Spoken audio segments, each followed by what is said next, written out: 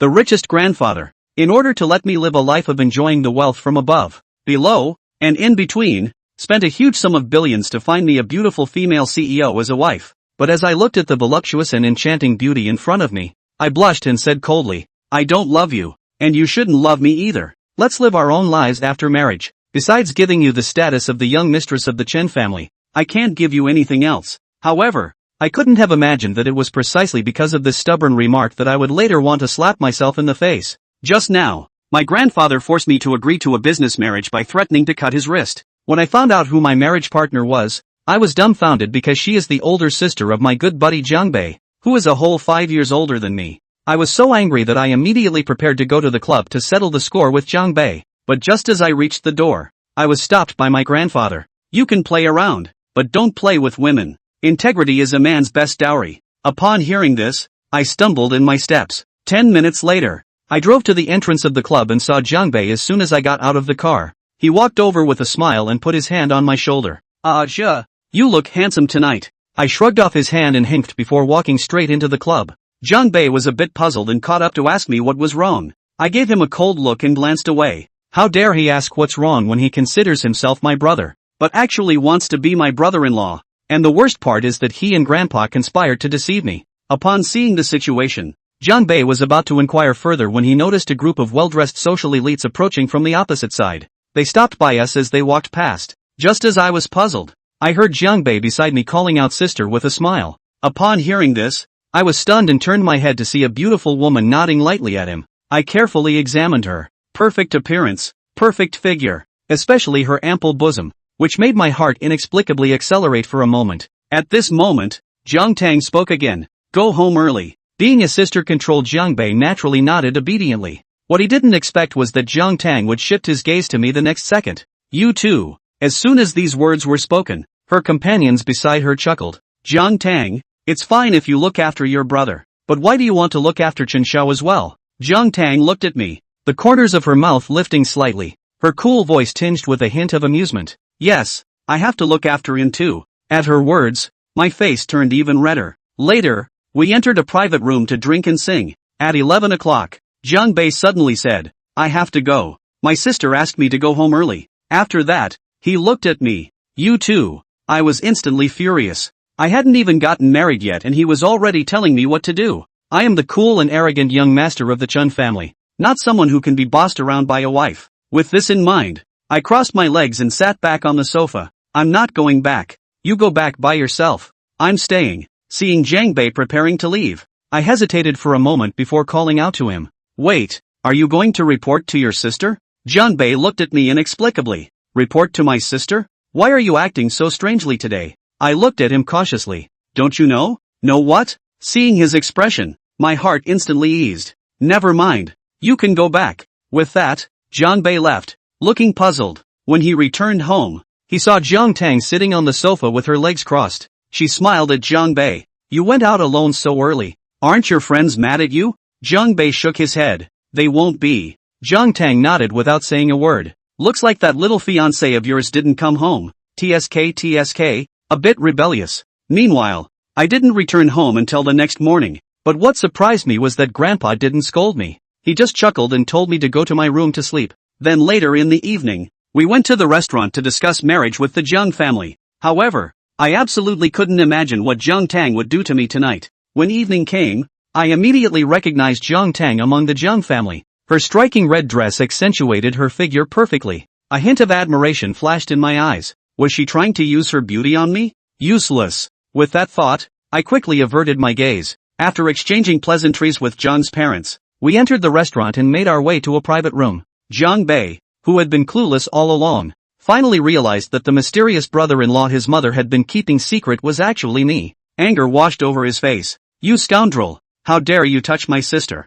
Feeling his indignant gaze, I guiltily lowered my head to eat. Upon seeing the situation, Mr. and Mrs. Jiang were very pleased. Originally, when old Master Chen proposed a marriage alliance, they disagreed, especially after hearing that I was a lawless young master outside. However, Jiang Tang agreed. Coupled with my current well-behaved demeanor, the dinner finalized the general process joyfully. Soon after, the Jiang family prepared to return home. At that moment, old Master Chen smiled meaningfully at me. You escort Tang Tang back. I glanced at Jiang Tang and found her smiling at me. My face blushed uncontrollably, and I obediently nodded. Just as everyone was smiling, Jiang Bei suddenly shouted, I want to go with Chenjia too. He thought his sister didn't want to be alone with me, but Jiang Tang just glanced at him indifferently and said, you go with mom and dad.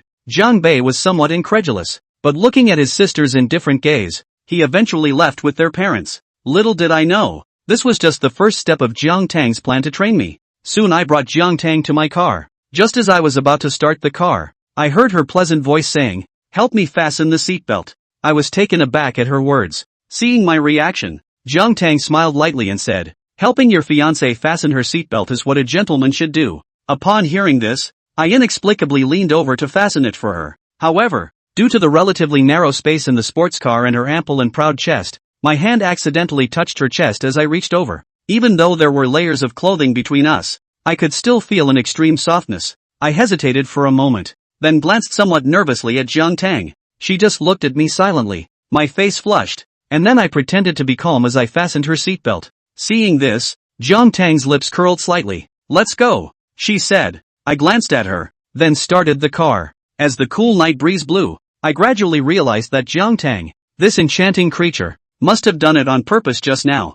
I had encountered such tactics before, so why couldn't I calm down in front of Jiang Tang? Thinking about my previous panic and nervousness, all seen by Jiang Tang, I wanted to redeem myself. He cleared his throat and said coldly, I didn't want to marry you, and it was grandfather who forced me to do so by death. Jiang Tang glanced at Fengling, nodded, and said with a light smile, I know. Fengling frowned. How did she know? Did grandpa tell her? You're not mad at me? Are they pretending not to be angry or are they really not angry? Let me make it clear that I don't love you, and I'm only marrying you to deal with grandpa. Don't expect love from me either. I can't give you anything. Fengling added. Jiang Tang still had a good-tempered demeanor, nodding her head with a light smile. Aha! He really couldn't give her anything, but Grandpa Feng can give her a lot. If Grandpa Feng hadn't given her simply too much, she wouldn't have considered a marriage with a man 5 years younger than herself. The age gap is so big that she is afraid that there will be a generation gap in communication when it comes to living her life. But Grandpa Feng gave so much that filled the generation gap between them.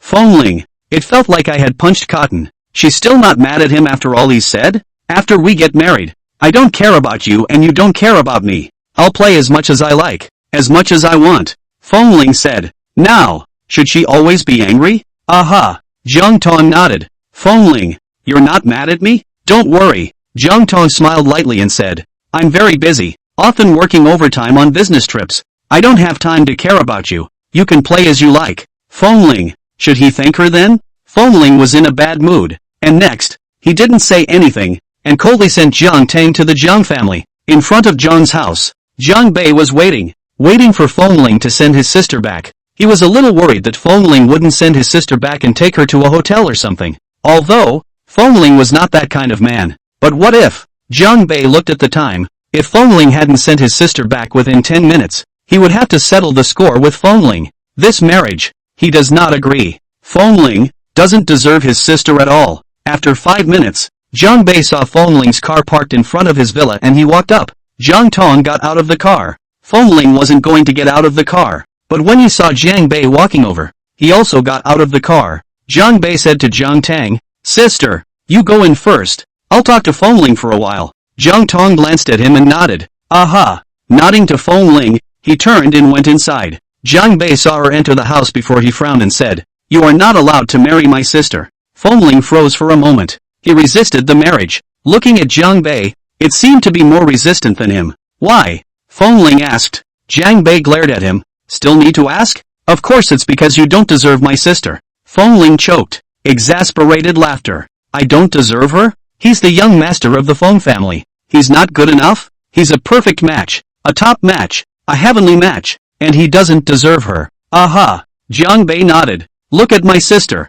Sensible. Elegant. Beautiful. Dignified and generous. And her work ability is also strong. And then look at you. He gave him a disgusted look. What about me? I'm handsome, honorable, rich, upright and kind. Fengling said. Jiang Bei, who's he talking about? Talking about himself? How come it doesn't seem to be the same person he knows? Anyway, I don't agree with this marriage. Jiang Bei said. Fengling glared at him without any good humor. You think I agree? Jiang Bei frowned and glared at him. What do you mean? You dislike my sister? Seeing Jiang Bei glaring at him with a look of hating to eat him, Fengling said, how could I possibly dislike your sister? We've been good brothers for so many years. Your sister is my sister. How could I dislike her? Jiang Bei's face looked much better. Fengling said, I'm just pressed to get married. I'm only 22 years old. Tell me, now that your family is forcing you to marry someone you've only met once or twice, how do you feel? Jiang Bei thought for a moment. Definitely not a wonderful mood. He was 22 years old and hadn't been in love. Hadn't thought about marriage. You don't want to get married. You don't know to tell your grandfather? Jiang Bei asked. Fengling, you think I didn't say that? Just tell him about the old man Feng trying to drag him along to slit his wrists and kill himself. Jiang Bei, Grandpa Feng's path is so wild. No wonder Fengling succumbed. It's a change for him, and he succumbs, not daring not to give in. How about, you convince your sister? Fengling said tentatively, your sister doesn't want to marry. My grandfather can't force your sister to marry with a knife. Jiang Bei nodded after thinking about it. Good. Jiang Bei turned around and went inside. Fengling looked at Jiang Bei's back. Can Jiang Bei really convince Jiang Tang not to marry? Jiang Bei went directly to Jiang Tang's room to find her. Jiang Tang is washing up. Jiang Bei made a sound and waited in the room for her to come out. After a while, Jiang Tang washed out, wearing pajamas, washed the face of a small face white and clean, without powder, looking particularly small. It is not too much to say that it is a freshly graduated college student. Sis, Jiang Bei called out to her. Jiang Tang nodded lightly. Walk over to the dresser and start your skincare regimen. Jiang Bei followed her, looked at her, and asked, Sister, is our family's business in some kind of trouble? Jiang Tang glanced at him and smiled lightly. Why do you ask? Is it possible that our family needs the Feng family's help? So Grandpa Feng is holding you hostage and asking you to marry Fengling? Jiang Bei asked. Jiang Tang smiled and shook his head. No. Jiang Bei was still unwilling. Then why did you agree to marry Fengling? Jiang Tang thought about it and asked him, is Fengling bad? Jiang Bei froze for a moment, shaking his head. He's not bad. There was no way he could be friends with Fengling if he wasn't a good person. Fengling, the only child of the Feng family, Feng's heir, no father, no mother, height 188, handsome appearance, early 20s, young and strong, no bad habits. Do you know how sought after such conditions are in the dating market? Jiang Tang said with a smile. Jiang Bei froze for a moment, as if listening to his sister. Fengling's conditions are indeed very good. But, why did the sister why did she say young and strong? But, sister doesn't like him, Jiang Bei said. Jiang Tang laughed lightly. Who said I don't like him? What sister wouldn't like a young, handsome, rich and powerful brother? Jiang Bei, sister likes Fengling? Fengling returned home. Elder Feng was surprised to see him back so soon. Back so early? Chapter 6, Receiving a License. Fengling glanced at Elder Feng. Old people are so hard to serve these days. Coming back late is not an option. Can't you come back early? Elder Feng looked at Fengling suspiciously. This grandson of his own should not have any problems, right? It's true that he's fun-loving, but in all these years, he hasn't been seen playing with women. Other old guys, from time to time, have to deal with some of the rotten luck that the children and grandchildren of the family get into. But he had never helped Fengling with the messy woman thing. Elder Feng thought back carefully and broke out into a cold sweat. He then realized that Fengling was 22 years old, and he hadn't even seen Fengling get close to any woman. When he went out to play every day, he played with Jiang Bei by Langyue and a few other big men. His grandson wouldn't be gender male, hobby male, would he? So even in the face of such a great beauty as Jiang Tang, he was not moved and went home early. If other men met a great beauty like Jiang Tang, they would definitely try to find ways to spend more time with the great beauty, cultivate more affection, which is like Fengling, who is an emotionless driver who drops people off at home and leaves. Elder Feng measured Fengling from head to toe with a scrutinizing and suspicious gaze. The body looked straight, but straight elsewhere. Not so much. What's wrong with Grandpa? Fengling asked a little uneasily. Elder Feng asked, Ah Ling, tell me honestly, do you dislike women? Fengling, what's Grandpa talking about? If you really don't like women, I won't force you, Elder Feng said. The main reason is that I can't bear to see a girl as good as Jiang Tang marrying him and being widowed. If you really don't like women, then your engagement with Jiang Tang will be broken off, and then you'll go and do test tubes for me, Elder Feng said. Whether Fengling liked women or not, his great-grandson was a must-have. When the time comes, find a woman and use Fengling's sperm to do test tubes. Fengling, don't they say old people's brains are slow to react? But he felt that his grandfather's reflexes were so fast that he, as a young man, could not keep up from time to time. Grandpa, What is it about me that makes you think that I like men? Feng Ling issued a soulful question. Elder Feng glanced at his lower third with intent. Feng Ling gritted his teeth. I like women. Master Feng said. Don't force yourself if you don't like it. I'm not an old curmudgeon whose thoughts can't keep up with the trend. I can accept. But there's one thing I can't accept. I can't accept that you're the one down there. The only child of the Feng family, the wildly dazzling and cool young Master Feng, is actually the one being pressed. Spread the word. Does their old Feng family's face still want to go? Their old Feng family, from his grandfather's generation onwards, were all rich and people's people.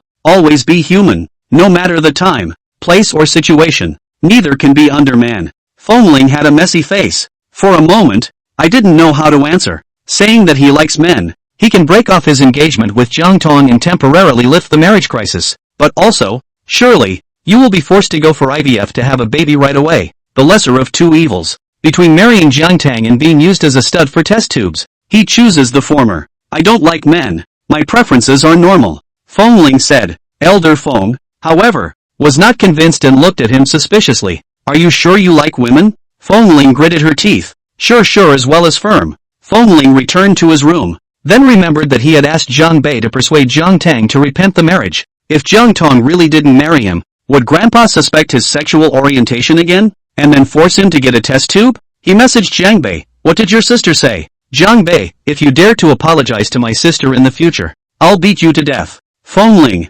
is this a failure of persuasion? So he was destined to marry Jiang Tang? Feng Ling was inexplicably relieved. In fact, when you think about it, marrying Jiang Tang seems to be quite good. Jiang Tang is very pretty. It's honorable to take it out. It's a good match for him, and the elders of the family like it. Of course, the most important thing is that Jiang Tang said she was busy at work and often worked overtime on business trips, so she didn't have time to care about him. He can play as much as he wants. After the marriage, he was still the dashing, free and unruly young Master Feng. Jiang Tang had better be true to his word and leave him alone. If she dares to meddle with him, he'll make her look good. At 9 o'clock in the morning, Feng Ling and Jiang Tang met at the entrance of the Civil Affairs Bureau. The two families decided to get a license and then take their time planning the wedding. Feng Ling arrived first. The old man said that a man should be a gentleman and not let a woman wait for a man. So he let someone lift Feng Ling out of bed at 7 o'clock in the morning, casually ate 2 mouthfuls of breakfast, and let the driver send him to the Civil Affairs Bureau.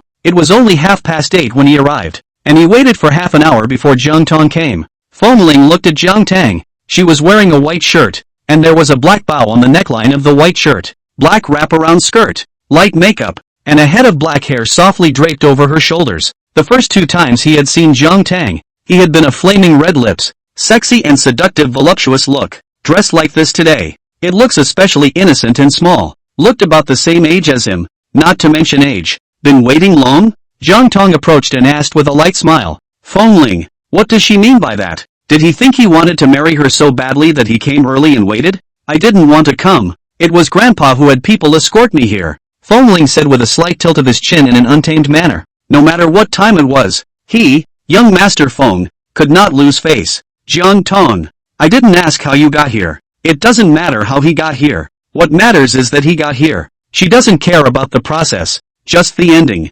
Feng Ling's face reddened. Frowning, he looked at Jiang Tang with displeasure. Jiang Tang smiled and said, all right, don't be angry. Let's go. Feng Ling, she told him not to get mad? Is this her way of coaxing him? His handsome face flushed slightly. Jiang Tang entered the Civil Affairs Bureau and Feng Ling followed. Then photos etc. By the time the two had gotten their license, it was 11 o'clock. Jiang Tang said to Feng Ling, I have something to go to the company, so I'll leave first. That said, I'm gone. There's not a single lingering thought. Feng Ling could only look at Jiang Tang's car exhaust, and soon, even the car exhaust could not be seen. Feng Ling gasped and laughed. Ha! It's really a hoity-toity marriage without any emotion. When Feng Ling returned home, Elder Feng saw him come back alone and asked, why did you come back alone? Where's Tang Tang? Something came up to go to the office. Feng Ling said. Elder Feng was very pleased. Look at others Tong Tong. A woman is so dedicated to love work. Then look at you. The look at him was disgusting.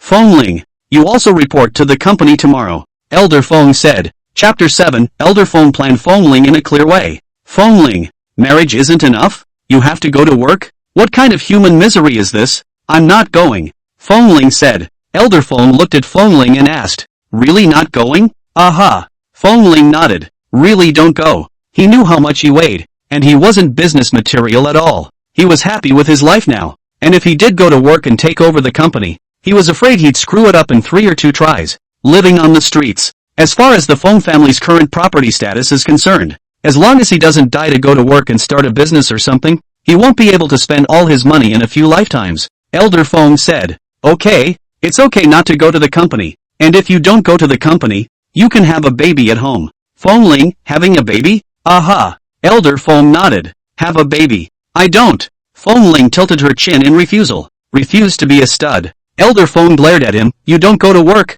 You don't give birth to a child. So what are you going to do? You don't even look at you. You're wasted now. Don't hurry up and give birth to a small number for me to practice. What will you do for the rest of your life? Fong Ling. How am I wasted? He was a big guy in his 20s. A good socialist youth. Strong and vigorous. Full of inexhaustible bullish strength. How did he get wasted? All day long. You only know how to eat, drink and have fun. And you don't do anything serious at all. What is this if not a waste? Elder Fong said in a bad mood. If you want to have a trumpet to practice, you do it yourself. Fong Ling said. Elder Fong gave him a blank stare and said without any good humor. Are you just dying for me my old bones to die twice on a woman so that you can inherit the family fortune? Fong Ling. I didn't. Elder Fong grunted. Fong Ling whispered. I really didn't think that. Elder Fong sighed. His tone softened, and said, Ah Ling, Grandpa is also doing this for your own good. Now Grandpa is still alive, but at Grandpa's age, how much longer can he live? You can still rely on Grandpa now, but what about when he's gone? Grandpa has already figured it out for you. Grandpa strives to live for another 20 or 30 years to educate your children well, so that you can seamlessly transition between relying on Grandpa for the first half of your life and relying on your children for the second half of your life. He had really worked his ass off for this grandson. Fong Ling, I have to say, Grandpa's plan sounds like it's going to work just fine. Are you sure I can rely on children for the rest of my life? Fong Ling issued a soulful question. Are you sure you can educate my children? It wasn't that he didn't trust his grandfather, but he had him as a foregone conclusion. He was afraid that his grandfather would educate another playboy who would only eat, drink and have fun without doing his job. When the time comes, what's it going to be? Who does the dude's father depend on? Elder Fong looked at the failed product in front of him and coughed dryly. Isn't this the first time you don't have experience? You believe in Grandpa. Grandpa has learned the lesson of failure and won't fail again. Elder Fong assured Fong Ling. Fong Ling. So, he's a failure. He's so tired. He didn't want to say anything. He just wanted to go to his room and rest. Elder Fong also knew that he was pulled up at 7 in the morning. There was no rest. His body is the most important thing right now. A healthy body gives birth to a healthy child. To get a horse to work, you have to get it to eat, drink and sleep well. Go and rest. I'll call you for lunch in a while, and dinner will be with John's family, Elder Fong said with a smile. Fong Ling went upstairs. Fong Ling ate her lunch and went back to sleep, and was sleeping soundly when a movement woke her up. It was the Jiang family who moved some of Jiang Tang's things over, and Butler Zhao directed the servants to move Jiang Tang's things into the master bedroom. Seeing Fong Ling awake, Butler Zhao smiled and said, Young master has woken up. Fong Ling nodded and asked, What are you doing? Some of the young lady's clothes and daily necessities these Jiang family sent over. Butler Zhao said with a smile, This family has only had 2 widowed men, the old master and the young master, since 20 years ago. Now, at last, the family has a matriarch. He was so relieved. Fong Ling. He sat on the bed and watched the servants come in and out, putting Jiang Tang's clothes these into the check room. It took a long time to get it right, and Butler Zhao left with the servants. Fong Ling got out of bed and came to the check room. Seeing that the check room which originally had half-empty spaces was put full. On one side are his clothes, which come in many styles but are basically black, white and gray. But Jiang Tang's clothing style and color is more. Shirt, skirt, pants, suit, suspenders and so on. The color is red, orange, red, green, blue and purple. What color? Fong Ling watched for a while before Butler Zhao came and said that the old master had asked him to pack up and wash up, and that he was going to have dinner with Jiang's family. Fong Ling washed and changed his clothes, went downstairs, and went to the appointment with Elder Fong. When they arrived at the place, they met the rest of the Jiang family, Jiang's father, Jiang's mother and Jiang Bei, as well as Jiang's grandparents. When Jiang Bei looked at Fong Ling now, his nose was not his nose and his eyes were not his eyes. I really don't know what my sister likes about Fong Ling. What's he got to show for it other than a face that's still good to look at? Fong Ling. What is Jiang Bei upset about? He's still upset. He was married to Jiang Tang, and Jiang Bei's brother-in-law didn't even know to call out. Everyone sat down. the elders of both families exchanged pleasantries, and Jiang Tang arrived late just before dinner was about to begin. She still dressed the way she was when she got her license. Jiang Tang smiled and said, "Grandpa, I'm late. The company had a temporary matter and dealt with it. Delayed a little." Elder Feng smiled and said, "It's fine. Everything is focused on work." Jiang Tang sat down next to Fengling. The tips of Fengling's ears reddened slightly as she looked away. She was wearing a wraparound skirt that slid up her thighs slightly from the motion of sitting down. A large portion of thigh was exposed, and if the skirt had slid up any further, you could have seen the base of the thigh. Not that he's an LSP. She was sitting right next to him, and with those pale thighs right under his eyes, it was hard for him not to look. She wasn't wearing stockings,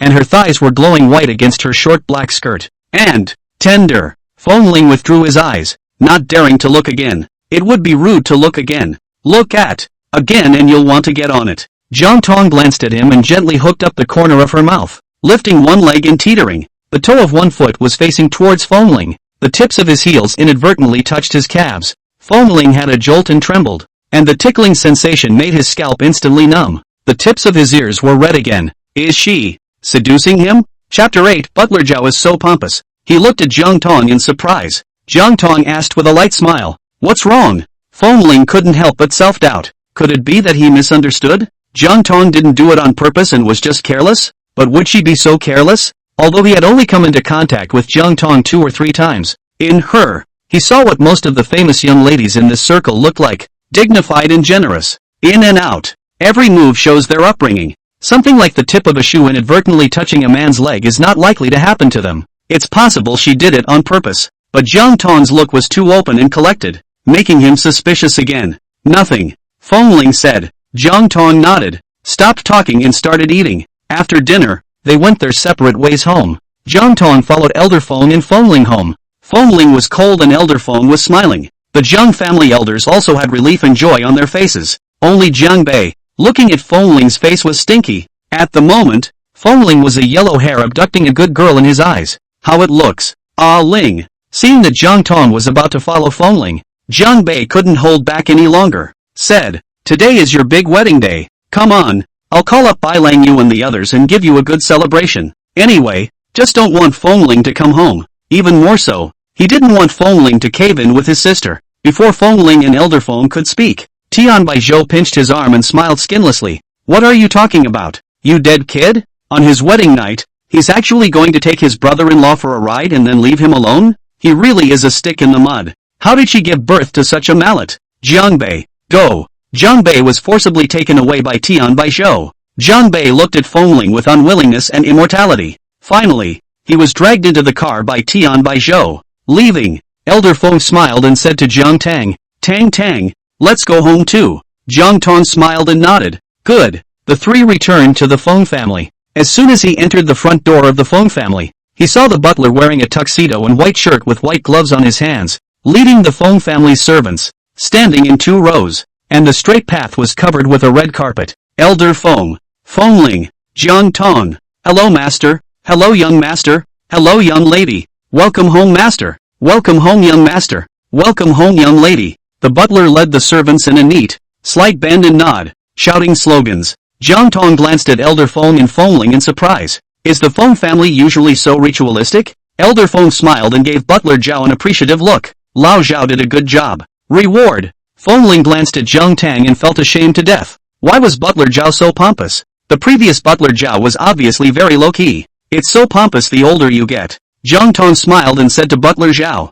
"Thank you, young lady. I am the butler of the Feng family. Young lady can just call me Old Zhao." Butler Zhao said with a smile. Jiang Tang nodded. "Uncle Zhao. Young lady is the first woman young master brought home." Butler Zhao said with a smile. Butler Zhao couldn't tell you how relieved and happy he was in his heart. Finally he got a chance to say the classic butler line too. God knows how long he's been waiting for this day. Jiang Tang. Although she didn't read a lot of hegemony novels, she still knew about this kind of hot stunt in hegemony novels. Fengling. What the hell is this awful old man, Butler Zhao, babbling about? Isn't he ashamed to say such things and play such a stunt at his age? "Young lady, please," Butler Zhao said. Jiang Tang nodded. The 3 men entered the house. Butler Zhao asked the servants to take Jiang Tang to Fengling's bedroom. Fengling was pulled by Elder Feng to talk. "Ah Ling, now, you and Tang are married. I don't have too many demands on you. Just give me a great-grandson properly. Elder Feng said. You don't want to play the form marriage in the same room with different beds thing with me.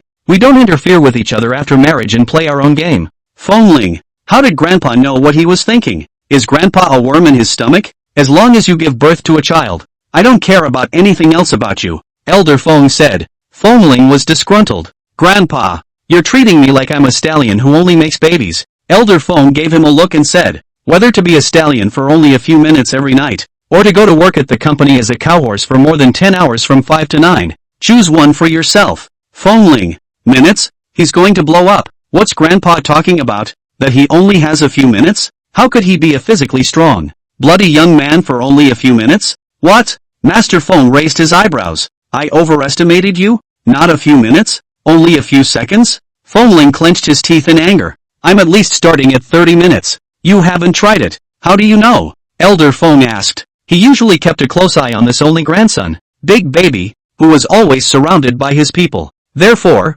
he knew that the eldest grandson, who seemed to be debauched and unprofessional without any shortage of women, was still a child until now. Fengling wanted to retort but didn't know how, because, indeed, he had never tried. It doesn't matter if you're a few minutes or a few seconds. Anyway, make sure you have a baby, Elder Feng said. Fine, I'll give birth. Fengling gritted her teeth, turned around and went upstairs. He was born. He carries 2 and 3 years. He has twins, triplets. Didn't Grandpa want to bring up children? Doesn't he like to bring up children? He'll give birth to 10 or 8, and he'll be a tired old man. Fengling returned to his room angrily, and as soon as he pushed open the door, he saw Jiang Tang. She had just come out of the bathroom after a shower, wearing a red low-cut halter nightgown, revealing long white legs. Looking toward him, the hot water-dense, flushed eyes were particularly seductive. Fengling didn't expect to see such a view when he pushed open the door and froze in place for a moment. The temperature of his face slowly rose.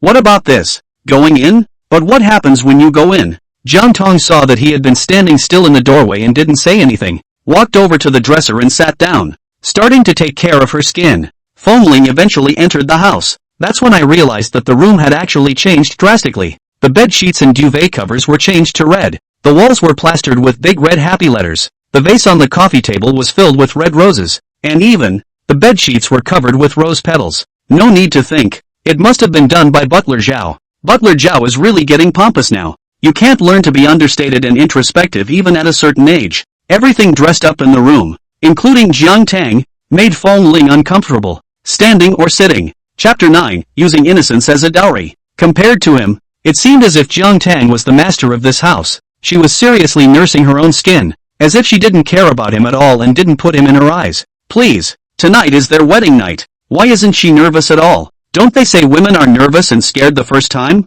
Or is Jiang Tang not the first time? Having had experience with both men and women, that's why she is so calm and collected? Thinking of this, Fengling's heart was instantly unbalanced. On what grounds? Why is he still a yellow-bloomed man? But Jiang Tang is not a yellow-bloomed woman? It always feels like I'm losing out. Grandpa also asked him not to play with women and to take his innocence as a dowry. Why don't you ask Jiang Tang? Grandpa is just so double-standard. Fengling sat on the sofa and sulked. Jiang Tang finished her skincare and saw Fengling sitting on the sofa, not showering or talking. Look at him. She wasn't a talkative person, but tonight was their wedding night, and if neither of them talked, what was going to happen back there? How do you make a baby? Aren't you going to take a bath? Jiang Tang asked. Fengling looked at Jiang Tang and frowned. What? Do you dislike me for being dirty? He didn't even mind it. If she dares to say she resents it, he'll lash out now. Does he really think he's a stallion with no feelings and no temper? Jiang Tang froze for a moment, not understanding why Fengling was suddenly angry.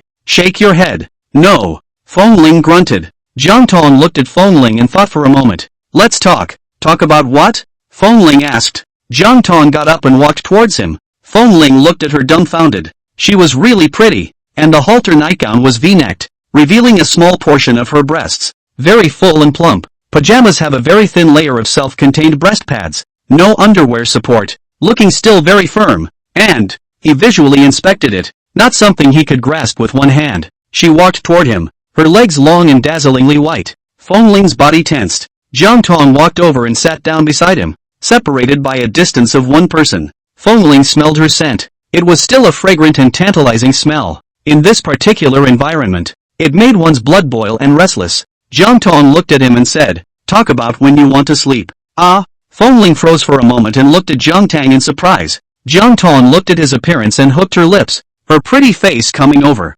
Fengling was startled and froze as he looked at her. Jiang Tang hooked up the corner of her lips and said with a light smile, "Let's sleep now, okay?" Her voice was soft, and she spoke into his face, exhaling. Fengling had no way to think at all, and could only look at her blankly with a red face, as if he had given a hook to his soul, and said, "Good." The smile at the corner of Jiang Tang's lips deepened as he moved over and kissed his lips. Fengling's pupils widened incredulously. "Isn't sleeping? Why did you kiss him?" Before he could react, Jiang Tang's entire body separated her legs and sat across his lap, hooking her hands around his neck and kissing him, getting deeper and deeper. Fengling was confused at first, but then, male instinct made him seize control, wrapping his arms around her and deepening the kiss. He was raw, but excited and enthusiastic. And for men, some things simply don't need to be taught. Instinct allows them to know what they can do. Finally, he pinned her, disheveled, to the couch. He braced his hands on her side and looked at her with scarlet eyes.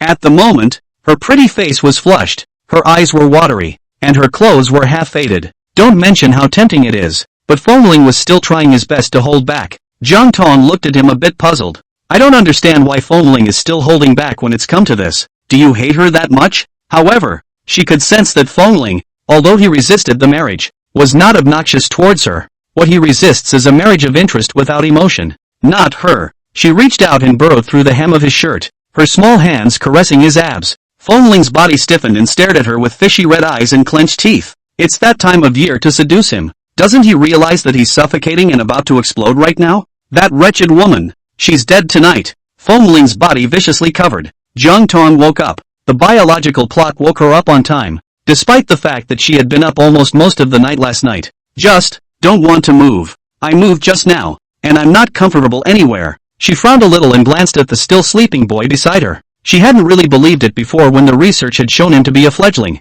After last night, she believed it. He is indeed a fledgling, and he is totally relying on his youthfulness and brute strength to run amok. Inexperienced boys with no skills and no idea of compassionate heartache only know how to ask for it by manly instinct. It's suffering her. She was also a first-timer. An undeveloped body simply couldn't withstand his demands. She's refused to talk softly and coaxed him. It was no use even crying and begging him. He doesn't love her as a person, but seems to kinda love her body. Last night's wanton rubbing had left traces of him all over her body. Jiang Tang touched her cell phone and sent a message to the people at the beauty salon. She was going to go to the beauty salon for a SPA and soothing massage in a while. Otherwise, she probably wouldn't have recovered for days. The movement around him had disturbed Fengling, who was still asleep but held the person in his arms by instinct. Then his hand touched somewhere and scratched twice. The warm, soft touch made him freeze and open his eyes. Then he saw Jiang Tang's cold eyes. He froze for a moment, reacting out of his daze.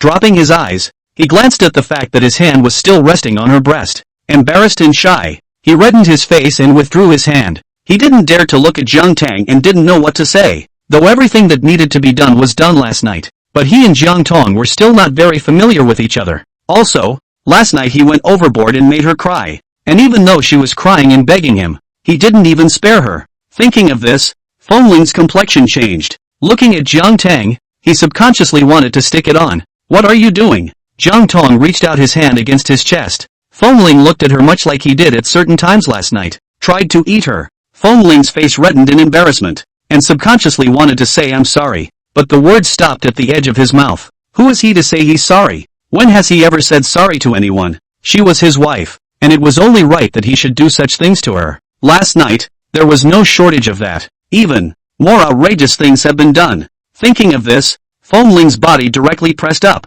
His hand wrapped around her waist and brought it towards his arms, making the two of them stick even tighter. Inseparable. Feeling each other's bodies. Chapter 10, Old Zhao. Get a knife. The sharpest one you can find. She's soft. He's hard. Jiang Tang. She looked at Fengling and asked, "You want it?" "I've heard that men are more impulsive in the morning." Fengling was stumped by the question. He didn't actually want it, and although his body reacted, it was just a normal physical phenomenon for a man waking up in the morning. He didn't have that heart. He just has the heart now, but he can't afford it. He's not made of iron. Last night he tasted the forbidden fruit for the first time, and he tasted it, and he has been making a non-stop mess for several hours. He can Do it now. But now, if he said no, wouldn't he be looked down upon by her? Man, can't say no. And it's not that he can't, he just doesn't want to. If Jiang Tang wanted to, he could. Jiang Tang saw that Fengling didn't say anything and thought that he really still wanted it. She silently felt her body,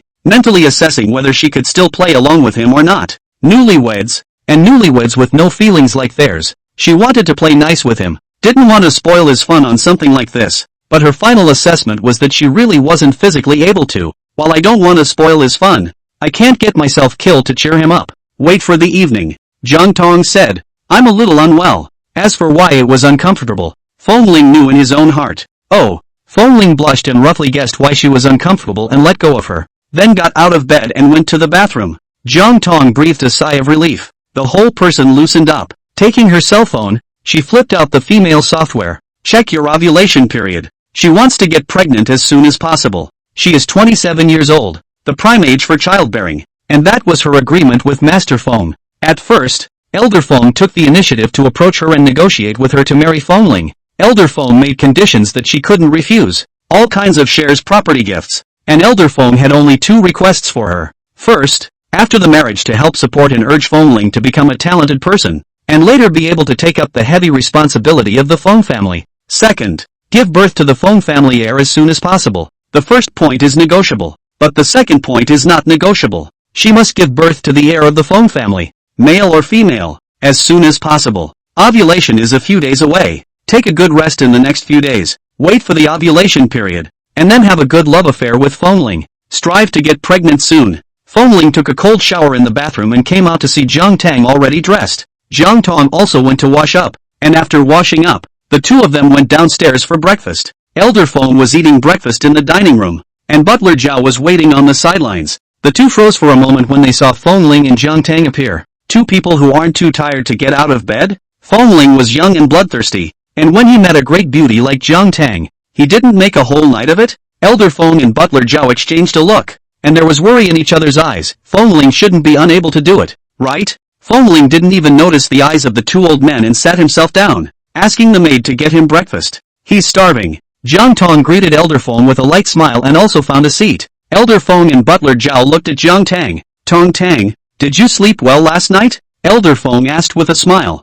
Jiang Tang smiled and nodded. It's quite good. Fengling inexplicably blushed. Fenglao saw Jiang Tang's rosy cheeks and knew that she wasn't lying and was really sleeping quite well. Then Fengling must have slept pretty well too. Ha, they're down for good. But he's not good anymore. He knew that Jiang Tang could not be blamed for this. Jiang Tang was a measured businessman, and at the very beginning, he and Jiang Tang had made it clear what he wanted. Since Jiang Tang had agreed to get married, he was sure that he wouldn't fix something in the middle. It must be Fengling, dissatisfied with him forcing him to marry Jiang Tang, so he didn't touch Jiang Tang to show his protest. Elder Feng glared at Fengling. Fengling was puzzled by the glare and looked at Elder Feng in disbelief. What happened to Grandpa? Why are you staring at him so early in the morning? He listened to him, and the marriage was consummated, and the cave was entered. What's not to like about Grandpa? Grandpa is getting harder and harder to serve the older he gets now. I don't know what he's upset about. With a handsome and obedient grandson like him, he still doesn't know enough? After breakfast, Jiang Tang left to go to the beauty salon and then to work. Fengling wanted to go back to his room and take a nap. He actually didn't sleep well after last night's exertion. Stand still. Elder Feng called out to him. Fengling looked at him. What are you doing there? Elder Feng asked. Fengling said, go to your room and sleep. What's the point of sleeping? Get your ass to work at the company. Elder Feng didn't have the good sense to say. What? Fengling suspected that she had heard wrong and looked at him in surprise. Grandpa, you're asking me to work at the company? Aha. Fengling, Grandpa, didn't you say before that as long as I am at ease at home giving birth to my child, I don't have to go to work? Elder Feng said indifferently. Then do you have peace of mind about having a child? Why didn't I? Fengling said, it's up to you whether there is or not. How should I know? Elder Feng said. Fengling, would I still lie to you? Have you lied to me even less? Elder Feng gave him a disdainful look. Fengling, it's impossible to argue with that. Old Zhao, go get the knife. Elder Feng said to Butler Zhao.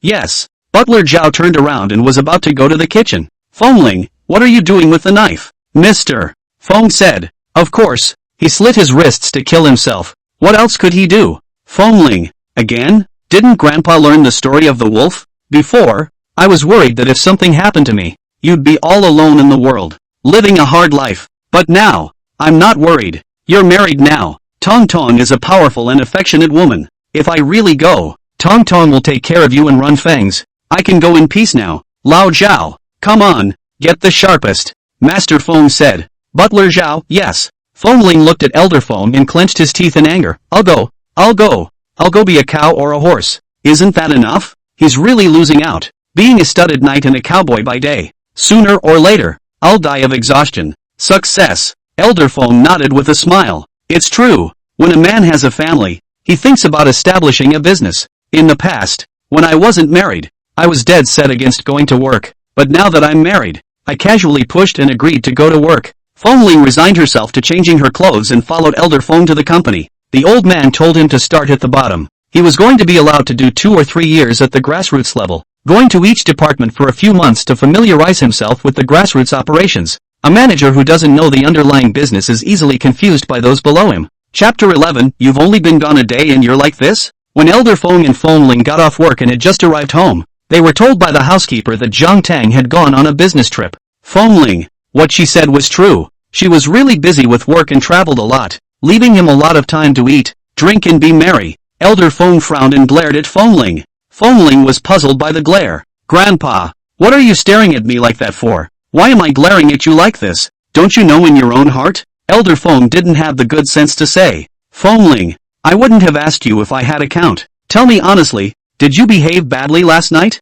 Elder Feng asked very directly. Feng Ling didn't react and asked in confusion. What, I'm not doing well? What else could it be? In bed. Of course, Elder Feng said. Feng Ling's face instantly turned red. Exasperated. Any man would be pissed off at being told he doesn't perform well in bed. Who said that? Feng Ling asked angrily and loudly. He was red in the face and thick in the neck. This look fell in the eyes of Elder Feng. That is, he was said to be annoyed. Who needs to say that? Isn't it obvious? If you really behaved well, would Tong Tong go on a business trip? Elder Feng said. Feng Ling gritted her teeth. She went on a business trip because she was busy with work and needed to travel. What does it have to do with whether I performed well or not? How come Tong Tong doesn't travel early in the morning or late in the evening, but right after the wedding night? It's obvious that you're not behaving well and are avoiding you. Elder Feng said. If you're doing well and giving Tong a happy fast-coming fabulousness, would Tong be willing to leave the newlywed you to go on a business trip? You've experienced the affairs of men and women now. Ask yourself, are you willing to leave Tong Tong behind for a business trip now? Feng Ling was stumped by the question. He really can't afford to give it up. He has no feelings for Jiang Tang, but he has to admit that he was very happy last night. A feeling never experienced before. Wonderful. He wanted to do that kind of thing with Jiang Tong even if he didn't love him. And Jiang Tong went on a business trip to avoid doing that kind of thing with him? What? Is she unhappy? Feng Ling. He felt that Jiang Tong was quite happy last night. But what if it was his inexperience that made him feel wrong? Jiang Tong cried last night. He thought she was crying with pleasure last night. But now, what if she is crying hard? Young Master Feng doubted himself. Elder Feng was satisfied to see Feng Ling doubtful and skeptical. He had to be suppressed. Otherwise, he really thought he was so powerful in the sky and the air. Feng Ling was called out to play by Bai Langyu and the others. When I arrived, I saw that Jiang Bei was also there. Jiang Bei frowned when he saw Feng Ling arrive. Ask, what brings you here? Feng Ling, they called me. Jiang Bei frowned and looked at Bai Langyu, Lu Jianli, Shi Qi Shang and the others with dissatisfaction. The three were glared at. What's wrong with them calling Feng Ling? Can't you scream? Don't they usually hang out together inseparably? You come out with me, Jiang Bei said. Feng Ling obediently followed Jiang Bei out. The three in the booth. Inexplicably, I feel as if I'd been ostracized. But 2 people crowding out 3? It doesn't make sense. Jiang Bei led Feng Ling to the corner of the corridor and asked with a frown. Out fooling around on your second day of marriage? You left my sister alone? Can you stand up to my sister? Feng Ling, your sister went on a business trip. Jiang Bei was choked for a moment and had a momentary moment of weakness, but instantly questioned with a straight face. You can come out and fool around when my sister is away on a business trip? Feng Ling frowned. How is this called ghosting? I'm just out to play. That's how we used to play. Before was before. Now is now. Jiang Bei said. In the past, you were single and could play as much as you wanted as long as you didn't kill or set fire to anyone. But now you're married. A married man has to have the self-consciousness of a married man. Feng Ling, your sister said that I can play around even after I'm married. And, newlyweds, I was left behind. Out to have a drink with my friends to relieve the depression and bitterness in my heart. What? Can't I? Jiang Bei was stumped by the question. That does work. If he was the one who was left behind by his new wife on the second day of their marriage, he would be more annoyed and depressed than Fengling, but it was the sister who left Fengling behind. He couldn't say it was his sister's fault, could he? My sister. She didn't do it on purpose either. Jiang Bei's mind raced, thinking about how to defend her sister, and finally gave him an idea. He frowned and asked Fengling, did you do something to upset my sister? Otherwise, his sister couldn't have done such a thing. My sister is the most dignified and generous of celebrity daughters, and she does everything with a measure of grace and does not offend easily, not to mention your own husband. This question made Fengling feel a bit weak. What could I do to upset her? Fengling retorted with a bluff. Wasn't it just making her cry last night? She cried and begged him to stop. And he didn't? Jiang Bei felt that Fengling looked a bit weak and asked suspiciously. Really not? Really no. Fengling said firmly, if you don't believe me, go ask your sister. Even if Jiang Bei went to ask, Jiang Tang would definitely not say anything. Something like being bullied in bed and crying. How could Jiang Tang be ashamed to say that to his own brother? We've known each other for so many years. Do you think I'm the kind of man who would bully a woman? Fengling added. So far, Jiang Bei believed it. It was true that Fengling was not a man who would bully women. Besides, his sister wasn't a softie who could be bullied easily. Have you guys finished yet? Seeing that they hadn't returned to the private room for so long, Bailang Yu came out to look for them. Finished, Fengling walked towards the private room when he finished speaking. Jiang Bei frowned a bit and followed. Fengling played until 11 and then went home. It's mostly just not fun. Jiang Bei kept turning his dead face on him. By 10:30 he was urging him to go home. What's he doing home? It's not like there's anyone waiting for him at home. But he went home anyway, took a shower and got into bed. Laid down on the bed, covered with a quilt as if it had a faint scent on it. Is it the scent of Jiang Tang's body? He sniffed the scent and drifted off to sleep. But, not much, because, dreamed all night. The dream was all about Jiang Tang crying and begging him. The first thing I did when I woke up the next morning was to take a shower. He shuffled and changed and went downstairs for dinner, cold-faced. Master Feng saw him and asked, what's wrong? Not much, Fengling said lightly, sat down at the table and ate. Not much. What's with the pea-face? What's wrong? Tong Tong has only been gone for a day, and you're already dissatisfied with your desire? Elder Feng asked. Chapter 12, he's upset. You coax him, Grandpa. Fengling reddened. Why is Grandpa so spontaneous now? Say anything. Isn't he ashamed to be an old man? And how is it that one guesses right? Seeing Fengling just blushing but not retorting, Elder Feng was surprised. Really lustful? I didn't. Fengling gritted her teeth with a red face. Elder Feng smiled and said, since you miss Tang Tang, call Tang Tang and tell Tang Tang to come back earlier. Fengling's face turned even redder and said with a strained neck, I didn't think about her. It's just a luxury marriage without feelings. How could he possibly think about Jiang Tang? Good. Elder Feng nodded with a smile. Don't want to not want to. When Fengling saw his appearance, he was so angry that he didn't even eat his meal and got up to leave. Elder Feng shouted behind him. Ah Ling, call Tong Tong if you miss Tong Tong. Two people? No need to be embarrassed. Fengling. He didn't want her. Didn't want to call her either. Much less her phone number. Jiang Tong didn't return from his business trip until 7 days later, arriving home at 7 in the evening. When they arrived, Elder Feng and Fengling were having dinner. She dropped her bags off and made her way to the dining room for dinner. Seeing her suddenly return, Fengling froze for a moment. She traveled without warning and now she's back without warning. It's like home is a hotel. Elder Feng was happy to see Jiang Tang back and asked her about her business trip while eating. Jiang Tang then answered while eating. Fengling just sulked and ate. While Elder Feng and Jiang Tang were chatting energetically, Fengling finished eating, put down his chopsticks, got up and left without a word. Elder Feng smiled and said to Jiang Tang, you've been traveling for a week. Ah Ling is a bit unhappy, so coax him more. Jiang Tang, she's on a business trip. What's he upset about? Shouldn't we be happy? But she didn't say anything. Nodding, well, I know. Grandpa asked her to coax, so she coaxed. She was experienced in coaxing children. From a young age, he had coaxed the children of Jiang Bei and the surrounding neighborhood into submission. She has no feelings for Fengling, a marriage of interest. But it's also important to treat your union partner with care and attention, as you would a major client. The benefits that the Feng family can bring to her make Fengling the biggest client in her life. Jiang Tang returned to his room after eating. Fengling was sitting on the sofa playing a game. She didn't say anything and went to take a shower. Fengling had expected Jiang Tang to talk to him, but she went to take a shower without saying anything. Did she have nothing to say to him when she traveled for 7 days without a word? It's an unemotional mansion marriage, but that's just a little too unemotional, isn't it? It's chilling. Jiang Tang took a shower and came out wearing a pink tulle nightgown. Fengling raised his head when he heard the commotion and saw the scene. Jiang Tang asked him, "Going to sleep?" Fengling, what does she mean by that? Sleeping? What sleep? Is it just sleep? Or is it sleeping like on your wedding night? He was red-faced for a moment and didn't know how to answer. Not sleeping? Jiang Tang asked. Sleep. Fengling said with a red face. Why doesn't your own wife sleep? No sleep for nothing. He wants to sleep. He'd soiled several pairs of underwear the week she'd been traveling. In order not to be discovered by the maid, he didn't even dare to throw it in the laundry basket. He secretly threw it in the trash can and had to cover it up with paper towels. Don't misunderstand. Fengling blushed and said, I want to sleep with you. Not because I like you or I want to sleep with you. It's because, Grandpa wants a big grandchild, and he wants me to hurry up and have a baby. So, you're just an emotionless childbearing tool. He knew that saying this might hurt Jiang Tang. Any sane person would be pissed off to be used as a childbearing tool. He blew a gasket when he realized he was being used as a childbearing tool by his grandfather. Jiang Tang, too, must be angry. Aha! Jiang Tang nodded gently. I know. I happen to be ovulating today. Because she had to catch her ovulation. She worked overtime the day she traveled to get her work done ahead of schedule. It's all about getting back in time to have sex with him when he's ovulating.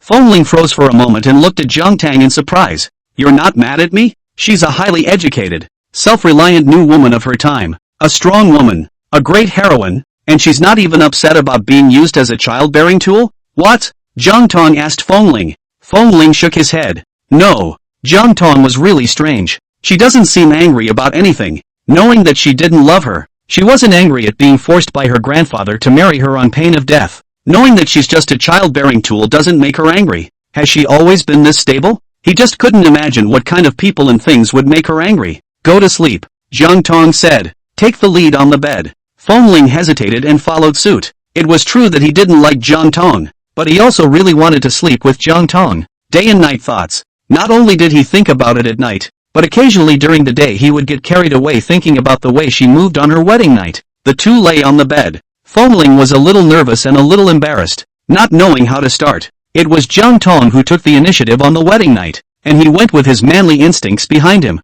But now, should he initiate? It wasn't that he didn't want to take the initiative. He was just, well, a little shy. And, well, how should he start? What to do first? Is it a hug first? Or do we kiss first? Jiang Tang laid on the bed and waited for a while without waiting for Fengling to move, guessing that Fengling might be a bit shy and embarrassed. She was actually shy and embarrassed, but she was older and more mentally mature than him, and there were some things that even though she was embarrassed and shy, she would do for the end goal. It seems that I still have to take the initiative myself tonight. She lifted the thin quilt covering her body and rolled over, straddling him, her long hair sliding down her shoulders and falling over his chest as she looked down at him. Fengling was startled and looked at Jiang Tang. The body tensed up. What she's going to do? Jiang Tang had wanted to say something, but they weren't familiar with each other and didn't know what to say, so he just didn't say anything and lowered his head and kissed. Fengling froze for a moment. The next thing he knew, Jiang Tang was lying flat. Lay flat to match him. Let him do whatever he wants.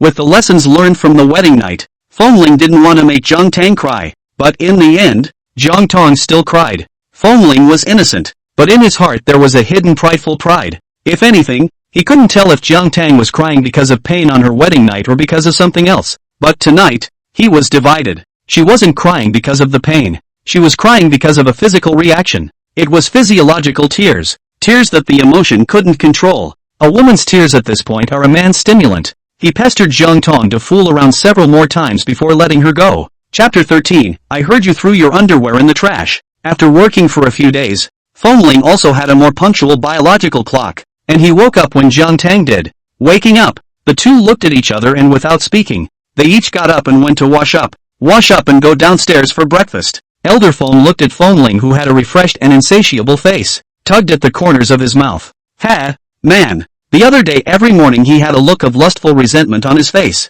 as if someone owed him tens of billions of dollars that he hadn't paid back. As soon as his wife returned last night, he couldn't hide the smugness and satisfaction in his expression now. I don't know who didn't want to join forces and refuse to be a stud in the first place. The smack in the face came really fast. If he didn't have to save a few faces in front of his wife, he'd be laughing at him a few times high and low right now. After breakfast, the three went to work. Jiang Tang arrived at the office. She had been in charge of Jiang Group's overseas business in foreign countries before, and now she was transferred back to Jiang Group. But she didn't work at the headquarters either. Instead, they work for their entertainment agency. Jiang's group has many industries, food, clothing and so on, but the two main industries are entertainment and real estate. Real estate was very lucrative in the earlier years. Most of the big companies on the market, in the beginning, started with real estate. Real estate has fallen back hard in recent years, and Jiang's group has also suffered. But the roots are there and the impact is not great, as people's living conditions become better and better,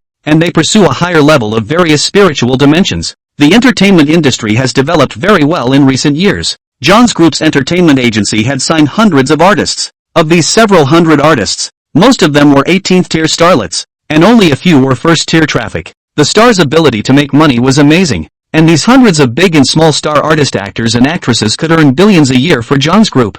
Jiang Tang became the president of Jiang's entertainment group as soon as he returned to China. When they arrived at the company, Jiang Tang called the secretary into the office. Have the secretary notify the company's brokers in C-Town of a meeting. As for some accompanied by star artists in the field cannot come. The back of the microblogging to inform the content of the meeting. When the personnel arrived, Jiang Tang went to the meeting. The main point of the meeting was that the company let its artists go on air to bring the goods. Live streaming bandwagons is now a big trend. Countless internet celebrities have made a fortune from live streaming with their products. On the internet, the money a Netflix with a few million followers earns in a year can even surpass a first-tier traffic. The head anchor of the live bandwagon is even making tens of billions of dollars a year, and a top stream star only makes a few hundred million a year. There are a few celebrities who have started live banding now, but these are the minority and most of the celebrity artists are yet to live band. That's because most celebrity artists don't see live bandwagons. They think that they are actors and entertainers and should focus on acting, while live streaming with goods is something that netizens do.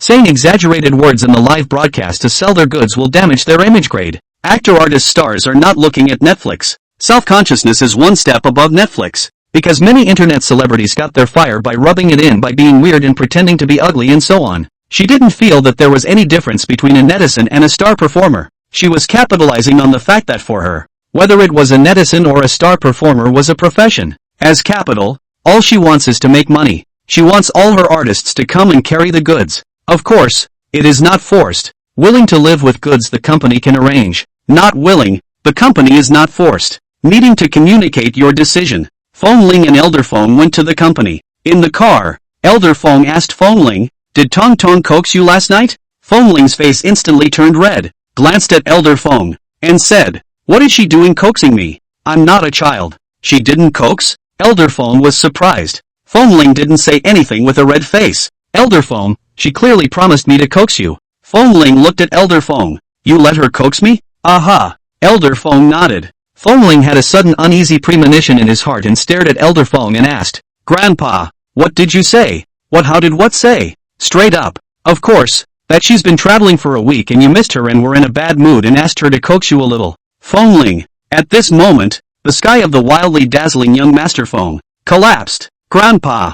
Feng Ling's face reddened with anger. "How can you talk nonsense? When did I miss her? He's disgraced himself." Grandpa was really mad at him. "You don't think about her? Then what's with the pea-face you've been wearing every day this week? Like someone owes you tens of billions or something?" Elder Feng chuckled. Feng Ling's red face gritted her teeth and refused to admit it. "That's true that someone owes me money and hasn't paid it back. It's normal for someone in his position to owe him money. And what's with the underwear in the bathroom trash can?" Elder Feng asked again. Feng Ling froze and looked at Elder Feng in surprise. How did Grandpa know? Did he go through the trash? Elder Feng smiled proddingly. Feng Ling was so embarrassed that he wanted to get under the car. "Do you even know what privacy means? How can you go through my trash?" Feng Ling was furious. Elder Feng didn't take it seriously at all and said with a smile, "It's not like I went through it. It was old Zhao who told me." Feng Ling, so it was Butler Zhao who went through it? What's Butler Zhao doing now? It's amazing what you can do at your age to go through someone's trash can. It really is true that the older you get,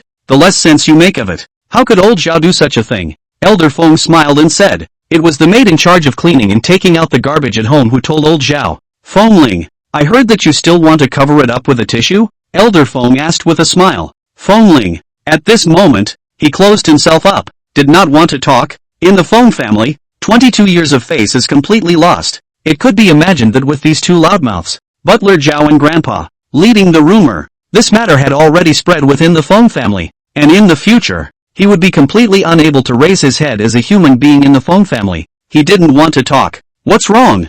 Master Feng smiled and asked, angry? Self-absorbed? What's wrong with that? It's perfectly normal for men. Fengling still didn't want to talk. Really don't want to. Sometimes, with such a grandfather and housekeeper, he really didn't want to live. He was so tired of living. Suddenly, Fengling remembered something very important and said to Elder Feng with a serious expression, Grandpa, you have to warn Butler Zhao and the servants in the house that this matter absolutely must not be let known to Jiang Tang. This was the last face of his young master Feng. What's in this? Elder Feng smiled and said, it's not like it's something unseemly. Tong Tong has been in society for so long. What kind of things haven't we seen before? Chapter 14, Why are you fooling around again? Grandpa. Fengling was furious and said through clenched teeth, if you tell her, I'll jump out of the car right now. With that, his hand gripped the door handle of the car, looking like he was about to open the door and jump off at any moment. Good, good, good. Elder Feng hurriedly pacified him. Don't tell Tang Tang.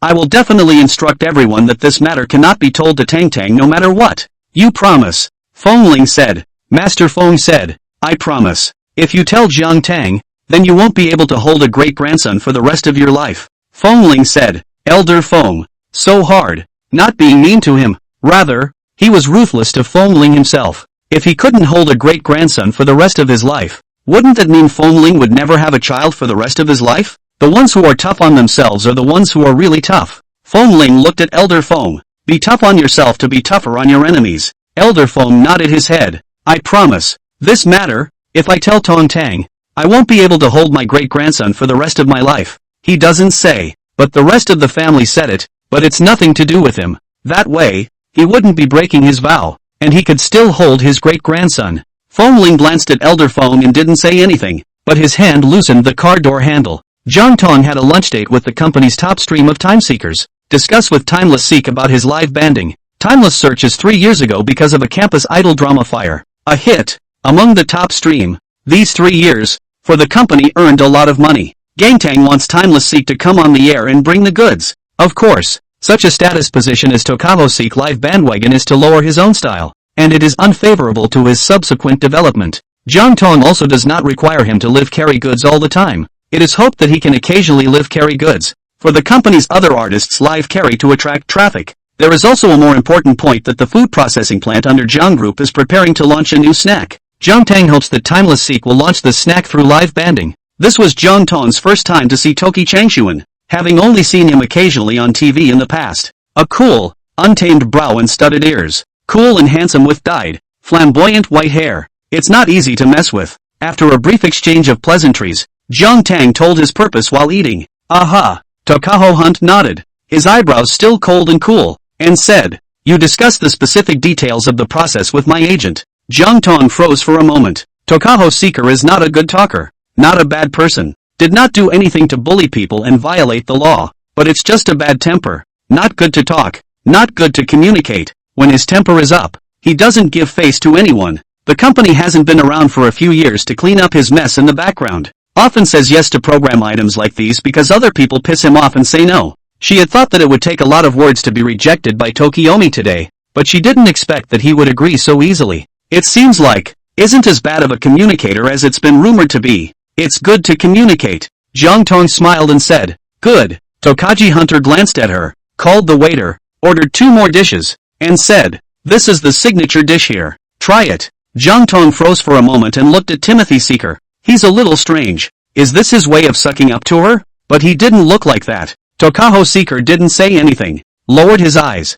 and dined. The tips of his ears slightly reddened, and Jiang Tang didn't notice. The two finished their meal and walked out of the booth. Tang Tang. Elder Feng called Jiang Tang and asked with a smile, are you dining here too? Jiang Tang looked at Elder Feng and nodded with a smile. Aha! Glanced at Fengling. Fengling was looking at Shi Changsun with cold eyes. Feeling her gaze, he gave her a cold look and averted his eyes with a grunt. Jiang Tang. I wonder what pissed him off again. It's true that a child's face can change at the drop of a hat. Elder Feng brought Fengling to socialize and meet his partners, while Jiang Tang also came to talk about official business with Timothy Seeker. After a few brief words, they parted ways. When he left, Timothy asked Jiang Tang, you're familiar with Elder Feng? She called Mr. Feng her grandfather? Although they were of an age where this title was fine, generally this kind of either called Feng Lao, Mr. Feng, or Grandpa Feng. It's too intimate to call Grandpa directly. He thought it was strange. Aha! Jiang Tang nodded and said with a smile,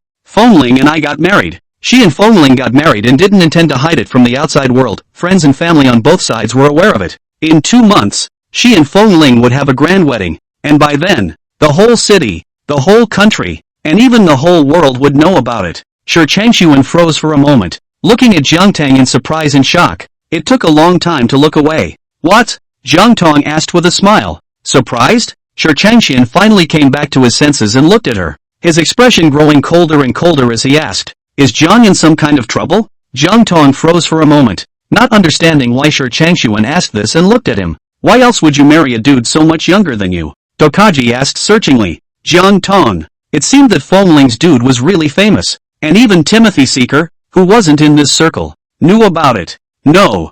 Jiang Tang smiled lightly and said, Don't worry, Jiang's is currently very good and stable. Then why did you marry him?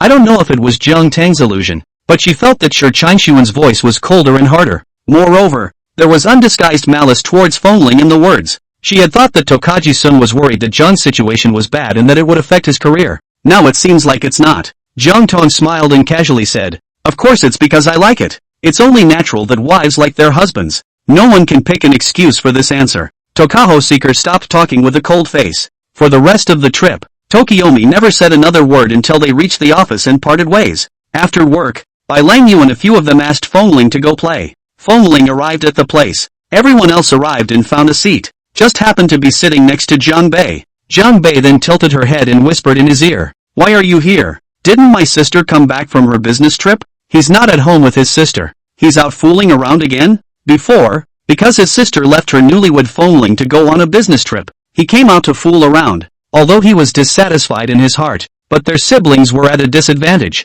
He did not dare to say anything. Chapter 15, Jiang Tang just likes me. Now that his sister is back, he can dare to talk. Fengling glanced at Jiang Bei with cold eyes and hummed without saying anything. It's better to come back than not to come back at all. As soon as I came back, I was with other unsavory men. It's distracting to watch. Might as well be out on business all the time. He's out of sight, out of mind. Jiang Bei frowned when he saw Fengling like this. What are you doing being gloomy? Want you to care? Fengling was holding a lot of anger in his heart, just as Jiang Bei was about to crash. So he vented at him. You're too much of a man? You live by the sea, don't you? Jiang Bei was about to dislike him back. Fengling added, Moreover, didn't your teacher teach you to respect the old and love the young when you were in school? Is this how you treat your elders? Jiang Bei froze for a moment. Elder? Aha. Fengling nodded. I'm your brother-in-law. Am I not an elder? Jiang Bei choked and was about to retort when Lu Jianli left his mouth. What are you two getting together and muttering about?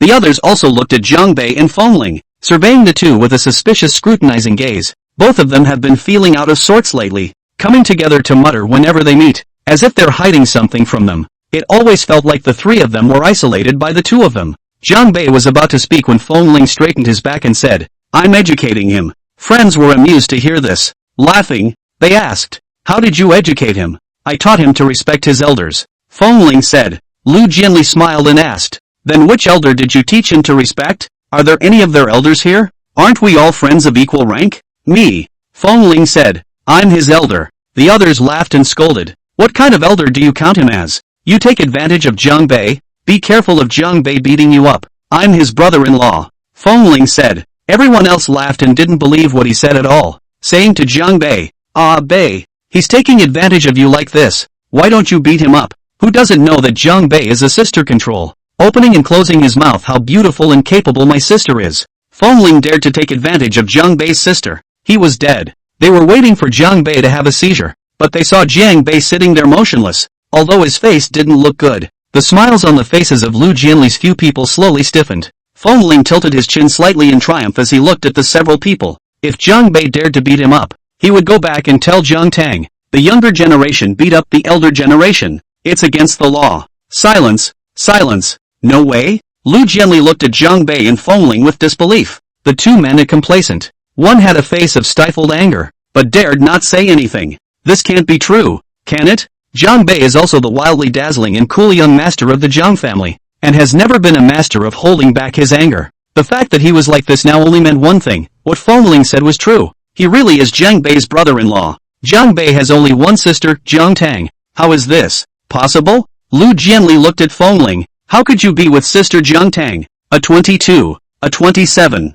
5 years difference in age, a motivated, career-driven woman? One is a rich kid who doesn't learn to eat and die. How can two people who don't get along with each other be together? Let me correct that. Fengling said, we're not together. We're married. Crowd froze, looking at Fengling, shocked, amazed. It took a while for him to come back to his senses. What the hell is going on here? Toki Sang asked. His Jiang Tang sister, the fairy-like Jiang Tang sister, got married just like that? And married her own fox friend? It's not. If his friends can do it, why can't he? He can do it too. Nothing's going on. Fengling said. It's just arranged by the elders of the family. Crowd. A business marriage? The crowd took a few dozen seconds to digest the news. And then, Shi Qishang and Lu Jianli exploded. Jiang Bei, if Fengling can then why can't I? Lu Jianli asked angrily. And me, I can too, Timothy said. They have a fairy sister filter for Jiang Tang. Although they hadn't thought about what to do with Jiang Tang before,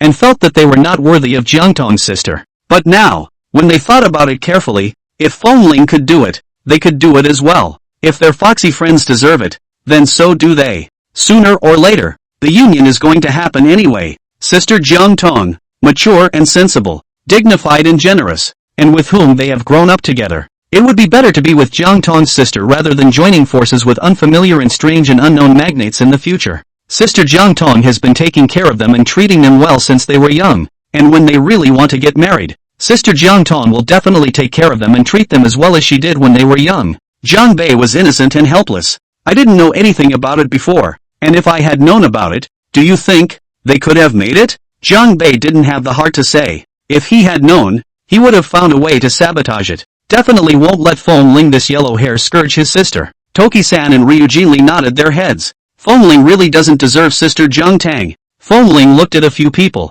Again, smug, kind of holding back the depression again, delighted that he married the woman they all wanted to marry. The stifling depression is, where is he that bad? It was fine for Jiang Bei to think that he was not worthy of Jiang Tang. Jiang Bei was originally a sister control, thinking that his sister was the best in the world and the most beautiful in the world. But what makes Shishang Lu Jianli and the others think he's not good enough for Jiang Tang? He Fengling is a graceful and handsome young master Feng. Go out. But also countless young girls chasing the object of adoration. Is it that bad? They were like that. And the whole thing was making him lose his confidence. Where is Jiang Tang so good? She's just a little bit prettier than the other women. A little bit more capable. A little bit more fit. It's just that. And it's not a heavenly creature. The others couldn't see Fengling's smug look. What are you smug about? It's just not an emotional union. Lu Jianli said sourly. Such an unemotional union. And he wanted it. He hadn't thought about marrying and falling in love with a woman older than himself before. But that person, if it was Jiang Tang's sister, he can. He really can. Fengling let out a light laugh. What do you guys know? Do you guys really think that it's just a marriage of luxury families without feelings? Isn't it? Ryuga asked them. If it's really just a marriage between powerful families with no feelings but only interests, why doesn't she look for other powerful men to marry? Isn't there a man in the circle who has more money than my family and is her equal in age and ability? Jiang Tang's posture and ability like that. What kind of union object can't be found if you want to find one? Why did it have to be me? It's not because you like me. Chapter 16 Jiang Tang goes to pick up drunken Fengling. Fengling tilted his chin in triumph. Anyway, in his opinion, Jiang Tang was just greedy for his youth and beauty. Lu Jianli, Toki Qishang, the sky is falling. Sister Jiang Tang, in their minds, a perfect woman like a fairy, actually liked a yellow hair like Fengling? Really the sky is falling. Jiang Bei didn't say anything with a sullen face. Fengling had a point. If her sister really wanted to find a marriage partner, she could have her pick of any of Sea City's rich and powerful men. It's not that he's bragging. His sister is beautiful, capable, mature and stable. And since she was young, she's been the child of other people's families in her parents' mouths. It was also because her sister had been abroad all these years and hadn't returned much, or else the threshold of their house would have been trampled by the rich men who came to Sea City to beg for her hand in marriage. Such a sister, so many suitable candidates are not picked, but picked Fengling who has a big age gap with her and not all the way. What's that if it's not a favorite? When did sister fall in love with Fengling? Over the years, my sister was basically abroad, busy with her business, and seldom returned to her home country. And when she did occasionally, she came and went in a hurry. Could it be that he saw Fengling unintentionally one time and fell in love with him at first sight? Jiang Bei glanced at Fengling. Fengling, this is the only face that he can really hold in front of his sister. Fengling's face was almost uniquely handsome in the circle. Next, Shi Qisheng and Lu Jianli turned their grief and anger into alcohol, desperately sealing Ling's wine, dunking from the dinner table to karaoke. Bai Lang, you couldn't even stop him from being on the sidelines. How can you stop the revenge of taking your wife? And Jiang Bei just watched coldly from the sidelines. Doesn't help with the dunking, but doesn't block it either. If his status didn't allow it, he would have started dunking Fengling himself. At 10 o'clock, Fengling was finally drunk. Lu Jianli said to Jiang Bei, Bei, have Sister Jiang Tang pick him up. Sister Jiang Tang didn't like them drinking, let alone Fengling being drunk. Look at Fengling now, paralyzed like a puddle of mud on the sofa. Where is the usual style of young Master Feng? Jiang Bei then called Jiang Tang. Let Jiang Tang pick up Fengling. Hang up the phone. Lu Jianli asked, will Sister Jiang Tang come? Jiang Bei said, will. If my sister promises to come, she's sure to come. Lu Jianli froze for a moment and said, I haven't seen Sister Jiang Tang for a long time. It's been almost a year since we last saw each other, right? Jiang Tang came, found the private room, pushed open the door, and saw Fengling collapsed on the sofa, and the other people were playing their own games, not caring about him at all. They can be such good brothers. The others froze for a moment when they saw Jiang Tang coming, and those who were singing and drinking stopped and looked at Jiang Tang. Lu Jianli and Shi Qisheng hadn't seen Jiang Tang for a long time. They felt that Sister Jiang Tang seemed more beautiful than before. It used to be a fairy, but now it was a big beautiful fairy. It really wasn't worthy of a yellow hair like Fengling. It was the first time Bai Langyue had seen Jiang Tang, having only heard about it from Jiang Bei's mouth before. Jiang Bei said his sister how beautiful and excellent outstanding. He thought to himself, what kind of beauty he has not seen. Jiang Tang can be beautiful where to go. Unexpectedly, it really is this beautiful. And, the flavor of the like mature woman on the body is 1,000. Not around the teenage and 20-year-old little girls can be compared. Shiro Yu's heart was beating a little fast. Sister Jiang Tang is really so beautiful. The whole person just stood quietly in the doorway like this, and when her eyes swept over them, she was flavorful and charming. Sis, Jiang Bei greeted. Sister Jiang Tang. Lu Jianli and Shi Qisheng followed suit in greeting. Sister, Bai Langyu hesitantly called after her. Jiang Tang nodded with a light smile. Aha! Entering the house, he came to Fengling and sat down next to him, looking at Jiang Bei and asking, you guys dunked him? There's no way Fengling is drunk alone and they're all fine. Heartbreak flashed across several faces. Just Jiang Bei said with a straight face, no, it's true that he didn't dunk the ceiling Ling wine. It's just that there's no stopping other people from dunking him. The others didn't say anything, especially Lu Jianli and Shi Qisheng. Their eyes flickered and they looked embarrassed, looking at the sky and the air, just not looking at Jiang Tang. Jiang Tang understood and laughed lightly. Without pursuing any further, he sat by Fengling's side and tenderly whispered softly, Fengling, I've come to pick you up. Let's go home. Fengling didn't move or speak. Thoroughly drunk, Jiang Tang pressed the pager and called the staff, letting the KTV staff hold Fengling up, saying goodbye to Jiang Bei, Lu Jianli and the others, and then leaving. Sister Jiang Tang really likes Fengling. Lu Jianli frowned. Fengling drank like this, and not only did Sister Jiang Tang not get angry, she even came to pick him up in person. What's that if it's not a favorite? If it were any other woman, she'd just let the man drink himself to death out there. Die so you can inherit. Jiang Bei didn't say anything. Do you like it? That's what his sister told him. But, my sister was acting as if she wasn't. Although the sister personally came to pick up Fengling, and the tone was also very gentle. But, he did not see heartache in his sister's eyes. If her sister really loved Fengling, she would definitely be worried and heartbroken when she saw Fengling drinking like this. But my sister didn't. He had seen what his sister looked like when she truly loved someone many years ago. Therefore, it was easy to distinguish whether her sister loved Fengling or not. Sister doesn't love Fengling. Then sister and Fengling got married not because sister said she liked it, but for other reasons. Is their family's business really in some kind of trouble? That's why my sister sacrificed her happiness to marry a man she didn't love in order to get help from the Feng family. Are your sister and mom and dad hiding it from you? Jiang Bei was preoccupied. He can't seem to get by with this any longer. Jiang Tang took Fengling back home. Had the home security guards help Fengling back to his room? And had the maid cook sobering soup? Elder Feng looked angry and frowned at Fengling, who was paralyzed on the bed like a limp slime. It's really a mess that can't be helped. After finding him such a beautiful and considerate wife, he doesn't know how to stay at home with her. Instead he goes out to fool around with a bunch of men and gets drunk. How did he get such an ungrateful grandson? What are you doing picking him up? Let him drink himself to death outside. Elder Feng said angrily. Jiang Tang smiled gently. Grandpa, Ling had a party with his friends. He was the groom. and his friends let him have a few more drinks. Jiang Bei asked her to pick up Fengling, so their circle of friends knew about her marriage to Fengling. The groomsmen get poured on. Normal. Elder Feng frowned. Jiang Tang smiled and said, I know Grandpa is worried about Ah Ling's health. Grandpa, don't worry. When Ah Ling wakes up tomorrow, I will tell Ah Ling to drink less in the future,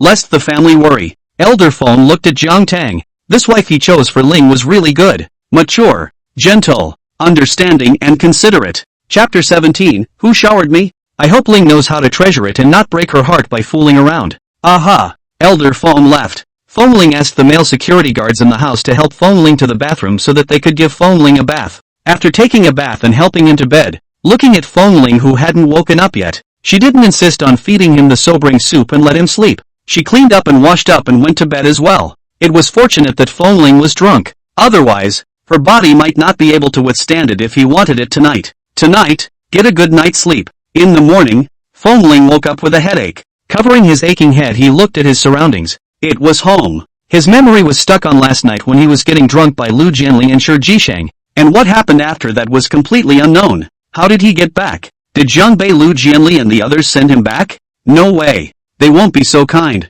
Lu Jianli, Shi Jisheng, they hated to dunk themselves last night, and although Jiang Bei did not dunk him, he has been coldly watching without stopping, and not stopping is condoning, so it definitely can't be them. Who's that? There's no way he could have walked back on his own, right? He reached out towards the bed for his cell phone, only to realize, as he reached out, that he was naked. No clothes. He froze for a moment, sniffing, surprised that he didn't smell like alcohol after all the drinks he had last night. That means that last night, he took a shower. There's no way he could have bathed himself when he was that drunk. So, who washed it for themselves? Is it Jiang Tang? Fengling twisted his head toward his side. Jiang Tang lay beside him. As soon as he looked over, Jiang Tang opened her eyes. Looking at Fengling, she smiled and said, Good morning. Fengling's face reddened when he thought that Jiang Tang might have been the one who gave him a bath last night. Morning. Jiang Tang asked with concern, Is there anything uncomfortable? Fengling didn't say anything. Jiang Tang asked again, Do you have a headache?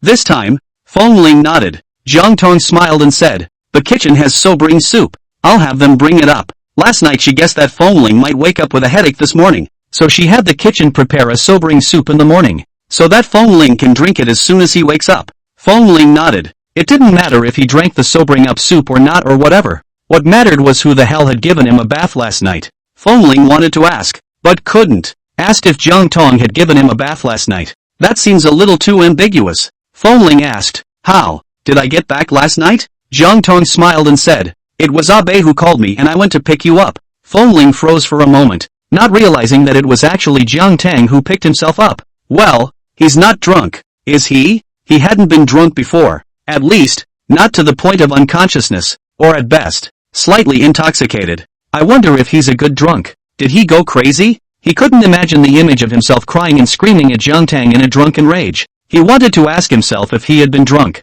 But what if Jiang Tang says he's gone crazy with alcohol? How is he going to face her then? Fengling chose to shut up and not ask anything. Fengling went to wash up and came out after washing up, and the maid brought up the sobering soup. Fengling drank it and went downstairs with Jiang Tang for breakfast. After breakfast, Jiang Tang went back to her room to change and get ready for work. So Fengling pulled the housekeeper to the side to whisper, Uncle Zhao, last night, I didn't go crazy with alcohol, did I? Fengling asked apprehensively. Housekeeper Zhao looked at Fengling and said with a smile, No, the young master was very good when he was drunk. Fengling, good behavior? No one had used that word to describe him since he was 5 or 6 years old. Aha! Butler Zhao nodded with a smile. The young master that the young lady went to pick up came back, and the young master just leaned on the young lady, especially quiet and well-behaved, causing people to pity him. Stop! Fengling couldn't take it anymore and stopped Butler Zhao with a red face. Butler Zhao, stop it! Pitying is the word to describe him as a big,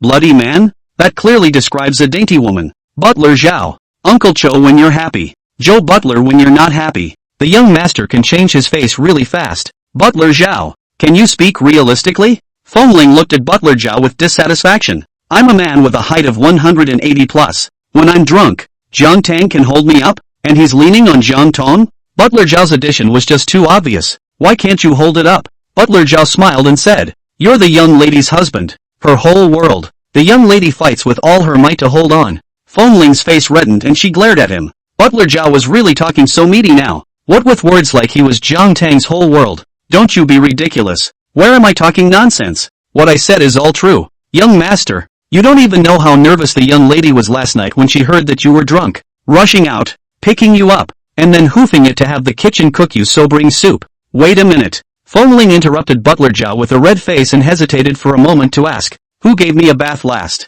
night? Of course it's Les. Butler Zhao opened his mouth. Tell the truth. Fengling glared at him. Zhao Butler blinked. I'm telling the truth. It's the young lady. Fengling's face instantly burst into red. It's really Jiang Tang. Then wouldn't she have seen and touched him all over? He was about to say something when he heard Butler Zhao continue. The security guards at the house were called to wash it for you. Fengling. The dryness on his face instantly faded, frowning as he looked at Butler Zhao quite breathlessly. Can't he finish his sentences at once? Who taught him to break sentences like that? Mind-blowing. Fengling is gone. Butler Zhao. Did he say something wrong? Why does it feel as if the young master isn't very happy anymore? Knowing that it was the bodyguard of the house that gave him a bath last night, Fengling was normal when he faced Jiang Tang again. Jiang Tang said to Fengling, drink less alcohol in the future. It's not good for your health. Fengling looked at Jiang Tang, saying, do you know why I got drunk last night? Jiang Tang smiled and asked, why? It was Lu Jianli and Shi Jisheng who dunked me. Fengling said, and Jiang Bei was on the sidelines and didn't help me. And the reason why Lu Jianli and Shi Jisheng dunked him was because of her.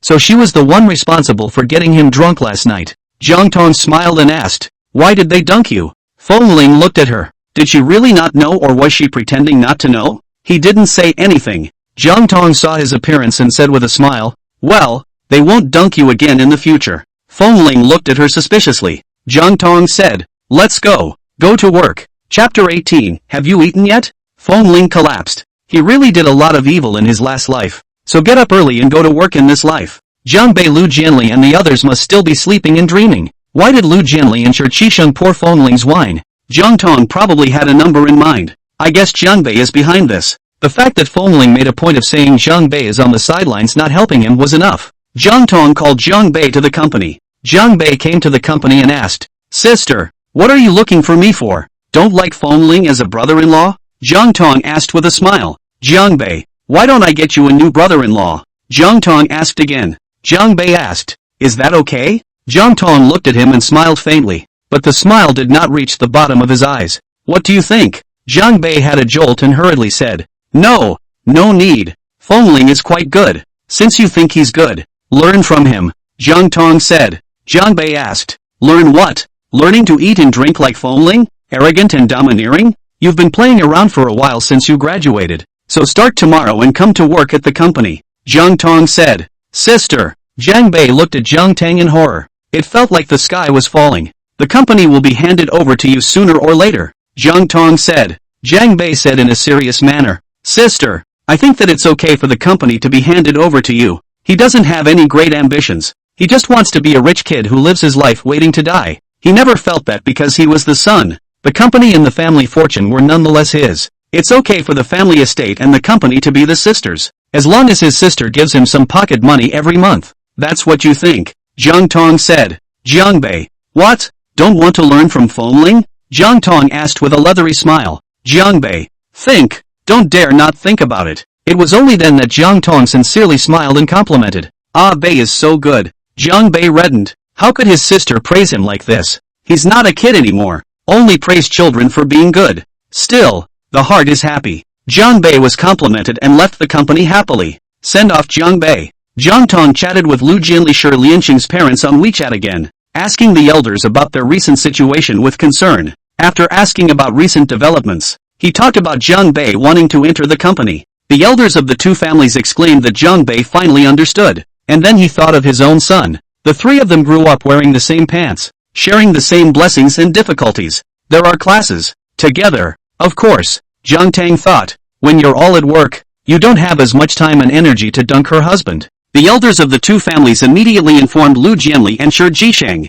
The two resisted. Was two parents to block back? Your good brother, Fengling and Jiang Bei are working. You are not good to wear a pants? Blessed to share the same difficulties. There are classes. Of course, to work together. Lu Jianli, Tim Chilson. The two men looked confused. Fengling is even. The only son of the Feng family will have to work sooner or later. But Jiang Bei, this dude is playing well. How can he be so unthinkable to go to work as well? The two asked Jiang Bei in the group. Lu Jianli, Jiang Bei, why can't you figure out how to go to work when you're in a good mood? Sure Qisheng, you wouldn't have eaten a bear's heart and leopard's guts, wanting to compete with sister Jiang Tang for the family fortune. Would you? Lu Jianli, what? You actually have such a treacherous and self-seeking idea? You're a waste of brain. Can you compete with Jiang Tang's sister? Sure Qisheng, anyway, we won't help you if you fight with sister Jiang Tang for the family fortune. Lu Jianli, yes, let's help sister Jiang Tang. Jiang Bei heard his cell phone ring and went into the group to take a look. Two black eyes. What kind of friends does he know? He didn't say anything and they pushed a whole bunch of buttons. When did he ever say he wanted to compete with his sister for property? How dare he have such treasonous and self-defeating thoughts? He wants to live a few more years. Sure Qisheng, Bei. Don't worry. If you get killed by sister Jiang Tang, we will collect your corpse. Lu Jianli, it's the only thing we can do for you after so many years as brothers. JB, I thank you then. Bai Langyu, listening to you guys talk like this, Jiang Tang seems to be scary. Lu Jianli, how could that be? Sister Jiang Tang is the most gentle, kind and beautiful woman in the world. Toki Qiseng, you're the one who's horrible. Your whole family is horrible. Bai Langyu, I'm worried about Fengling. Fengling, Bai Langyu, Ling, you must protect yourself. Fengling, would I be afraid of her? Would she dare to eat me? Lu Jianli, Tokyo Sang, Jiang Bei, Shiranui Moon. Fengling, what are you doing? He frowned. Why were they all sending symbols like that? People usually send such symbols when they don't know what to say. The group was silent and quiet for a while, but in the end, Lu Jianli couldn't help but speak first. Lu Jianli, so what? Did a Ling eat it? Fengling, what's for dinner? Breakfast? Or lunch? Tokyo Sang. Fengling, I ate breakfast, but I haven't eaten lunch yet. What? You want to ask me out for lunch? Let me tell you.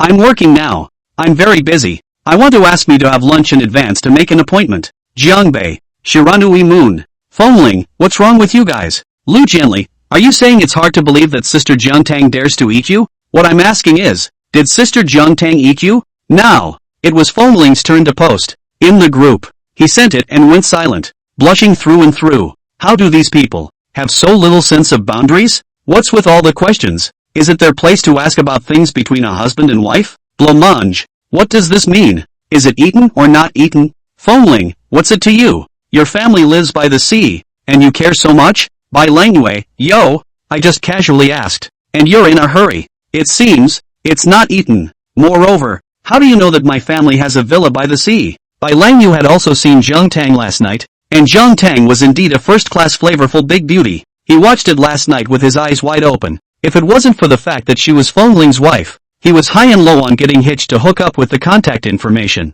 Such a great beauty. Fengling would definitely show off if he ate it. It's a bad thing for men. Looking at Fengling, I guess nothing has happened yet. It's normal. Couples who are unattached to their union always have to bond and familiarize themselves for a while before intimacy occurs. In this circle, he also heard that the two couples, for the sake of the interests of the agreement to marry, living under one roof, in front of outsiders, love and love, in private for several years, are clean, even kissed the mouth it. Fengling didn't retort. Jiang Bei frowned. Fengling and his sister got married but didn't have sex? It can't be the sister. Chapter 19. Jiang Bei creates a sense of crisis for Fengling. Sister married Fengling of her own free will. There was no way she wouldn't let Fengling touch her. Then, is the problem with sealing? Fengling resented the business marriage. However, he is forced to marry by Grandpa Feng using strong-arm tactics, but he resists by not touching his sister. It is a great humiliation for a woman to have a great beauty like her sister and her own husband not touching her. Fengling, this asshole, actually dared to humiliate his sister like this. Jiang Bei wants to stand up for his sister, but he can't force Fengling to sleep with his sister. How humiliating that would be. Jiang Bei thought for a long time and had a plan. He sent a message to Jiang Tang and asked Jiang Tang to have dinner in the evening. He said that Jiang Tang had been back for so long, and their siblings hadn't had a proper meal yet. Jiang Tang agreed. In the evening, Jiang Tang got off work and went straight to the restaurant that Jiang Bei had booked. She had thought that she and Jiang Bei were the only two people, but she didn't realize that there were others. Knight Inc., the son of the Knight family, or her classmates, have been classmates from elementary school to high school. Relationship was pretty good. Jiang Tang walked over and sat down. Jiang Tang, long time no see. Li Yan greeted with a smile. Jiang Tang smiled and responded, well, it's been a long time. How have you been lately? Li Yan responded. When the food came up, the two of them talked as they ate it. The two had been classmates before, and now that they were both in the working world, they could talk about anything, whether it was from their student days or from the mall. The atmosphere was great as we ate and chatted. Jiang Bei watched Li Yan and Jiang Tang chatting happily, so he took his cell phone and took pictures. Hearing the sound of a picture being taken, Jiang Tang glanced at him. Jiang Bei smiled and said, "I take selfies." Jiang Tang didn't say anything. Continue chatting with Night Ink. Jiang Bei photographed Jiang Tang and Li Yan, and then photographed the dishes on the table and so on, and then picked and chose and sent 2 photos in the circle of friends, with, "Dinner with my sister." Although the accompanying text was "eating with her sister," the photos were accompanied by Jiang Tang and Li Yan. Li Yan is handsome, from the temperament, mature, stable and introverted, and Jiang Tang sat together, handsome man and beautiful woman. In the photo, Jiang Tang looked at Li Yan talking with a light smile while Li Yan looked at Jiang Tang with a gentle brow. For those who don't know better, looking at this photo, they think the two are a couple. It looked like a good match. Jiang Bei sent a friend circle, and then, only Fengling was visible. Fengling married his sister, yet he didn't touch her and humiliated her like this. He shall not return the favor for his sister? He wanted to let Fengling know that his sister was beautiful, excellent and outstanding, and that there were many young talents who pursued to like his sister. Who does he think he is? Fengling? Gotta create a sense of crisis for Fengling. Let Fengling know that his sister was not indispensable to him. Fengling came home from work. He was told by butler Zhao that Jiang Tang had a dinner party in the evening and would not be coming back for dinner. Fengling, is she that busy? It's only been a few days since we got married, and we've been traveling and not coming home at night to socialize. Grandpa, the president of the group, wasn't even as busy as she was. Grandpa has a social engagement tonight, too. So, he's alone in the house today. Fengling sat on the sofa playing with his phone, waiting for dinner to start. Played the game for a while. The game lost. No fun. So I was bored and swiped the circle of friends. Then, it swiped the circle of friends posted by Jiang Bei. He had been casually sitting paralyzed on the sofa when he instantly sat up, sitting straight and looking at Jiang Bei's circle of friends with wide eyes. Tapped the picture away, looking at Jiang Tang and Li Yan. Li Yan he knew. There was a certain age gap between the two. Plus the two families had different industries, and usually there was not much chance to cross paths and deal with each other. But it's all in this circle. And even if you don't deal with it, you know this person by face. Jiang Tang and Li Yan. Two people know each other? Just by looking at the photos, one can see that the two seem to be on good terms and have a nice chat. Dinner with a younger man? Is this what Jiang Tang calls a social call? Fengling's brows furrowed tightly as he looked at the photo, inexplicably feeling green on his head. He messaged Jiang Bei, "You're having dinner with your sister?" Jiang Bei hooked the corner of his mouth in triumph when he saw the message from Fengling. The fish is hooked. JN, aha. Fengling, and Li Yan? JN, aha. Fengling looked at the two ums that Jiang Bei replied with. The frown tightened. What's his oh? All he does is aha? Won't you say more? Jiang Bei didn't say anything. Fengling had no choice but to keep asking. Fengling, your sister and Li Yan know each other? Jiang Bei, I know. My sister and Li Yan were classmates from elementary school to high school. Fengling frowned. Classmates? Jiang Bei, my sister is happy to have met Li Yan by chance. Fengling. Jiang Bei, however, don't misunderstand. My sister and Li Yan are just classmates. Although when they went to school, there were rumors, but that's all in the past. Fengling, gossip? Jiang Bei, well, at that time the school was rumored to be a golden couple, a natural pair. Fengling, JB, it was years ago. It's all in the past. Fengling frowned, clicked on the photo again to see it. The two of them, handsome men and beautiful women, were both looking at each other in the photo, both with smiles on their faces. Watching the vibe is really good. It's also really well matched. Fengling didn't reply again, not wanting to. Jiang Bei was pleased to see Fengling not replying. Fengling must be angry. Li Yan and Jiang Tang had a good chat, and after dinner, Li Yan asked other students to come out to play. Jiang Tang left the country after graduating from high school at the age of 17, and has been abroad all these years, with little contact with his classmates at home. And Li Yan has been going to school in the country to develop, and the relationship with the class at the beginning of the class are maintained well. The students came and were happy and curious to see Jiang Tang. Jiang Tang had always been the school's school beauty when she was in school. Then she went abroad after graduating from high school, and although she knew her general movements from some gossip, her classmates were still curious. Ask her about her career relationships over the years, etc. Jiang Tongdu smiled and replied. Before that, he had been in charge of our family's business overseas, and now that he's back, he's currently in charge of the company's entertainment business. Also, I'm married, I'm licensed, and the wedding is in the works. All the students froze for a moment at the words. Surprised, they looked at Jiang Tang. You're married? Aha! Jiang Tang smiled and nodded. The expressions of the students were a bit more subtle. Looking at Li Yan. When they were in school, Jiang Tang and Li Yan were the most outstanding man and woman in the school. With good looks, good family background and good learning, they were the famous golden boys and girls in the school. There were all kinds of activities in the school, and they were the hosts. Even, for high school admissions that year, a picture of the two was used to make a poster for admissions. They have a good relationship too. All the teachers and students thought they would end up together, but they didn't expect to kill a man in the middle. Li Yan was listening to them, and when he heard Jiang Tang say that she was married, he froze for a moment and looked at her in surprise. Chapter 20, I'm not waiting for you. She, married? His hand squeezing the cup tightened. It's Chen. A student tried to ask. Jiang Tang interrupted with a smile and said, my husband's surname is Feng. Fengling. The students were surprised. It's not Chen. Aha. Jiang Tang smiled and nodded, saying, no. Fengling? A student was puzzled. This name seems a bit familiar. Jiang Tang's classmates included those from ordinary families, as well as the young masters of powerful families with outstanding families. Some people had heard of Fengling's name, but couldn't recall it for a while. Li Yan, however, thought about it at the first opportunity. Fengling, the young master of the Feng family, the young master of Wanfan Hotel. Jiang Tang said with a smile. Others. Wanfan Hotel is an internationally recognized chain of 5-star hotels. The industry is spread all over the world.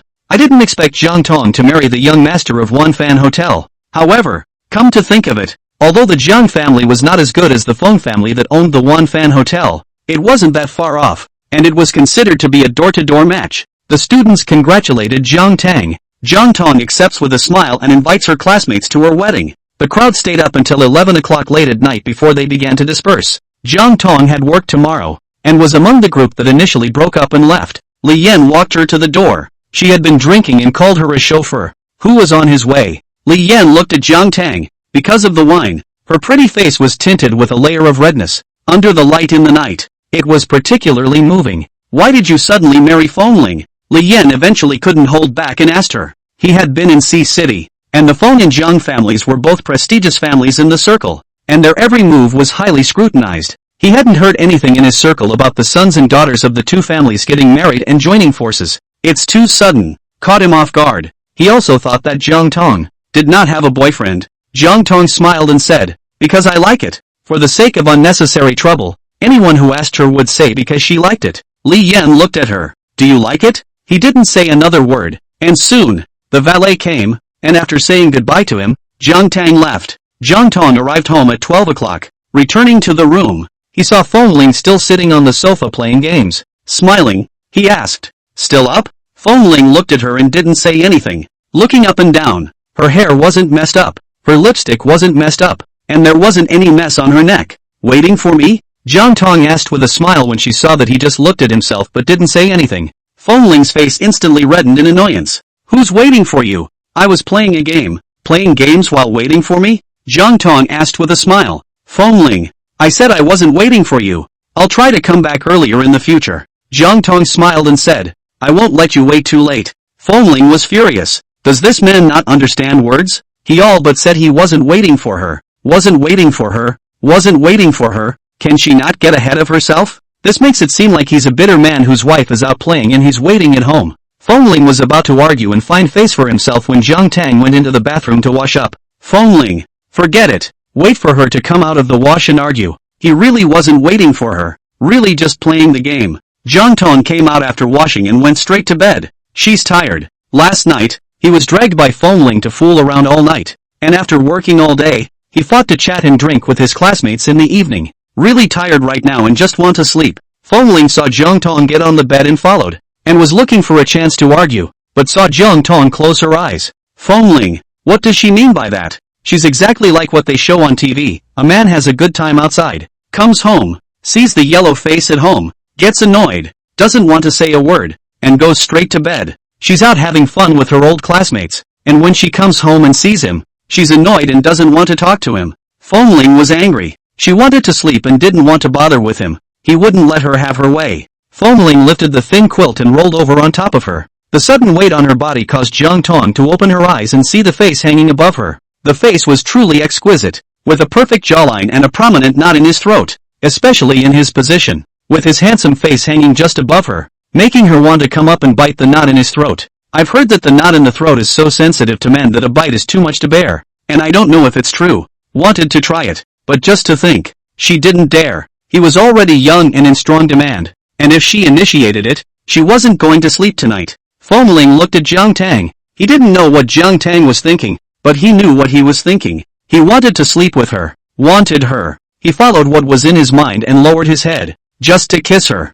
Jiang Tang reached out to cover his lips. Fengling looked at her. Jiang Tang said, "I'm tired today." Ha! Fengling laughed coldly in his heart. He wasn't tired when he played with other wild men outside. He wasn't tired when he played until 12. Tired as soon as you get back? Fengling didn't care about her refusal, took away her hand and stubbornly kissed her. And fierce kisses. Jiang Tang was a little confused by the kiss. She thought that Fengling would listen. She struggled a few times and didn't break away, knowing that Fengling was determined to want it, and stop doing useless things. Be obedient and cooperative. This fit was forced to fit until 3 a.m. By this time, Fengling still wanted it, but Jiang Tang just couldn't do it anymore and passed out. Fengling was not dead set on kissing her and touching her, but Jiang Tang did not even respond to any response except for the sound of shallow breathing. Fengling found it uninteresting, so he stopped messing with her and hugged her. Sleep. After tossing and turning like this, the anger in Fengling's heart subsided quite a bit. When he went to work the next day,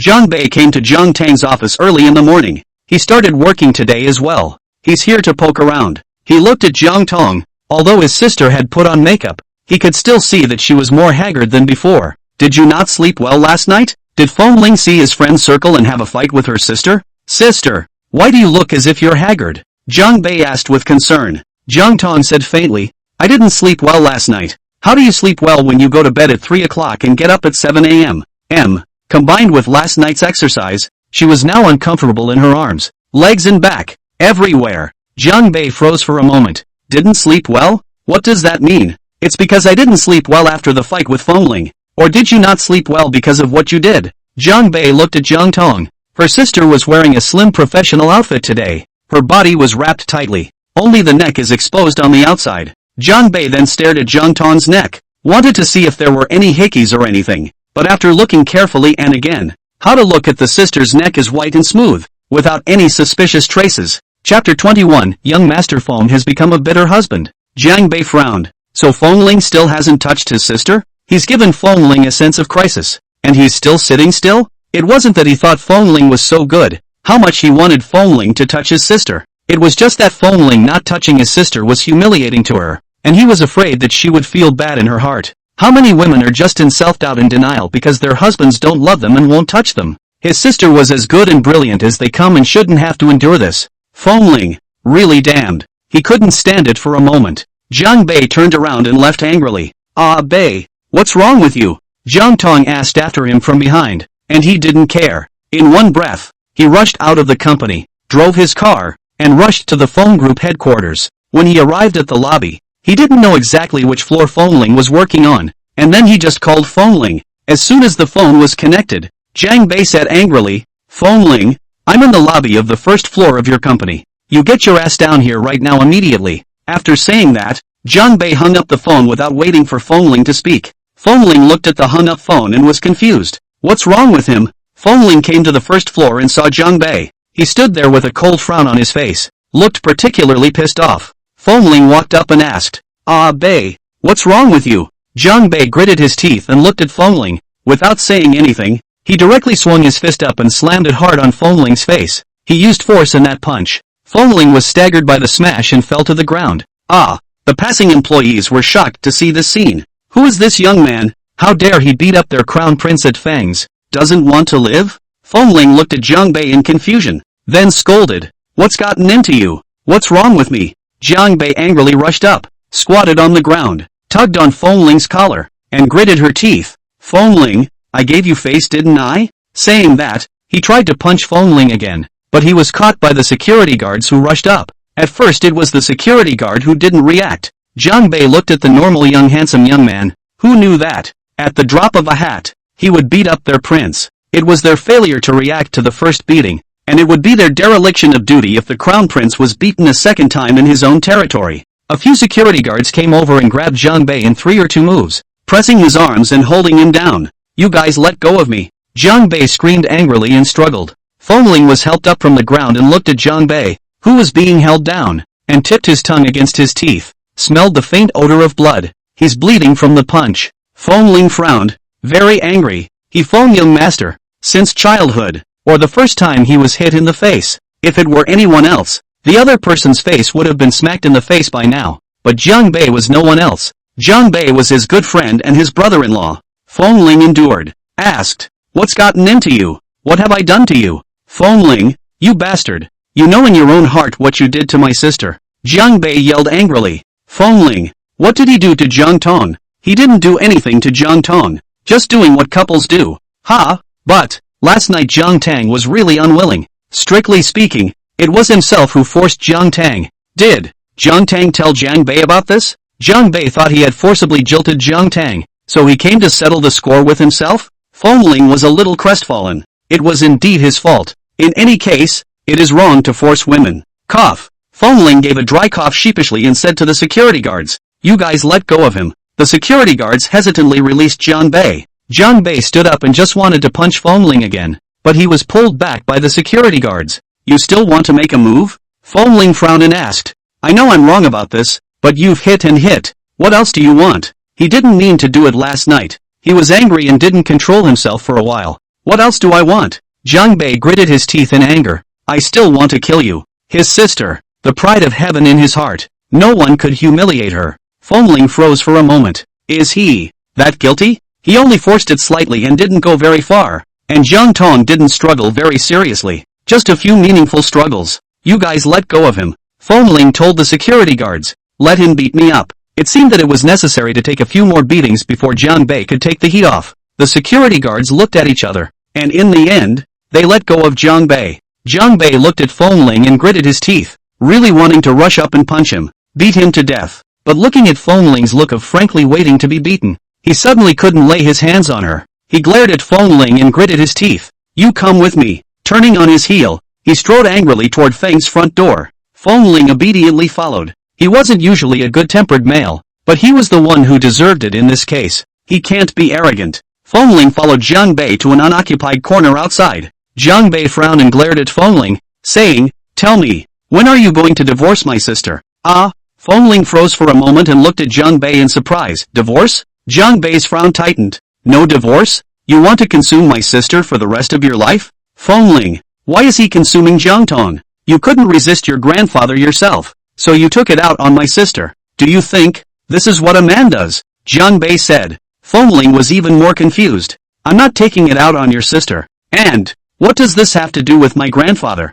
Fengling didn't understand. Jiang Bei frowned. "How it has nothing to do with Grandpa Feng. It was Grandpa Feng who forced you to marry my sister." Fengling, "I know that marrying my sister is not something you volunteered for, and you are now doing this to your sister to get back at Grandpa Feng." Jiang Bei was still talking, but he was interrupted by Fengling. "What are you talking about? What does what I did have to do with my grandfather? I didn't take revenge on my grandfather. What happened last night was indeed my fault." Fengling said. Jiang Bei, "Last night? He's talking about last night? What happened between Fengling and his sister last night? But it's not my fault? Is it my fault alone? Isn't your sister at fault?" Fengling said indignantly. Jiang Bei frowned. "What's wrong with my sister? Is it right for your sister, as a married woman with a husband, to play with her male classmates until late at night?" Fengling said. He waited for her at home like a deep-pocketed grudge. Jiang Bei, he calmed down. It was discovered that he and Fengling were not talking about the same thing at all. Chapter 22, Did he hit you?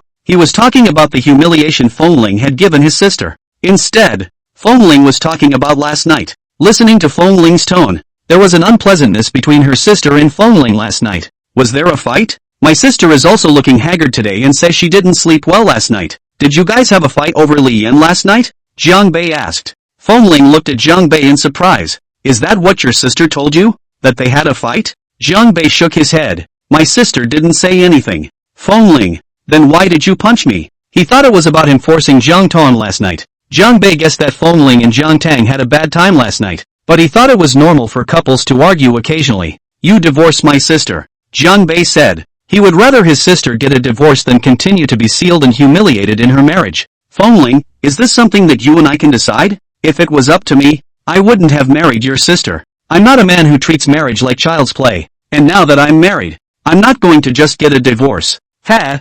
Jiang Bei sneered, saying as if you are a man of how responsible you are. Fengling, I would have been. Jiang Bei almost laughed at his shamelessness. Fengling said, Ah Bei, I don't understand what I did that you had to make me divorce your sister. He doesn't understand. It was clear that initially when he and Jiang Tang got married, although Jiang Bei didn't approve of it, she didn't oppose it so vehemently. Now, he was asking him to divorce Jiang Tang with a strong attitude. You know in your own heart what you've done. Jiang Bei was angry at the mention of this. He glared viciously at Fengling, wishing to lynch him. Fengling was startled and subconsciously took a step back, saying, What did I do?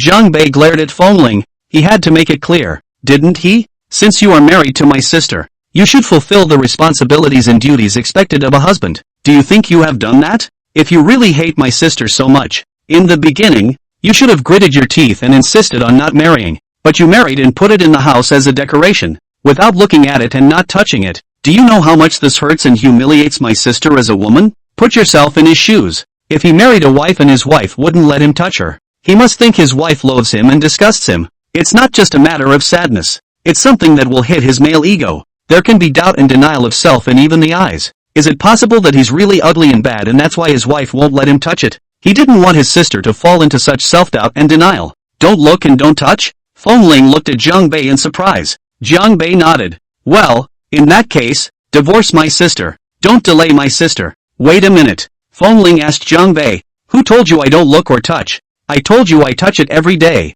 I touch it several times a night. Jiang Bei. Fengling. The two looked at each other, both a little embarrassed. Fengling, in particular, reddened. Seeing Fengling's red face, Jiang Bei inexplicably reddened as well. Really? Jiang Bei asked. What really? Fengling asked. Do you think I'm lying to you? Do you think I don't have the strength to touch a couple times a night? Did he look really weak? People around him doubt his strength? Then, why don't you say it in the group? Jiang Bei asked. It was because he didn't say anything in the group that he misunderstood. Do you expect me to go around bragging that I slept with your sister? Fengling said. Only classless men go around bragging about how many women they've slept with. Jiang Bei. That's not true. So, Fengling had an intimate relationship with his sister? Knowing this, Jiang Bei seems not very happy. The family's cabbage ended up in the hands of a pig. Then what happened between you and my sister last night? Jiang Bei asked. Fengling suddenly became too weak to look at Jiang Bei and looked right and left.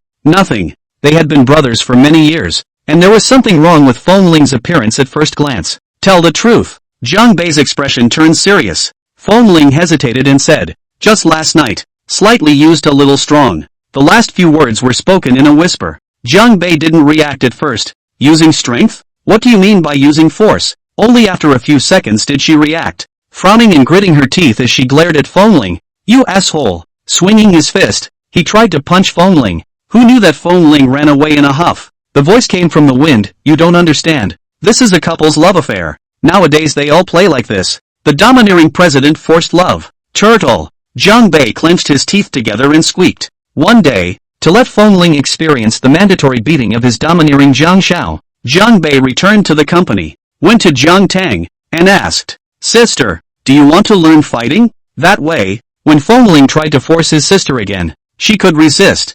Jiang Tang looked at him in puzzlement. What's wrong? Let her learn to fight for a good reason? Nothing. Jiang Bei said. You're so pretty, and society is so complicated now. I want you to learn some self-defense techniques so that you can protect yourself in case of danger. Jiang Tang smiled and said, I know. I'll go if I'm free. Jiang Bei looked at Jiang Tang and didn't speak or leave. Jiang Tang asked, anything else? Sister, if Fengling bullies you and does something to wrong you, tell me and I'll go beat him up. Jiang Bei said.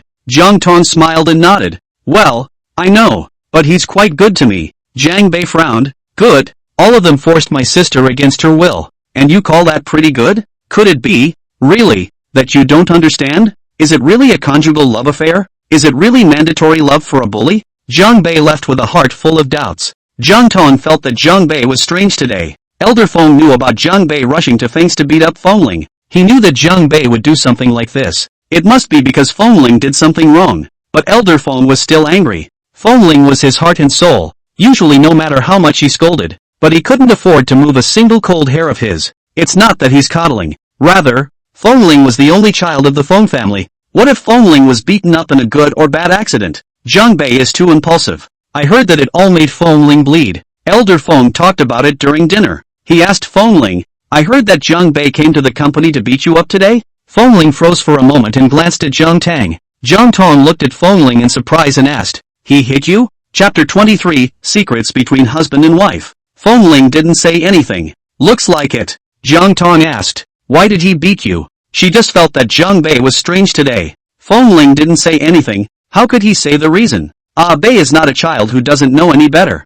Since he beat you up, you must have done something wrong. Elder Feng said. Fengling said, Grandpa, stay out of this. This is between Jiang Bei and me. He admitted to the whole getting beaten up thing. Not to mention anything else. Just based on what he did to Jiang Tang last night. He deserved a beating. Elder Feng frowned and said, since you did wrong, you have to go apologize to Jiang Bei and your in-laws. Jiang Tang glanced at Elder Feng and said, Grandpa, I'll find Bei and ask him. Elder Feng looked at her and said, Ling has been spoiled by me since he was a child. Surely he did something wrong and deserved to be punched and bled. Jiang Tang didn't expect it to be so serious and asked Fengling, bleeding? Fengling turned red, embarrassed and embarrassed. Why does Grandpa say everything? Even to say things like he's bleeding from a punch. What will Jiang Tang think of him? Would he be considered weak? Think he won't take a punch? Grandpa is really something too. What's he doing getting involved when they can just settle their young people's matters on their own? Don't you mind him? He asked for it. Elder Feng said. Jiang Tang nodded and didn't say anything else. But in his heart, he knew that if Grandpa really didn't want to care about Fengling, he wouldn't have deliberately talked about it. Grandpa was pointing her out. She could understand Grandpa, too. Fengling is the only heir of the Feng family. If something happens to him, what will happen to Grandpa? What about the Feng family? Bei does things too impulsively. He actually dared to beat up Fengling and even made him bleed. It was also Bei. If it had been another person, Grandpa would have gone on a killing spree long ago. The fact that Grandpa brought it up in front of her was because he wanted her to go and fix it, to teach Bei a lesson. After eating, Jiang Tang and Fengling returned to their room. Jiang Tang asked, why did Bei beat you? Fengling said, nothing. If you don't say, I'll ask Bei. Jiang Tang said. Fengling still didn't say anything. He just couldn't believe that Jiang Bei would say something so shameful. Anyway, he's not going to talk about it. Jiang Tang saw that Fengling really didn't say anything, so he called Jiang Bei. And when the call was connected, Jiang Tang asked directly, why did you hit Fengling? Jiang Bei froze for a moment and gritted his teeth. Fengling, this green tea, couldn't beat him, so he went to complain to his sister? Because he deserves a beating. Jiang Bei said. Jiang Tang frowned. What did he do to deserve a beating? Jiang Bei said. Ask him yourself. Jiang Tang asked. He won't say. Jiang Bei sneered. That's because he's in the wrong and doesn't have the face to say it. Jiang Tang's voice became a few points more serious. Bei, why did you hit Fengling? Jiang Bei knew that Jiang Tang was angry when he heard the voice. Said. I thought. He humiliated you. Jiang Tang was puzzled. From what did you see that he humiliated me? Jiang Bei was silent. There were some things he was too embarrassed to say, even to his own sister. Jiang Tang. He glanced at Fengling. These two. They're stumped. What's going on? Bei. Jiang Tang urged Jiang Bei with a cold voice. Now. Jiang Bei did not dare not say it. Whispered. Who let him force you last night? The real reason he's afraid to say is this. Even Jiang Tang, who was used to seeing the big world in a calm and collected manner, couldn't help but blush. She looked at Fengling. Fengling and Bei are so good? Even these things between them as a couple, you have to tell Bei about them? Fengling was surprised to see Jiang Tang's red face, and didn't hold back from staring at her all the time. Jiang Tang had always been calm, cool and collected, except in bed. At no other time had he ever seen her blush. It's always been a swimmer in front of him. 3 or 2 sentences or even a look or a gesture can make yourself blush like a rash. I don't know what Jiang Bei on the other side of the phone said that made Jiang Tang blush. Jiang Bei on the other side of the phone was still indignant and chattering. I'm doing all of this for you. If I don't give him a deep and painful lesson, if he dares to force you once, he'll dare to force you a second time. I don't understand how you can like a man like that. It's domestic abuse the way he is. And I'll beat him up if there's a next time. Jiang Tang walked to the balcony and closed the floor-to-ceiling windows. This way, Fengling couldn't hear her talking to Jiang Bei. Fengling. It's in his defense. They are husband and wife. Shouldn't they be the closest people in the world? Why did she have to be defensive when she talked to Jiang Bei on the phone? Were the two siblings bad-mouthing him on the phone? Fengling especially wanted to eavesdrop, but couldn't pull that face. People made it clear that they wouldn't let him listen, but he still had to get up and listen. Doesn't he want to lose face? Jiang Tang said. No matter what, you shouldn't have done it. Fengling is the only seedling of the Feng family. You should know how important Fengling is to Grandpa and the Feng family. If you really beat the hell out of Fengling today, how will you and I explain to the Feng family? Jiang Bei actually regretted it a bit afterward. Certainly not regretting punching Fengling. Rather, he regretted that he shouldn't have punched Fengling in public. Should have lured Fengling to a secluded corner on a dark and windy night, then put on a sack and beat him up. That way, Fengling wouldn't even know who beat him up if he got punched. Then has he ever thought about how he's going to explain to me to Mom and Dad to the Jiang family if he does something like that to you? Jiang Bei said. Jiang Tang was silent for a moment and said, he actually didn't force me. Jiang Bei, what did you say? You didn't resist? Jiang Tang resisted. She rubbed her brow. She shouldn't be discussing this with her own brother. Then if you resisted, he was forcing it. Jiang Bei said, if my sister had volunteered, she wouldn't have resisted.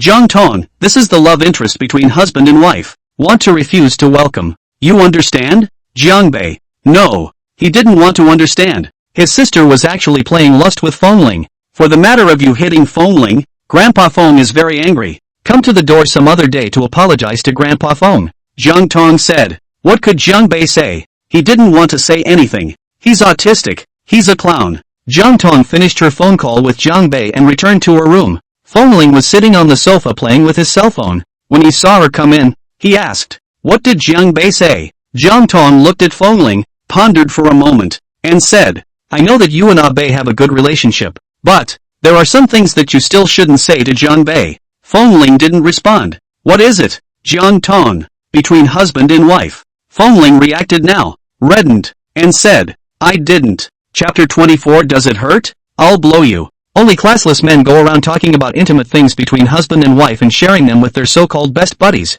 Jiang Tang, then why does Bei know that you forced yourself on me last night? Fengling's face turned even redder. This was an accident. You believe me? Fengling said eagerly, I really didn't take out what happened between us and talk about it. I'm not that kind of person. Aha. Jiang Tang nodded and smiled. I believe you. She came and sat down beside Fengling and looked carefully at the corner of Fengling's mouth and could see the wound. The corner of his mouth was a bit broken. She reached out and gently touched his wound, asking gently, does it hurt? Her voice was gentle, her eyes full of compassion. He looked at her in red-faced stupefaction. The heart is beating fast. Seeing that he didn't say anything, Jiang Tang's pretty face came over. Slightly pouting her red lips, she blew gently at his wound. Blow on it and it won't hurt anymore. Jiang Tang said gently. Fengling, is she teasing him? Help! She's so good at it. His heart was beating so fast. He was so shy and nervous. So shy and nervous he couldn't say a word. Jiang Tang looked at Fengling's red and handsome face and hooked up the corner of her mouth.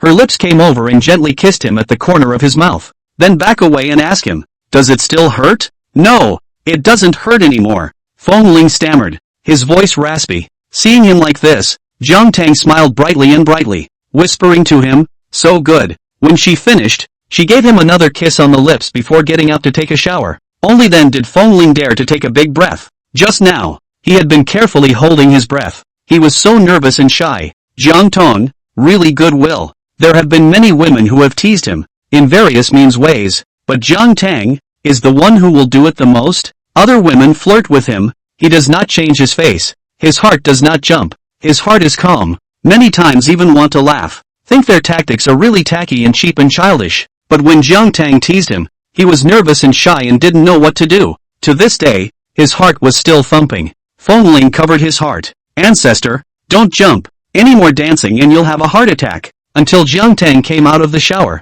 Fengling was still a little shy and a little afraid to look directly at her. Jiang Tang saw him like this and found it interesting, smiling gently and teasing him. What? The corner of your mouth hurts again? Previously investigated the information obtained. Is an arrogant and domineering, capricious and presumptuous a look to the sky and the earth of the male child. The contact came down to an unexpected innocence and shyness. So, arrogance and bossiness are his disguise? Fengling's ears reddened again. Even without touching it, I know the ears must be hot. And the face. He hated it in his heart. Hated himself for not being able to fight. What's so great about being red? What's there to be red about? What's there to be ashamed of? Piss him off. He looked at Jiang Tang. Against her beautiful eyes that seemed to be smiling, the heart was crossed. Walked over, came to her, slightly bent over, put his handsome face toward her, said, "It hurts again. Why don't you blow me again? Or kiss?" The words were pretty sharp, but his heart was beating fast, apprehensive and nervous. What he thought wasn't Jiang Tang seeing him as thin-skinned and shy and nervous, so she deliberately teased him? She can tease him, can't he tease her? As long as he wasn't nervous or shy, then she was the one who was nervous and shy. Jiang Tang froze for a moment as she looked at the handsome face that came over violently. She really didn't expect Fengling to do this. She thought that if she teased him like this, he would glare at her and then go take a shower to escape. "I didn't realize." Had grown. "Good." Jiang Tang nodded her head with a light smile, puckered her lips against the corner of the teenager's mouth and blew another kiss. "Now, it doesn't hurt, does it?" She looked at him with a smile. The blush spread from Fengling's handsome face to his neck. He looked at her with a red face, unable to speak. He wanted to say something to get back on his feet, but his brain went blank. "It doesn't seem to hurt anymore." Jiang Tang smiled and said, "Tell me if it hurts again in a while and I'll blow you again." Fengling, blow him. He knew Jiang Tang was talking about blowing on the wound at the corner of his mouth, but he thought of the others uncontrollably. He looked at Jiang Tang with a red face. His eyes were deep and dark with desire. "Stupid." Jiang Tang looked at his expression and reacted with the afterthought that what he said would lead to reverie. It's also rare to be a little embarrassed and shy. "Really?" Fengling asked in a raspy voice. Jiang Tang, "Won't hurts just blow you." Fengling. She was so smart, so knowledgeable about the human condition. She knew that's not what he was talking about. "Can I blow even if it hurts elsewhere?" Fengling asked. Men are not shy when it comes to such things. Jiang Tang didn't know how to answer for a moment. She was well-traveled in all other areas, but she's also a green hook egg when it comes to things like this. Without experience, you can't do it with calmness and ease. Fengling had the rare pleasure of seeing Jiang Tang unable to speak after being molested by him. "No?" he asked. Jiang Tang looked at Fengling and said indifferently, "If Jiang Bei beats you up, it's fine. Do you need me to call Bei to beat you up now? Don't look somewhere on his body." Fengling subconsciously clenched his legs. Jiang Bei is so ruthless. If he really let Jiang Bei beat him up, the rest of his life would be ruined. "Do you need it?" Jiang Tang asked with a light smile. Fengling turned red and gritted his teeth. "No need." Into the bathroom. Jiang Tang laughed at his figure. Fengling was in the bathroom while taking a shower and wondering if Jiang Tang had dated many boyfriends before. Why else would she be so? It's really a set of tricks to tease a man, one after the other. Even a man like him, who had been flirted with by countless women using various means in 100 battles, couldn't resist, not to mention other men. Did she used to toy with a lot of men? The kind of play that's all about feelings and no physical play. He would have such a guess because Jiang Tang was using small means of caution to tease men especially. Teasing people's hearts is itchy. But, as soon as it comes time to play with her body, she won't. Women who only play with their feelings and not their bodies are the worst. If you're capable of playing with your feelings, you can play with your body too.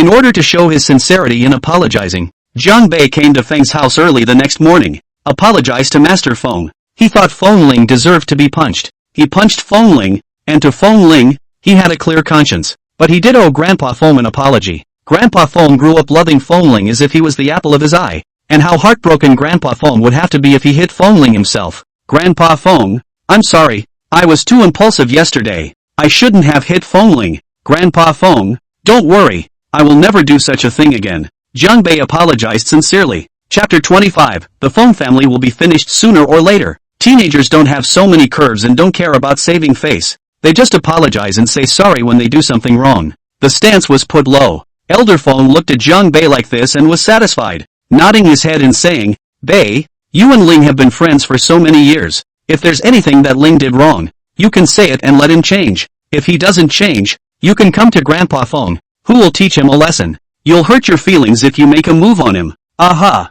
Jiang Bei nodded. "Grandpa Feng, I know." Elder Feng nodded. Jiang Bei apologized, and he wouldn't hold on to it to make things difficult for a junior. "So, what exactly did Ling do to make you so angry?" Elder Feng asked curiously. Older people can be gossipy and curious. Jiang Bei, what should I tell Grandpa Feng? Beat him to it. "Nothing, it's a misunderstanding," Jiang Bei said vaguely. Elder Feng. Fengling didn't say anything last night, and Jiang Bei didn't say anything today. The more they did, the more curious he became. How many years had Jiang Bei and Fengling been brothers? The relationship had always been good, and it was common to fight, but they had never moved. How can it be okay to do it this time? Something very serious must have happened. Only, Jiang Bei and Fengling were hiding it from him. "Did Ling do something to hurt your sister?" Elder Feng asked tentatively. Jiang Bei shook his head. No, Grandpa Feng, it's really nothing. It's really just a misunderstanding. Grandpa Feng, why aren't my sister and Fengling up yet?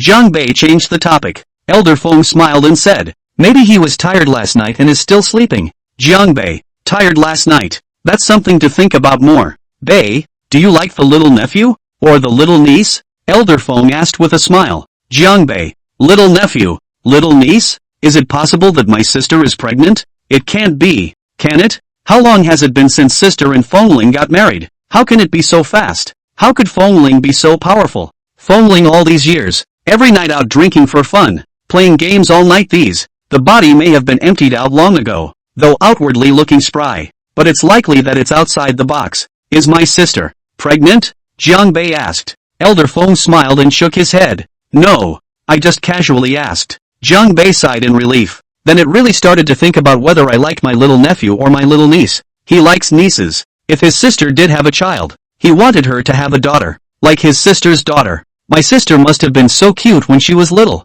Unfortunately, he didn't see it, because by the time he was 5 or 6 years old and had a memory, his sister was already 11 or 12 years old. The girls were precocious, and at 11 or 12, his sister was already a young adult, calm and dignified, and already able to take good care of him. I like nieces, Jiang Bei said. If his sister really gave birth to a daughter, he would love his niece as if she were a little princess, and at that time, even if his niece wanted the stars in the sky, he would find a way to pick them for her. I like grandchildren, Elder Feng said. The times have predetermined some of his deep-rooted ideas. It can't be changed. Jiang Bei could also understand that older people were influenced by their times and the environment they grew up in, and would all prefer boys. But what if you have a great-grandson like Fengling? Jiang Bei asked. Elder Feng glanced at Jiang Bei. I used to think that Jiang Bei was quite pleasing and well-behaved. Why is talking so nasty now? It's really a case of which pot is which. The less you want him to say something, the more he says something. Impossible,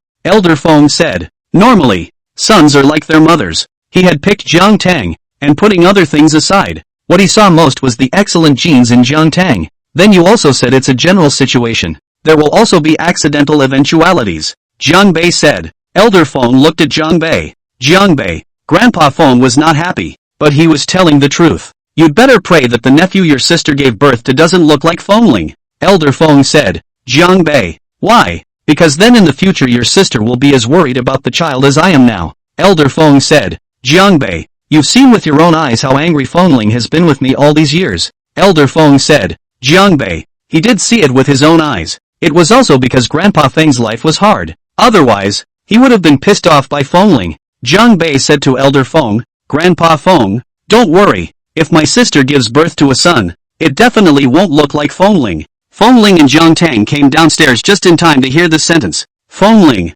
what? Jiang Tang will never have a son like him? He asks. If his wife's son doesn't look like him, who does? Like a wild man? Like Nighton? What are you babbling about early in the morning? Fengling asked with a frown. Jiang Bei is going overboard now. Beat him up yesterday. And today he came to his house early in the morning to curse his wife for having a son who doesn't look like him. He gave Jiang Bei face, didn't he? Jiang Bei and Elder Feng looked over. Jiang Bei saw Jiang Tang. Jiang Tang was wearing home clothes and no makeup, and although she had a fresh and plain beauty, the dark circles under her eyes were obvious. This one just doesn't look like it's been sleeping well. He disgruntledly accused Fengling with his eyes. It must be Fengling tossing her sister and not letting her sleep. He said yesterday that he would touch his sister every day and several times. This beast, am I wrong? Jiang Bei said. If you're a dude like you, the Feng family will be finished sooner or later. Elder Feng nodded his head in agreement. So, that's why he went to great lengths to find Jiang Tang with the intention of altering the genes of his offspring.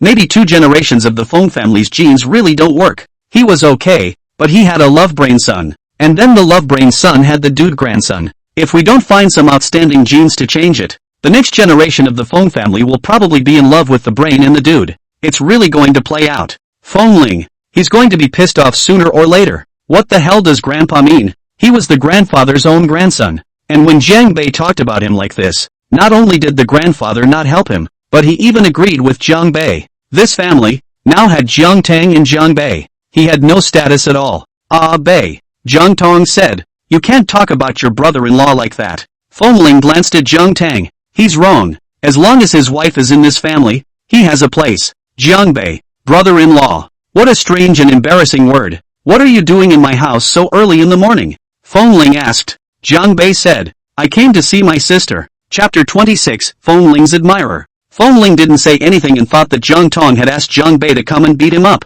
Jiang Bei didn't finish eating, so he ate with the Feng family. After dinner, they go to work together. Jiang Tang and Fengling both drove their own cars. Jiang Bei, however, wanted to take Fengling's car. Fengling, you're not traveling with me. You take your sister's car. Feng and Jiang are in different directions. I'm going to ride in yours. What's the point of talking so much? Drive. Jiang Bei pushed Fengling into the car. Fengling. Jiang Tang drove off. Fengling had no choice but to start the car. Jiang Bei sat in the co-pilot and said, Can you exercise restraint in the future? Fengling froze for a moment, not responding. What am I abstaining from? My sister is already tired during the day for work things, and at night you have to be a little more moderate. Jiang Bei was a little embarrassed. He wants a face. I'm really sorry to say this. Fengling. He didn't say anything. He doesn't want to abstain. He had just tasted the beauty of man and woman. It was the time of his addiction. And Jiang Bei told him to abstain? Isn't this a hard time for him?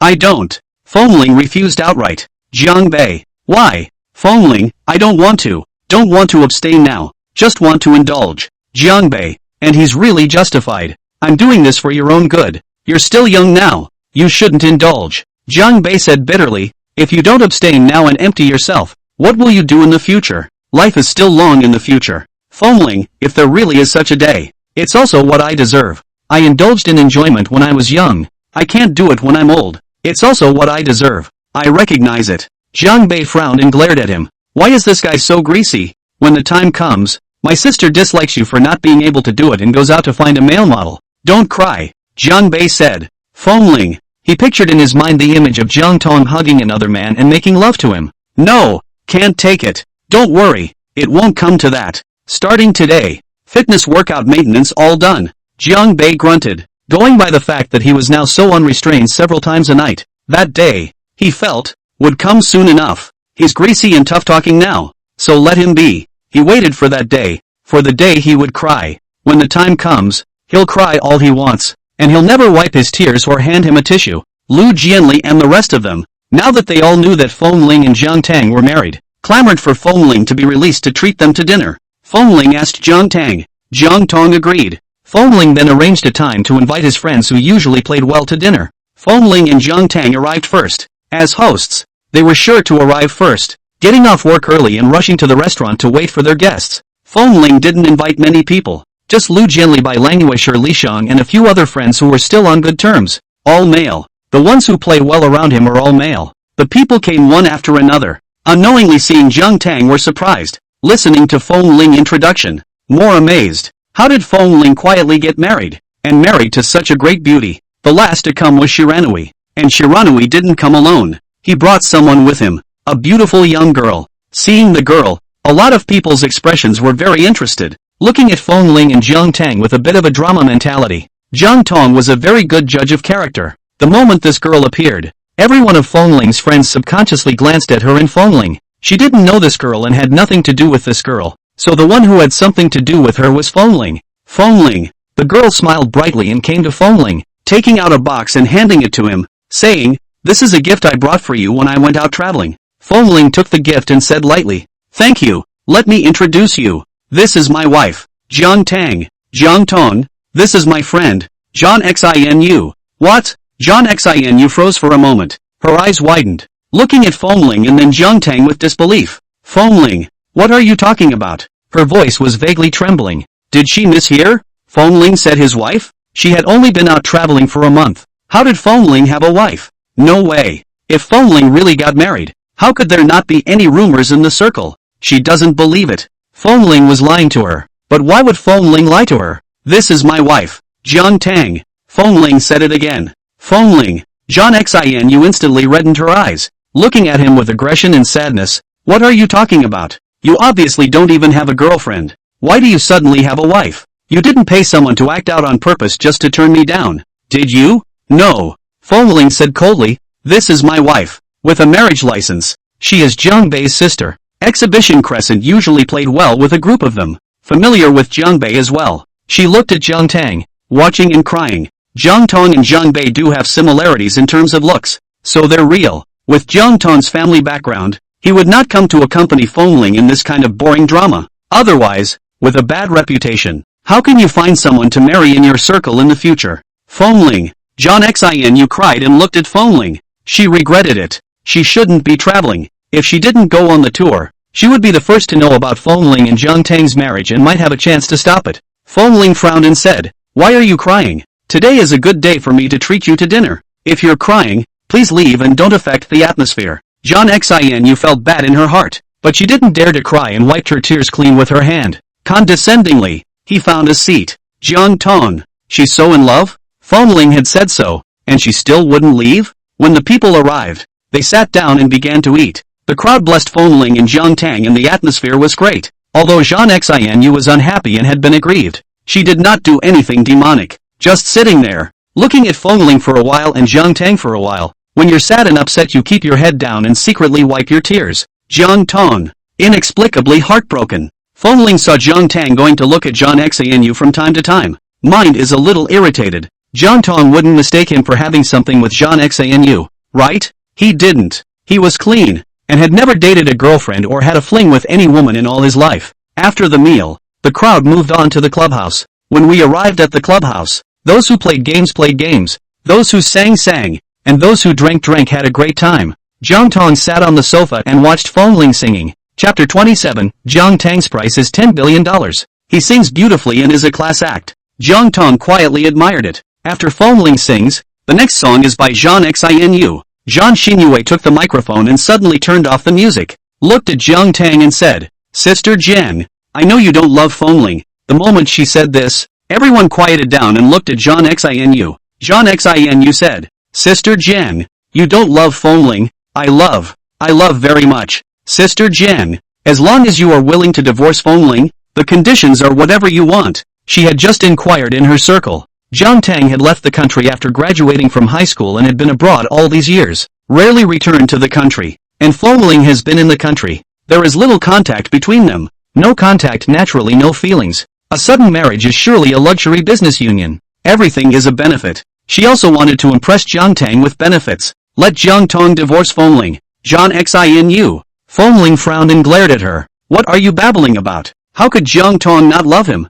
Jiang Tang loved him to death. Fengling, Jiang Tang doesn't love you and you don't love her. You won't be happy together. Jiang Xinu said seriously. I'm saving you. Fengling gave her a blank stare. You think you're the savior? And saving little master. Show Crescent. Forget it. I can't talk to Fengling. She loved him and couldn't say enough about him. She looked at Jiang Tang. Any conditions? Jiang Tang looked at Jiang Xinu and asked with a smile. Fengling. He twisted his head and looked at Jiang Tang with disbelief. What does she mean? She's not really going to say yes, is she? Fengling grimaced and gritted his teeth. If she agrees to a divorce that makes him a worthless second wife, he'll kill her. 10 billion. Jiang Tang smiled and said, I don't want stocks. I don't want antique jewelry. I want cash and real estate. Okay? The person beside Fengling touched Fengling with his elbow and joked with a smile. Yo, Feng Xiao, quite valuable. Fengling glared over with an ungraceful glance. Show Crescent. She blushed hard and fell silent. $10 billion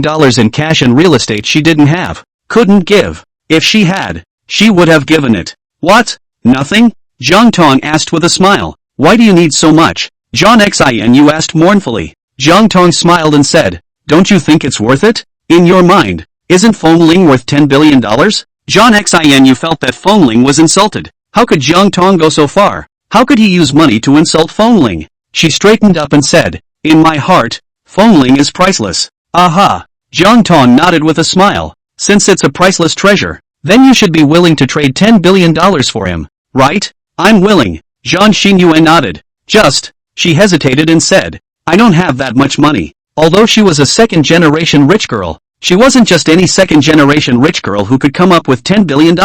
Looking around the world, there aren't many rich kids who can casually take out $10 billion in cash. What about it? Jiang Tang asked with a smile. Show Crescent. How does she know? Why don't I wait for you? Jiang Tang smiled and said, you work hard to make money, and when you've made enough money, come back to me? Show Crescent. Want to cry. $10 billion. How long would it take her to earn $10 billion? How many kilograms of herself she is clear? Is a mongrel rich second generation. There is no business mind. She doesn't make much money. but for Fengling's sake she was going to try. You said it. Jiang Xin, you said. You said wait for me. When I earn $10 billion for you, you will divorce Fengling. Aha. Jiang Tang nodded and smiled. I told you. I'll wait for you. Zhang Xinyue looked around at the people in the booth and said, you are all witnesses. The others looked on in amusement and nodded with smiles. Good. We're all witnesses. Fengling, trying to give them all a kick in the ass. But, Jiang Xin, you have to work hard. Someone laughed and joked. You have to hurry to earn 10 billion otherwise, you will only earn 10 billion after a few decades. Then, Fengling is old and can't work. What's the use of you spending 10 billion to buy him? Fengling casually grabbed a fruit from the fruit plate and smashed it over. You're the one who's old. You're the one who can't. The boy smiled as he caught the fruit and took a bite, commenting, worthy of being held in the jade hands of a $10 billion young master. It's so sweet. This 10 billion young master's hand is worth over $1 billion anymore. Can it not be sweet? Someone snickered in agreement. Fengling, they're so cheap. Jiang Xin said seriously. No matter how old or ugly Fengling becomes, I like him. Fengling sneered, talking as if he's the only one who's going to get old and ugly, and they're all going to live forever and stay young. Why don't? Bai Langyu smiled and said to Jiang Xin, you stop obsessing about Fengling and see if I can? Fengling wants 10 billion. I'll give you a discount. 5 billion. Show Crescent. Then in that case, I'm still okay with a discount. I'm 2.5 billion. Someone was up in arms. I'll discount it again. 12.5 billion. I can also discount again and again. 600 million. I'll atmosphere a little. That's 0.2.5 billion. For you to erase the zero. The crowd laughed and joked as you and I laughed. Show Crescent. They based their pleasure on her pain. Fengling. Ha! Look at their worthlessness. He really cannot see. The crowd hung out until a little later in the night before breaking up, and Show Crescent left at 10. For one thing, he didn't want to see Fengling and Jiang Tang show their love. Secondly, he went home overnight to think of ways to make money. Fengling and Jiang Tang returned home. As soon as he arrived home, Fengling turned on Jiang Tang. You really want $10 billion to sell me to Jiang Xin? Fengling frowned. He was unhappy all night because of that. Jiang Tang smiled and asked, what? Think the price is low or high? Fengling's frowned and glared at her angrily. Little master is a person, not a cargo. Don't worry, Jiang Tang said. Jiang Xin, you can't get $10 billion. Fengling's frown tightened. And what if she takes it out? What if Show Crescent really made $10 billion? Then since she took it out, I'll take it. Jiang Tang said with a smile. How dare you? Fengling glared angrily at Jiang Tang. Since she dares to take it out, then I am sure I dare to receive it. Jiang Tang said with a smile. Fengling, you. He wanted to threaten her, but didn't know how. The big deal is that I'll share $5 billion with you at that time. Jiang Tang said. Fengling, I don't want it. He doesn't want this kind of money. It's only $5 billion. It's not like anyone doesn't have it. Why not? Jiang Tang smiled and asked. You don't like me in the first place, and when the time comes, after taking the money, you can still divorce me to get rid of me. The best of both worlds. Isn't that good? Chapter 28. Jiang Xin wants to be an internet celebrity. She remembers to this day how Fengling said before the wedding, I don't love you. I can't give you anything except marriage. Fengling was stumped by the question. No good? Hearing her say that, it seems like it's good. But, Grandpa won't agree. Fengling said. Grandpa had used all means to force him to marry Jiang Tang. How could he agree to their divorce? Then when the time comes for you to give Grandpa $2.5 billion, Grandpa might agree. Jiang Tang said with a smile. Fengling looked at the smirk on Jiang Tang's face and was furious. Smiley smiley. That happy? Why don't you give Grandpa $2.5 billion? Fengling didn't have the heart to say. Jiang Tang pondered for a few seconds and said, let's do it this way. One of us will give Grandpa $12.5 billion, so that no one loses. Fengling, you. Pissed off, but unable to do anything about it. Typical looking at her and not being able to her. Really pissed off. Jiang Tang looked at Fengling's furious look and smiled to appease him. Alright, I'm just saying, I won't sell you out. Fengling looked at her in disbelief. The reason I said $10 billion, that's because I know that Zhang Xinyue can't take $10 billion. Otherwise, why didn't I say 100 million? A billion, because I knew that a billion, if she tried to think of something, she might still be able to get it. I'm only saying this to make Jiang Xin know what to do. Jiang Tang said. Hearing Jiang Tang say this, Fengling's face looked much better. Even if I really want to sell you, I won't sell you for $10 billion. You're the prince of Feng Clan. In the future, the entire Feng Clan group will be yours, worth $100 billion. Sell you for $10 billion? I won't do such a costly business, Jiang Tang said. She's a businesswoman and never makes a loss. Fengling, so you won't sell me because 10 billion is too much of a loss to sell. And if someone offers 100 billion, you'll sell? Aha. Jiang Tang nodded without hesitation. Sell. Fengling. However, don't think too much. Jiang Tang looked at him and said, it's estimated that in this lifetime, no one will spend $100 billion to buy you. Those who have the 100 billion won't spend 100 billion on you. Can't get $100 billion if I want to buy yours. Fengling gritted his teeth. Buying and selling people is against the law. Jiang Tang nodded with a smile. I know. So isn't it true that I didn't sell you? Fengling. She's not selling him now simply because no one else is offering 100 billion. If someone offered $100 billion, she'd sell. This money-minded woman. This is the wife Grandpa chose for him. I wonder if Grandpa would regret it if he knew she was like this. Okay. Jiang Tang finally teased him enough. Smiled, pinched his face and said,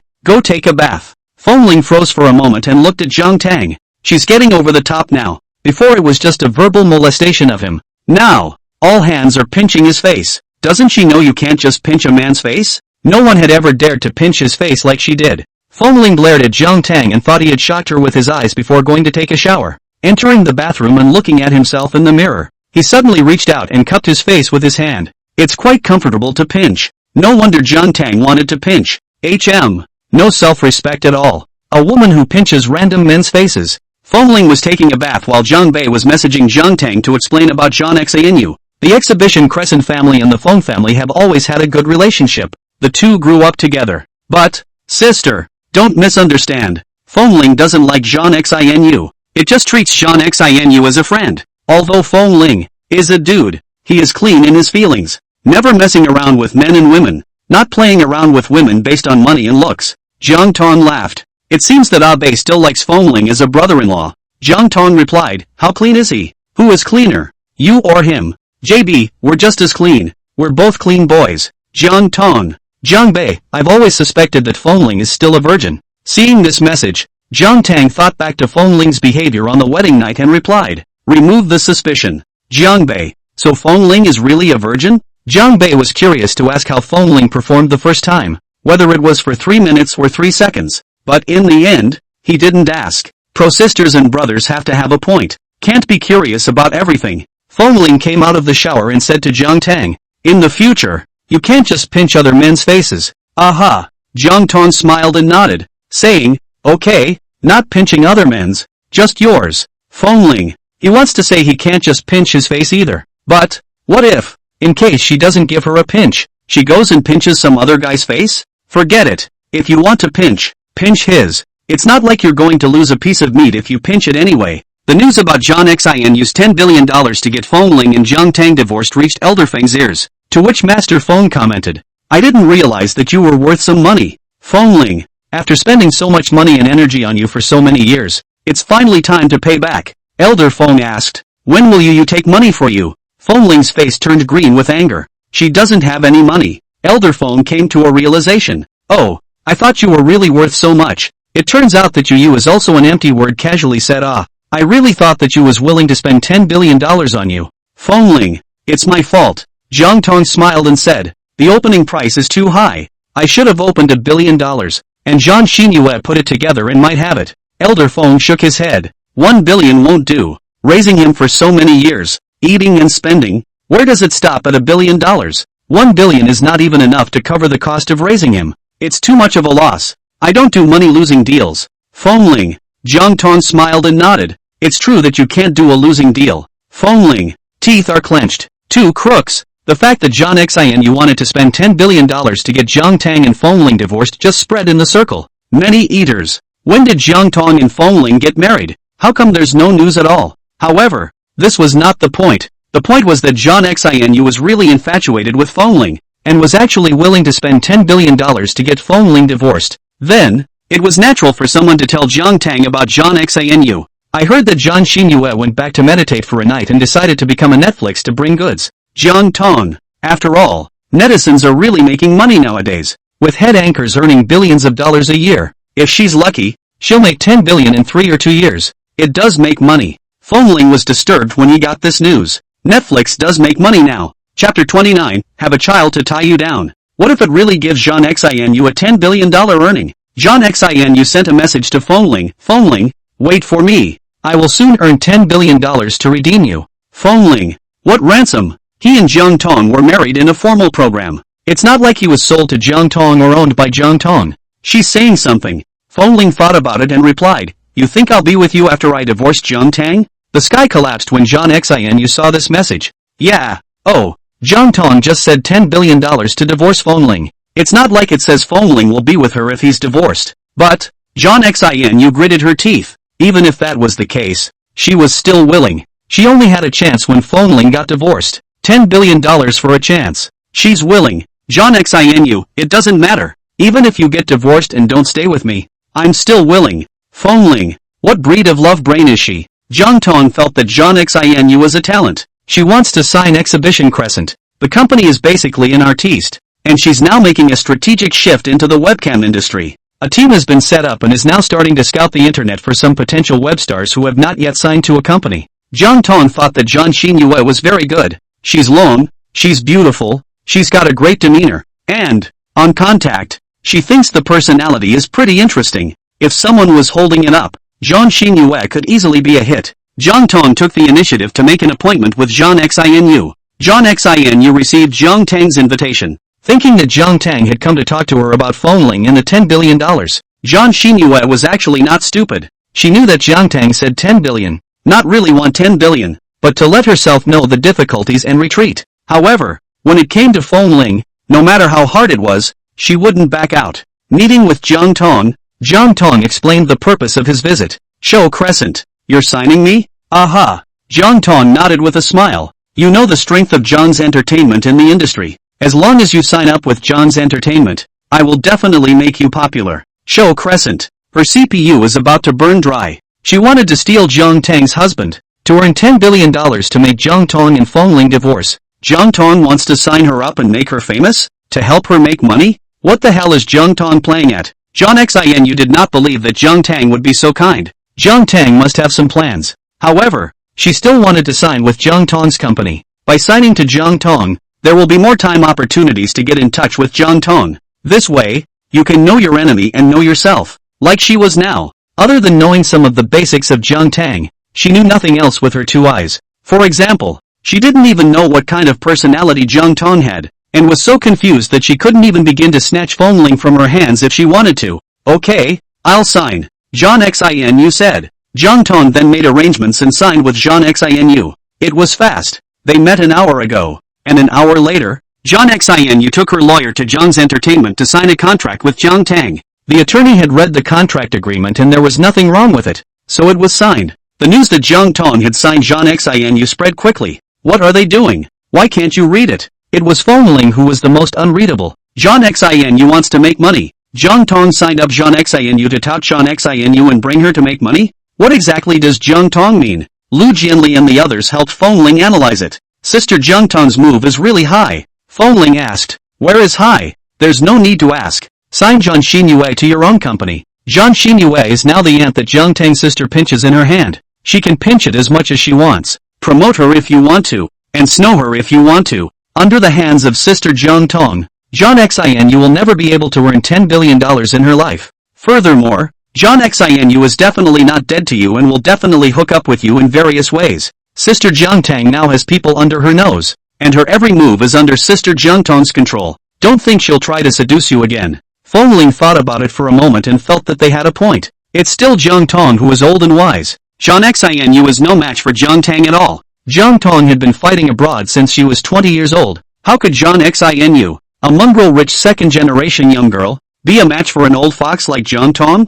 Jiang Tang won't divorce him. After divorcing him, where would Jiang Tang find a young, handsome and rich husband like him? It's not that he brags. In the circle of luxury families in Sea City, those who are richer than his family are not as young as him and not as handsome as him, and those who are more handsome than him are. I'm sorry, but there's no one more handsome than him in Seatown's posh circles. He's the most handsome. To summarize, Jiang Tang will not divorce him. He and Jiang Tang didn't know each other before. There was no emotional foundation. So what did Jiang Tang want by marrying him? Isn't it because he's young and handsome and his family is rich? Unless she met someone younger and more handsome and richer than him, Jiang Tang would not divorce him. He, young Master Feng, had this confidence. Jiang Tang counted the days. It had also been most of a month since her and Fongling's first time. Even though it was still 2 or 3 days before her period, she took a pregnancy test. It's 1 bar. No pregnancy. And she wasn't disappointed. It's only been a month and a half, and it's normal not to be pregnant. Newlyweds usually get pregnant within 6 months.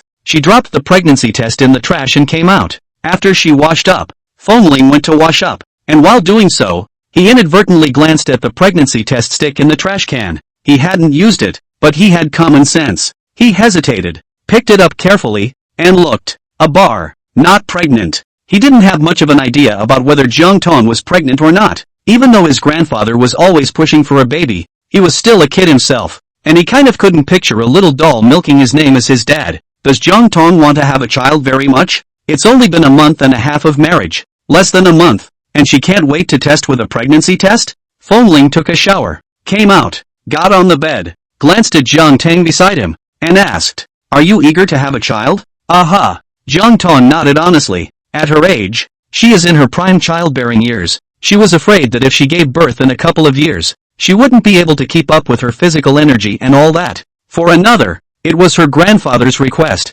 and she had already taken the favors he had given her, so she couldn't not do the job. Kids, sooner or later anyway. If it's good to have them early, why not? Why? Fongling asked. He thought that a strong woman in the workplace like Jiang Tang would think that children were a drag and not really want to have them. Jiang Tang laughed and said, "Have a child to tie you down." Fongling froze for a moment, and her face instantly turned red. What is she talking about? He knew Jiang Tang was talking nonsense. From the point that she studied abroad as a teenager and graduated to take over Jiang's group's overseas business in a foreign country, it was obvious. Jiang Tang is a self-reliant woman. Such a woman would not try to tie a man down with children. Chapter 30, Waiting for my wife. Do you think I'm gullible at my young age? Fongling glared at her. Usually he's either teasing him or lying to him. Is she true to him? Or not? No. Jiang Tang said with a smile. Fongling's face looked a little better. Jiang Tang continued. It's not just the younger ones who are good at cheating. As long as they are men, they are all good at cheating. Fongling. That said as if they men are stupid in her eyes. You've cheated on a lot of men? Fongling asked. Just think of her as emotionally experienced, flirting and teasing people in one way or another. No. Jiang Tang shook his head. Other men aren't worth cheating on, she said. Fongling looked at her. She suddenly leaned in, a gorgeous face almost pressed against his. Fongling subconsciously shrunk back a bit, and then felt as if he was too much of a wimp like this, so he stopped and looked at her. The tips of her ears were tinted red. I only lie to you, Jiang Tang said softly. She did it on purpose. Her voice soft, speaking slowly, exhaling like an orchid. Seducing him. Why? Fongling asked. What do you say? Jiang Tang looked at him with a light smile. Fongling was very nervous. Her heart was beating fast. Her hands gripped the quilt underneath her tightly. Her red face unable to speak. Jiang Tang thought he was really cute like this. The youthfulness, shyness, and innocence of a teenager is the most beautiful and precious thing in the world.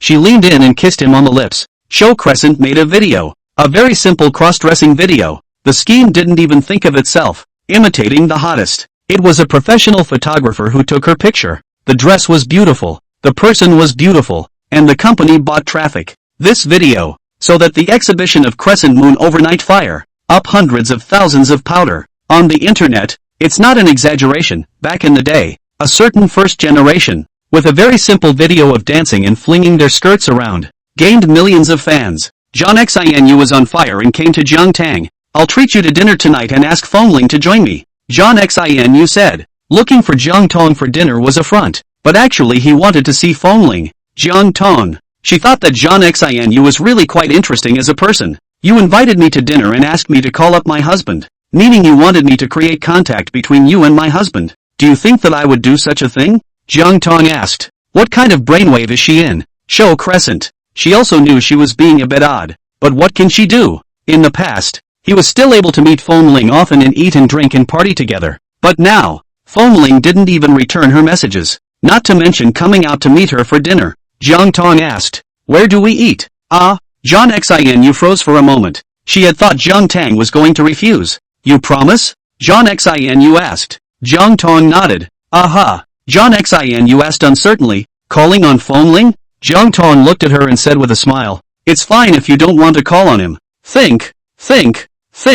I want to. John Xinu said impatiently. Jiang Tang. Fearing that Jiang Tang would back out, Jiang Xinyue quickly said the time and place, then ran away, afraid that if he slowed down a step Jiang Tang would regret it. Jiang Tang lost his smile as he looked at her back. In her opinion, Jiang Xinu was really a very interesting and cute little girl. If Fengling doesn't like such a pretty and interesting little girl, what kind does Fengling like? Jiang Tang sent a WeChat message to Fengling. She and Fengling were on WeChat, but there has been no contact. Click on the page and it's empty. She sent a message to Fengling, I'll come to the company to pick you up in the evening and have dinner together. Fengling was at work and froze for a moment when she saw the message sent by Jiang Tang. This was the first time that Jiang Tang had sent her a message. As soon as you send a message, you ask him out to dinner? When it was almost time to get off work, Fengling went into the restroom to tidy up his appearance. Then he estimated the time and went to the entrance of the company to wait. 6 o'clock. Off duty. The employees walked out of the company one after another and saw Fengling standing at the entrance of the company with a look of eager anticipation.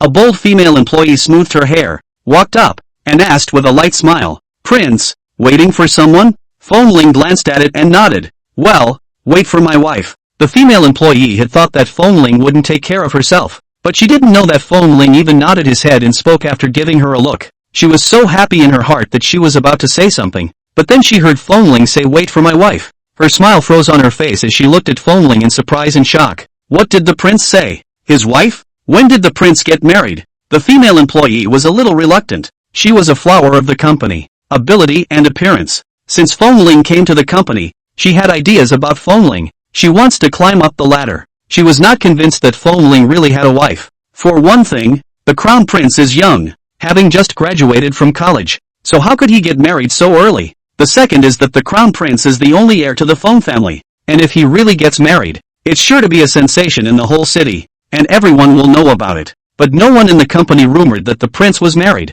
and the gossip she got was that the prince didn't even have a girlfriend. She thought that Fengling was rejecting her when he said something like wait for my wife. She wasn't ready to give up. If Fengling was really that easy to take down, he wouldn't be single until now. She adjusted her mood and regrouped, and was about to speak when she saw Fengling's good-looking peach blossom eyes light up, staring at the car that drove by. The female employee looked over and it was a white Cayenne, not overly ostentatious and with a certain amount of poker. The car stopped at the square in front of Feng Group, and Fengling walked over, opened the door, got into the car started, and left. The female employee was dumbfounded. She saw that it was a young woman driving the car, and even through the windshield of the car, she could still see the intense features, the pouncing, aggressive beauty. Such a beautiful woman is not an evening out. Pongs don't have that kind of temperament. And then when you think about what the crown prince said about his wife, there's a good chance that this really is the crown prince's wife. The prince's wife can't be some small family. It has to be a rich girl who's a good match for the crown prince. The female employee took a break like a frosted eggplant. She can't compete with the great beauty at the door. However, the prince actually did get married. This is really a bombshell. In the company, it was estimated that other than her and Mr. Feng, no one else knew. There was an inexplicable sense of excited pride in harboring a great secret. It was time to leave work, and many of Feng's employees saw Fengling getting into a woman's car. But they didn't know about Fengling's relationship with the other party. A friend of the prince? Or girlfriend? Fengling sat in Jiang Tang's co-pilot. It was his first time in Jiang Tang's car. Her car's interior accessories are simple and clean. Girls usually like to put some cute stickers on their cars or get some cute little ornaments. Chapter 31, You Cry Beautifully. None of hers. It was clean. The car was what it was when it was handed over to her from the factory, and it still is. Jiang Tang didn't say anything and drove seriously. Fengling felt that the atmosphere was a bit awkward with both of them not speaking. He cleared his throat and asked, "Where are we going to eat?" "Tasteful lunch," Jiang Tang said. Fengling froze for a moment and looked at Jiang Tang. Taste Jai. It was one of his favorite restaurants. He went out to eat. 9 times out of 10 he was at Taste Jai. Did Jiang Tang ask around specifically and know that he liked Taste of Taste Jai, and that's why he went to Taste of Taste Jai? Fengling pursed the corners of his lips, a bit of hidden happy stealing inside. It took 40 minutes to drive to the Tasteful Lodge. Jiang Tang and Fengling entered the restaurant. Fengling asked, "Is there anyone else?" "He's actually very good, just him and Jiang Tang both as well." He hadn't eaten alone with Jiang Tang yet. "Aha." Jiang Tang nodded and said, "There are artists from my company." Fengling. She took him to meet her company's artists? Isn't that the same as an official announcement? Fengling suppressed the smile at the corner of his mouth and followed Jiang Tang to the private room. The door to the booth opened and he looked in. It's a small private room, and there's just one person in the room. Show Crescent. Fengling, you're here. Jiang Xin was happy to see Fengling. Fengling looked at Jiang Tang and asked, an artist from your company? Aha. Jiang Tang nodded. You don't know that Jiang Xin signed to my company? Fengling. Of course he knows. Just, why did they bring this light bulb? Jiang Xin with them to dinner? It wasn't like Jiang Tang didn't know what Jiang Xin had in mind for herself. Seemingly seeing Fengling's doubts, Jiang Tang said, today it was Jiang Xin who invited us for dinner. Fengling. It's Show Crescent. Not her? So, the restaurant was also ordered by Jiang Xin? Fengling instantly collapsed. Show Crescent. It hurts. Sit down. Jiang Tang said to Fengling. Although Fengling was unhappy, he still obediently sat down, but sat down without speaking or looking at anyone, just coldly playing with his cell phone. Jiang Xin smiled and said, Fengling, I've ordered some dishes. All of them are your favorites. See if you want to add more? Jiang Xin handed Fengling the menu. Fengling took the menu, glanced at it, and said, none of what you ordered is my favorite. The smile on Jiang Xin's face froze. No way. She had loved Fengling for so many years, and she knew all of Fengling's habits, tastes, hobbies and so on. Fengling, this is intentional, deliberately embarrassing her. Jiang Xin looked downcast and hurt. You order. Fengling handed Jiang Tang the menu. Jiang Tang said, I don't know what you like to eat. Fengling said, I'll eat whatever you order. Jiang Tang glanced at Fengling, took the menu and ordered a few dishes, then called the waiter to serve them. The waiter went off to rush the food, and the three men sat in the small booth, none of them speaking. Jiang Xin was dressed up beautifully today and came to see Fengling with excited anticipation. But Fengling did this to her. She really wanted to go. She's not without a temper. She was also the arrogant little princess that people spoiled and held up in her circle. It was only in front of Fengling that he was so humble. Even though Fengling was giving her so little face anymore, she still didn't dare to leave. She was the one who took the initiative to invite the couple to dinner. Where is the sense of inviting someone to dinner and having the host leave? She couldn't do such a thing. Moreover, if he left, Fengling would be angry, and it would be even harder to see Fengling in the future. Jiang Xinyu made a strong effort to hold back her tears and said to Fengling, you don't like to eat these? In the future, I won't order it. Jiang Tang.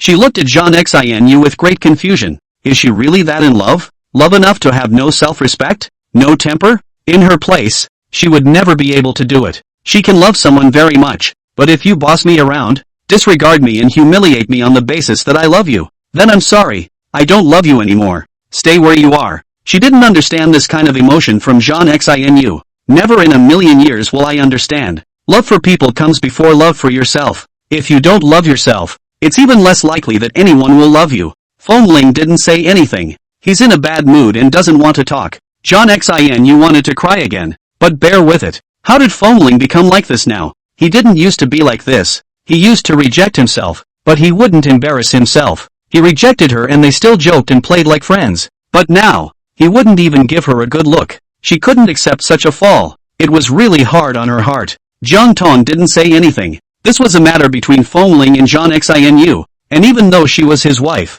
it was still not appropriate for her to meddle in this kind of matter. Soon the food came up. For 3 people, what Jiang Xinyu had ordered before, plus what Jiang Tang ordered later. There were a dozen dishes. Fengling then only ate the dishes ordered by Jiang Tang behind him, and he didn't eat any of the dishes ordered by Jiang Xinyu. Jiang Xinyu noticed this and wanted to cry again. But bear with it. It was humiliating enough now. She didn't want to be humiliated again. Jiang Tang looked at Jiang Xinyu. Seeing her like this, she was not feeling good in her heart and had little appetite. But, these are required. The 3 men took a few cursory bites and ended the meal. Mr. Jiang. When she was leaving, Jiang Xinyu called out to Jiang Tang and said, I want to talk to you about work matters. Is that okay? Jiang Tang nodded and said to Fengling, you go back first. Fengling glanced at Jiang Xinyu and then glared at Jiang Tang before angrily leaving on his own. I wonder what the 2 women are going to say again. Jiang Tang and Jiang Xinyu found a cafe nearby. Jiang Xinyu looked at Jiang Tang and asked,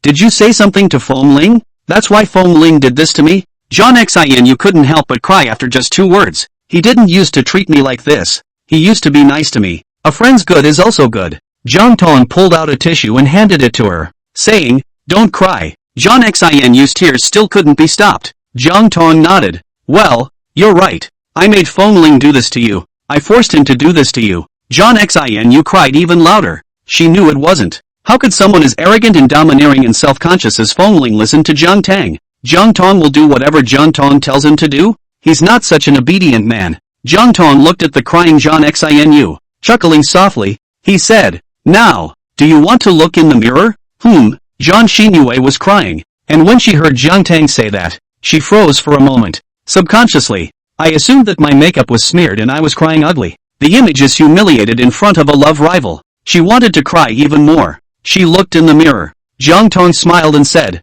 "You cry beautifully." Chapter 32 Fengling wants a reward. Show Crescent froze for a moment. Jade's lonely face is drying up with tears. Pear blossom a spring with rain. Jiang Tang looked at Jiang Xinu with a gentle smile. This is a line from Bai Judy's Song of Long Hate, describing a girl crying as if she were a pear flower with rain in spring, causing pity. Jiang Xinu slightly reddened her face. Her love interest complimented her on her good looks to her face. If a great beauty like Jiang Tang complimented her on her good looks, then she was really good looking. This made Jiang Xinu feel a little proud in her heart. Then he collapsed his face again, his eyes full of sadness. So what if it's even better looking? It's not like Fengling likes it. Jiang Tang smiled and said, "He doesn't like it, I do." Jiang Xinu's eyes widened as she looked at Jiang Tang in surprise. Jiang Tang looked at her with a gentle smile. Jiang Xinu's face slowly reddened. Her look was sincere and serious, not deceiving and fooling her. She suddenly became shy, a little afraid to look directly into Jiang Tang's eyes, and stammered, "I still have some things to do, so I'll go first, bye." After that, she grabbed her bag and fled. Jiang Tang, like Fengling, she was easily shy. Fengling was fidgeting and waiting at home. I don't know what Jiang Xinyu will say to Jiang Tang. Will it add fuel to the fire or something? He thought back to the past. He and Jiang Xinu had been friends for many years and had always been on good terms. Because this person, Jiang Xinu, was pretty good except for liking him. As for her liking him, it didn't really bother him. He was all about outright rejection. It's your business if you like me. It has nothing to do with me. That's what he's always thought. He wasn't burdened with rejecting anyone's show of affection. If he was burdened with rejecting people's expressions of fondness, he would have been overburdened and exhausted long ago. After recalling his past with Jiang Xinu, he was relieved that he hadn't done anything ambiguous. Jiang Xinyu couldn't say a word. He didn't scum anyone emotionally. Jiang Tang is back. Fengling looked at her, and on the surface, it was quite normal,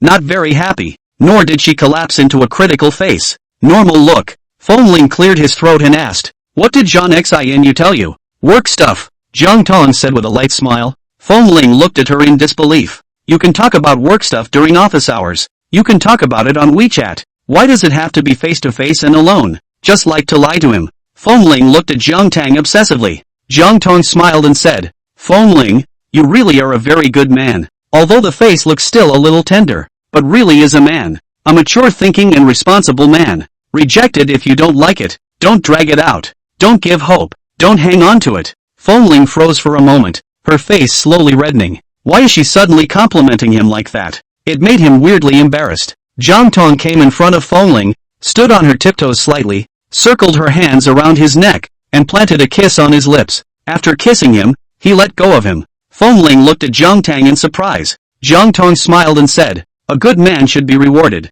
Fengling. Jiang Tang went into the bathroom to wash up. Fengling looked at her figure with a red face, a bit puzzled. After so many days of marriage, this was the first time Jiang Tang had complimented him. Of course, in bed doesn't count. In bed sometimes when pushed hard, he would compliment him on how good and awesome he was. He was young, but he knew that what a woman said in bed could not be taken seriously. Did Jiang Xinu say something to Jiang Tang? So Jiang Tang came back and praised him for being a good man? Fengling sent a message to Jiang Xinu. "What did you say to Jiang Tang?" Show Crescent frowned. Fengling asked this. Jiang Tang couldn't have gone back to add more fuel to the fire and said something bad about her in front of Fengling, right? Show Crescent was angry. How come Jiang Tang is such a two-faced woman, complimenting her on her good looks to her face, saying that she cried pearly, and that she was a joy to behold, talking bad about her right in front of Fengling. Women say bad things about women and think about what they say. Nothing more than that she has a bad heart. She's a green tea. She has character issues, and so on. Show Crescent, what did she tell you about what I said? Fengling, she didn't say, just came back and praised me for being a good man. Exhibit Crescent. Had he misunderstood Jiang Tang? Fengling, what did you say? Show Crescent, I didn't say anything. Fengling was puzzled. Jiang Xinu didn't say anything, then why Jiang Tang somehow praised himself as a good man? Until Jiang Tang came out of the shower, Fengling hadn't come up with anything, simply asked directly. Why do you say I'm a good man? Fengling asked her. Jiang Tang smiled and said, because Ling is supposed to be a good man. Fengling, it's red warm again. She called him, Aling. Jiang Tang looked at Fengling with a smile. Fengling was shy, said I'm going to take a shower and fled towards the bathroom. Jiang Tang said behind him, come out after washing and give you a reward. Fengling turned around and looked at him in surprise. What reward? Jiang Tang just looked at him and smiled, but didn't say what the reward was. Fengling went into the bathroom with a red face full of doubts. While taking a shower, he wondered what Jiang Tang was going to reward him for. Just rewarded him with a kiss. That moment, Fengling was a little excited at the thought, and with a red face, she sped up and washed herself in a few minutes. He was already shy, and with the dense heat of the hot water in the bathroom, his whole body was red when he came out of the bathroom. Eyes are red. Jiang Tang was sitting on the bed in a black halter nightgown, her long chestnut-colored wavy hair casually draped over her shoulders. Laid back, sexy. When she saw Fengling come out, she smiled and hooked her finger at him, saying softly, come here. Fengling's body stiffened as he looked at Jiang Tang. She was so demonic, so charming. His heart was beating fast, and with stiff steps she took one step at a time. Finally, coming to the bedside, he stood, looking at her with downcast eyes. Jiang Tang hooked her finger at him again, signaling her to bend over. Fengling bent over slightly. Jiang Tang stretched out her jade arms, hooked her hands around his neck, and asked with a light smile, what kind of reward do you want? Her face was close enough that her breath sprayed his face as she spoke. Warm and soft, sweet aroma. Fengling blushed scarlet, feeling like he was about to explode from her teasing. Staring at her, he asked, any kind of reward? The voice was dark and low. Aha! Jiang Tang smiled a gentle nod. Fengling rolled the knots in his throat from excitement and said, I want what you rejected me for last night. Jiang Tang froze for a moment, her pretty face tinted with a pink color. No words were spoken. Weighed in his mind, Fengling was wild in bed, a teenager hot and passionate, full of curious novelty about many things. The position he proposed, she felt she just couldn't do it. It was too shameful, so she refused. But I didn't realize that he hadn't died even after being rejected, and that he was bringing up old issues again today. Chapter 33, you don't know how many people like Jiang Tang. She suddenly kind of regretted giving him a reward. Jiang Tang was still thinking about hesitating to say yes. Fengling knew that Jiang Tang was thinking about hesitation, and he couldn't give her a chance to refuse. Said, if you don't say anything, I'll take that as a tacit agreement. Me. Jiang Tang was just about to speak when Fengling instantly kissed her lips, blocking out what she wanted to say. Anyway, he'll take that as a yes from her. In order to prevent Jiang Tang from refusing, Fengling's kisses were fierce and violent, kissing Jiang Tang's lips numb and almost lacking oxygen. There's no way to think at all. Just like this, he was ignorantly manipulated by Fengling to do whatever he wanted. Fengling enjoyed doing intimate things with Jiang Tang. In addition to the physical pleasure, he gets a sense of fulfillment mentally. Jiang Tang was mature, steady, and gentle, obviously only 5 years older than him, but he acted as if he was 15, 25 years older than him. In front of her, he is like a child. She can make him angry with a few words, but also can coax him with a few words, but also can make him shy and nervous with one look and one movement. He seems to be completely taken. His wildly dazzling and cool young master phone very much disliked this feeling. However, in bed, Jiang Tang could not. This kind of thing, men and women are born with a gap. She is not his opponent. In life, it was Jiang Tang who took him. Then on the bed, it was completely him holding Jiang Tang, doing whatever he wanted, and she could only beg for mercy again and again. But, Fengling wanted to do more than just take Jiang Tang in bed. In life, he wants to, too. He was never the only one to pin down others. How could he be pinned down by others? It was now that they had just gotten newly married and the outside world hadn't seen much of them getting along yet. If they kept getting along like this and he kept getting held up, if word got out, would he still want to lose his young master Feng's face? Even if, in the end, he couldn't hold Jiang Tang, he didn't want to be held by Jiang Tang. For this reason, Fengling found an older brother with whom he had a good relationship. That family and the Feng family had always cooperated, and the relationship between the two families was good. So the late generations of the two families were also familiar with each other. That brother was 7 years older than Jiang Tang, a playboy who changed women like clothes. And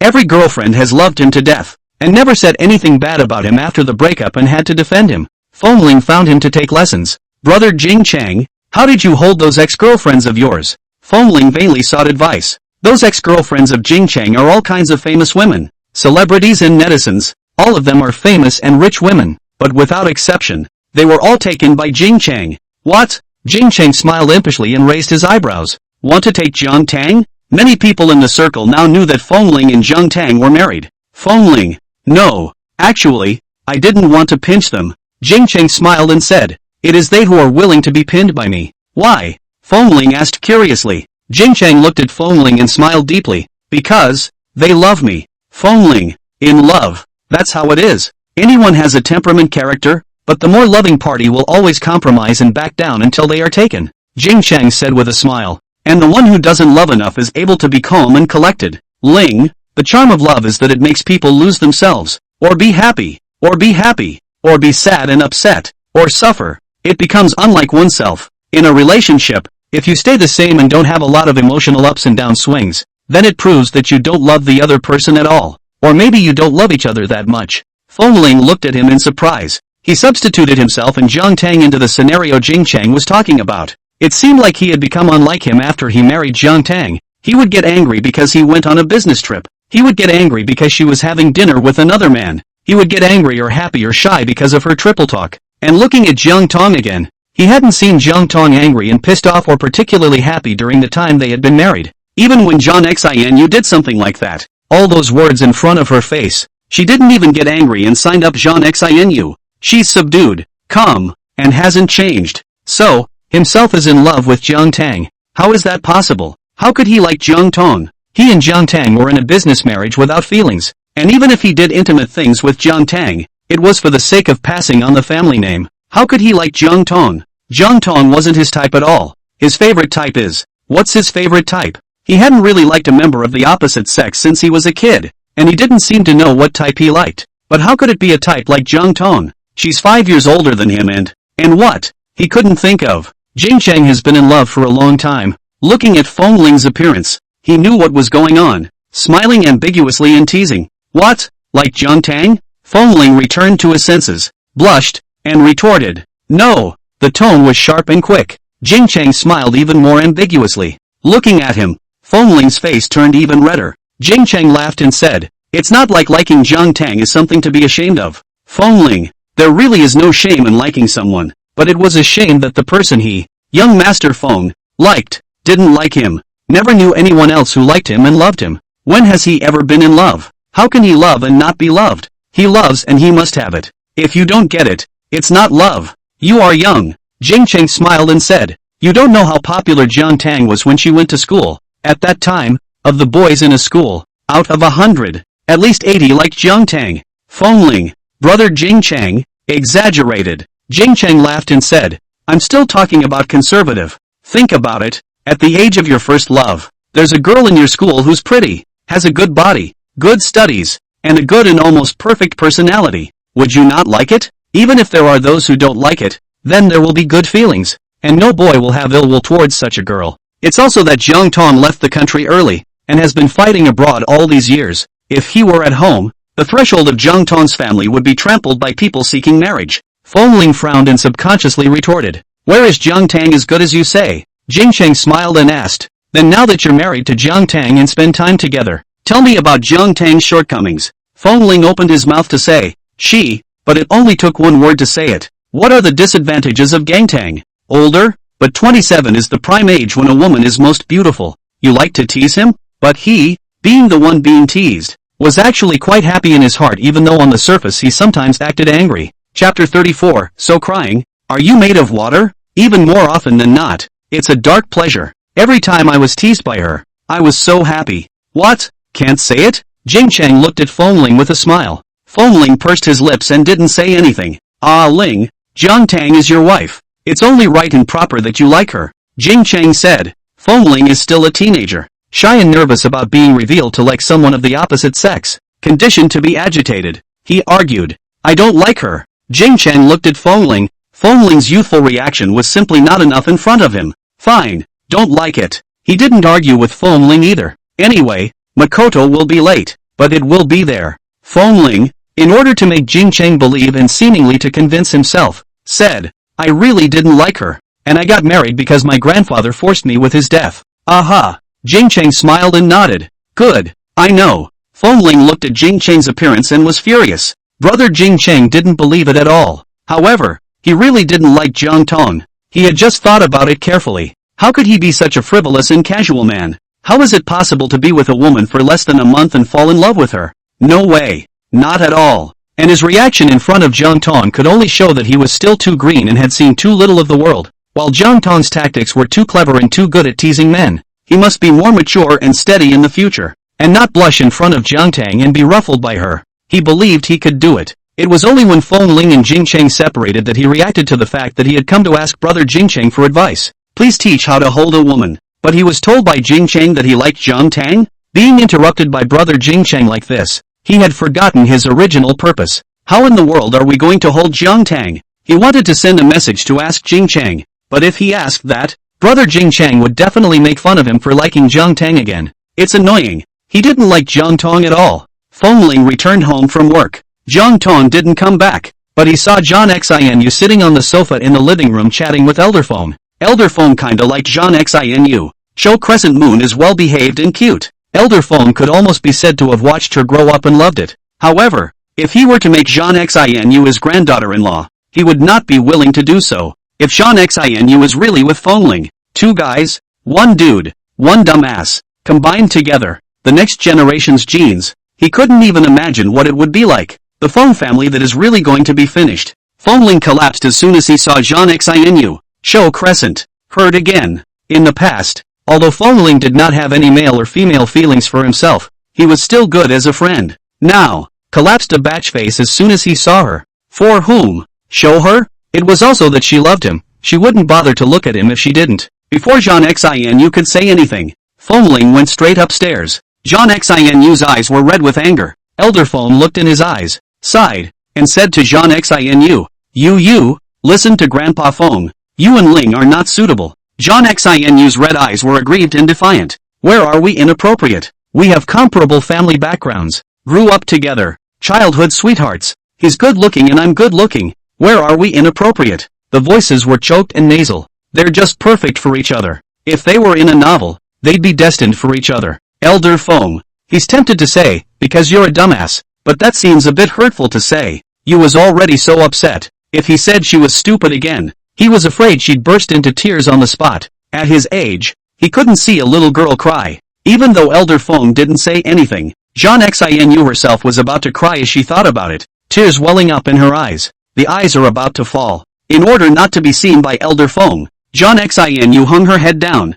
tears flowing out and dripping onto her clothes. Elder Feng sighed again and said, You, there are plenty of good men in this world. Grandpa Feng will introduce you to other good men. Jiang Xinyu cried and looked at Elder Feng and said, But, Grandpa, I only like Ah Ling. I really like Ah Ling so much. Like to say this to Grandpa Feng now. Her heart ached. Elder Feng looked at Jiang Xinu like this and was heartbroken, but he didn't know how to comfort him. At this time, Jiang Tang also came back from work, and as soon as he entered the living room, he saw Jiang Xinu crying. Question Pearly again? Jiang Xinu's face swished red. Obviously, it was a time when he was grieving, but now a shyness was inexplicably born. Jiang Tang, what's wrong with this? Last night she went home and thought about it all night, wondering why Jiang Tang had complimented herself on her pearly blossom and pity? Why say Fengling didn't like her? When she did, couldn't figure it out after thinking about it all night. Then today it was a ghostly visit to the Feng family. She couldn't tell if she wanted to come and see Fengling or who she wanted to see. Elder Feng looked at Jiang Tang and then at Jiang Xinu. There was a glint in his eyes. There seems to be something wrong with the atmosphere between these two. Jiang Tang asked Jiang Xinu, What did Fengling do to you again? She saw the car that Fengling drove out in the morning in the garage. Fengling was back. When Jiang Xinu mentioned Fengling, her tears were about to break out again. Jiang Tang smiled and sighed helplessly, came to sit beside Jiang Xinyu, drew out a tissue and handed it to her, and said gently, crying so much, Are you made of water? She'd never met a more crybaby adult than Jiang Xinu. Jiang Xinu looked at the tissue she handed over and didn't want to take it, but, again, kind of wanted to. Finally, she picked it up and wiped the tears from her face. Looked at Jiang Tang. I don't know if it was her illusion, but she felt that Jiang Tang was saying so crybaby. Are you made of water? It seemed like there was a little bit of pampering when she said so crybaby. Are you made of water? Spoiled? Is she crazy? Or is Jiang Tang crazy? Fengling saw Jiang Tang driving back from the upstairs balcony and he went downstairs. I saw Jiang Tang and Jiang Xinu sitting together. Jiang Xinu was crying. Jiang Tang was comforting Jiang Xinu. Don't cry. It's not worth it to cry for a man who doesn't love you. The tone of her demeanor was serious and gentle. Feng Ling's eyebrows jumped. What's Jiang Tang up to? Jiang Xinyu is her love rival. She actually comforted her love rival? And belittling him. That he's not worth it? How is he not worth it? If he, young Master Feng, isn't worth it, then who is? What are you talking about? Feng Ling glared at Jiang Tang angrily. Who are you saying is unworthy? Under normal circumstances, shouldn't Jiang Tang loathe Jiang Xinu because of him? But he could see no disgust in her look now. Chapter 35, Why did you make her cry again? Her heart ached for Jiang Xinu. Jiang Xinu looked at Feng Ling and said it was you. Jiang Tang looked at him, even though Feng Ling was angry. She wasn't afraid and asked Feng Ling, why did you make her cry again? Feng Ling's eyebrows jumped again. Is she sticking up for Shou Crescent now? Does he even know who's closer to her? I made her cry. Is that okay? Feng Ling said angrily. This was the first time he had gotten so angry in front of Jiang Tang. Jiang Tang is his wife. Not on his side, but on the side of his love rival. It really pissed him off. Jiang Tang froze for a moment and looked at Feng Ling. The young master seems to be really angry. Feng Ling glared at Jiang Tang, didn't say anything,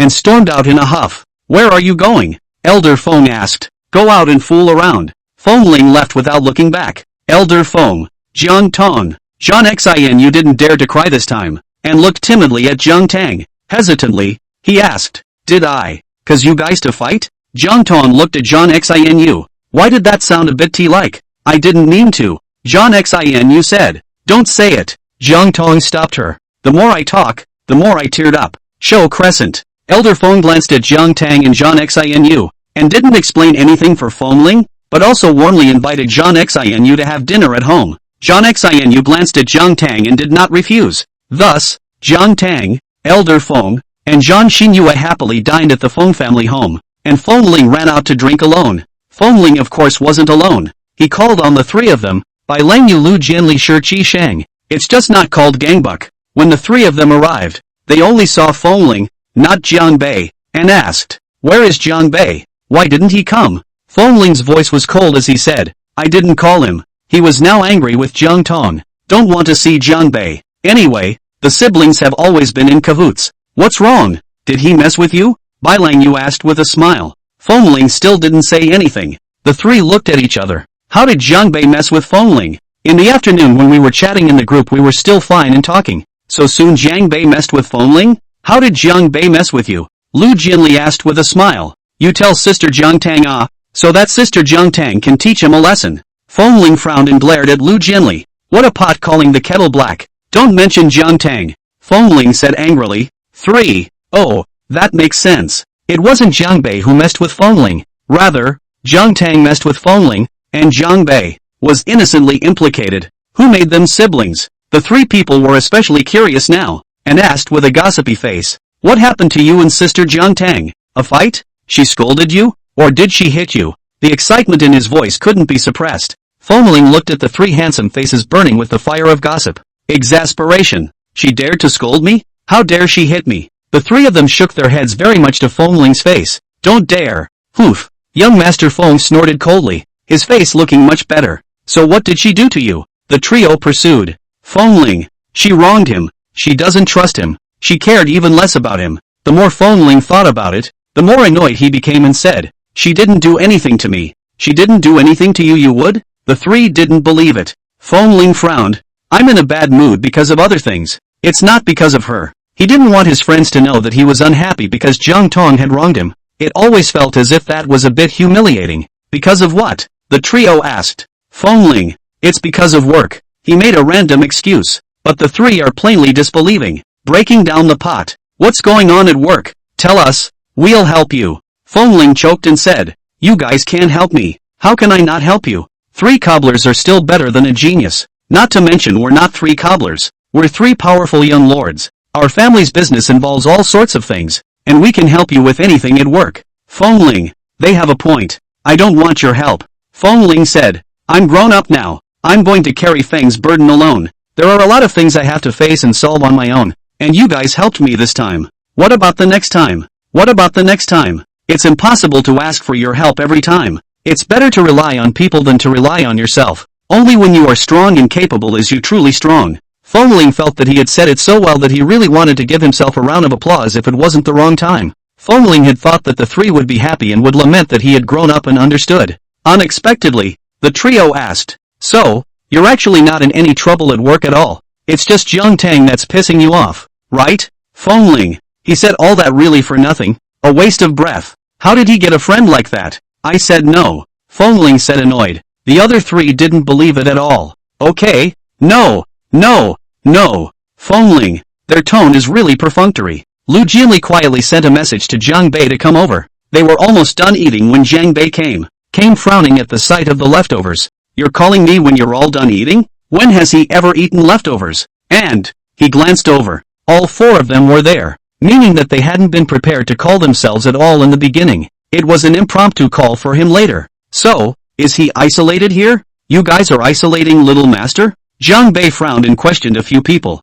It wasn't us. The three of them, Lu Jianli, hurriedly cleared the air. It was Fengling. Who told us not to call you? Jiang Bei glared at Fengling. Fengling was a bit weak, but thinking of Jiang Tang instantly justified it again. So what if he just isolates Jiang Bei? He snorted coldly and turned his face away from looking at Jiang Bei. Jiang Bei was about to be infuriated. Fengling is really good. He's going to lead the charge to isolate him. His fault, and now he's giving him a face. Jiang Bei was about to snap when Lu Jianli pulled him and whispered in his ear. Sister Jiang Tang messed with him. Jiang Bei frowned. My sister would mess with him? His sister's so sensible and mature. She'd mess with him? It's almost as if he's messing with his sister. What did my sister do to mess with him? Jiang Bei asked. Lu Jianli shook his head. I don't know, but, it looks like the anger is not light. Think about it. Jiang Tang's sister like that is definitely not going to make a move. Most likely to scold him. Jiang Bei nodded. His sister doesn't do anything. It's never been about reasoning.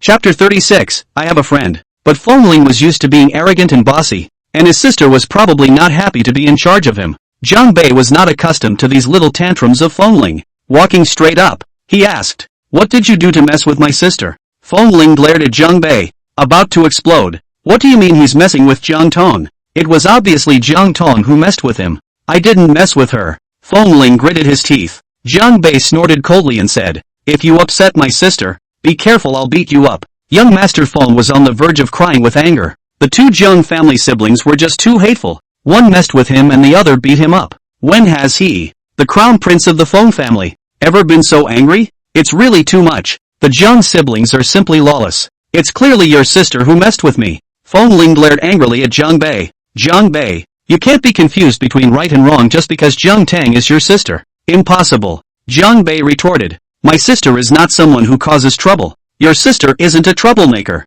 Am I? Fengling asked angrily. Then, Lu Jianli, Bai Langyue, Shi Qisheng, and Jiang Bei nodded their heads. He's the one who stirred up trouble. Fengling almost laughed in anger. Good.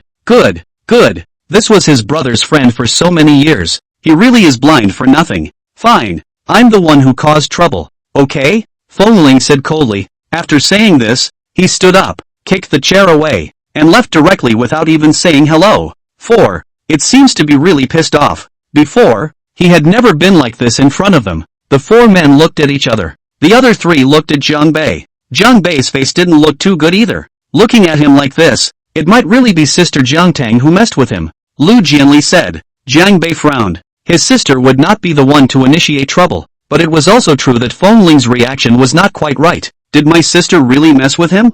Jiang Bei called Jiang Tang. Jiang Tang had just sent Zhang Xinu away when she received a call from Jiang Bei. On the phone, Jiang Bei hesitantly asked, Sis, did you have a fight with Fengling? Jiang Tang, no. Then Fengling said you messed with him. Jiang Bei asked. Jiang Tang was silent for a second and asked, are you together? They were together just now, and now Fengling has left alone. Jiang Bei said. Jiang Tang said faintly, don't worry, we're fine. With that, he hung up. Jiang Bei looked at being hung up on. Nothing? How can it be okay? Both his sister and Fengling's reactions were wrong. There was definitely something going on between the two, but neither said anything. Sister doesn't say. Although Fengling said that his sister had messed with him, he didn't specifically say what happened. He felt like he was caught in the middle like a sandwich, left and right. That's why he said that he didn't approve of his sister marrying Fengling in the first place. Fengling felt really pitiful. Other men can find a brother to talk to if they are aggrieved by their loss of love. And him? His brothers were all on Jiang Tang's side.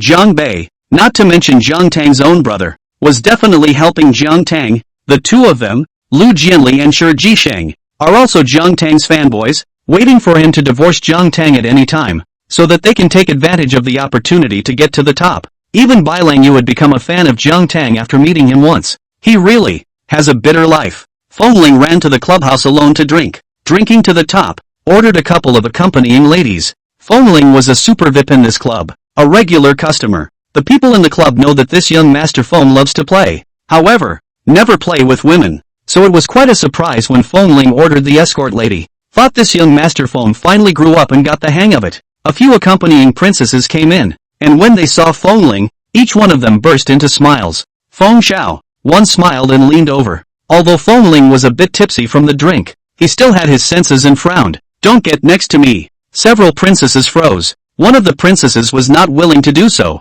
and smiled delicately and pinched her throat. Feng Xiao, you. Fengling pointed directly at her and said, get out. The princess froze. Fengling looked over coldly. The princess didn't dare to mess with Fengling, knowing that in such a venue, a powerful male like Feng Xiao could decide her fate with a single word. The princess went out obediently. With this previous lesson, the remaining 4 princesses didn't dare to disobey Fengling again. Fengling said, the 4 of you sit in line. The 4 princesses obediently lined up and sat across from Fengling. Fengling took a sip of wine and said, let me ask you guys a question. The 4 princesses obediently said, Feng Xiao, you ask. I have a friend. Fengling spoke up. He's married, and his wife and he are in a business union. After the marriage, a woman who liked the man said that she wanted the man to divorce his wife and asked the wife, what would it take to divorce the man, and the wife said that she would divorce the man if the woman would give her $10 billion.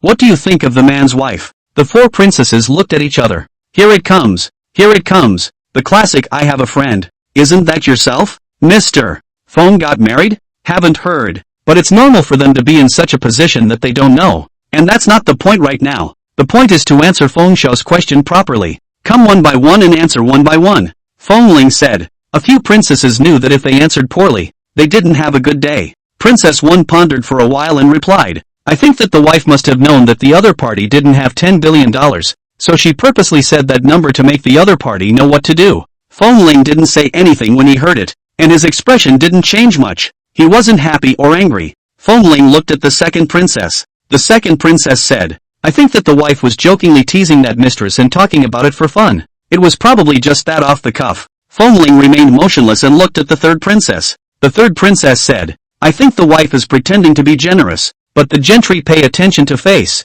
Say so on the mouth. The heart has long hated the mistress. Fengling looked at the fourth princess. Fourth princess. Everything was said by the first 3. What else could she say? She hesitated, looked at Fengling, and carefully said, maybe, the wife really wants 10 billion. In her place, she'd want 10 billion. Where do men have money to smell? What kind of man can't you find with $10 billion? When the fourth princess finished speaking, she felt Fengling's gaze as he looked at her violently turn cold and sharp. The fourth princess was aghast. Oops, she's wrong. Feng Xiao is angry. Will Feng Xiao beat her? When the fourth princess thought Fengling was going to do something to her, Fengling said, take out the collection code. A couple of princesses froze for a moment, then held out the collection code. Fengling took his cell phone and paid one by one. Chapter 37, Jiang Tang says sorry. The grand princess received 10,000. The second princess received 10,000. The third princess received 50,000. The fourth princess received 5,000. Several princesses looked at each other. What else is unknown? It was the third princess's answer that was most pleasing to Feng Xiao, as he had intended. The first and second princesses answered the usual. The fourth princess' answer was the last thing Feng Xiao wanted to hear. If it wasn't for the sake of maintaining his young master Feng's face, he probably wouldn't want to give a single penny. If you don't, word gets out that he's sealing the young master's point princess and not tipping. How can he go out in the future? Next question. Fengling said. And the next question? Several of the princesses straightened their backs and hit the ground running. A good answer is 50,000. You can make more money for a few words than a night of drinking and ting with those awful old men. The girls will definitely give it their all. It's still the 3 men and women and wives. Fengling said. The man did not like the woman. The woman came to the man's house to find the man. The man ignored. Later, the wife came home and saw the woman crying, so she thought that the man had bullied the woman and made her cry. And the wife comforted the woman. And she questioned the man, why did she make the woman cry? And what is the wife's state of mind now? Again. Now, Several princesses were in deep thought, and must be answered properly. It was still the Grand Princess who came first. Grand Princess, I think that the wife actually cares about the man, and the reason why she comforts the woman is because she wants to have a good relationship with the woman, and to know the enemy and know herself in order to win 100 battles. Fengling looked at the second princess. Second princess, I think the wife loves the man, but in the way, cannot scold the woman, can only blame their own husbands, as if the child is outside the conflict with someone. Parents will always scold their own children first is a reason. Third princess, I agree with Lily. First princess. Fourth princess, my opinion is the same as Lucy's. Second princess, this wife surely loves men. And Feng Xiao should have heard the saying that people always give their worst side, their worst temper, to those closest to them, and give their good temper to outsiders. That's because people are like that, relying on their families to love them, and no matter what the family will tolerate her, forgive her, and spoil her. People on the outside don't. If the wife blames the woman, and word gets out, won't it be said that two families are bullying a woman together? Fengling glanced at the fourth princess, said, take out the collection code. A couple of princesses took out their collection codes again. The grand princess arrived at $20,000. The second princess arrived at $20,000. Three princesses to 10,000. Four princesses to the tune of $50,000. Fengling was still relatively satisfied with both of the first princess and second princess's answers. The third princess was obviously perfunctory. The fourth princess speaks, most pleasingly, thank you, Feng Xiao. A few princesses smiled and thanked them. Fengling said with a cold face, you guys go out. Little Four stays. The princess with the stage name Anna has a new name, Junior. The other three princesses either envied or were jealous and glanced at Xiaoxi before going out. In the end, only Junior was left in the booth. They thought that Xiaoxi had gained the favor of the crown prince and could succeed in getting to the top. In the clubhouse, not to mention succeeding in getting to the top, even getting a word from young Master Feng could lead to a lot of care and a different status in the clubhouse. Xiaoxi looked at Fengling, guessing in his mind Fengling's intention of leaving himself behind. Is it simply wanting to talk and chat? Or should we do something else? She was trying to do something else. She was supposed to be in a line of work, not puritanical or hypocritical. She just wanted to find a rich man to shore herself up and clothe herself. Come here. Fengling made Xiaoxi sit beside him. Junior smiled and walked over, sitting down, but didn't dare whine and wave. The whiny, wavy ones were thrown out at the very beginning. Xiaoxi obediently poured wine for Fengling. Fengling drank and asked her, do you think she really scolded me because she loves me and treats me like family? Why doesn't he believe it? Inside Junior, sure enough, I have a friend is myself. Xiaoxi shot up and said, of course, Feng Xiao, think about it. In the past, when you had conflicts with outsiders, no matter if it was right or wrong, wouldn't Elder Feng scold you in front of the outsiders? Fengling thought carefully and nodded. It's still true. And does Master Feng love you? Junior asked. Fengling nodded. He's the only child of the Feng family. If Grandpa doesn't love him, who does? So your grandfather blames you in front of outsiders because he doesn't love you? No, your grandfather is the most love you. He in front of outsiders like that just to do face work. People live a face. People only put down their face in front of their close ones.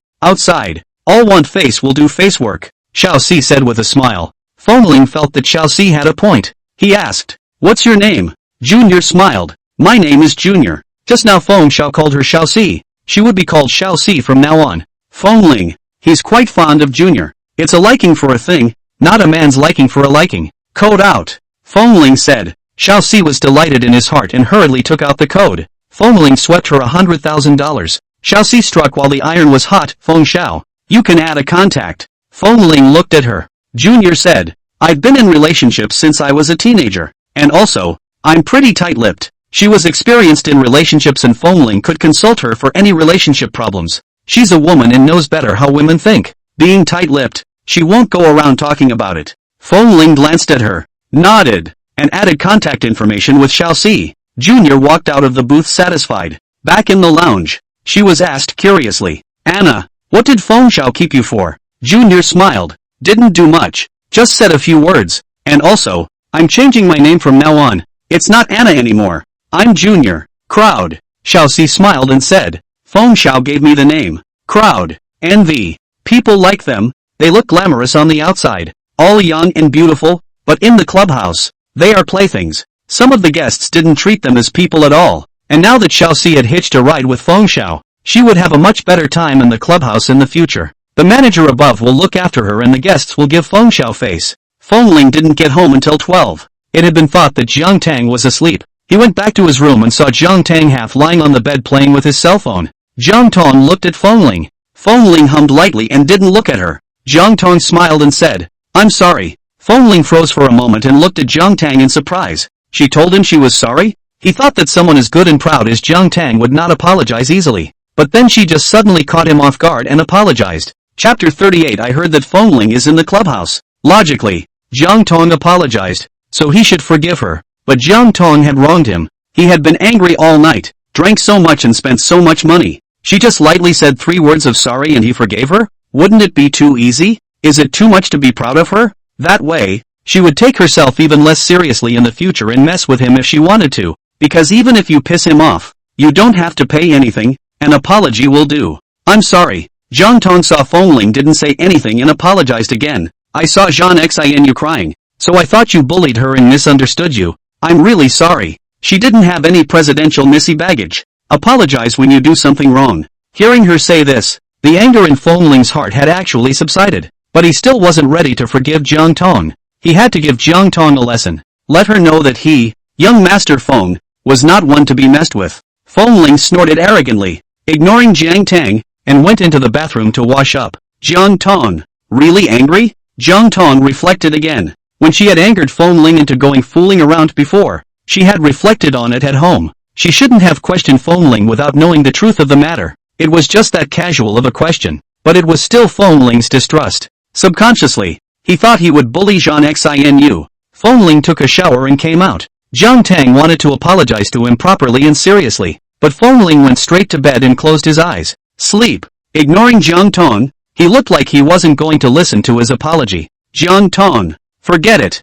Go to sleep. He'll apologize in the morning when he's had a good night's sleep and is calmed down a bit. In the morning, Jiang Tang woke up and tried to apologize to Fengling, but Fengling simply ignored her. She said one word and Fengling stepped aside, finished breakfast and left for work, never saying a word to her from start to finish. Jiang Tang. Young Master Feng was quite angry. Jiang Tang arrived at the company. The secretary had just finished the day's work report when Jean Xinu came. Jiang Tang, something big has happened. Jean Xinu said in a hurry. Last night Fengling fought 4 women in one night at the clubhouse. Jiang Tang, who did you hear that from? No matter who I heard it from. Anyway, it's true. Jean Xinu said. Jiang Tang nodded and didn't say anything. Jean Xinu looked at Jiang Tang and asked, "You're not angry?" Jiang Tang shook his head. "Not angry. You don't feel bad?" "No hard feelings." Jean Xinu, why aren't you angry and uncomfortable? Jiang Tang, why should I be angry and hard? Show Crescent. Okay. She was no match for Jiang Tang.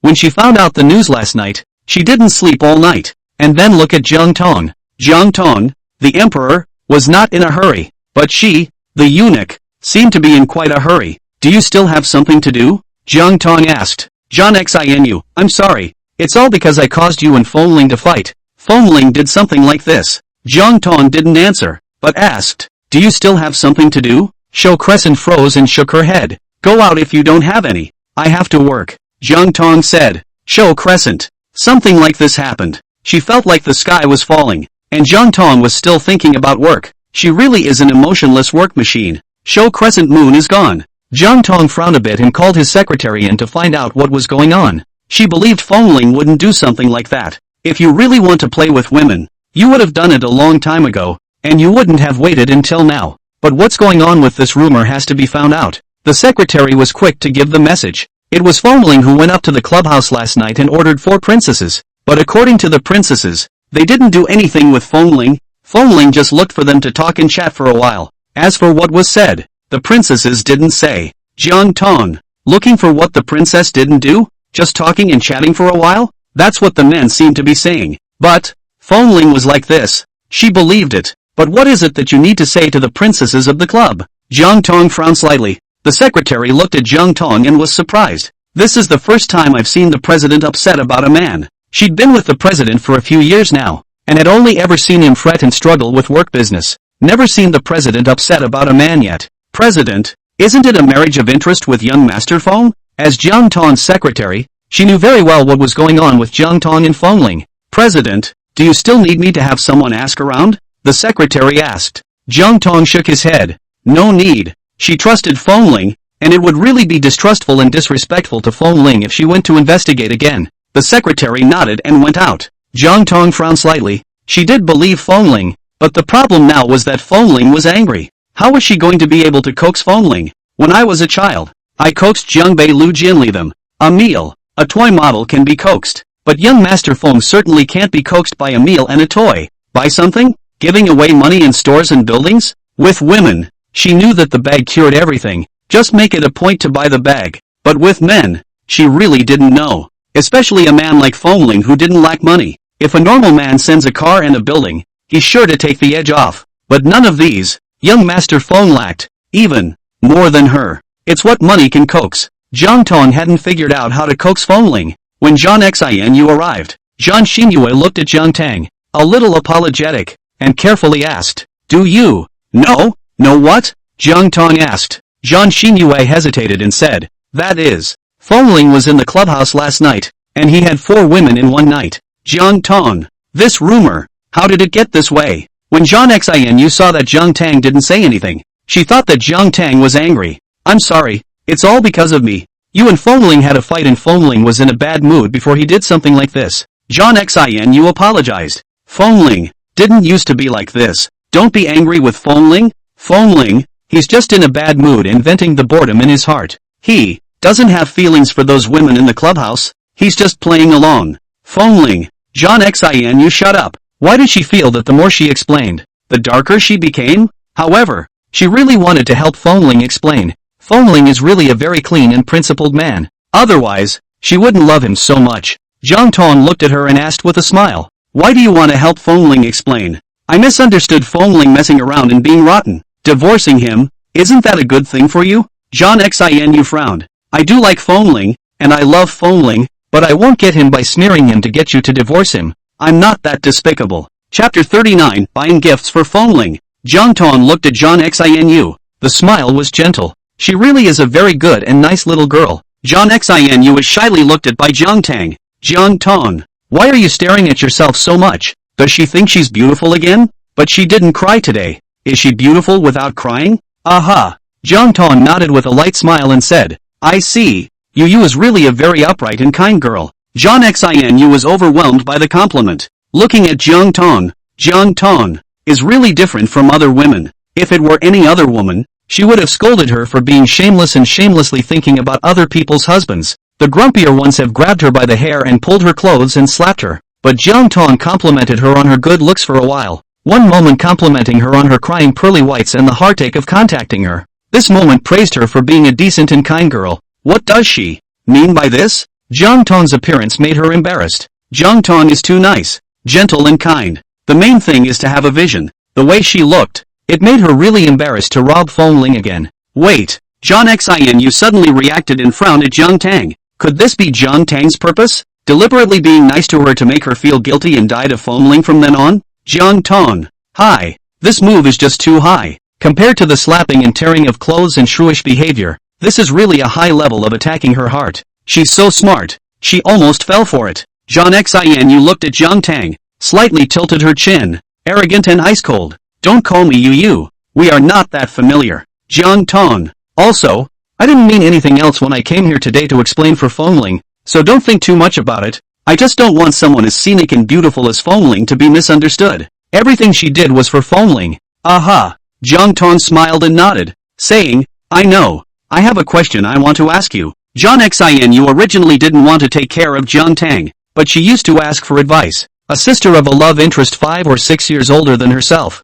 vainly asking for her advice. It satisfied her desire to win to some extent, feeling better than a strong enemy. What is it? Zhang Xianyu asked. Jiang Tang asked, do you know what Feng Ling's favorite thing is? To coax someone? Of course, you have to throw in the towel. She had wanted to ask Jiang Bei later, but since Zhang Xianyu was here, it was the same to ask Zhang Xianyu. Zhang Xianyu and Feng Ling are childhood friends and love Feng Ling so much. She knew what Feng Ling liked better than Jiang Bei and the others. What are you asking for? Zhang Xianyu asked her. She wouldn't be foolish enough to casually and easily tell her love rival about Feng Ling's preferences. Have you forgotten? Jiang Tang glanced at her with a smirk. Show Crescent. What did I forget? Forget that it was because of you that I misunderstood Feng Ling last night, which led to a conflict between Feng Ling and me? Jiang Tang said. Cho Crescent Moon had a little heartburn. It was indeed her fault. Fengling didn't actually miss anything. It was she herself who felt aggrieved in her heart. So she cried. It was what made Jiang Tang misunderstand that Fengling had bullied her.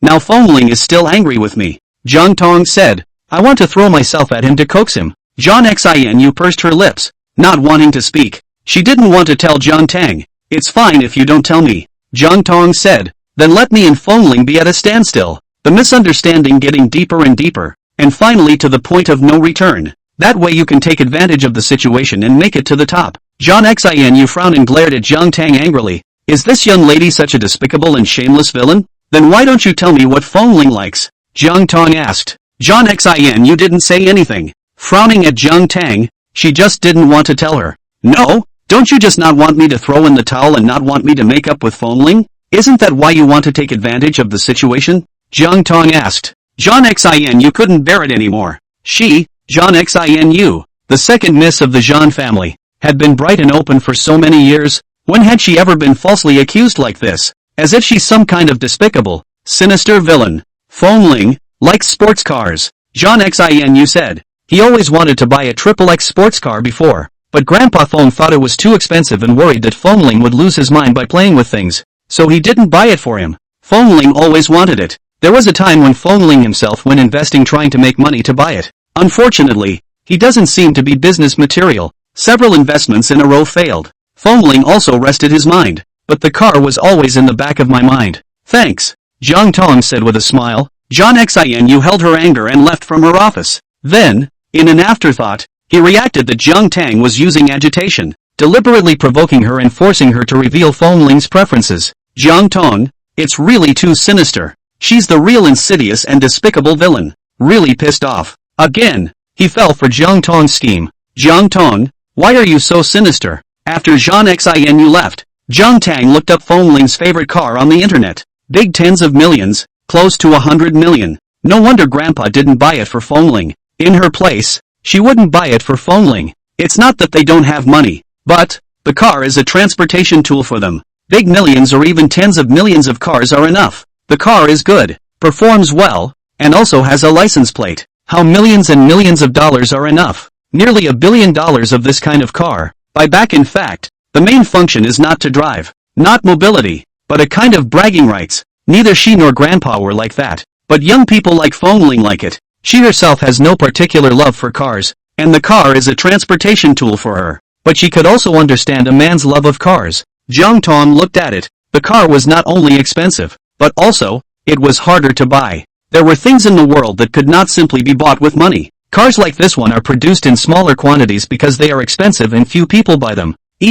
Sometimes the company starts production only after the customer pays a deposit. But she's been working in M for years, and the connections are there. Jiang Tang thought about it and finally found someone to find a relationship to pay a deposit and bought the car. It seems that in the future, it is better not to easily make young Master Feng angry. The cost of coaxing him was too great. In one fell swoop, it went to the company's profits for a month. Fengling took his cell phone and looked at it. Why didn't Jiang Tang send him a message? He himself had never been in love, but hadn't he ever seen a pig run before? Once a couple has a fight, the one in the wrong keeps messaging the object. What a baby. I'm sorry, I was wrong. Baby, don't be mad at me. Baby, I love you, blah blah blah. But what about Jiang Tang? Just apologized to him last night. And then, since that apology last night until now, nothing has been said. Chapter 40, Fengling went to look for Xiaoxi again. No calls to apologize, no messages, and no dates. Everyone else would buy milk tea or buy food or whatever to show goodwill and weakness.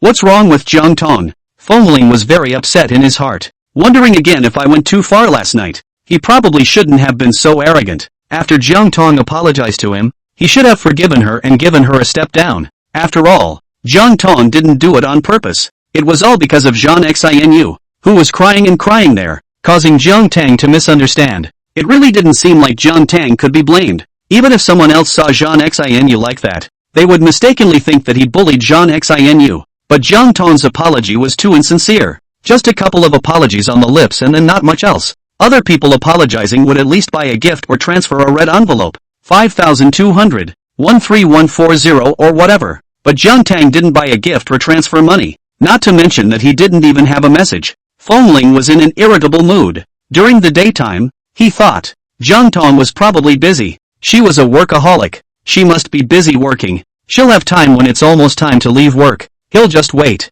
But he waited until he got off work. His cell phone, ringing non-stop. A lot of people sent him messages, asking him to play dinner and so on. But there was no news of Jiang Tang. Jiang Tang. Feng didn't even eat his meal and went straight to the clubhouse. When he arrived at the clubhouse, he said directly to the manager, "Get Junior for me." Manager, okay. The manager went to call Junior. At this hour, Xiaoxi was eating her work lunch, wearing a simple t-shirt and jeans with a plain face. They usually eat dinner before they start packing up their makeup and waiting to go to work. Junior. I was going to put on some makeup and clean up and dress up, but think about it and forget it. It's not like Feng Xiao looks at her face to see her body. Presumably, it's still last night. Today, someone came to inquire about their affair with Feng Xiao last night. Xiaoxi put down his bowl and went straight to the private room to find Feng Ling looked at the woman who came in and didn't recognize her for a moment. Junior? Xiaoxi smiled and nodded. Feng Xiao, no makeup today.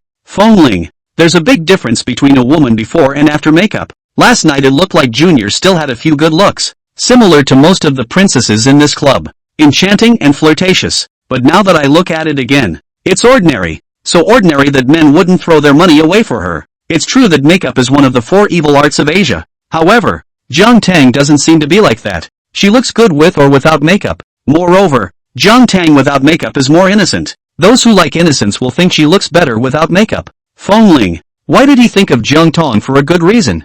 Ling retracted his mind, looked at Xiaoxi and said, "In the future, you'd better put on makeup. If you don't put on makeup, you'll probably starve to death." Junior. Feng Xiao dislikes her ugliness. Why don't I go paint one now? Junior said. Ling said faintly, "No need." It didn't matter to him if she was beautiful or ugly. Xiaoxi smiled and said, "Feng Xiao, you're here so early. Have you eaten yet?" Ling grimaced and said, "Didn't eat. How can I eat when I'm so full of gas? I asked you." Ling then told Xiaoxi the bits and pieces of what happened between him and Jiang Tang when he went back last night. Of course, it wasn't him who was talking. "Still familiar, I have a friend. What do you think? What does she mean?"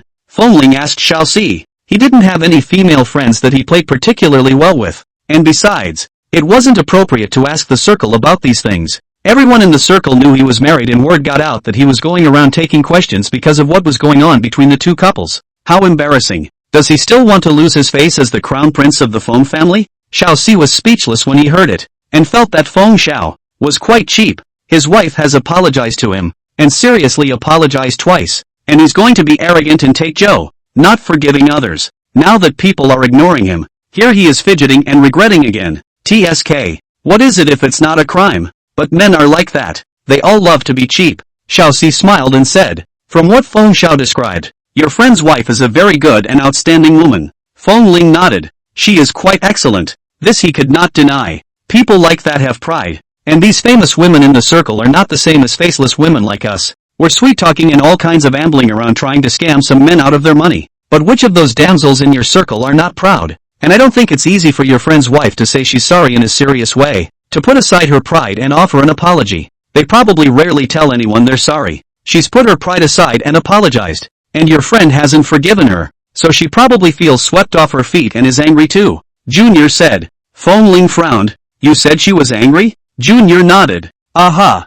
Ling's brows furrowed even tighter as he said angrily, "What face does she have to be angry? It's clearly her who misunderstood me." Junior. She told her. It must be Feng Xiao. Otherwise, Feng Xiao would be so attached to his friend's affairs.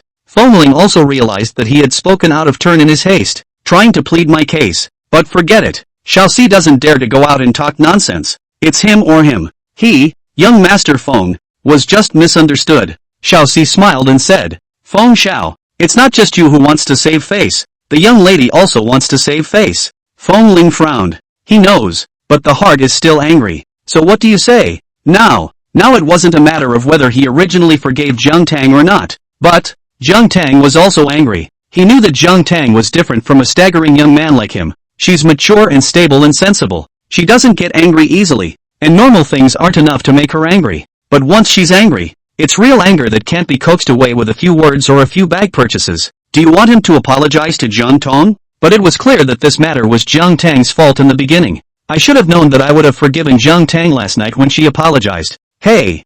Ling was in an irritable mood. Xiaoxi smiled and said, would Feng Xiao like to buy the young lady some gifts, jewelry or a bag or something? Feng Ling shook his head. She doesn't lack these things. Moreover, she doesn't have a strong desire for this. There are some celebrity girls who just buy all kinds of things every day, and they are very enthusiastic about what new model or limited edition has come out from which house. Get it any way you can. But Jiang Tang is not. Bags and clothes and all that. She doesn't pursue any limited editions or new models. As long as it looked good and didn't embarrass her or the family when she wore it out, it was fine. Xiaoxi laughed. Feng Xiao was really thinking straight. The young lady is not lacking, but what you bought, Feng Xiao, is different from what the young lady herself bought and what others gave her. Chapter 41, Once or Twice. What you buy is what you think of the young lady, and the thought is what counts. Feng Ling mused. Xiaoxi saw that Feng Ling didn't say anything and thought that Feng Ling couldn't let go of this face. Young masters and young ladies like them were born to be honorable, and each one of them was prouder than anyone else, valuing face more than anything else. Xiaoxi smiled and said, actually, Feng Xiao, there is another way. What method? Feng Ling asked. Feng Xiao, couples fight at the head of the bed and make up at the end. Xiaoxi said. Feng Ling, Feng Xiao, there's nothing that can't be solved by DYP between husband and wife. If there is, then DYP, Junior said. Feng Ling was surprised and shocked as she looked at Xiaoxi and reddened. How could she say such a thing? She, a girl, looked like he was in his early 20s. Xiaoxi was originally very thick-skinned. This kind of words, in the field everyone was used to saying and hearing, but Feng Ling looked at her like this, making her also a little embarrassed and red. Feng Xiao is so innocent. It was a little awkward for both of them for a while. Xiaoxi smiled in order to ease the embarrassment and said, Feng Xiao, you trust me. I started to fall in love when I was a teenager. Then I came to this field, and I've heard and seen a lot. Listen to me. It's definitely right. Feng Ling. He didn't want to listen to Junior,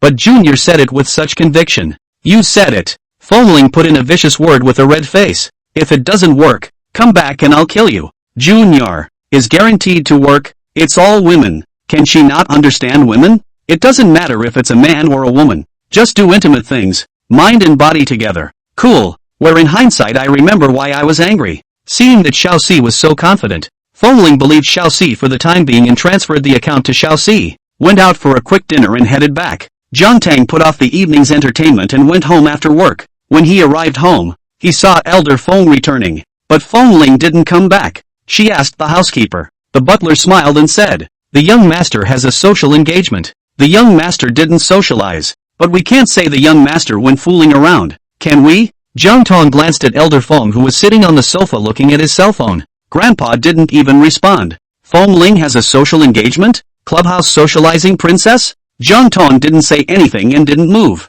It was 9 in the evening when Feng Ling arrived home. Asked the housekeeper, is Jiang Tang back? Butler Zhao, as the know-it-all of the family, was aware that Jiang Tang and Feng Ling were having a bad time these 2 days. Smiling, she said, the young lady is back. The young lady has been waiting for you. Feng Ling glanced at the housekeeper in surprise. What she said about waiting for me? Butler Zhao smiled and said, the young lady didn't say anything, but as soon as the young lady came back from work today, she asked about you. Feng Ling, ask me what? Asking when you'll be back and asking the kitchen to make your favorite dishes. Butler Zhao smiled. Feng Ling. He suspected that Butler Zhao was adding fuel to the fire, but he has no proof. Feng Ling returned to the room, did not see Jiang Tang, looked at the study. The lights are on. Should be in the study office. He thought about what Junior had said about DAP. He did want to do that kind of thing with Jiang Tang, but how to start? It's impossible to just rush to the study and say to Jiang Tang, come on, let's DYP, right? That way it was estimated that Jiang Tang would directly give him 2 slaps.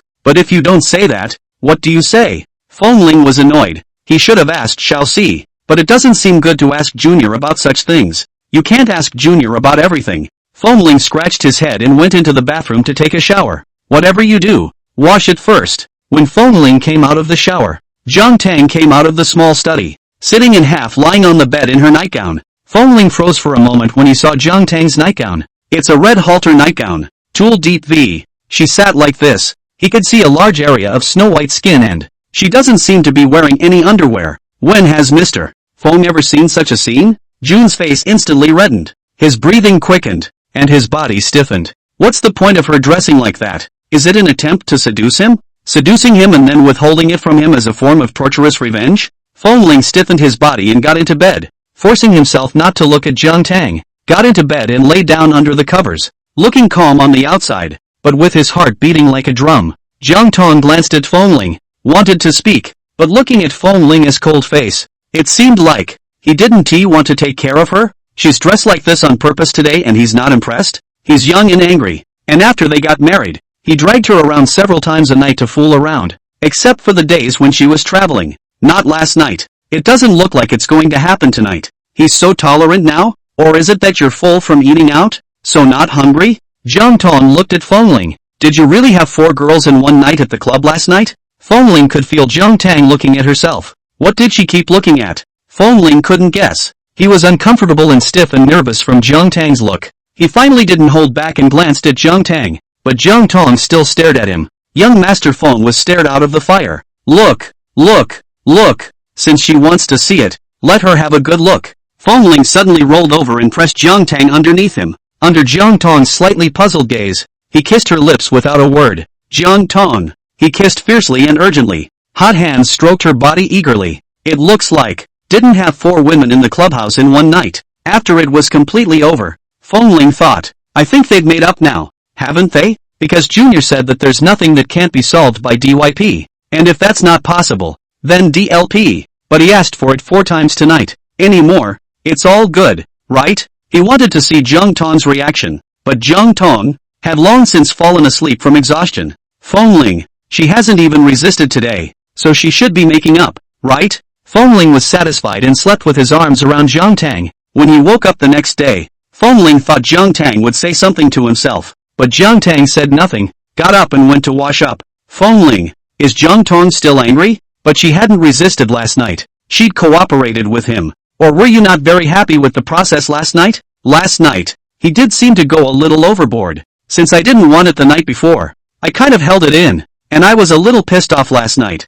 so it was inevitably a little hard. She's angry? Fengling watched Jiang Tang go into the bathroom and wanted to speak, but he didn't know what to say. The two shuffled downstairs for breakfast. After breakfast, it's off to work. Fengling had wanted to drive to the office himself, but was stopped by the old man. Let Fengling ride in a car with him. Fengling, it's something he has experience with. It's time to get educated again. Fengling obediently followed Elder Feng to the car. During that time, he also looked at Jiang Tang, as if expecting Jiang Tang to save him from the fire, which knew that Jiang Tang drove off without looking back. She can be such a heartless woman. Chapter 42, Showing Love to an Old Man. In the car, Elder Feng said, Ah Ling, since you're married and you don't hate Jiang Tang, live a good life and don't run to the clubhouse all day. Fengling, I didn't. No? Do you know what's being rumored about you out there right now? Elder Feng asked. Fengling asked doubtfully. How do you pass me on? He really didn't know. It's rumored outside that you had 4 women in one night at the clubhouse.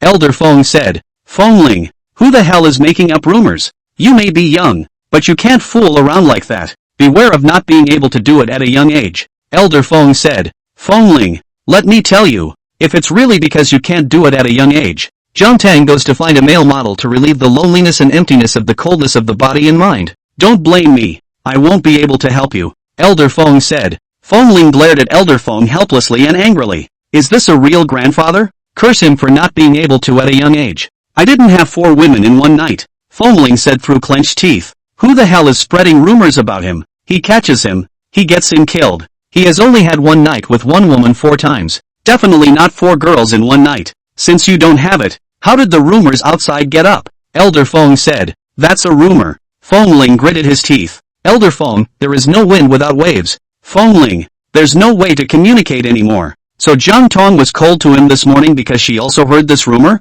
Who the hell passed it on? Fengling thought for a moment. He went to the club to order women, and did not hide. He had no shame in his heart, and greatly ordered. So the clubhouse people should know. There are so many people in the clubhouse. There are owners, managers, waiters, princesses, housekeeping, and so on. They were in contact with the rich and noble sons of the dignitaries, basically in the same circle as him. It will get out. Not surprisingly. It's just, can these people be realistic when they badmouth others? He did order the princess, but it was simply to chat and drink, didn't do anything else. The more Fengling thought about it, the more angry he became, and when he arrived at the office, he called and scolded the manager of the clubhouse, calling him out on how he manages his handlers, spouting nonsense out there and damaging his reputation. It wasn't enough to scold the manager. but he scolded the owner of the clubhouse. The owner of the clubhouse was also a figure in C City, but facing Fengling, he could only be obediently scolded. After scolding, Fengling was still angry and went to Jiang Tang's company at noon when he was almost off duty.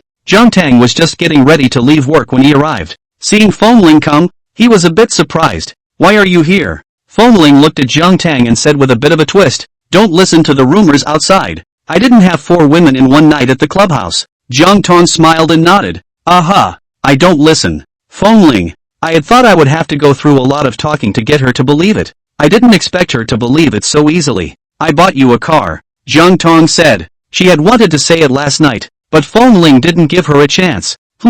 Fengling froze for a moment and looked at Jiang Tang in surprise. What's she doing buying him a car for a good reason? Jiang Tang said the name and model of the car. Fengling's eyes widened as he looked at Jiang Tang in shock. Jiang Tang actually bought him such an expensive car? Grandpa loves him so much he can't even afford to buy him one. Jiang Tang actually bought it for him. Jiang Tang, love him more than Grandpa? How did you get me this car? Fengling asked. Jiang Tang smiled and asked, "Don't you like it?" Fengling, "Likes it." Jiang Tang smiled and said, "A gift for you." Fengling, "It's such an expensive gift right out of the gate." Fengling was happy in his heart, but on the surface, it didn't move or show. One can't just jump up and down with joy. "Let's go," Jiang Tang said. "Eat together." Fengling nodded and went to lunch with Jiang Tang. After lunch, Jiang Tang went back to the office, and Fengling also went back to the office. Back at the company, Fengling's excited heart slowly calmed down. Jiang Tang bought him such an expensive car, so what is he going to gift back? From a young age, his grandfather taught him to be courteous. Fengling looked at his balance. Just 20 million. Grandpa doesn't control how he spends his money, but he doesn't give him too much. Most of all because he's afraid he'll get into some bad habits. $20 million looked like quite a lot, but Jiang Tang's gift was nearly 100 million. He was a man, and the gifts he returned were definitely more expensive than Jiang Tang's. Otherwise, if word got out, where would his young master Feng's face go? Now these people like to spread rumors, so maybe he's rumored to be a soft touch. Fengling ended up going to Elder Feng. "What did you say?" Elder Feng couldn't believe it. "Tong Tong bought you a $100 million car?" "Aha." Fengling nodded and said smugly, "It's the one you wouldn't buy for me before." Elder Feng, he doesn't believe it. Tong looked so mature and stable, not like someone who would spend such wasted money. Elder Feng glared at Fengling and asked, "Did you ask Jiang Tang to buy it for you?" Fengling frowned. "How could I? Young Master Feng, do something as shameless as asking a woman for a gift?" Elder Feng thought about it for a moment as well. Fengling was dying to save face. He valued face more than anything else, and there was really no way he was going to ask a woman for a gift. Then why did Tang Tang buy you such an expensive car? Elder Feng issued a soulful question. "Can't figure it out how." Fengling didn't hold back and smugly hooked up the corner of his mouth and said, "What else could it be? Of course it's because you like me. Liked him enough to give him such an expensive gift. To see if a woman loves you or not. See if the woman gives you money or not. In today's realistic materialistic society, it's simple. Where money is, love is." Elder Feng was very tired of seeing Fengling's smug look. "You said Jiang Tang likes you?" the old man asked. "Aha." Fengling nodded confidently. "It's pretty obvious that she likes me, isn't it? Why would she marry me if she didn't like me? Why did she give me such an expensive car if she doesn't like me?" Jiang Tang's favorite is greatly clear and explicit. Elder Feng, looking at Fengling who was so confident, he suddenly didn't know what to say. Should I tell Fengling the truth? Forget it. Aha. Elder Feng nodded. "You have a point." Fengling was smug. "Can he, young Master Feng, speak without reason? So, what are you looking for me for?" Elder Feng asked. "Is it just to show off that Jiang Tang bought you such an expensive car? Showing love to him, a lonely old man? It's unconscionable. Should he find an old partner and show back then too?" "No." Fengling said. "Grandpa, look, Jiang Tang has given me such an expensive car. Shouldn't I give Jiang Tang a gift in return?" Elder Feng nodded his head. "You're right. It really should be a return gift. No matter what the relationship is, it's more solid when there's a back and forth." Chapter 43 Jiang Bei is jealous. One-sided giving doesn't work, and one side of the opposite side gets tired of giving for too long without getting something in return. "Look, Jiang Tang is so generous. I'm a man and the youngest master of the Feng family, so I can't be worse than her in any way, right? It's not possible that she sends me nearly $100 million of cars, and I'll just send a random 3 or 5 or a few $1 million of stuff to get rid of people." Fengling said with a smile. Elder Feng understood. Fengling came to ask for money. Although Fengling is the only child of the Feng family, but he disciplined him more strictly in this aspect of money, clothing, food, housing and transportation. These are all prepared by the family. He himself usually received $5 million a month in pocket money from butler Zhao. $5 million a month is still not available until after you turn 18. Based on his daily spending, he shouldn't have much money on hand right now. Ah Ling. Elder Feng looked at Feng Ling and said in a serious tone, actually, when it comes to giving gifts, the thought is most important. Like Tong Tong, what hasn't she eaten or seen since she was a child? Those expensive things are just like that to her. It's the thought that counts. Grandpa thinks that if you can make something with your own hands and give it to Tong, Tong will be happier than receiving an expensive gift. Feng Ling looked at Elder Feng and frowned. You're saying so much. It can't be that you don't want to pay, right? Elder Feng choked for a moment. Was he acting so obvious? Anyway, my people are young. It doesn't matter if I want to have a face or not. Feng Ling said, if I send some random handmaid to Jiang Tang, and Jiang Tang and outsiders ask about it, I'll just say, my grandpa told me to send handmaid, and my grandpa doesn't give me any money. When the time comes, what the outside world says about the Feng family's grandparents and grandchildren being stingy and treating their granddaughter-in-law badly or whatever, it has nothing to do with me. Elder Feng. It doesn't seem to be good. Money is a small thing. Face is a big thing. He had spent his entire life in Sea City in style. It was impossible for him to come to lose his face in his old age. Elder Feng said, you asked the finance to transfer you $100 million. Grandpa, give another $50 million more. Feng Ling smiled and said, it's not good for me to just return 100 million when people send me 100 million. Besides, I'm married now, and it's impossible for a man to be out there and not have some money on him. In case Jiang Tang suddenly wants something one day that's more expensive and asks me to buy it, and I say I don't have the money and have to ask you for money, what will Jiang Tang think of me? How does she see? With her eyes. Elder Feng didn't have the good sense to say. Feng Ling looked at Elder Feng. Elder Feng felt that Feng Ling had a point and said, alright, let the finance transfer 200 million to you. Thank you, Grandpa. Feng Ling instantly beamed with joy. After blowing a rainbow fart at Elder Feng, he left. Elder Feng was relieved. Certainly not because Feng Ling blew rainbow farts at him. Rather, Ling was so fond of Jiang Tang that when Jiang Tang gave him a gift, he was willing to spend a lot of money to return it. If Ling didn't have a good feeling about Jiang Tang, he wouldn't even accept Jiang Tang's gift. Watching Jiang Tang and Ling's relationship slowly develop, he was happy and relieved. After Feng Ling got the money, he started to think of what to give Jiang Tang as a gift. It's natural to give a gift that goes to the heart of the person. Jiang Tang's gift was delivered right to his heart. What does Jiang Tang like? A woman's hobbies are nothing more than clothes, jewelry, bags and all that. But Jiang Tang didn't seem to be particularly fond of these. Feng Ling thought about it and asked Jiang Bei out. Ask him, what does your sister like? Feng Ling asked. Jiang Bei looked at him. Why are you asking this? Feng Ling said, I want to give her a gift. Jiang Bei looked at Feng Ling in surprise. Is the couple's relationship that volatile? He seemed to remember that he was still quarreling the day before yesterday. And there was a rumor in the circle that Feng Ling was having 4 women in one night. You want to give a gift today? Jiang Bei frowned. Feng Ling, you couldn't have done something to wrong my sister and want to send something to beg for forgiveness, right? Is it true that there are 4 women in one night? He initially heard the rumor and didn't believe it. Feng Ling wasn't like that. If Feng Ling had wanted to imperialize a woman,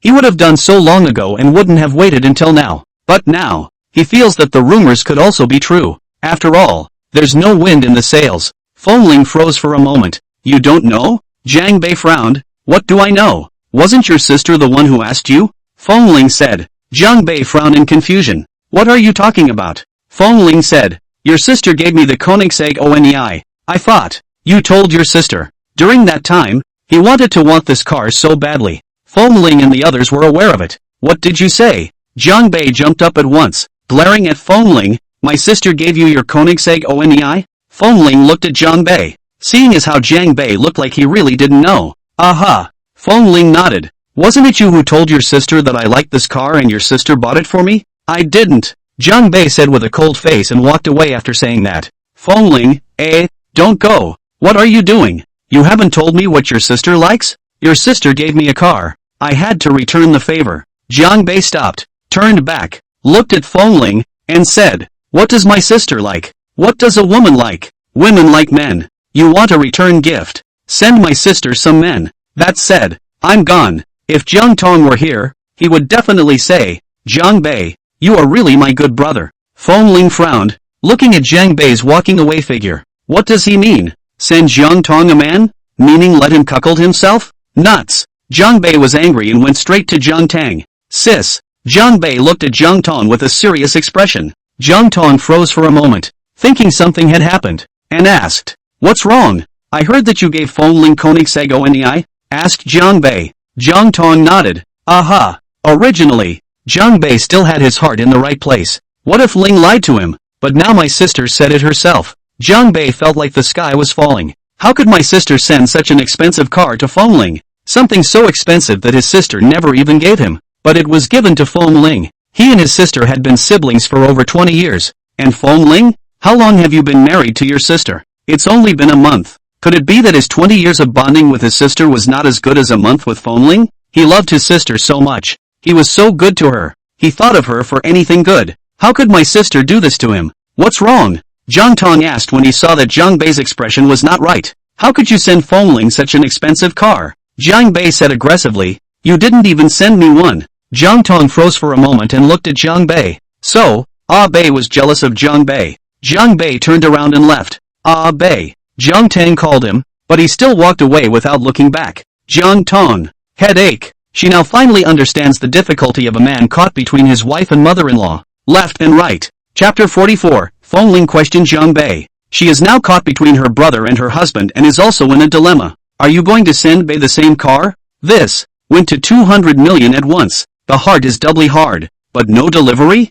If you don't send it, I guess Bei will be angry. Bei was her only brother. She loved Bei, and Bei was good to her and listened to her. Jiang Tang sighed and contacted his friends abroad to order another one. Jiang Bei asked Lu Jinli by languisher Li Xiang to have dinner with them. They were also specifically instructed not to call Feng Ling. And don't tell Feng Ling, Lu Jianli, Bai Lang Moon when late born. It always felt like their years of brotherhood were in jeopardy. Last time it was Feng Ling who asked them out, behind Jiang Bei's back. This time it was Jiang Bei who asked them out, behind Feng Ling's back. These two, didn't they used to play so well together? What's going on now? The three of them thought about it and agreed that it was all because of Jiang Tang, and that Feng Ling and Jiang Bei's relationship turned strange was after Feng Ling and Jiang Tang got married. There are a lot of downsides to kissing up. It was when there was a conflict. Jiang Bei was caught in the middle, not knowing whether to help his sister or support his brother. The three of them arrived and saw that Jiang Bei's face was ugly. Ask him what's wrong.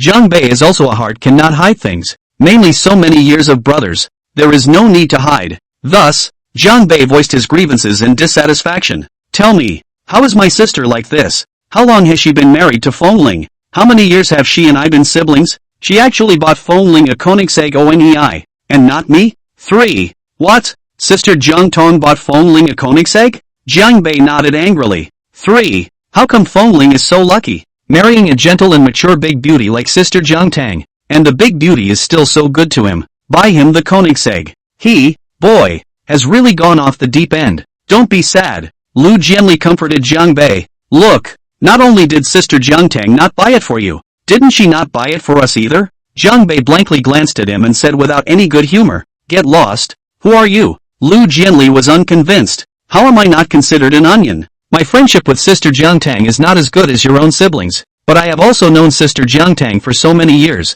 and I have always treated Sister Jiang Tang as my own sister. My friendship with Sister Jiang Tang is even deeper than Sister Jiang Tang and Feng Ling's unemotional marriage of interest, right? Toki-san nodded his head from the sidelines. He felt the same way. He felt that he had known Sister Jiang Tang for more than 10 years, and his feelings were even deeper than Feng Ling, who had just gotten married. But Sister Jiang Tang sent Feng Ling Koenigsegg, and he doesn't even have a hair on his head. Why? Thus, Jiang Bei's one person's indignation and aggression turned into three people's indignation and aggression. Bai Lang Yu laughed on the sidelines. You all still haven't figured out.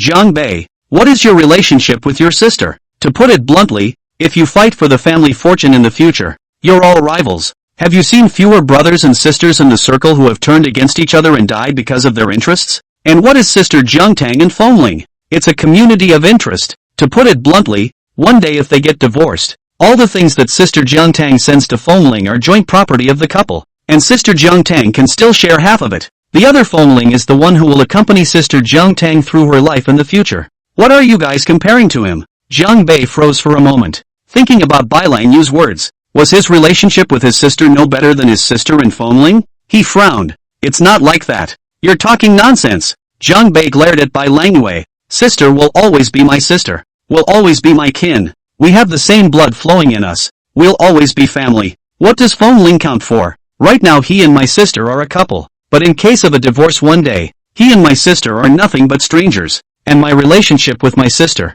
no matter who she's with and married and divorced, I'll always be her family. Her family. He and his sister are the best in the world. Other people he didn't know, but he himself he understood. There was absolutely no way he would turn against his sister because of the fight for the family fortune. Bai Langyu smiled and didn't say anything. Sooner or later, Jiang Bei would understand this. Jiang Bei actually does not really want a very expensive car. But, there is no way to accept the emotional fallout. In his consciousness, he had always believed that he was the most important person to his sister, besides mom and dad. But now, sister's most important person seems to have suddenly become Fengling. For a moment, he couldn't seem to take it in. Jiang Tang returned home from work and asked Fengling, "Did you tell Jiang Bei that I gave you the Koenigsegg?" "Aha." Fengling nodded and asked, "What's wrong?" Jiang Tang said faintly, "Nothing, just, I sent Jiang Bei another one." Fengling froze for a moment, didn't react, froze for a moment, and only reacted slowly. Exasperated, he gritted his teeth. How can Jiang Bei be so shameless? Seeing that Jiang Tang had given himself a Koenigsegg, he was not convinced and went to ask for it too. Such a big man, still asking for things from people, and so expensive. Isn't he embarrassed? Originally, the Koenigsegg that Jiang Tang had given himself was a one-of-a-kind. But now, Jiang Bei and he had the exact same one. Fengling angry to send a message to Jiang Bei, "You are such a big man. Want something, do not know what to buy? You want your sister to buy for you?" Jiang Bei saw the message and laughed in anger. He didn't even ask Fengling about this. And Fengling had the nerve to ask him? He didn't ask his sister for anything. JNB, yo, a thief shouting to catch a thief? Fengling, what do you mean? Jiang Bei, what do I mean? Don't you know in your heart? Fengling, you mean I asked your sister for something? JB, isn't it? If you hadn't asked for it from my sister would have bought a Koenigsegg from you? Fengling, who are you slandering? You've known Little Master for so many years.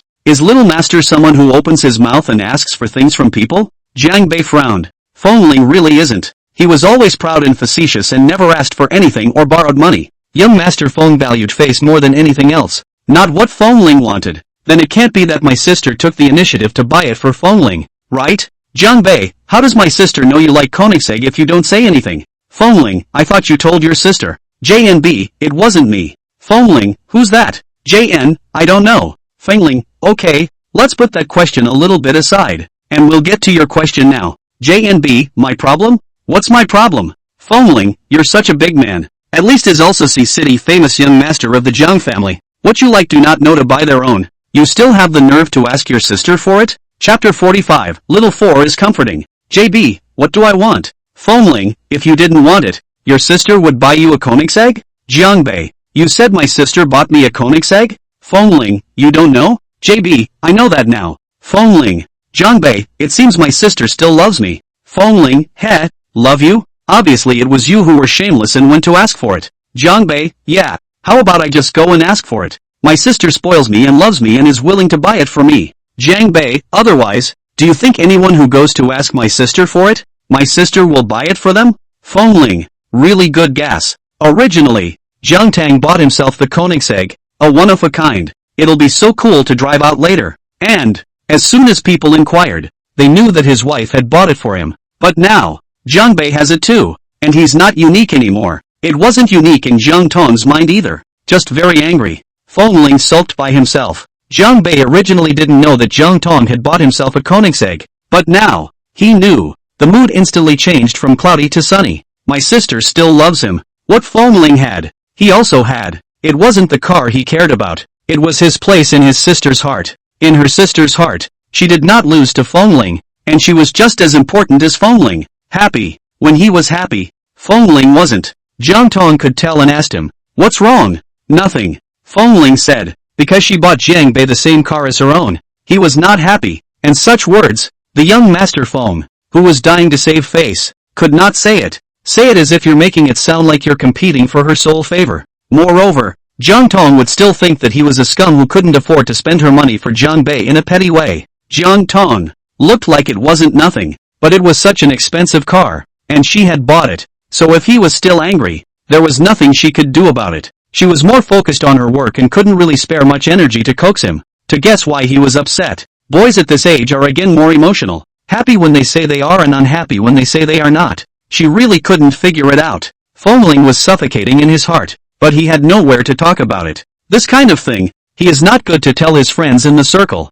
To say it, it looks like he is catty. He's going to be angry when people Jiang Tang buy their brother a car. It's not like we won't buy it for him. So, Foamling went to look for Xiaoxi again. Junior listened to Foamling's confidences, looking at Foamling's unhappy and distressed face. If Foamling wasn't her gold master, she really wanted to kick him in the face. Not happy, not happy, not happy. What's he unhappy about? A beautiful wife like him can't move without buying a $100 million car to cozy him up. So what's not to like about him? Why doesn't he look at her every day in the clubhouse to accompany the laughter and singing, drinking until vomiting, but also to enjoy some disgusting old men touching and screwing? You can't earn a car for less than Feng Xiao's money in a lifetime. If she's not upset, why should he be? He really doesn't know enough. Xiaoxi took a deep breath and had to comfort Foamling even more indignantly. Feng Xiao, actually, you shouldn't think like this. You should think differently, Xiaoxi said. Foamling looked at her suspiciously. How do you change your mind? Look,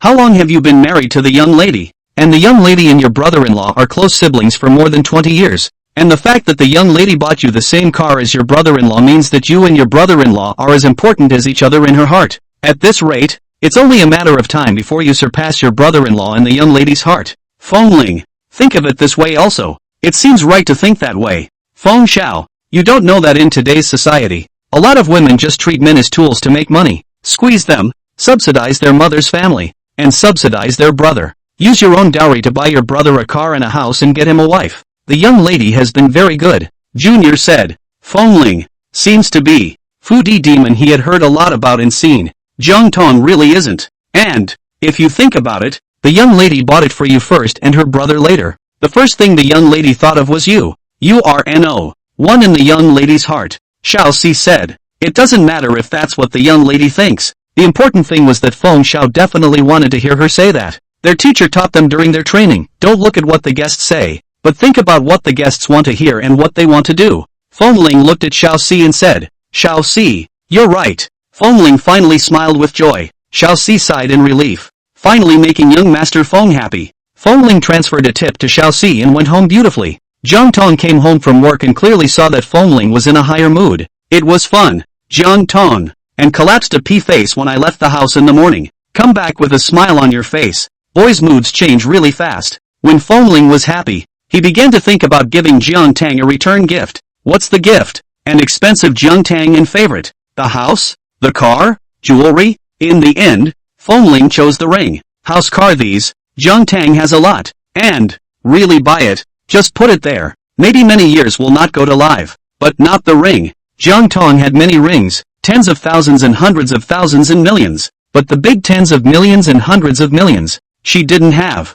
You have to give something that the other person doesn't have. Moreover, after buying the ring, Jiang Tang would definitely wear it on some important occasions even if she didn't wear it normally. When she wears the ring, she thinks of him. The outside world would also be curious about this ring, knowing that he had bought it for Jiang Tang, and would surely be all kinds of envious compliments. Foamling compared and finally selected the brand Bulgari, which he wanted to customize. A 10-carat diamond ring in royal blue for Jiang Tang. He thought the color blue suited Jiang Tang. Mysterious, quiet. This was how he felt about Jiang Tang. Mysterious and impenetrable. Foamling had contacted the Bulgari official, and the designer to discuss some details of customization, etc. And all this, Jiang Tang didn't know. Late at night, Jiang Tang and Foamling were having a conjugal life. Suddenly, the phone sitting on the pillow rang. Jiang Tang glanced at it with tearful eyes and her spirit shook. It was Secretary Sun who called. Secretary Sun must be calling at this hour for something very important. She was about to grab the phone when Foamling behind her realized that she was actually distracted at this time, and her heart was hard. Jiang Tang, completely overwhelmed. Finally, Foamling let go of Jiang Tang, and the call went unanswered, hung up automatically, and soon came back in. Jiang Tang then picked up the phone. Hey, Secretary Sun froze for a moment, feeling that the president's voice was not right, soft as if vaguely nasal. President, what's wrong with you? Secretary Sun asked with concern. Jiang Tang's hand holding the cell phone was still trembling slightly even from the afterglow. She took a deep breath and lowered her voice to ask calmly. What's wrong? Chapter 46. Something happened to Toki Nagisa. Only then did Secretary Sun remember the main event, and eagerly said, "President, when Sir Chang-sun was filming the movie, his way broke, and he fell from mid-air, and he is still in the hospital, unconscious." Jiang Tang sat up instantly and asked, "In which hospital?" Secretary Sun said the name of the hospital and added, "Now all the major platform hot searches have exploded." "I know," Jiang Tang said. After hanging up the phone, he called the head of the company's PR department and asked the head to notify his colleagues in the PR department to work overtime at the company overnight. Tokaho Seek is a top stream. Usually every move is under the spotlight. Injured coma hospitalized, this kind of thing simply cannot be hidden. She didn't need to look at the hot search to know what a fishy mess the internet was. She frowned tightly. Tokaho Seeker was the company's most profitable artist. Nothing should happen to him. Fongling frowned tightly when he saw Jiang Tang answer the phone and asked, "What's wrong?" Jiang Tang said, "When Changshuan shot the movie Weiya broke, fell down from mid-air, now in the hospital unconscious. I have to go to the hospital." After saying that, Jiang Tang went to take a shower. She still smelled like she was still after having sex. "Wash as fast as you can and get out." Seeing Fongling had also changed into clothes for going out, Fongling said, "I'll go with you." Jiang Tang didn't say much, nodded, changed his clothes and went out with Fongling. The two of them rushed to the private hospital, where Tokiomi was still awake, and the agent and assistant were there, along with other people. Jiang Tang asked the agent. The agent said that all the tests that should be done have been done, and for the time being, it looks like there are no serious injuries. There is a wound on the head, which is bandaged, and there is a slight concussion. The rest will have to wait for Tokiomi to wake up. Jiang Tang nodded and looked at Timothy Seeker, with gauze wrapped around his head and his eyes closed. Jiang Tang then told the agent something about the internet.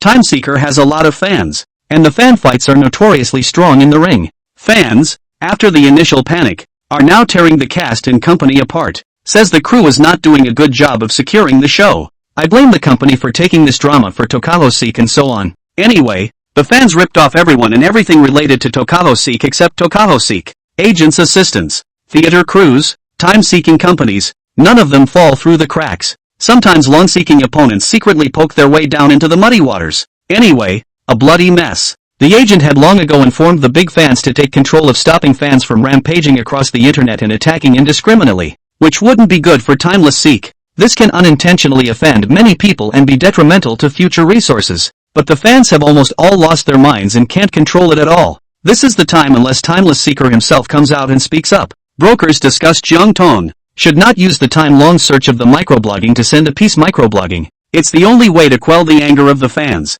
Jiang Tang thought for a few seconds and shook his head. "No, in case it's exposed that Toki Nagashi didn't wake up. We're cheating our fans this way, and it'll enrage them even more. Fans can do anything when they lose their minds. Don't underestimate the fans. Top streamers like Timeless Seek rely on them. There are several top streamers in the circle that have fallen on hard times because of their fans. And with a top stream like Tokaho Seek, it's possible that many of the hospital's medical staff are fans of his. They can't take the risk. There were only two things they could do now. First, wait for Tokaji Seeker to wake up. Second, control public opinion and discipline fans to the best of your ability." The agent nodded. "Sister Jiang Tang." Shi Qisheng called Jiang Tang. Jiang Tang saw him and froze for a moment, asking, "Why are you here?" There were a few people in the hospital room, but her mind was on Timothy Seeker and she didn't notice the others. "Toki Chiseng is my cousin," Toki Chiseng said. "Ha?" Jiang Tang froze for a moment. Shi Changsun is Shi Qisheng's cousin? How could she not know something like that? She was fairly familiar with the Toki family. How never heard of it? "My cousin grew up in other cities and only returned to the Shi family 2 or 3 years after my great-uncle and aunt died," Shi Qisheng explained. Jiang Tang. She remembered. She'd heard about the Toki family's eldest uncle, who had fallen in love with a young lady. A real young lady, the kind that sells her body. The Toki family certainly couldn't accept it. In the end, the elder uncle of the Toki family took that young lady and left Sea City. When the eldest uncle of the Shi family ran away from home for love, she was only 2 or 3 years old and had no memory of it. And this incident was something she heard from the elders later on. Jiang Tang nodded. The agent was just looking at Fongling. From her eyes as an agent, Fongling would definitely hit it big if he came to be an artist. She had also heard some rumors in the company that the president had gotten married to a certain son of a family in the circle. At this hour, with the president, this must be the president's husband. She knew that the president's husband, with such a status, should not come to the entertainment industry. After all, there was no lack of money. But what if? What if the president's husband is interested? There are a lot of rich kids in the circle too. Fengling went to talk to Shi Qisheng while the agent slipped over to Fengling's side and said with a smile, "Hello." Fengling nodded. The agent smiled and said, "I'm an agent. I wonder if Sir is interested in coming to the entertainment industry? Sir, you have such an outstanding appearance condition. You believe me, as long as you go through my packaging, Sir can definitely make it big in the entertainment industry." Fengling. He glanced at the agent and looked at Jiang Tang in surprise. Jiang Tang. She hadn't realized the agent was so solicitous. Her top stream artist is still lying in a coma, alive or dead, and here she is starting to look for someone else? If Toki Nagisa woke up at this time, how sad it would be. He's not interested, Jiang Tang said faintly. Even if Fengling was interested, it wouldn't work. He was the only seedling of the Feng family and was destined to carry the entire Feng clan banner in the future. Grandpa is getting older now, and Fengling is now grasping for growth. There is no time for him to waste time in the entertainment industry. The agent was a little disappointed. Why is it that these good-looking ones are either a young lady or a young master of a rich family? The president is, and so is the president's husband. If the president and the president's husband were poor, ordinary people with these looks, she would have been able to impress them into show business. With her eyes as a professional agent, it was really two big losses for the entertainment industry if the president and the president's husband didn't enter the entertainment industry. Unfortunately, there's no way to impress them with money. Fengling nodded. Well, I'm not interested. Though he was fun-loving and usually looked out of shape, he knew his responsibilities and burdens. The agent's disappointment was overflowing. Toki Sang was unconvinced on the sidelines. "Why don't you ask me?" he asked the agent. "He's a handsome guy, too." The agent looked at Tokiwa Sang. Toki Chi-sun was also handsome, but this kind of handsome, to the agent, was just plain handsome. Chapter 47 Butler Zhao delivers food to Shi Chang-sun.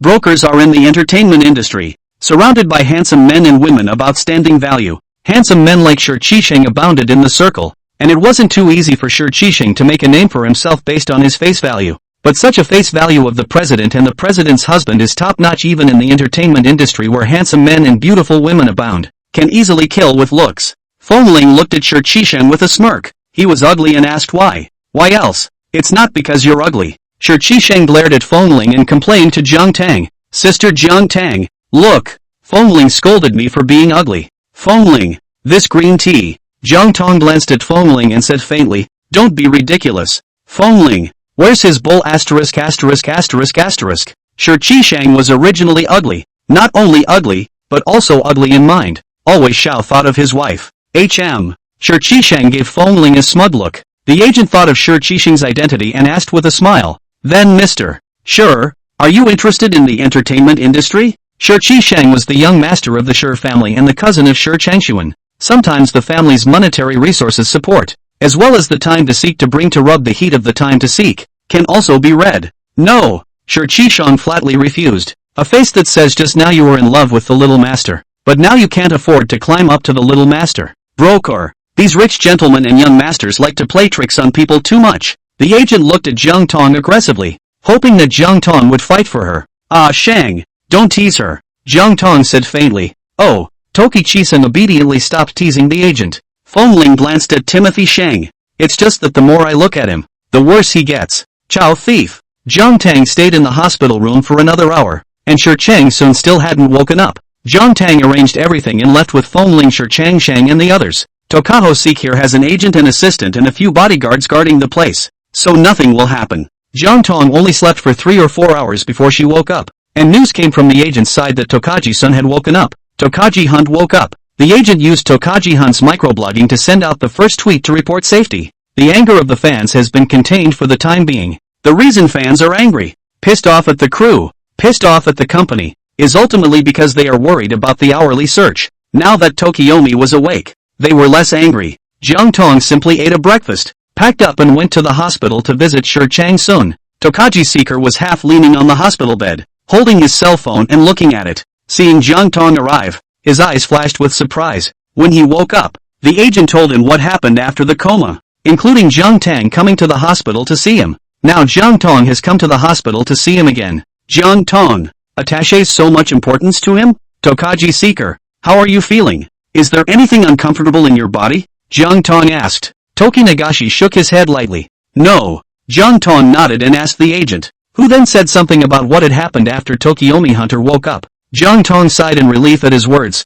It seemed that Shi Chang-sun was really fine. Recuperate well if you're injured. Jiang Tang said. Don't think too much. The company will deal with the crew about your injury. Tokaho Hunt was injured on the set, and it's the crew's fault that the wigwam broke. The company is going to make the crew pay for the damages. Aha! Tokiomi Hikari nodded her head. She thought for a moment and said, take advantage of the injury and stay home for a while. Ever since he became popular, Tokaji Hunt has had a full schedule and has hardly taken any breaks. Aha! Tokiomi Hikari nodded her head. Looking at Jiang Tang left after barking some more precautions. Sure Changshuan watched Jiang Tang leave. Retracting his eyes he realized the agent had been staring at him. Don't you start on the president, the agent said with a frown. The way Sure Changsun looked at Jiang Tang was not right. Tokaji Seeker didn't say anything. Seeing him like this, the agent's heart sank. Just now it was just a suspicion, but now it's a certainty. The president is married, the agent said. I saw her husband last night. His status is honorable and his looks are even better than yours.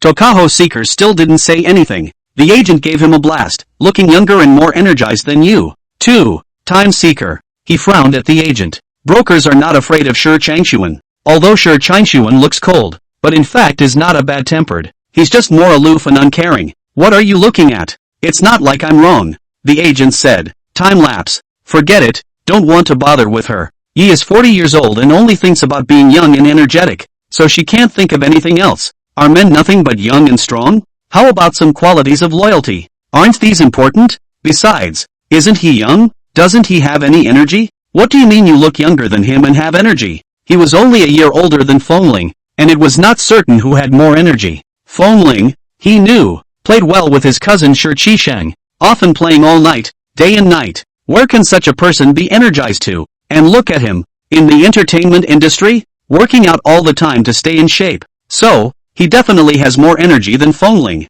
Fengling was just looking strong, but if he really wanted to compete, he definitely wouldn't lose. At noon, Jiang Tang called Butler Zhao and asked him to arrange for someone to bring food to Shi Changsun. In fact, with such a status and position as Tokaho Seek, there is no worry about bad food. But this kind of doing by Jiang Tang belonged to a kind of superior's concern for his subordinates. Tokaho Seek earns hundreds of millions of dollars a year for the company, so of course he has to be coaxed. It's not a person, it's the god of fortune. The contract between Tokaji Sun and the company isn't long, and right now, there are already a lot of brokers and entertainment companies throwing olive branches at Tokaji Sun. She wanted to be nice to Tokaji Hunt and work well with each other so that, when the time came, she could renew her contract. It was rare for Jiang Tang to order, and Butler Zhao had the family's cooks make meals suitable for the patients. Then, personally, he brought someone to deliver them to Shi Changsun. The agent was a little surprised to see Butler Zhao and the servant carrying the meal. Who are you? The agent asked. Butler Zhao smiled and said, I'm the Feng family's butler, surnamed Zhao, and it was the young lady who ordered me to bring Mr. Shi's food. Young lady? Aha! Butler Zhao smiled and nodded. My young lady is the Jiang family's eldest miss, Jiang Tang. The agent looked at Zhao Butler. This butler said it was the butler of the Feng family. The Feng family. The only powerful family surnamed Feng that could be called out in Sea City was that Feng family. The agent, secretly alarmed in her heart, smiled and invited Butler Zhao into the hospital room. Butler Zhao looked at Timothy Seeker. I heard that this injured one is the top stream of the young lady's company. The top stream injury was such a big deal that almost everyone who has been online has brushed up on it. Joe Butler also brushed up to it. This top stream is so long and beautiful. However, it was far worse than his young master. Chapter 48 Young Master is the kindest young master in the world. The young master is the best looking. The agent told Tokaji about Butler Cho's identity. Tokaji Seeker nodded his head faintly, although seeing Butler Zhao reminded him of Fengling and put him in a bit of a bad mood. But when he thought that Jiang Tang was so concerned about himself that he specially instructed to have someone bring food all the way to the city, his mood was good again. Tokaho sought to eat. Butler Zhao then left with the servants. The agent, now aware of Fengling's identity, said to Timothy Seeker, what are you going to compete with others with? Time lapse. The agent said, the Feng family, rich as a nation. Young Master Feng, the only child of the Feng family, do you know what it is to own? Possessing a wealth of status that is far beyond even if you could inherit the Shi family one day. And young Master Feng has a face like that. How can Tokaji Hunt compete? It wasn't that the agent intentionally wanted to strike down and belittle Tokiomi, but she was afraid that Tokiomi would make a mistake. If he really had true feelings for Jiang Tang and did something out of it then, it would be over. He's a top streamer. His every move is scrutinized, and if he's found out, it would be a near devastating blow to his career. Therefore, She must extinguish this little thought of Tokiomi seeker in time. If you really want a relationship, I'm not against it, but you need to find a clean and innocent one, the agent said. Adore a man's wife, and sooner or later collapse the room. In the past, she was opposed to timeless seeker getting into a relationship. A top stream like him relies on his girlfriend's fans. Once he gets into a relationship, the fans are sure to launch a protest. The fans will surely protest, but right now, couldn't care less. As long as she could extinguish Shi Changshuan's thoughts about Jiang Tang, she would rather Shi Changshuan fall in love. And when the time came, she could still hike the CP. Timeless search. If you say that again, I'll apply to the company to change my agent. The agent shut up. Watch the hourly search. In the end, I couldn't hold back and said in a small, aggravated voice, I'm doing it all for your own good. Tokaji Hunter closed his eyes and completely ignored her. Broker. More aggravation. After Butler Zhao delivered the meal to Shi Changsun, he went to call Fengling. Tell him that the young lady asked him to send lunch to Tokaji Seeker. Fengling. Although he knew that Jiang Tang was probably just concerned about sympathizing with his injured subordinates in this way. But still, the heart is not in it. It's not like Tokaho is broke and can't buy food. It's not like there's no one around him to take care of him. There's a whole bunch of assistants, brokers and drivers. It's Jiang Tang's turn? After being with Jiang Tang for so long, Jiang Tang hadn't even asked Butler Zhao to bring himself a meal. Instead, he brought food to Tokiomi Seek. Also, it was late at night last night. So late, all to visit Tokaji Seeker. Is she paying too much caring attention to Tokaji Hunt? Young Master Feng was not happy in his heart. Collapsed a batch face on the way home. Just as he entered the house, he saw Butler Zhao asking the servants to go and deliver meals to Shi Changsun. 3 servants, all carrying lunchboxes in their hands. 6 whole large lunchboxes. Each lunchbox is 4-tiered. Eat this much? It's really a matter of not paying for other people's food, so he can eat it hard and get fat and die. He eats so much? Fengling asked. Butler Zhao smiled and said, it's not just Mr. Shi's, but also the young ladies. Fengling frowned. Jiang Tang's? Butler Zhao smiled and nodded, saying, young lady said she went back to the hospital after work to visit Mr. Shi, and asked that her meal be sent along. Fengling. So Jiang Tang was going to have dinner with Tokaji-sun in the hospital? Last night Jiang Tang went to visit Tokaji Seeker in the middle of the night. Stopped by to visit him again on my way to work in the morning. And now you're going after work? She's looking at it 3 times a day? Is Tokaho Hunt that good? Fengling's face was ugly, but he didn't say anything. Butler Zhao smiled and said, young master, the house is a bit busy today. The servants all have something to do. How about young master taking someone to bring food to Mr. Sure. Fengling frowned and said angrily, why should I go and bring him food? He just wants to send him poison. A bowl of poison goes down and poisons him, because the maids at home are busy. Young master, please help me. If I can't do the things that young madam explains, young madam will fire me. Young master, I have an old man and a young man. I'm under a lot of pressure. If I'm fired, young master, what will I do? Butler Zhao spoke pitifully. Fengling frowned and glared at him, saying, seeing as you've been working in the Feng family for so many years and have done your best for the Feng family, I'll help you this time. Thank you, young master. Butler Zhao smiled and said, young master is the kindest young master in the world. Fengling grunted and led the servants away. He walked ahead, empty-handed, with 3 maids following behind him carrying meals. Butler Zhao smiled as he watched them leave. Young master is still childish. He just needs to be coaxed. Fengling brought the maid to the hospital's VIP ward. The bouncer at the door knew his identity and let him in straight away. Jiang Tang was talking to Tokaji Hunt's agent. The two were discussing something on the web. Tokaho seeks to wake up. The public opinion on the internet these temporarily controlled. However, fans are still pressuring the cast and company to give an explanation to Timeless Seek. Moreover, there are other entertainment agencies coming down today, poking and prodding that the company is not treating Shi Changsuan well, letting Shi Changsuan go to shoot such a dangerous scene, squeezing Shi Changsuan how so-and-so. Some fans gave the boot to get Timeless Seek to terminate his contract with the company and sign with another company. Brokers are employees of the company. She's definitely on the company's side. Just discuss with Jiang Tang. There was no avoiding the hourly search either. Shi Changshuan half lay on the hospital bed and looked at Jiang Tang. She's as beautiful as ever, gentle and brave. As he watched, his gaze colored with a few moments of infatuation. Fengling came in and he just happened to see it before he could retract his eyes. Fengling, what are you looking at? Young Master Feng was not someone who could tolerate it and exploded on the spot. Frowning in exasperation, he glared at Tokiomi. Fengling's sudden voice startled the people in the hospital room. They looked over one after another. Shi Changshuan looked at Fengling, his eyes firm, without any retreat. Seeing that he didn't have the slightest bit of weakness, Fongling became even more angry, gritting his teeth. If he wasn't a patient, he really wanted to rush up and punch him twice. What's wrong? Jiang Tang asked, coming to Fongling's side. Fongling was cold and didn't say anything. Was it possible to say that just now Tokiomi had looked at her with eyes that were not innocent? Such words he really couldn't say as her husband. Jiang Tang looked at Toki Nagashi. Tokaho Seeker didn't say anything either. The agent was scared to death on the sidelines, not knowing what was going on, but looking at the looks on the two men's faces, he could have guessed. It must have been Timothy seeking to look at Jiang Tang and was discovered by Fongling. The way Shi Changsun looked at Jiang Tang was not innocent by any stretch of the imagination. Can young Master Fong stand it? Jiang Tang asked Fongling, why are you here? Chapter 49, Showing Love. Only then did Fongling say in a cold voice, Butler Zhao was unavailable and asked me to deliver your meal. Jiang Tang looked at the three maids standing behind Fongling. Each carried a lunchbox in his hand, and then looked at Fongling, empty-handed. She smiled and said gently, hard work. Fongling glanced at her and hummed, his face looking much better. Have you eaten? Jiang Tang asked him.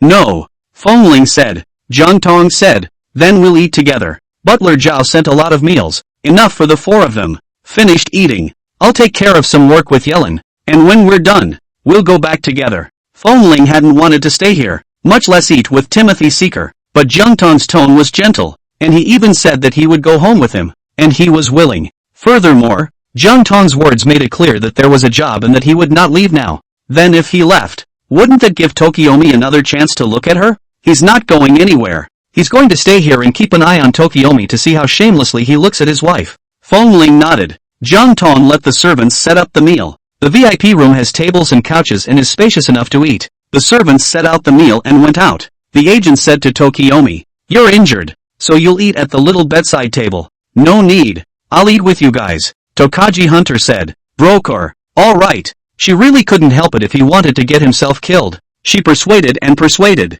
Intercepted too. A few more words and he threatened to change her agent. Now, she swings for the fences. Whatever. The four of them just sat down to eat. Fongling glanced at Shi Changshuan. Even though Shi Changshuan wasn't as good looking as him, nor was he as rich, but he still minded. No man would be generous enough to not mind another man thinking about his wife. It's not like he has a cuckold fetish. Fongling thought for a moment and suddenly added a chopstick of vegetables to Jiang Tang's bowl. Jiang Tang glanced at him. Fongling didn't say anything, but his ears went red. They looked like this, and both Tokaji Hunt and the agent saw it. Jiang Tang retracted his eyes and said nothing, continuing to eat. The temperature on Fongling's ears slowly faded. It's the first time he's ever done anything like this. He did it on purpose. Fongling retrieved his mind and was about to eat when he saw Jiang Tang give him a chopstick of vegetables in his bowl. Fongling. Jiang Tang, what does she mean? Does she know what he's thinking? Fongling looked at her. Jiang Tang smiled lightly. Eat? Fongling nodded her head with a slight blush,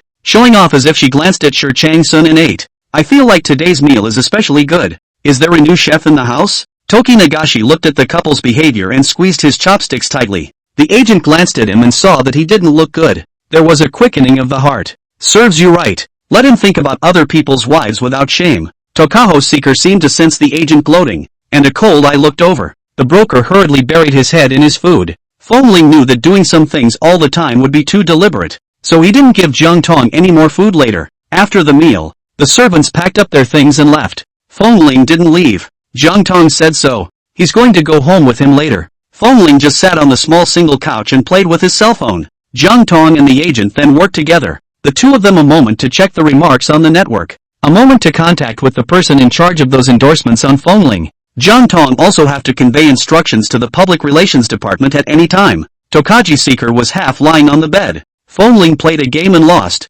so he didn't want to play anymore, and was bored so he watched Jiang Tang. Jiang Tang is very pretty, and even prettier when she's working seriously. She was wearing a white shirt today, her long hair in a low ponytail, her head hanging slightly as she worked with her agent. The most attractive people are those who are serious about their work, both men and women. She was already beautiful, and at the moment, she was even more charming, and he was mesmerized as he watched. Then, realized that he was not the only one who watched mesmerized, and another man in this house. Fongling frowned and glared at him. Tokaho Seek really has no shame. Keep staring at other people's wives. Doesn't he have a wife of his own? Okay, it's true that he doesn't have a wife, but he can't keep staring at other people's wives if he doesn't have a wife. The bar is so low these days for actors and stars and such. Really, a man like Tokaji Hunt who thinks about other people's wives can be a top stream. I really don't know what the fans who fan him are thinking. The way he is, sooner or later he will collapse the house. Sure Changshan looked at Fengling, his eyes without the slightest hint of weakness. Fengling frowned and glared at him. Wish I could gouge his eyes out. Sure Changshan glanced at Fengling, not taking Fengling's cold eyes and threats in the slightest. Fengling, wish I could punch him in the face. But he didn't want to get rough in front of Jiang Tang. Moreover, he knew why Jiang Tang valued Sher Changsun so much. It's because Time Seeker is the top stream of Qiangtang and can make a lot of money for the company. He wouldn't fall for Timothy's scheme. He was young and arrogant and capricious. But he wasn't stupid. Fengling didn't pay attention to Sher Changsun, but instead trolled with Sher Qisheng on WeChat. Fengling, how is your relationship with Tokiomi? Toki Qiseng, what's the point of asking that? Fengling, ask you. Just answer. Time late sang, General. Toki Changshan returned to the Toki family only after his great-uncle and aunt died, when his cousin was 20 and he was 19. There's no emotion. After he came back, his cousin went into the entertainment industry, and he usually had less contact with him to meet. Not much better than a stranger. Cousins aren't close to the timbers either. Fengling, if one day he competes with you for the family fortune, you can do it without worry. Time late born. Fengling, I support you unconditionally and absolutely. Toki Qiseng, what are you talking about? Fengling, anyway, that's all you need to remember. Tokio sang. Fengling. Jiang Tang stood up and called Fengling. Fengling raised his head to look at her. Jiang Tang said, let's go. Fengling nodded. Jiang Tang said a few words to Sher Changshuan and told him to take care of his injuries and health, and that she and the company would be responsible for everything. Don't worry. Tokiomi sought a nod. Jiang Tang gave a few more instructions to the agent and left with Fengling. The agent watched the two leave, then said to Tokiomi, they're such a good match. Tokaji Hunter gave the agent a cold look and closed his eyes, not bothering to look at her. Broker. Jiang Tang and Fengling returned home. Fengling didn't hold back and asked, can Timeless Seeker make a lot of money for the company? Jiang Tang was a bit surprised that Fengling would ask this question and nodded.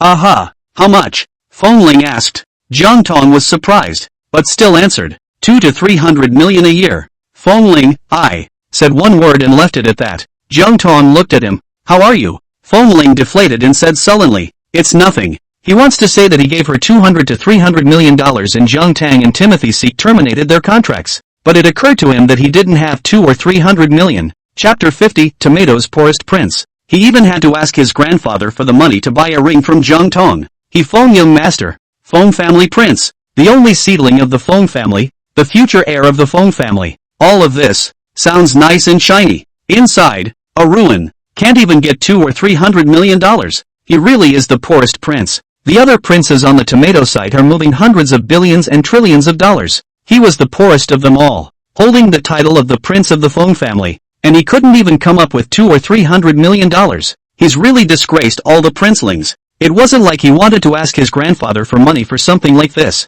Looks like you'll just have to make your own money. He used to have little desire to make money. He was the crown prince of the Feng family. Everything in the Feng family would be his in the future, and usually grandpa would give him pocket money. He really doesn't have much desire for money. He wanted to buy a car for a while before, tried to invest in it and lost money, so he completely stopped thinking about making money on his own. In grandpa's words, the Feng family's money, as long as he didn't get into something he couldn't and didn't invest it indiscriminately, he wouldn't be able to use it up in several lifetimes. But now, he wants to make money. Now I finally understand why men on the internet say that being married is financially stressful. It is indeed quite large. He used to be a man who fed his family alone. But now, no more. There were so many things he wanted to do. Fengling thought about it and still only invested. Like show Crescent Moon can go to be an Edison. Live with goods to make money. But he's going to take over things in the future. So he doesn't have that much time to become a web celebrity and shoot live videos to bring in goods or whatever. The only way to spend money and invest it is to pay only money, not people. For this kind of thing, Fengling was a bit too embarrassed to ask Jiang Tang, so he ran to ask Master Feng. An elder Feng had just washed up and was ready to go to bed and rest when he heard Fengling say that he wanted to make an investment. Scared instantly out of sleep. Ling, didn't Grandpa tell you? As long as you don't invest indiscriminately and guard the Feng family, the Feng family's money won't be spent in several lifetimes? Why invest again? Is it because you think the Feng family has too much money to spend and take it to the drain? Now they, the parents, are not afraid that their children and grandchildren will mingle and wait for death, but they are afraid that their children and grandchildren will think of one thing or another. not recognizing themselves and investing indiscriminately. The Feng family's money is yours now, not mine. I want to make my own money, Fengling said seriously. Elder Feng looked at Fengling's serious appearance, thinking about a year ago, when he wanted a car and was so serious about him not buying him one. He had to earn his own money. Then he lost all his pocket money he had saved up over the years for New Year's red packets and all that. Could it be that history is repeating itself? Why do you want to make money again? Elder Feng asked. Fengling said, I'm a man. Isn't it normal to want to make money? Elder Feng looked at Fengling. He didn't lack money to spend, and he hadn't gotten into any gambling or anything like that. But why does he suddenly want to make money? You want money? How much do you want? I'll give it to you, Elder Feng said. Don't ever invest in it, please. I'm going to earn it myself. Fengling was serious. A few days ago to buy a ring for Jiang Tang asked Grandpa for money. And now I have to ask Grandpa for money. Is it possible that every time I need money in the future, I will ask Grandpa for money? It's okay if Grandpa gives it every time. But what if one day Grandpa doesn't give it anymore? That's why it's better to rely on people than to rely on yourself. Elder Feng looked at Fengling in surprise. It was thought that Fengling was here to ask for money, in the name of investment. I can't believe it's not. Is it true that you are grown up and married and mature enough to know the responsibilities of a man? Fengling said, I'm not asking you for money, so just tell me what is the most profitable investment right now. Elder Feng looked at him speechlessly. He's not asking him for money now, but when he's finished losing money on his investments and has no money, won't he still have to ask him for it? This account, at his age and having been in business all his life, doesn't he know how to do the math? Even he, young Master Feng, can't he borrow money in Sea City? If he really wanted to go borrow money, no one would lend him tens of billions, but there are definitely people who lend billions. Even if he didn't ask for a loan, the bank went for a loan and he was able to borrow billions. After all, the Feng family's estate was there. Not to mention the Feng family's cash that existed in the bank. Just the Feng family's hundreds of five-star hotels were worth hundreds of billions. Open an MCN company. Elder Feng thought about it and said, nowadays, netizens make money, take advertisements, and broadcast live with goods. It's mainstream. Fengling. Moreover, Jiang Tang is also considered to be in this line of work. So if you encounter something you don't understand, you can still ask Jiang Tang. This was what Elder Feng thought. With Jiang Tang keeping an eye on him at all times, Fengling shouldn't be able to lose much. Fengling's eyes lit up. Yeah, open MCN and ask Jiang Tang if you don't understand. He can also frequently contact Jiang Tang, so that Jiang Tang can see that he is a man with a career and drive. Fengling walked away beautifully. Elder Feng, I hope this investment goes well and I don't lose all my money in blood like last time. Fengling returned to the bedroom. Jiang Tang had just taken a shower. Fengling said to Jiang Tang, I'm going to start MCN. Jiang Tang froze for a moment. Grandpa agreed? Aha. Fengling nodded. Grandpa's the one who told me to start MCN. Jiang Tang understood after thinking for a moment. Fengling opened MCN, and she is considered a peer. If there is something she does not understand, she can also point out and teach Fengling. Aha. Jiang Tang smiled and said, you can ask me if you don't understand. Fengling waited for those words and nodded. Jiang Tang said, go take a bath. Fengling's eyes lit up. Jiang Tang urged him to take a shower. Jiang Tang laughed a little and said, I'm on my period. Fengling froze for a moment. Subconsciously, he looked away. With a disappointed oh, he dutifully went to take a shower. Then in the bathroom, with a cell phone Baidu, women's period usually come a few days. Period can cohabit? He probably knew a little about these, but not fully and carefully. What's a big man like him doing knowing all this? So just search for it. I learned that a woman's period usually lasts 7 days and she is determined not to have intercourse. Fengling. The whole thing is bereft. 7 days of abstinence, which was torture for a young, fresh-faced addict. Moreover, Baidu also said that even a day or two before the end of the period should not have intercourse. It's not good for a woman's body, and it's easy to get infected with bacteria. So do the math and abstain for 10 days. The sky, literally, is falling. Then Jiang Tang saw Fengling come out of the bathroom breathlessly, with a look of grief. Jiang Tang. What did he do in the bathroom?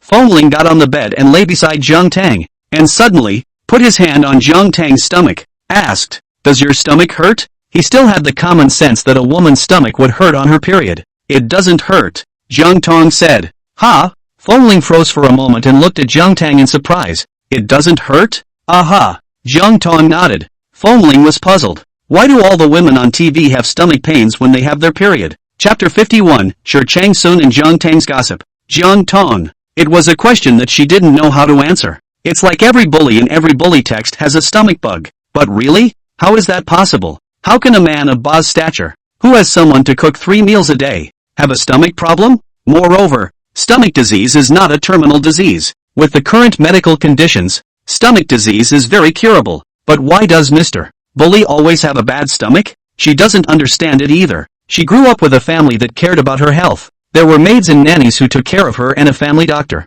When she reached puberty, she was taught to tone her body if she was a little uncomfortable. Even if it did start out a little uncomfortable, it has long since toned down. Not everyone is in pain, Jiang Tang said. Some women don't have pain. Some are slightly uncomfortable, and the kind you see in TV dramas that vomit and faint from the pain are in the minority. Maybe 1 or 2 out of dozens. Normal is no pain and slight discomfort. It's all about small odds on TV. Fongling, oh, so it's the TV that's been fooling me all these years. Fongling felt a little embarrassed. Originally, I wanted to rub Jiang Tang's stomach and then ask the cook to cook brown sugar water for her. It doesn't even seem to work now. Fongling wanted to withdraw his hand and Jiang Tang smiled and said, "Your hand is very warm and comfortable." Fongling unleashed kindness and gentleness on her, and it was impossible for her to refuse. It was an unemotional union, but she still wanted to live her life properly. If not to make peace, at least to honor each other. Marrying Fongling, so far, she was satisfied. It was better than she thought it would be.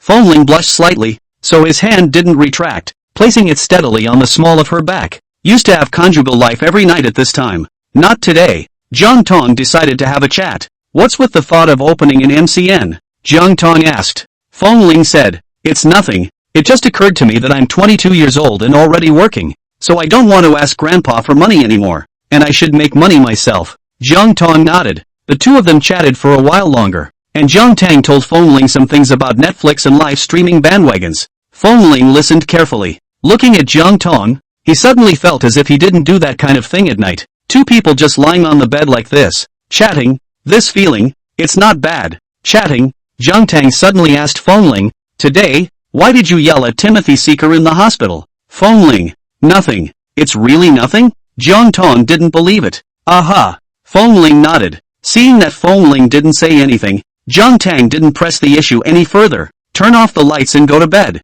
In the morning, when he went out, Fongling asked Jiang Tang, "Are you going to see Tokaji-san today?" Jiang Tang shook his head. "No go." He's stabilized now.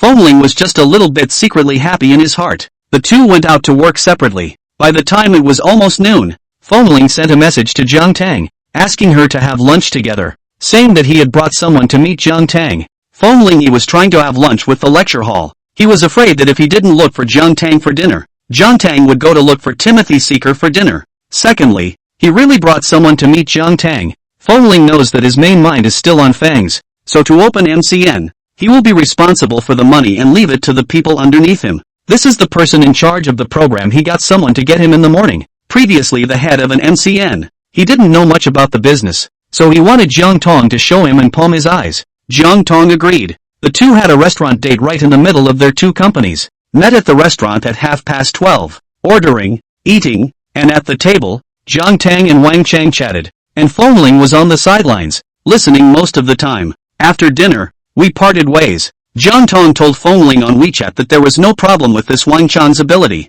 The rest of the character of these, only Fongling himself to examine. Wang Chang was pushed to him by a friend of Fongling's. Fongling thought about that friend's character and felt that he was trustworthy, so he just invested the money and let Wang Chang do it. He invested $5 million up front. Wang Chang knew Fongling's identity, and the person who recommended him had told him about Fongling's specific identity. Wang Chang decided to follow Fongling and do well. If you follow the prince of the Fong family, you won't have to worry in the future. As long as you work hard and don't have any crooked thoughts, even if this MCN doesn't work out, you can still follow the prince to do other things later on. Jiang Tang suddenly caught fire on the internet, because the ward where Toki Changshuan lived was picked up by the paparazzi. While some paparazzi took photos of Jiang Tang going in and out of Toki Changshuan's ward, Doggy wrote an exaggerated headline, "Shock, top stream injured, girlfriend visits late at night, breaks down in tears," played a picture of Jiang Tang and a video of him entering and exiting the time-seeking ward. As soon as the photos and videos were released,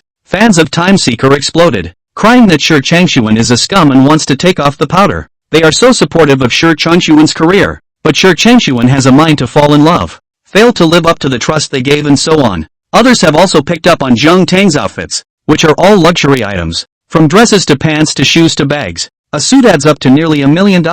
Some fans of the Rai family just mock the fans of Tokahoseek. The money you spend for your brother. He spends it all on his sister-in-law. Angry fans of Timeless Seeker have run to the top of Timeless Seeker's social account to yell at him to return the money. Called Jiang Tang. Now, underneath Time Seeker's account, the comments are either about to be disenchanted or shouting for his money back. It happened quickly, and by the time Jiang Tang knew about it, the fans were emotionally devastated. The whole internet is screaming for a delisting and a refund. Jiang Tang contacted Timeless Search's manager Yelin and asked her to use Timeless Search's Weibo to send out a statement. Yelin posted, said Jiang Tang wasn't Tokaji-san's girlfriend, but the fans don't believe it and think that Time Seeker is being sophomoric. Jiang Tang didn't want to expose herself. She was a boss, not an entertainer. There was no need to overexpose herself, but now you can't do it without exposure. Jiang Tang registered his social account and posted a statement, declared that she is not Timothy's girlfriend, but Timothy's boss. It's just that Timothy was injured and went to visit,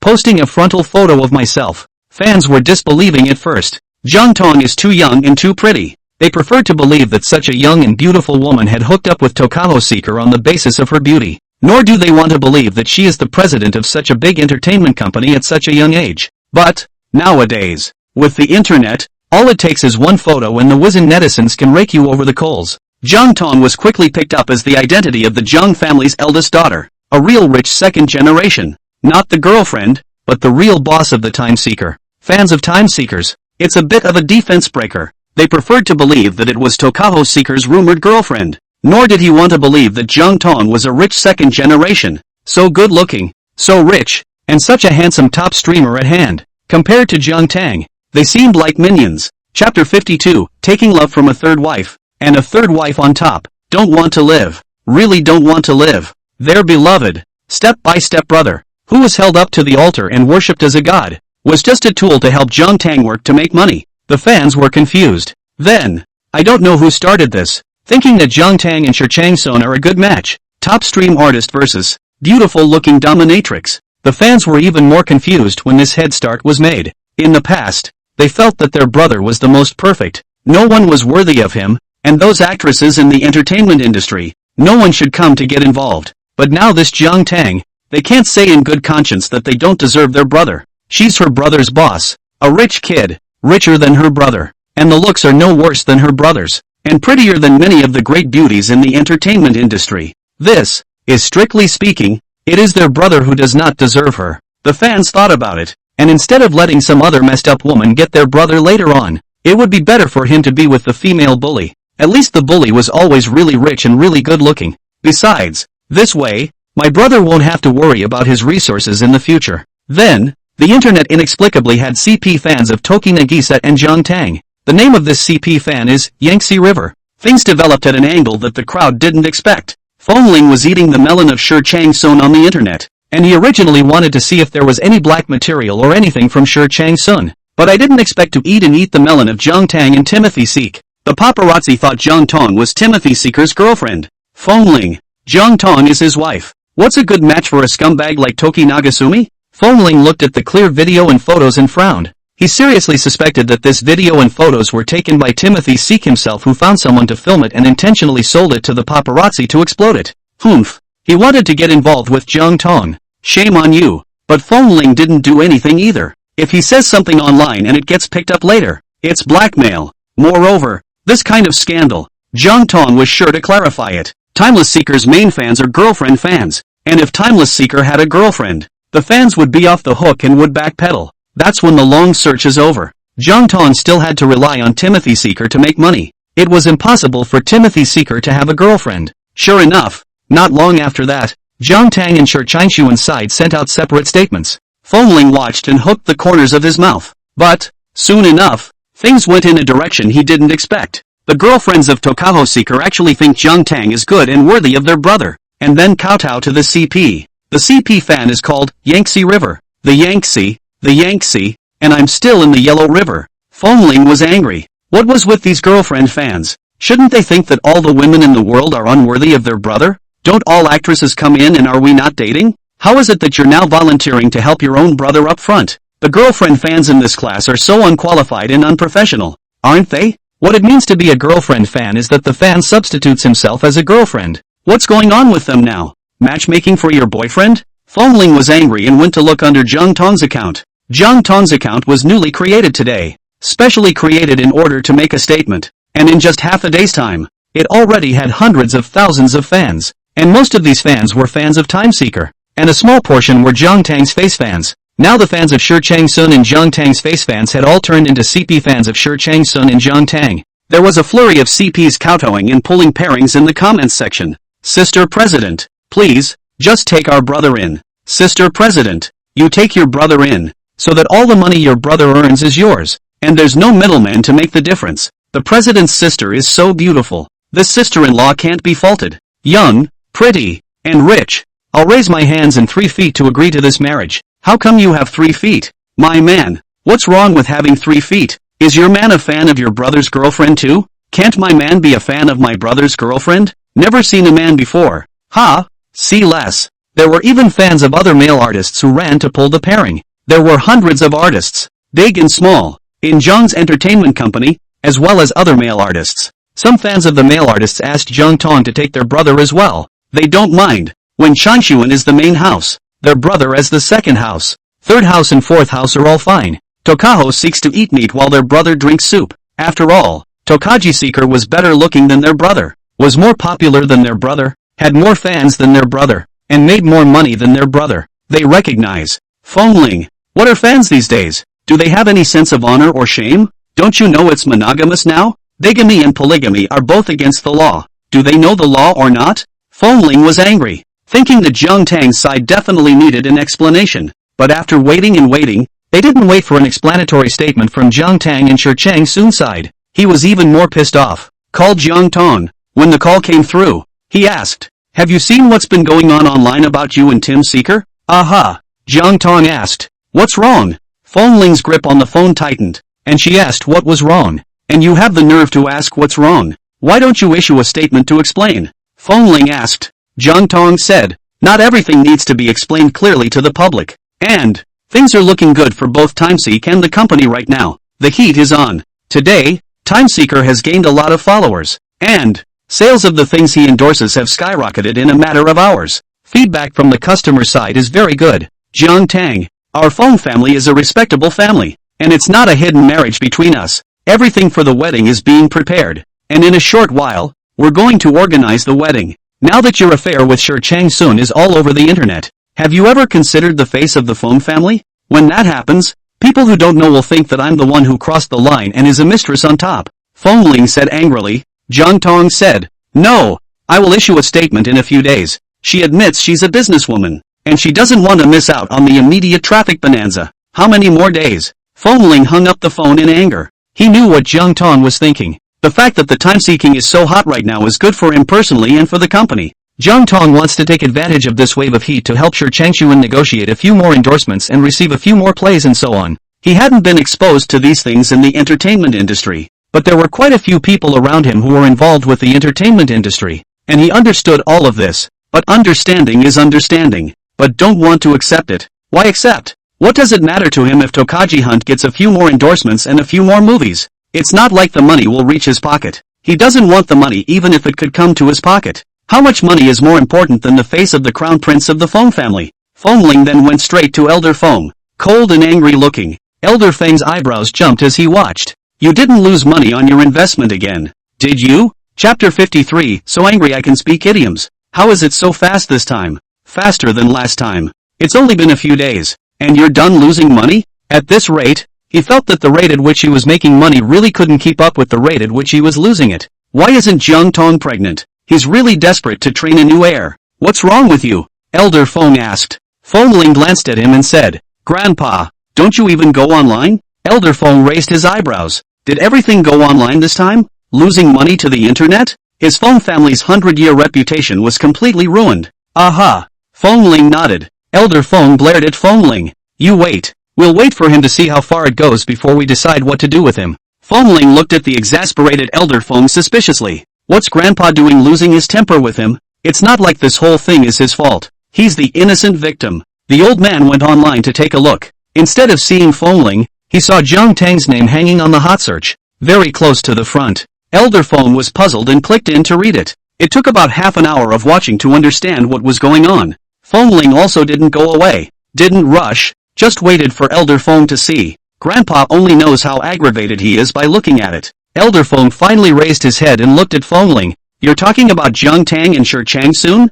Aha! Fengling nodded with a cold face. Grandpa, you say, isn't Jiang Tang going too far? Obviously married. Not saying anything, pretending to be single on the internet, making fans misunderstand. Elder Feng. In fact, as a businessman, he could understand Jiang Tang's approach. In this matter, both Shi Chang Sun and Jiang Tang had profited. There was no need to explain. Anyway, it's not like Jiang Tang took the initiative to speculate on CP. It's all the fans bouncing around there wishfully. In this way, even if the matter of Jiang Tang's marriage came to light in the future, Jiang Tang could not be blamed. Jiang Tang was not a public figure. There was no need to tell unknown strangers about her marital and emotional life. Thinking in terms of benefits, Jiang Tang's behavior is right. But looking at Fengling's angry appearance, this Elder Feng did not say, just look at him, he looks like he's about to blow up. If he said that, he'd blow up. Fengling had waited for Elder Feng to get angry. The grandson-in-law of the Feng family was dragged to accompany CP by those inexplicable netizens,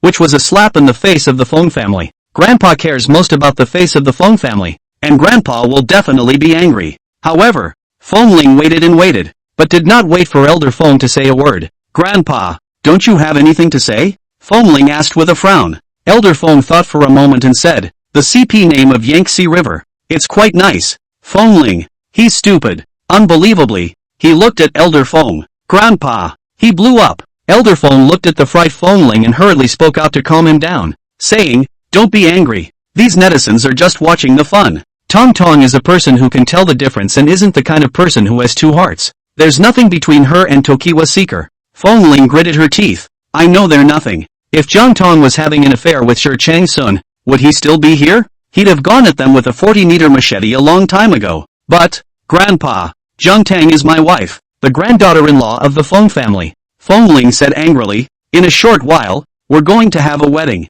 And by then, people who don't know the truth might think I'm crossing the line and a mistress on top. Elder Feng looked at Fengling. Smiling, he said, as I said, these are unimportant people, and what they say doesn't matter at all. How is it not important? Fengling said, 3 people make a tiger, 5 people make a chapter, and many people destroy bones. The more people say it, the more everyone really thinks it's like that. My young Master Feng's face and the Feng family's face. Don't want it. Ha! Elder Feng looked at Fengling with a smile. Yo, pissed off enough to speak in idioms. Fengling. Elder Feng looked at Fengling. After all that talk, isn't it really just jealousy? If he didn't like Jiang Tang, he wouldn't be so angry even if he caught him in bed. So what do you want? Elder Feng said. Fengling said, I want Feng Group's official account to release a statement that Jiang Tang and I have gotten married. He thought about going down and fighting himself to argue with those inexplicable CP fans, but he alone couldn't compete with billions of netizens even if he smoked his keyboard.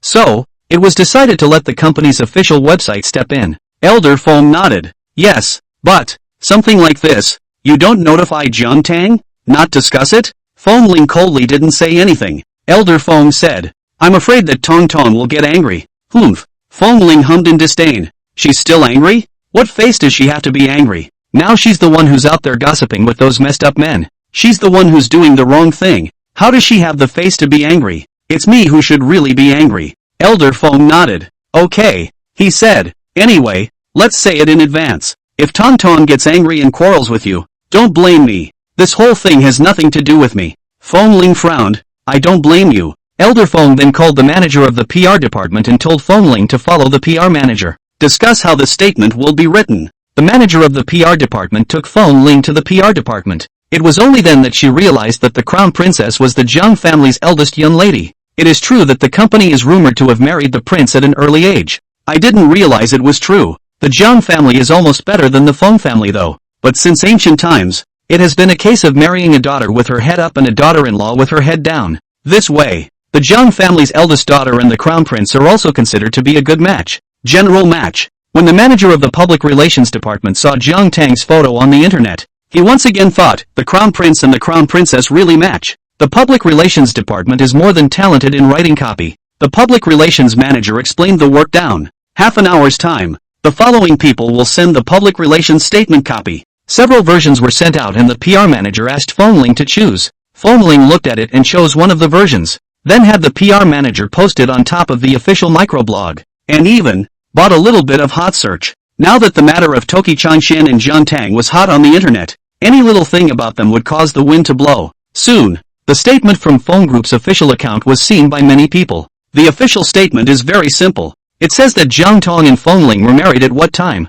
and asks netizens to stop rumor mongering or they will sue blah blah blah. Netizens were surprised to see it. Jiang Tang got married? What's going to happen to Nagasaki then? What about all their brothers? The fans wailed. They just knocked on the CP today and they be today? The fastest BCP in the world? Fans are crying everywhere. Fongling watched the movement on the internet. CP fans are crying all over the place, crying that it's impossible. Chapter 54, The word ugly is hot. Fongling was pleased and deserved it. There was also a portion of passers-by who were just discussing Jiang Tang and Fongling's marriage. When they got married, it wasn't simply two people getting married, but two consortia linking up. Fongling was satisfied now. Now that those CP fans know that Jiang Tang has a husband, they won't knock any nonsense CP nonsense. Fongling was in the middle of his complacency when Jiang Tang's call came. Fongling looked at Jiang Tang's phone and was inexplicably a little weak. Glancing at the PR manager, he took the phone and went to the side to answer it. Fongling, did you make phone issue the statement? Jiang Tang asked, her voice faint, unable to hear joy. Aha. Fongling nodded, his heart inexplicably uneasy. Will Jiang Tang be angry? What if Jiang Tang gets angry? Although he felt that he hadn't done anything wrong, he was still worried that Jiang Tang would be angry. Jiang Tang sighed and said, why don't you discuss this with me? Fongling said, then you didn't consult with me when you fired CP with timeless search. Jiang Tang, I didn't speculate on CP. Yes. Fongling became angry when he spoke about this. You are not actively speculating, but you are not stopping it either. Not stopping it is letting it go. Jiang Tang was silent. Fongling was originally angry, but Jiang Tang was silent and did not speak, and his surname Li was apprehensive and bottomless. Jiang Tang said, that's it for now. I'm working. After that, he hung up the phone. Fongling, that's it? Is Jiang Tang angry? Fongling frowned. She's still really pissed off. Shouldn't he be the one who's angry? With her and Tokiomi like this, people who knew they were married must have secretly laughed at him behind his back, mocking the green grass on his head. Fongling was angry and went back to the PR manager's office. The PR manager said, Prince. Fongling looked at her. The manager froze and privately said that the prince was used to saying that. Mr. Fong. The manager changed his tone. Do you need to buy a water army to manipulate and turn public opinion around? Fongling frowned. What kind of mercenaries are you buying? Manipulate and reverse what public opinion? Didn't he issue a statement to let the public know about his relationship with Jiang Tang and just don't talk nonsense in the future? Check it out. The PR manager said. Fongling came to the computer with a glance. The eyes went black. These CP fans. He really wanted to kill them. I can't believe they called him ugly. After the initial wailing of CP fans, they began to console themselves. Sisters, don't be discouraged. As far as I know, this kind of marriage between powerful families is a marriage of interests, without any feelings. Many couples are in love on the surface, but privately they play their own game. So, our Chungkong CP has yet to be. Mr. Jiang definitely doesn't like that prince of the Fong family. Maybe the prince is ugly. Even if it's not ugly, it's certainly not as good looking as our brother. MS. Jiang doesn't love the prince of the Fong family at all. She loves our brother. Our brother was injured in a movie shoot, and Mr. Jiang went to visit him first thing in the middle of the night. Is it a responsibility? Is it obligation? No, it's care. It's love. CKCP lives on. Looking at these remarks, Fongling's eyes were black and black and black. What the hell are these CP fans thinking? Why is it like a cult? What the hell kind of people put them in their heads? What the hell is going on in their heads? Fongling was about to explode. These CP fans left one that they are a luxury marriage and Jiang Tang has no feelings for him. Right one, he's ugly and not as good looking as Tokaho Seeker. The next Jiang Tang love is the time-long search. The manager looked at Fongling's ugly face and fire-breathing eyes, not daring to take a breath. Send the picture, Fongling said through clenched teeth. The manager looked at Fongling suspiciously. What kind of pictures are you sending?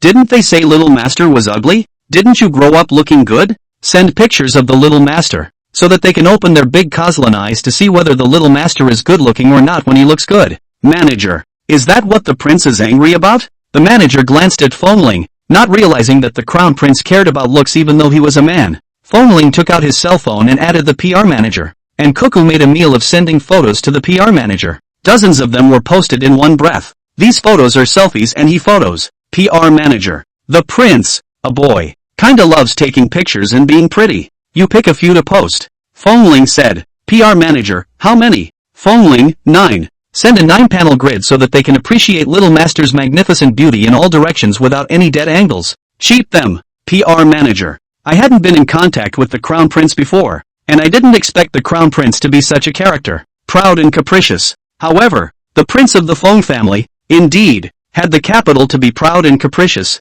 The prince's capriciousness is kinda cute. The manager had picked 9 photos. Then it was posted on the official account with the caption, Freshly Baked Mr. Seal Jr. Fongling hooked up the corner of his mouth and asked the manager, what do you think? Is it me that looks good? Or is it Toki Changxian that looks good? Of course you look good, the manager said. Fongling looked at her. Not lying to me? Not a compliment? No. The manager had a straight face. I meant what I said. Fongling nodded in satisfaction. Watch the PR manager. It was also that he was not yet the head of the group and had not yet grasped the big power. Otherwise, he would definitely give the PR manager a salary increase. She's a truthful person. Deserves better. After the photos were sent out, Fongling pretty much stayed under the official account just to read the comments from netizens. The netizens were a bit disbelieving when they saw Fongling's picture. This is the prince of the Fong family? So handsome? This face is a few points more handsome than even the top streams in the entertainment industry. Netflix is confused.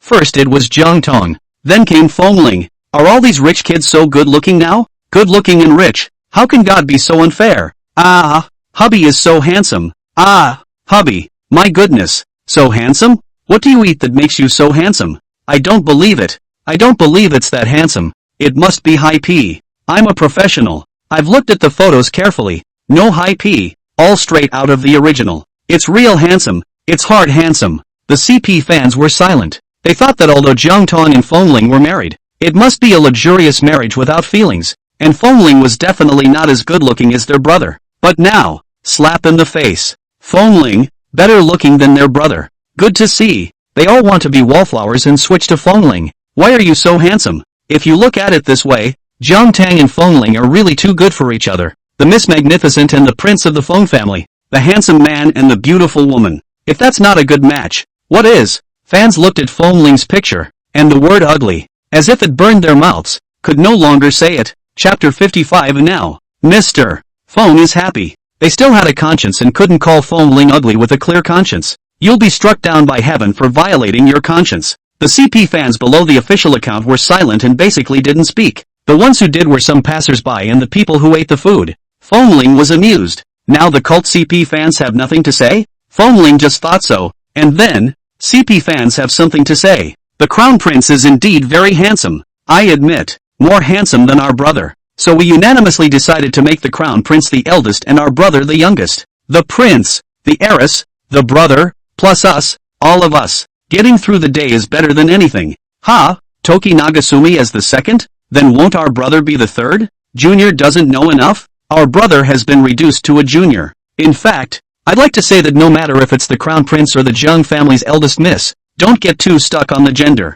Actually, we can all do it. Yes, we all can. Fongling, destroy it. These cult CP fans. He's really tired. The PR manager looked at Fongling's very speechless look and smiled. Mr. Fong actually doesn't need to care about this. The netizens are just joking. Fongling glanced at her and didn't say anything. Of course he knew they were joking about it. But he didn't think it was funny. And it wasn't funny at all. He doesn't like to be made fun of about him and his wife. But it's not like he could really be bothered with these CP fans just because they said that. So many CP fans. Can he count them all one by one? Really tired. Jiang Tang looked at the photo Feng's group had sent. This was indeed something Fongling could do. Even though he hadn't seen it with his own eyes, he could imagine Fongling's current appearance. And he must have exploded with anger. I was so angry that I wanted to rush into the screen to pull out those CP fans and beat them up one by one. Jiang Tang looked at the data in all areas. Because of the addition of Fongling in the Fong group, the time-seeking is much more discussed. Even in such a short period of time, several brands have contacted the site of Long Search and Company. That's a good sign. So far, things hadn't caused any negative impacts or remarks. So Jiang Tang wasn't allowed to take care of it. Take another look. Tokaji Hunter looked at the comments below his account and frowned. Go brother. Brother, you are the most handsome. Brother, we will always support you. Brother, the position of the main palace. Forget it, you don't want to think about it, we don't compete. The opponent is too powerful. The face value and family history are impeccable. We can't compete. But, brother, the position of the second house, we must firmly occupy. Yes, take a firm hold and definitely don't get overtaken by those juniors and seniors down there. Go brother. We will always support you. Brother, don't worry. You get well and recuperate. The position of the second house. We will occupy you firmly. Absolutely will not give anyone the opportunity to take advantage of. Yes, brother, we'll help you guard the position of the second house. Swear to guard the second house. Second house. Go for it. Go go go go go. Time lapse. And his fans just resign themselves to that? Just stop fighting? So you're willing to be a second wife? But the fans were willing. He wasn't. It was clearly him who had known Jiang Tang earlier. The agent looked at Tokiomi and asked, "What's wrong?" Toki Nagashi said faintly, "It's nothing." The agent looked at him suspiciously and asked, "You're not thinking of plotting to take over the throne, are you?" Time lapse. "You can't compete with Fengling," the agent said. Tim Seeker looked at the agent. He had really put up with her, and put up with her. If he hadn't followed her since her debut, and she did treat him well and was on top of all sorts of things, he really would have to replace her. Broker, what are you looking at? What could he do if he was disgruntled? She wasn't wrong. It wouldn't be so bad if you could actually be the second house. Unfortunately, she didn't dare to say the latter words because Tokaji Hunter stared at her with cold and icy eyes. "I won't be the second house," Sure Chang Sun said coldly. "If I want to do it, I'll be the first house." Broker, ambition is not small. Unfortunately, it's hopeless. The president and the prince of the Feng family, as you can tell, really don't have much affection. But as far as the president's means of holding people's hearts is concerned, it's easy to want to hold the Feng family's crown prince and make the crown prince move his heart. It's up to the president whether he wants to or not. As for the president, she had been in contact with the president for some time, and she could tell that the president was a standard strong woman. She focuses more on her career, and as for relationships and marriage, all she asks for is a stability. In other words, it was the result of the president's deep consideration that she was married to the prince of the Feng family. The president won't divorce the crown prince easily without something big happening. What's the big deal? What's the big deal? She felt that with the president's tactics, she could solve any major problem and turn a big problem into a small one. So, if there are no accidents, the president will never divorce the prince of the Feng family in her life. Unless, one day, the prince of the Feng family initiates a divorce. But the president can hold the crown prince. Will the crown prince mention divorce? The probability is small. So, if Tokaho Seeker could really become the president's second wife, it would all be a skill. You still want to be the first wife? Whimsical, dreaming. But the agent didn't say that, and said it was really going to be replaced. Fengling hadn't been in a good mood all day. Can he be in a good mood when his wife has been dragged into firing CP with another man? But, by the end of the day, the mood was instantly better. Because, he and Gangtang have CP fans too. Netizens who have seen him and Jiang Tang in their prime have been mesmerized by their blooming looks. Become a fan of their CP. And the name of their CP fan is Jiangling. 1,000 miles to Jiangling in a day. Lings are homophonous with Ling. Fengling thought that this CP name was good. Better than some Yangtze River. Fengling looked under the comments section of his social account. There are quite a few fans. Now that we have CP fans, it's definitely a good idea to set up superlatives to bring CP fans together. Fengling left this matter to Wang Chang. Let Wang Chang find someone to take care of his and Jiang Tang's CP powder. Wang Chang went to work on this, finding people who used to work with him. Soon, he created the superlatives, starting with his own people to liven up the atmosphere in the superlatives and drive the fans. Then it's about creating groups and giving out red envelopes to CP fans in the group. Wang Chang asked Fengling if she wanted to join the group. And of course Fengling did. Then he pulled Fengling into the group. As soon as Fengling entered the group, he saw CP fans talking in the group, saying that he was so handsome and matched well with Jiang Tang. There were also fans who used Jiang Tang and Fengling's photos to synthesize photos of their future children. Another fan made AI videos with Fengling and Jiang Tang's faces in such a short period of time with all kinds of sadistic love. The corners of Fengling's mouth couldn't help but hook up as he watched. Chapter 56 Young Master Feng gives out red packets when he's happy. CP fans really are the cutest creatures in the world. When he's happy, he sends out red envelopes to the group. Although, 3 or 200 million he does not have. But send red envelopes. Send a 3 or 5 hundreds of thousands of dollars a day. He can still afford to send. These CP fans have to go to school and work all day long. But they also have to take time out to make data for his and Jiang Tang CP. And they also have to make videos for them. And they also have to run off and fight with all those other CP fans who are second and third and fourth. He's so tired. What's wrong with giving out some red packets as a reward? Phoneling didn't hide his identity, so he admitted that he was phoneling in a big way, and then said that the fans had worked hard and gave them red packets. Let them get milk tea. Phoneling said to buy milk tea. Fans thought it was a few dollars of the kind of small red packets, which no, a little open. Spell hand red packets. 100 spell hand red packets, a total of $5,000. The most people grabbed a couple hundred, and Phoneling sent out several spelling red envelopes in a row, and then he couldn't send them out. It prompted him to run out of red packet credits for today's spell of luck. Phoneling. That's it? He remembers that he was only issued $20,000, and that's all he's used up?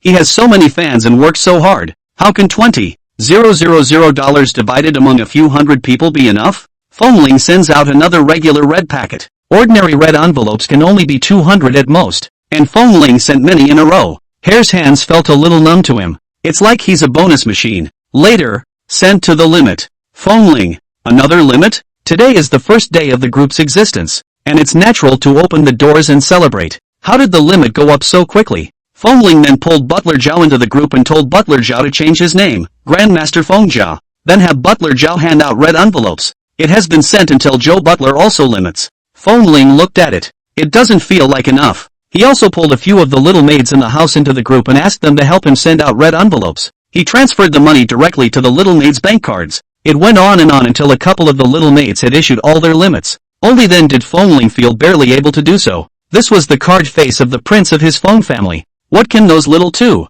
3, 4 or whatever out there do to compete with him? The prince of the phone family? The fans were confused. They never imagined that one day, the speed at which they grabbed red envelopes could not catch up with the speed at which they sent them. They hadn't even finished grabbing the red packet, and the number hadn't even come out yet, and the next red packet was sent out. It was worthy of being the rich and powerful prince of the phone family. This group was only just created. There were only 100 or so people, and then after Phoneling stopped sending out red envelopes, each CP fan counted. They actually grabbed thousands of dollars each. Some even got lucky and grabbed 5 figures. The CP fans were a rainbow fart to Phoneling. Over 100 people blew rainbow farts at Phoneling at the same time. What Phoneling is the most handsome? Phoneling and Jiang Tang were the best match. The others couldn't even compare to one of his toes. As long as they don't die, those little 2 biters out there will never make it to the top. What's good to hear anyway? Phoneling's heart blossomed with compliments. Would like to give them a red packet again if the limit wasn't up. They're so cute and quirky, and they talk so well. So who's going to give them a red packet if not them? Do you give red envelopes to those out there who don't have the vision to support Junior and Junior? Limit today. Will post tomorrow. Phoneling has been giving out red envelopes to his fans since he got home. Butler Zhao told Elder Fong. Elder Fong said, he's pulling the strings. Butler Zhao. Master Fong added, it's better than investing. Invest big tens of millions and hundreds of millions of dollars thrown in, and in the end not a single bubble. Spending a few $100,000 to buy people's hearts is nothing compared to the investment. He had just 2 requests for Phoneling. First, don't get into trouble and don't break the law. Second, don't invest blindly JB. As long as Phoneling didn't do either of those things, the rest didn't matter. What's wrong with giving your fans a little bonus? As long as he's happy. Elder Fong was even satisfied. Grow up. Now you know how to buy people with money. Butler Zhao also nodded in agreement. Well, the young master has indeed grown up. Jiang Tang was working overtime today and didn't come back until 9 o'clock. When he came back, he saw Phoneling sitting on the sofa, holding a cell phone. One moment his finger poked and prodded at the phone and typed, and the other moment he smiled. He looks like this, kind of like, in love? Jiang Tang raised his eyebrows, walking over and hearing the footsteps. Phoneling looked at Jiang Tang, then subconsciously turned off his cell phone to keep Jiang Tang from seeing the chat. If Jiang Tang knew that he was encouraging his fans to scold Tokabo Seeker and those of his fans in his fan group, Jiang Tang would definitely get angry. But he felt he was right. Tokabo Seek should be scolded for plotting against another man's wife. And the fans of Tokabo Seek who cowed out to Tokabo Seek and Jiang Tang when they knew Jiang Tang was married should be scolded as well. They deserve to be called out on it. From the rightful owner to the fans. So, he did nothing wrong. How could he, young Master Fong, do anything wrong? Jiang Tang looked at him and raised his eyebrows. Not saying anything, it seems, is really in love. There are some signs that a man is in love. Cuddling and chatting on my cell phone, giggling every now and then. It seems that this is how many sisters find out that their significant other is cheating on them. She wasn't angry about that. She'd seen too much of it growing up in this circle. Men have money. Really? Take the initiative to stick up. The number of beautiful women cannot be counted. The man refused to 1 2 3. Cannot refuse all? She'd seen too many uncles and elders out there keeping women on the side. Fidelity is rare these days. It's even available. She had never asked her other half to be faithful. She and Fengling, originally, were a marriage of interest without feelings. As long as Fengling didn't go too far, didn't make any illegitimate children, or brought people to her to show off and provoke her, she could care less. All can be done with one eye open. Fengling looked at Jiang Tang. Jiang Tang said nothing and went to the bathroom to wash up. Fengling sighed in relief. Sure, Chang Sun was Jiang Tang's moneymaker. Jiang Tang looked at him as if he were an eyeball. If he knew that he had not only opened his own trumpet to hack Timeless Seeker on the internet, but also led his fans to hack Timeless Seeker as well, he would definitely be angry. Fengling sent a message to the group. Good night everyone. My wife is back. I can't play with my cell phone. Fans in the group. The crown princess is so strict? No cell phones at 9 o'clock? Tighter than their parents. Jiang Tang washed out and was a bit tired, so she went straight to bed to rest. Anyway, she was still in her aunt's period, so she couldn't do anything. Fengling frowned as he looked at Jiang Tang, who was lying on the bed with her eyes closed and about to sleep. Is Jiang Tang angry? So it's cold turkey with him? Why are you angry? Chapter 57, Fengling calls his wife. Of course it's because he himself announced their marriage. Jiang Tang wants to hype up the heat with Timeless Seeker, make more money for the company. Why do so many artists like to speculate on CP and be contract couples nowadays? Isn't it because of the high profits you get in return? Fengling pursed his lips. He was also angry. Is Jiang Tang that short of money? It was clear that the marriage with the Feng group brought the Jiang group much more benefits than the 3 melons and 2 jujubes that Jiang Sun had earned. She doesn't coax him, the prince of the Feng family, and spends her day around earning 3 guavas and 2 jujubes for her hourly search. It really is a case of having long hair. Fengling looked at Jiang Tang. Her hair was really long and soft, black and radiating a bright shine. It's really pretty, especially when moving, the dark hair scattered on the snow-white body, like a leprechaun. Fengling's throat rolled. When will the days of abstinence end? So hard. Jiang Tang hadn't fallen asleep yet, just closed her eyes in a fake sleep brewing sleepiness. She felt Fengling looking at her and opened her eyes. It met Fengling's eyes that hadn't yet retracted their swagger. Jiang Tang. Fengling blushed slightly, said nothing, and got into bed. Jiang Tang had wanted to speak, but inexplicably felt that the current Fengling was dangerous. If she spoke, there's no telling what he'll do. She chose to shut up and close her eyes. But there was little sleep left. If Fengling really had needs, why didn't she go to her girlfriend outside? Early in the morning, Jiang Tang got up, then looking at my phone. The hourly search has been making a lot of noise on the hot seat lately.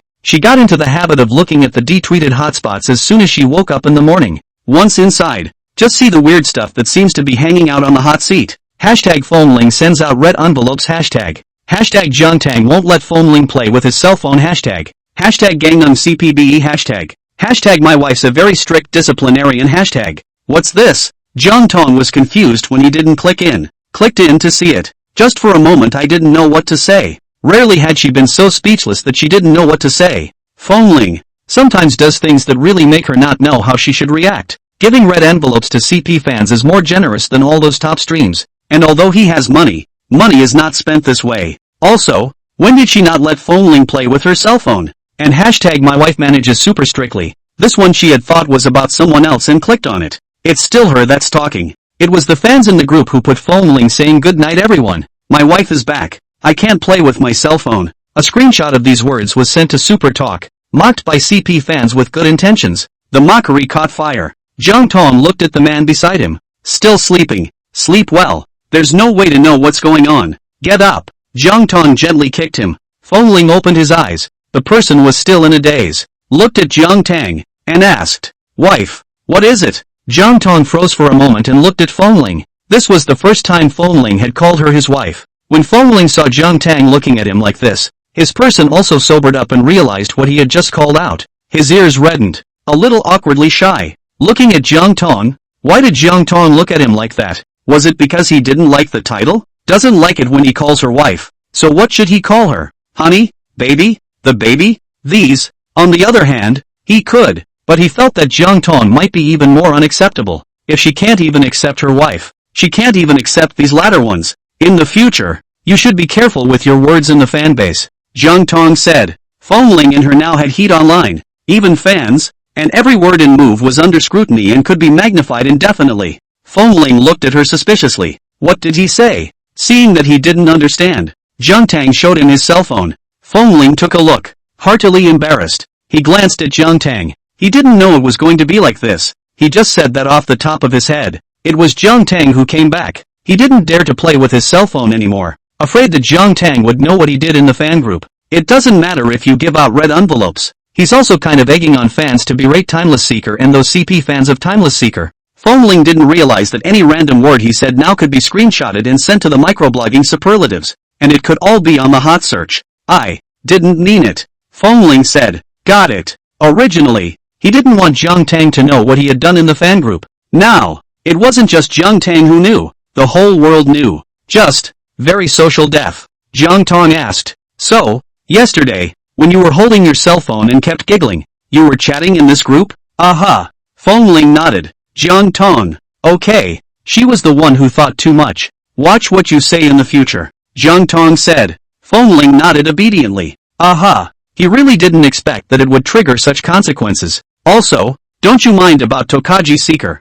Jiang Tang said. Speaking of which, Fengling was unconvinced. Argument. He wants to be your second wife. And I don't care? If he didn't care anymore, Tokaji Seeker wouldn't just want to be the second wife. He'd want to take him out and just become the first wife. Jiang Tang froze for a moment, looking at his exasperated appearance, and laughed softly. That's the fans getting up in arms. Timeless Seeker didn't have that in mind. Fengling frowned. How do you know he doesn't have that in mind? Jiang Tang, because he didn't say it to me. Didn't confess to me. Fengling, couldn't she see that Tokaji Hunter liked her? Isn't she so smart? But, if she really didn't know, he wouldn't tell her. He wouldn't be so stupid as to tell his wife that another man likes her. But it's not right for the fans to be up in arms like this. Fengling said. You're my wife, the youngest grandmother of the Feng family, and you're forming a CP with another man on the internet. So how will other people look at me? How will they look at the Feng family? Jiang Tang nodded. I know. I'll take care of it today.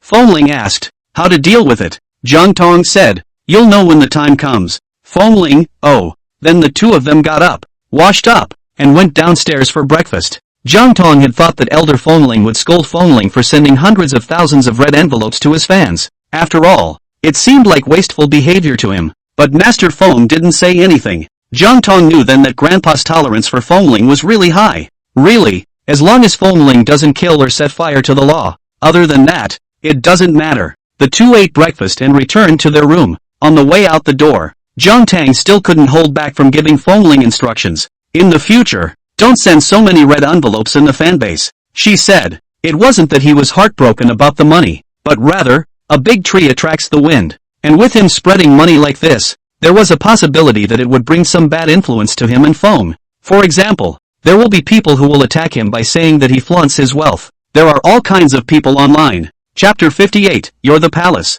You never know what kind of person is behind the keyboard phone and what kind of things they will do or say. Countless people are cyberstormed every year. Why? Fengling asked. Jiang Tang said. Bad influence. Fengling frowned. How is me giving red envelopes to my family members a bad influence? Jiang Tang, family? Fengling nodded seriously. Yes, they are my family. They help me with data on Weibo. They help us edit videos. And they help me scold those black fans. Those messy CP fans. And maintain justice and my position as the main palace. They are my family. They're working so hard. What's wrong with me giving them a little red packet and a little hard-earned money? He couldn't let his family just give and get nothing in return. Jiang Tang raised his eyebrows. The main palace? Fengling's face instantly turned red. Jiang Tang laughed. Don't worry, she said. In my case, there is only the main house. There will be no second and third. Fengling's face turned even redder. Glancing at Jiang Tang, he didn't say anything. Is she sweet-talking him? It's just like scum coaxing women. What, I only love you. I only love you. I won't even look at the women outside more than once. She's saying things like that just like the scumbags. But he was happy to hear it. He now finally knew why so many women fell for the sweet words of scum. Because, the sweet things they say are really moving. But, Jiang Tang is definitely different from those scumbags. Those scumbags will cheat on women. But Jiang Tang certainly wouldn't lie to him. He trusted Jiang Tang. And Jiang Tang just wasn't that kind of person. Jiang Tang is different from the others. In the morning, Fengling saw Jiang Tang's treatment. Jiang Tang retweeted the tweets sent by Feng Group's official account on Weibo. And the last tweet sent from Feng Group's official account was Fengling's 9-panel handsome photo. Jiang Tang retweeted and commented. The comment has no text. Just a pink heart. Plain and simple. As soon as Jiang Tang retweeted it, fans followed. There was a lot of stumbling. I wish you all the happiness in the world for a long time. So sweet and in love. They are so envious. Fengling was happy to see this, and the corners of his mouth couldn't be controlled. Jiang Tang commented on the pink love heart. Isn't it just showing love to him? He knew that Jiang Tang loved him. It's just that Jiang Tang is a mature, introverted, stable and restrained woman. Not as open and reckless as other women who hang on to love. Jiang Tang is hiding his love in his heart and not letting people peek in easily. Only once in a while could I peek so far into her demeanor. But that's enough. Fengling looked at the fans' comments of blessing. It looks like just a few sentences. Said they were a good match. Very sweet. Very happy. They are envious. Bless them, etc. The flip-flop was just a few sentences, but Fengling was reading each and every one of them with great interest. While watching, something suddenly appeared out of nowhere in the comments section. Mr. Jiang and the Crown Prince must be good. Our brother must also be good with Mr. Jiang and the Crown Prince. You guys together make your days better than anything else. Mr. Jiang and Prince Master are so happy and in love. But Mr. Jiang, don't just love Prince Master alone. Love our brother too. Sisters, may I ask what it will take to help my brother fight for his favor? Then someone replied with a comment below, giving her ideas. Fengling, these wildfire, springtime cult CP fans really do have them everywhere. And Fengling's fans and Fengling and Jiang Tang CP fans caught wind of it and swarmed in, arguing with the other CP fans. Although Fengling's fans were small in number, they were, however, strong in battle. Ask why the fight is strong. Of course it's the ability to pay money. The prince just gave them so many red envelopes yesterday. Don't they have to behave? Same thing. Can it be the same for those who pay and those who don't? And not only did the prince give them money, the prince said they were his family. The crown prince treats them as family, and they can throw their heads in blood for the sake of their family. And now, instead of throwing their heads in the sand, they just need to curse. Do they smoke their keyboards? Mustn't poke your cell phone screen? Then, the other fans and CP fans saw Fengling's fans acting like crazy, catching whoever they could and cursing them. It doesn't matter if the cursing wins or not. It doesn't matter how many or how few people are on the other side. Just charge up and do it. Then Fengling sent out red packets in the group. Mouths are saying, you guys shouldn't go scolding them. It's a bad influence. One side of the red packet is sent out non-stop. The more the fans cursed, the more red packets he sent. The fans are gradually reacting. Don't look at what the prince said. Look at what the prince did. Why did the prince give them red packets? Isn't it because they did well and the prince was happy to give them a reward? As for the prince's mouth saying something about not cursing and bad influence, and they know it. The crown prince was afraid of being screenshotted or something by someone with a heart to cause unnecessary trouble. So his mouth pretended to persuade them for a few moments. Green tea is all about that. Of course, the prince is definitely not green tea. Prince, this is just something he learned from the other green tea. Fans are fighting a surge. Fans of other families were called out for not being able to hold their heads up at all. It wasn't really that they couldn't be scolded. Rather, it's the fans of the opposite house that deserve it. People Fengling is the main palace. Their brothers are the second and third youngest. They, the fans of the second and the third and the fourth, are short people in front of the fans of the main palace for no reason. So, can't curse, can't get hard, only to be chased and scolded. When they get called out, they run under their brother's social accounts and cry about how pathetic they are and how much they sacrificed and paid for their brother. Passers-by watched with amusement. This class of fans is a lot of fun. A couple of the proper owners are also interesting. Fengling, a proper court, bounced around the most. Again with the official announcement and posting of photos, and not a word from any of the other second or third houses. Although they didn't say anything, however, they didn't stop the fans from pulling CP. If they had stopped it, the fans wouldn't have been so enthusiastic. That's funny. Jiang Tang knew the fans' behavior. Fengling must have done something behind the scenes, but it was also ignored. What Fengling did wasn't out of the ordinary. She was a married person and she didn't really want to get involved with other men, but those are company artists. These CP fans are a mess though, but the heat did work for all those artists. And today and yesterday, all sorts of funders came to inquire about the artists. Several collaborations have been finalized.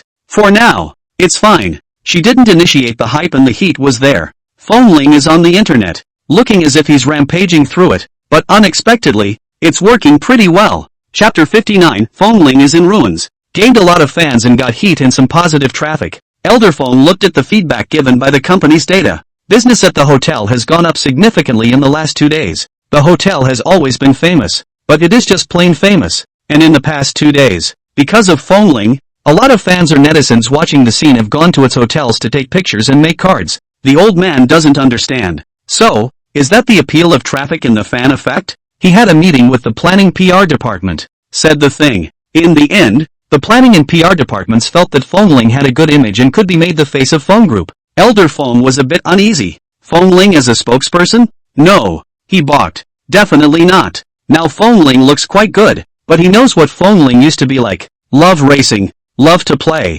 Love to play. Nightclub prince. A week there are 8 days are in the nightclub. Though at the club it was just drinking with friends and not doing much else to mess around. But others won't think so. Nowadays, society at large still does not have a very good impression of nightclubs, believing that only messy and immodest or bad people go to that kind of place. Society has evolved to the point where it still has a colored view of places like bars and nightclubs. Fongling nightclub prince. The fan public loves him now that he's just playing on the internet and the things he's done in the past haven't been raked over the coals yet. Love that he's handsome. Love that he's rich. When what Fongling used to be like is revealed, he'll probably be backstomped. It doesn't matter if Fongling is backstepped on, but Fongclan can't suffer along with Fongling. The old man vehemently denied the offer. Jiang Tang it. The old man said, let Jiang Tang be the face of the hotel. Tong he was so relieved that he would never collapse the room. But the people in the planning and PR department still favored Fongling more. Fongling was the real crown prince of the hotel, and it was best for Fongling to bring heat to the hotel.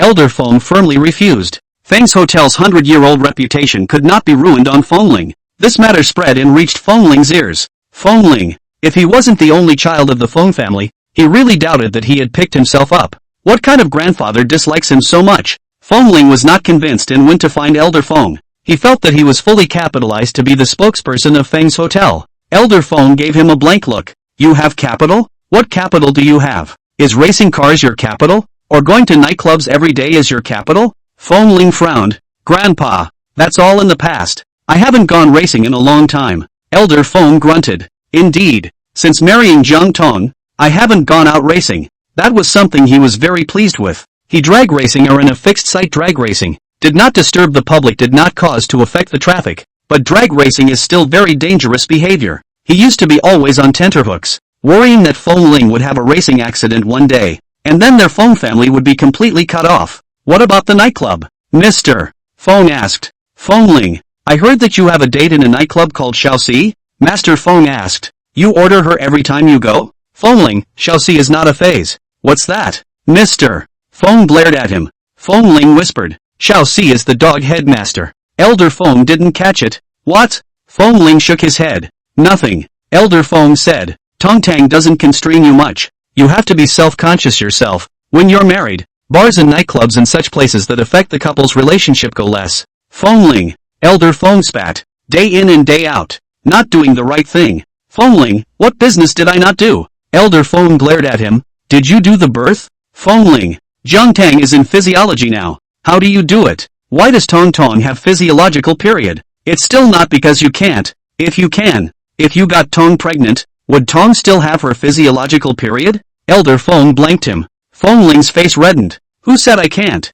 He did it 7 times a night, for over half an hour at a time. If he can't do it, there's no such thing as a man who can. How come you Xing Tang is still not pregnant? Elder Fong asked. Fongling frowned. Pregnancy has to be about timing. Saying so much. Isn't it just that you can't? Elder Fong disdained. We've been married for just over a month. Fongling said. Elder Fong, a month of daily due. Can't even get Tong pregnant. You still have the nerve to say that? Fongling. So angry. So tired again. It was as if he had completely lost all strength to argue. Jiang Tang is not pregnant. Grandpa then nailed him to the no-no rack of shame. She's not pregnant. So why is it either her problem or I can't? Fongling defiantly argued. Because you can't at first sight. Master Fong said. What do you think? Fongling asked. Master Fong said. With my eyes. Fongling. Forget it. There's really no strength to argue. If he didn't still have a bit of shame, he'd have to live stream do in front of his grandfather to show him if he was any good or not. In the future, be nicer to Tang. Elder Fong said. In the future. Ah. The face and reputation of our Fong family will have to be maintained by Tang. Asterisk asterisk asterisk asterisk Q. Elder Fong shook his head. It's hard to say. Fongling. Okay. He knows. He's a clown. He walks. Fong Group's PR department then contacted Jiang Tang. Talked to Jiang Tang about the endorsement. Jiang Tang was a bit surprised. She wasn't a star and, Moreover, wasn't particularly hot on the internet, so how could Fong pick her as a spokesperson? It's also relatively rare for an industry like hotels to use a spokesperson. If you really want a spokesperson, wouldn't Fong Ling be more suitable? The prince of the Fong family, with a good image, Jiang Tang said. The response given on the PR side was that the president felt that the crown prince would cave in sooner or later. Jiang Tang, Fong Ling still has a room to collapse? Hasn't it been in ruins for a long time? Jiang Tang didn't say it so bluntly, but that's what the meaning is. Then, a carelessness reached young Master Feng's ears again. Young Master Feng. Good, good, good. It's really good. His two closest people, his grandfather and his wife. One firmly felt he couldn't. One thinks he's a ruin. He really is a clown. Originally, Feng Ling wanted to go to his doggy master at night. This time there was no emotional issue to consult with the dogman. Just a simple desire to have a drink with the dogman. Talk about the depression in your heart. By the way, let's get the dogheads to say a couple of nice things. He won't be tipped if the doggy master says anything bad about him. She didn't dare not say anything. Chapter 60, Honey, help me. But near the end of the day, Bulgari's staff contacted him to say that his customized diamond ring had arrived. It had been delivered to Feng's house. Feng Ling then didn't go to the Doghead Army Division. When he got home, Joe's butler gave him the courier from Bulgari. Feng Ling returned to his room and opened it. The diamond ring is beautiful and well made. After looking at it for a while, Feng Ling put the diamond ring away. Jiang Tang said he was a ruin. This ring of his was not going to be given to her for a while. He'll give it to her one day when she says he's good and he's happy. When Jiang Tang came back from work, the Feng family started dinner. Feng Ling wasn't happy and wasn't very happy at dinner. Elder Feng noticed it at a glance. The only child of the Feng family, he was always on the lookout. What? Are the ruins unhappy? Elder Feng asked. This matter, likewise, reached Elder Feng's ears. Feng Ling, reddening his face, he glanced at Elder Feng and then at Jiang Tang, and smothered his head to eat. Jiang Tang. It seemed that Feng Ling knew about it. She didn't say anything, but gave Feng Ling the food. Feng Ling looked at the extra dishes in the bowl and looked at Jiang Tang. Jiang Tang didn't say anything, and used the male chopsticks to give him another dish. Feng Ling hooked the corner of his mouth and ate without saying anything. Elder Feng pulled the corner of his mouth as he looked at Feng Ling's appearance. No luck. 2 chopsticks and the food was coaxed. Did the Feng family mistreat him by not giving him food? After finishing their meal, Jiang Tang and Feng Ling went back to their room. When he returned to his room, Feng Ling couldn't resist taking the ring out. Jiang Tang had given him food and lowered his stance so much, so he would not bother with Jiang Tang. He's a man. He needs to be atmospheric. Feng Ling took the ring box and casually handed it to Jiang Tang, saying, Here. Ha! Jiang Tang was a bit surprised and took it. Opening it up, surprised, he looked at Feng Ling. This ring, a royal blue diamond ring. It's expensive for something this big, at least 9 figures. She knew Feng Ling's situation. Although he was the crown prince of the Feng family, he was young and not yet on his own, and didn't have much money on him. For me? Jiang Tang asked. Feng Ling blushed slightly, a little nervous and shy. This was his first time giving a gift to the opposite sex. Aha! He nodded as if nothing had happened. Jiang Tang smiled and said, Thank you. She took the ring out, gave it to Feng Ling, and said, Put it on me. She held out her hand. Her fingers were white, slender and clean. No sweaty hairs or cuts. Perfect like a work of art. Feng Ling froze, holding the ring. He thought, should he get down on one knee? He didn't end up getting down on one knee, taking the ring and carefully slipping it onto her ring finger. The blue color is beautiful.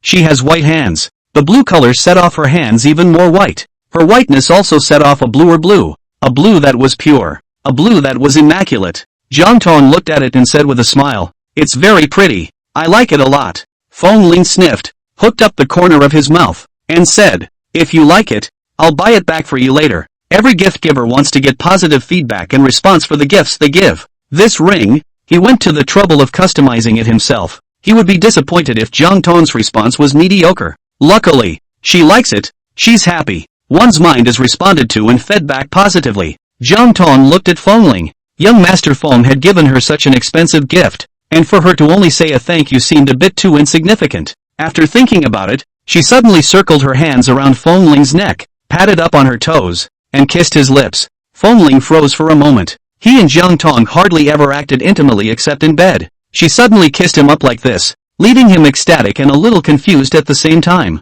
Jiang Tang just wanted a simple kiss, but as she tried to back out, she was stopped by Feng Ling. He clasped the back of her head and seized control, deepening the kiss. kissed until he lost control. He was young and vigorous, and he had a hard time every night during her physiological period these days. And now that he had finally caught a chance, there was no way he would let her go so easily. He grabbed her hand, facing down, biting her earlobe. His voice was low and dark. "Honey, help me." Jiang Tang's red face, her bones crisped by his call of wife. There was no rejection of him.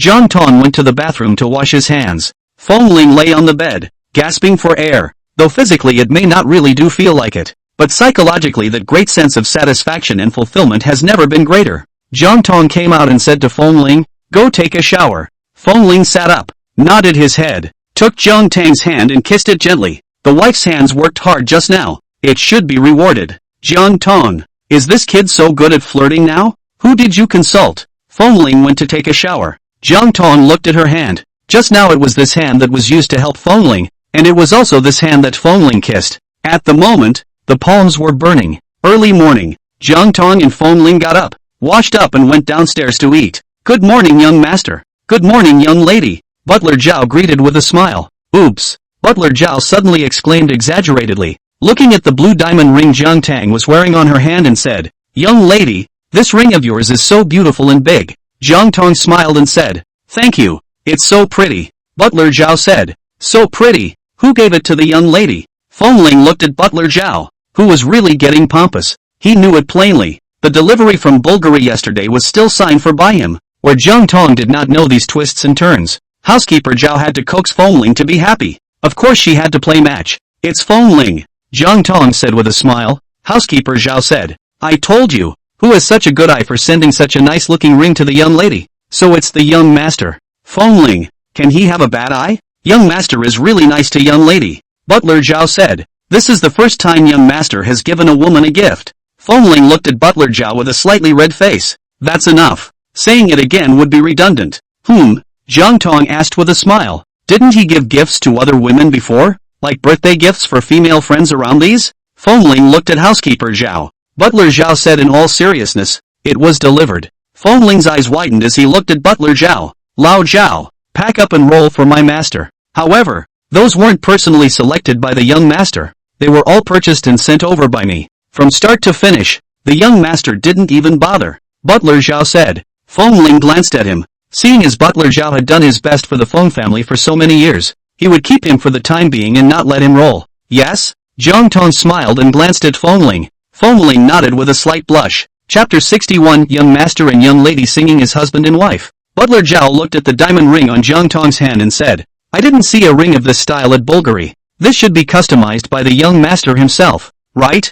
Jiang Tang smiled and glanced at the housekeeper. "Uncle Zhao is also knowledgeable about these?" "Aha!" Butler Zhao nodded. Slightly. Jiang Tang looked at Fengling and asked with a smile, "You designed the customization?" Fengling nodded with a red face. Jiang Tang smiled at him, and went to the restaurant. Butler Zhao smiled and winked ambiguously at Fengling in a manner that begged for praise. "Young master, how did I do?" Fengling looked at him with a red face and said nothing. Following Jiang Tang to the dining room for breakfast, housekeeper Zhao looked full of relief and sighed. Young master and young lady are truly a woman's wife. Young master people go to have breakfast, and the little young master goes to have breakfast as well. Fengling, who was walking behind him, heard it and turned back, glaring at him. What the hell is he talking about? If he's not going to breakfast at this hour, what is he going to? Is he going to dinner? Butler Zhao is really getting confused the older he gets now. Butler Zhao looked at Fengling with a smile. Fengling was depressed and went to eat breakfast. What woman sings with her husband? It's clearly supposed to be a husband and wife. Tomorrow he must go ahead. Jiang Tang was working when Zhang Xianyu arrived. Zhang Xianyu has been busy working lately. She has been shooting videos diligently lately and her fans are rising fast. She's trying to live bandwagon. She has to make money. She told Jiang Tang about her idea, and Jiang Tang disapproved. It's too pushy. It can wait. Wait for the target fans to accumulate more points again. Zhang Xianyu looked at Jiang Tang. Of course you're not in a hurry. You're speculating on CP with Fengling right now. Jiang Tang smiled and said, "We're a real couple. We don't need to speculate on CP. Do you know how hard it was for me to see you and Fengling firing CP?" Zhang Xianyu said. Jiang Tang then smiled and asked, "Hard to cry?" Zhang Xianyu slightly reddened her face. Didn't say a word. That's not true. She saw the ring on Jiang Tang's hand and frowned. Why are you so ostentatious? Wearing such a flashy ring? Jiang Tang didn't look like such a person. She's calm and introspective and understated. Oh, Jiang Tang said. This Fengling just gave it to me. A piece of his heart. I can't not wear it. Fengling's heart can't be left in a jewelry box to eat dust. Ignoring the teenager's feelings like that. Perhaps, afterward, the teenager would never express his feelings to her again. What? Fengling gave it to you? Zhang Xinyu looked at the large diamond ring with a shocked expression, and for a moment, the sky collapsed. She was probably aware of Fengling's financial situation because of her relationship with him. She also knew her stuff. This diamond ring, at least 9 figures. Does Fengling have that much money? 2 years ago, Fengling wanted to buy Koenigsegg, also 9 figures. He did not have money, did not even buy. And now they bought Jiang Tang such an expensive ring. The money to buy the ring, presumably all of Fengling's money, was not enough, and must have found a way to borrow it, or asked Grandpa Feng for it. Fengling, why is he like this? With so much money, isn't it good to buy a car for himself? Why did you buy such a big diamond ring for Jiang Tang? He's practically pouring everything he has into buying Jiang Tang a diamond ring. Is he that in love? Zhang Xinyu reddened her eyes. Crying again? Jiang Tang asked with a smile. Zhang Xinyu didn't say anything, just glaring at her with red eyes. Jiang Tang smiled and said, then I'll take the ring off. Leave it at home. Don't wear it anymore. If Fengling asks why I don't wear it, I'll just say that it's hard for you to look at me when I wear it. Zhang Xinyu blared at her. Why are you like this? If she really said that, wouldn't Fengling hate her? Jiang Tang smiled and said, Zhang Xinyu, Fengling and I, although it's a business marriage without feelings, but Fengling and I are taking this marriage seriously. In a union like ours, as long as the two families don't have major differences in their interests, there's no way we'll get divorced. Zhang Xinyu's eyes became even redder as she glared at her. Then why did you say that if you let me give you $10 billion, you will divorce Fengling? Do you think you can make $10 billion? Jiang Tang asked. Show crescent moon, I can. Jiang Tang smiled and said, so there really is $10 billion. Do you still want to choose Fengling? Zhang Xinyu wanted to speak, but was interrupted by Jiang Tang. Wait, think about it. If you really want to spend $10 billion to buy a man, why should you buy Fengling? You're willing to spend $10 billion on men, those top streams in the entertainment industry. Whatever you want. Think about it. Sure Chang Sun, Gu Yilong, Li Xinghe, Sunny Fake. Jiang Tang said a dozen male top streams known for their beauty in one breath. All of these. Feel free to play with them. Or even, with all the money you have, you can play with several at once. Are you sure you want to spend this $10 billion on a man who doesn't love you? Show Crescent. She was silent. She's a rich kid, but she's also a starstruck teenager. Those top streams that Jiang Tang had mentioned, there were a few of them that she actually still liked and ate their faces. You have $10 billion and you can just play with these men? This, should I say no? She did have a bit of a heart attack. If it were before, she would not have been moved.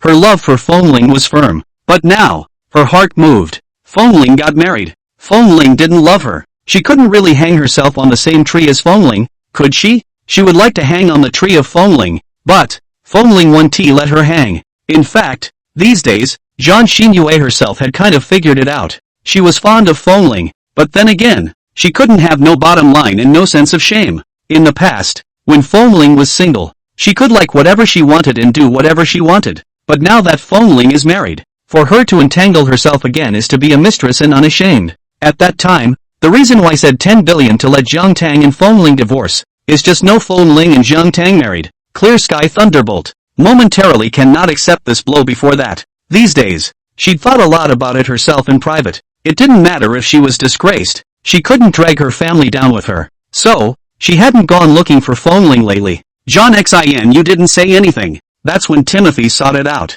When Chang Sun was discharged from the hospital today, he came to the company to find Jiang Tang to talk about her discharge. Actually, he wants to see Jiang Tang. I'm fine to return to work, Timothy sought to say. Jiang Tang asked, can you? Tokiomi sought a nod. Jiang Tang said, alright then, I'll ask Yellen to arrange it for you. The bottom hitters are going to work so hard to stay open and help her make money that she, as a capitalist, has no way of refusing. After a few more words, Tokaji Hunter really had nothing more to say and left. He glanced at Zhang Xinyu as he walked away. Why can Zhang Xinyu stay in Jiang Tang's office all the time? He wants to, too. Zhang Xinyu blushed at this glance. Tokaho Hunt is also very handsome. It was a little bit worse than Fengling, but really, it was only that much worse. When the time-long search is gone, the exhibition of New Moon asked, you said, to play the time-long search, if you want a few $100 million?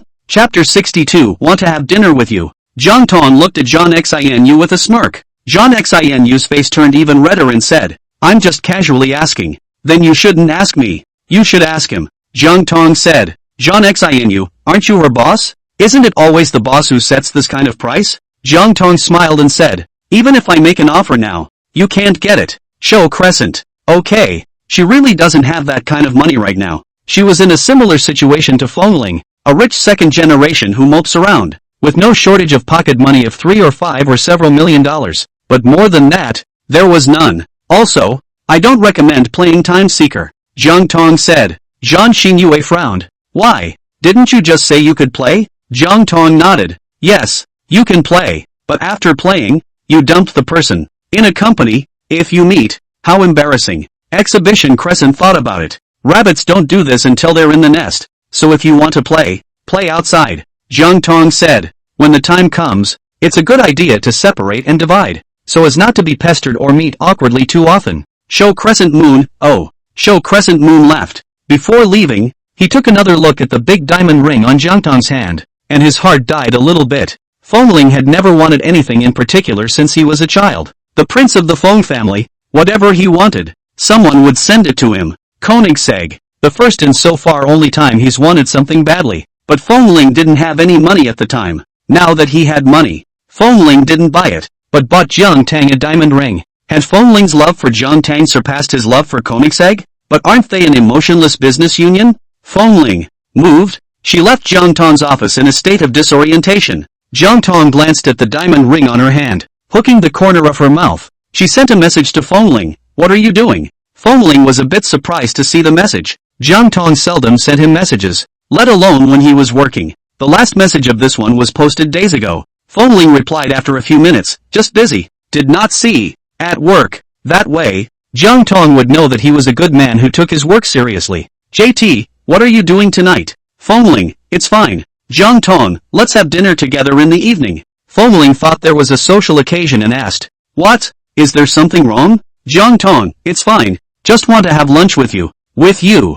Fengling's face swished red. Was Jiang Tang extending an invitation to him for a date? Fengling's face was very red. Her heart was beating fast. And she replied, good. Jiang Tang sent him the address. Then, all morning plus one afternoon, Fengling was unmotivated to work. All the time, he was thinking about the evening date. Jiang Tang sent him to a Western restaurant known for its romantic mood. The thought of having dinner with Jiang Tang in a romantic Western restaurant made him nervous and shy. One moment. I looked at the time again. How time passes so slowly. Why aren't you off duty yet? Who the hell says you have to be off duty at 6 o'clock? Why don't you get off at 2 o'clock or 3 o'clock? Grandpa rules? Grandpa was really a capitalist who knew how to exploit the average beatnik all day long. When he's in power, he must change. Finally, it was 6 o'clock, and Fengling was the first to rush out of the office. The rest of the office just felt a gust of wind blow by. Then, where's the prince? Could it be the prince who flew past just now? The prince can fly? Wow, the prince is amazing. The restaurant is in the middle of the two companies, so no one is picking up anyone. Each drove there. Jiang Tang arrived first. After waiting for 10 minutes, he saw Fengling, the teenager, dressed in a suit and holding a bouquet of flowers in his hand, walked toward him. Jiang Tang looked and couldn't help but hook the corner of his mouth. Beautiful youth, beautiful flowers, all of this, and it's all very pleasant.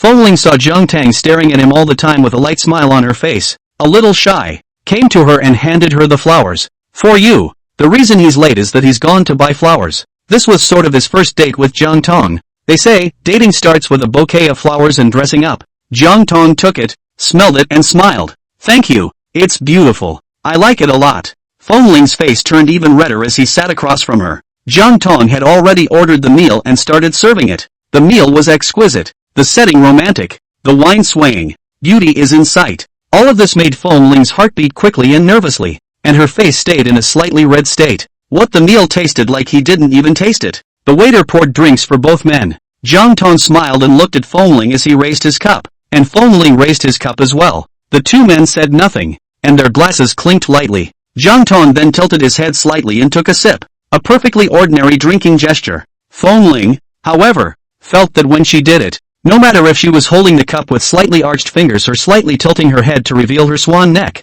it was differently charming. Even the swallowing action of pursing the corners of the mouth is more elegant and seductive than others. His handsome face rolled, tilting his head slightly to drink as well. He kept his eyes on her out of the slightly drooping corners of his eyes. Both ate, both drank, and called for a chauffeur. 2 chauffeurs. One drove Jiang Tang's car and the other drove Fengling's car. And Fengling and Jiang Tang both rode in Jiang Tang's car, sitting in the back seat. The car drove smoothly down the highway. Jiang Tang glanced at Fengling and suddenly moved towards him twice before leaning her head on his shoulder. Fengling's body stiffened as he looked at Jiang Tang, who was resting on his shoulder. What does she do? A little dizzy. Jiang Tang said. Then you lean against me. Fengling said, hesitating for a moment and reaching out to put his arm around Jiang Tang's shoulders. Jiang Tang didn't refuse, tame and well-behaved, leaning in. Fengling's boldness then grew, wrapping his arms around Jiang Tang and letting Jiang Tang's entire body lean into his embrace. In order to make herself a little more comfortable, Jiang Tang circled her hands around his waist and pressed her face against his chest.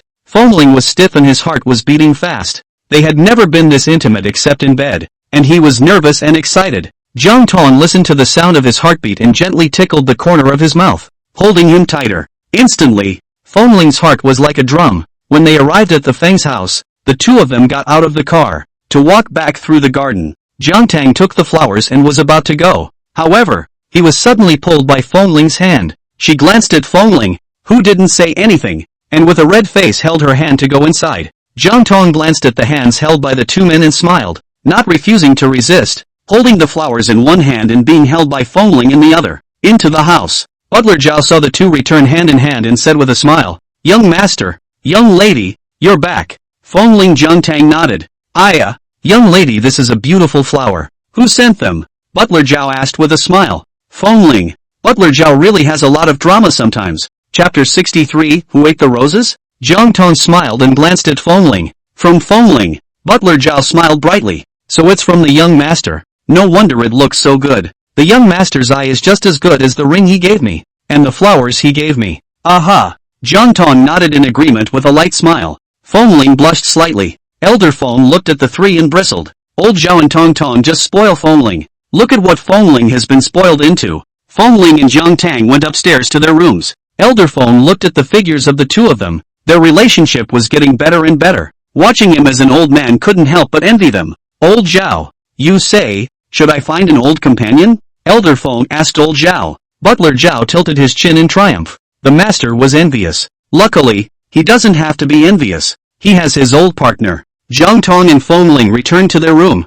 Fengling was manic and excited tonight, and as soon as he closed the door, he couldn't wait to press Jiang Tong against the wall. Jiang Tong froze for a moment, raised her eyes, and looked at him with a bit of surprise. Fengling looked at her, and then at her hand holding the rose that was caught between their bodies. Lowering his head, dropping his eyes, he inhaled deeply at the side of her neck, hoarsely whispering, "Sister, you smell so good." The word sister irritated Jiang Tang's scalp instantly. She raised her eyes to look at Fengling. The eyes glistened. She laughed softly and asked, "Is it the scent of a sister? Or a flower?" Fengling took another sniff and said, "It's just as fragrant." Jiang Tong hooked his lips and smiled lightly. Fengling was laughed at by her. His heart swirled with laughter. He slowly bent down and lowered his head, and in the end, his lips held a petal of a rose and gently pulled it off with his mouth. With rose petals in his lips he kissed towards Jiang Tang's lips. It's like slow motion in a movie. Elegant, slow, ambiguous. When it reached her lips, Jiang Tang slowly opened her lips and contained the rose petals,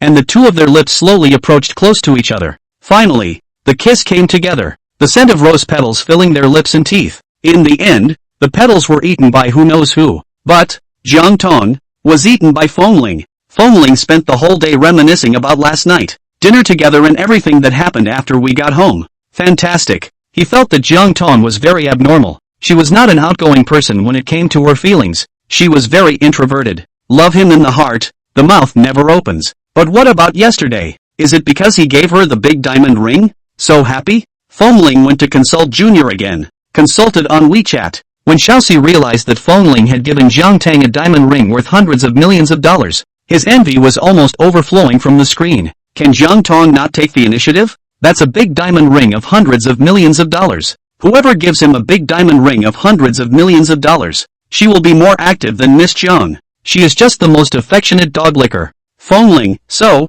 you think my wife is doing this to me because I gave her a gift? Xiaoxi looked at Fengling's words and pulled the alarm in his heart. Although he didn't see young Master Feng's expression, he already felt his emotions from between the lines. She'd be dead if she said yes. She's at the end of her tether as a doggy mastermind. She was quite happy to be a doghead military counselor for young Master Feng. There's money to be taken. Young Master Feng is generous. More importantly, because of this layer of relationship, she was treated much better in the clubhouse. The manager and boss had to be polite to herself for a few minutes, and the guests didn't give her much of a hard time when they knew about her relationship with Fengling. Wouldn't ask for anything too much and was more generous with her outbursts. There were even some bosses who tried to give her money to match them with Fengling so that they could get to know the prince of the Feng family. However, Junior knew that this was money he was not capable of earning at the moment. Her relationship with Fengling hadn't reached that level yet. Xiaoxi, of course it's not. Of course madam is treating you like this because she loves you. Fengling, so tell me, why wasn't she like this before? Why was I like this after I gave her the diamond ring? Xiaoxi, it's because you gave the lady a diamond ring. Ah, a man sends a woman a ring. What does it represent? It is self-evident. You gave a diamond ring. The young lady is not happy because the ring is expensive, but because the ring. Xiaoxi, even if you don't send an expensive ring, but the most ordinary ring of a few thousand or a few $100s, the young lady will still be happy to receive it. Junior, because that is your heart, your affection. Fengling, you mean, she's happy because I gave her a ring, and she wouldn't be happy if I gave her something else? Xiaoxi, of course not. She is happy when you give her a ring, and the young lady will be happy when you give her anything else, but the young lady will be happiest when you give her a ring, because the ring is of extraordinary significance. Fengling was again convinced by Xiaoxi. Up to this point, he had tomorrow. Jiang Tang was like that yesterday because he had given the ring, but he can't give a ring every day, can he? Whether she has that much money or not is not to be mentioned, but giving rings every day, more times than not, is nothing new to her.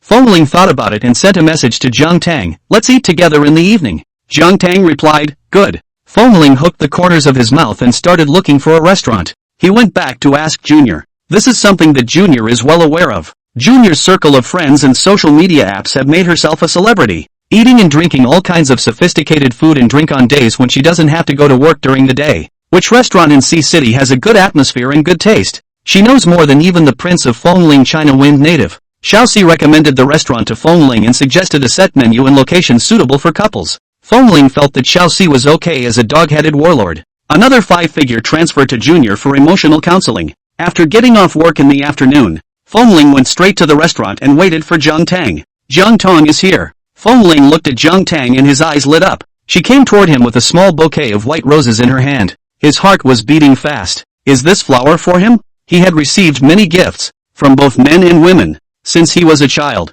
but never received flowers. No woman sent him flowers either. It seems to default to the idea that flowers are the preferred choice for men to give women gifts. And the first thing women rule out as a gift for a man is flowers. They give men clothes and shoes and lighters and razors and ties and cuffs and watches and so on. But basically no flowers will be sent. But actually, quite a few men, too, would like to receive flowers. Jiang Tang came to Fengling and handed him the flowers. For you. Fengling took it with a slight blush and said softly, thank you. There were many people in the restaurant. A great beauty like Jiang Tang appeared with flowers in her hands, attracting the attention of many people. They had thought that the flowers in Jiang Tang's hand were given to her by a man, but I didn't realize that she had given it to a man. Men and women looked on, envious. The men envied Fengling for receiving flowers from such a great beauty. The women, on the other hand, envied Jiang Tang. The man must have loved her so much that he made her feel happy. That's why she made such a romantic gesture as sending a man flowers. Chapter 64, Fengling is a tattletale.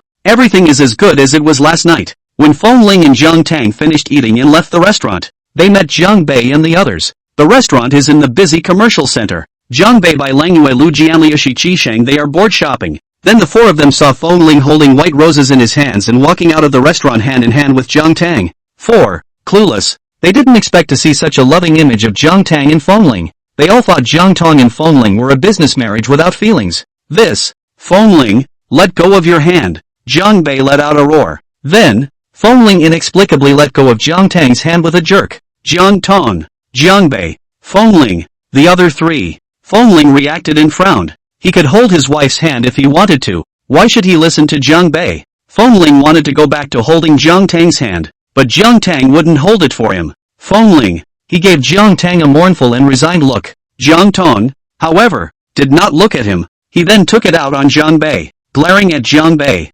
Jiang Bei also reacted at this moment. a little embarrassed. He's just a little uncomfortable and out of sorts. Although he knew that Feng Ling and his sister were married, they had never acted intimately in front of him. The sudden sight of them holding hands so lovingly gave him such a shock that he growled that much. Now, is embarrassing. Feng Ling glared at him angrily. His sister looked at him faintly as well. Jiang Bei cleared his throat a bit awkwardly and said, "Sister, you guys came out to eat." "Aha." Jiang Tang nodded. Feng Ling glared at Jiang Bei. "Wasn't that nonsense to ask? If they don't come out to eat, do they come out to eat?" Feng Ling glanced at Jiang Tang, then looked at Lu Jianli when Late Shang hummed and went to pull Jiang Tang's hand. Whether Jiang Tang wanted to or not, he pulled strongly. Jiang Bei's eyebrows jumped. Inexplicably, he wanted to cut Feng Ling's hand off. Willow gradual time late born. They had the same idea. "What are you going to do?" Jiang Tang asked. "Watching a movie," Jiang Bei said. Jiang Tang, watching a movie? Feng Ling's eyes lit up and he said to Jiang Tang,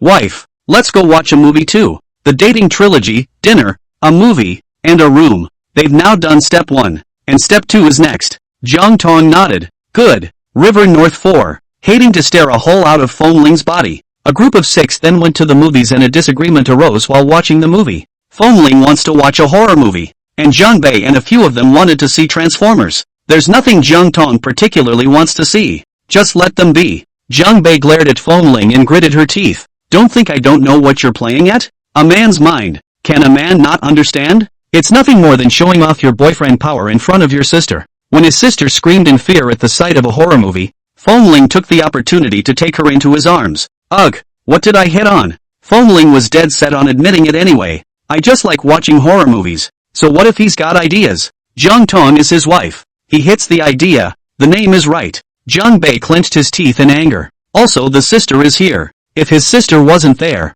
Feng Ling was so beat up that he would have been beaten up a long time ago. Anyway, we're not watching a horror movie. We're watching Transformers, Jiang Bei said. Feng Ling said, "You guys look at yours, we'll look at ours. Each to their own." Jiang Bei pooh-poohed him. Good thinking. Then, the 4 of them dragged Feng Ling to buy the Transformers tickets regardless. Feng Ling didn't want to go, but he, alone, was no match for the 4 and was forcibly dragged there. The 5 of them had always hung out together. And now, Feng Ling wanted to go to a horror movie and be beautiful, leaving them 4 bachelors to watch Transformers? Dreaming. Jiang Tang looked at a few youths pulling and tugging noisily here, and hooked up the corner of his mouth. Young people, really energetic. A few people bought tickets and went into the movie theater and took their seats with them. Originally, Jiang Bei wanted to sit in the middle of Jiang Tang and Feng Ling, but Feng Ling grabbed him first. As soon as Jiang Tang was seated, Feng Ling couldn't wait to sit next to Jiang Tang. Jiang Bei gritted his teeth in anger, but there was nothing he could do.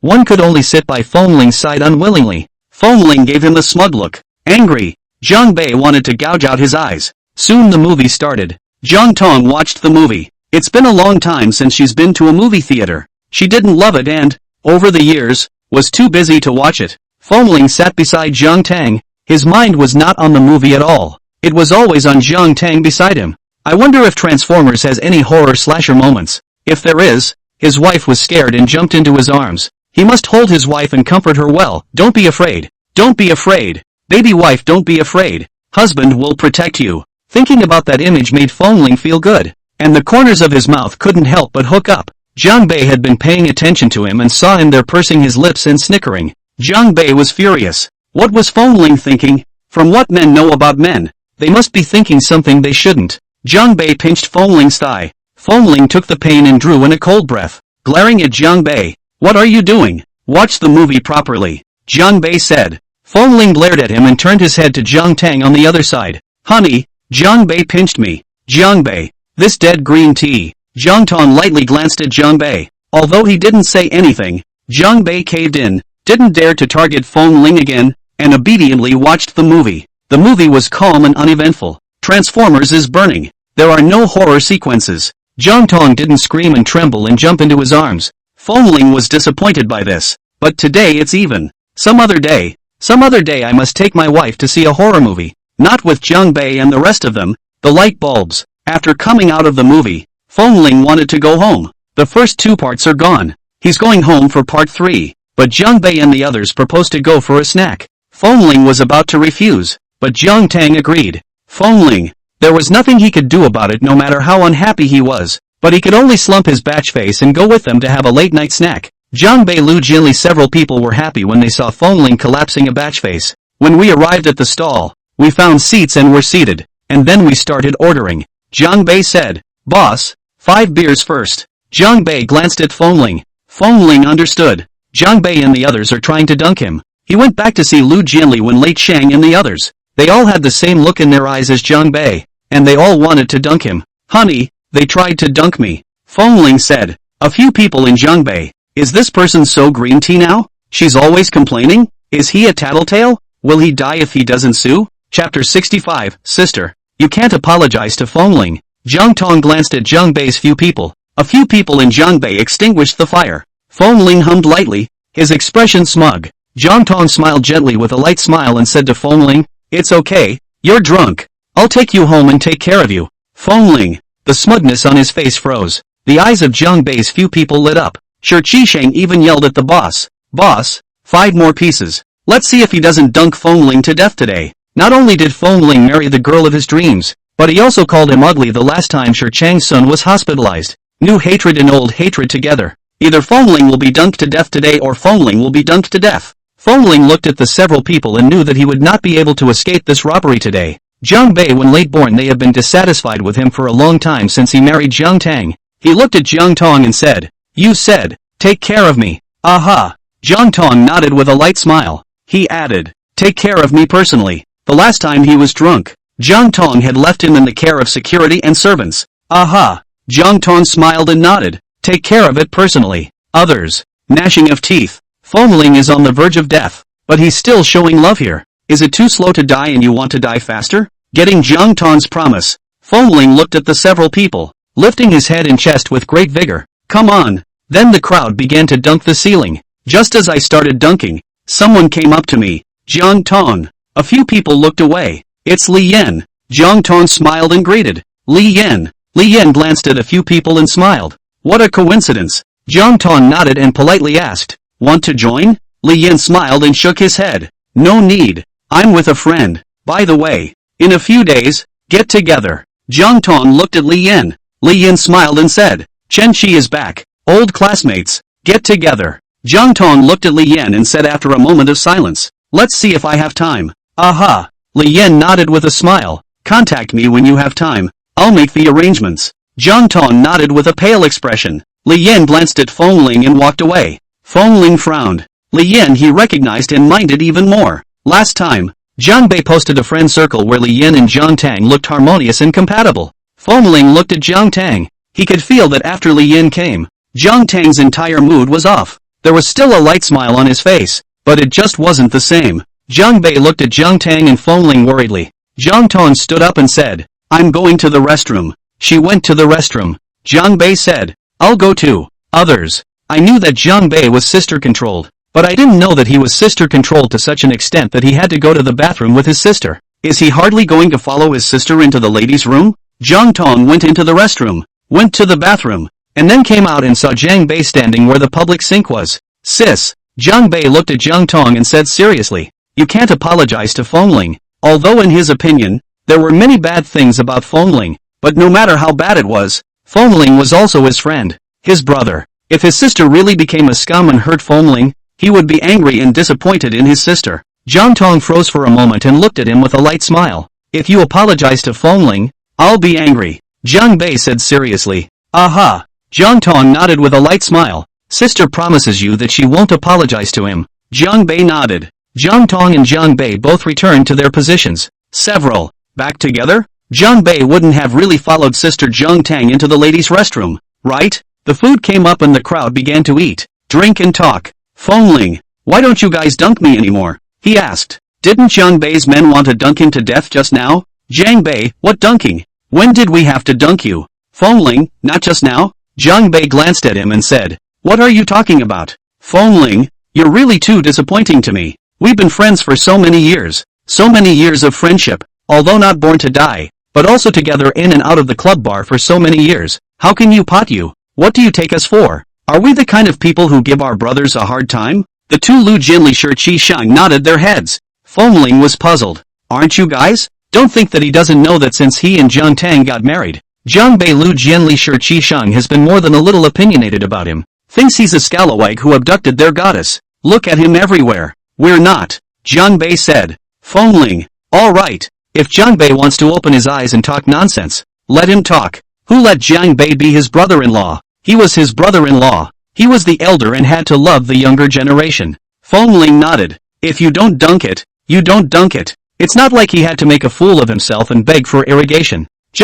Still kind of want to get drunk and then have his wife take care of serving him. Fengling drank from his own glass. If they don't dunk him, can't he dunk himself? Dunk yourself and still have control over the degree. You can be 3 drunk, 4 drunk, 7 drunk. When the time comes, act drunk. The man is 3 times drunk and acts until the woman is in tears. A few people in Jiang Bei. What's wrong with him? They don't dunk him. He dunks himself? What are you doing? Jiang Bei asked. Fengling glanced at Jiang Tang and said, bad mood. Is really in a bad mood. Seeing Li Yan put him in a bad mood. Jiang Bei glanced at him and didn't say anything. Jiang Tang smiled and asked, why are you in a bad mood? Fengling glanced at her without saying anything. Another glass of wine. He knew that Jiang Tang was not an immodest woman who engaged in a 3-way relationship, but he still minded. Jiang Tang may not be interested in Li Yan, but the way Li Yan looked at Jiang Tang just now, he's a man. He gets it. He thought about what Cheng said in the foreground. His wife is beautiful and very good. There were a lot of people who liked her in her school days.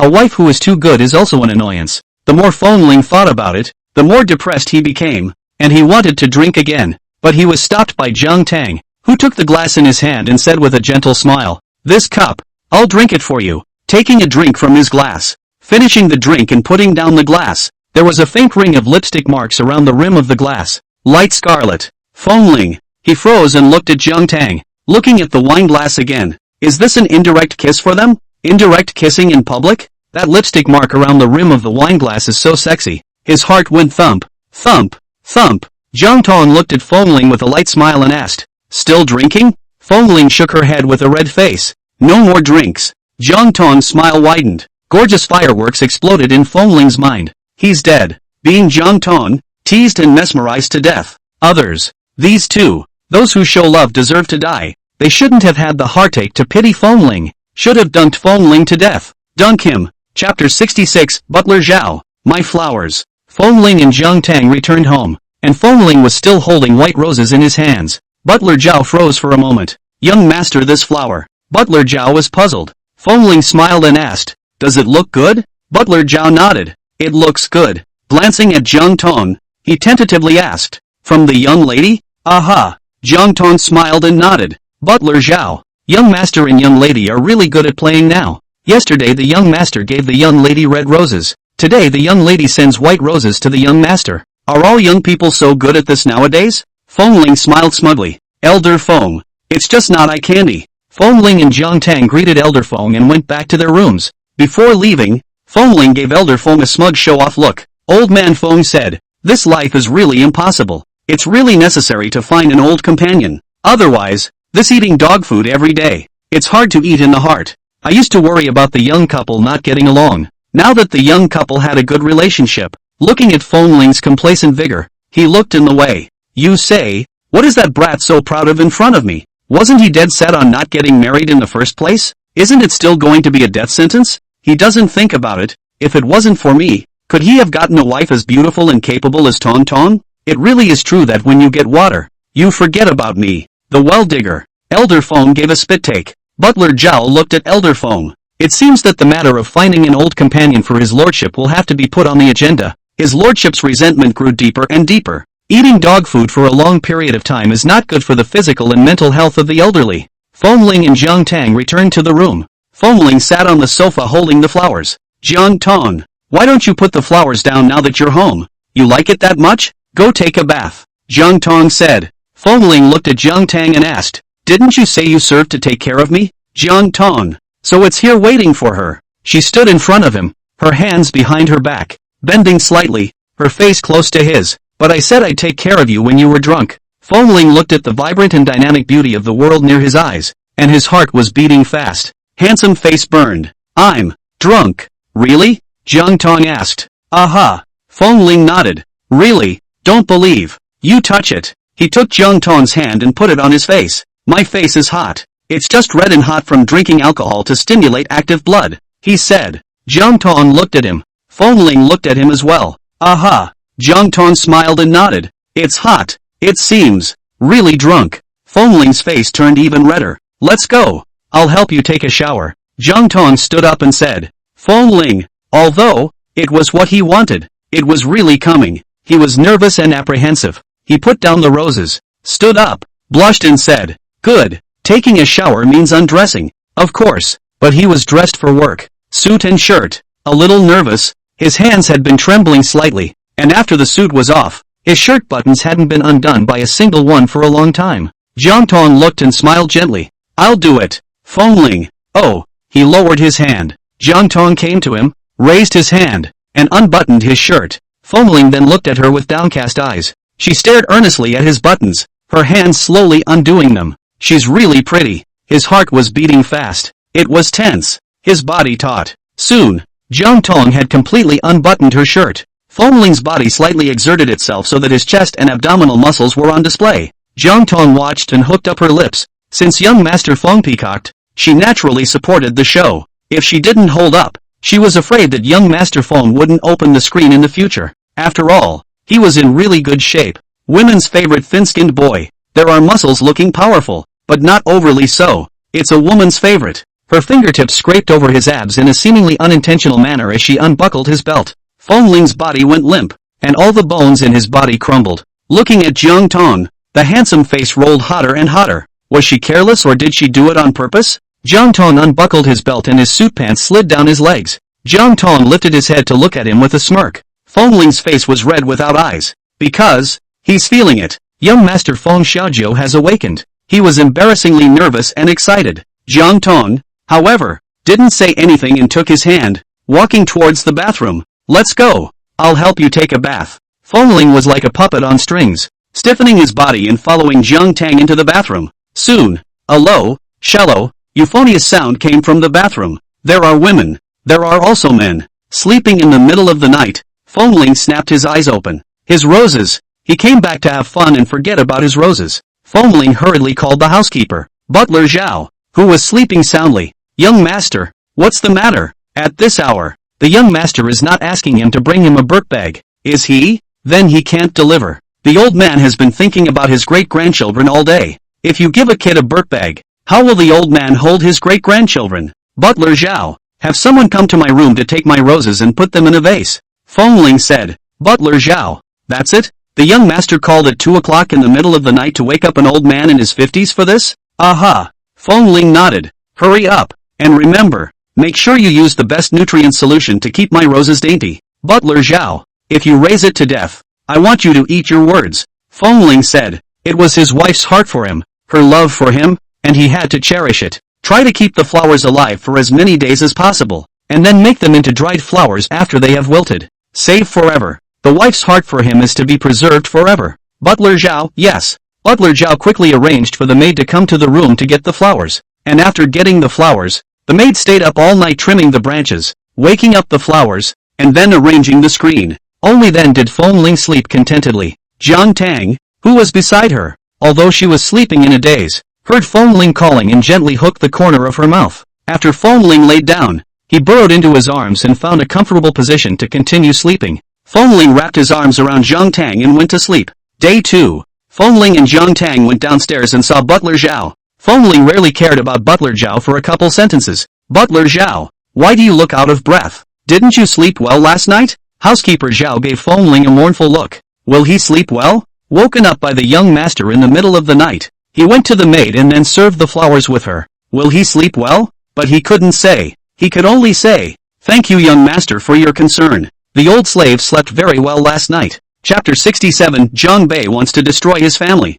Ling nodded. And again, are my flowers okay? Butler Zhao. So, in fact, the young master just wanted to ask about the flowers, and asking him would just be incidental, right? He himself has been working in the Feng family for so many years, and has watched the young master grow up since he was a child. And since the old master is busy with his work, it can be said that the young master was brought up by him. He's got a lot to live up to, doesn't he? But after all these years, it's actually no match for a bouquet of flowers from the young lady? Sure enough, it's a case of having a daughter-in-law and forgetting her mother. Young master, the flowers are very good, Butler Zhao respectfully said. At least, Better than the old slave. Jiang Tang looked at the conspiratorial butler from the side and hooked up the corner of his mouth. Fengling nodded in satisfaction. That's good. Then he and Jiang Tang went to have breakfast. Butler Zhao. The young master is better. But he's not so good. Elder Feng came out, saw Butler Zhao, and asked, Old Zhao, what happened to you? Butler Zhao shook his head. It's nothing. It's just that master. Do you feel as if it's getting cold? Elder Feng. It's July, the hottest time of the year, and Lao Zhao feels cold? Are you cold? Elder Feng asked. Butler Zhao nodded. Well, cold-hearted. Feng old man is very disdainful. Look at him. A handful of years old, half of the body into the ground people, but still here to play abstract. Also heart cold. He knows about last night. Everything that happened in the Feng family, big and small, was within his grasp. Fengling tossing an old man around in the middle of the night was indeed not quite right. Give you a raise, Master Feng said. Butler Zhao smiled and said to Elder Feng, Master, I feel like my heart is on hot fire all of a sudden. Elder Feng grunted and went to the dining room. Butler Zhao farted and followed to the dining room. He was going to serve his lordship for dinner. He is the master's most loyal lackey. Jiang Bei had a rare lunch date with Fengling. There was no one else, just the two of them, and the place to eat was at a restaurant near the Feng group. Fengling looked at Jiang Bei,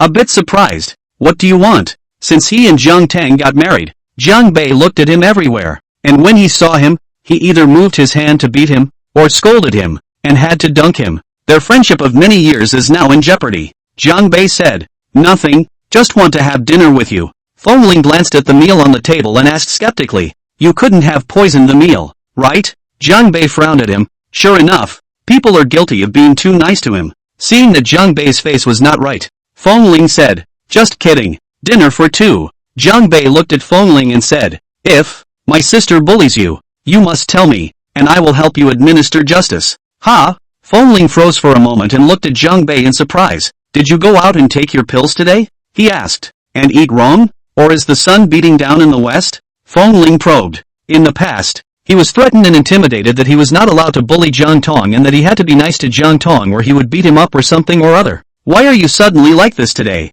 Jiang Bei frowned and glared at him. What do you mean? Didn't you used to worry about me bullying your sister? Fengling said. Jiang Bei pursed his lips and didn't say anything. In fact, he never worried about his sister being bullied. You don't know your own sister? Although she was a woman, she was never bullied. She was smart and brave and strong and mellow and gentle, and as long as she didn't actually do it and use her manly strength to beat her up, no man could bully her sister. When he said that before, it was just a threat to intimidate and shock Fengling. Fengling looked at Jiang Bei and asked, Are you hiding something from me? When things go wrong, they go wrong. Jiang Bei shook his head. No, I'm just saying that. I don't want you to bully my sister, and I also hope that my sister doesn't bully you. Don't worry, if my sister really bullies you, I'll be righteous. He was serious about what he said. Fengling glanced at Jiang Bei. There are some things that he just listens to. Wouldn't really believe it. Jiang Bei is a cis controller, holds her sister in high regard. How is it possible to be righteous?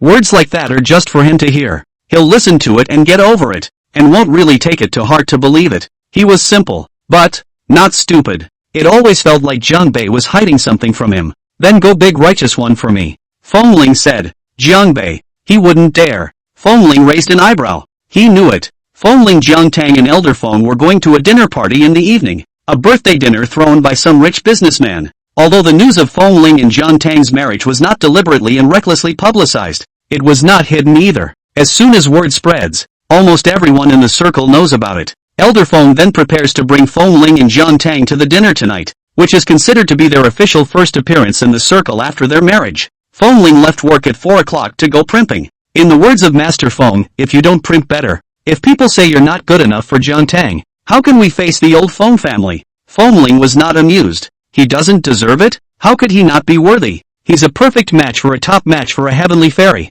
and he's not a good match for her. Still, he left work early at 4 o'clock to go primping. He went home and changed into an expensive tailored suit, went to get his hair done, and had a stylist put on a rare light makeup. Get it done and look at yourself in the mirror. It's very satisfying. Now, let's see who dares to say that he's not good enough for Jiang Tang. Jiang Tang also left work early to go pack and put on makeup. Jiang Tang left the country when she was young and has been abroad all these years, and after returning home, she took over Jiang's entertainment and married Fengling to cultivate her relationship. It hasn't made its official debut in Seatown yet. Many people in the circle knew that the Jiang family's eldest daughter had returned, but none of them had seen it yet. She was also very serious about the dinner tonight. This was her first appearance in the circle as the young lady of the Feng family. In terms of image, it must be good enough. Look at the person's face first. Regardless of any occasion, any circle, the first thing people look at you is your face and your image. Jiang Tang had long ago ordered a dress in advance. It wasn't customized for this party. Instead, they were customized for their first official appearance in Sea-Town. Opening robe. Jiang Tang left work early, put on makeup, and styled her hair. Fengling drove to the private styling store to pick up Jiang Tang. He sat on the couch playing with his cell phone waiting for Jiang Tang. Fengling. Suddenly someone called Fengling. Fengling raised his head and followed the voice. Saw Jiang Tang. He froze straight away. He knew Jiang Tang was beautiful. She was usually beautiful no matter if she had heavy or light makeup or a plain face. An almost flawless kind of beauty. But, the Jiang Tang in front of him, still let him who was used to seeing Jiang Tang's beauty be stunned at a glance. His heart was beating wildly with excitement at her beauty. How can she be so beautiful? The professional makeup artist's careful dressing amplified her beauty to the extreme, making her as beautiful as a heavenly fairy. Chapter 68, Shen Qi, President of manhwa. Jiang Tang looked at Fengling's slightly red-faced and dumbfounded appearance and slowly walked towards her. She was wearing a long halter dress in a simple style, just a plain halter without a very exaggerated look,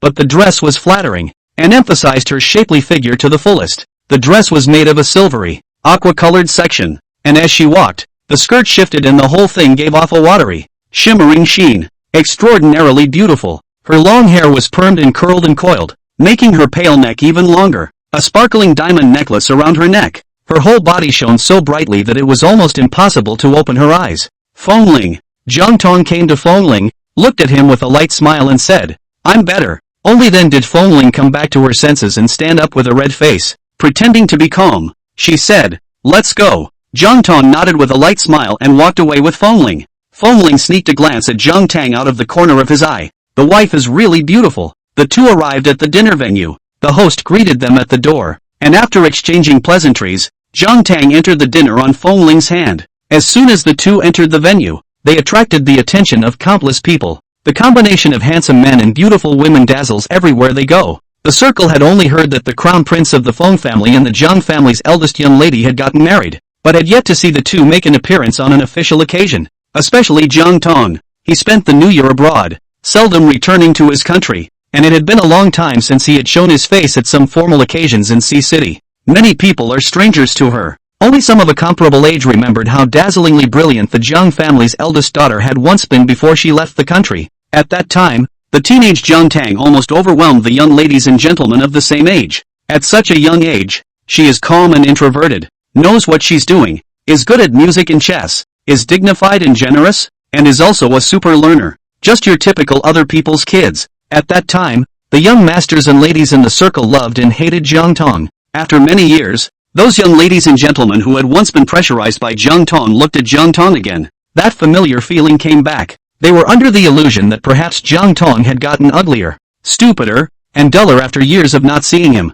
but she still shines. When she returned to China, she took over Jiang's entertainment, has been very hot lately, on the hot search from time to time, married to the rich and handsome prince of the Feng family, and is still so beautiful. It's said that 30 years is a long time in the making, but how come it seems like it's always east of the river and not west of the river? Previously, when the rumor of Jiang Tang and Fengling's marriage was spread in the circle, many younger males were privately spitting on Fengling. What kind of woman can't marry a woman with Fengling's looks and family history? And yet he married a woman 5 years older than him. What did he do it for? What a shame. Now see Jiang Tang. I'm sorry, they were the ones who spoke too soon before. They didn't expect Jiang Tang to be such a beautiful and dignified woman. Standing next to Fengling, she was not inferior at all. Even, the whole person's temperament and aura was even better than the prince of the Feng family. Now it seemed that their previous spouting of Jiang Tang's age was almost like a joke. Jiang Tang was very sociable, and although he had been away from the circle for a bit too long, he quickly blended in,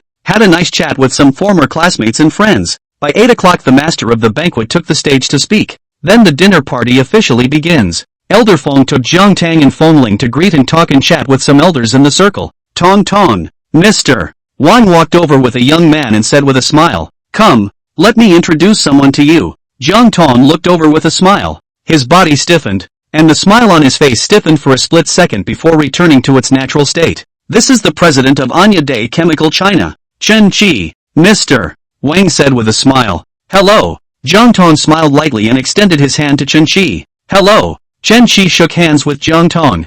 Jiang Tang tried to withdraw his hand, but Chen Qi tightened his grip. Jiang Tang looked at him. Only then did he let go as if nothing had happened. Tong Tang, did you know Mr. Chen before? Mr. Chen's high school was also in Sea City. No. One high school. The same school as you. Mr. Wang asked with a smile. Mr. Wang was one of Jiang Tang's elders and had a good relationship with the Jiang family. He introduced Chen Qi to Jiang Tang because he wanted to help Jiang Tang. Anya Cosmetics is a globally renowned daily chemical group with many big names in cosmetics. Jiang Tang is now in charge of Jiang's entertainment. And artists are closely related to cosmetics and all this. Things like makeup treatments need artists to endorse them. Mr. Wang then gave Jiang Tang a chance to make a good relationship with Chen Qi, so that they could cooperate more in the future. Jiang Tang looked at Chen Qi and was about to speak when Chen Qi spoke first. I know Miss Jiang. Ms. Jiang was the super student of our school at that time, and was very famous in the school. Jiang Tang nodded her head and said with a light smile,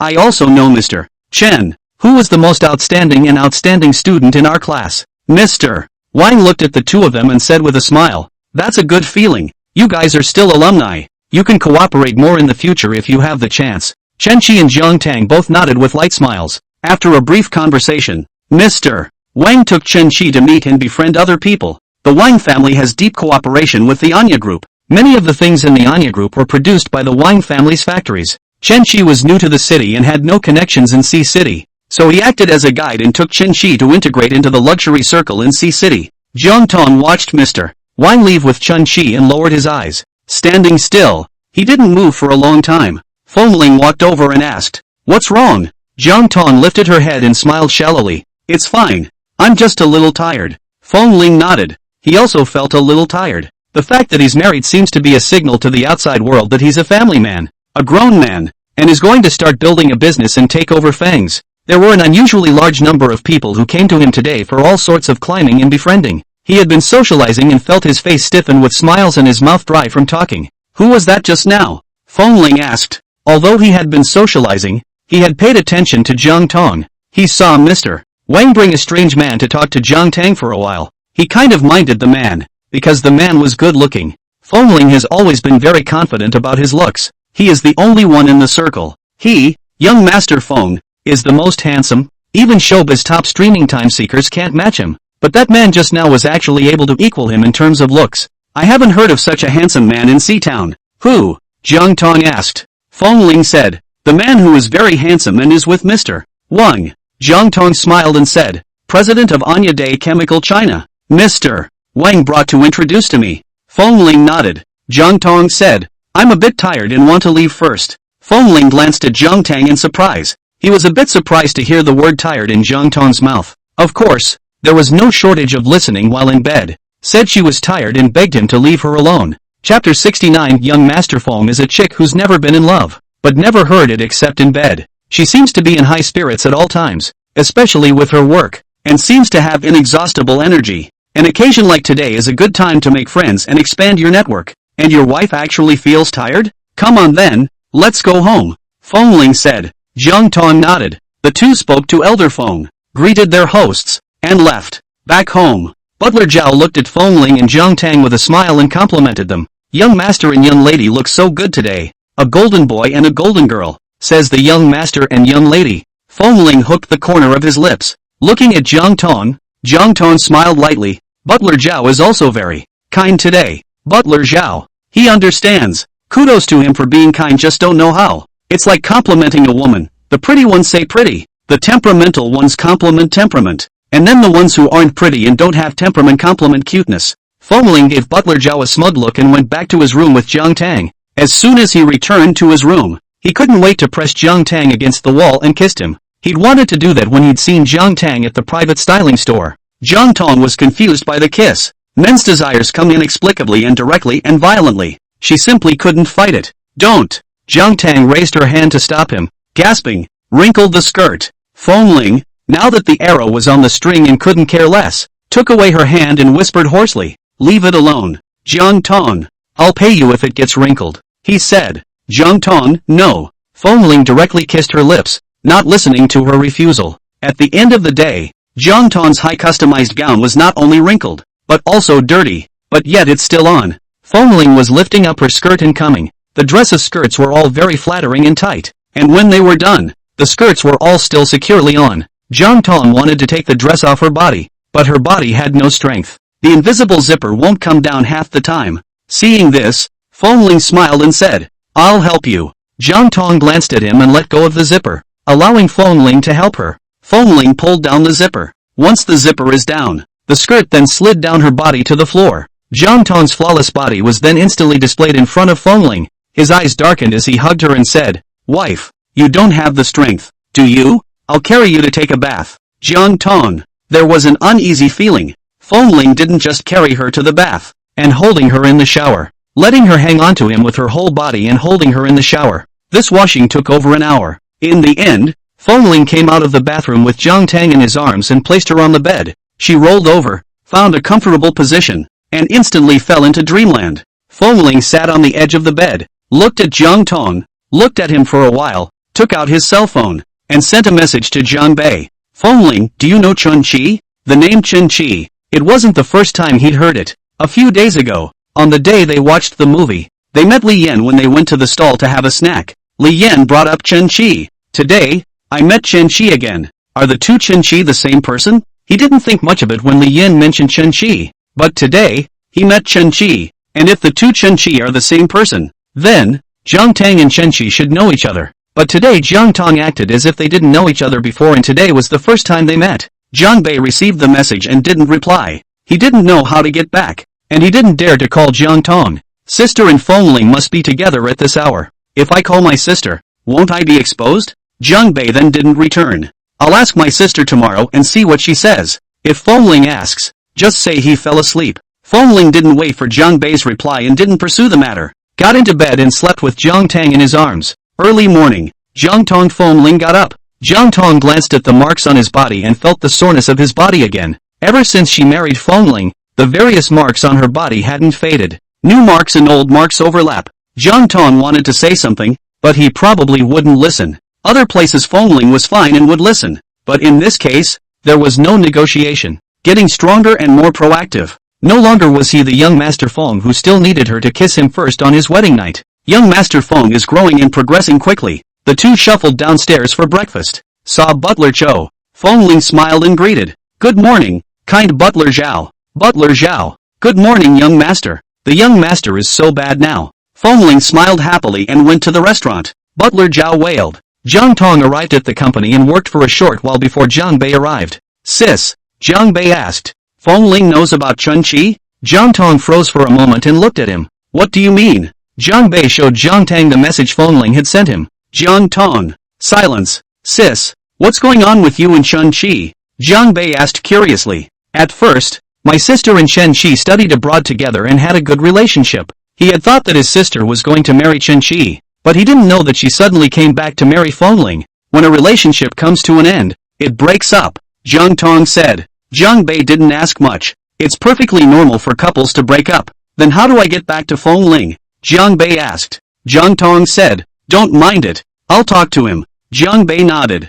Jiang Bei is gone. Jiang Tang messaged Fengling and asked him to have lunch together. Fengling happily agreed. Putting down her cell phone, Jiang Tang rubbed her eyebrows. She didn't expect that Fengling would be so perceptive. "I just heard Li Yan mention a mouthful of it the other day, and when I saw Chun Chi last night, I had a guess." Jiang Tang had ordered an exquisite private restaurant and arrived at about the same time as Fengling. Jiang Tang had ordered the food long ago, and as soon as they arrived, they started serving it. As she ate, Jiang Tang told Fengling, "Chun Chi is my first love." Fengling froze for a moment and looked at Jiang Tang in surprise. He was guessing that there might be some kind of relationship between Jiang Tang and Chun Chi, but his guess could be that Chun Chi had a crush on Jiang Tang, but he didn't realize that they had actually talked about it. Fengling instantly lost his appetite. It would have been nice to have lunch with her, but now, not happy at all. Jiang Tang looked at Fengling. "You mind a lot?" she asked. "Of course." Fengling frowned and said, "You actually have a first love?" Jiang Tang looked at his appearance and smiled.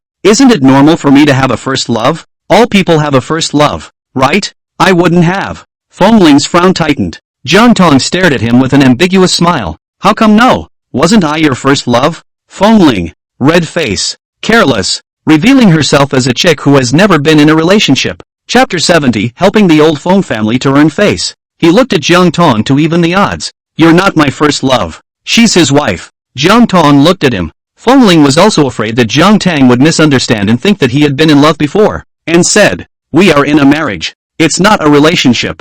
Jiang Tang smiled and nodded. Well, you're right. We're a business marriage without feelings. Fengling, how is it that you don't have feelings? No feelings. Is she a robot? After all, at the beginning you said that you don't love me and can't give me anything except the identity of the Feng family's young grandmother. Jiang Tang said with a smile. Fengling wanted to say something, but didn't know what. It's been too long. I forgot for a moment. In the future, I'll remember. Jiang Tang laughed and teased him. Fengling, and suffocating and depressing. Want to throw chopsticks. Why did you guys break up? Fengling asked. Is he the one who cheated? Or did you cheat? Or did you both cheat? Jiang Tang lost his smile. No one cheated. The relationship many times without a third party, but also walk and fall apart. Perhaps the feelings fade, not love. Perhaps the three views of the concept of incompatibility. So what is it with you and him? Fengling asked insistently. Jiang Tang looked at him. Young Master Feng is obsessed with this issue. It seems he won't be satisfied until he's made it clear.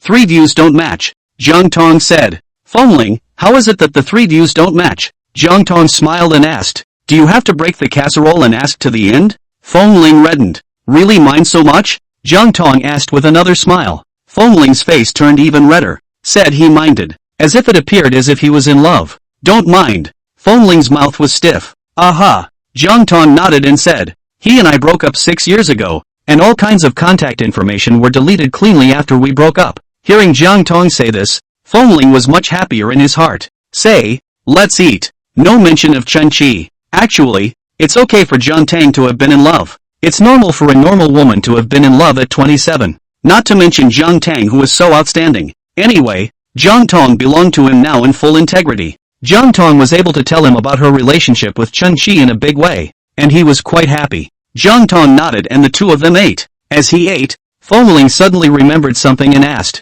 in the future, you still want to work with him? Jiang Tang looked at him and nodded. Well, it should be about cooperation. Fengling instantly became unhappy again. Jiang Tang said, there are many skincare products under Anya Rihua, and now, quite a few of my company's artists have endorsed Anya Rihua's cosmetic brands. She actually didn't want to work with Chen Qi. She didn't hate Chen Qi. They broke up. There was no third party. No one betrayed anyone. No one was sorry. A peaceful breakup. But, ex-boyfriends and ex-girlfriends who have split up should still keep their distance. A qualified ex should be as good as dead. But it was clear that her situation with Chen Qi wouldn't work. The artists in the company, endorsing the cosmetics of Anya Group, can get benefits and fame. The competition for the endorsement of several international first-tier brands under the Anya Group was fierce. Those who were able to get the endorsement had gone to great lengths. She couldn't let the artist terminate his contract with Anya Group because of her relationship with Chen Qi. It will lose money, not to mention the lack of contractual spirit,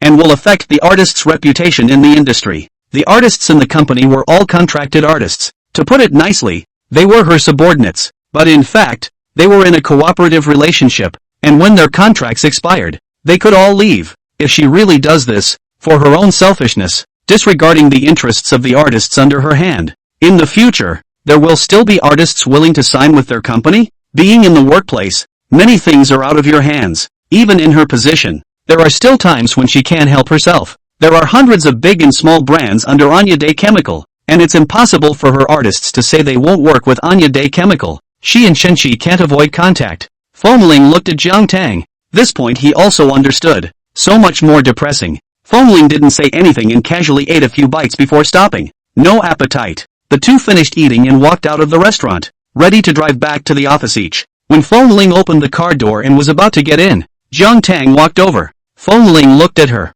What's the matter with her? Jiang Tang stood in front of him and stood on her tiptoes to kiss him on the cheek. Fengling looked at her in surprise. Jiang Tang smiled and urged, drive slower and pay attention to safety. Fengling froze and nodded. Jiang Tang smiled and got into his car. Fengling also got into the car, watching Jiang Tang's car drive out and onto the road, and his car hadn't even started yet. He sat in the car and ran his hand over his kissed cheek, slightly reddening. The depression held in his heart was swept away. Start the car. I'm off to work. Fengling returned to the company and got someone to check on Chen Qi. He knew Jiang Tang hadn't lied to him. There was no reason. Anyway, it just felt that Jiang Tang wouldn't lie to him. The reason why he had someone check out Chun-Chi was to know his enemy. Jiang Tang had no more thoughts about Chun-Chi. But what if Chun-Chi had thoughts about Jiang Tang? He must not take precautions? If one day, Jiang Tang really divorced him and rekindled her old flame with Chun-Chi, does he want to lose his face? Being stolen home. Being pride. Him later. How can he still mix in C-City?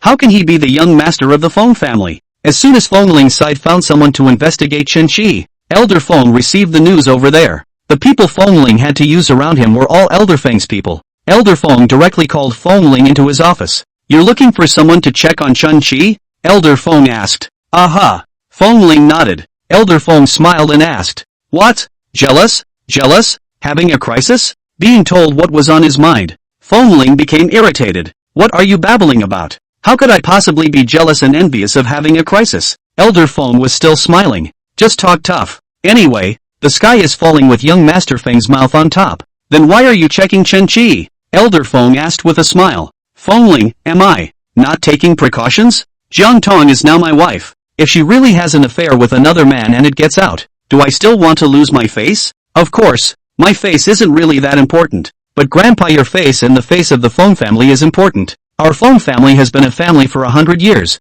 so we can't let anyone touch us in the dark. Can we? Elder Feng just laughed. So concerned about the face of the Feng family now? Feng Ling puffed out his chest. What are you saying, Grandpa? What do you mean I care so much about the face of the Feng family now? I've always cared about the face of the Feng family. Really? Elder Feng laughed. So, you used to race cars every day and go to bars and nightclubs to fool around, all to help our old Feng family earn face? Chapter 71 Learning from the Lessons of Our Predecessors. Then shouldn't I thank you? Elder Feng asked with a smile. Feng Ling, punching people in the face is not a good idea. Grandpa went too far. Elder Feng said. Don't investigate Chun-Chi's matter. Feng Ling frowned. Why? Elder Feng smiled and said. Tong Tong is the wife that Grandpa chose for you. There is no mistake. Tong Tong and Chun-Chi have been broken up for many years. They won't get involved again. He realized Feng Ling's problem after he became an adult at the age of 18. He loves to play and have fun. People aren't stupid. But in the future, to inherit the Feng clan,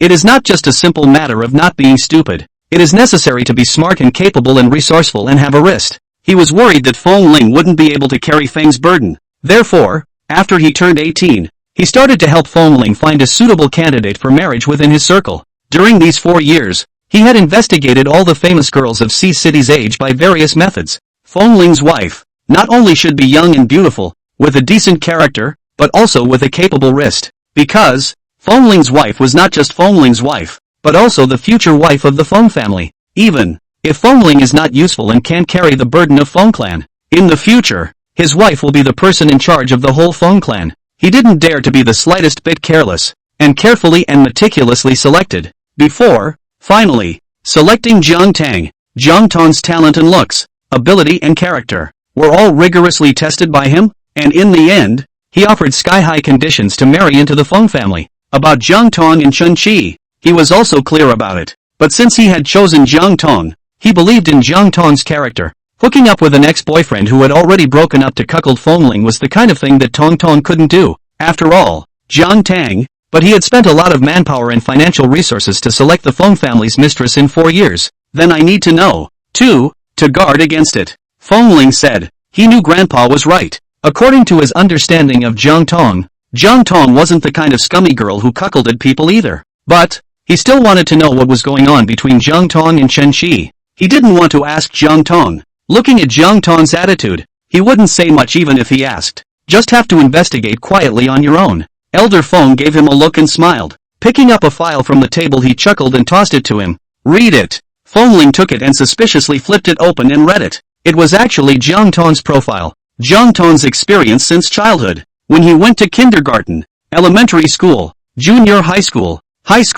and then experienced something, did something and so on. Not to say that everything is detailed, but it is detailed. There's also Chun-Chi in the profile. Chun-Chi is Jiang Tang's high school classmate. The two were ambiguous before, and then together after the college entrance examination, and then studied abroad together. Broke up 6 years ago. From the age of 18 to Jiang Tang's 20th year, Chun-Chi is Jiang Tang's only relationship and first love. Feng Ling's heart was sullen. Elder Feng knew what Feng Ling was thinking. These days, He could see clearly that Fengling had moved on Jiang Tang. Elder Feng was afraid that Fengling wouldn't be able to think straight and mess with Jiang Tang because of this matter. The young couple's business marriage had only just cultivated a little bit of affection, and it was likely that Fengling would lose that little bit of affection as soon as he made a scene. Fengling, Elder Feng looked at him and said seriously, "This is Tang Tang's past, before knowing you and your marriage. Strictly speaking, it has nothing to do with you. Who hasn't had a bit of a past? You're the same. Before marriage, you raced cars every day and went to nightclubs and bars to play.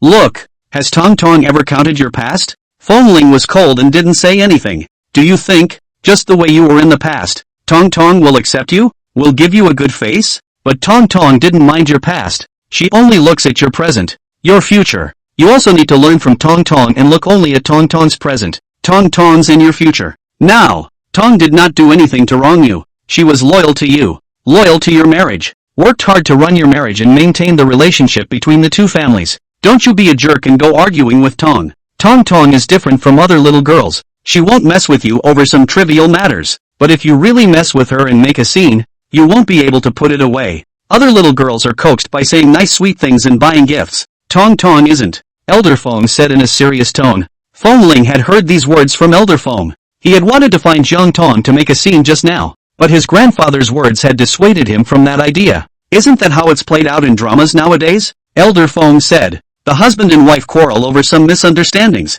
and then it gives the people outside the house a chance to take advantage of the situation. If you really argue with Tang Tang, you're giving Chen Qi a chance. When the time comes, you make a fuss like a shrew at home, while Chen Qi outside is all sorts of gentle and considerate, caring and comforting. Who do you think Tang Tang will choose? You need to learn the lessons of your predecessors and not follow the same path as they did." Fengling, "Seniors? What seniors? Those bossy seniors with no mouths on the tomato fiction website?" Fengling frowned at Elder Feng, dissatisfied. "I'm not a shrew." Elder Feng looked at Fengling with a smirk. Fengling said sullenly, "I'm leaving. Turn around and walk away." Elder Feng said, "The information stays." Fengling didn't even bother with him. "Take the information and go." Fengling took the information back to his workstation and read it carefully. Chanch aside and looking at this profile, his wife is really good. That's a resume he'll never catch up with in his lifetime. Fengling sighed in frustration. Mind boggled. He understands what Grandpa says. He also knew that Grandpa was right.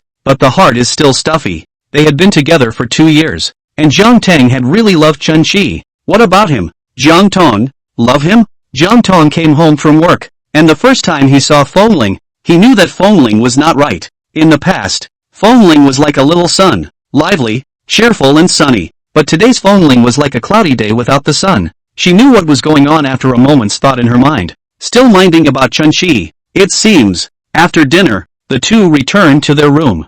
Jiang Tang said, "Let's talk." Fengling, "Talk about what?" "The lack of interest." "Talk about Chen Qi." Jiang Tang said. Fengling, "Talking about Chen Qi's words, then he's coming on strong. Ask whatever you want to ask." Jiang Tang said, "I will answer you all." The less she said about Chen Qi, the more Fengling thought about it. The more she said, the less Fengling thought about it. She was satisfied with Fengling, with her marriage to Fengling, so far, are all very satisfied. She doesn't want to let her past relationships get in the way of her new ones. Chapter 72, Luckily he wasn't the one who dumped you. Fengling thought for a moment and asked, "What exactly did you and Chen Qi break up over?" Jiang Tang said, "3 views don't match." Fengling was puzzled. How is it that the 3 views don't match? Jiang Tang thought for a moment and said, "In the beginning, when I was with Chen Qi was confident and proud. At home, teachers and classmates held him up, and he was really dazzling and attractive. But when you go abroad, you can go out to study. Either your family has money, or you're an exceptionally good and outstanding individual. And we have a school where good and outstanding people from all over the world gather. Most of them are rich and the family itself an excellent and outstanding. Chen Qi's family condition is average. When I was in school, there are quite a lot of suitors. They are bold and enthusiastic. Among them, there are looks do not lose Chen Qi, but also more than Chen Qi excellent and rich. When I rejected them, some of them went on to attack Chen Qi, saying that Chen Qi was poor and couldn't give me a future. In fact, this is a very normal and despicable tactic for men to strike at Chen Qi's self-confidence. Let Chen Qi into self-doubt, denial. Chen Qi's smart. He will not understand, but he still mind. Heart he held a mouthful of energy. Want to make some achievements. Hit the face of those who looked down on him to denigrate his people. But he was still just a school student at the time. What very bright achievements could he have made? We're a world-renowned school. We're very academically heavy. We don't just pay to go to school. And we don't just muck around and graduate. And the coursework took up most of his time and energy. So where would he find the time to do anything else, let alone make grades? Slowly, Chenqi changed. He became sensitive, suspicious, inferior, and even suspicious. Never again the way I liked him in the first place. Then, it broke up. Fengling. Who suggested this? Jiang Tang looked at him with a smile and said, I brought it up. Because, the feelings between us have changed. There's no point in continuing. Fengling beamed. Luckily it wasn't him who dumped you. Jiang Tang raised her eyebrows. What? If he dumped me, I'm the abandoned, unwanted one. Married to you. You feel ashamed of picking up someone else's unwanted one? Fengling frowned and glared at her. In your mind, am I that kind of person? How could he possibly think that way? What he thought was that Jiang Tang taking the initiative to break up meant that Jiang Tang really didn't love it anymore and took the initiative to give up the relationship. Instead of her being forced to give up the relationship because the other person doesn't love the other person and proposes to break up, then in that case, she still loves in her heart. Active and passive. Big difference. Jiang Tang smiled and didn't say anything. Fengling looked at Jiang Tang and said, I have one more question. Jiang Tang, ask. Fengling, you've been together for 2 years. How come you haven't had sex? He blushed slightly, thinking about their wedding night. The falling red on the sheets was obvious. She had given him her first time. Nowadays, it's really rare for society to be together for 2 years without having sex. Anyway, he hadn't heard of that. He'd only heard of going to a room after 2 hours together. Jiang Tang was silent. We were still young. I was 20 years old when we broke up. She hadn't thought about giving up her first time at 20. She was a person with a plan. Her original plan was to get engaged to Chenqi after graduation, and only give up her first time after the engagement. Fengling looked at her suspiciously. Who's small? Chenqi is small? Isn't Chenqi no good? Jiang Tang was silent. What's he thinking? And Fengling thought Jiang Tang's silence was acquiescence. He was happy all of a sudden.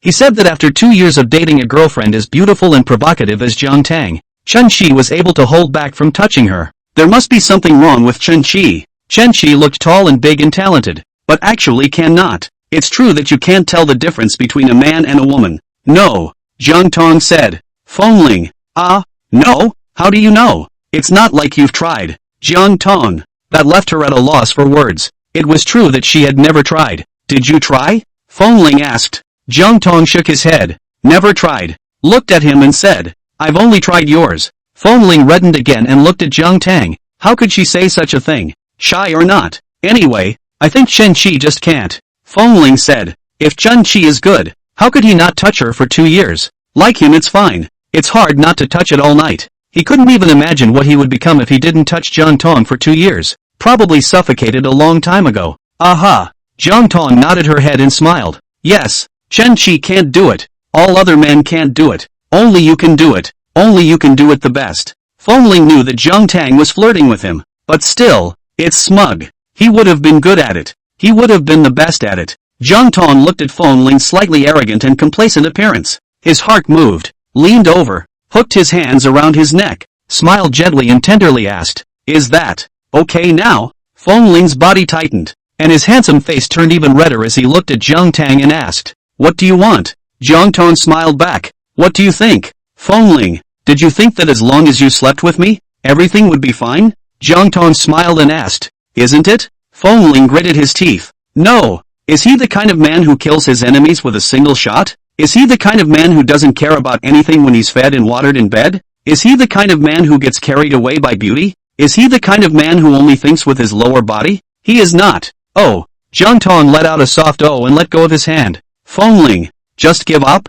She's not even trying to make an effort? She actually just had to try a little harder and initiate a kiss on him. His self-control would have completely disintegrated. He becomes a man who thinks with his lower body, mesmerized by beauty. Jiang Tang stood up. Fengling sat on the couch, tilted his head to look at her, and asked, What are you doing? Jiang Tang said, Go wash up and go to bed. Fengling gritted her teeth, ruffled him, and was about to go to bed. She's got it figured out. Flirting and running away. How in heaven's name is that cheap? Fengling pulled Jiang Tang's hand with a firm tug. Jiang Tang then pounced on him. He wrapped his arms around Jiang Tang's waist and leaned his body backward. The two collapsed on the couch. He's under. She's on it. Jiang Tang looked at him. Fengling said, Didn't you want to know if I can do it? Start now. Jiang Tang propped her hands on his side and asked with a smile, "Didn't you say you're not that kind of man?" Fengling turned red. "Don't you care? Anyway, you try yours." Jiang Tang laughed lightly. "Good." She lowered her head and kissed him gently on the lips.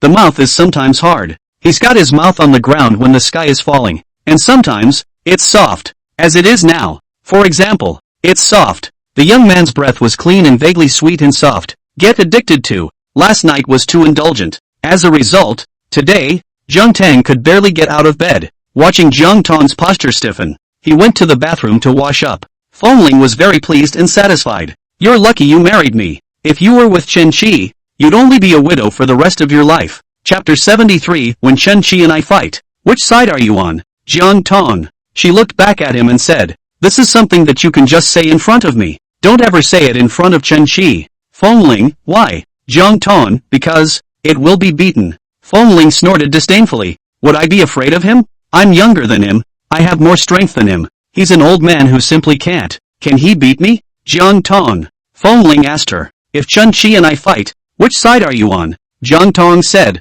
"I'll stand next to it. Stand away from me so that you don't hurt the innocent and hit me." Fengling frowned and glared at Jiang Tang. Jiang Tang was finally happy to see him unhappy, propped up his aching back and went to the bathroom. He was really wild last night. It's wilder than a wedding night. She cried and choked and begged over and over again. "Good old you're so good, you're the best, I love you the most." She couldn't tell you how many times she'd said that, begging him to leave her alone. But it didn't work. It's really Lang's heart. After washing up, the two of them went downstairs for breakfast. And after that, they went their separate ways to the office. As soon as Fengling arrived at the office, he called Jiang Bei and looked for trouble. "Ask him. Fengling, why didn't you tell me about Chen Qi?" Jiang Bei played dumb. "Chen Qi? What's the matter with Chen Qi? Who is Chen Qi?" Fengling gritted her teeth in anger. "You're still pretending. Your sister told me." Jiang Bei, "Oh, since my sister has told you, what else am I going to tell you?" Fengling, "Then let me ask you, if I fight with Chen Qi, which side are you on?" Jiang Bei, "There's no need to ask.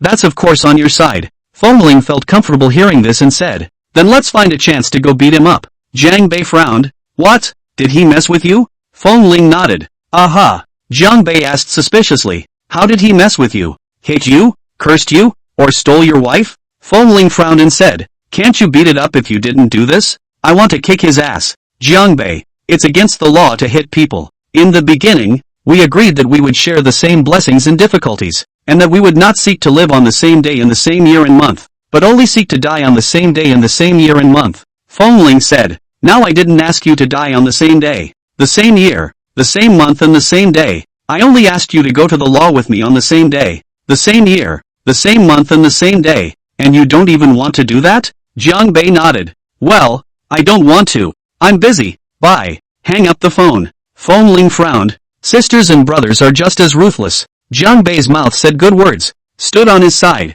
helped him, but it was just good words. Other practical actions were not at all. And Jiang Tang, not to mention, there is not even a good word on his mouth. Jiang Tang didn't expect the second meeting with Chen Qi to come so quickly. Night Inc. held a small reunion, invited a few classmates who played well together when they were students to the party. The last time I met Li Yin, I thought that Li Yin was just talking about it, but I didn't expect that he was really so attached to this matter. The reunion will definitely include Chen Qi. She didn't want to go, but she had promised Night Inc. before. Moreover, all these classmates were really close when they were in school and kept in touch even after they studied abroad. All of them are the circle's sons and daughters, and some of their families have cooperation with Jiang. She promised before. It's not a good idea not to go now. People in the society, sometimes really a lot of body. Jiang Tang thought about it and decided to bring Fengling along. There are lessons to be learned from those who have gone before us. The seniors on the tomato fiction site just don't take their significant others to see old lovers and then misunderstandings occur.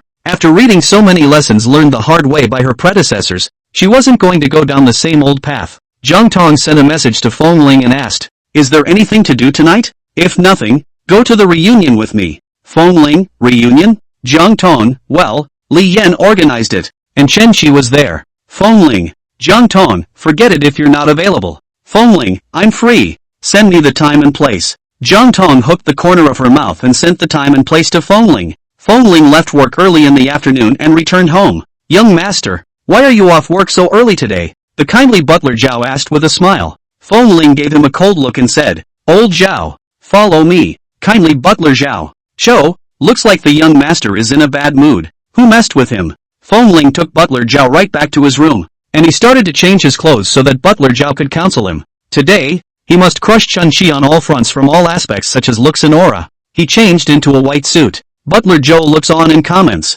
"Prince Charming." He went back to change into a black suit. Butler Zhao, Prince of Dark Horses. Fengling went to change into a blue suit again. Butler Zhao was about to open his mouth. Fengling glared at him. No talking about Prince Blue Horse. Lao Zhao is now treating him. Is more and more unattractive. More and more perfunctory. Butler Zhao looked at Fengling and sized him up for a few moments before he said with an old, serious face, "Young master wears this set. It looks good, elegant and gentlemanly." Fengling changed a few more sets, and Butler Zhao praised them in various ways. "This set is domineering. That set is refined and elegant. That set is honorable and elegant." Butler Zhao said all the words he knew to compliment people. Luckily, the young master also finally stopped the fashion show. "Ask him, which one is the best?" Butler Zhao asked. "What is the young master up to?" Fengling glared at him. "Ask you which set looks the best and you'll just tell me straight. An old man. What do you care so much about?" Butler Zhao smiled and said, "Young master, what kind of occasion wears what kind of clothes?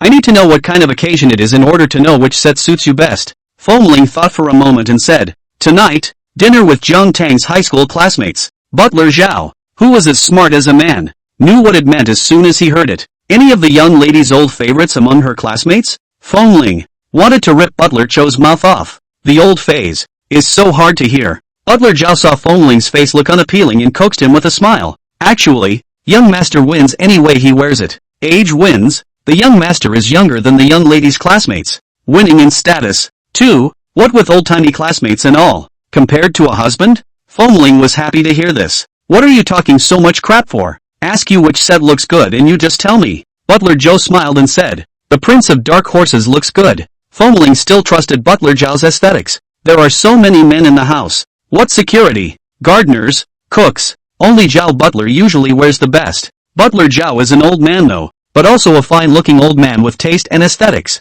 Fengling then went and changed into a black suit. Butler Zhao nodded frequently as he watched. The young master was tall, well-proportioned, broad-shouldered and narrow-waisted, and wore a very well-fitting handmade customized suit. How to look good. Worthy of being the young master of their old Feng family. He's the best-looking and classiest butler in the butler's circle. Their youngest is also the best-looking youngest in the biz. Chapter 74. I didn't know Jiang Tang would bring you here. Fengling put on a black suit and his most expensive watch. It was the $10 million Patek Philippe that his grandfather gave him for his 18th birthday. He also asked Butler Zhao to go and polish the most expensive car in the garage. Today, must crush Chen-Chi on all fronts. In the end, Fengling brought the most expensive watch and drove the most expensive car to Jiang Tang's company to pick her up. Jiang Tang walked out of the company after work and saw him. The car was a black supercar, and the man was leaning against it in a black suit. The car was black and shiny. The suit on his body was straight and genuine, not a crease in it. The black leather shoes on his feet were also polished,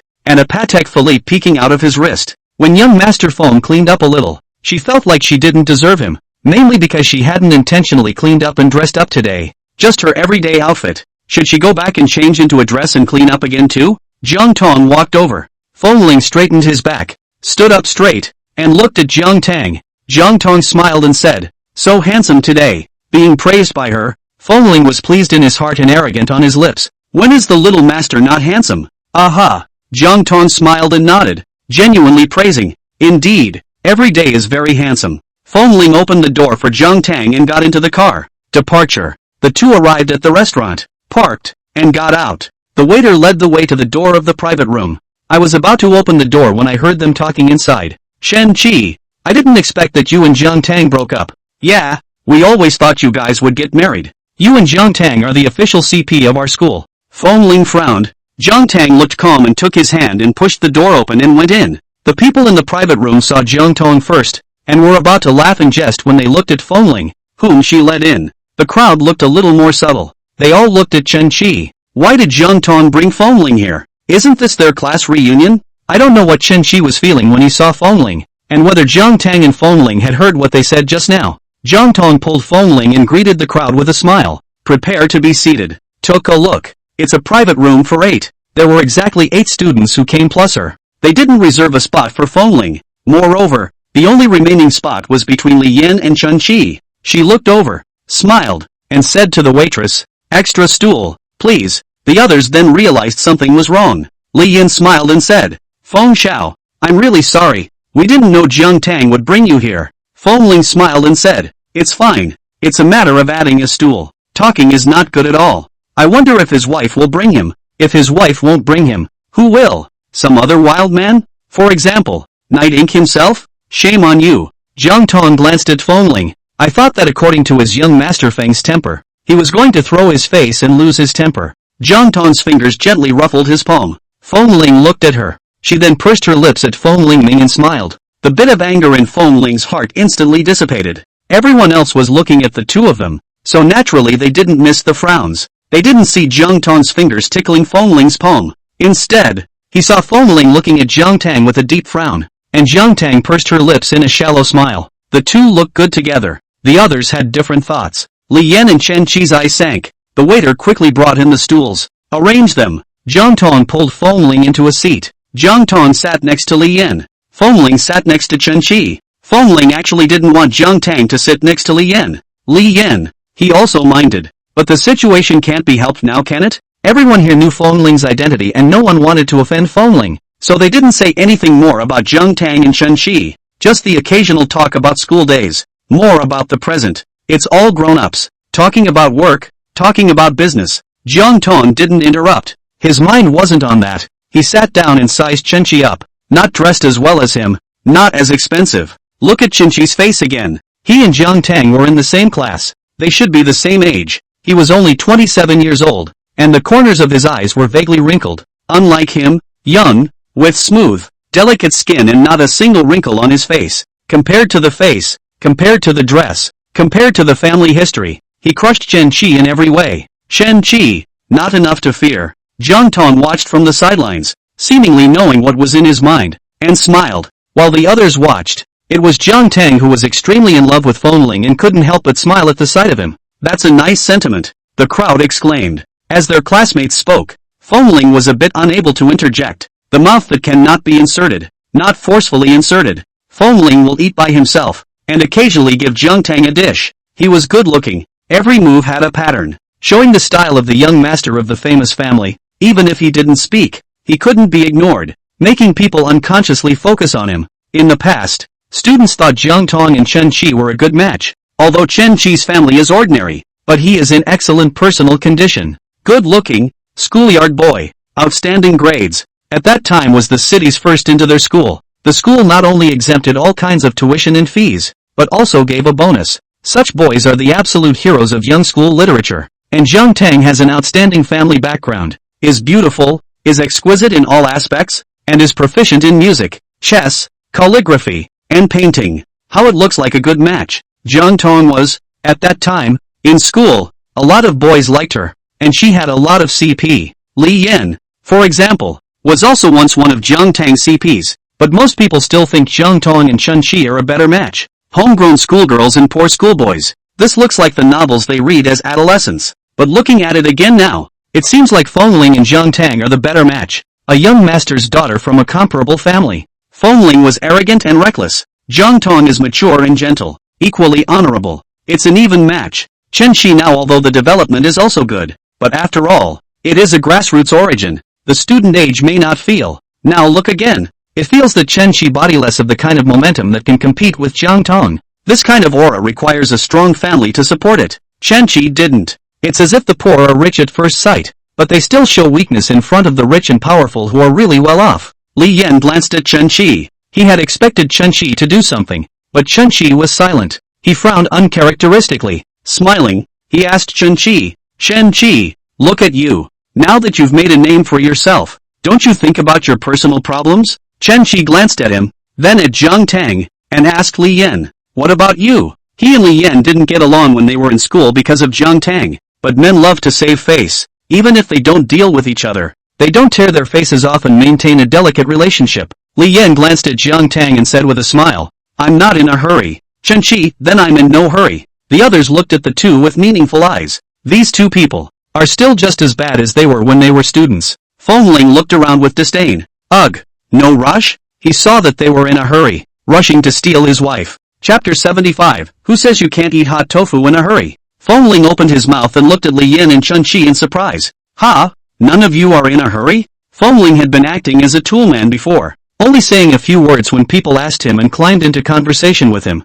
It was the first time he had initiated a conversation on this occasion. The others looked at him. Feng Ling smiled and said, "So none of you are in a hurry? I'm the only one in a hurry? As soon as the age arrived, I hurriedly pulled my wife to get a license to get married, fearing that if I was a step slow, I would be robbed and be the first one to get the job." Jiang Tang glanced at him. Talking so nicely now? Who was the one who was dying to get married? Jiang Tang looked at him with a light smile. Others, with a complicated expression. He looked at Li Yan and Chun-Chi. Young Master Feng was pointing them both out. Both of them liked Jiang Tang in the first place. Li Yan did not have a chance. Jiang Tang chose Chun-Chi, but Chun-Chi, dragging his feet, so many years, and did not marry Jiang Tang. Instead, it was the young Master Feng who came after him. Chun-Chi and Li Yan were both suffocating in their hearts. You can't eat hot tofu in a hurry, Chun-Chi said. Others, don't dare make a sound. Is this a fight? Jiang Tang's new love and old love. This is the beginning? The others were nervous and a little excited.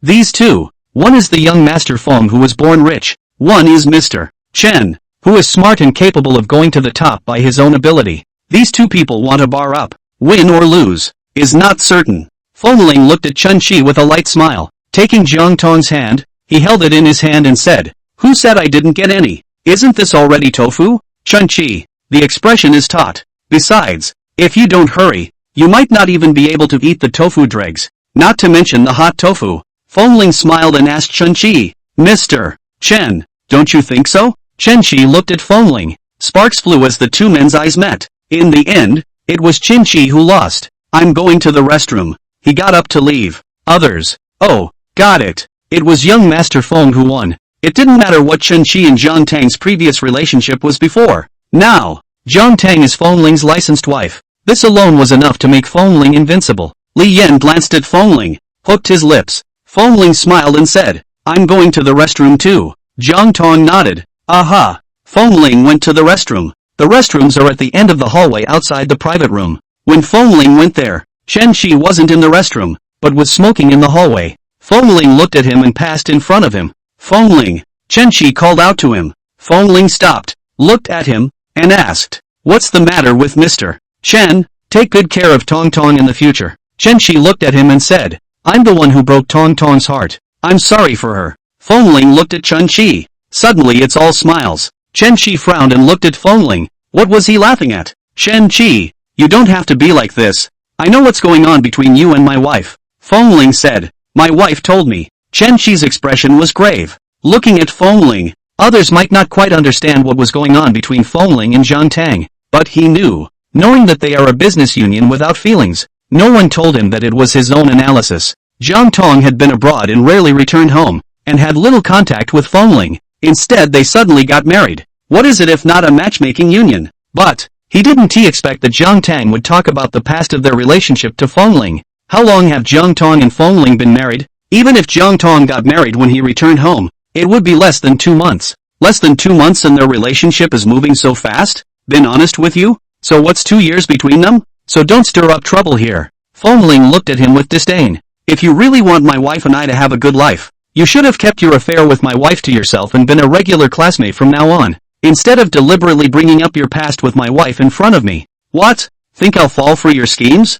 That I'd fight with my wife over you? And acting all deep and unrepentant. For who? Chun-Chi. The mind is spoken for. Chun-Chi's face was ugly. Looking at Feng Ling, he was the one who thought Feng Ling was too simple. To think that a young lord like him, who had gathered all the favor, was stupid and arrogant. He's seen a lot of rich kids like that. He thought Feng Ling was too, and asked me to be nice to my wife? Who do you think you are? I don't need you to tell me what to do. I'm good to my wife and I need you to say so? Who are you to me? And who are you to my wife? Now that I see you, I finally understand why my wife broke up with you. Feng Ling came in front of him, hooked up the corners of his mouth and stared into his eyes with a cold smile, speaking firmly and disdainfully word by word. Because, you're inferior and mean. Chun-Chi frowned, his eyes glaring at Feng Ling in cold anger. When you were a boyfriend, you weren't qualified. You didn't bring my wife happiness and joy. You didn't give her a good sense of the relationship experience. And now that you've broken up, you're still not qualified as an ex.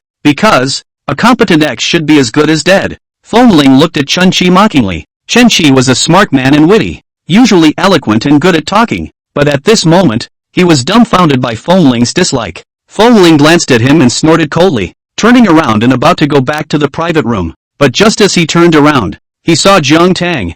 Jiang Tang stood there quietly. Watch them. Fengling, when did the wife get here? What did she see? How much did she hear? Does the wife think he's bullying Chen Qi? Because he spewed at Chen Qi, and Chen Qi, like an aggravated man, didn't say a single word in retort. Chen Qi, this heartthrob boy, did he find out about his wife a long time ago? So it was done on purpose? Chen Qi also saw Jiang Tang. Are you done? Jiang Tang asked Fengling with a smile. Fengling nodded. Aha. Jiang Tang smiled and said, then go back to the private room. The food is getting cold. Aha. Fengling nodded and came to Jiang Tang's side. Jiang Tang held Fengling's hand and walked towards the private room. Chen Qi looked at the two figures with a gloomy expression. The cigarette in his hand burned to the end, burning his hand, but he felt no pain at all. How can that pain compare to the pain that cuts through my heart? Fengling and Jiang Tang returned to the private room, and after a while, Chen Qi also returned. The crowd ate and laughed and ended the meal. A student suggested that there was a next game.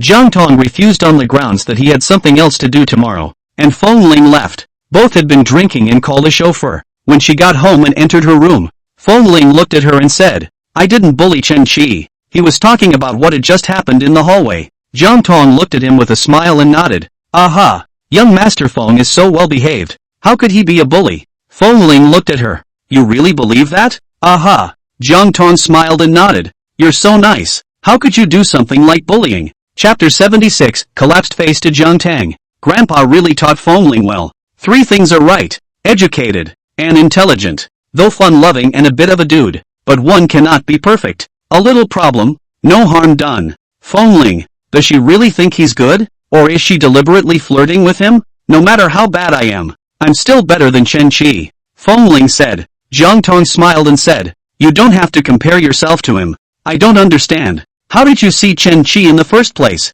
Fengling asked curiously. And mean and shameless in green tea. Jiang Tang didn't say anything. Fengling got upset and asked her, why don't you say anything? You're upset that I scolded Chen Qi? Jiang Tang shook her head. No. I was thinking about how I saw Chen Qi in the first place. Fengling has thought about it? Jiang Tang nodded. Think about it. People change. The former Chen Qi, sunny and cheerful and confident, the pride of the sky, shining brightly. It's natural to be confident when you're sought after by countless people at school. Chen Qi like that is too attractive. But later, change sets in her and Chen Qi around the excellent and outstanding people too much. In a group of excellent people, they are not excellent, just the most ordinary one of them. There is no one around to compliment and please him, and even for some reasons to fight and humiliate him. He became suspicious, sensitive, and had low self-esteem. The light on his body dimmed until it disappeared. What about him now? Fengling asked. Jiang Tang, what is he like now? Didn't you see it? The suits look successful though, but she knew that he was sensitive, suspicious, and had low self-esteem, even cynical and indignant. He didn't understand why other people were born with everything. Wealth,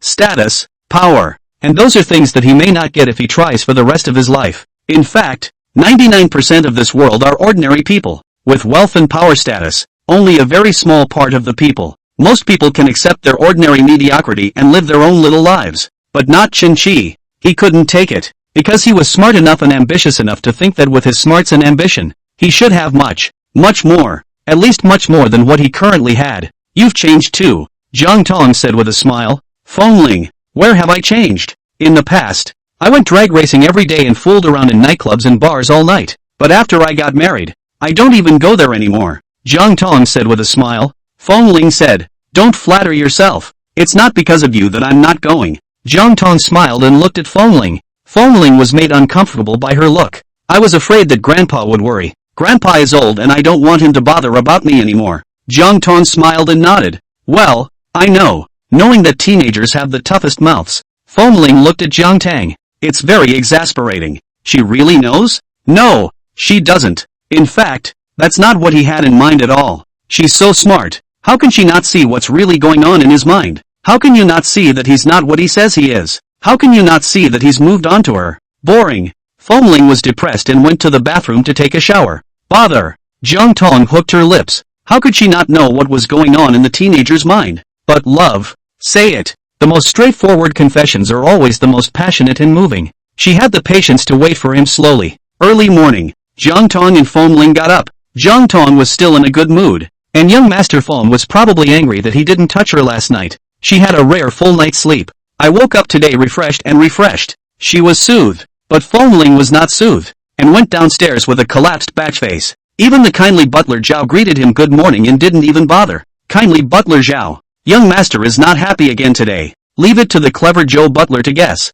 It must be because of the young lady. Now, in this family, only the young lady can influence the mood of the young master. Did you dress up so well yesterday for the young lady's reunion that you didn't look ravishing? Being ravished by the young lady's old flame? With the young master's posture, it's impossible. Fengling and Jiang Tang went to the restaurant for breakfast. Elder Feng looked at Fengling, who was collapsing his face, and frowned. Early in the morning, who are you collapsing your face for? Fengling glanced at Jiang Tang and didn't say anything. Elder Feng. Oh, got it. It turned out to be collapsing for Tong Tong, but Tong Tong was concentrating on his breakfast and didn't even look at him. Self-indulgence. Jiang Tong raised his head, looked at Elder Feng and said with a smile, Grandpa, don't scold him. Fengling grunted. Jiang Tong said, Fengling is very good now. In order not to let you worry, the car is not biking, and the nightclub bar is not going. Fengling. Elder Feng raised his eyebrows. He told you that? Aha. Jiang Tong nodded. Told me so himself.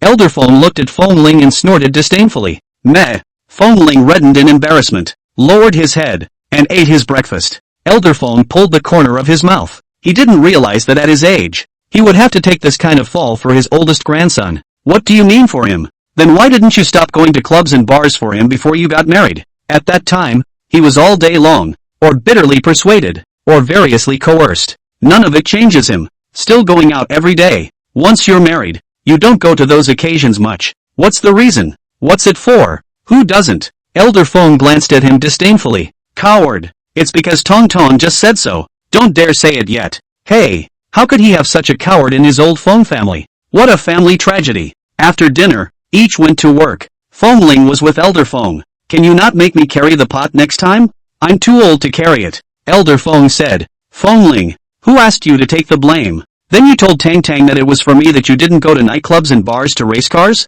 Elder Feng asked. Fengling nodded. Yeah, for you. You're getting older. I don't want you to worry and fret over me anymore. Ha! Master Feng laughed. Then why didn't you stop doing those things for me before? In the past it was because I was still young and didn't understand things. Now I'm grown up and understand things. Fengling said in a serious manner. Oh, you've grown up and understood once you got married? Elder Feng asked with a smile. Fengling nodded. Right. Don't your elders always say that people will understand things when they get married? Elder Feng smiled and nodded. Okay, count on you to be tough talking. I'll see how long you can keep your mouth shut. Have the ability to talk tough for the rest of your life. I'll look down on you if you don't mouth off for the rest of your life. Fengling. He was already depressed, but now that he was being squeezed like that by his grandfather, he was even more depressed. Obviously Grandpa could see that. Everything is because of Jiang Tang. He's changed because of Jiang Tang. Why can't Jiang Tang see it? Even if I do keep my mouth shut for the rest of my life, you won't be able to see it.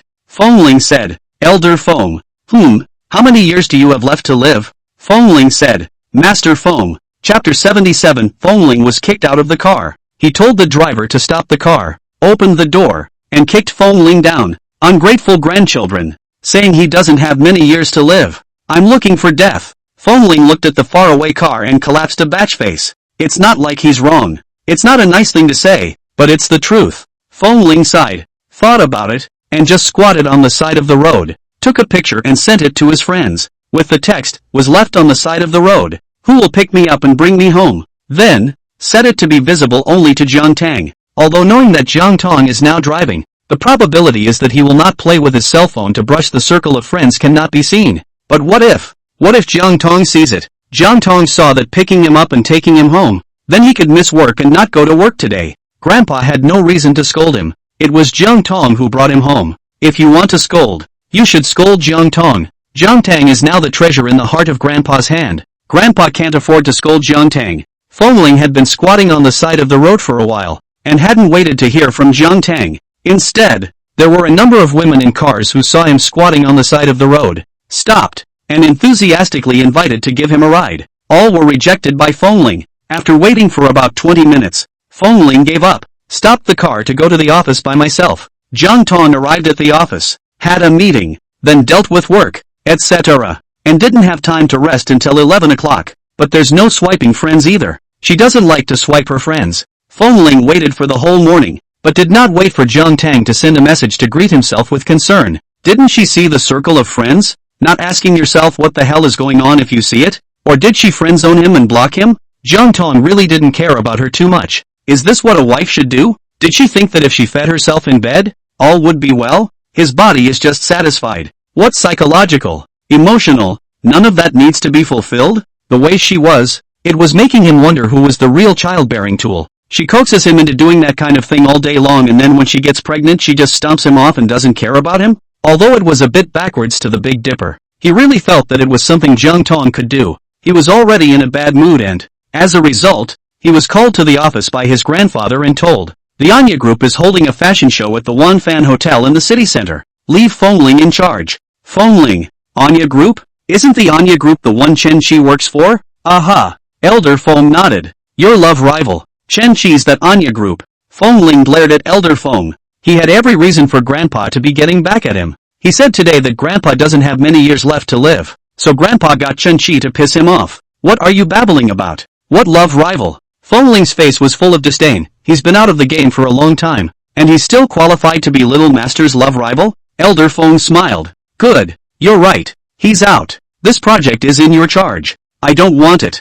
Fengling said. Master Feng asked. Why? Fengling glared at him. You must have done it on purpose, knowing that I hate Chen Qi. Right. Elder Feng nodded. I just did it on purpose, but not on purpose to piss you off and make you unhappy. I was exercising you. Fengling, business is business. Personal grudges are personal grudges. Are you going to stop doing business with a person and stop earning his money just because you hate him? In the business world, there are only everlasting interests, not everlasting enemies. In the business world, who doesn't have some grudges? You rob my business. I take away your project. If everyone thinks like you, then the whole business circle are all enemies. Then how can we cooperate and do business? Fengling didn't say anything. Besides, you're the winner now. What are you afraid of him for? Elder Feng provoked him. Fengling really fell for it and retorted. Who said I'm afraid of him? He, young Master Feng, was not afraid of anything. Would he be afraid of a Chen Qi who was already out of the game? Then you're not afraid of him.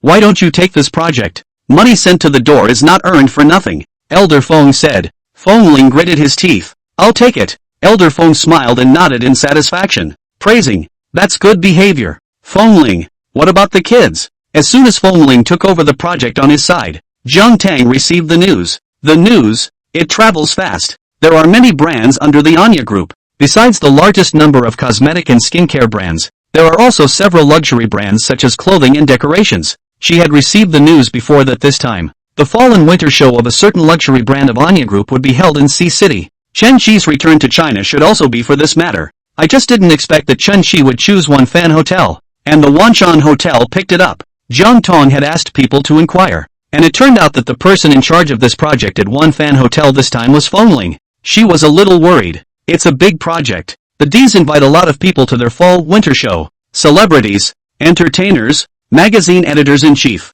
entertainment company owners, some social successes fashionistas, etc. Various news from the conference. If it's done well, it will definitely be beneficial to Wanfan Hotel. It would be icing on the cake for Wanfan Hotel's reputation and honor and increase revenue. But if it's not done well, it will damage the reputation of Wanfan Hotel. Grandpa put Fengling in charge of such a big project? It wasn't that she didn't trust Fengling, but Fengling had only just started working and had no experience at all. Moreover, the other party was still Chen Qi. What if Chen Qi is in the middle of something? The previous Chen Qi was not such a person, but the current Chen Qi, she could not guarantee it. That's something that Grandpa wouldn't be unaware of, right? Grandpa must have investigated all sorts of things about her, big and small, when he picked her as his granddaughter-in-law in the first place. After all, she was the future wife of the Feng family, the one who was going to have children and raise future generations with Fengling. Even in the future, Fengling could not but also the woman who would be in charge of the Feng clan.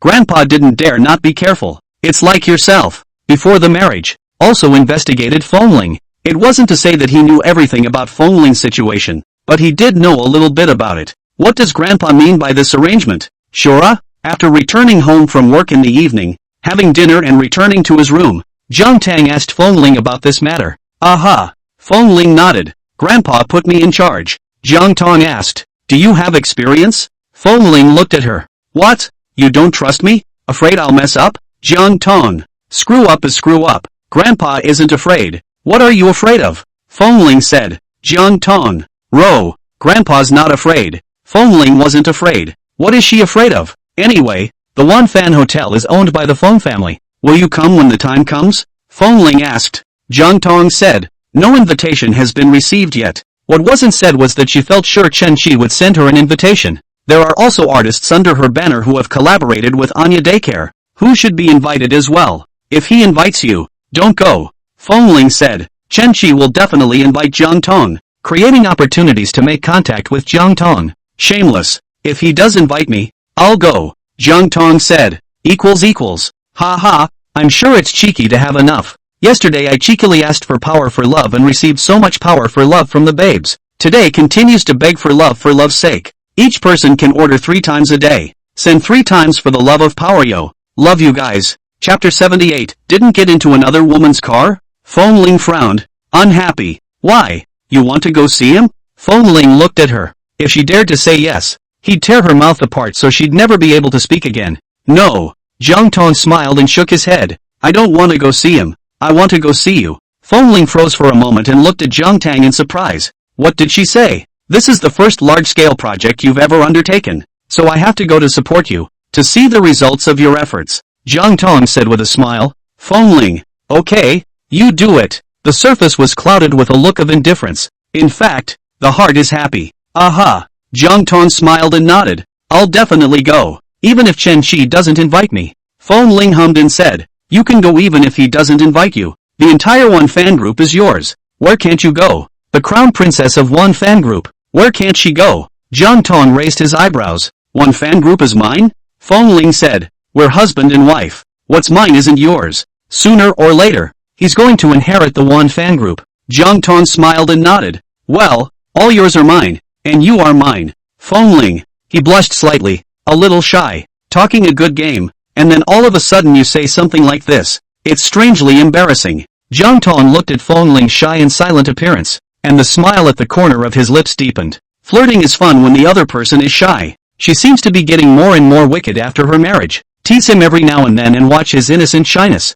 Odds are, it's just about that time. In a little while, it won't be her teasing him. Rather, he teased her. She is now bullying him for being young and inexperienced in relationships. When he learns a few lessons from her, then their positions will be reversed. Cough. Fengling gave a dry cough a bit shyly and said, didn't you look at your friend's circle today? Jiang Tang. Didn't read it. I'm not in the habit of swiping my friends. Jiang Tang said and took out his cell phone, opening his WeChat while saying, let me see what you sent. Don't look. Fengling rushed up and grabbed Jiang Tang's cell phone, trying to stop it. Jiang Tang looked at him quietly. Fengling. Let go. Resigned. Look at it. Look at it. Look at it if you want to. Jiang Tang hooked her lips and opened it. Saw it. He sends friends. She's so smart. She took one look and understood. Smiling, he asked her, only what I see. She has the best friends of Jiang Bei, Lu Jian, Liushi, Shi Lixian and Bai Langyue. He posted a friend circle. There is no way that none of those buddies would comment and like it.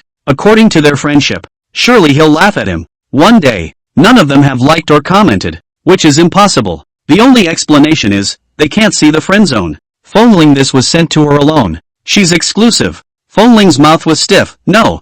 Jiang Tang knew he was tough-talking and asked with a smile. What's gotten into Grandpa? Fengling said. How dare I mess with him? Can I afford to mess with him? You don't know how scary he is. He slits his wrists when he doesn't move. Now, who can mess with him? Jiang Tang. Listened to the mournful tone. Then how did you end up going to the company? Jiang Tang asked with concern. You can't just tease and not care. Be careful of teasing people. Kittens blow up and bite. Took a cab. Fengling said. Jiang Tang nodded. If there's anything like this in the future, call me and I'll come pick you up. Fengling nodded his head proudly, and the pent-up anger that he had been holding for a day because of this matter finally dissipated. Jiang Tang smiled and asked, didn't any pretty girl say she'd give you a ride? Fengling arrogantly raised his chin. How could there not be? There are plenty, but how could I just get into anyone else's car? Jiang Tang suddenly stood on her tiptoes and planted a kiss on his lips. Fengling was confused by the kiss. What's with the sudden kiss for a good reason? Ignition? Reward.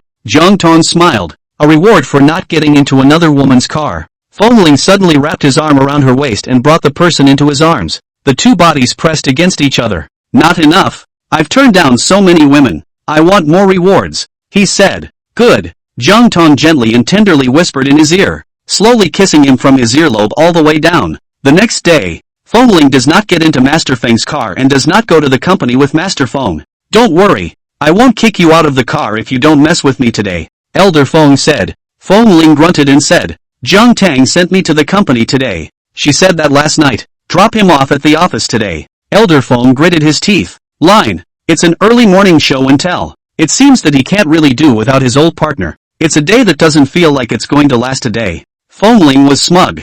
Jiang Tang pulled the car out and Fengling got in. Sitting in the passenger side, Jiang Tang drove. Fengling looked at the bare passenger side, thinking, should I buy a sticker for a husband's seat on the passenger side? But I guess Jiang Tang won't want to. Forget it. Jiang Tang dropped Fengling off at the office before driving to the company. When she arrived at the office, the secretary gave her an invitation. It's an invitation from the Anya group. She opened it to see that it was Anya's D's fall winter show at the Wanfan Hotel. Day in a month. There's no rush. Not only Jiang Tang received it, some of her artists also received it. Fengling was not solely responsible for this project by himself. The old man was trying to exercise him, but he also sent someone to help him, teach him. Fengling followed the person very carefully and carefully, learning very carefully. The other was very pleased. The prince is so serious and hardworking, so diligent, and in the future, he will definitely make the Wanfan Hotel better and go farther. Fengling didn't just spend the daytime in the company to study with the people sent by the old master,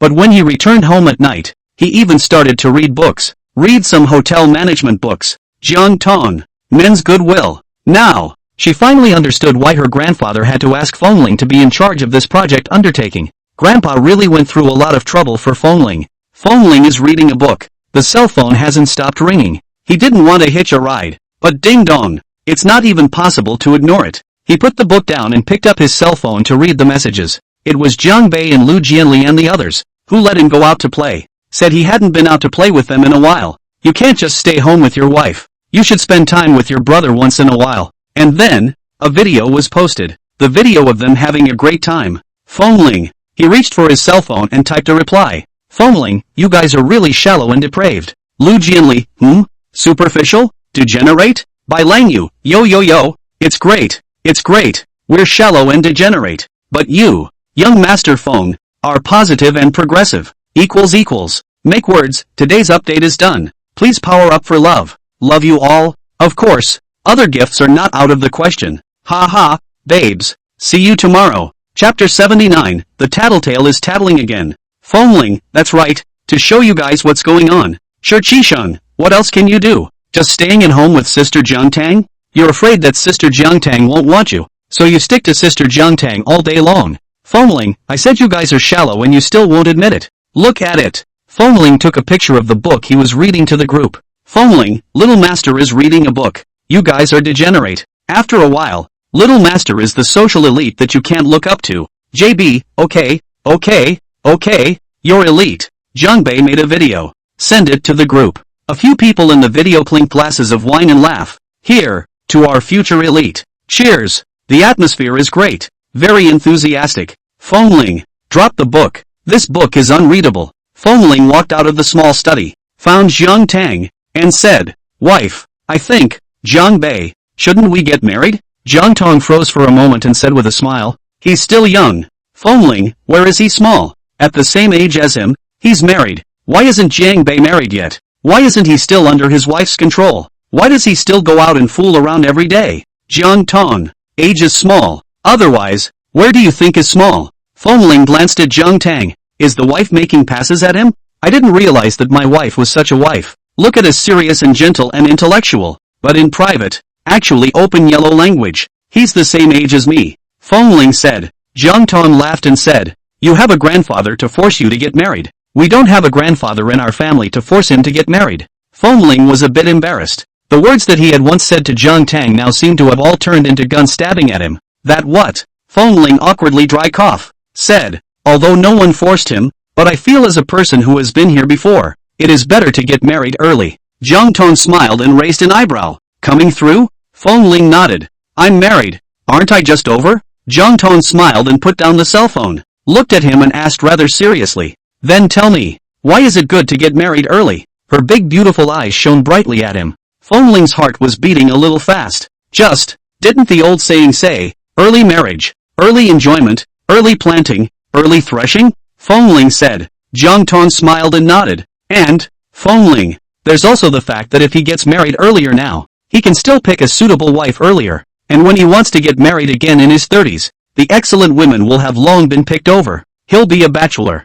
Jiang Tang smiled and nodded. Well, what you said makes sense. But, we still won't force Jiang Bei. Bei is still too young. The reason why Grandpa forced Fengling to marry early was because Grandpa didn't have a son and his only son died. The only thing left in the Feng family is Fengling. Grandpa is old, and accidents can happen to the elderly at any time. And if Fengling doesn't get married, and Grandpa has an accident and goes away, then Fengling would be the only one left in the Feng family. At that time, there was a high probability that Fengling would not be able to hold up Feng group. So, Grandpa saves for a rainy day and forces Fengling to get married and have children. Parents who love their children plan far ahead. Grandpa really loved Fengling. After his grandfather's wife and children died, he gave all his love to Fengling. Fengling was not happy. Jiang Tang smiled and said, if you want to go out and play, you can find them to do so as well. I told you I wouldn't restrain you from hanging out. Young minds are good at guessing. Nothing more than Jiang Bei, Lu Jianli and the others playing outside. He can't go out. Stays home. Gets unhappy. Envious. I don't want to go out and play. Fengling said with a serious face. They don't seek advancement. They get drunk and play with things. Jiang Tang. She smiled and looked at him. I don't know if he's vain to say such a thing. A month or two ago, he was with them. Back-to-back stabbing now? I'm married. They're unmarried. It's different from them. Fengling said. My married man has to take on the responsibilities and obligations of a married man. Jiang Tang looked at him and said with a smile. Being married is understanding. I didn't get married to understand. I grew up. Fengling said smugly. Yes? Jiang Tang raised an eyebrow and came to him, leaning in close to him and whispering softly. Let's see. Have you grown up yet? Fengling's body stiffened and his eyes widened as he looked at her in surprise. Fengling. She was trying to kill him. He looked at the woman in front of him who was smiling ambiguously and playfully, cupped her face in his hands and kissed her viciously. She provoked him first tonight. In a moment, she don't cry for mercy. Early morning. Jiang Tang and Fengling got up. Jiang Tang didn't want to remember. I shouldn't have taken the initiative to provoke Fengling last night. The price for actively inviting it was that she was now so sore she could barely get out of bed. She didn't understand how Fengling could toss and turn every day. It's as if there is really an inexhaustible amount of strength and bullishness. You have to get up even if you don't want to. It's not like you have to go to the office. She's the president. Even if she doesn't go to work once in a while, it's nothing. But she didn't want to make a habit of it. She has always been disciplined. She got up anyway and washed up and went downstairs with Fengling for breakfast. Eat breakfast and go to work. Fengling was in a good mood and even greeted Butler Zhao before leaving the house. Butler Cho, I'm off to work. Bye. Fengling is gone. The benevolent housekeeper Zhao smiled at the figure he was looking at and lamented. Young master, you've really grown up. Growing up. Understanding. Getting more polite. Fengling, who hasn't gone far yet, he heard grow up. Eyes ambiguously glanced at Jiang Tang beside him. Jiang Tang. The thing she regretted most in the last 24 hours was saying last night that Fengling had grown up. She walked to the garage as if nothing had happened. Fengling smiled and followed. The kindly butler Zhao smiled with more satisfaction. Not only has the young master grown up, but he's also this in love with the young lady. The woman sings with the husband. That's so nice. Jiang Tang went to work to finish things up and called Jiang Bei in. Sis, you're looking for me? Jiang Bei asked. There was a big yawn. Jiang Tang looked at him and asked, were you out late last night? Jiang Bei froze for a moment, hurriedly stood back up, looked at Jiang Tang in high spirits, and said, didn't play very late either, played with Lu Jianli and the others until 11 o'clock and then went home, mentally belabored. How did sister know? It must have been Fengling, the tattletale, who had complained in front of her sister. How did Fengling turn so bad now? He couldn't get out on his own and wouldn't let them play. Jiang Tang nodded and asked, Bei, do you have any ideas about getting married? Ha? Jiang Bei froze for a moment and looked at Jiang Tang in surprise. Marriage? Chapter 80 Jiang Bei spraying Fengling. Jiang Tang looked at him and nodded. Jiang Bei, clueless. Why did my sister suddenly bring up the subject of marriage in good time? Have you thought about it? Jiang Tang asked. Jiang Bei didn't think about it. He answered with particular firmness and swiftness. afraid that if he slowed down for a second, his sister would think he'd thought about the whole marriage thing. He hadn't really thought about it. He's young and has a lot of youth and a lot of fun time ahead of him. What's he so confused about wanting to get married for? Jiang Tang nodded and said it was fine, letting Jiang Bei go. Jiang Bei is gone. Think as you walk. It must be Fengling, the scumbag, who is in the middle of this. Fengling himself was controlled by his wife, cannot go out to play a day. See them every day in the outside world to spend a day of wine and drink well. It is envious and jealous. Then, he instigated his sister and forced him to get married so that he could not go out and play even after marriage when he was governed by his wife. Fengling, it's simply his heart. Jiang Bei called Fengling. As soon as the call was answered, Jiang Bei started cursing. Fengling, you asshole, tell me clearly, where exactly did I get in your way that you want to treat me like this? Fengling was confused. What did I do to you? Jiang Bei continued to open fire. How you treat me? You know in your heart, I really misjudged you. We have been brothers for so many years. I really didn't think that you would actually treat me like this. Fengling, what the hell are you talking about? Was it you who told my sister last night that I was playing outside? Jiang Bei asked. Fengling, no. No? Jiang Bei didn't believe me. Who else could it be if not you? When I say no, I don't have it. I, young Master Feng, have always dared to act. You've known me for so many years. When have you ever seen me dare to act? Fengling also got angry. Asked. After so many years, Jiang Bei actually doubted his character. Jiang Bei choked for a moment. After thinking about it carefully, it seems like it really is. Then how did my sister know that I was hanging out last night? Jiang Bei asked. Fengling, how should I know?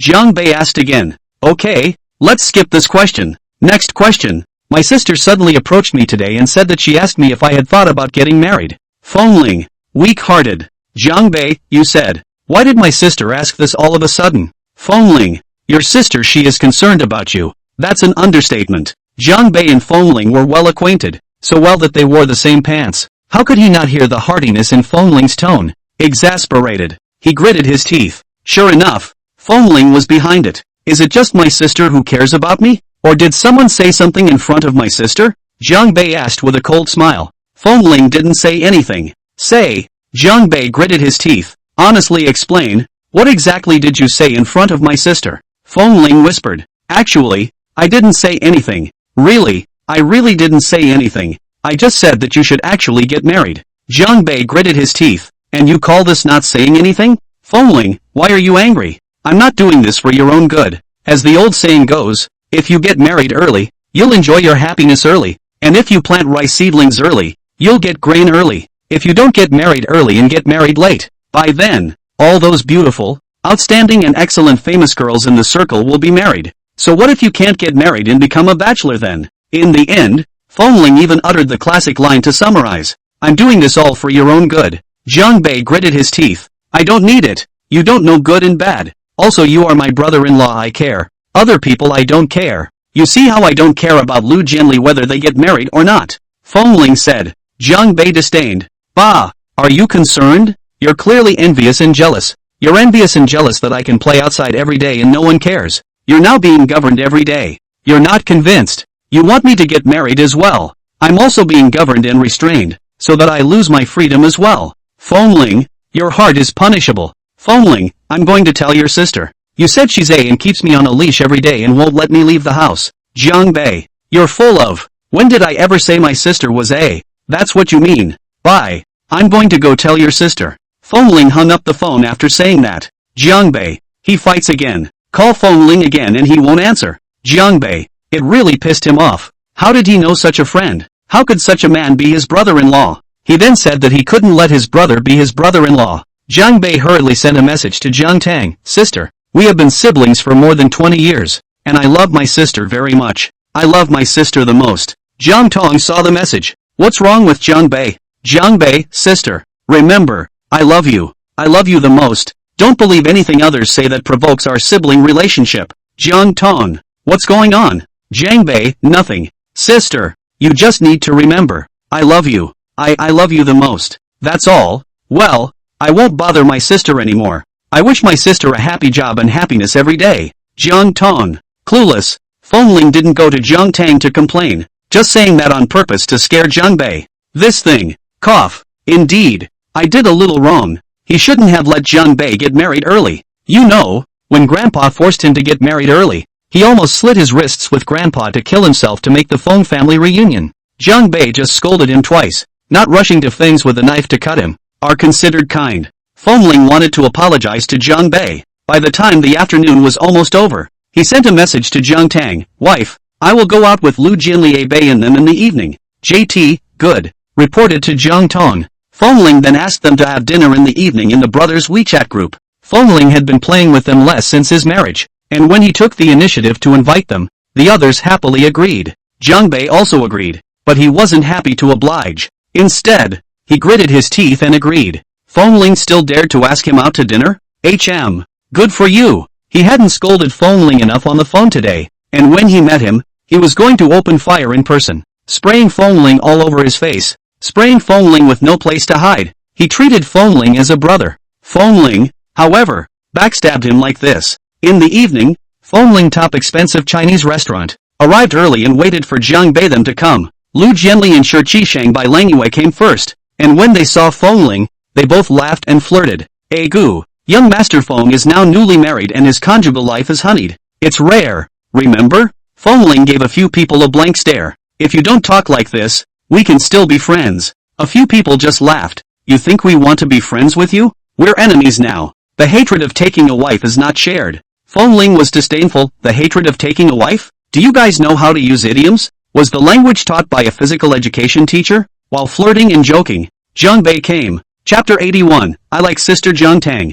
As soon as Jiang Bei entered the private room, just turn your nose not your nose and your eyes not your eyes at Fengling. Fengling's heart was weak, and she didn't dare to be angry at Jiang Bei, but she also smiled and handed the menu to Jiang Bei. Bei, take a look. What do you want to eat? You order. Order more. Jiang Bei grunted, sat down, and said without a smile, Little Master wants to eat people. Fengling, who do you want to eat? Jiang Bei glared at him. What do you think? Fengling, how dare he? Wouldn't dare at all. Jiang Bei must have just wanted to eat him the moment he said it. Next to him, Lu Jianli by Langyue Jisheng and the three of them also saw it. Fengling was offending Jiang Bei. No wonder they were so proactive about inviting them to dinner today. It turned out to be an apology to Jiang Bei to make amends, and they were just accompanying the guests. Lu Jianli smiled and asked, Fengling, how did you mess with him? Fengling didn't say anything. Jisheng laughed and poked fun at Fengling. Fengling, you still can't see the situation now? What form?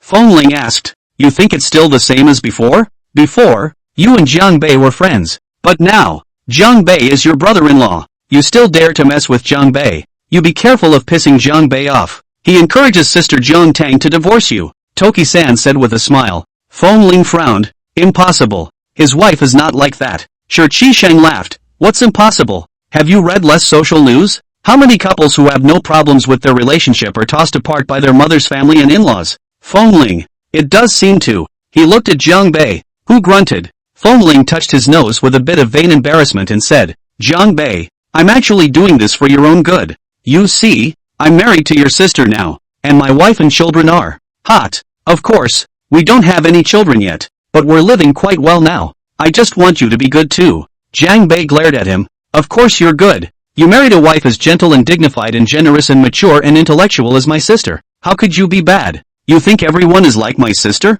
If you marry another woman you'll see if it's as good. Lu Jianli smiled and asked. Like what? Who? Like, Exhibition Crescent Moon. Marry Jean Xinu and see if you can get well. Jiang Bei said to Fengling. Fengling, show Crescent at the door. Show Crescent and a friend came to eat here for dinner. This restaurant is so good and classy that they come back often. The manager here knows Jean Xinu and Fengling Jiang Bei. When she saw Jean Xinu, she smiled and said that Fengling and the others were also dining here. Jean Xinu asked for the name of the private room and came over ready to say hello. What do you know? Just as they reached the door, they heard them mention themselves. Show Crescent gasped and pushed the door open. The crowd in the booth looked at the door that was suddenly pushed open. Seeing Jean Xinu standing in the doorway with her hands clasped on her chest and frowning, Jean Xinu looked at Jiang Bei, asked, Jiang Bei, tell me, how about marrying me? How is marrying me not good enough? Jiang Bei was a bit embarrassed. We are all close friends. He said that. It really wasn't very nice. And it caught up with him. Jiang Bei then didn't say anything. Jean Xinu frowned and glared at Jiang Bei. I told you. How come when I came back from a month's trip out, Fengling got married to your sister? Tell me, was it you who set it up in the middle? Jiang Bei, no. He won't set it up. He'll just sabotage it. It's just that his sister and Fengling moved so fast that by the time he found out the next day they went to get a license. He was too late for sabotage. But given a few more days, he would have sabotaged and screwed up their marriage. Jiang Bei, tell me honestly, Fengling didn't like me for so many years. Is it because you were in the middle of sabotaging and saying bad things about me? Jiang Xin frowned and glared at Jiang Bei. Jiang Bei, why would I say bad things about you? Jiang Xin, why you know in your own heart? Lu Jianli, watching from the sidelines, smiled and said, I know. The crowd looked at Lu Jianli. What do you know? Perhaps, is it possible that Bei likes you? Lu Jianli asked with a smile. What? The crowd was dumbfounded. Jiang Bei frowned and glared at him. What are you babbling about? How could he possibly like Jiang Xin? We've all been friends for so many years. I didn't talk nonsense. Jiang Bei likes you, but you likes Fengling, so Jiang Bei denigrates you in front of Fengling, says bad things about you, even, also set up to facilitate the marriage between sister Jiang Tang and Fengling, so that Jiang Bei does not have a chance? Lu Jianli said with a smile. That's how novels are written these days. Jiang Bei gave him a blank stare. Read less dog blood novels. Lu Jianli smiled and didn't say anything. Everyone else knew that Lu Jianli was joking and talking nonsense. Jiang Xin looked at Jiang Bei, frowned, and asked, Really? Jiang Bei gave her another blank stare. What do you think? Jiang Xin snorted coldly, arrogantly and disdainfully said, You die. I won't like you even if I like your sister. Jiang Bei, I don't like you either. Fengling, what the hell? Like Jiang Bei's sister? You like my wife? Fengling frowned at Jiang Xin. Jiang Xinhua slightly reddened her face. I just said it so casually. Fengling glared at Jiang Xin. Off the cuff? How many people say things off the cuff that actually speak from the heart? The words that come out of the mindless mouth are what's really inside. Jiang Xin. Fengling asked her, Can you not catch us both liking each other? You used to like me, but now that you can't like me, you've changed to like my wife? Can you go like someone else? Jiang Xin looked at Fengling, angry and red-eyed. I can't. I just love sister Jiang Tang.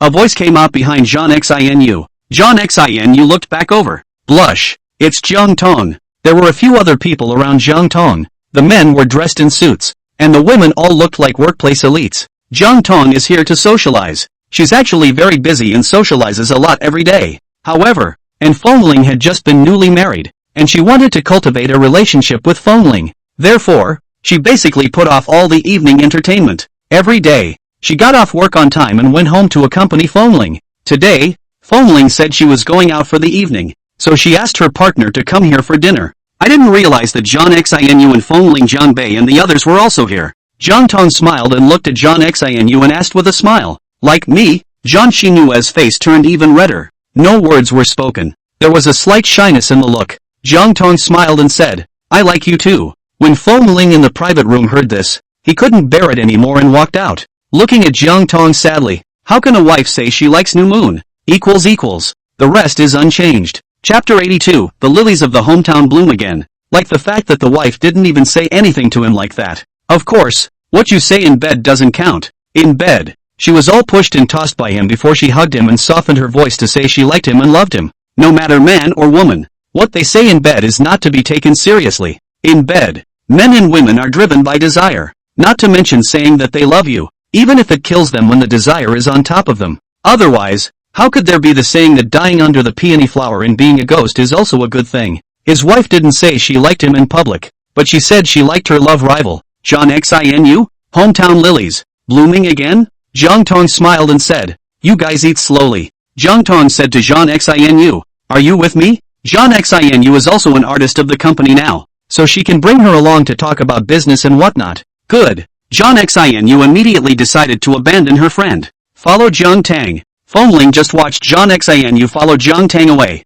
Jiang Xin even turned back to give him a smug smile. That smile, the smile of pure villainous evil. Fengling, the waiter serves the food. Bai Langyue smiled and said, Fengling, it's time to eat. Fengling glared back at him. No, I'm full. Is this full before you've even eaten? Lu Jianli asked with a smile. Toki Qiseng, of course, gas full. Jiang Bei, heh. Fengling, none of them are genuine. They're all drinking buddies. He's so sad and upset and all they can think about is eating and eating. Waiter, bring the menu. Fengling said. The waiter brought the menu. Fengling didn't even look at the names of the dishes. He directly flipped it over and said to the waiter, the dishes on this page. Serve them all. Waiter. Looked at Fengling. Didn't move. Fengling frowned and asked, "What? Is there a problem?" "Okay, no problem." The waiter hurriedly took the menu and left. Fengling looked at Bai Longyu's few people. "Don't you like to eat?" He orders dozens of dishes and eats them to death. Jiang Bei looked at Fengling. "Unhappy all day, and now, finally, happy." Jiang Bei Belanjayu and the others left after eating. And the next one. Fengling, "I'm not going. You guys go and put it on my tab." A few people laughed. "Of course it's on your account. Otherwise, it's still on ours?" A few people walked away. Fengling just waited in the restaurant. Jiang Tang and the others were entertained and pushed the cups until after 9 o'clock, when they finished eating. After eating, a few people walked out. Jiang Tang was a bit surprised to see Fengling. Smiling, she asked, "Waiting for me?" "Aha." Fengling nodded. John Xin looked at Fengling and was in a low mood. When has Fengling ever done anything like this? His proud-to-death face-loving young master Feng. Never others wait for him, waiting for him on various occasions. When has he ever waited for anyone else? Moreover, he was not patient to disturb Jiang Tang's socializing after eating, so he waited silently by himself in the restaurant's rest area. Zhan Yu and Xin Yue felt her nose turn a little sour. The man she had loved for so many years was now treating another woman with so much heart. It's really hard. Even after having decided to give up, it's still hard. It's hard to cry. Zhan Xianyu lowered her head and said sullenly, "I'll leave first. After that, it's gone." If she didn't leave again, she was afraid she'd cry out. Last time, because she cried, she caused Fengling and Jiang Tang to fall out. She didn't want to cause them to fight again like a vicious female match. "Be careful on the road and send me a message when you get home." Jiang Tang barked at her back. Zhan Xianyu gave a sullen and quickly left. Jiang Tang and Fengling sent the other clients away and went home. Fengling didn't drink. He drove. Jiang Tang was sitting in the co-pilot. She drank a bit of wine during the meal just now, and she wasn't a good drinker. Having been abroad before, foreign countries don't have this table culture at home. She didn't work out her drinking capacity. Driving back chair lying, pretty face slightly red, closed eyes lying, the wind blowing in the face, especially comfortable. Fengling drove the car more slowly.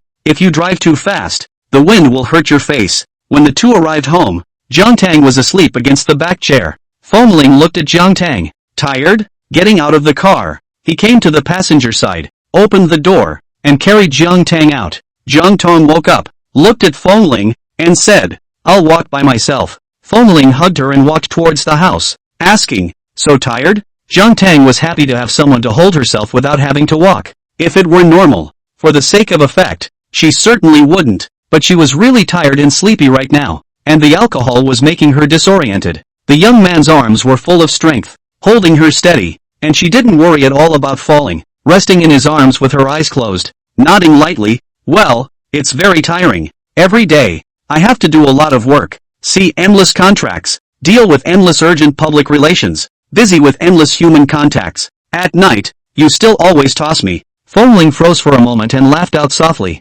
Jiang Tang suddenly came to her senses and opened her eyes, looking at Fengling. Fengling lowered his eyes and looked at him with a light smile. "Jiang Tang, put me down. So tired and still have the strength to walk?" Fengling asked with a light smile. "Jiang Tang." Fengling hugged her, went inside, and said, "Tonight, no tossing you. Give you a vacation." Jiang Tang. Into the house. Butler Zhao greeted him and saw Fengling holding Jiang Tang. Smiling, he said, "Young master, the young lady is back." Fengling nodded, although Butler Zhao didn't say anything else. But that look, it was as ambiguous as it could be. The ambiguous Jiang Tang didn't dare to look at it. She closed her eyes. It was rare for Fengling to see her in this evasive state. She'd been so generous that he'd thought that she really wasn't shy at all. So, it can be as shy as a little girl. Fengling carried Jiang Tang up the stairs. Butler Zhao, young master is so manly. He turned to Master Feng, and said, "Master, you say I." Elder Feng interrupted him coolly.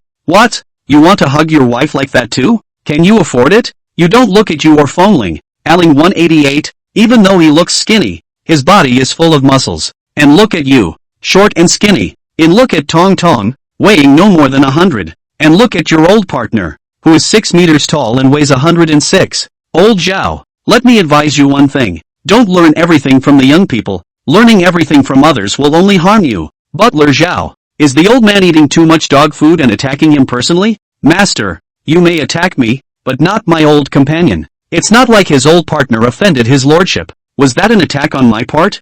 Wasn't I just being honest? Isn't your wife 1 meter 6 and weighs 106? Elder Feng said. Zhao Butler. My old lady is a little fat, but fat is comfortable to hold. Master Feng nodded. Well, fat is indeed comfortable to hold, but only if. The old master looked Butler Zhao up and down a few times and said, you have to hold it. Butler Zhao. Equals. Words for the words, today's update is over. Please power up for love. It's free. Yo, love you guys. Chapter 83, Butler Zhao was injured. Fengling carried Jiang Tang back to his room. Smiling, he asked, do you want me to help you take a bath? Jiang Tang was jolted. Instantly awake, struggling to get off the ground. Don't. Having Fengling give her a bath would not be as simple as just taking a bath. It wouldn't end without an hour or two. Fengling looked at this stern refusal of hers and said, I said I wouldn't toss you around tonight. Jiang Tang, your words cannot be trusted. Fengling, I am the crown prince of the Feng family, a man with a strong iron bone and a promise.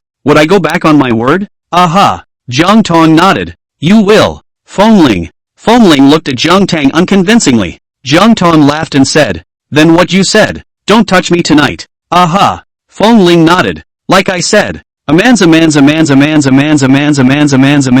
word. Jiang Tang nodded. Okay. He was going to ask for it, and she made it happen. You can help me with my bath tonight. Fengling's eyes lit up as he looked at Jiang Tang with happy excitement. Jiang Tang hooked her lips in a smile. He was happy too soon. Fengling carried Jiang Tang into the bathroom and prepared to give her a bath. But he hadn't even started washing. Just helped her undress. And he was feeling it. Dumbfounded. He looked at her body glowing white in the light. Jiang Tang looked at him with a light smile. Aren't you going to help me bathe? Fengling reddened and nodded. Well. Filling the bathtub with water, Jiang Tang laid down in it, and Fengling took the shower gel and bathed her. She closed her eyes in comfort. It was nice to have someone to wait on for a bath. Fengling looked at Jiang Tang, who was comfortable and enjoying herself, and gently called, wife. Jiang Tang opened her eyes. Looking at Fengling. Fengling looked at her with a red face and thirsty eyes. Jiang Tang smiled and said, do you remember what you just said? Fengling. Jiang Tang smiled urgently. You remember. You are the young master of the Feng family, the iron bones of the manly man, a word of 9 tripods. Well, Fengling suddenly lowered his head and kissed her lips. Jiang Tang's eyes widened as she looked at him in surprise. Fengling kissed enough before letting go of her and whispered in a rough voice, I just said I wouldn't toss you, but I didn't say I wouldn't kiss you. Jiang Tang. It was true that Fengling didn't toss Jiang Tang in the end, but he kissed everything that he should have kissed and shouldn't have kissed. Kissing in the end made both him and Jiang Tang feel bad. After taking a shower, Fengling hugged Jiang Tang back to the bed. Jiang Tang was really tired, and as soon as he touched the bed, he closed his eyes and prepared to sleep. But Fengling was lying beside her and couldn't sleep at all. He wanted to go and hug Jiang Tang, but he didn't dare. He had very little self-control now. Once he hugged her, he didn't want to let go. He closed his eyes and tried to sleep. When you're asleep, you don't think about things. But after trying for a while, I simply couldn't sleep. Wife. He gently poked Jiang Tang's back with his finger. Jiang Tang gave a confused Fengling, Jiang Tang, you are a man of iron and steel with a single word. Fengling, gnashing of teeth. He never wanted to be a man of steel ever again. He will be the shameless scumbag who speaks his mind without honor in the future. Jiang Tang had a good night's sleep. Wake up refreshed in the morning. And Fengling was haggard and shriveled. Jiang Tang smiled and looked at Fengling. Fengling didn't say anything. Lusty men are in a bad mood and don't want to talk. Jiang Tang smiled and went downstairs. Fengling followed behind with a gloomy face. The two of them went downstairs and saw Butler Zhao bracing himself and directing the servants to do their work. Joe Butler is still wearing her girdle. Jiang Tang smiled and asked, Butler Zhao, what's wrong with you? Butler Zhao smiled back. Young lady, I'm fine. Thank you for your concern. Ha! Elder Feng snorted disdainfully as he sat on the sofa and glanced at Butler Zhao. I told him not to learn everything from the young people, but he didn't believe me. He insisted. It's okay now. I think you've hurt your back. Butler Zhao. The silent mockery is simply overwhelming.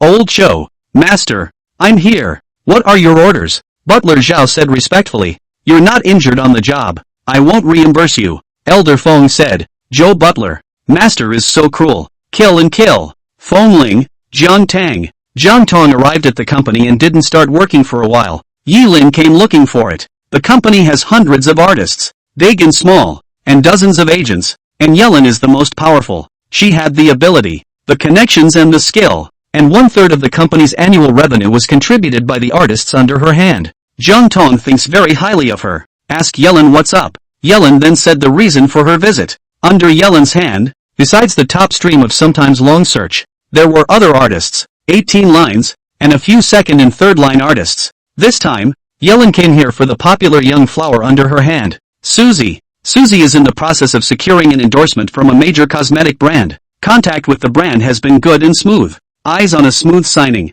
But the other party's attitude suddenly became ambiguous. They were hesitant to sign with Susie, but they didn't completely reject them, fishing for them and giving them hope. Later, Yilin took the trouble to realize that it was the person in charge of the other party who wanted to talk to Jiang Tang personally. Yilin knows that the Jiang family is a big family. This endorsement signed or not signed on the Jiang family is not much of an impact. Nothing less than a few $1,000,000 less. A few $1,000,000 means nothing to the Jiang family, but she had to look out for the artists under her hand. And this endorsement not only had a high endorsement fee, but also raised Susie's popularity and B-game. These top luxury cosmetic endorsements are the ones that the female artists in the industry are trying their best to get. They're so close to being on the verge. She doesn't want to give up. Jiang Tang nodded. I know. Leave it to me. Yellen sighed in relief and smiled. Thank you, President. Jiang Tang nodded. Yellen went out. Jiang Tang frowned inside. Anya Nikkei. Chun-Chi. This was an endorsement that Chun-Chi had intentionally stuck the company's artists with. It was true that Susie could have done without this endorsement. She could have arranged for another endorsement to be given to her. But then what? With so many brands under Anya Daily Chemical and so many artists in her company, should she give up every time? Giving up Anya Day Chemical is tantamount to giving up half of the cosmetic industry. It's a big loss for the company and the company's artists.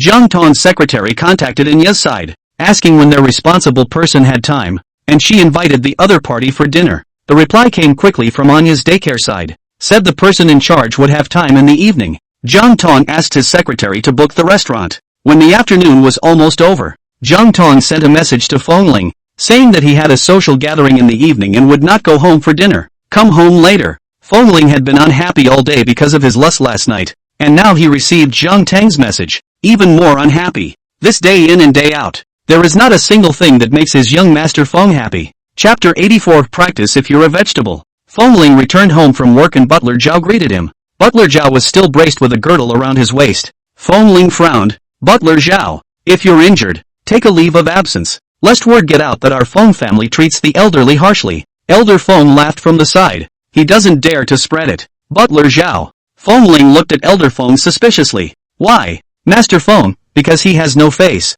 Fengling was even more puzzled. Butler Zhao looked at Master Feng with begging eyes. Master, please, stop. He's been working for the Feng family for decades, so let's give him some face, shall we? Not Master Feng. Recently, Butler Zhao hadn't been looking for presents in front of him to show his love, and he even taunted him, saying that he had an old companion while he didn't. Hugging his own wife flashed his back. He has the face to spread the word? Elder Feng smiled disdainfully. Joe Butler. Destroy it. His Butler Zhao's decades of face in the Feng family was lost in this moment. Fengling froze for a moment and looked at Butler Zhao and asked, Butler Zhao, you couldn't have seen me hugging Jiang Tang last night, so you followed suit and went home to hug your wife, right? Butler Zhao. Not saying anything is a tacit admission. Butler Zhao's wife also worked in the Feng family, and Fengling silently thought about the size of Butler Zhao's wife. Silence. It's really hard for Butler Zhao. However, Butler Zhao had it coming. Don't you know what size your wife is? But, this can't be blamed on Butler Zhao's wife. It's still Butler Zhao's fault. Butler Zhao is too weak. If Jiang Tang had 160 pounds, he would definitely be able to carry it. Fengling looked at Butler Zhao and said, Butler Zhao, dish, just practice more. Butler Zhao, Feng family, destroy. Jiang Tang came to the restaurant that had been booked. Originally thought that Chun-Chi might bring other people, even for show. He should bring an assistant secretary. But I didn't expect that Chun-Chi didn't even want to do the look. Come alone, Mr. Chun. Jiang Tang greeted and said with a light smile, please have a seat. Chun-Chi nodded and sat down. Jiang Tang handed the menu to Chun-Chi. Mr. Chun, take a look at what he wants to eat. Chun-Chi looked at Jiang Tang and said, my taste, you know. Jiang Tang did not change his face and said lightly, people's tastes change. And, I've forgotten. She didn't mean to anger Chun-Chi. It's true that I forgot. They had been together for 2 years and separated for 6 or 7 years, and she was so busy with her daily work. Where did she find the time to remember her ex-boyfriend's taste hobbies? Chun-Chi glanced at Jiang Tang and didn't get angry, took the menu and said, but I remember yours. Chun-Chi ordered a few dishes. It's true that Jiang Tang loves to eat. Jiang Tang didn't have much of a reaction. remembering as he did. He remembers the most even if he has a good memory.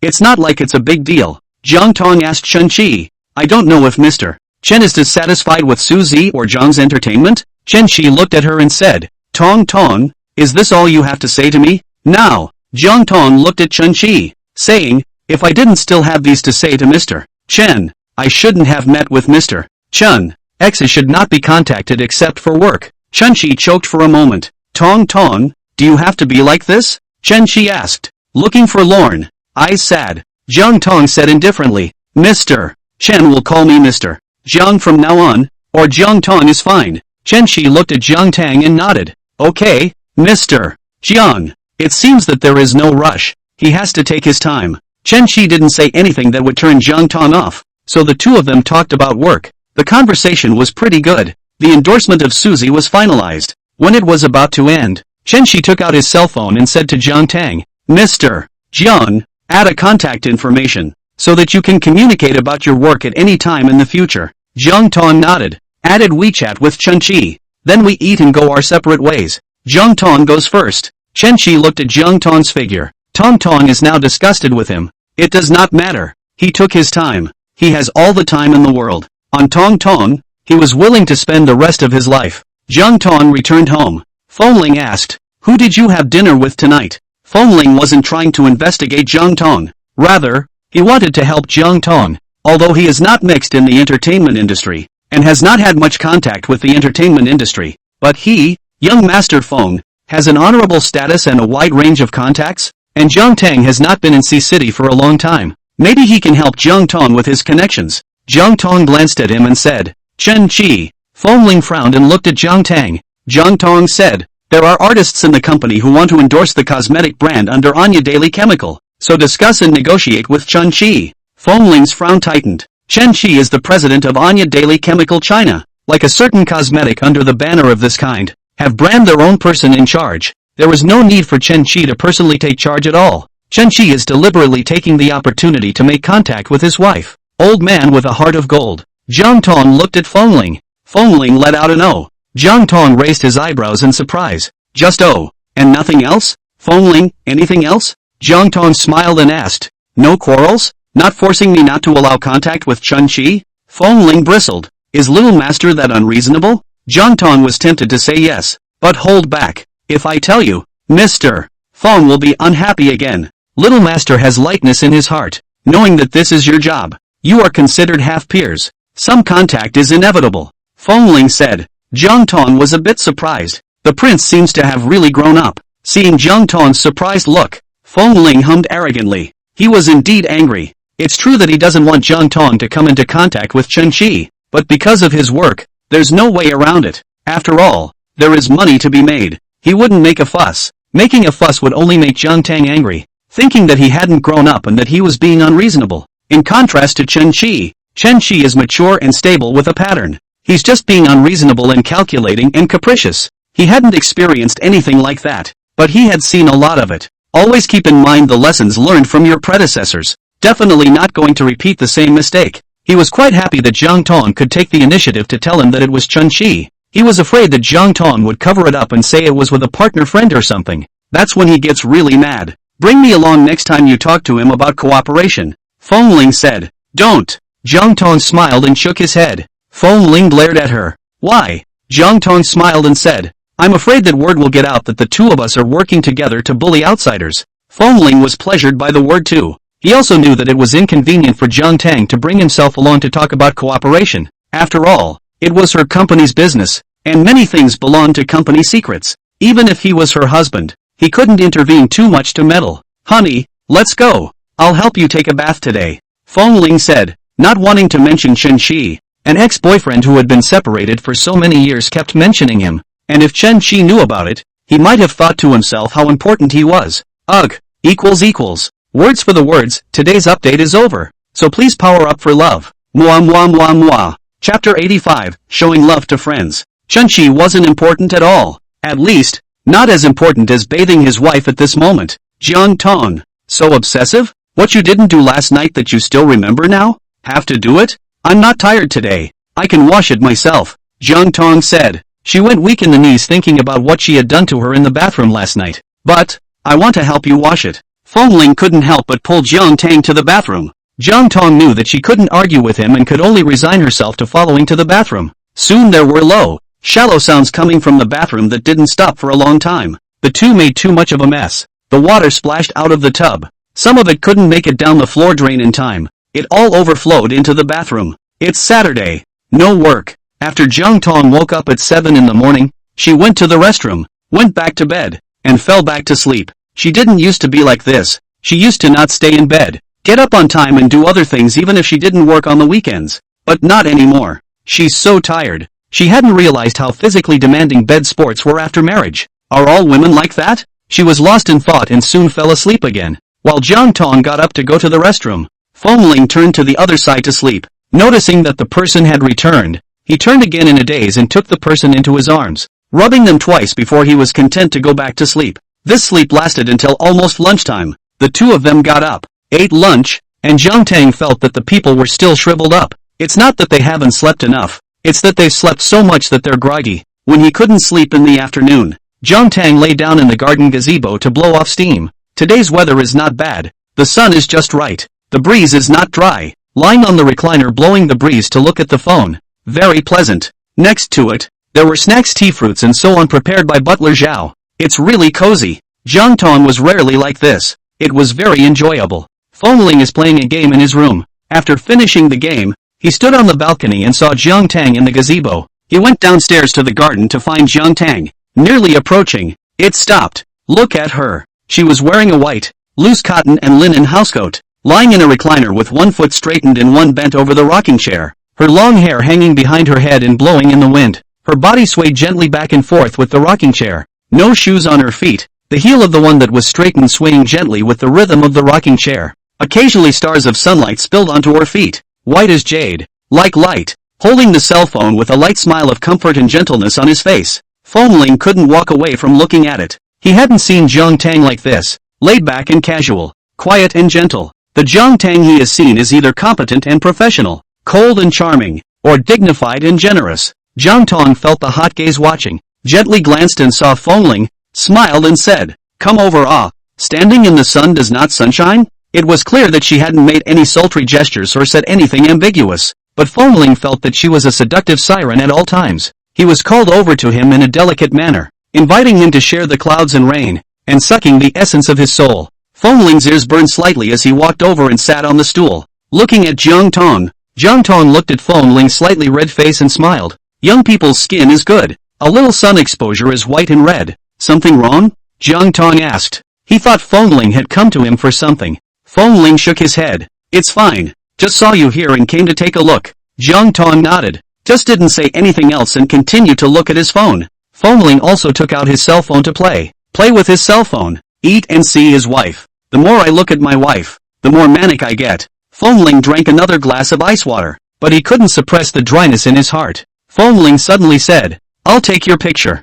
Jiang Tang froze for a moment and looked at him suspiciously. Fengling took out his cell phone and snapped a few shots at her. Jiang Tang is good looking. The original camera straight out are beautiful and amazing. Fengling said, "I sent it to my friends." Jiang Tang looked at Fengling and nodded with a light smile. Aha! Fengling then picked the one he thought looked the best and sent it to his friends. With the text, "The sun is just right. The breeze is not too dry." Sent. Fengling said. His circle of friends posted less. He used to love racing cars to clubs, and his circle of friends includes a number of elders in the circle. It's not good to be seen like this, so he rarely posts to his friends. As soon as he posted it to his friends, many people came to like and comment on it. Now that Jiang Tang and Fengling are married, the circle basically knows about it and has blessed and praised them. Jiang Tang also clicked in to read it, raising an eyebrow. Smilingly, he looked at Fengling. "The sun is just right and the breeze is not too dry?" Fengling's ears were hot, and he nodded. "Well, the weather is quite good today.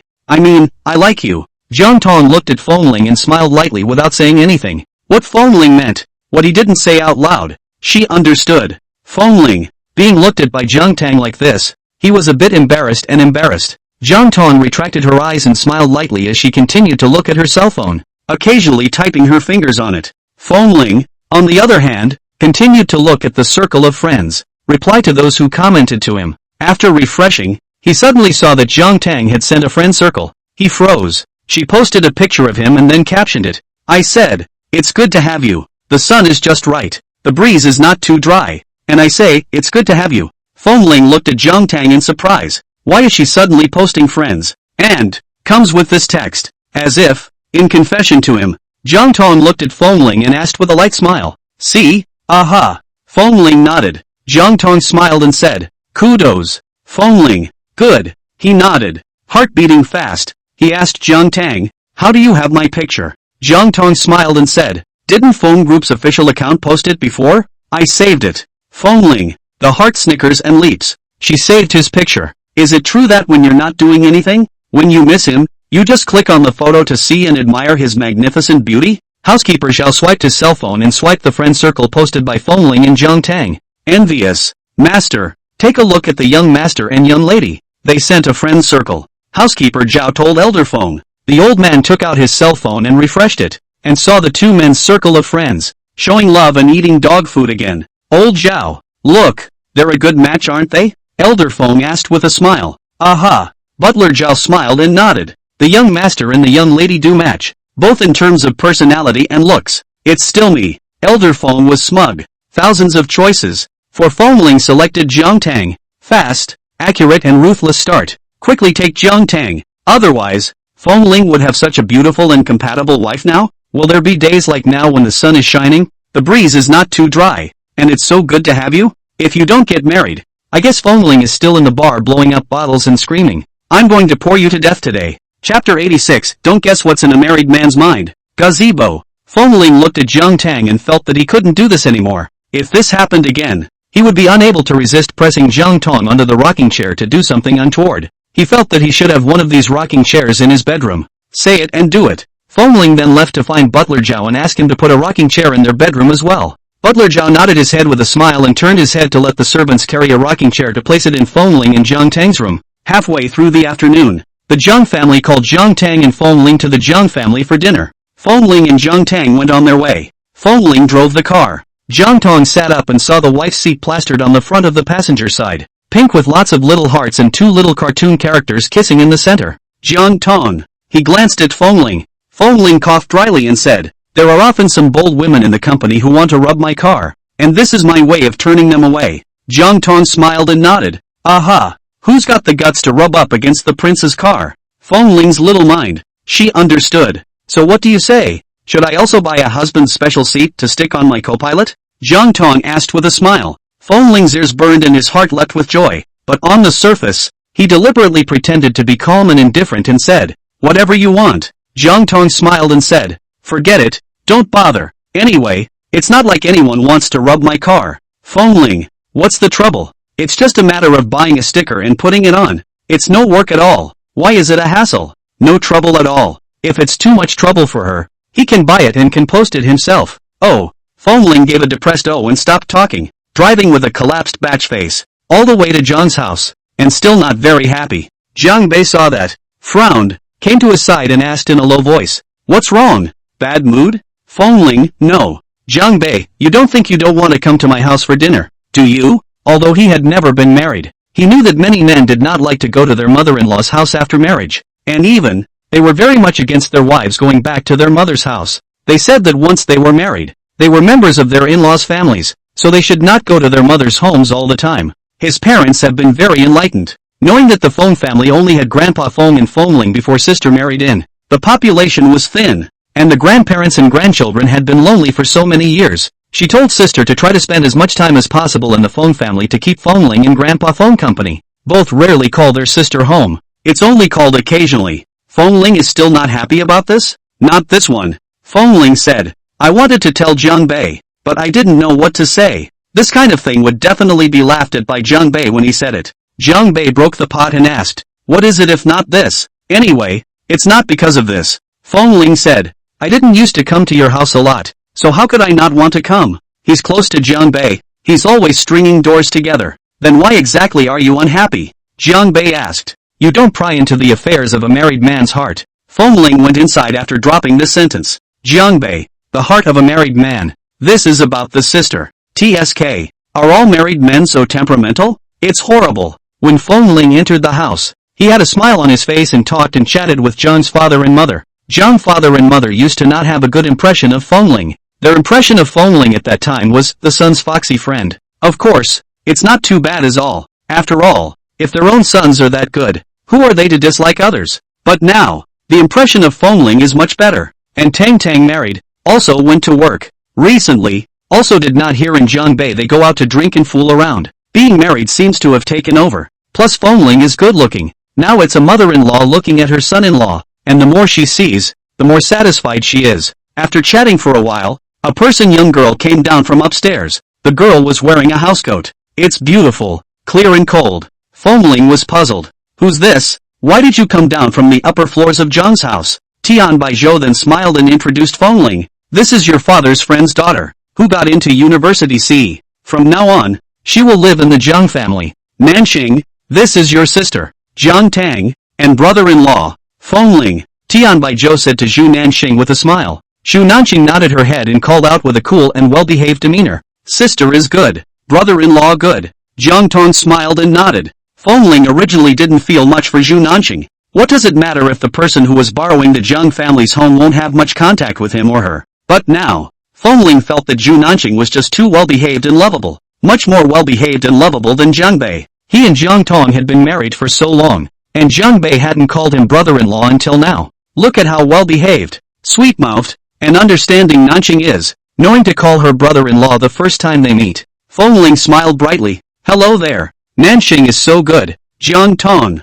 After looking at Fengling, this tone of praising the child is like how big a person he is. But he was only 3 years older than Nanxing, and usually many of his words and behaviors look like those of a child. A sudden sense of elderhood. Jiang Bei frowned and looked at Fengling. Fengling is sick, isn't he? It collapsed into a batch face at him, as if he owed him millions that he hadn't paid back. Now you're smiling your face off at pretty little girls? In front of his sister? Fengling is looking for death. Zhu Nanxing was indeed good-looking, but could he be as good-looking as his sister? Fengling, this dead scum couldn't be seeing color. Could he? Zhu Nanxing smiled faintly and didn't say anything else, chatting on the sofa for a while. Then they went to eat dinner, and after eating dinner, and staying for a while, and eating some after-dinner fruits, Jiang Tang and Fengling went home. Fengling asked curiously, what is Zhu Nanxing? A friend's daughter living in the Jiang family? It's a little weird. Jiang Bei's fiancé, Jiang Tang said. Ah, Fengling froze, surprised. Jiang Bei's fiancé? He's been friends with Jiang Bei for so many years. How come he hasn't heard of it? Why don't I know? Fengling asked. Did Jiang Bei think his fiancé was pretty, so he hid her for so many years? Afraid of what they might think? Are they like that? Jiang Tang said. We also only just learned that Uncle Zhu and Dad were friends earlier in life. And then, Uncle Zhu went to other cities to develop. And when Aunt Zhu was pregnant, the elders joked that if she gave birth to a daughter, she would give Jiang Bei as a wife. Fengling, isn't that a joke? Parents make jokes like that nowadays. But they're all jokes. Aha. Jiang Tang nodded. It was a joke when I was a kid. But jokes can come true. My parents and Auntie and Uncle Zhu both still have the intention of joining the marriage. And Nanxing also just happened to take the exams and came to see City. The two families agreed. So they let Zhu Nanxing live in the Jiang family for a period of time, and see if Jiang Bei and Nanxing can cultivate a relationship. It's certainly best if we can cultivate a relationship, and the two families will be happy with each other if they are joined in marriage. If you can't cultivate it,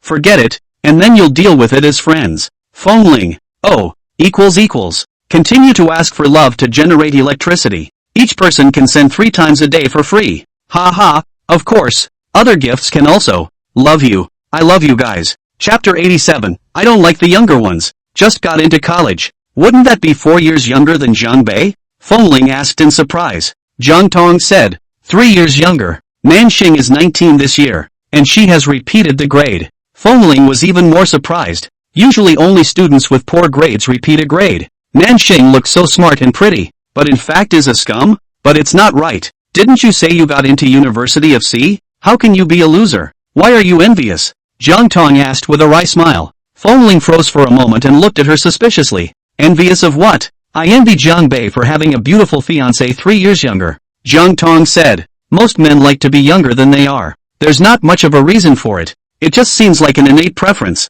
Fengling. You're prettier than her. When he finished speaking, Jiang Tang didn't have any particularly big reaction, and he reddened his own ears. Jiang Tang smiled shallowly and didn't say anything. Fengling thought for a moment, afraid that Jiang Tang would misunderstand, and added, "And, I don't like the younger ones," but after saying that it didn't feel right. He doesn't really like the older ones either. He only likes her. Jiang Tang smiled and nodded her head, giving a soft without saying anything. Fengling, just nothing? Nothing else to say? Fengling was depressed. The two of them returned home, and as soon as they entered the house, Jiang Tang saw the rocking chair next to the sofa and asked Fengling, "You asked the housekeeper to put it there?" "Aha." Fengling nodded with a strong composure, but his heart was actually beating fast. Jiang Tang didn't say much and went to take a shower. After washing out, he saw Fengling sitting on the rocking chair, and by the look of him, he had taken a bath. "So active in the shower today? Wife, come here." Fengling called Jiang Tang.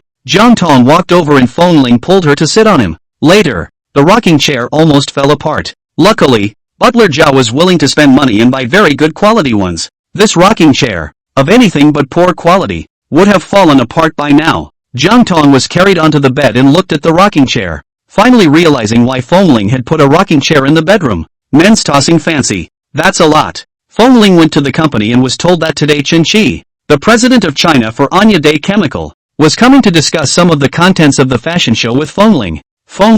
Chen Qi was really idle all day long. He just met his wife 2 days ago and now he's coming to meet him. Is the president so idle? This kind of thing, the following people to do the final results to Chen Qi is good. There is no need for Chen Qi personally. I don't know what kind of bad water Chen Qi is holding back. Fengling straightened her makeup. Chen Qi is still not to be underestimated. His long is not worse than him, and is the first love of Jiang Tang. Like Jiang Tang is what Lu Jianli when long secretly envies. He is actually not much in the eyes. It's their business if they like it. It's not like Jiang Tang would like them, but Chen Qi is different. Although Jiang Tang didn't like him now, but used to like it. What if Jiang Tang's love for Chen Qi resurfaces one day? It's not out of the realm of possibility. It's even a strong possibility, or else there wouldn't be so many broken mirrors that go round and round and end up being you. Fengling was organizing his grooming in front of the mirror. The manager of the PR department came in, saw, froze for a moment, smiled and said, "Feng Xiao, don't take a picture.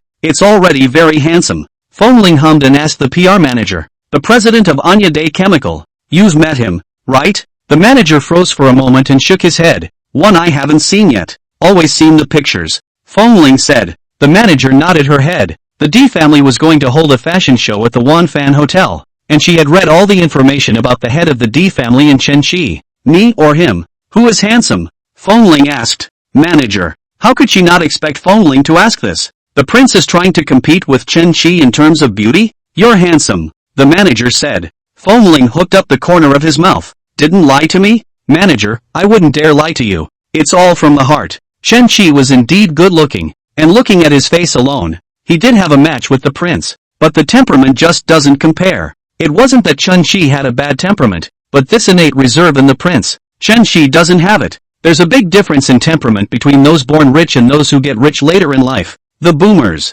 Fengling looked at the manager with satisfaction and said, "Manager Tian, do a good job. Your blessings are ahead." Manager Tian was so strong at work and so good at talking. When he was in charge of Feng's power in the future, he would definitely give Manager Tian a promotion and a raise. Field Manager. Chen Qi came and Fengling went to receive him. After the two of them exchanged greetings, Fengling led the people to contact and talk with Chen Qi's side, and the process was quite smooth. This kind of show, Wanfan Hotel will be held from time to time, has been very experienced, do not need too much innovation, just copy the previous process. The only trouble is the D's theme. The theme of each big show is different, to set up the set and so on according to the theme of the big show. After the initial talk, Chen Qi invited Fengling to have lunch. Fengling smiled and said, "Mr. Chen is really hospitable, generous, and loves to invite people to dinner." Chen Qi looked at Fengling. Fengling smiled and said, "He invited my wife to dinner a few days ago, and he invited me to dinner today."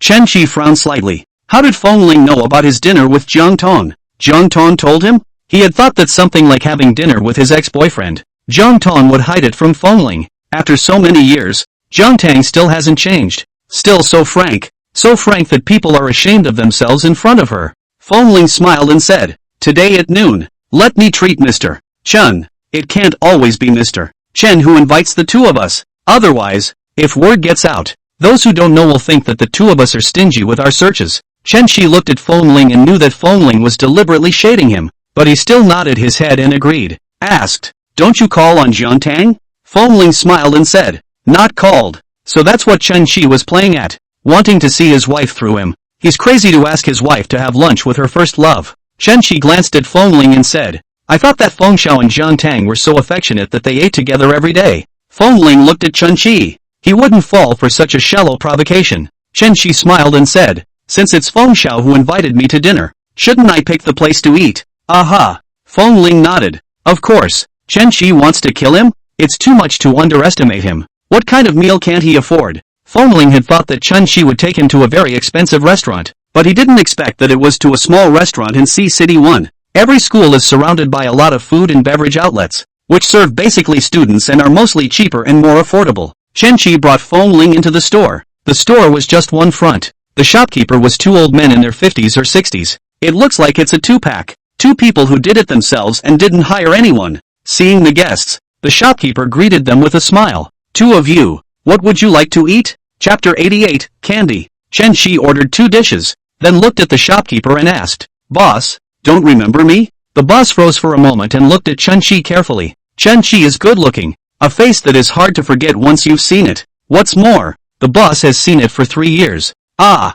classmate, it's you." The boss smiled and said, "It's been years since I saw you. You are pretty good now, right?" The boss looked at Chen Shi. The suit was straight, and there were watches worn these. The boss, although he did not recognize any brand, but felt that it should be quite expensive. It should be a good mix. Come to think of it, in today's society, the good-looking ones are doing well. Not to mention, he got such good grades. Aha! Chen Shi smiled and nodded. Pretty good. How about you, boss? How's business? The boss smiled and exchanged pleasantries. It's not bad. By the way, where's that female classmate who's always with you? Are you married? Chen Shi shook his head. No. Then when you guys get married in the future, make sure you send me candy, the boss said with a smile. Chen Shi smiled and nodded. The owner then went to fry the food. Fengling looked at Chen Shi. Chen Shi smiled and said, "In the past, Jiang Tang and I often came here to eat." Fengling knew that Chen Shi and Jiang Tang got together after graduation. So,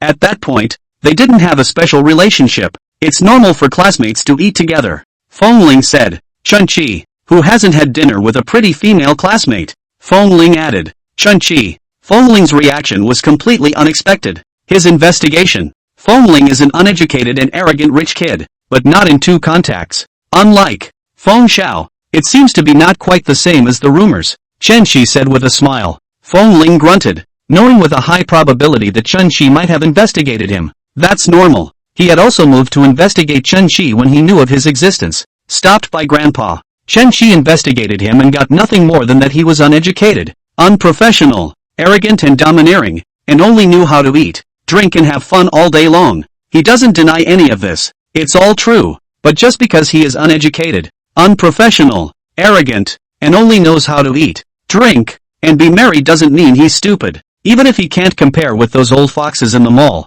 he grew up in this circle and has seen all kinds of deceit. How stupid can he be? He is the young master of the Feng family. He can do whatever he wants to do, and it is the other people who coaxed him to make do with him. Don't bother with mind tricks. It doesn't take a heartbeat either, but that doesn't mean he's a heartless douche. Mr. Chen is also different from what I imagined. Fengling smiled lightly and said, "That person, my wife, I understand. Highly discerning, mindful and resourceful. I thought her first love was such a scenery-chewing man." The latter was not said, but Chen Shi also understands. Fengling was talking about him, nothing more. Chen Shi looked at him, depressed. Today was meant to be a blow to Fengling. Use his dealings with Jiang Tang to hit Fengling. But now, instead of striking Fengling, he was struck by Fengling. "Feng Xiao has only met me a few times?" Chen Shi laughed lightly in disdain. "And you know me?" Fengling nodded. "I can't talk about a special understanding, but when you see someone once or twice, you can always have a general impression. Mr. Chen, don't you think so? It only took meeting him once or twice to realize that the man was insidious and despicable. I don't know how many character flaws I'll find in him if I see him a few more times. Such a person he wouldn't choose as a friend. I don't know what Jiang Tang sees in him. Jiang Tang wouldn't have been nearsighted before, would he? Not nearsighted now because of eye surgery?" The food came up and Fengling and Chen Shi ate. Chen Shi ordered several dishes, but neither of them had much of an appetite. No one can eat in the face of a love rival. After a couple simple bites, they went their separate ways. Fengling walked for a while and returned to the hotel. The boss looked at Fengling, who had gone and returned, and froze for a moment, asking, "What's wrong? Did you leave something behind?" "No," Fengling said indifferently, taking out a packet of candy and handing it to the boss. "Here." He had just gone to the neighborhood supermarket to buy this. A large pocket of candy of all kinds was bought. The boss looked at Fengling in surprise and asked, "What? Pleasure candy?" Fengling said, "Boss."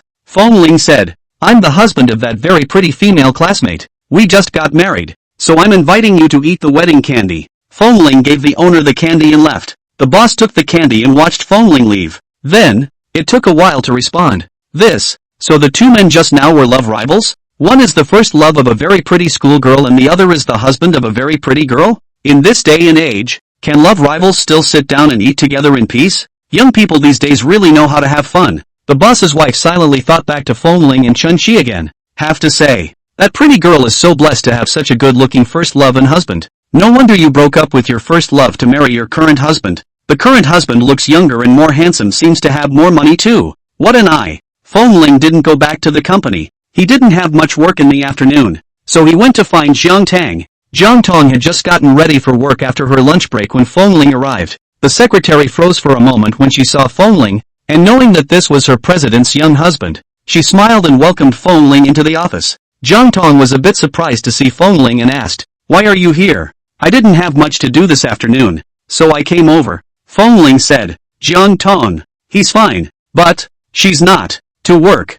no time for him. She works a busy day job and has a full schedule in order to get home from work on time in the afternoons to foster a better relationship with him." "Got any food? I'm hungry." Fengling said. Jiang Tang didn't eat? Fengling nodded. "I ate with Chen-Chi at noon. I got full just looking at him. Where can I eat?" Jiang Tang. No wonder it came running out of nowhere. It turns out that he was angry at Chen-Chi. He's not here to argue with her, is he? She didn't have time to argue with him now. She didn't ask Fengling why he was having dinner with Chen-Chi, and probably guessed that the two of them stopped by to eat together after talking about work. It's better not to ask. If he asked and accidentally poked young Master Feng at some unknown point, he would be depressed again. "Want to eat something? I'll ask my secretary to order takeout for you," Jiang Tang said. Fengling looked at Jiang Tang. "Want to eat you, but don't dare say it," he said. "Whatever." Jiang Tang let his secretary order takeout for Fengling. Jiang Tang said, "You play by yourself. I'll go to work." Fengling nodded. Jiang Tang then ignored Fengling and started working. Fengling didn't bother her, just played with his cell phone there, and when the takeout came, he obediently ate the takeout. After the takeout, the secretary made him coffee and got fruit snacks, put it away and let him play with it over there while he ate. Chapter 89 Wicked Female Match Jean Xinu. Fengling ate and played with his cell phone while watching Jiang Tang work. Jiang Tang looks good anyway, and even better when he's serious about his work. Fengling looked at it for a while, then left the office and went to find Secretary Sun. "Secretary Sun, let's add a contact," Fengling said. Secretary Sun smiled respectfully. "Okay." Taking out their cell phones, the two added contact information. Fengling said, "Secretary Sun, in the future, if anything happens to my wife, you have to notify me first." Secretary Sun, "So this is to put her undercover?" "Okay." Secretary Sun still smiled lightly. Anyway, on the surface, she promised to cope with it, and she had her own rules in her mind about what to do in private. She was the president's secretary. There was no way she could tell anyone else about any of the president's whereabouts, not even the president's husband. She has a professional demeanor. Fengling felt that Secretary Sun was very obedient, and as soon as he was happy, he transferred the money to Secretary Sun. 666. Secretary Sun looked at the transfer and smiled. "Feng Xiao, thank you." She wasn't polite and took it. This little bit of money was not even a drop in the bucket for the prince of the Feng family. "Secretary Sun, after taking my money, you're my man," Fengling said. "Just have to do my job for me." Secretary Sun. Something came to Jiang Tang Jean Xinu. She looked at Fengling in surprise. When did Fengling become so philandering? Even Secretary Sun? Jean Xinu walked over and frowned at Fengling. "What are you doing here?" Fengling asked. Jean Xinu said, "I came to look for Jiang Tang." Fengling glanced at her. He was now deeply hostile to Jean Xinu. Jean Xinu has gotten especially close to his wife since he rejected her.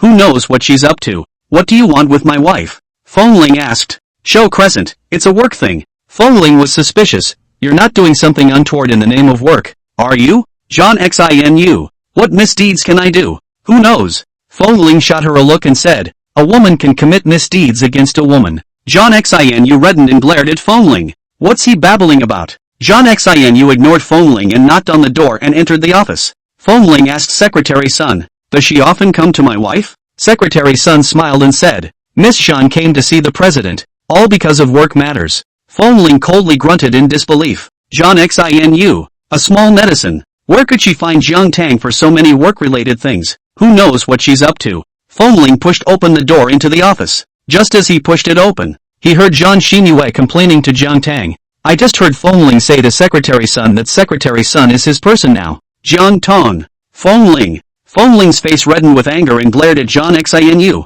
What are you babbling about? Zhang Xinyu crossed her arms and retorted unconvincingly. Where did I talk nonsense? You dare to say you didn't say that just now? Fengling choked. I did say that, but I didn't mean it that way. So what do you mean? John Xinu asked. Fengling extinguished his fire and looked at Jiang Tang, not daring to say anything. Is he going to say that he's going to buy Secretary Sun? To get Secretary Sun to work for him as an undercover agent? Jiang Tang looked at Fengling. Question, so what do you mean? Fengling. Why is my wife saying the same thing as Crescent Moon? Is she with Crescent Moon? John Xinu asked. He could not answer if he wanted to, but Jiang Tang asked, and he couldn't not answer. It doesn't mean anything, I just, let Secretary Sun. Something important about you, tell me. Fengling said, show Crescent. Isn't that making Secretary Sun a spy? I didn't realize that Secretary Sun, looking all righteous, was actually a spy. Jiang Tang, oh. Fengling saw Jiang Tang's pale expression, didn't know what she was thinking, had no idea in his heart, and hurriedly defended himself. I didn't mean any harm, just trying to get some of my wife's whereabouts to see if there are any schemers around her. For example, the stream of Chun Chi-Zhan Crescent Moon. Aha! Jiang Tang nodded with a light smile. Fengling understood Jiang Tang and knew that Jiang Tang was believing this and sighed in relief. It's not. Zhang Xinyu was puzzled at the sight and looked at Jiang Tang doubtfully. You believe it when he says so? How could she brainlessly trust Fengling? Fengling didn't even have a proper defense. Just one sentence, I didn't mean any harm. And Jiang Tang believed it? Jiang Tang, a domineering boss who fought in the world of deceitful shopping malls, trusts people so easily? Aha! Jiang Tang smiled and nodded. You, John Xinu still wanted to speak. Being dragged out of the office by Fengling, you come with me. Show Crescent. Closing the door to his office, Fengling only loosened his grip on Crescent Moon and glared at her. What do you mean? Are you trying to sow discord? Zhang Xinyu frowned. Sowing discord? Am I that kind of person? Fengling nodded. You are. Show Crescent. An exasperated breath almost came out of his mouth. She had known Fengling for so many years. She had thought that Fengling knew what kind of person she was. How do I know? I can't believe he's thinking about her like this. She was really blind before and liked him for nothing. Let me tell you. My wife and I are in a good relationship now, so don't you think of making a mistake in the middle? Fengling said, there is no good ending for a wicked female match. John Xinu, so, I'm the evil female match? Fengling, isn't it? You couldn't love me and didn't die, so you deliberately approached my wife and became friends with her, and then, sowed discord between us. Show Crescent. Line. She gritted her teeth in anger. You're right. I'm the evil female match. I'm the one who's going to make things bad between you and Jiang Tang. Just wait for me. Zhang Xinyu let out a harsh word and left. Fengling. Just wait. Who's afraid of who? Secretary Sun. Who witnessed it all? Are all the second generations so clear and stupid these days? Fengling said to Secretary Sun. You heard what she said just now. In the future, if she comes to my wife and moves things around in front of my wife, you must be the first to tell me. Secretary Sun. Fengling returned to the office and Jiang Tang asked him, where is Zhang Xinu? The evil female match was scolded away by me. Fengling said, Jiang Tang. When did Zhang Xinu become a vicious female match? She didn't say anything and continued working. Fengling just played obediently by himself, and then off duty. I'll treat you to a good meal tonight, Jiang Tang said. Today he said that he was unhappy about having dinner with Chun Chi and didn't have enough to eat, so of course she had to make it up to him. Fengling thought for a moment and asked, can the place be as I choose? Aha! Jiang Tang nodded. Let's go then. Fengling and Jiang Tang were off duty. Fengling drove in front and Jiang Tang followed behind in her car. The more he walked, the stranger Jiang Tang felt. Finally, the car was parked in the parking lot in front of the first middle school in C City. Chapter 90, Butler Zhao proves that Fengling is trying hard. Jiang Tang. The main business in this neighborhood is for students. They are all relatively inexpensive and plain in flavor. I didn't expect Fengling to pick this place. When the two of them got out of the car, Fengling lightly led Jiang Tang into a small street-side store. The owner's wife who saw a customer welcoming her. Fengling held Jiang Tang's hand and said, "Boss, my wife and I are here for dinner." "Boss lady," inexplicably cueing Fengling's small mind. Smiling, he said, "Here you are. Sit down. What do you want to eat?" Fengling and Jiang Tang found a seat. The boss's wife handed Fengling the menu. Fengling handed it to Jiang Tang and told Jiang Tang to order it. Look at the boss's wife. The boss's wife has been doing business for many years. A human savant-like figure. At this moment, blessed to the heart, smiled and said, "It's been a few years since I've seen you, classmate. You're getting prettier and prettier." Jiang Tang looked at the boss lady with a smile and nodded. "Well, it has indeed been a few years since I've seen you. At that time, she often ate out and she was pretty. She was very popular at school, and basically, wherever she went, many admirers followed her into the store. When she went to school, she was well known in the restaurants in the area. She was even approached by the owner of a restaurant who asked her to eat at their restaurant every day, and her meals were free, as long as she attracted other people to eat there. It's kind of a live bandwagon in disguise, so it's no surprise that the boss remembers her." Fengling looked at the boss's wife. The boss's wife smiled and asked, "Is this your husband?" "Aha." Jiang Tang nodded. The boss's wife smiled and said, "So handsome. Such a good match for you." Jiang Tang smiled and said, "Thank you." At this moment, Fengling was finally complete and happy. Jiang Tang ordered the dishes, and Fengling ordered several more. The boss's wife is so uptight. He mustn't spend more? The boss's wife went to fry the food. Jiang Tang looked at Fengling and asked with a smile, "Did you eat with Chun-Chi at this restaurant at noon today?" Fengling, how come the wife is so smart? He didn't say anything to the boss's wife and she guessed it. Jiang Tang looked at his appearance and hooked his lips. It seems so. It's actually quite a good guess. With Fengling's status, it wasn't like he would take a detour to eat at this kind of small restaurant next to the school. And, still, her alma mater. To come here, someone must have brought him here. And he said he was having lunch with Chun-Chi at noon. Analyzing it, the biggest possibility was that Chun-Chi brought him here to eat at noon. As for Chun-Chi's thoughts, it was also easy to guess. Using her past with him to irritate Fengling, "You were right to separate from Chun-Chi." Fengling said, "You see, Chun-Chi can only bring you to this kind of store to eat. And with him, he would take her to all kinds of top luxury restaurants." Jiang Tang smiled and said, "At that time, I wasn't with Chun-Chi yet. We just came to dinner as ordinary classmates. To each his own." Fengling grunted.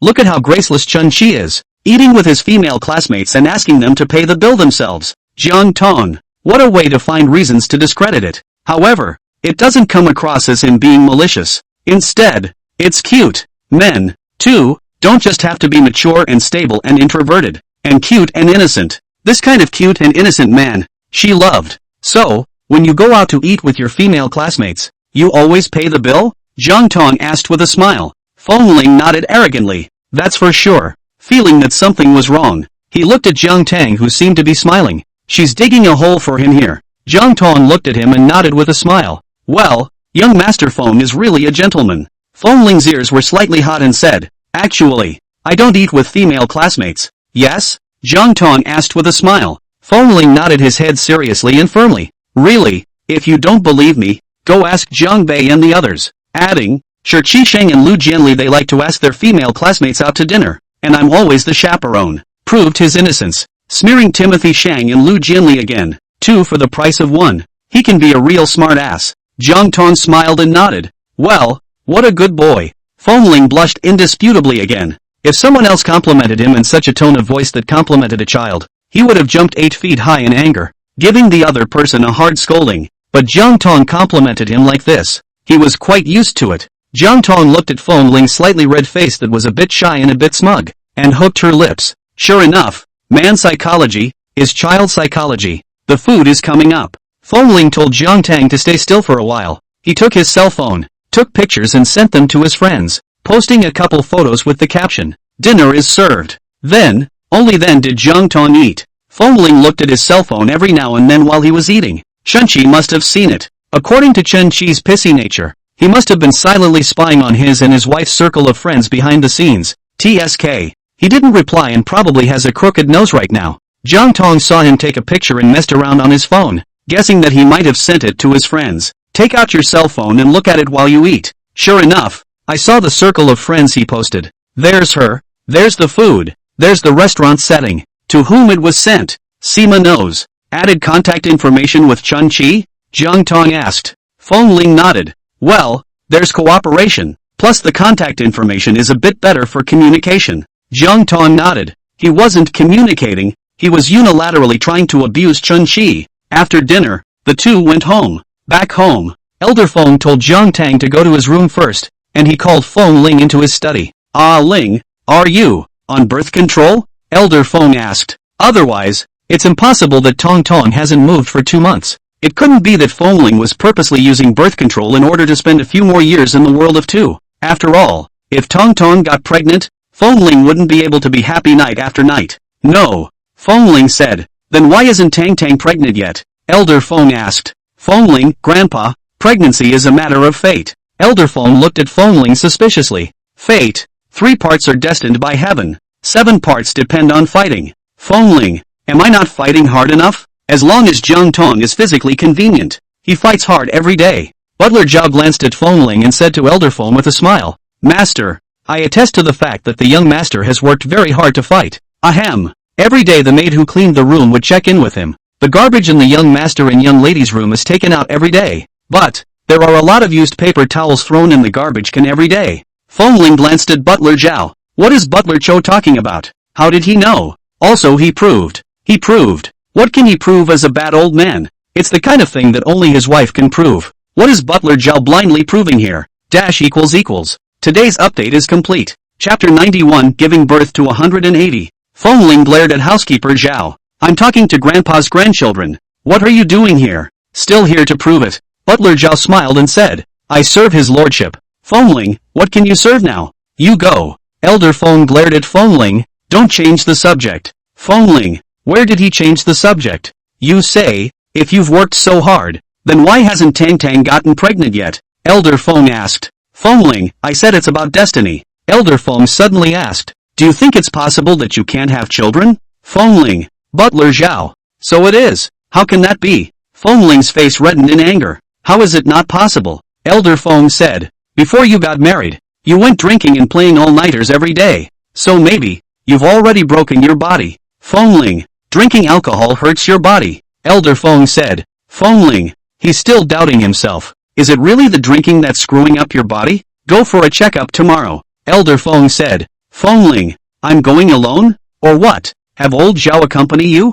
Elder Feng asked. Feng Ling gave Butler Zhao a disgusted look. Who needs his company? Isn't Jiang Tong going to check in together? It's not like he's the only one who has a problem with the pregnancy. So if you want to check, both of you check together. What if it's Jiang Tong's problem? You check first. Elder Feng said. Of course it's best if you don't have any problem. If Tong Tong goes along, what if the check comes out to be your problem? Will you still have the face-to-face Tang Tang in the future? Feng Ling. Oh. He hesitated and then asked. Grandpa, what if it checks out that it's really me? Elder Feng suddenly sneered. What do you think? Feng Ling. He had a sudden uneasy feeling. The only role you have for the Feng family is to pass on the family name and produce an heir for the Feng family. If you have problems, the only role you have for the Feng family is gone. And you ask me what to do. What should I do? Of course I'll kill you. Master Feng said. Feng Ling. When Feng Ling came out of the study, Butler Zhao smiled and said to him, Young master, don't worry, even if you really can't have a child, the master can't really do you. Feng Ling looked at housekeeper Zhao. However, the young lady's side might be a bit difficult. Butler Zhao said, the young lady might divorce you and go find a man who can give birth. After all, the young lady's genes are so good, she must want to pass on her excellent genes. Feng Ling suddenly said, Butler Zhao, can you go get me a needle? Housekeeper Zhao was puzzled. What does young master want with the needle? Feng Ling, sew up your mouth. Butler Zhao. Feng Ling gave Butler Zhao a cold look and left. Make sure Grandpa deducts Butler Cho's paycheck. I can't believe he wants his wife to divorce him. Simply, a mortal sin. An unforgivable sin. Feng Ling returned to the room, seeing that his face didn't look very good. Jiang Tong asked, What? Did Grandpa scold you? Feng Ling. No. Jiang Tong smiled and didn't believe it. Young Master Feng guessed that he loved his face and didn't say anything even after being scolded. Grandpa is doing it all for your own good. Jiang Tong said. Feng Ling nodded. Aha. Emotions are still a bit low. Went to the bathroom to take a shower. He was actually a little worried. He was terrified that there was something wrong with him. Though this is highly unlikely. But what if it is? Fear not. Fear not. What if there really is something wrong with your body? Will Jiang Tang really divorce him? I think it will. It's impossible for Jiang Tang not to have children. Thinking about this, Feng Ling's mood was terrible. It's really annoying. Got out of the shower and went to bed. It's annoying as hell. It was too annoying to think about intimacy. Jiang Tang raised her eyebrows when she saw Feng Ling, who had taken a shower and was directly lying on the bed ready to sleep. So what exactly did Grandpa scold Feng Ling for? It bothers him so much? Even though he didn't say anything, didn't lose his temper or curse, it was still obvious that he was annoyed. She had never seen him so annoyed. What's wrong? Jiang Tang asked with concern. Feng Ling said, nothing, I'm going to bed. Good night. After saying that, he turned over and slept with his back to Jiang Tang. Jiang Tang glanced at his back and also closed his eyes in preparation for sleep. When she was about to fall asleep, there was suddenly a great movement beside her. It was Feng Ling who rolled over and faced her, looking at her silhouette in the darkness of the night and asked, let me ask you, are you using me as a tool to make babies? Jiang Tang opened his eyes, looked at him in the darkness, and said, why do you ask? You don't care. You just need to say if it is or not. Feng Ling said, his voice muffled and cold. Jiang Tang laughed softly and said, you are a human being, not a tool. Feng Ling's eyes lit up. So, you don't see me as a tool to make babies anymore? Aha. Jiang Tang nodded. How can a human being be a tool? He's not a tool. Neither is she. Feng Ling wanted to ask if she would divorce him because he couldn't have children, but the words were held back. Now it's all just a figment of his imagination here. Asking would be particularly ridiculous and embarrassing. Or don't ask. Everything is still waiting to be checked tomorrow. As he hugged Jiang Tang, his hands began to be unsteady. Jiang Tang, aren't you not interested? Not just now. There is now. Jiang Tang. Fruit of the Loom is really a small child and changes so quickly. Feng Ling went for a checkup. Going alone. The private hospital the Feng family has a stake in went to, and it was done quickly. Then, apprehensively and nervously waiting for the results. Knowing Feng Ling's identity, the doctor looked at the results of the examination and said, the young master's body is very healthy and has no problems. Feng Ling sighed in relief. That means I can have children. Aha. The doctor smiled and nodded. With this body of the young master, giving birth to 10 or 8 is not a problem. Feng Ling glanced at the doctor. Give birth to 10 or 8. Does this doctor really think he's a stallion? Feng Ling majestically went back to Feng's with the report card. Going directly to Elder Feng's office, he slapped the report card and other overbearingly on the table. Look, my test results are out. Elder Feng had actually already known the results of the tests from the hospital side. But still, he gave Feng Ling face to look up. You're okay with that? Elder Feng asked. Feng Ling was arrogant. I told you, I can't possibly have a problem. The doctor said, with this body of mine, giving birth to 100 or 80 is not a problem. Elder Feng, if you can give birth to 100 or 80, then why is it that none of them have been born yet? Elder Feng put down the report card and asked. Chapter 92, No one can escape the law of true fragrance. Feng Ling, what does that have to do with me? I don't have a problem anyway. Elder Feng pondered. You don't have a problem. So it's Tong Tong's problem? Feng Ling's heart thumped. He knew his grandfather's mind. The reason why he looked at Jiang Tang was because of his ability skills and excellent genes. The most important task of the union is to have children. It's something that Grandpa said more than once. If Jiang Tang can't have children, Grandpa was sure to force himself to divorce Jiang Tang. Although Grandpa loved Jiang Tang, the most important thing to Grandpa was the Feng family heir.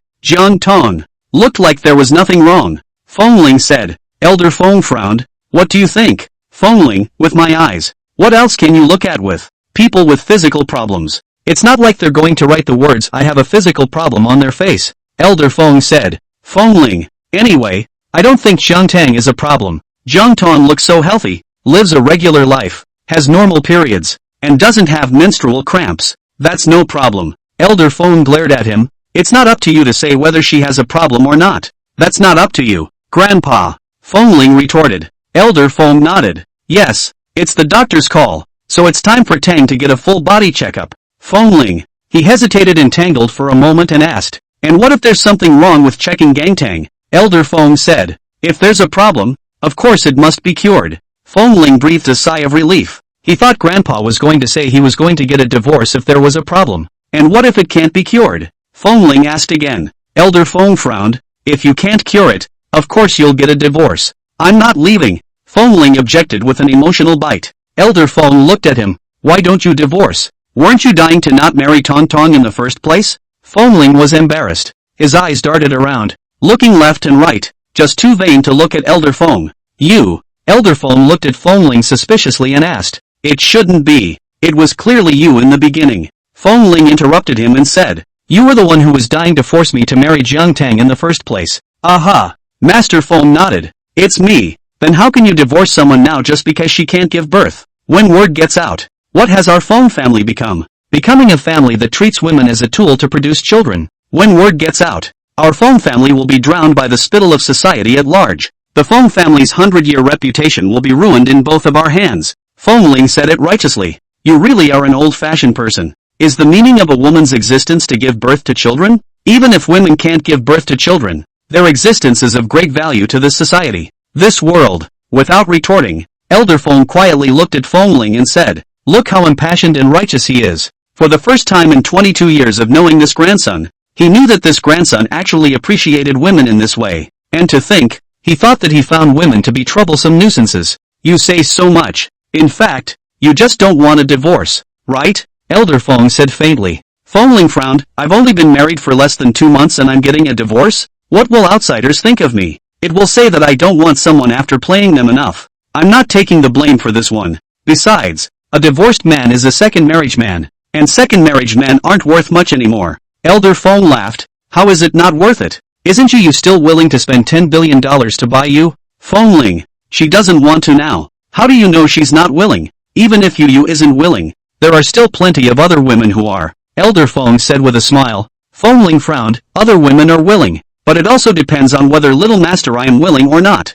Elder Feng smiled and nodded. Well, yes, you're not willing. You're not willing to buy any other woman. Only Tang Tang, even if she doesn't spend any money. You're willing. Fengling's ears were hot and he didn't say anything. So, not wanting a divorce is because you're in love with Tong Tong, right? Elder Feng asked with a smile. Fengling red warmed up, glaring at Elder Feng. Frowning. Don't talk nonsense. What, love or not? Jiang Tang is my wife. It's only natural that I'm willing. It only shows that I'm a man of morals and sense of propriety and responsibility. Elder Feng laughed. So no one escapes the law of true fragrance. When they were dying to get married, they were dying to get divorced. Thumbs up. There was a final snort. Disdainful and contemptuous and triumphant with watching the show. Fengling held back a red face. Half a day later, he didn't say anything to retort. Can Grandpa, a man half in the ground, spend less time on the internet and on his cell phone in a day? How he knows everything. Work hard if you don't want a divorce. Elder Feng said. Not just work hard to get Tang Tang pregnant, but also work hard. Work hard to become a capable and responsible person, and become a real man. Otherwise, when the time comes, I'm afraid that, if you don't get divorced, people's tones will want to get divorced. Fengling. I'm so handsome, so rich, and still able to give birth. Why should she divorce me? Elder Feng smiled and asked. Do you have money? I remember. The last time you wanted to buy a ring for Tang Tang, you all still asked me for the money, right? As for being able to give birth, is that an advantage? There are billions of men in the world, and billions of them can give birth. Fengling. Fengling came to the office majestically. In the end, it was an exasperated departure from the office. Leaving the office, he called Wang Chang and asked him how things were going with the company and when he would start making money. He wants to make money. Never want to eat contempt again. What's so great about being rich? Wang Chang. He promises to do so as soon as possible. Fengling hung up the phone. Return to your workstation and get to work.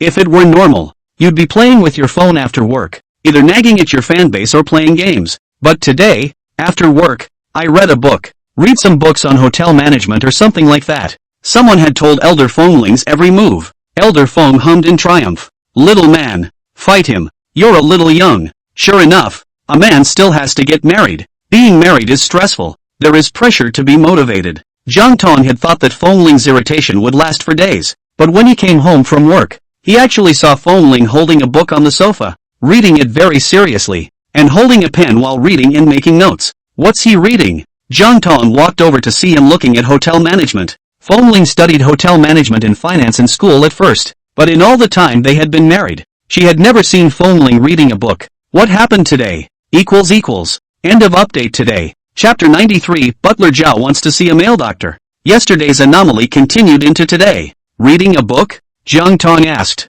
Aha. Fengling nodded without lifting his head. Jiang Tang. Starting to get strong? What's the excitement? Since young Master Feng was going to be strong, she naturally had no reason to disturb. Jiang Tang went to wash up, and when she washed up and came out, she did her own thing and didn't bother Fengling. Fengling read until 10 o'clock before going to wash up and then getting into bed. When he got into bed, he pulled Jiang Tang into fooling around. Go to bed when you're done fooling around. Jiang Tang. Early in the morning, Jiang Tang woke up and saw that Fengling actually got up before her. He used to be a bit of a bedwetter. It's always her who gets up first, and then he rolls around in bed like a lazy loach a few times before he gets up. Morning, Fengling said. Jiang Tang nodded. Good morning. She got up and the two of them washed up and went downstairs for breakfast. Good morning, Butler Zhao. Fengling greeted Butler Zhao. Butler Zhao smiled and said, Good morning, young master. Fengling nodded and went into the restaurant. Butler Zhao. What's on your mind today, young master? It feels a little counterintuitive. Butler Zhao suddenly thought that the night before, the master had asked the young master to suspect that there was something wrong with the young master's body and that he could not give birth. The young master is so abnormal again today. The little young master should not really eat and drink all these years to empty the body. Can't do it. Can't have a baby, right? Butler Zhao was worried in his heart. What to do? The Feng family is going to lose their grandchildren? He can't take care of the little master anymore? Butler Zhao had a sad face. After breakfast, Fengling and Jiang Tang went to work. Butler Zhao pulled Fengling and whispered, Young master, don't worry and don't have too much pressure. Fengling, what kind of stuff is Butler Zhao talking about? Butler Zhao said, I'll go find you the most authoritative male specialist today, and you'll definitely be cured. Fengling, old Zhao, what are you talking about? Are you saying that little master is sick? Butler Zhao froze for a moment. Looking at Fengling, the familiarity is back. Tell me, what kind of disease do I have? Little master? Fengling clasped his hands on his chest and looked at Butler Zhao with a good look. An uneasiness rose in Butler Zhao's heart as he looked at Fengling. Don't dare talk. Fengling smiled but didn't laugh. A male specialist? Lao Zhao, are you saying that little master I can't? The alarm bells went off in Butler Zhao's heart and he straightened his back with a straight face. No, I didn't say that. Then what's the point of getting me a male specialist? Fengling asked. Quietly, he looked at Butler Zhao. Let's see how this bad old man can weasel his way out of this. Butler Zhao, don't dare say it. Fengling looked at the time. If he didn't leave he would be late. The first step to becoming a successful, responsible and career-oriented man. Don't be late. Get to work on time and arrive at your workstation on time. He grunted at housekeeper Zhao and said, Think about it, and when little master comes back from work tonight, he'll listen to your sophistry. With that, he turned and walked away. Butler Zhao sighed in relief and said, Young master, take your time. Fengling went to drive. Jiang Tang hasn't left yet. Still waiting for Fengling in the garage, he saw him walk over and asked, What did you say to Butler Zhao? It's nothing. Fengling said, It's just that Butler Zhao asked me if I knew any authoritative male specialists to recommend to him, and he wants to go see them. Jiang Tang, authoritative male specialists. Butler Zhao went to see a doctor? Butler Zhao has to be 50 or 60 years old this year, right? Butler Zhao is so competitive? You still want to revive your male virility at 50 or 60 years old? Nope. Why did Butler Zhao ask you about this kind of thing? Jiang Tang asked Fengling. How did you get a familiar expert? Seemingly aware of Jiang Tang's thoughts, Fengling hurriedly defended. It's not me. I haven't gone to see a male doctor. Jiang Tang looked at his reddened face eager to defend himself and said with a smile, What's your hurry? It's not like I said you went to see it. For that amount of time, the number of times, Fengling was well above average. There was no need to go to the doctor at all. Fengling, Butler Zhao is saying that I know a lot of people and have a wide range of connections, so he asked me to help ask around. Jiang Tang smiled and nodded. Got it. Go. The two went to work. When Jiang Tang arrived at the company, Secretary Sun followed him into the office with the documents, reporting on the day's work and then handing Jiang Tang another invitation, saying, President, this is the invitation sent to you by Sea City First High School. Sea City First High School invites you to attend the opening ceremony. Jiang Tang took over and nodded. When Secretary Sun went out, she looked in the high school group, and many people in the group sent messages, but she was too busy all day to gossip in the group, and they all put the messages undisturbed. This time, IHS invited many distinguished alumni back to their alma mater for the commencement ceremony, seemingly for the sake of enrollment rates. In the past, the first school was the best school, but over the years, several times the top students have come from the second school, and the enrollment of the first school is not too good. That's why the first school organized this alumni reunion. She looked down. She, Li Yan and Shun Qi were the only three people in their class who had been invited. Jiang Tang looked at it and decided to go anyway. First middle school was her alma mater. She couldn't not give this face. Moreover, The school manager of the first middle school had some business dealings with the Jiang family. Another thing, after being away from school for so long, she kind of wanted to go back to school. She had spent 6 years in the first school and had many memories of her youth. Alumni meeting is September 1st. There's still a week to go. During lunch, Xiaoxi messaged Fengling. Things have been going pretty well between Fengling and the lecture hall lately. Just didn't bother consulting Junior much. Xiaoxi was also very understanding. Knowing his own identity, he never sent messages to Fengling. Junior suddenly took the initiative to send him a message. Fengling took a look. When did he and Junior become so close? Besides, it's too obvious that Xiaoxi is digging into his pocket, isn't it? Other princesses send messages to the guest big brother. What brother, I miss you. Brother, you have not come to see my sister for a long time. Brother is not the sister, forgot what. Though he never added the clubhouse princesses. Didn't give those princesses a chance to send him those messages, but seen quite a few. People are dainty and gentle and euphemistic. What did Junior say? She said directly, Feng Xiao. It's almost the end of the month. My performance this month is still quite a lot short. Feng Xiao can come to give me a performance rush? So, to Junior, he's an emotionless performance-pushing machine? As he thought about it, he realized why Junior hadn't completed his performance by the end of the month. She can't do it professionally. Originally,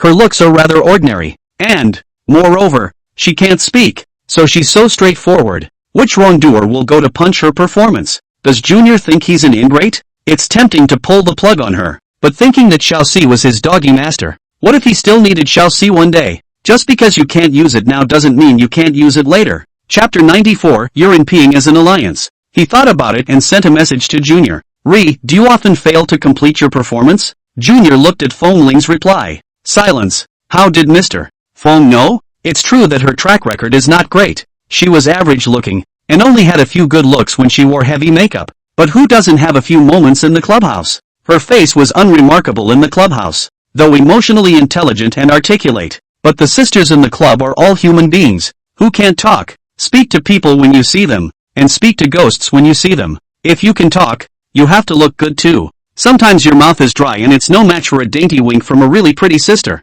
This society looks at faces, and places like clubs, even more so. She was actually a bit afraid to send Fengling a message, but in the end it was posted. She then felt that Fengling would help her with her performance. After a few encounters, she felt that young Master Feng was a lovely and kind person. Junior, aha. Fengling, why are you so useless? P4. Fengling, what is your monthly performance? Junior, $500,000. If you don't deliver results, you only get a base salary. The basic salary is relatively small. Their primary income is commission. Fengling, you can't even finish your $500,000 performance? P4. She was silent. What should she tell a top gent like young Master Feng about her heartache? About society's heartache? $500,000. To Fengling, it might not count for anything more than that leaking out of his fingers. But many people, who have worked hard all their lives, end up with less than $500,000 in savings. Fengling, wait, I'll ask my wife. Junior, why do we have to ask Jiang Tang about this?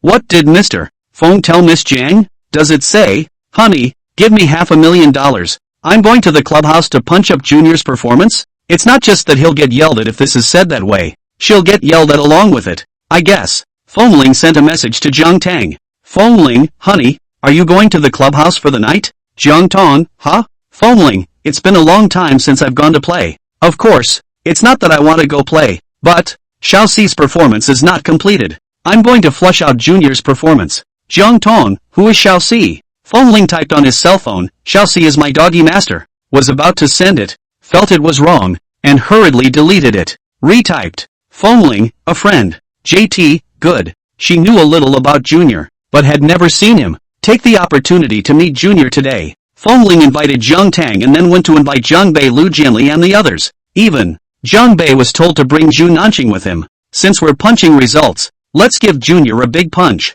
Being his doghead military advisor, not even being able to accomplish $500,000 a month is simply a disgrace to him. Young Master Feng, after inviting the people, Fengling sent a message to Xiaoxi, I'll come to punch your performance at night. Xiaoxi was happy in his heart, thank you Feng Xiao. Fengling, you have to work a little harder on your own in the future. Otherwise, I feel ashamed when I often fail to finish my performance. Xiaoxi, I know. Feng Xiao, don't worry, I'll try my best. Fengling then stopped replying. In the evening, when he got off work, Fengling went to pick up Jiang Tang and went to have dinner with Lu Jianli, Jiang Bei and the others. Lu Jianli and the others were curious when they saw Zhu Nanqing. Who is this? They asked Jiang Bei. Jiang Bei suddenly brought a pretty young sister to the party. What does that mean? Is Jiang Bei off the hook? Wish Nanqing. Jiang Bei said. Feng Ling added. Jiang Bei's fiancé. Jiang Bei glared at Feng Ling. Feng Ling smiled smugly. Jiang Bei has a fiancé. In the future, he won't be the only one to be governed by his wife. Jiang Bei is also going to be governed by his wife. Let's see if he dares to spend all day out there in the future. Lu Jianli by Languisher Qi Sheng. The three of them were puzzled. They hadn't seen each other for just a few days and Jiang Bei had a fiancé? Hello brothers. Zhu Nanqing greeted the crowd in a very well-behaved manner. Crowd. Pretty and well-behaved sister. Jiang Bei, the dog thief. Where did he abduct her? The crowd was seated. Lu Jianli by Languisher Qi Sheng. Three people looked at Feng Ling, Jiang Tang and Jiang Bei Zhu Nanqing who were sitting together. Didn't we say we'd play the game of life together and not get married when we pissed on each other? Look at you guys now. Those of you who are married are married. Those of you who have fiancés have fiancés. Do you remember the promise you made back then or not? Was it all a lie when we pissed for an alliance? How did you all become like this? Lu Jianli charged. Toki Chisung and Shiratsuki nodded their heads. Feng Ling and Jiang Bei were embarrassed. It is indeed they who have broken their vows. Jiang Tang glanced at Feng Ling and Jiang Bei and said with a smile, maybe it's because others take blood oaths, but you guys pee as an alliance. The mind of a boy can be really confusing sometimes. Pissing for an alliance. It's a shame they thought of it. When Qi Sheng complained, if I had known this, I would not have changed to peeing in the first place because I was afraid of the pain, and I should have taken blood for how much it hurt. Lu Jianli by Langyuan nodded. Feng Ling, Jiang Bei, these guys, opening and closing their mouths to pee, and in front of two people of the opposite sex. It's really embarrassing. Stop talking and eat, Feng Ling said. The thought of his wife finding out about him pissing on them as an alliance was humiliating. At the time, a few people were messing around and didn't think it was funny. In retrospect, it's really humiliating and middle of the road. It's your treat today, Bai Lang Yu said. Feng Ling nodded. Yes, yes, yes, my treat. Eat you. The crowd then ate, and the meal lasted 2 hours, from 7 o'clock to 9 o'clock, and when it was over, they went to the clubhouse, and Junior was already waiting. Feng Ling froze for a moment when he saw Xiaoxi. Junior, how have you changed? Has it been too long since he's been in the clubhouse? It hasn't been that long. Just 20 days or so. How did Junior change? Junior smiled a little sheepishly and said, went to my Croto a little. She had always wanted to get plastic surgery before, but she didn't have the money. She had average looks, and the money she made at the clubhouse left little after basic daily expenses. They make money fast and spend money fast. Cosmetics, luxury items, clothes, etc. are big expenses. She was a young girl and had no concept of saving money. She spent every penny she earned anyway. The money for this facelift was used for the tip from Feng Ling. Feng Ling, my Croto? Plastic surgery? Feng Ling looked at Xiaoxi and was tempted to say that plastic surgery didn't seem to have changed his appearance, but hold back, saying that might break Junior's heart. Can't chill Junior. Junior in case it's useful to keep it. Junior. Well, it's micro not due. She spent a fortune this time around, getting her eyes, nose, and mouth done. Basically a facelift. It can't be helped that she has no market without plastic surgery for her average looks. However, plastic surgery is perfectly normal in their industry. She had spent a lot of money on this facelift. Not only had she spent the tip Feng Ling had given her, but she had also borrowed money. She was really at the end of her rope before she had the cheek to ask Feng Ling to come and punch her performance. Today's update is complete. Degree. Chapter 95, We Must Make the God of Wealth Happy. Feng Ling expresses incomprehension. He really did think that the current Junior wasn't as good looking as he used to be. It used to be ordinary looking, but at least it looked smooth and natural. Now it's weird how it looks. Xiaoxi looked at Jiang Tang and greeted him with a smile. Mr. Jiang. This Mr. Jiang was her true god of wealth. Every time Feng Xiao approached her, it was an emotional cry for help. I really hope that Miss Jiang will toss Feng Xiao a little more, so that Feng Xiao's emotional recourse to her will be more frequent, and she gets a bigger tip. Xiaoxi looked at Jiang Tang and envied in his heart. No wonder he could make the wildly dazzling and cool young master Feng suffer. Long is really good looking. If she had a face like that, she would definitely be the top headliner of the club. This is Junior's goal. Jiang Tang nodded. Junior smiled and welcomed the crowd into the private room. Xiaoxi went out to order some wine and quietly whispered in Feng Ling's ear. Feng Xiao, tonight, I will definitely make Mr. Jiang happy. Feng Ling. He looked at Junior and said, no need. He coaxes his own wife. What need is there for others? Although Junior is a woman. But now, lace is prevalent. Exhibition crescent moon then already had a hidden tendency to bend. He didn't want Junior to bend again. If Junior bends, how can he be rational enough to be a doggy for him in the future? He wondered if Jiang Tang had taken some kind of millionaire's man script. Why did he feel that all the men and women around him liked her? Junior smiled and said, "Leave it to me." Jiang Tang and Fengling were her god of wealth and goddess of fortune. The god of fortune and the goddess of fortune must be made happy today. If you really want to make me happy, you won't have to worry about your performance every month in the future. Xiaoxi finished speaking and went out to get things. Drinks, snacks, fruits and so on. Can't. Gotta call the two sisters, Ryujin said as they spoke. They don't usually order princesses on their such identity appearance. Go out. Outside more than beautiful famous family Chenjin net red showbiz starlets these stick over. In short, there was no shortage of beautiful women around. So these princesses at the clubhouse were not something they looked at much. Can the princesses of the club be as pretty as those Netflix stars? Can you have the temperament of a famous girl? But today is different. In the past out of the 5 are single, are young and love to play big boys, do not need a woman. Their 5 brothers can also play very happy. But today Fengling has Jiang Tang. In the north of the river there is Zhu Nanxing. So the 3 of them are just here to watch them love each other and make out? That way it looks like the 3 of them are like melon patch. Asterisk asterisk asterisk asterisk. What the brothers have, they must have. Lu Jianli let Xiaoxi call 3 more sisters, 1 for each of them. Junior was happy, because they didn't say to call people in and they chose. They told her to just call in 3, and that choice was in her hands. In the clubhouse, although the princesses were all in competition to grab guests, there would be 2 or 3 sisters who were still on good terms. Sisters like this usually look out for each other and lift each other up a bit. Xiaoxi called his sisters who were still on good terms had taken care of him and introduced him to customers. Lu Jianli, they are young and handsome. The male gentleman is generous. Such a class. The clubhouse sisters want to go on. The sisters came and happily sat down next to a few of the males in Lu Jianli. Just started having fun. Drinking and singing, playing games and so on. Playing the game is truth or dare. The princesses at the club know a variety of gaming skills and have a great time. Junior. Missed. Should have just called 2 sisters. Calling 3 sisters. The 3 sisters accompanied Lu Jianli, Shi Qisheng, and Bai Langyue. In the north of the river there is Zhu Nanxing. The god of fortune and the goddess of fortune are a pair. So, in the end, she came down single. She's the last of the real melon batches. Seeing that the crowd had been drinking and were all a bit on the edge of their seats, Junior organized a game of torn paper for them. Purposefully, Fengling and Jiang Tang were placed at the end. The tearing game is very simple. It's where one person holds a napkin in their mouth. Then the second person does the same with their mouth and goes to the other side of the napkin and tears off part of it. And the third person goes to the second person's mouth and tears off the paper again. This makes the tissue paper smaller the further back you go. At the end of the day, 2 people will be kissing on the mouth and will run out of paper. Just be punished. The punishment is usually a drink. Such a game Lu Jianli they had seen others play. The most prevalent thing in nightclub bars is ripping paper and grabbing fingers. But they didn't play it.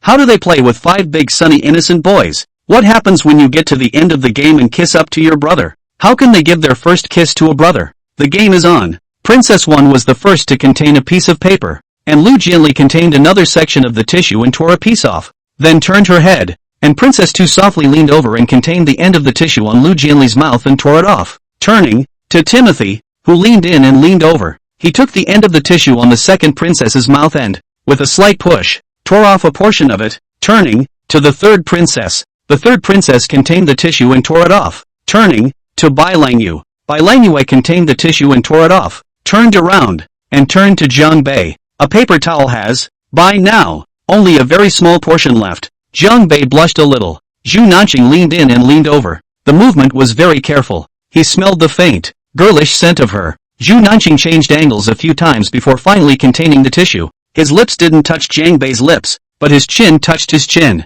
Jiang Bei's heart was beating a little fast, and he looked at Zhu Nanxing, whose face was also a little red, turned around, and turned to Jiang Tang. Fengling looked at the tissue on Zhu Nanxing's mouth, which was now about 2 centimeters. The wife contains and then tears the paper towel, and there may be only a centimeter left. A centimeter. He's going to have to go and contain it and tear it off. A little unlikely. This process is a sure way to touch your wife's lips and the 2 will kiss, even though they're a couple and their mouths have been kissing each other for a long time. But he and Jiang Tang hadn't kissed in public yet. He was excited and nervous, his heart thumping, and everyone looked at Jiang Tang and Fengling, all with the mindset of watching a good show get started. They hadn't seen Jiang Tang and Fengling kissing yet either, although it's common for couples to kiss. But on this special occasion, coupled with the added bonus of having gameplay effects, it just makes for a lot of excitement and nervousness and anticipation, both being of the same sex. Jiang Tang leaned over without psychological pressure and directly contained the tissue in Zhu Nanqing's mouth. In the process,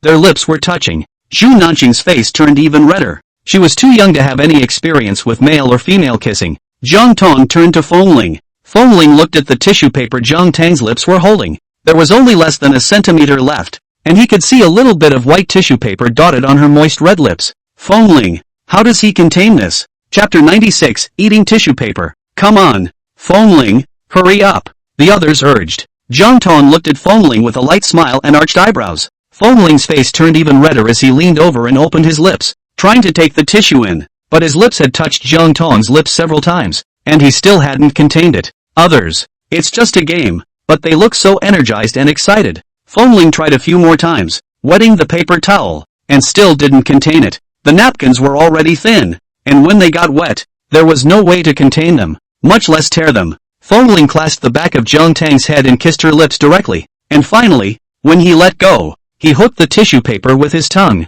Blushing, she looked at Jiang Tang and Jiang Tang also blushed a little. The others watched and were up in arms. No, no, it's for you to tear the tissue, not eat it. That's right, you're breaking the rules. There's a rule at the very beginning of the game that you can't touch each other's lips, and if you touch your lips you lose. Not only did you touch, you hugged and kissed. It's too much. Lose and drink. Fengling, just drink. Fengling poured himself a glass of wine, tilted his head, and drank it all in one go. A glass of wine on the rocks went down, and much of the dryness in my heart dissipated. As an afterthought, I realized that I seemed to have downed a little bit of tissue paper as well. Forget it. Anyway, it was the wife who ended up containing it, and even if there was spit on it, it was all the wife's spit. Wife's spit. It's not like he hasn't had it before. Fengling finished drinking and looked at Xiaoxi with bright eyes. He knew it. He was right not to give up on Junior for a moment. Junior, the doggone mastermind, was a bit of a handful at times.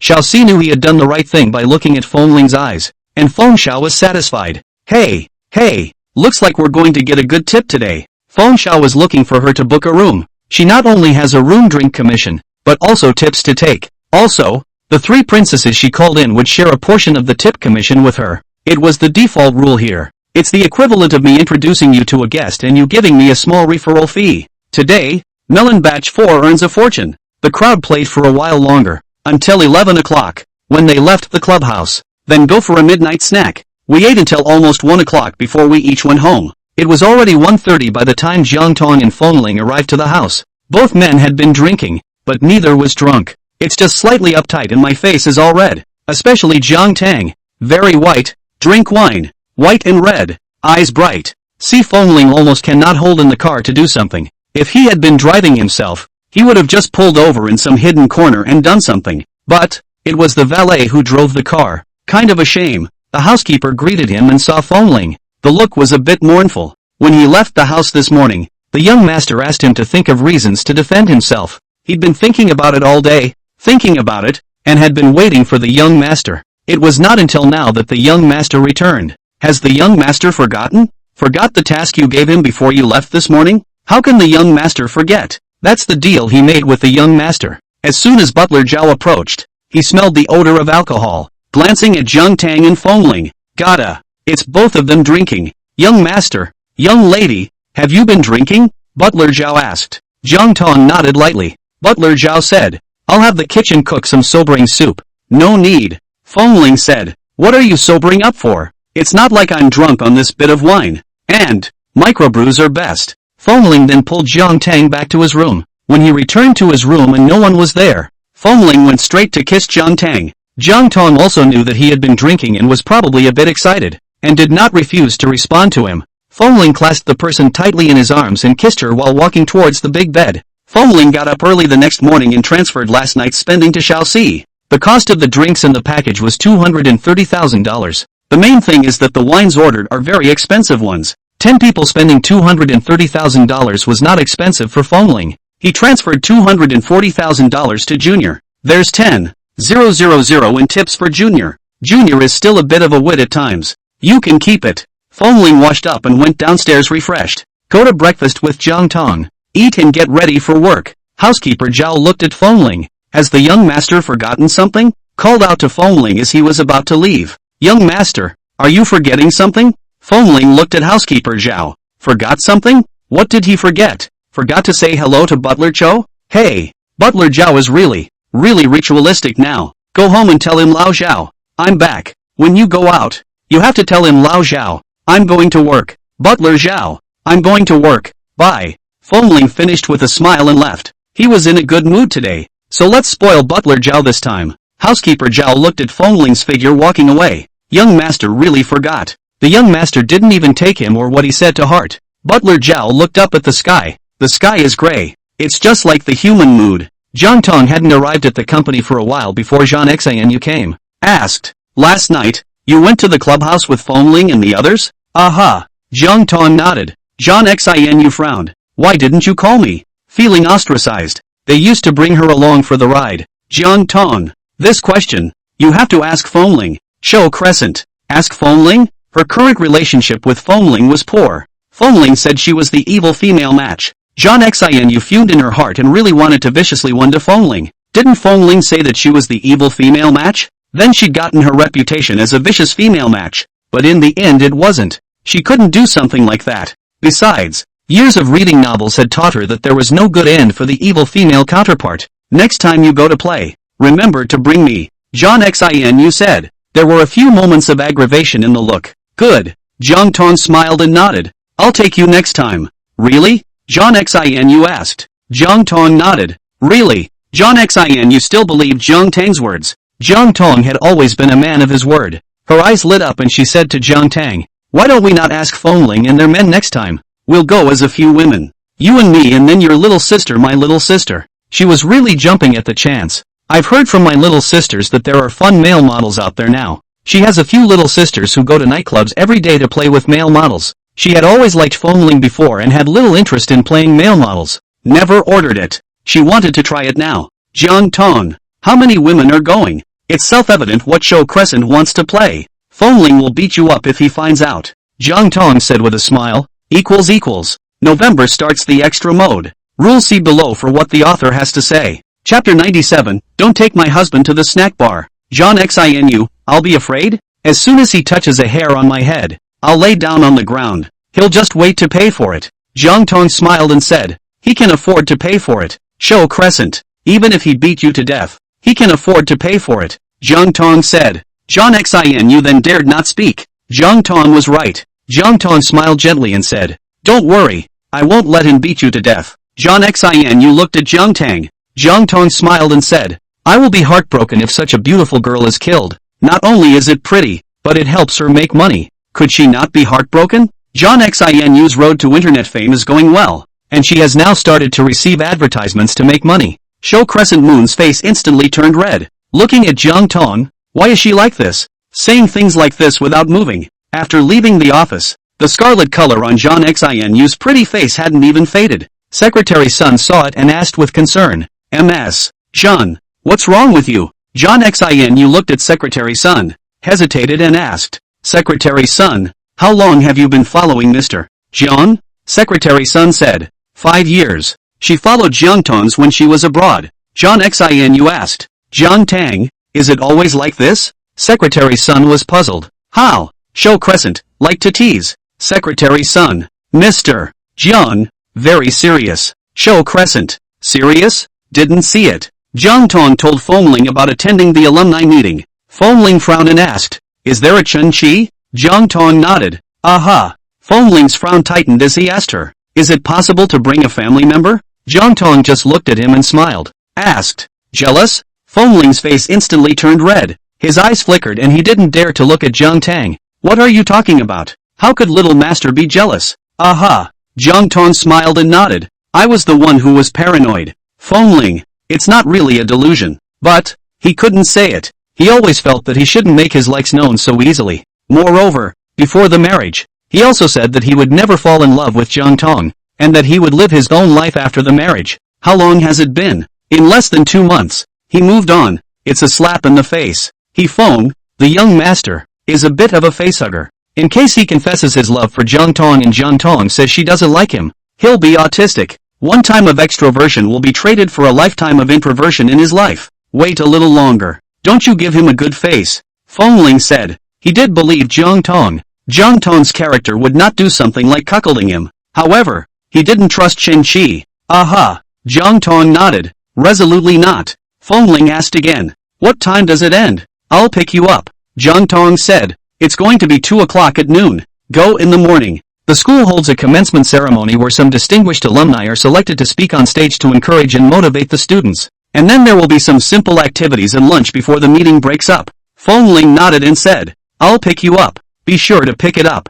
Jiang Tang smiled and nodded. Okay, I'll wait for you. Jiang Tang arrived at the school at 9 in the morning, and the head of the school received them. There were about 20 or 30 distinguished alumni who came. Some Jiang Tang knew each other, and even if they didn't, they greeted and exchanged pleasantries. Since they are distinguished alumni, they must have a certain status and influence in society. Either rich, powerful, or influential. Either scientific research bigwigs. Always take up the same. What makes you a distinguished alumnus if you don't have any of the above? Actually, it was kind of a small social party. We all came together because of ICHS. Got to know each other, climbed the ladder, and maybe there's a place to work together in the future. Chen Qi walked over and greeted Jiang Tang with a smile. Tang Tang, Mr. Chen Qi, Mr. Jiang. Jiang Tang nodded lightly. If he calls Tang Tang again. She turned and walked away. She didn't understand how Chen Qi thought. It's been so many years since she and Chen Qi broke up. What does Chen Qi want?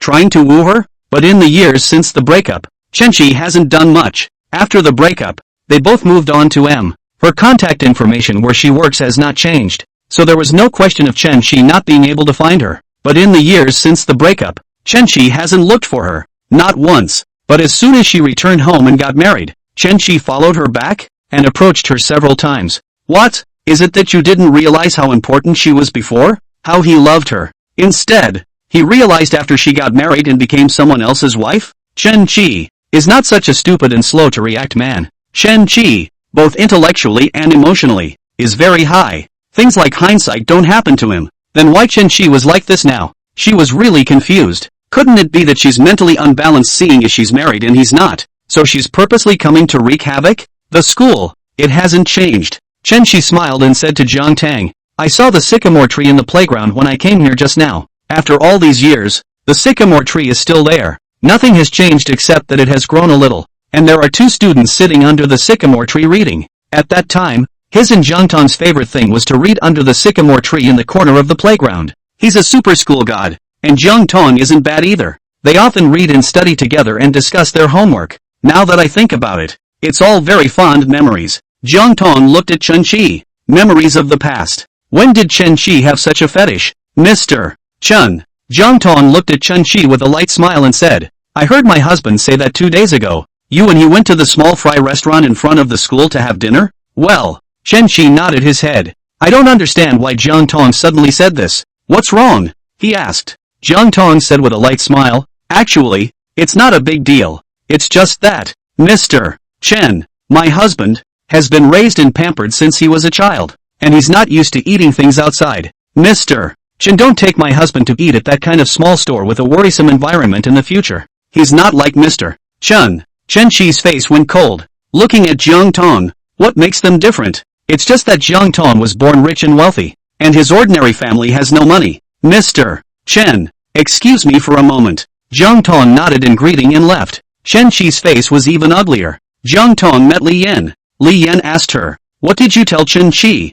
Jiang Tang said faintly, It's nothing. Li Yan hooked his lips, said, After all these years, Chen Qi still hasn't changed. It's still low self-esteem and sensitivity. Even though he hid it well in school at the time, he could still see the low self-esteem in his bones. Only Jiang Tang, who had a filter on Chen Qi, didn't see it. Jiang Tang didn't say anything. In fact, looking back now at the Chen Qi of that time, he did have an inferiority complex. But then, she was only a teenager, and hadn't experienced the beatings of society, and hadn't been able to read people as accurately as she should have. At that time, Chen Qi did have an inferiority complex, masking a bone-deep inferiority complex with extreme confidence and bravado.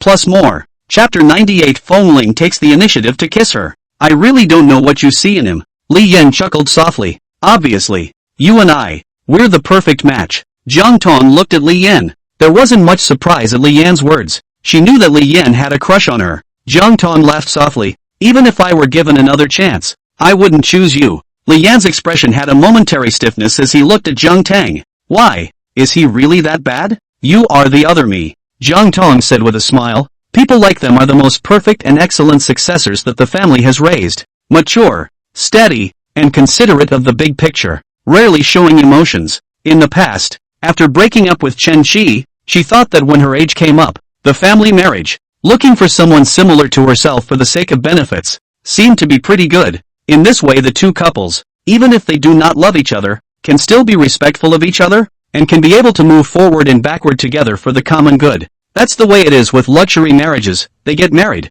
not to find a lover, but to find the most suitable partner. But by mistake, married Fengling. It's nice to be married to Fengling. She loved her life now. Give her another choice. Fengling, Chen Qi, Li Yan. She would still choose Fengling. With Chen Qi, she was together. It didn't end well. And Li Yan, although they have not been together, but can imagine, two people who have only interests in their hearts, will occasionally cooperate for the sake of common interests, but perhaps because of the interests of the divergence and go their separate ways. Really emotionless profit machines. In contrast, it was still the best to be with Fengling now. Other than that, she didn't feel tired after being married to Fengling for so long. On the contrary, it was quite happy. Young Master Feng was quite good at coaxing, even though he was occasionally a bit grumpy. It was fun to coax him from time to time, she thought. Li Yan asked, "Isn't that good?" Jiang Tang smiled and said, "Without experiencing it, I don't know whether it is good or not, but I think that I am very good now."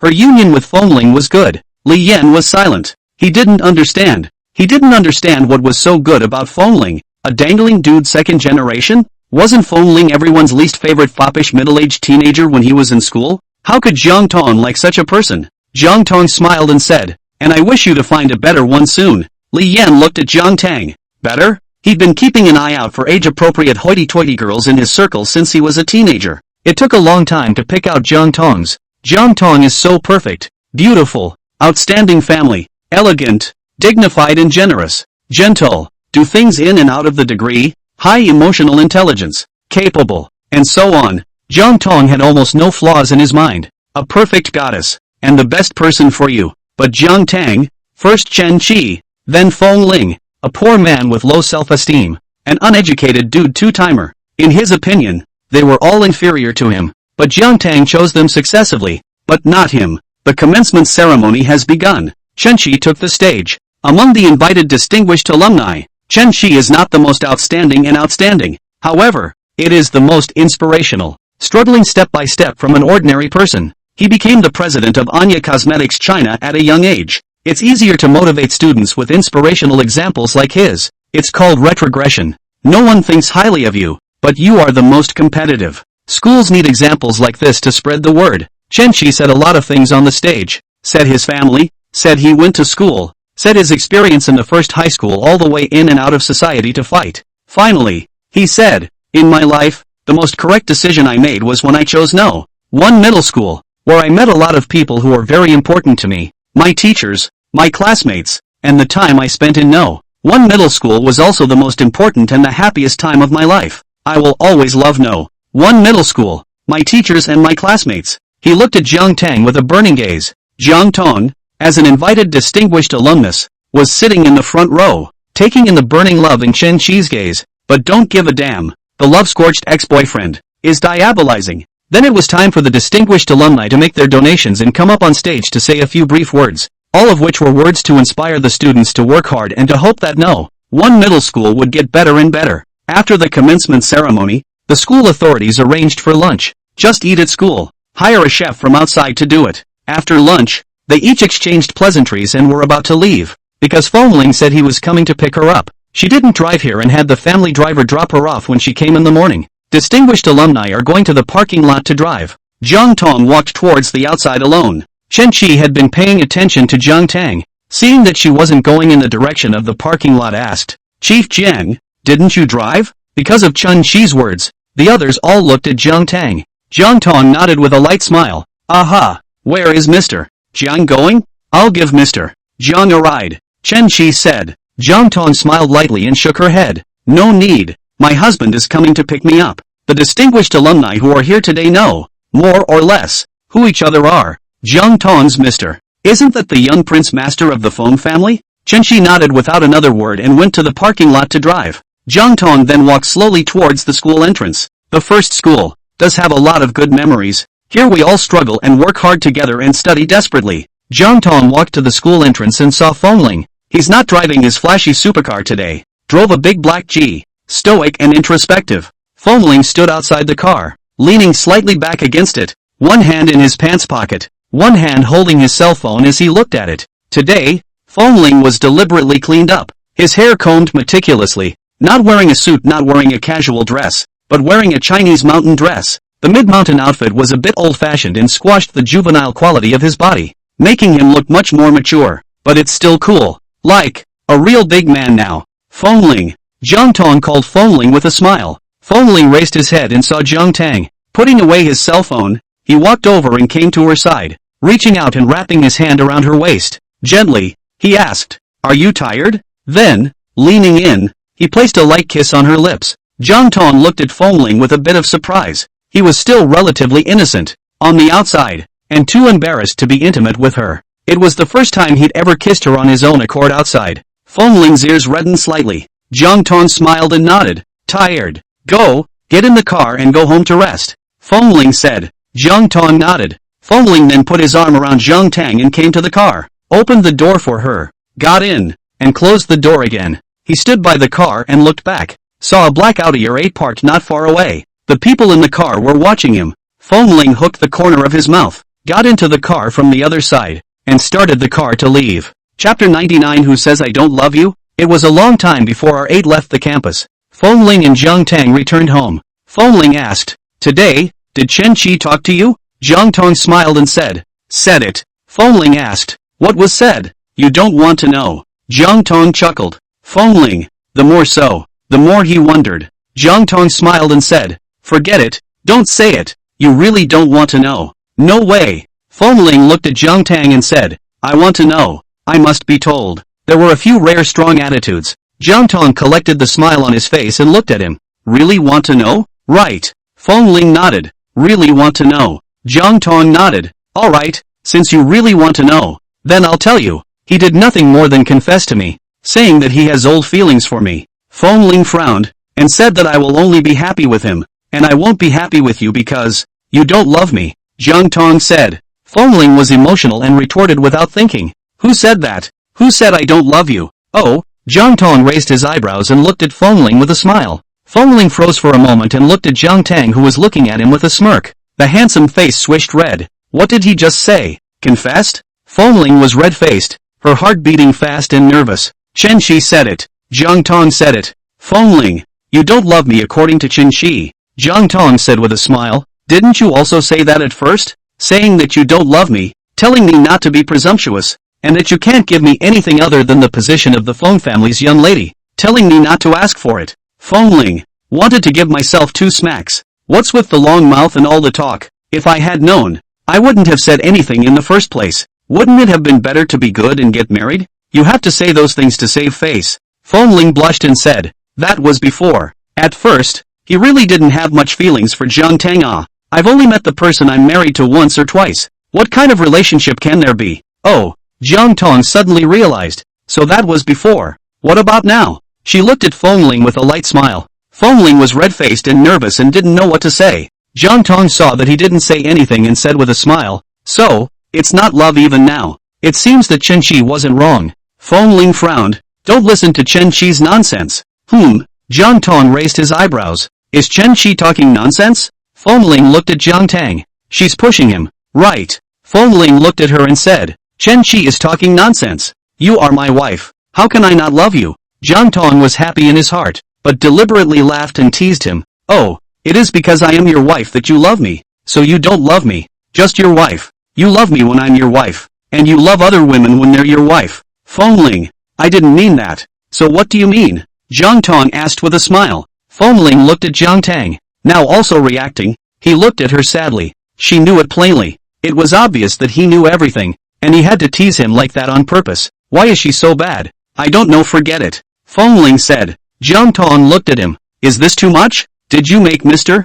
Feng angry? Aha! Forget it then, Jiang Tang said. With that, he was ready to go on his lunch break. Feng looked at her, angry, and rushed up in a few steps. Pulling her, he turned her around, clasped the back of her head, and kissed her directly. Jiang Tang. She was confused for a moment, then pushed him away. Feng didn't exert much force and was pushed away by Jiang Tang. He looked at Jiang Tang with a bit of surprise. Jiang Tang rarely refused his intimate gestures. Never refused, except when it was physically inconvenient to have a great aunt. How? You don't love me. Why are you kissing me? Jiang Tang said. Feng, love isn't something you say. It's do come out. Haven't you read the chicken soup those marketing numbers post? Don't look at what men say. Look at what men do. After saying that, in Jiang Tang's surprised look, he kissed her lips again. This time, strong and dominant, full of power, not allowing her to refuse to resist. Jiang Tang. It seems to be daylight now. She reacted by trying to push him away,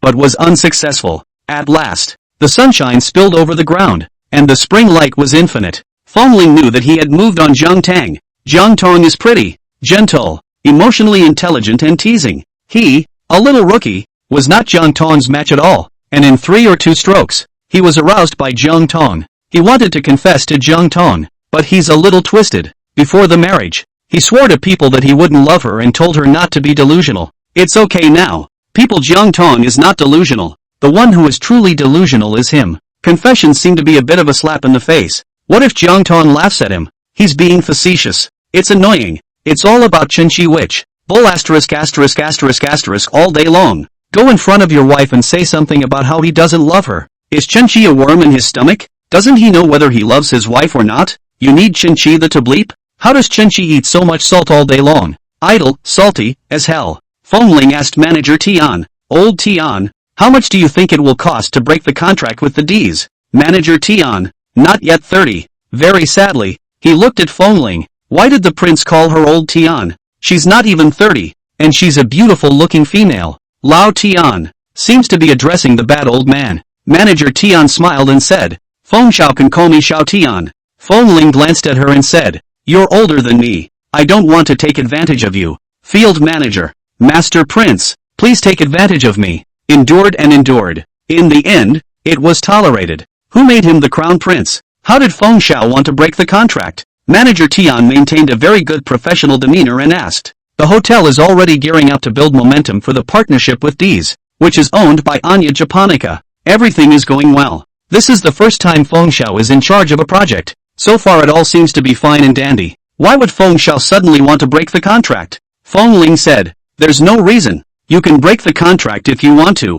Field manager, I endure. The prince has the capital to be capricious. It's not like you can lose much money for breaking a contract. Manager Tian said, it's a lot of money to lose though. But this amount of money is a drop in the bucket for the Feng family and the crown prince. It's just that, without a reason, word will get out and the uninformed will think it's our fault at the Wanfan Hotel. Manager Tian said, in fact, as she saw it, it would have been the fault of the Wanfan Hotel. It's the fault of the crown prince of Wanfan Hotel, who inexplicably had to terminate his contract for good reason. Feng said, who says there's no reason? There are reasons. The head of Anya's daycare is slandering me behind my back, vilifying him for not loving his wife. Chapter 100 Nothing. Just pregnant. Manager Tian frowned, annoyed. She was definitely on Feng's side as she said, Feng Xiao, you can send a lawyer's letter to the person in charge of the D family and sue him. Is the reputation of the crown prince of their one fan group something that can be casually slandered? Feng, forget it. The little master has a large amount of adults, not with him in general caddy. Field manager, the prince is so generous. If that's the case, then it really isn't appropriate for One Fan Hotel and the D family to work together. Manager Tian said, the person in charge had the audacity to denigrate their crown prince. So what was there to work with? It's not like they have to make this much money at one fan group. Do you think Grandpa will scold me if we cancel the cooperation? Feng asked. It was a project given to him by his grandfather, and he knew what he meant, that he wanted to exercise him. However, he really hated Chenqi. Manager Tian smiled and said, no, if the president knows that the head of the Anya Rihua home has denigrated you, he will be even more angry than you are, and not only will he not scold you, but he will also help you out. Feng, from what he knew of his grandfather, he simply wouldn't. If Grandpa finds out what happened, he'll just say he'll never amount to anything. Forget it. Fengling said. No more termination. He was really just talking off the top of his head. He can't be as capricious now. He's married now. He's a grown man. Field manager. If you're not going to break the contract, then why is Mr. Feng talking to her so much? Isn't it all bull asterisk asterisk asterisk asterisk? Does Feng Xiao think she's idle? She's busy as a PR manager for a mega consortium. But manager Tian didn't dare to say. Fengling called housekeeper Zhao in the afternoon and asked the kitchen to boil brown sugar water in pigeon soup for Jiang Tang. He remembers it well. Jiang Tang's great aunt came today. As a husband, it is your duty and responsibility to remember your wife's period. Give care and warmth to your wife during menstruation. Fengling was amused. Those bullies in the tomato novel website, let alone remembering the days of the heroine's period. They don't even remember their wives' birthdays, wedding anniversaries and all that. Because of all this, the hero and heroine of the novel had quite a few fights. But something like that could never happen to him. When Jiang Tang came back, the housekeeper had the maid bring Jiang Tang brown sugar water. Jiang Tang looked at the brown sugar water and froze for a moment. Butler Zhao smiled and said, "This is what young master specially ordered and had the kitchen cook for young lady. There's also pigeon soup for later at dinner, also specially ordered by the young master. It's been stewing since this afternoon. The young master's caring thoughtfulness must be made known to the young lady." Jiang Tang took the brown sugar water and sat on the sofa and slowly drank it. As he was drinking, Fengling came back. As soon as Fengling entered the house, he saw Jiang Tang sitting on the sofa taking small sips of brown sugar water. The heart was pleased. The wife must have felt his tender attentiveness, thoughtfulness and love. Fengling walked over and came to sit next to Jiang Tang, looked at her and asked, "Is it good?" "Aha." Jiang Tang smiled and nodded. "It's delicious and sweet." The soup was sweet. Sealing is also sweet. Fengling didn't understand what Jiang Tang meant, but it was enough for her to say it was delicious and sweet. After drinking the brown sugar water, it wasn't long before dinner was served. There was pigeon soup for dinner. Master Feng also knew that with the brown sugar water and pigeon soup, Jiang Tang should be coming to things. He was a little disappointed that Jiang Tang wasn't pregnant, but it was okay. After all, it had only been 2 months since they got married. The old man thought it was okay to get pregnant within a year. It's only been 2 months. There's no rush. It did used to be more of a rush. The main concern is that if something happens to him, Fengling will be left all alone, with no one to accompany him and take care of him, and he won't be able to support Feng Clan. But now, seeing the steady development of Fengling and Jiang Tang's relationship, he wasn't so anxious and worried. After observing for the past 2 months, he had gained a deeper understanding of Jiang Tang's character and acting style. Even if something did happen to him suddenly, Jiang Tang would still take care of Fengling and support him up. Even if Fengling was really a waste and couldn't be supported, with Jiang Tang, he could still keep Fengling safe for a lifetime. Although he still hoped that Fengling could stand up and lead one fan hotel to the next level. But a lot of things don't come to pass just because he wishes them to. Not whatever he wants. Finished dinner and went back to my room. "What's wrong with you?" Fengling asked Jiang Tang. It felt like from the beginning of the meal, Jiang Tang was a bit off, as if she was absent-minded and had something on her mind. Although Jiang Tang looked the same as usual on the surface, he still had that feeling that something was going on in her heart. "It's fine," Jiang Tang said with a smile. Fengling looked at Jiang Tang, and when he saw that Jiang Tang was unwilling to speak, he didn't ask again. People don't want to talk about it, and it becomes annoying to keep asking. He's a mature,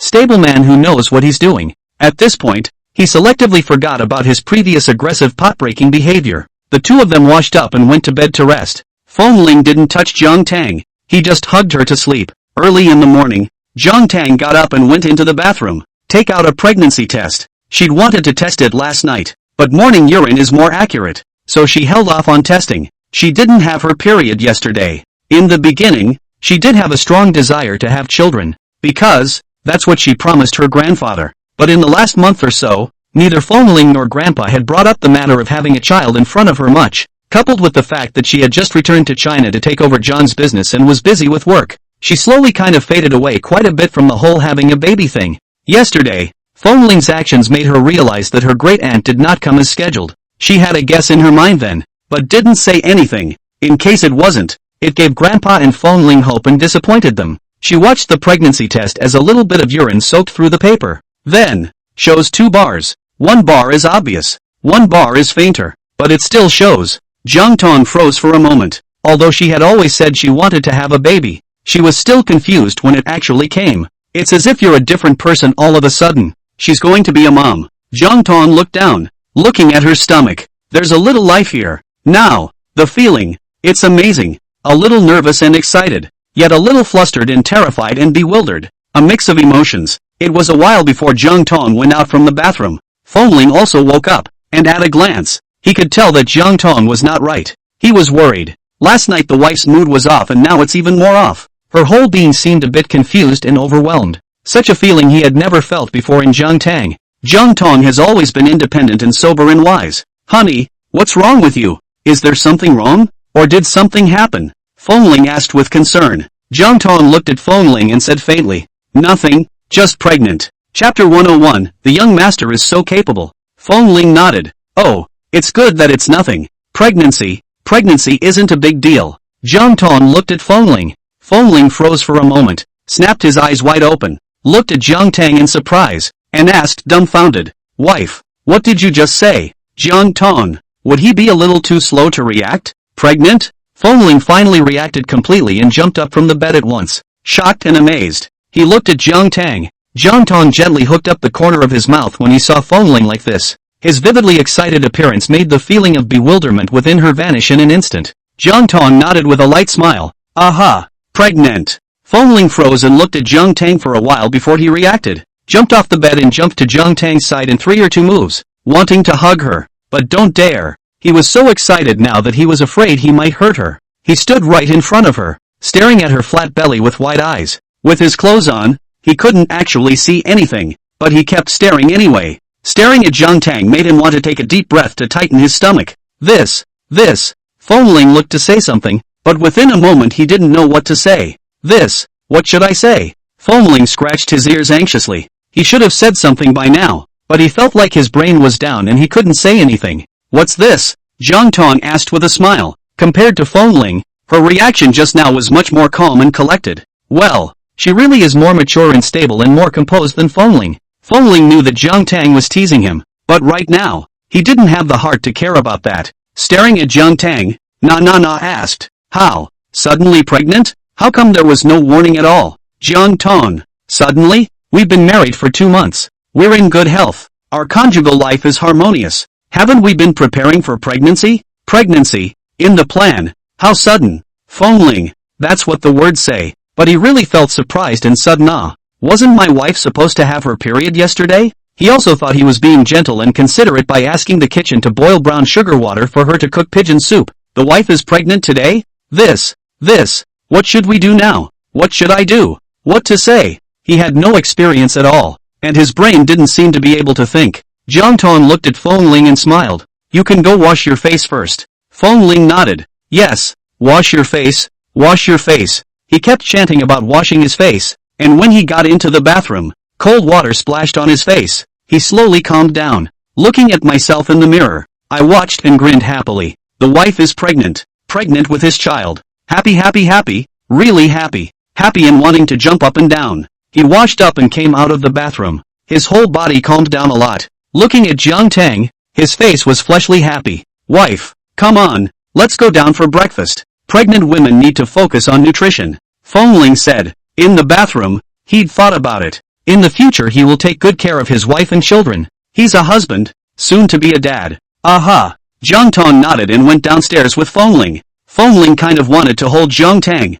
Jiang Tang laughed and said, there's no need to be so careful. That way you'll make me nervous. Fengling, but it's not like that. He'll get nervous himself. What if he doesn't hold it? What if his wife falls? The two went downstairs. The old man sat on the sofa and read the newspaper. Although the internet is now advanced and the old man is a fashionista who keeps up with the trend, he also maintains some of the habits he has had for many years. Reading the newspaper is one of them. Butler Zhao was waiting on the sidelines. Fengling and Jiang Tang went downstairs. The two greeted. Grandpa. Elder Feng nodded. Fengling looked at Elder Feng and said, Grandpa, let me tell you something. What is it? Elder Feng asked. Fengling said indifferently, it's not really a big deal. I heard that it was not a big deal. So Elder Feng didn't care much. Anyway, Fengling's childish personality. A little bit of a big thing to say. For example, if he was scolded by Jiang Bei, he had to come back to talk about it. And if he quarreled with Lu Jianli and the others, he had to come back to talk about it. It's like a little kid tattling. Jiang Tang is pregnant. Fengling said. Elder Feng. Butler Zhao. The two froze for a moment and looked at Jiang Tang in surprise. Fengling. It doesn't seem like things are supposed to go this way. Shouldn't Grandpa be jumping up and down with excitement? Why is Grandpa so calm? Wasn't this child what Grandpa was most looking forward to? Elder Feng looked at Jiang Tang and asked, "Really? Aha." Jiang Tang smiled and nodded. Elder Feng smiled and said happily, "Good, good, really good. The Feng family finally has a successor." Elder Feng was happy, but his happiness was much more subdued than Fengling's. After all, it was the first time Fengling had experienced this kind of thing, and he wasn't. He's a grandfather and has experienced his wife and daughter-in-law getting pregnant and having a baby. The psychological quality was not something that could be compared to a rash first-time father like Fengling. However, he still remembers to this day the first time he found out his wife was pregnant. Excited and nervous, bewildered and cautious. At that time, he was also a rash.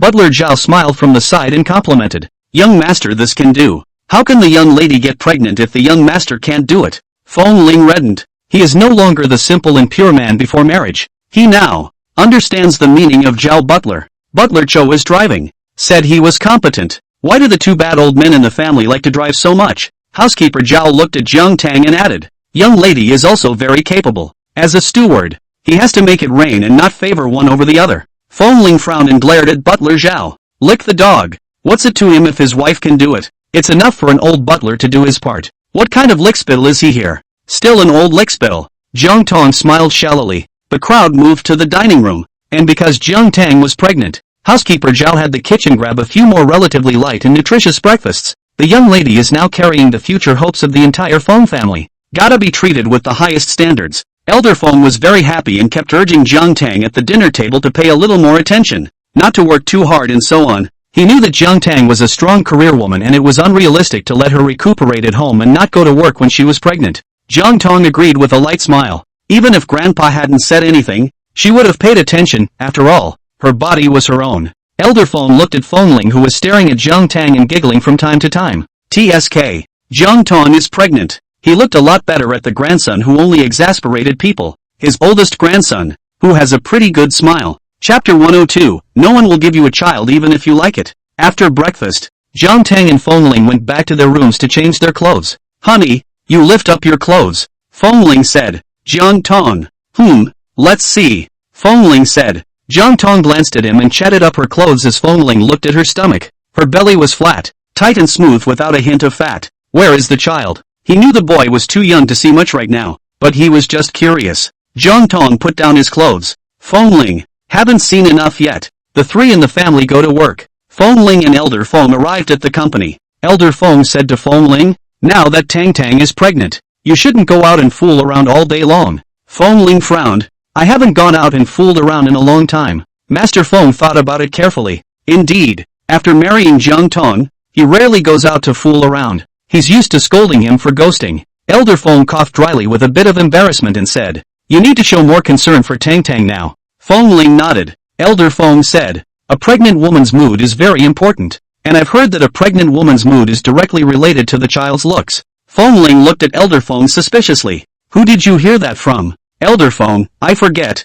I've heard of it anyway. This kind of hearing has no scientific basis at all." Fengling said, "As far as Jiang Tang and I are concerned, how bad can a child be?" Elder Feng looked at Fengling. "Think about Jiang Tang again. Think about Jiang Tang's parents and brothers, and then think about Fengling's parents. One last look at what he and his deceased partner looked like. There was no ugly one within 3 generations of either of their families, and they were all exceptionally good-looking. His great-grandson, definitely good-looking. You're also okay with this face?" Elder Feng commented. "When Jiang Tang gives birth to a beautiful baby, I'll credit you." Fengling, "Can't I do anything else?" Elder Feng, "What other lines do you have?" Fengling, "If I can't, I can get Jiang Tang pregnant?" Elder Feng, "This." Seeing that Elder Feng was in a rare mood of being disliked by himself to the point of speechlessness, Fengling was in a good mood and whistled and hummed a little song as he entered the company. Elder Feng, bear with him first. After all, right now he was still the only child of the Feng family. When Jiang Tang gave birth to a child,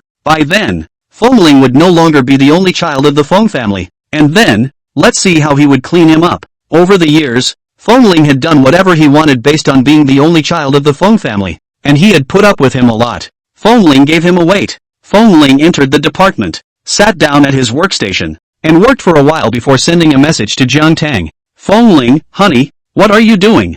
Jiang Tang was busy working and didn't reply. "Fengling, honey, is our baby okay?" Fengling, you tell me, is it a boy or a girl? Fengling, honey, do you like boys or girls? Fengling, wife, what does the child want to eat? Let's eat with the child. Fengling knew Jiang Tang did not reply to his message must be at work. He did not care. He was quite energetic to send messages alone. When Jiang Tang finished his work, he saw Fengling's message. Then reply, the child is fine.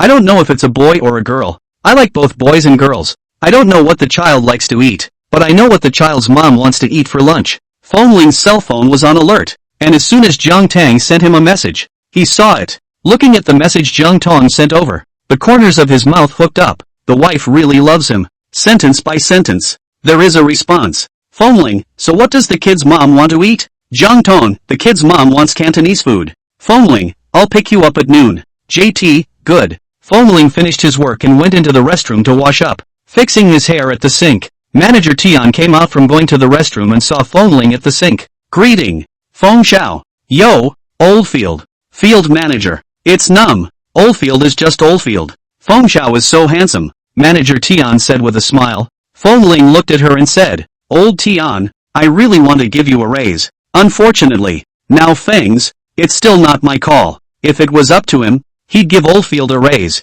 Not just a raise for Lao Tian, but for the whole company. The young lady of the proprietor's family is pregnant, and for such a great joyous occasion, the staff should be given a pay rise. Manager Tian smiled and said, I'm waiting for the day when Feng Xiao is in charge. Fengling said, soon. Field manager, this conversation of theirs doesn't seem right. If it got to the president's ears, she and Feng Xiao probably wouldn't have a good time. Especially her. Manager Tian hurriedly escaped. Fengling then happily went to John's entertainment to pick up Jiang Tang. Entering the lobby of the company, all the way to the employees saw him and greeted him. Good day, Feng Xiao. Hello guys. Fengling responded with a light smile. Waiting downstairs to brush my face enough to get ready to enter the elevator. The elevator had just opened and he saw Tokiomi seeking inside. Fengling glanced at Shi Chang-sun. What was he doing in the company if he was a top streamer and not out filming? Fengling tilted her chin slightly and looked arrogantly at Shi Chang-sun. Whatever he's trying to do, he doesn't stand a chance.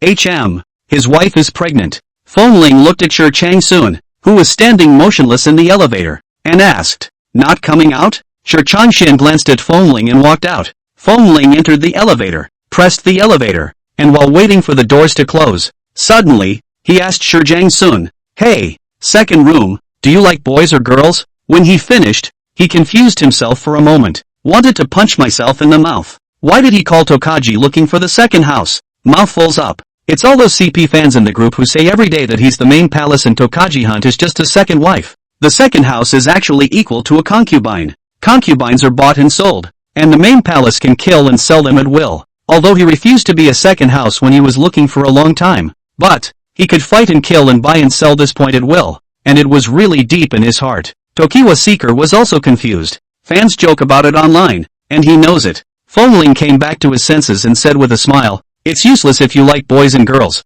It's not like there's anyone to give birth to you. Shi Chang-sun frowned and looked at Fengling. Is he sick? But I'm different. Someone gave birth to me. Fengling smiled smugly. My wife gave birth to me. After that, the elevator doors closed. Time lapse. What did Fengling mean by that? Did Jiang Tang is pregnant? That's not possible. How long have they been married? And it's obvious that Jiang Tang is all about her career. How can you get pregnant so quickly? Tokaho Seeker's face was ugly. Jiang Tang looked at Fengling and asked, why are you here so early? It's now an hour before the end of the shift. I'm here to see my kid and the kid's mom. Fengling said, Jiang Tang, it's getting greasy. Is the work done? Jiang Tang asked. Fengling said, I don't have to work now. Jiang Tang, why? Chapter 103, Feng Xiao's official announcement. No one understands it. Spending time with my wife and kids is my job. Fengling said. He's accomplished a good portion of his mission. The other small half was that when Jiang Tang gave birth to the child safely, his mission would be completely accomplished.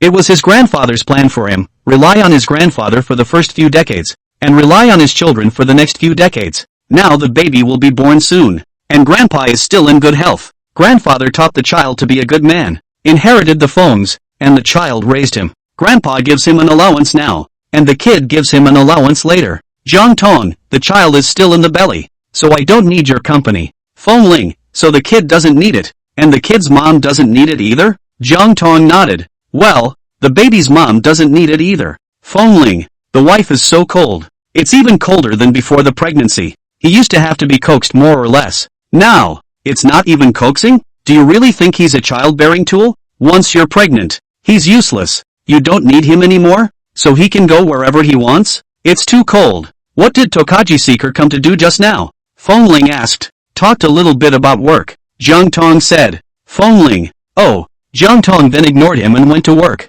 Fengling also obediently played by himself. When it's 12 o'clock, after work, we'll go to dinner together. During dinner Fengling asked, when can you publicize your pregnancy? He couldn't wait to announce it. Tell everyone that his wife is pregnant and he's going to be a father. Jiang Tang said. Both. She's not superstitious about it. Then I'll announce it now. Fengling said. Jiang Tang nodded. Fengling then took out his cell phone and took pictures of the meal on the table in Jiang Tang. Then he didn't eat the meal. So he went up to the D-voice to look for the text announcing the pregnancy. After a long time of picking and choosing, I finally chose a text, one person eating for two. The accompanying picture shows Jiang Tang eating. Sent it to a friend. Wife, give me some credit. Fengling said. Jiang Tang took out her cell phone and liked Fengling's friend circle and focused on eating again. Fengling didn't have much of a mind to eat. When he friend-zoned it, there were many likes and comments. Jiang Bei, what? In connotation my sister has a big appetite? You can't afford it? Lu Jianli, oops, it's a disaster. Feng Xiao won't even have a meal after the wedding. By Lang Yu of Feng Xiao, come on. I'll treat you to dinner. You pay the bill. Okay? Sure Qisheng, what did you do to mess with sister Jiang Tang? Elder Feng, let Tong Tong eat more. There were many other comments, either praising Jiang Tong's beauty or asking why he didn't eat. Fengling frowned tightly. These people, are their brains empty? Isn't it obvious what he meant by posting this friend circle? Why do these people talk about everything? Why don't any of them get to the point? What kind of friends and what kind of intelligence are these? Jiang Tong saw Fengling staring at his cell phone, frowning at his appearance, and took out his cell phone to look at it. See the reply from a few people in Jiang Bei. It's really hard to know what to make people say, mainly because it wasn't too obvious what Fengling meant by posting this circle. They'd only just gotten married, and no one was thinking about the fact that she was pregnant. How about a different copywriter? Jiang Tong said that she was indifferent, but looking at Fengling, he seemed to be very distressed. No change, Fengling said stubbornly. They can't see the deeper meaning of the text because they're stupid. Aha! Jiang Tong smiled and nodded.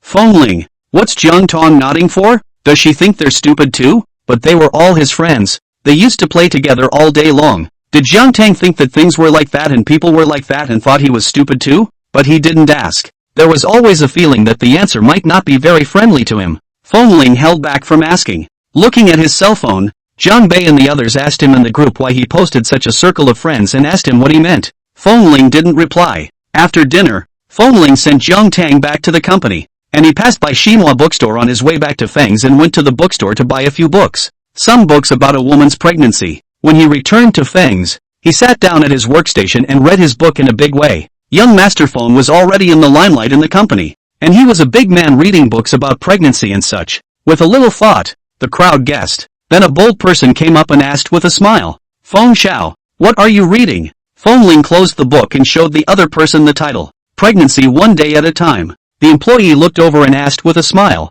Who's pregnant? Fengling said. My wife. Wow! The staff exclaimed. Congratulations. Fengling nodded and said. Thank you. Feng Xiao is really great. It's only been a short time since he married the young lady and he's pregnant. The employee smiled and patted his ass. Fengling haughtily pursed the corners of his lips and said, 2 months. I got pregnant 2 months into my marriage. Feng Xiao is awesome. The employees complimented. Fengling nodded haughtily. When the other employees heard this, they also smiled and came up to congratulate and praise Fengling. Fengling was very flattered. An employee said, young Feng and young lady have such high face values. The royal grandson must be very good looking. Smart and good looking. The employees complimented Fengling with 1 word from you and 1 word from me. And he couldn't even find his way around. Look at a sincere face. He felt it was time for him to do something. He went to see Master Feng. Grandpa, I have something I want to discuss with you. Fengling asked. Elder Feng said. Other than asking for money and starting a business, everything else is negotiable. Fengling choked. How much does Grandpa not believe him? It's not about money or starting a business. Fengling held his tongue. Elder Feng's face looked a few points better. What is it? You see? Jiang Tang's pregnancy is a great joy for our Feng family. In ancient times, when the young lady of the main family is pregnant, they are all required to give rewards to their subordinates to raise their monthly money. Fengling said. Elder Feng, There was an uneasy feeling in his heart. I think we should also give the company's employees a raise when Jiang Tang is pregnant. Give out bonuses. Fengling said. Elder Feng looked at Fengling and asked, do you know how many hotels our entire phone plan has around the world? Fengling, I don't know. He only roughly knew of a few hundred. But I don't know about the exact hundreds. Elder Feng, then do you know how many employees Phone Group has? Fengling, I don't know. Elder Feng, then do you know how much more it costs to give out bonuses and raise wages? Fengling, I don't know. Elder Feng looked at with a little cute. Fengling, who was just like him, laughed in anger. You don't know anything. Just know to come and make me spend money. So do you want to spend this money? Fengling asked. Elder Feng was choked for a moment and glared at Fengling. One Fan Hotel has more than 700 branches around the world, with waiters, employees, housekeeping, cooks and all these adding up to nearly 100,000 people. Fengling. Oh. Elder Feng looked at Fengling who hadn't reacted yet, and clenched his teeth in anger, sending bonuses, awarding a month's salary, according to the average, 5,000 per person, to send 400 million. Fengling, huh? Now he finally responded. That much? Equals. Updates are done for today. Asking for free ones for the love of power. Love you guys. Chapter 104. Preferring sons over daughters is a remnant of feudalism. Elder Feng gave him a blank stare. What else? Fengling frowned, torn, but, they said that the little royal grandson will grow up to be very pretty. Elder Feng. They also said that this is a blessing for the little royal grandson. Blessing the little royal grandson with good health and longevity.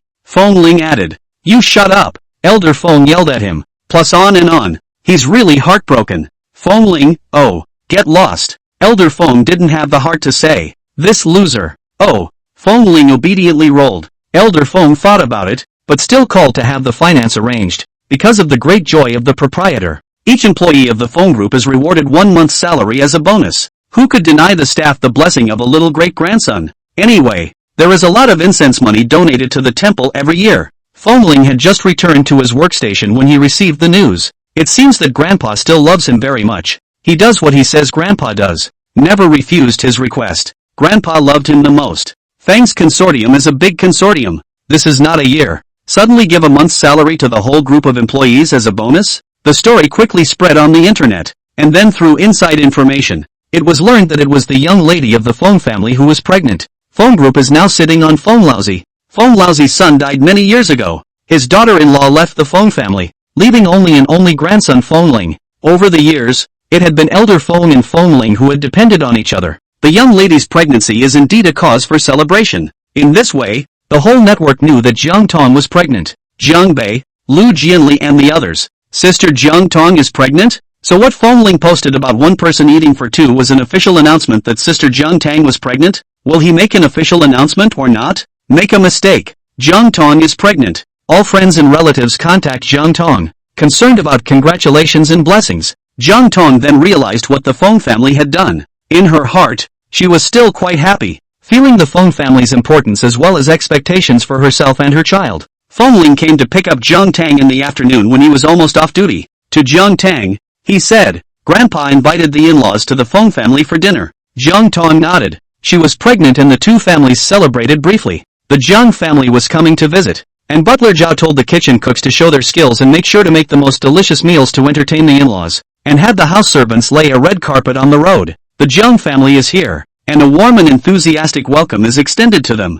Jiang Tang was already used to this kind of ritualistic feeling, but the first time I met the Jiang family, is the Feng family always this pompous? Although it was pompous, it was still quite delightful because it was a sign that the Feng family valued them and valued them enough to hold such a sense of ceremony. A meal that was enjoyed by all. The only thing I don't like is, the north of the river. It wasn't that he didn't like it, it was just kind of unbelievable. He had only just accepted Fengling as his brother-in-law, and in the blink of an eye he was going to accept his own sister as pregnant with a child? This is too fast. Didn't give anyone time to react at all. After the meal, Jiang father and mother and Elder Feng sat on the sofa chatting and exchanging pleasantries about some things in the mall. Jiang Bei pulled Fengling into the garden and asked him with a frown, Tell me honestly, are you using my sister as a tool to have a baby? The wedding has not even been held, and you are in such a hurry to get your sister pregnant. What is this if not treating your sister as a childbearing tool? Fengling glanced at him and said, Your sister is not a tool. I am the tool.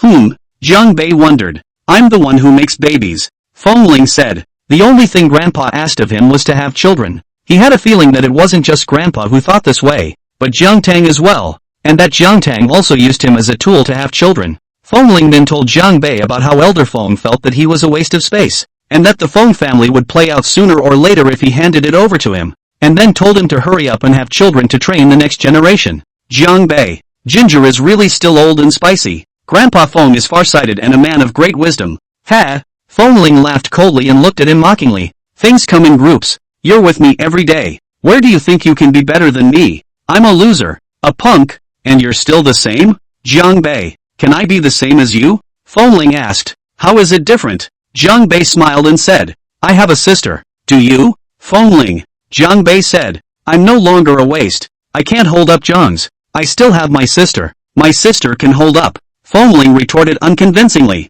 Then I have a wife. I can't hold up Feng clan. My wife can. Jiang Bei disdained. You say. Let my sister choose between the Feng family and the Jiang family. Which one would she choose? Fengling. Of course it's our Feng family. Our Feng family has bigger industries and more money. Jiang Bei snorted. You're just fooling yourself. Fengling. Depressed. Jiang Bei suddenly thought of the key point and asked, Grandpa Feng wouldn't force my sister to have a son, right? Grandpa Feng wanted his sister to give birth to the Feng family heir, and in the public's usual impression, heirs are sons. Wouldn't it be frowned upon if my sister had a daughter? Fengling froze for a moment and said, should not, right? That's saying a little something about himself. There was no patriarchal thinking on his part. Sons and daughters were all the same to him. But Grandpa, he couldn't guarantee it. A lot of Grandpa's ideas were rather old-fashioned. What if Grandpa really prefers sons to daughters? Do you really dislike Jiang Tang just because she gave birth to a daughter? Even because Jiang Tang gave birth to a daughter forced him to divorce Jiang Tang. He had seen and heard of such things. Ha! Jiang Bei sneered and threatened Fengling through clenched teeth. If your Feng family really dislikes my sister and niece because my sister gave birth to a daughter, I'll get you killed. Fengling. Whoever dislikes you go get yourself killed.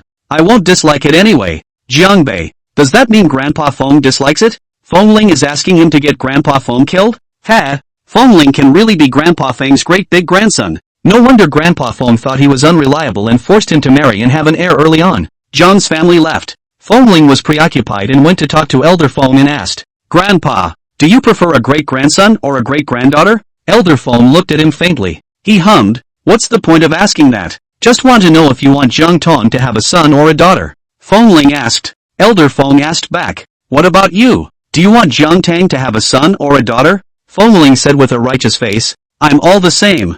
I don't favor boys over girls. Favoring boys over girls are all feudal remnants. Elder Feng. Exasperated laughter. Look at him. That means he favors sons over daughters. So let's just say he's a remnant of feudalism. He can be such a great big grandson of his. Chapter 105, I don't value men over women. I only value trash. He has worked hard. A man, a father and a mother to raise him. Now, he is saying that he is a feudal remnant. Then is Fengling going to eradicate him? A feudal remnant? In a big way? It really pissed him off. It was also fortunate that he had been focusing on his health over the years and was in good health. Otherwise, he would have long been angered to death by this unfilial grandson. He's organized and ate up for him. He's good. And he's going to eradicate him. Ha! So you're saying I'm a feudal remnant? What? Are you going to eradicate me? A feudal remnant? In a big way? Elder Feng asked with a cold smile. Fengling bristled. I don't dare. It's just that, Grandpa, I've studied biology, and having a boy or a girl has nothing to do with the woman and everything to do with the man. So you're the only one who's studied biology and I, a feudal remnant, haven't? So, if Jiang Tang can't give birth to a son, it's not that Jiang Tang can't do it, it's that you, a loser, can't give birth to a son? Elder Feng asked. Fengling, disliked by Elder Feng. He didn't know how to retort. It took a few seconds before he said, actually, it's not a bad idea to blossom first and then bear fruit. Mr. Daughter has a son again. Elder Feng snorted coldly. I don't value men over women. Fengling looked at Elder Feng. He didn't believe it. How can the remnants of feudalism not be patriarchal? In fact, these years, in you, I have long figured out one thing, Elder Feng said. Fengling asked suspiciously. What is it? It's not important to have a son or daughter. What's important is that it depends on whether the child born is useful or not. Elder Feng said. Fengling. Suddenly I didn't want Grandpa to talk about it. It felt like Grandpa couldn't say anything nice. A son like you, giving birth to 10 or 8 farts is useless. In addition to being a loser or a loser, giving birth to 10 or 8 is just accelerating the speed of bankruptcy. Elder Feng said.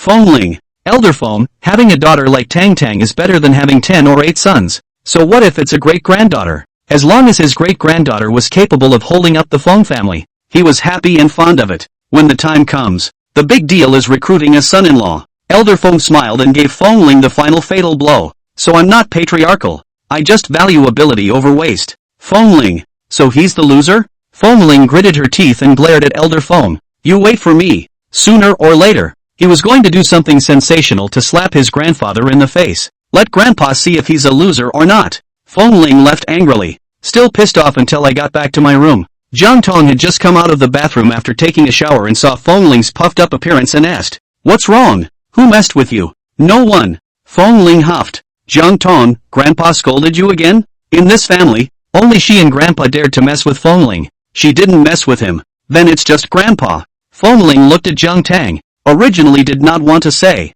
Being called a waste by his grandfather is a bit humiliating. But now he wanted to talk again. If he didn't talk to Jiang Tang, who would he talk to? Should I tell Butler Cho? Butler Zhao wears the same pants as Grandpa and is Grandpa's traitor. He listens to whatever Grandpa says and fights wherever he points. Tell Jiang Bei, Lu Jianli and the others? They'll just laugh at him. Only talk to Jiang Tang. The wife is not going to laugh at him. The wife never laughed at him, although she liked to tease him like a child. Grandpa said I'm trash. Fengling said, his tone a bit aggrieved. A look of hoping that Jiang Tang would stand up for himself and do right by him. Jiang Tang froze for a moment and said, "How could Grandpa do this?" Fengling, "See, that's how Grandpa is. How can you tell the truth?" Jiang Tang said, "What? The sky has fallen on young Master Feng." Unbelievably, he looked at Jiang Tang. He didn't expect that Jiang Tang actually thought the same way. How dare you think he's a loser too? He knew that he might not have much talent for business, and was not as capable and skillful as the other overlords. But, is no more than a waste, is it? What's a waste? A loser is someone who doesn't do anything serious other than the crooked things like eating, drinking, and having fun. Fengling was silent. All he seems to do is eat and drink too. I have invested in businesses before and lost money every time. Not once made money. Alright. Jiang Tang laughed and said, "Just kidding. You're not a loser." "I'm kidding. How could young Master Feng be a waste?" Fengling looked at her and said sullenly, "You're slapping and then giving a sweet date. You're coaxing me. Coddle him like a child. Didn't lie to you." Jiang Tang smiled and said, "In my mind, you really aren't a waste." Although she was wearing a smile, she looked serious. Her eyes were bright, and her eyes were sincere and honest. So Fengling couldn't help but believe her. "Really?" Fengling asked. Jiang Tang smiled and nodded. "Well, really, if you're really a loser, how could I possibly marry you?" Fengling, "Didn't Grandpa give you a lot of money?" Although no one told him about it. But he wasn't really stupid and could more or less guess. A woman like Jiang Tang, who had never even met him, was suddenly about to marry him. He couldn't think of any other reason other than his grandfather's promise of a great deal of money. Jiang Tang smiled and nodded. "Well, it's true that Grandpa gave me a lot of money, but there are so many people who promised me a lot of money and wanted to marry me. So how come I didn't marry them and married you instead?" Fengling, "Why?" He looked at Jiang Tang with expectant nervousness and caution. Jiang Tang smiled and said, "Of course it's because you're nice." Fengling, "Because I'm nice?" "Aha." Jiang Tang smiled and nodded. "You're really good. Good looks, good personality, good family background, good in every way." Fengling was a little embarrassed by the compliment. The ears burned slightly. How is he as good as his wife says he is? Ever since he was a kid, people complimented him on one thing, good looks. Can't boast anything other than good looks. I didn't realize that in his wife's eyes, he was good at everything. "Do you really think I'm good at everything?" Fengling asked. Jiang Tang nodded. "Well, really, if you weren't such a good person, a really bad person, Grandpa gave me more money, I wouldn't have married you." These weren't words to coax Fengling, they were true. After her grandfather had found her and proposed a marriage, she had investigated Fengling, who, after all, was the one who was going to live together for the rest of their lives and have children. If it was a really bad one, she'd be miserable for the rest of her life. Offer more money and she won't agree. The corners of Fengling's mouth couldn't help but hook up, and it was harder to suppress than even AK. It was hard to suppress that little bit and ask, "So you won't think I'm not much good at my career?" Today's update is done. Wahahaha. Love you guys. Chapter 106. Not in the first 3 months and not in the next 3 months. Jiang Tang smiled and asked, "Who said you don't have the ability?" Fengling, "That's what everyone says." He thought so himself. Jiang Tang smiled and said, "But you're only 22 years old. You've only just left school. You've only just entered the workplace. Your life has only just begun. Your future has infinite possibilities. Fengling looked at Jiang Tang in surprise. Such words had never been spoken to him before. But, I've invested many times before, and they all failed and lost money. Fengling said in a depressed voice. In the beginning, he was confident in himself, thinking that their novels are written about the overlord, the pride of heaven, the chosen one, lying down and making money. But after a few investments, it was a direct blow to his self-confidence. It was then that he clearly realized that he seemed to have little talent for doing business and doing business, even, perhaps not suitable for business at all. You failed to invest because you are young,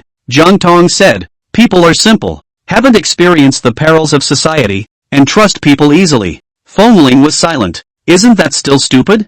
Jiang Tang smiled and said, this is normal, just like a baby who is just learning to walk. It always has to fall down countless times before it can learn to walk. People will always fail. No one's life has always been a success. Not once. Fengling asked, so have you failed too? Jiang Tang smiled and nodded. Of course, when I first took over Jiang Group's overseas business, I suffered a lot of losses and lost money, making Jiang lose money, just only once or twice. Fengling was a bit surprised. He thought Jiang Tang was born so powerful. It's not just me, including Grandpa, my parents. They also suffered countless losses, fell for countless tricks and lost a lot of money in this process of doing business, and learned from it before they came to where they are today step by step. Jiang Tang said, can't blow him off. Gotta encourage. If we really crack down on him and he completely swings for the fences, what will Feng do in the future? It wasn't that she hadn't thought about taking over Feng's, but it's not necessary. When it really came down to it, Grandpa delegated authority to her, but Grandpa was sure to be uneasy about it as well. She was worried that she would be in charge of the Feng clan, and when her wings got hard she would kick Fengling and change the Feng clan to Jiang clan. She didn't want to go that far. She couldn't be sure she'd ever be that person. She can guarantee she won't now, but who knows what will happen in the future. After all, it was $1 trillion consortium with a market capitalization, and she couldn't ensure that she wouldn't hit Feng's idea in the future. With so much money in front of us, how many people can't be moved? Many people, at first, maintain a pure and good heart, but slowly, because of the temptation of fame and money, and become despicable and shameless, sinister and cunning, ungrateful. She didn't want to gamble on whether or not she'd turn out that way. The human heart is the last thing you can gamble on. The best thing for the three of them, her and her grandfather and Fengling, was to support Fengling and be able to hold up Feng. Fengling was silent. So we all come from a place of failure? You got into University C with your own grades, which proves that you're smart and have a higher IQ than many people. And a few occasional failures doesn't mean you'll always fail. Jiang Tang said with a smile, you can rest assured that you can go ahead and break through. Even if you fail, you are not afraid. There's Grandpa and the Feng group to back you up. You shouldn't be afraid of failure. Nobody fails all the time. Fengling bristled. Grandpa wouldn't give me a ride. Grandpa's biggest fear is that he'll start a business. Jiang Tang laughed. Grandpa just said that on purpose. But look, which of your business ventures did Grandpa stop? Fengling froze for a moment, and after careful thought, it seemed right. Although his grandfather always yelled that he didn't want him to start his own business, every time he did start some kind of business or something, his grandfather didn't stop him. Started a business and lost all the money to Grandpa. Grandpa would say such and such disgusting things, but the money was still paid. He seemed to get it a little. Grandpa said that on purpose to discourage you, to prevent you from expanding.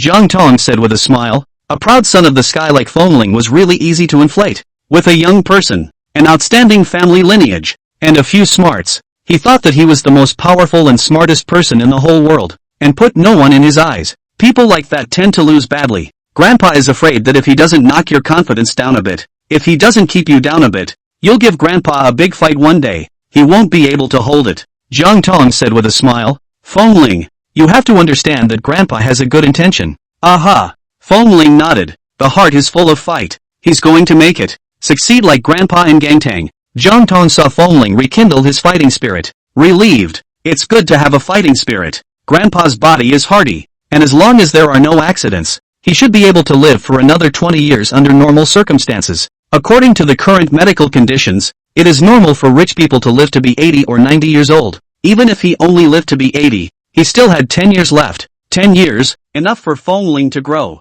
She still had confidence in Fengling. Not a bad person. No vices of womanizing or even gambling. He's just as untouched by the law as he is by breaking it. In this way, give him a few years' time to grow and experience. Later, even if the talent is not particularly outstanding, cannot lead Feng further, But keep into. Let Feng maintain the current scale. Normal operation. It still shouldn't be too hard. After calming down the battered young master Feng, Jiang Tang went to take a shower. And after taking a shower and coming out, Fengling looked at Jiang Tang. The eyes were a little eager. He's really grown to like his wife. The wife is good. Not only is she pretty and capable, but she will open up to him, reason with him, and build his confidence. Such a wife, he really likes. When Jiang Tang got on the bed, he stuck up and whispered in her ear, "Honey, you smell good." The voice was hoarse and low. Jiang Tang understood as soon as he heard it. Looking at him with a sidelong glance and a wry smile, she said, "No, push his face away." If he didn't push away,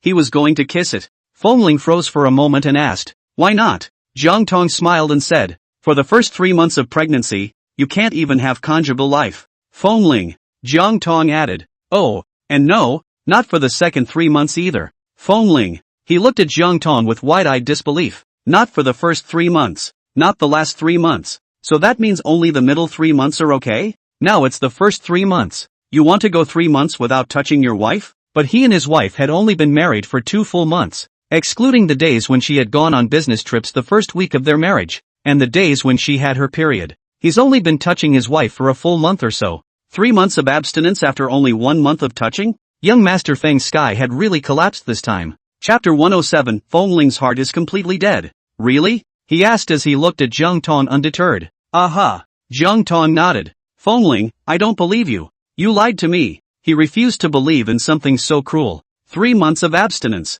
With my wife around. Able to look, but not touch. That's really cruel for a man who's new to the meat scene. Inhumanly cruel. Undeterred, Fengling took out his cell phone to check. First a certain degree, and then DY, and then Zihu, and then little red S. Find out if you can have conjugal sex in the early stages of pregnancy. All of them say you can't pass the first 3 months. But young Master Feng is not dead. Continue to investigate. He wants to see a little hope. What if there are doctors who all say they can pass? Jiang Tang ignored him and went to sleep. It's rare to go to bed so early. Fengling simply cannot sleep. Turned off the lights, still have been checking. The major software check all over. Has been checking until 2 or 3 o'clock in the morning. Basically all the doctors said they couldn't. Fengling was furious and didn't sleep much all night. In the morning, get up and wash downstairs. Fengling was mentally depressed. For one thing, I didn't sleep well last night. Secondly, the thought of not being able to live as a couple for the first 3 months made him feel that life was too cruel to him as a newly married man.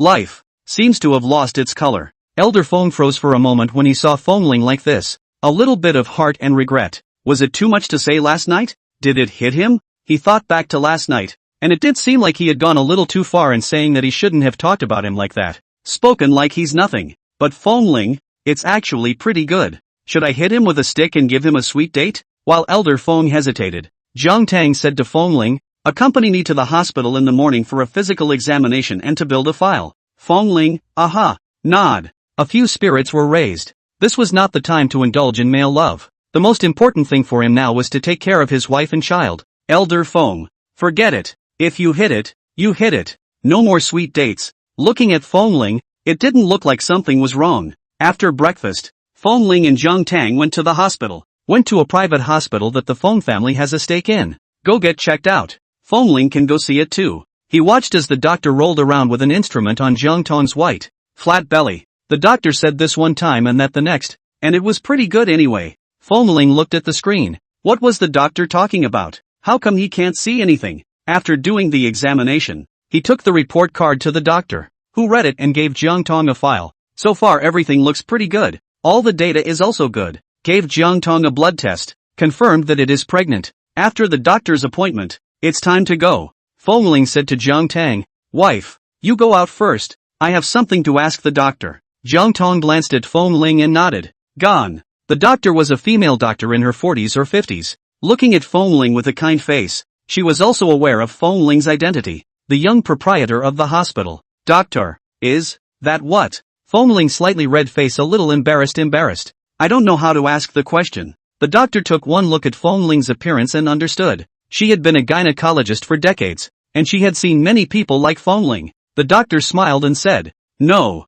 Ha? Fengling froze for a moment and looked at the doctor in surprise. What's not? He didn't even ask and the doctor said no? This isn't a quack, is it? No sex for the first 3 months. The doctor chuckled. The young proprietor is the only child of the Feng family, the child in the young lady's womb, the future heir on the board. If it's because you say it's okay, the young master will indulge and hurt the young lady and the child. Then there was no way for her to explain to Elder Feng. Her career, too, was at an end. Fengling. He takes back what he just said. She's not a quack, it's the divine doctor. Is she a mind-reading healer who knows what he's thinking without him asking? Is it really not okay? Fengling asked. The doctor smiled and nodded. Well, no. Fengling was undeterred. Really not even once? Can't I even be a bit lighter and gentler? The doctor nodded. Well, no. Other people may be able to, but the young lady and the young proprietor absolutely can't. This child is the future heir of the Feng family? The slightest mistake can't have.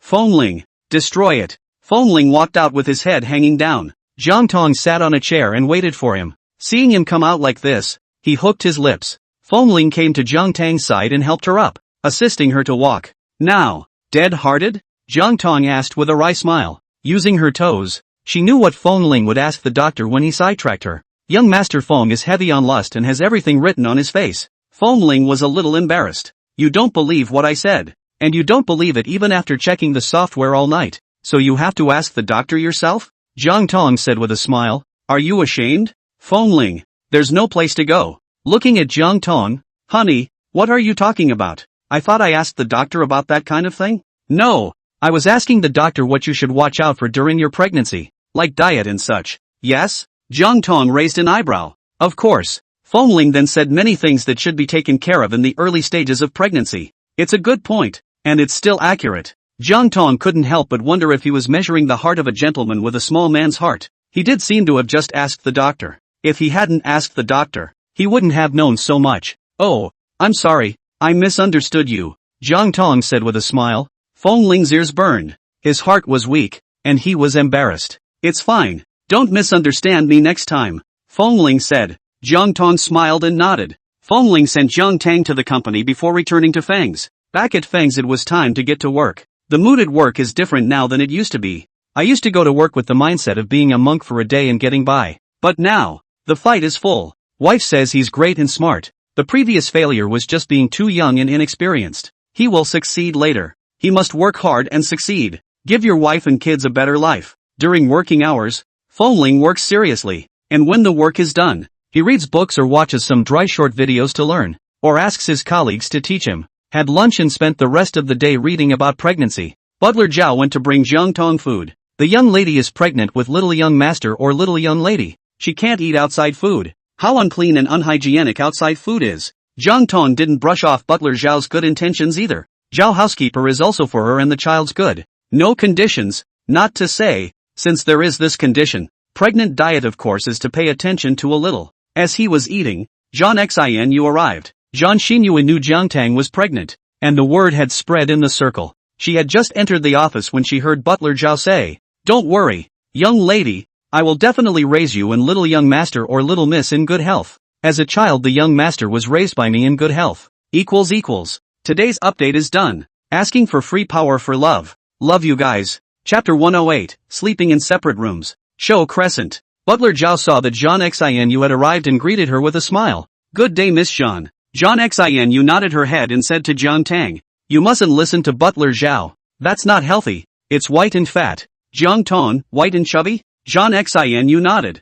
Well, Fengling was fat as a child. Butler Zhao laughed and said, "What is Zhang Xinu talking about? Our young master that's not fat. Our young master was strong when he was little. Of course, our youngest is also very strong right now. The young master is the only child of the Feng family." He and the master watched the young master closely. And the food was slightly better. It's true that it's a little more physical than the average kid, but it's definitely either fat or strong. Zhang Xinu looked at housekeeper Zhao. Butler Zhao was Fengling's first licking dog. "Are you sure it's strong and not fat?" Zhang Xinyue said. A 7-year-old child. Standing at 1 meter 4 and weighing 100 pounds. "Are you sure it's strong and not fat?" Joe Butler nodded. "I'm sure as well as firm. It's strong not fat." Show Crescent. Jiang Tang. 1 meter 4. 100 pounds. It does seem a little chubby. However, housekeeper Zhao had a filter on Fengling. "You don't get fed fat." Zhang Xinyue said to Jiang Tang. "I heard my mom and them say that Fengling's mom was fattened up in the beginning. And when she was the fattest she was 160-70 pounds. and it could be painful to lose weight after giving birth to a child. Butler Zhao. Jiang Tang smiled and nodded. Well, thanks for the concern. I know. Jiang Xinu was a bit uncomfortable. Who cares about you? Jiang Tang smiled and asked. You? Ah, you're caring about me. Show Crescent. Jiang Tang was like this, making her not know what to say. Butler Zhao smiled in relief. Miss Zhan has grown up and knows how to care about people. Jiang Xinu's face turned even redder. It seemed as if he was being poked fun at by both Jiang Tang and Butler Zhao. You eat first. I'll leave first. Jiang Xinu said with a slightly red face. Jiang Tang nodded. Show Crescent Moon is gone. Jiang Tang ate, and when he was done, housekeeper Zhao let the servants pack up and leave. When he got off work in the afternoon, it was Fengling who came to pick up Jiang Tang.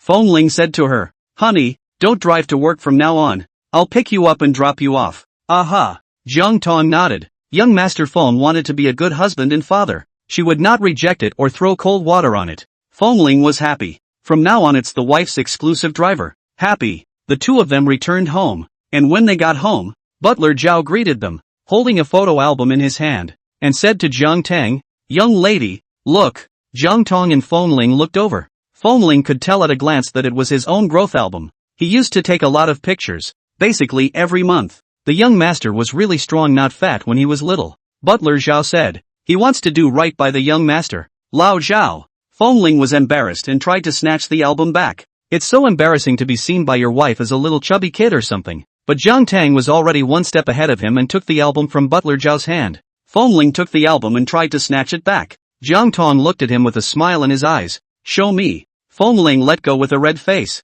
Jiang Tang then flipped through it. When he was a child, Fengling was indeed much fatter than now, but he was still very good looking, and at a young age, he could see the superior excellence of his features. Bottom line, fat, but not ugly. Plus, little kids are kind of cute when they're chubby. Jiang Tang took the photo album and sat on the sofa and flipped through it. A very thick photo album. All of Fengling's photos, from baby to teenager. And just the last few years not many photos were taken. Fengling pulled Butler Zhao to the side in crickets. Old Zhao, isn't the Feng family's work too idle? You have nothing to do all day long. What are you doing sending out my albums? Being seen by his wife when he was so ugly as a child. Butler Zhao said, I am doing right by the young master. Fengling raised an eyebrow. What for the sake of a proper name? Today Miss Zhan told the young lady that you were fat as a child. Housekeeper Zhao said, I have to let the young lady know that you are strong not fat. Fengling frowned. Exhibition Crescent Moon? Butler Zhao nodded. Fengling. He didn't expect that by now.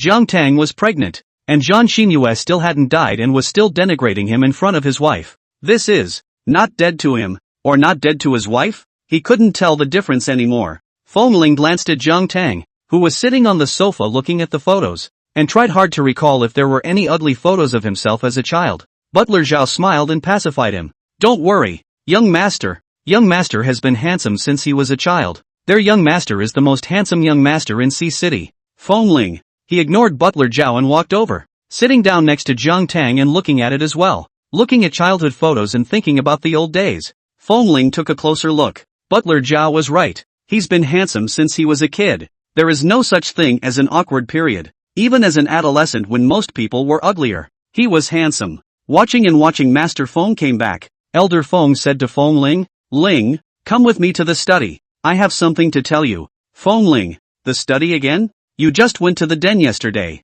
got hit with a blow, and today? Is Grandpa addicted to hitting him? Spitting in his heart, the person still obediently followed Elder Feng into the study. Elder Feng looked at Fengling and gave a somewhat awkward dry cough. Fengling, Grandpa, is your throat uncomfortable? Elder Feng. Fengling said, if your throat is uncomfortable, you'll feel better if you talk less, meaning just lecture him a little less. Elder Feng glared at him without any good humor. What? Think I talk too much? No. Fengling blinked and played dumb. I'm concerned about Grandpa.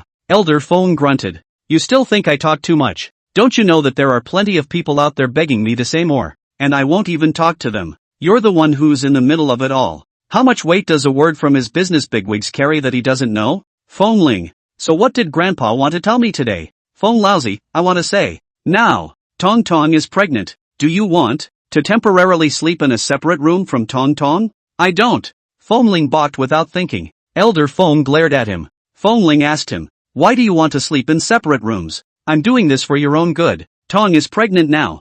I'm afraid that you'll be spermatic and hurt Tong and the child without any lightness, Elder Feng said. Fengling was just at the time of his bloodlust. He was genuinely afraid of what might happen. You're the one who's spermatic, Fengling retorted. Elder Feng was furious and blew his beard. This unfilial grandson. I'm out of sperm. How do I get it in my head? Chapter 109, breaking up for 6 or 7 years and still coming to disgust her. Fengling was surprised. You don't have any more? Elder Feng glared at Fengling, really wanting to give a casual copy of the inkstone on the desk and smash it. Then you can't either. Fengling said. Other people's old men. The more powerful ones are still able to have children at 70. How come you don't have any? Master Feng.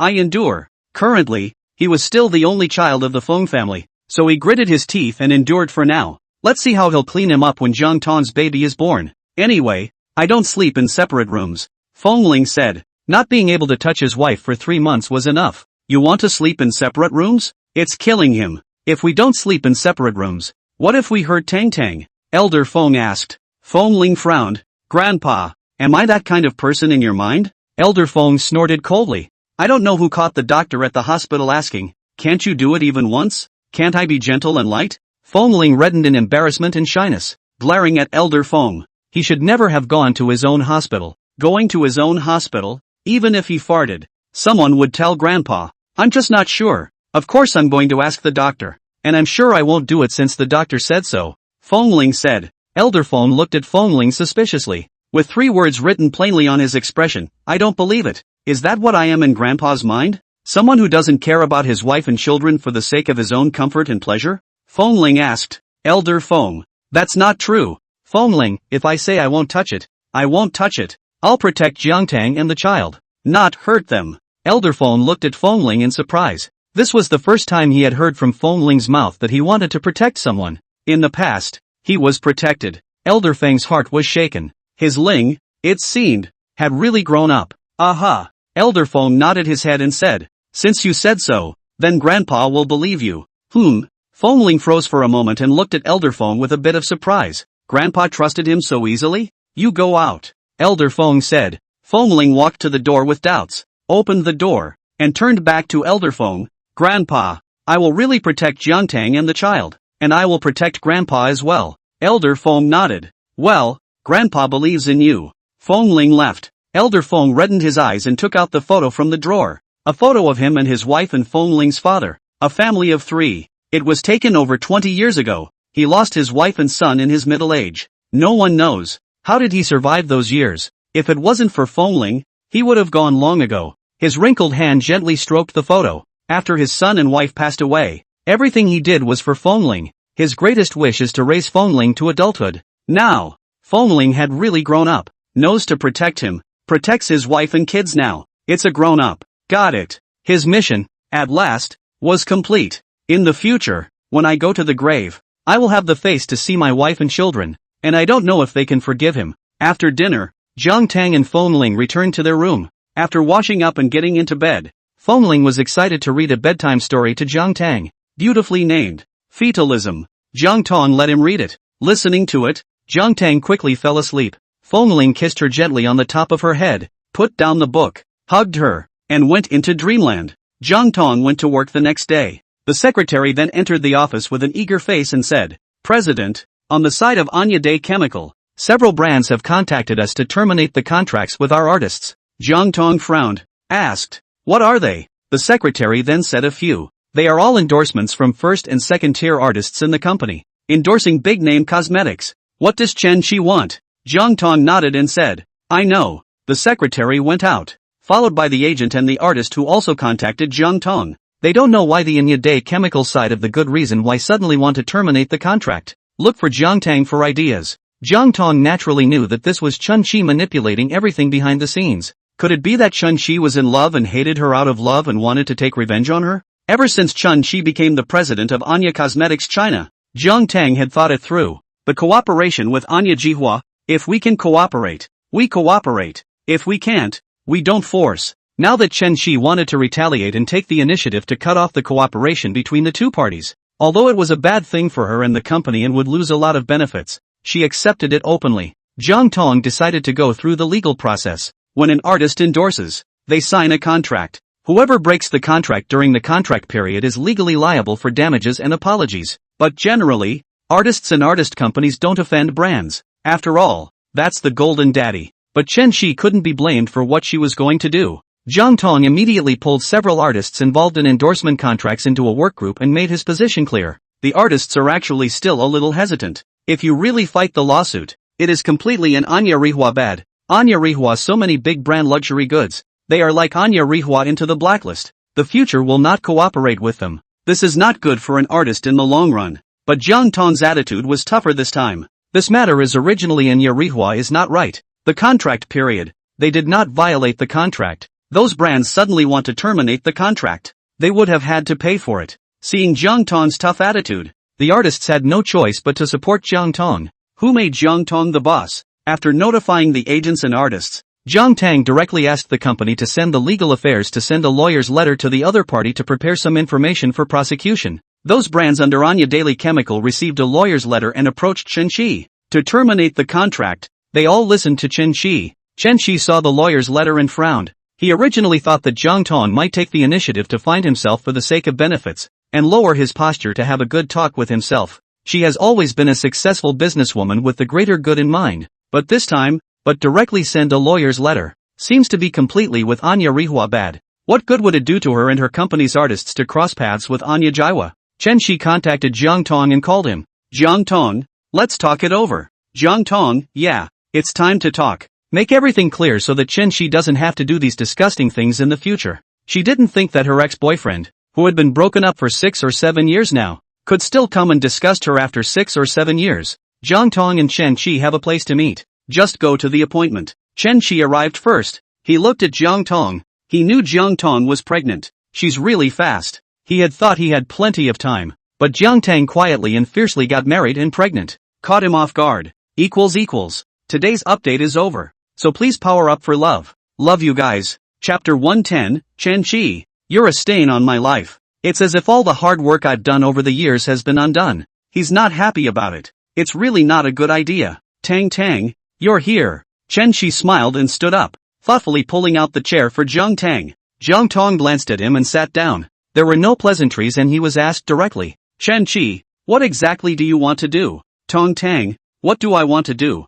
Don't you know? Chen Shi looked at her seriously and deeply. Tang, I love you. Stay with me. Jiang Tang. Chen Shi really thought so. Is he crazy? Chen Shi, do you know what you're saying? Chen Shi nodded. I know. Jiang Tang said coldly. Chen Shi, I'm already married. Chen Shi's deep eyes flashed with a touch of grief, but he remained firm and said to Jiang Tang, I don't care about Tang. I don't care that you were married. And I don't care that you had a miscarriage. What he thought was that Jiang Tang was sure to divorce Fengling if she wanted to be with him, and this child in her belly was sure to be aborted. He's not so generous as to accept another man's child. Jiang Tang. She frowned slightly and looked at Chen Shi incredulously. Does Chen Shi really know what he's talking about? Did he mean by that he wanted her to get a divorce and then get an abortion? Who the hell gave him that kind of face? Jiang Tang wanted to curse, but for a moment, she didn't know how to curse him. Seriously, other than seeing this kind of extremity on TV, she had never really seen such an extremity in real life.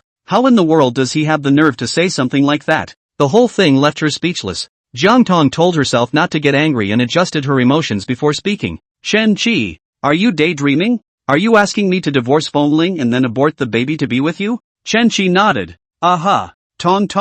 Jiang Tang interrupted him. On what basis are you? Chen Shi froze for a moment and said, Tang, I know you love me. You and Fengling are just a marriage of interest without feelings. What Fengling can give you, I can give you. You can give it to me? Jiang Tang asked. Chen Shi nodded. I can give it to you. In the past, you disliked me for being poor and broke up with me. But now, look, I'm successful. I'm rich. Tang, I can give you everything you want. Jiang Tang looked at Chen Shi. Silence. A long silence. She was now trying to break her head and couldn't understand that back then. How in the world did she look at Chen Shi? For a person of Chen Shi's character, put it in the present, she wouldn't even give it a second glance. She thought back. It's not that she has a bad eye. Rather, the Chen Shi of that year really wasn't like this. Back then, Chen Shi was confident and open and upright and even kind. Even the occasional low self-esteem is understandable. But now Chen Shi, instead of being inferior, has become mean and shameless. Chen Shi,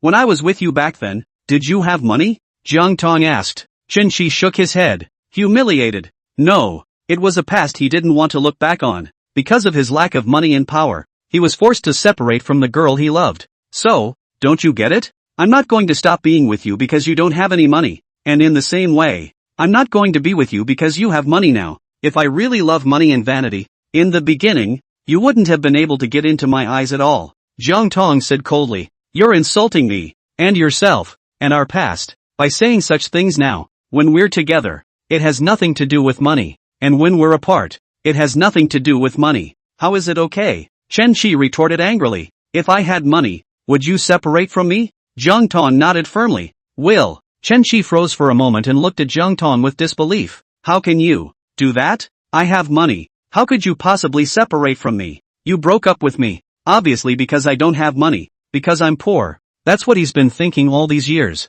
Therefore, he worked hard and used all means to succeed by any means, in order to one day stand beside Jiang Tang and ask her if she regretted afterward. He was thinking of chasing after his husband crematorium hit the face of the plot, Jiang Tang because he was poor and separated from him. And then he succeeded. Jiang Tang regretted, cried bitterly and humbly begged for his forgiveness. He was all sorts of cold disdain, torturing Jiang Tang. After breaking up with you for so many years, I never forgot about you. Everything I did, all the hard work was for you. I wanted to succeed. I wanted to be worthy of you. Chen Shi said. If you really want to say poor. Jiang Tang looked at Chen Shi and said. You are still poor to me now. Do you think you're rich because you're now the president of China for Anya Day Chemical and earn $10 million a year? That you are successful? But in front of a powerful family like the Jiang family that has been passed down for generations, what are you? Not to mention the rest of the Jiang family's industries, just the Jiang's entertainment that I'm holding right now. Every year's revenue is in the 10 figures. 10 figures? $10 million a year for you.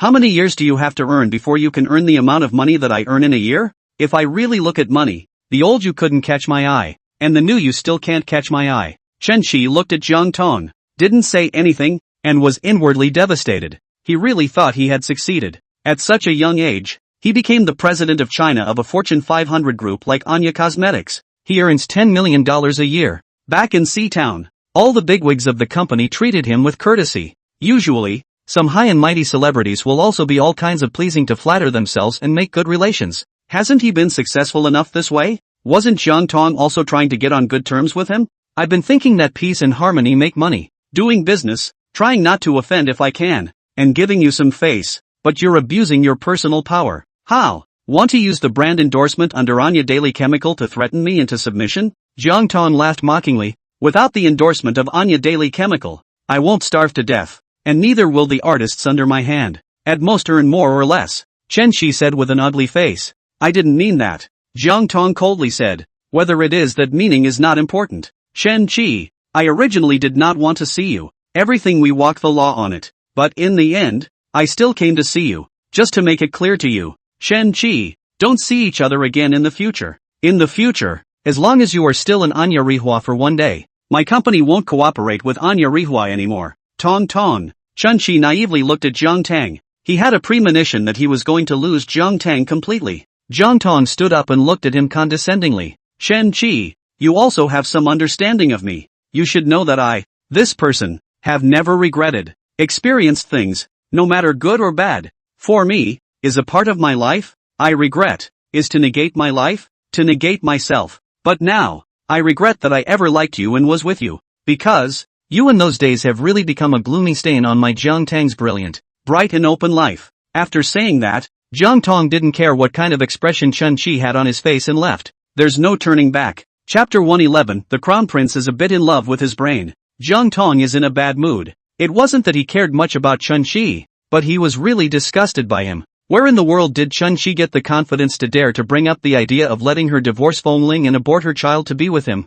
Jiang Tang was so disgusted that he was in no mood to work. Go find Feng Ling. Feng Ling was a bit surprised that Jiang Tang came to find himself during work hours, but more than that, he was pleasantly surprised. Jiang Tang called Feng Ling on the way, and after Feng Ling answered the call, he ran to the entrance of the company and waited for Jiang Tang at the entrance of the company. The security guards at the door and the employees coming and going in the company lobby looked at Feng Ling. I can see that the prince is waiting for someone, but wait for who? What other person would dare to make the crown prince wait personally? Moreover, looking at the crown prince, he seemed to be quite happy. Having fun waiting for someone? even more curious about who the prince was waiting for. Finally, in Feng Ling's eager anticipation, Jiang Tang came. Seeing Jiang Tang coming, Feng Ling hurriedly ran up, pulled Jiang Tang's hand and asked with a smile, "Wife, why are you here?" Jiang Tang smiled lightly, "Missed you, came to see you." Feng Ling was stunned and couldn't believe how flattered he looked at Jiang Tang. What's the wife talking about?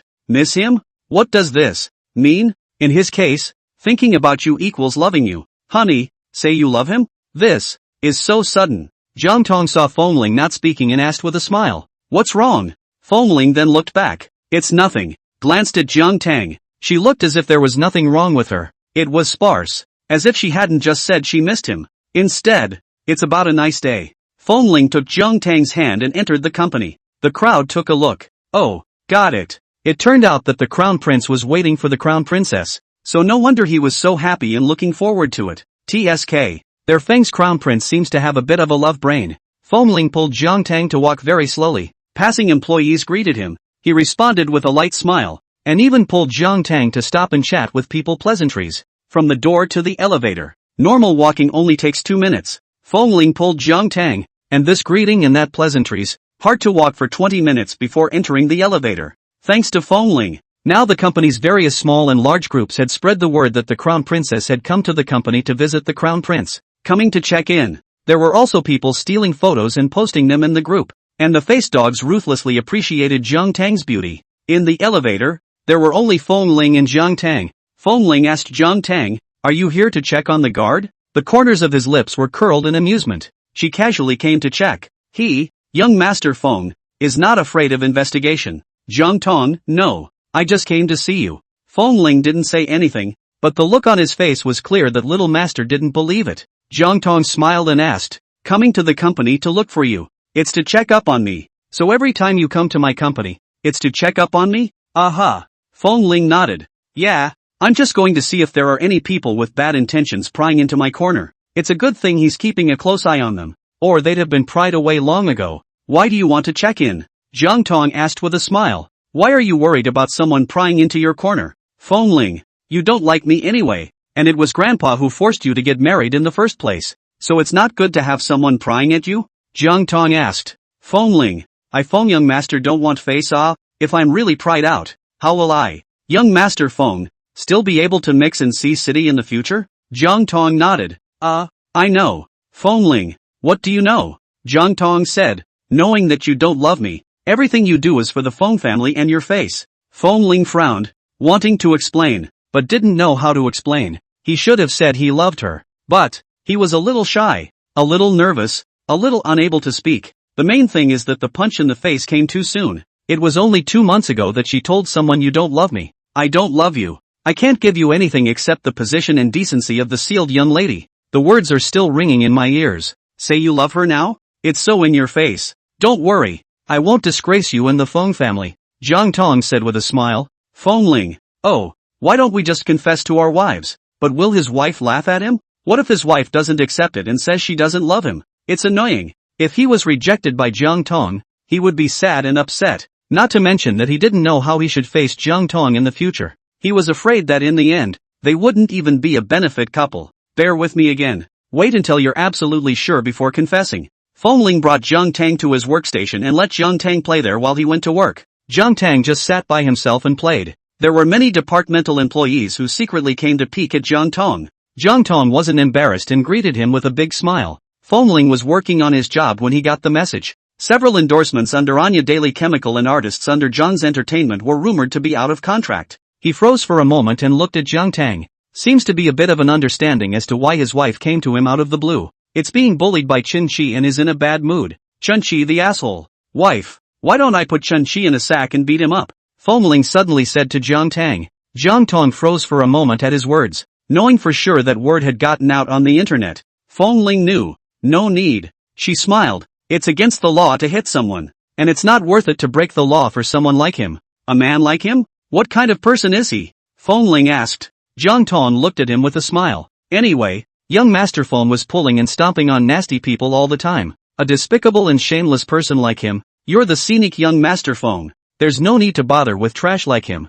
Jiang Tang said with a smile. Feng Ling froze for a moment. Jiang Tang was very civilized. and after being married for so long, he had never heard Jiang Tang swear. Trash, that adjective. It was the first time he had ever heard it from her mouth. What did Chen Qi do? Fengling asked, his face cold. It's definitely not just as simple as terminating the contract with an artist from Jiang Tang. If it was really just the termination of the contract, according to Jiang Tang's character, he wouldn't have scolded Chen Qi so much. It must have been Chen Qi who did something else. It's nothing, Jiang Tang said. Just said something I don't like to hear. Unloved words. Thinking about it, I know it's Chen Qi trying to rekindle old feelings, and then belittle him. Did he disparage Little Master? Fengling asked with a cold face. If he dares to disparage Little Master is going to kick his ass. Jiang Tang saw him like this and smiled to pacify him. No, he didn't belittle you. Really? Fengling didn't believe it. He felt that Jiang Tang was making peace in the middle. Really? Jiang Tang smiled and said, look at you. You're so nice. You're long, tall, and handsome. Your family is good. And now you're working hard. You're good at everything. You're just the perfect man. He couldn't find a place to disparage it even if he wanted to. Ends today. Thank you to the hundreds of international daimyo for sending the pop-up shower sprinkles. Ha ha, keep begging for power for love. I feel like I'm just an emotionless courting tool. Wahahaha. Love you guys. Chapter 112, My master has accumulated many favors. Fengling glanced at Jiang Tang in surprise, and the corner of his mouth hooked up in triumph. The wife is right. He's just the perfect man. He's going to terminate the contracts of your company's artists, so I'm going to terminate his contract as well. And Wanfan Hotel won't be doing the D family big show. Fengling said. He's going to sing with his wife. Jiang Tang looked at him and said with a smile, no need. He's a piece of trash with no spirit of contract. You can't learn from him. Fengling. Okay. Jiang Tang looked at Fengling and smiled. So good. So obedient. Don't worry. I'm fine. Jiang Tang said. Business. If you can do it, do it. If you really can't, don't force it. She was trying to do good business with Chen Qi. Pure and simple. But Chen Qi had to talk to her about her feelings. Then the business is gone. Fengling nodded. He knew that because of Jiang Tang. The company's artists were terminated by the brand under animerecap, and the artists must have complained about Jiang Tang. Between the actor-artist and the company owner, although it looks like a superior-subordinate relationship, in fact, the actor-artist has a relatively higher status than the average employee and the boss. They can pick the company and pick the boss. This company, this owner, can give them more resources. They sign on. They can't give them better resources and development. They terminate their contract. Actors and artists are not stupid. And Anya Day Chemical suddenly terminated the contracts of all the artists under John's Entertainment. They knew that it wasn't their problem. It must be the company that had offended Anya Day Chemical. He had to help Jiang Tang. After returning home in the evening, Fengling quietly contacted Secretary Sun and asked him which of the company's artists had broken their contracts with animerecap. Secretary Sun didn't answer immediately, but sent a message to Jiang Tang, asking him about it. She was loyal to Jiang Tang. After all, it was Jiang Tang who paid her salary. Jiang Tang saw the message and glanced at Fengling, who was quietly hiding in the balcony. Jiang Tang asked Secretary Sun to tell Fengling. Secretary Sun then told Fengling. There are hundreds of large and small well-known and unknown brands under the banner of Anya Daily Chemical, and John's Entertainment has 12 artists who have signed contracts with various brands under the banner of Anya Daily Chemical. It's all out of contract now. Fengling then began to mobilize his powerful circle of contacts to find endorsements for those artists who had lost their endorsements. What was lost from Chen Qi was recovered from his. To let his wife know that what Chen Qi can give her, he can give her more. Fengling is the crown prince of the Feng family. Grew up in Sea City since he was a child. Made all kinds of friends in particular. Basically the family is either rich or noble. It's easy to find endorsements for your wife's artists, isn't it? Soon enough, a number of people responded to Fengling. Only then did Fengling return to his room with satisfaction. Jiang Tang looked at him and asked with a smile, "Want to help me?" Otherwise, Fengling wouldn't have asked Secretary Sun which artists in his company had terminated their contracts with animerecap for no reason. There is definitely a loss for the artists when they break the contract with animerecap. Is Fengling trying to make up for these losses to the artists? Fengling, what's wrong with Secretary Sun? How can I tell Jiang Tang? Fengling didn't know what to say. Thank you, Jiang Tang said with a smile. Fengling froze for a moment and looked at Jiang Tang in surprise. He had thought Jiang Tang would blame him. Fengling tilted his chin haughtily. You're welcome. We are husband and wife. Husband and wife together as one. It's only right that I help you. Aha. Jiang Tang nodded with a smile and asked, "Do you owe a lot of favors?" Fengling said arrogantly, "No." Jiang Tang smiled and asked, "Really no?" Feng Ling nodded. There are no favors owed. It's all them who owe little master favors. He, the young master of the Feng family, didn't need to beg, it was all others who had things to beg him. He helps when he can. So I've got a lot of favors on my hands. This time, it was just a matter of calling a few people to return the favor. That's awesome. Jiang Tang smiled and complimented. Feng Ling's haughty tail went up to the sky when he was complimented like this. The corners of his mouth couldn't be suppressed in any way. Your future artists in the company who want to endorse, want to act in any movie or TV show or whatever, they can look for me. Feng Ling said. I can give any endorsement that Chen Shi can give. Feng young master casually said a few words about it. He hadn't done so before because he didn't want to meddle too much in Jiang Tang's company. That was, after all, the Jiang family's business, Jiang Tang's company, and even though they were husband and wife, they should have a sense of boundaries. Meddling too much might be misunderstood as him trying to take control of Jiang's group. Furthermore, he hasn't even figured out his own job yet. Aha!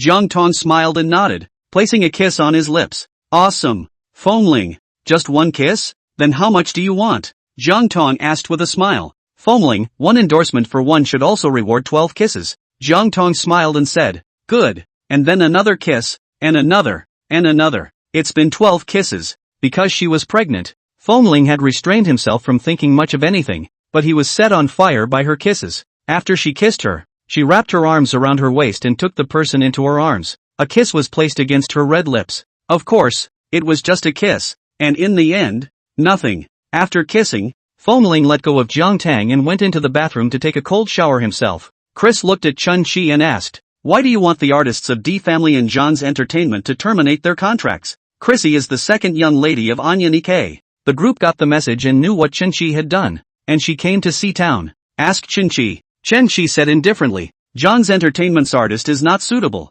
I will look for a new artist. Chris frowned and looked at Chen Shi. Chen Shi, you're targeting Jiang Tang. She knew about Chen Shi and Jiang Tang, but she doesn't mind. Who hasn't had an ex-boyfriend, ex-girlfriend or something? Chen Shi and Jiang Tang have broken up for so many years. She thought there was nothing between them, but he didn't expect Chen Shi to actually do such a thing. Chen Shi, although we are the brand side, but disregarding the contract to terminate the contract on the premise that the artist has not made any mistakes and has no black materials and has not brought a bad impact to the brand. Do you know what impact this will have on our brand? The brand has grown so far on the basis of integrity, in addition to the product itself. Chris said. Chen Shi didn't say anything. You are the president of China. Do you know what your job is? It's to develop the market, shape the brand image, and increase brand awareness and sales. Instead of using your position to get back at your ex-girlfriend. Clarice was angry. It's been 6 or 7 years since we broke up and you still want to get back at people. Chen Shi, are you still unable to forget Jiang Tang until now?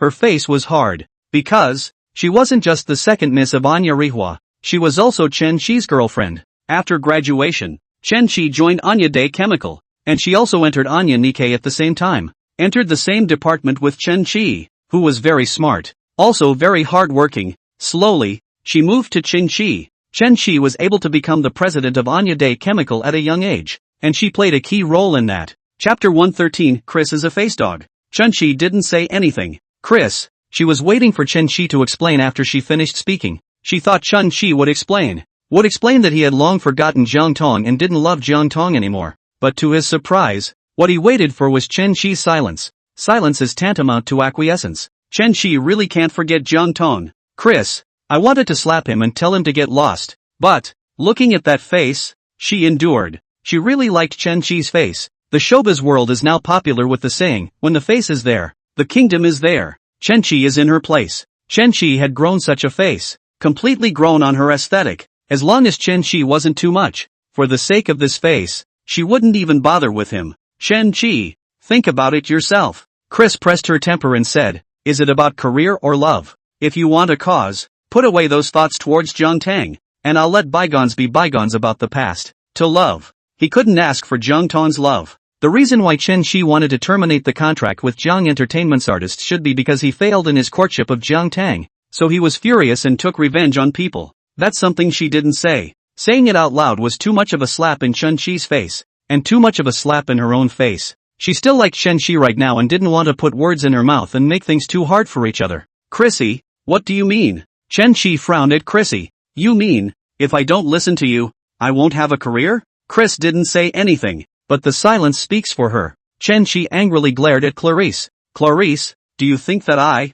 Chen Qi, have come this far because of you? Or what? Chrissy asked. Chen Qi reddened and said angrily, Chrissy, I've come this far, and I'm able to get where I am today, relying on my own ability and hard work, not anything else. Ability? Effort? Chris looked at Chen Qi and said lightly, which one who can enter the Anya group doesn't have the ability? Which one doesn't work hard? Not to mention the others, those who entered Anya group at the same time as you, those who are smarter than you, those who have higher education than you, those whose family resources are better than yours, those whose abilities are more outstanding than yours, and those who work harder than you. Haven't you ever seen them? Now look back at them and look at you again. Chen Qi, do you really think you're relying on your own ability and hard work? I don't deny that you have the ability and that you work hard, but your ability and hard work are simply not enough for you to become the president of Anya Japan Chemical China at a young age. The one who made you the president of Anya Day Chemical China at a young age is me. She should let Chen Qi know and recognize reality.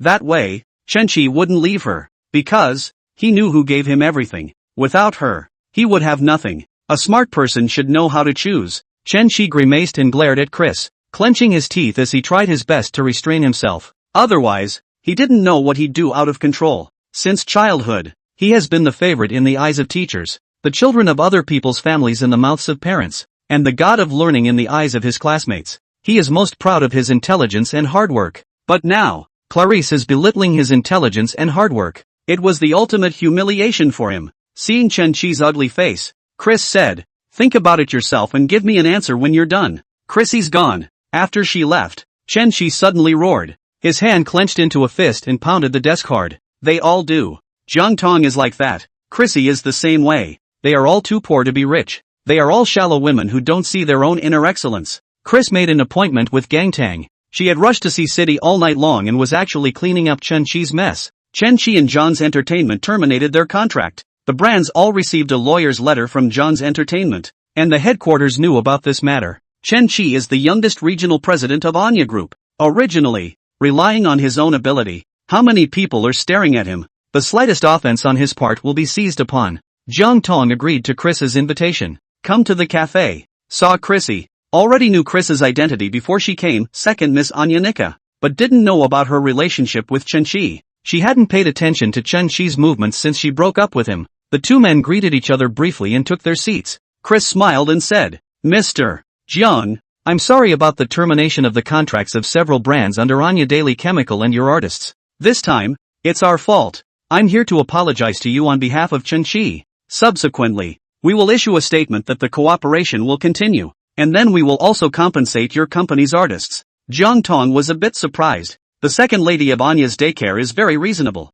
Also right. This is what a businessman really looks like. Like Chen Qi, she is really not sure how Chen Qi became the president of Anya Nikkei China. But, she apologized on behalf of Chen Qi? Why did you apologize on behalf of Chen Qi? Jiang Tang asked. This matter was Chen Qi's fault, and by all rights, it should be Chen Qi who was forced by the group to come and apologize, instead of the second lady coming. What's Chen Qi's status? Can you make the second miss of a consortium apologize for him? Common sense says that a China president doesn't have that kind of influence. Chris said, I'm Chen Qi's girlfriend. Jiang Tang. So, Chen Qi has a girlfriend. Then, on the premise of having a girlfriend, he came to find himself back together, and wanted her to abort her child and divorce Phoneling before following him. Being his mistress? Does Chen Qi want to enjoy the happiness of all the people? Who the hell gave him that face? A wage earner actually wants to embrace the second miss of Anya Day Chemical on his left. The right embraces Miss Jiang's group. Sure enough, only more disgusting,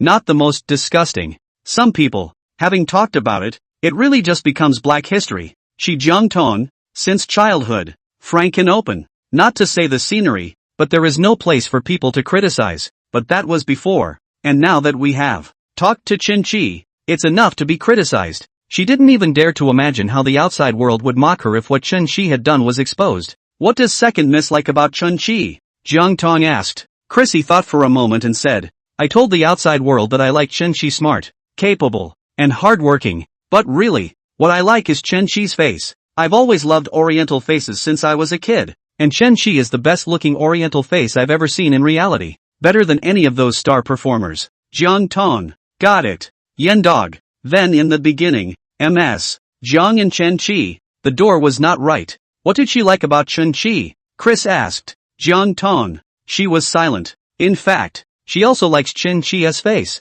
and she agrees with what Chris said. Chen Chi, a rare and stunning color indeed. What smart, good, hard work. These are only relatively small plus points. His own appearance is the item on the big points. People love beautiful and good-looking things. She's no exception. Second Miss and Chen Chi split up. I'll introduce Second Miss to a more handsome one, Jiang Tang said. I didn't want to get involved with Chen Chi, but he was just too disgusting. Actually let her be a mistress. She, Miss Jiang, can't bear it. She didn't want to make things easy for Chen Chi. Chris, I don't believe it. Equals. This article is sweet. No abuse. They say that big abuse hurts and small abuse is good. And we don't even have small abuse. Pure little sweetness. Lastly, the emotionless courting machine begs for free power for love. Wahahaha. Chapter 114, I'll call one right away to show you. Don't believe in what? Jiang Tang asked. Chris said. I don't believe there's one more handsome than Chen Chi. She had seen a lot of Eastern male stars top streams and such over the years, and in her opinion, none of them were as handsome as Chen Chi. Chen Chi is so poised. It's not like it's a rotten street. Jiang Tang can introduce her if he wants to. Jiang Tang glanced at her and asked, there's no one more handsome than Chen Chi? Aha. Chrissy nodded. Wait. Jiang Tang said, call one right away to show you. Really? Chrissy's eyes glowed. Jiang Tang didn't say anything and took out the phone, calling Fengling. Fengling quickly picked up. Wife. Fengling's voice was cheerful. Wife calls him, reaches out to him, happy. Jiang Tang said, what are you doing? Fengling, work. What are you doing?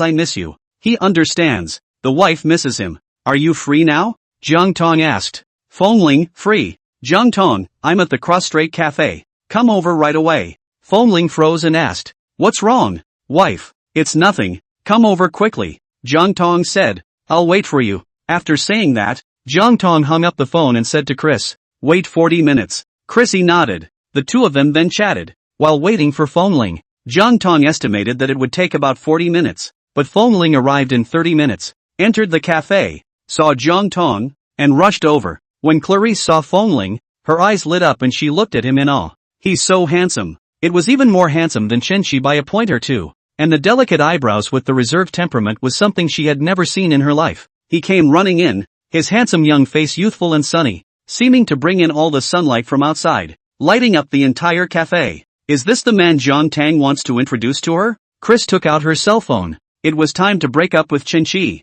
Clicked on the chat page with Chen Chi and was typing, we broke up. Just as he was about to type the last bar, he heard Fengling call Jiang Tang, wife, Chris, She looked at Fengling in surprise. He was running a little fast, panting, his throat rolling, not to mention sexy. But, wives? Call who? Call her? But they've only met for the first time. They haven't even introduced themselves yet. Would it be too good to call them wives? Would it be too fast? Isn't it said that Oriental people are more reserved and introverted and slow to warm up? Aha! Jiang Tang nodded and smiled. Coming so fast. Fengling sat down, nodded, drove faster than usual, parked in the parking lot and ran all the way over. Jiang Tang took out a tissue to wipe Fengling's sweat. Fengling obediently let Jiang Tang wipe her sweat. Handsome face slightly red. Chris, something doesn't seem right. Jiang Tang put down the tissue. Fengling then noticed Chris and asked, who is this? Chris, Jiang Tang said, second Miss Anya Nikkei. Fengling,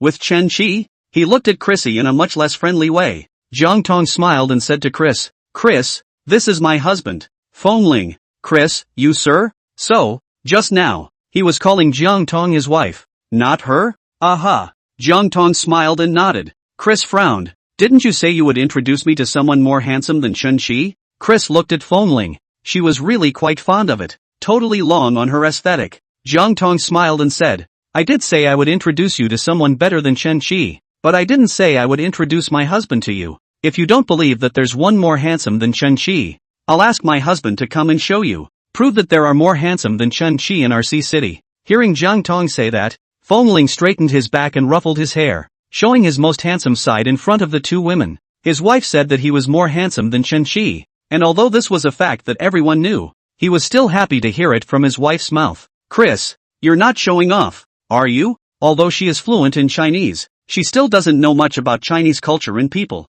She wasn't sure if Jiang Tang was showing off. Jiang Tang smiled and said, not showing off, just taking out strength to make you believe. Jiang Tang added, how about this? I'll organize a game in the evening, treat you to dinner, and call a few of my handsome friends. How about it? Yeah, Chrissy agreed without thinking. Looking at Fongling, she still had faith in Jiang Tang's vision. She looked down, deleting the words from the chat box. Don't be too busy to break up with Chenqi just yet. If you have a favorite tonight, break up with Chenqi again. No favorite. Just put up with Chenqi for a little while longer. Fongling also heard it from the side. This Chris and Chenqi seem to have some kind of relationship. What's the wife up to? Wife. Fongling looked at Jiang Tang suspiciously. Jiang Tang smiled and said, Chris is Chenqi's girlfriend. I'm going to break them up. Fongling. The wife is so bad. He loves it so much. Chris. It doesn't seem right to be so direct. Jiang Tang said to Fongling, call up Bai Langyue and a few of them at night. Fongling nodded. He knows. Isn't it just for Bai Langyue, Lu Jianli and the others to seduce Chris? A few of them were not as handsome as him, but they still had a few tricks up their sleeves to seduce women. Fongling then ate in the group. Bai Langyue, Lu Jianli and Shi Qishang told them that Jiang Tang invited them to dinner in the evening and asked them to dress up nicely. Lu Jianli, Sister Jiang Tang invites you to dinner? Happy. Shi Qishang, I knew Sister Jiang Tang loved me. Bai Langyue, don't worry. Feng Xiao, I will be the most handsome boy tonight. Jiang Bei, isn't there one less person to AIT? Fongling, no. JB, my sister didn't invite me? Fongling, no. It's not appropriate for you to come to the innings tonight. Jiang Bei, why is it inappropriate? My sister organized the bureau. You tell me. It's inappropriate for me to go? Fongling, well, it's inappropriate. JB, I don't believe it. Fongling, ask your sister if you don't believe me. Jiang Bei didn't die and really called Jiang Tang. Jiang Bei, sis, do you want to buy dinner tonight? Jiang Tang, aha. Jiang Bei, Fongling said it's not appropriate for me to go? Jiang Tang nodded. Well, it's really inappropriate for you to come. Don't come. Stay home and keep Nanxing company. With that, he hung up. Jiang Bei looked at the hung-up phone. The sky collapsed for young Master Jiang. His sister, bewitched by Fongling, the demon consort, didn't love him anymore. Jiang Tang thought about it and sent a message to Li Yan, calling Li Yan up as well. Fongling saw that Jiang Tang had even called Li Yan, and after thinking about it, decided to call Jing Chang. If you really want to talk about the ability to seduce women, Bai Langyue, Lu Jianli and the others are younger brothers in front of brother Jing Chang. Ever since I was a child, there has never been a woman that brother Jing Chang couldn't handle. As long as brother Jing Chang has his eye on Chrissy, out of the blue, Chrissy and Chenqi, the packet split.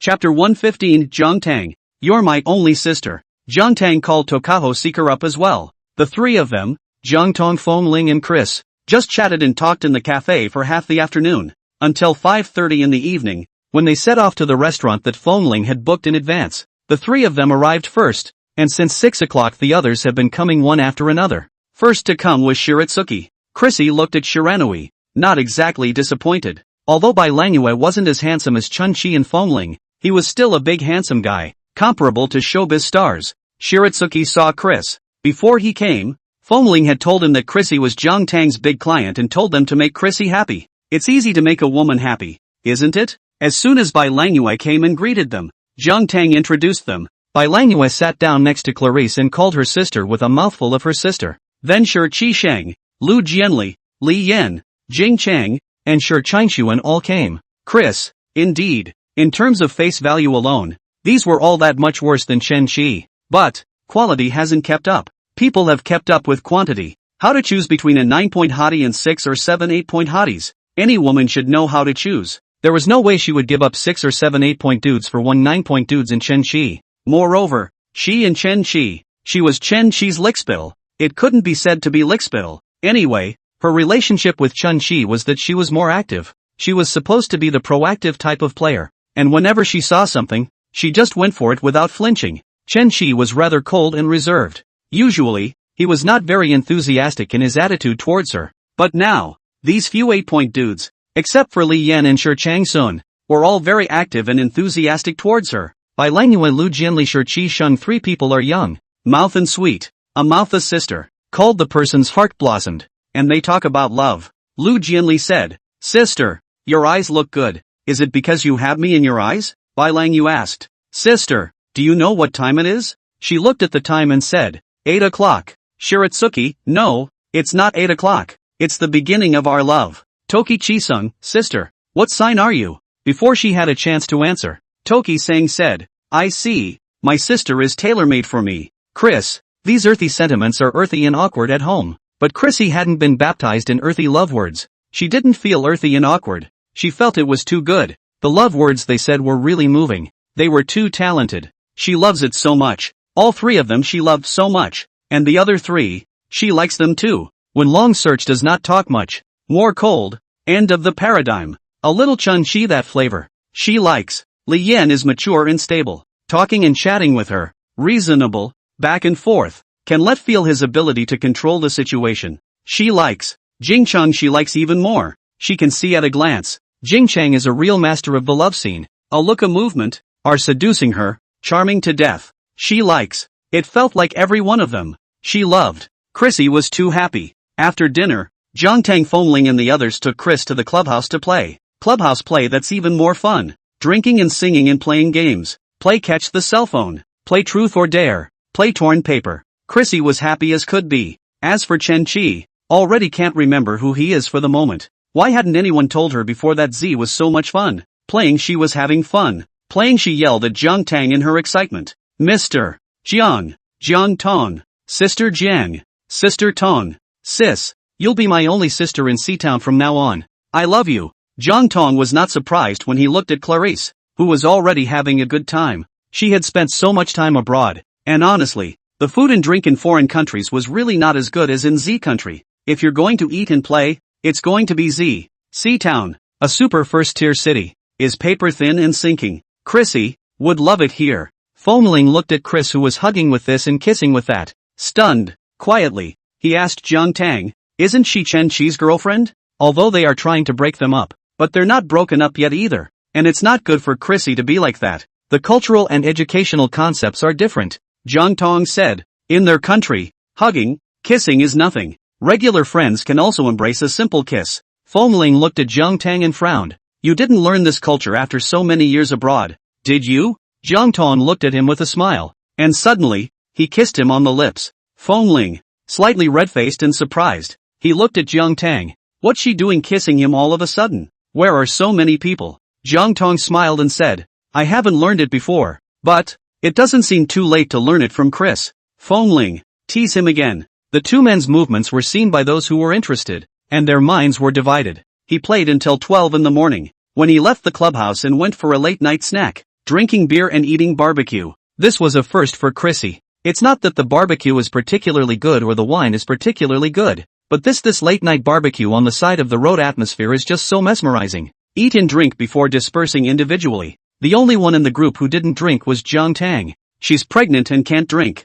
The others left individually. Jiang Tang and Fengling ended up sending Clarice back to the hotel. Getting out of the car, Chrissy was still reluctant to leave. Sis, tomorrow, are we still coming out to play? She asked Jiang Tang. Jiang Tang smiled and asked, what are you doing in C City? Chrissy thought nothing of it. Come to play. What was she doing here before? Forgot. Jiang Tang smiled and said, I'll contact you tomorrow night. Chris, okay. She went into the hotel, and before she went into the hotel she turned around and said, I love you. Sis. Fengling. One by one, these women like to confess their love for his wife. It's something else though. Not love, but I love you, which he didn't even say to his wife, was finished by these women. I don't see how much she likes Chen Chi either. Fengling said. Jiang Tang smiled. How much love do you need? Does it have to be love to death to be considered love? 1 point of love is also love. And everyone is not 10 points of affection for everyone. It is not that to love someone, you have to love them very much. It is possible to love them 2, 3, 4, 5. To love someone very much, with all your heart, is a rare thing in any age, in any person. Maybe, she only loves Chen Chi 2 or 3 times. Fengling, in that case, they packaged the points. Look at Chrissy with her happy face on tonight. The packet is divided. Egu, Chen Chi is so pathetic. His girlfriend's about to quit on him. Equals. Practice, ask for power for love. See you tomorrow. Bye. Chapter 116, Fengling is going to chop up Chen Chi. Jiang Tang looked at the gloating Fengling. What? You're happy that they're breaking up? Fengling nodded. Yeah, I'm happy. Previously, I was curious about why Chen Chi became the president of Anya Cosmetics China at such a young age. It wasn't that Chen Chi's ability was questioned, but a 27-year-old regional president had never been seen before. Of course, the kind of rich kids who inherit the family business don't count. Now, knowing that, Chen Chi relies on nepotism. If Chrissy and Chen Chi broke up, Chen Chi's career would definitely be affected. Serves you right. With a career and a rich girlfriend, he doesn't work hard and cultivate a relationship with his girlfriend. Instead, he comes to harass his wife. Chen Chi deserved whatever happened to him in the end. Jiang Tang smiled and said, I'm happy too. Fengling looked at Jiang Tang and asked, Wife, what did he do to mess with you? Chen Chi? Wife's character is very smooth. Businessmen are like that. Will not easily get particularly stiff with a person. Chen Chi must have done something really outrageous for his wife to do this.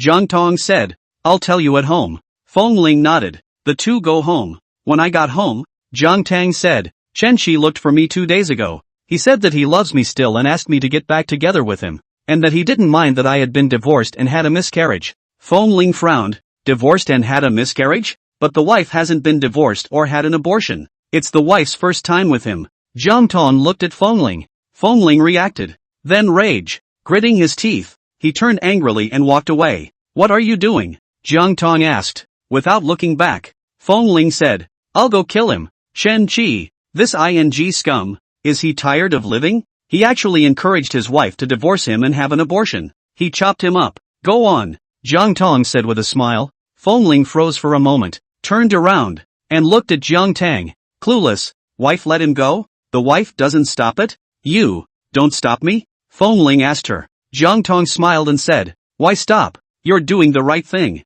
Fengling. Jiang Tang laughed and said, Go hack him to death. Fengling. Is his wife inciting him to kill? Chopping him to death. You can't run away. Even if you don't get shot, you'll probably be in jail for the rest of your life. Don't worry. I'll give birth to my child well and then guard the Feng family's estate. Jiang Tang said with a smile, When the child grows up and becomes a genius, I will hand over things to the child. And me, when I retire and have nothing to do, I will raise flowers and tease birds, and occasionally raise a few little white boys and fresh meat for fun. Fengling, you're going to take the Feng family's money to support a gigolo? Jiang Tang laughed and shook her head. No, I'm not that shameless. I don't take the Feng family's money. I have the money to raise a gigolo myself. Fengling. Anyway, it doesn't matter whose money she's taking. She just wants to keep the white boy is all. How dare you? Fengling gritted his teeth and glared at Jiang Tang. Jiang Tang smiled and said, Why don't I dare to? You've gone to jail. You can't ask me to be a widow for the rest of my life, right?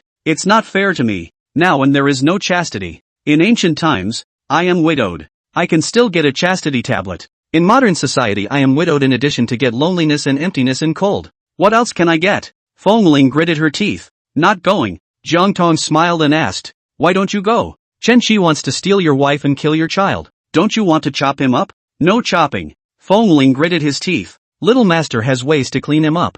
Jiang Tang, oh. Fengling glared at her and said, And you're not allowed to raise a white boy. Jiang Tang smiled and said, As long as you don't let me become a widow, I won't raise it. You're my little white boy. Fengling turned red. What white boy? It's only the soft eaters that are called white boys, and he's not a soft eater. He's the crown prince of the Feng family. Even if he was eating soft rice, he was eating his grandfather's soft rice, eating the Feng family's soft rice, not Jiang Tang's soft rice. But, if Jiang Tang is willing to support him and is willing to let him eat soft rice, he is not unacceptable. Jiang Tang watched Fengling red warm up and smiled as she teased. Oh, now it's a little red face. Fengling, glaring at Jiang Tang, the tiger is not powerful. She really treats him as a kitten. He walked up and took Jiang Tang into his arms, lowered his head and went to kiss her. His hands were still not honest. Soon, Jiang Tang was red from excitement. Only then was Fengling satisfied and withdrew his hand. If he didn't stop, he wouldn't be able to break and hurt Jiang Tang.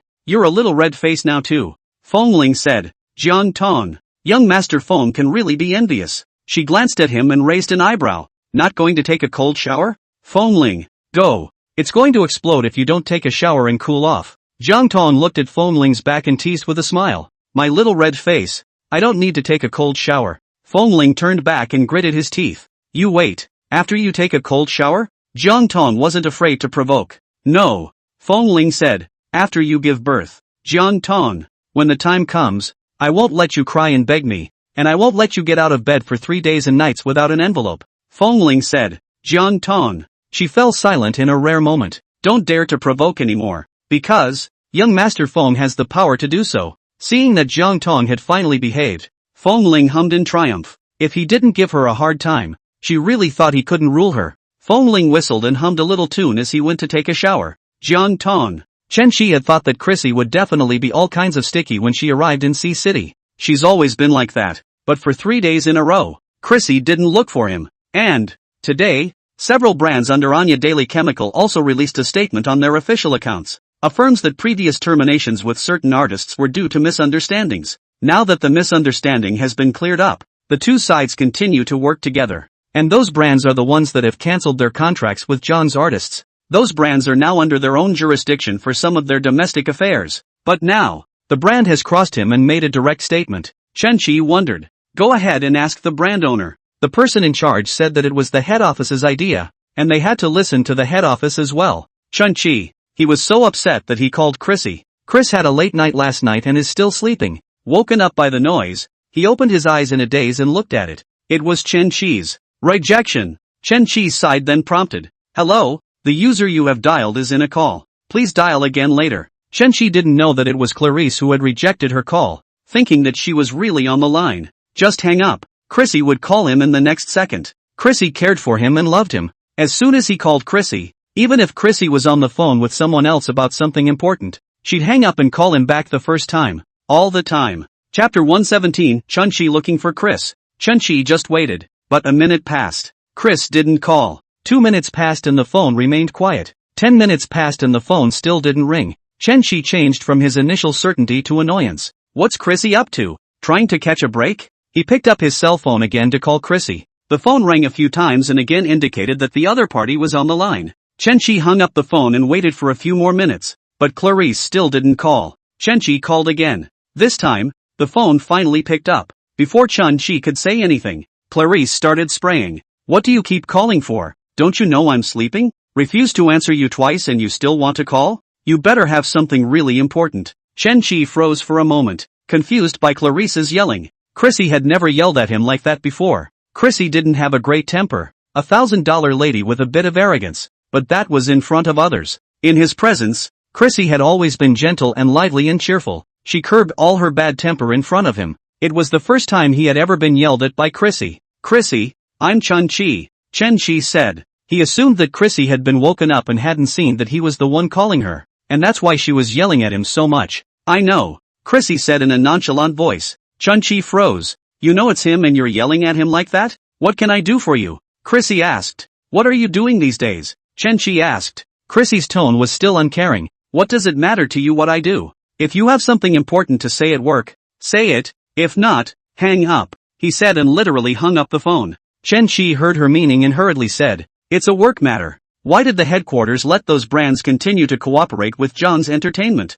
John's Entertainment's artists have not committed any breach of contract that is detrimental to the interests of the brand's image during the contract period. The company's brand should of course continue to work with John's Entertainment, Chris said. Shi frowned. But I'm in charge of the jurisdiction of these brands' business in Country Z now. But you made the wrong decision and damaged the image and interests of the brand and the company, Chris said. Shi's frown tightened. He knew that he was bound to get some flack for doing so, but he didn't care. He is the president of Anya Daily Chemical China. And these brands are under his own control in Country Z. He has the right to do so. And, even if the people at headquarters had a problem with it, it wouldn't help. Because, well, there was Chrissy. Chris, what do you mean? Shi asked angrily. Chris said, I don't mean anything by it. Shi, the punishment that headquarters gave you will come down today. Shi couldn't believe it. What? Punishment? Chris nodded. Well, punishment. Isn't it normal for the company to punish you for damaging the company's interests and image?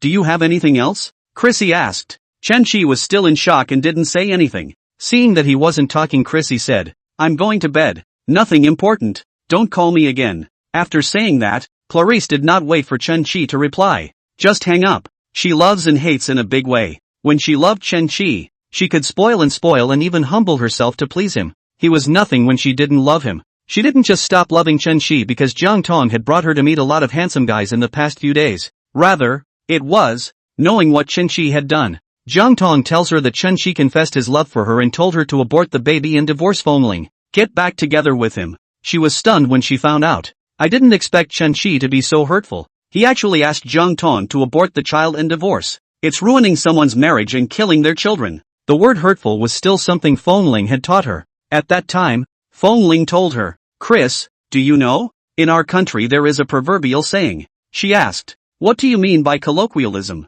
Fongling, just famous people's quotes. Horror. Fongling said, as the saying goes, it's better to tear down a temple than to destroy a marriage. Destroying someone's marriage is to go to the 18 layers of hell. This she understands. Therefore, Chen-Shi should go to the 18 layers of hell. She originally still had that little bit of affection for Chen-Shi. At this point, he was completely dead to Chen-Shi. He can make mistakes. People make mistakes. But Chen-Shi, it's not a mistake anymore. It's breaking the law, destroying other people's marriages and encouraging people to have abortions. Chen-Shi was a little sad in his heart when he did this. However, thanks to Jiang Tang and Fongling, the two couples took her out to eat and drink every day, and arranged for all kinds of handsome men to play with her, amusing her to be happy and joyful. Otherwise, she really didn't know how hard it would be for her. Jiang Tang and Fongling are really nice people. Chen-Shi frowned as he looked at the hung-up phone. It felt as if something was out of my control. Chrissy had never done this to him before. Chen-Shi was uneasy and had someone check it out. Only then did he realize that Clarice had been hanging out with Jiang Tang and Fongling for the past few days. Seems to be playing well and having fun. Chen-Shi frowned. So it was what Jiang Tang and Fongling said in front of Clarice that made Clarice treat him like this? Chen-Shi thought about it, and Clarice still had a use for it. He inquired about the hotel where Chrissy was staying and went to the hotel to find Chrissy. When he arrived, Chrissy had just woken up from her nap and was ready to pack up and wash up and go out to dinner with someone. Today, Jing Chang asked her out for dinner. She couldn't say she liked Jing Chang, but she had a good feeling about him. She's a face dog and has a thing for good-looking men. There was a knock on the door and she went to open it. Seeing Chen-Shi standing in the doorway, she froze for a moment and asked, "Why are you here?" "I came to find you for something," Chen-Shi said. Chris let him in and asked, "What is it? Tell me." "Chrissy, how did you end up playing with Jiang Tang Fongling?" Chen-Shi asked. Chrissy gave him a look as she put on her makeup and said, "I like them. Jiang Tang and Fongling, every day, invited her for dinner,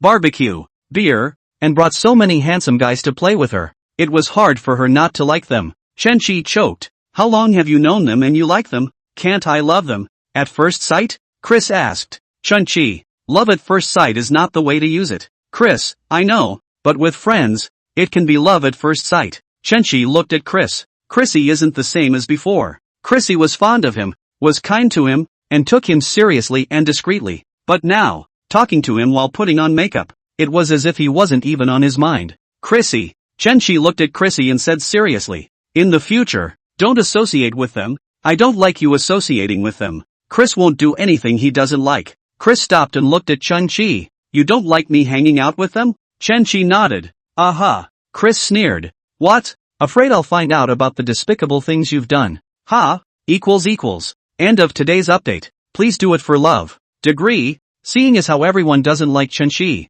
Chen-Shi's storyline will end soon and Chen-Shi won't end up being too destructive. Chapter 118, Chen-Shi's demotion. Chen-Shi frowned and looked at Chris. "What despicable thing have I done?" "Chris, Jiang Tang told her everything. About you begging her to get back together. Including asking her to abort the baby and divorce Fongling." Chen-Shi's face turned ugly. He didn't expect that Jiang Tang would say this to Chris. He knew Jiang Tang, and he thought that with Jiang Tang's character, he wouldn't tell anyone else. "But I didn't realize that she told Chrissy." "Chen-Shi, you really disappoint me too much," Chrissy said. Chen-Shi was silent. He can argue. It's just like any other man to argue that it's actually you I love and I'm just blah blah blah to everyone else. Depending on Chrissy's feelings for him, she might believe him if he argued seriously. But he didn't want to argue. He really loved Jiang Tang. He could justify anything and everything. But the only thing he wouldn't justify was his love for Jiang Tang. "Sorry," Chen-Shi said. Chris looked at Chen-Shi. Asked, "No defense?" Chen-Shi shook his head.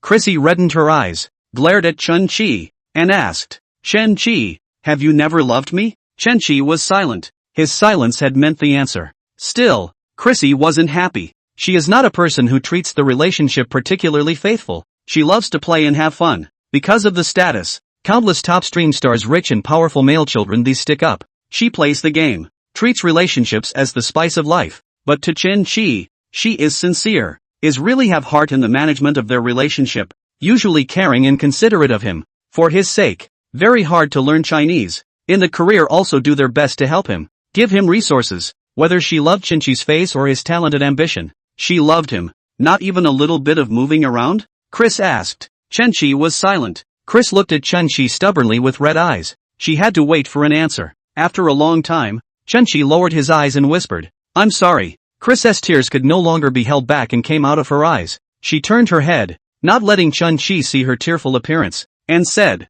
"You go, and in the future, never appear in front of me again." Chun-Chi looked at Clarissa's back and was silent for a few seconds before, finally, turning to leave. Hearing the door close, Chris couldn't hold it back any longer and covered her face with her hands, breaking down and crying. Outside the door, Chen-Chi listened to Chris's sobs for a long time before leaving. When Chen-Chi returned to the company, the punishment came down from the headquarters of Anya Group. He was demoted. He was demoted from the president of Anya Cosmetics Group in China to become the head of an unknown brand in China under the umbrella of Anya Cosmetics Group. This brand, which is not ranked in the Anya Group, is not well known in the country. In the past, he hadn't even noticed the brand. He pulled up the information to see that the brand, in China, has only about 30 employees. These 20-odd people also include the employees of the 5 specialized counter salespersons and so on. Yes, this brand has just 5 stores in China. It's a very niche brand. Chen-Chi accepted it openly. In fact, when he used his position to ask the brand to terminate the contracts of the artists of Zhang's entertainment,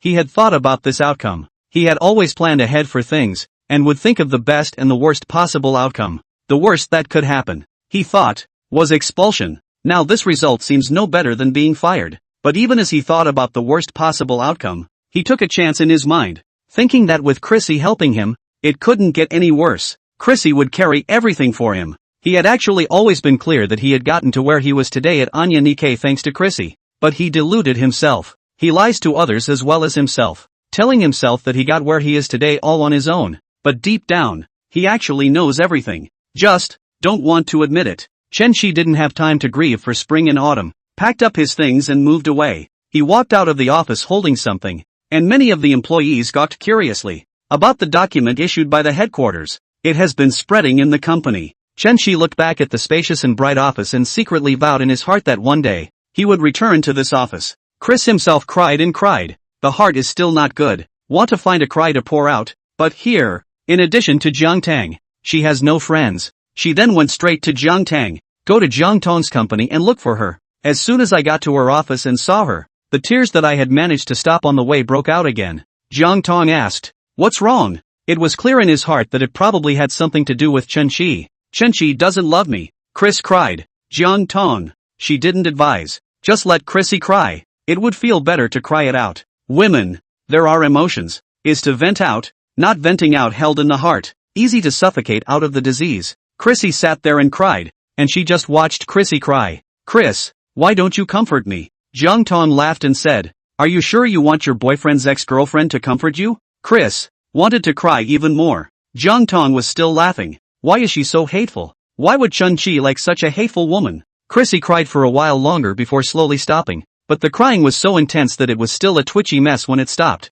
"Actually, I'm not Chen-Chi's girlfriend," Chrissy said. Jiang Tang, Chrissy said, "I like Chen-Chi. Me and Chen-Chi, we'll do what couples do. Eat together, go on dates, cuddle, hold hands, kiss. Of course, we haven't slept together yet." Jiang Tang, except for not having slept together, we did everything between a couple. Chen-Chi didn't say that he liked me, nor did he say words that he wanted to be with me. But in my heart, I thought we were boyfriend and girlfriend. By default I think we're boyfriend and girlfriend. Chrissy said, "Dating, holding hands, hugging, kissing, doing everything. What's not a boyfriend and girlfriend? It's karma, I guess." Chris smiled to herself. "You know what? I used to do the same to other men. I coveted their beauty, gentleness, affection for me, and even, I used them to benefit the Anya Group. I dated them, held hands, hugged, kissed, and even had sex. But I never recognized them as my boyfriend. What I used to do to other men,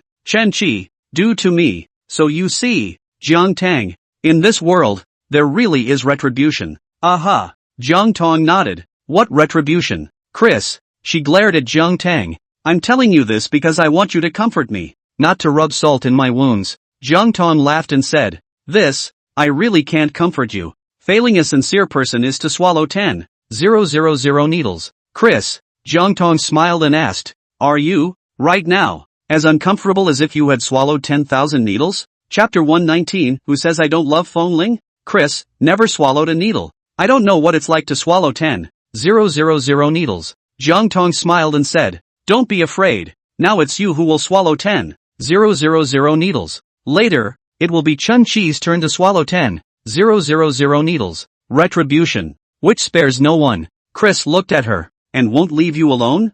Jiang Tang smiled and shook her head. I won't have retribution. It's not like I've ever failed someone's true heart. Chris, you didn't fail Chen-Chi? Jiang Tang shook her head. No, when Chen-Chi gave his heart to me, I responded with my truest heart. Chris glared at Jiang Tang. Jiang Tang can be really enviable. In the past, there was Chen-Chi who gave his heart to her, and now there was Fengling who gave his heart to her. Chen-Chi and Fengling are both superb facehuggers. She was really jealous. Chen-Chi has been demoted, Chrissy said. Jiang Tang nodded. Aha, as expected. What Chen-Chi did, if there was no one at the group's headquarters to back him up, it was certain that he would be punished. A regional president who disregards the image and reputation of the company's brand and does whatever he wants because of his own selfish desires. If he doesn't get demoted, who will? You did it on purpose, Chris said, deliberately telling me about Chen-Chi begging you to get back together. Then she gets angry and disappointed with Chen-Chi, and doesn't give Chen-Chi a ride or help him out, and Chen-Chi gets demoted.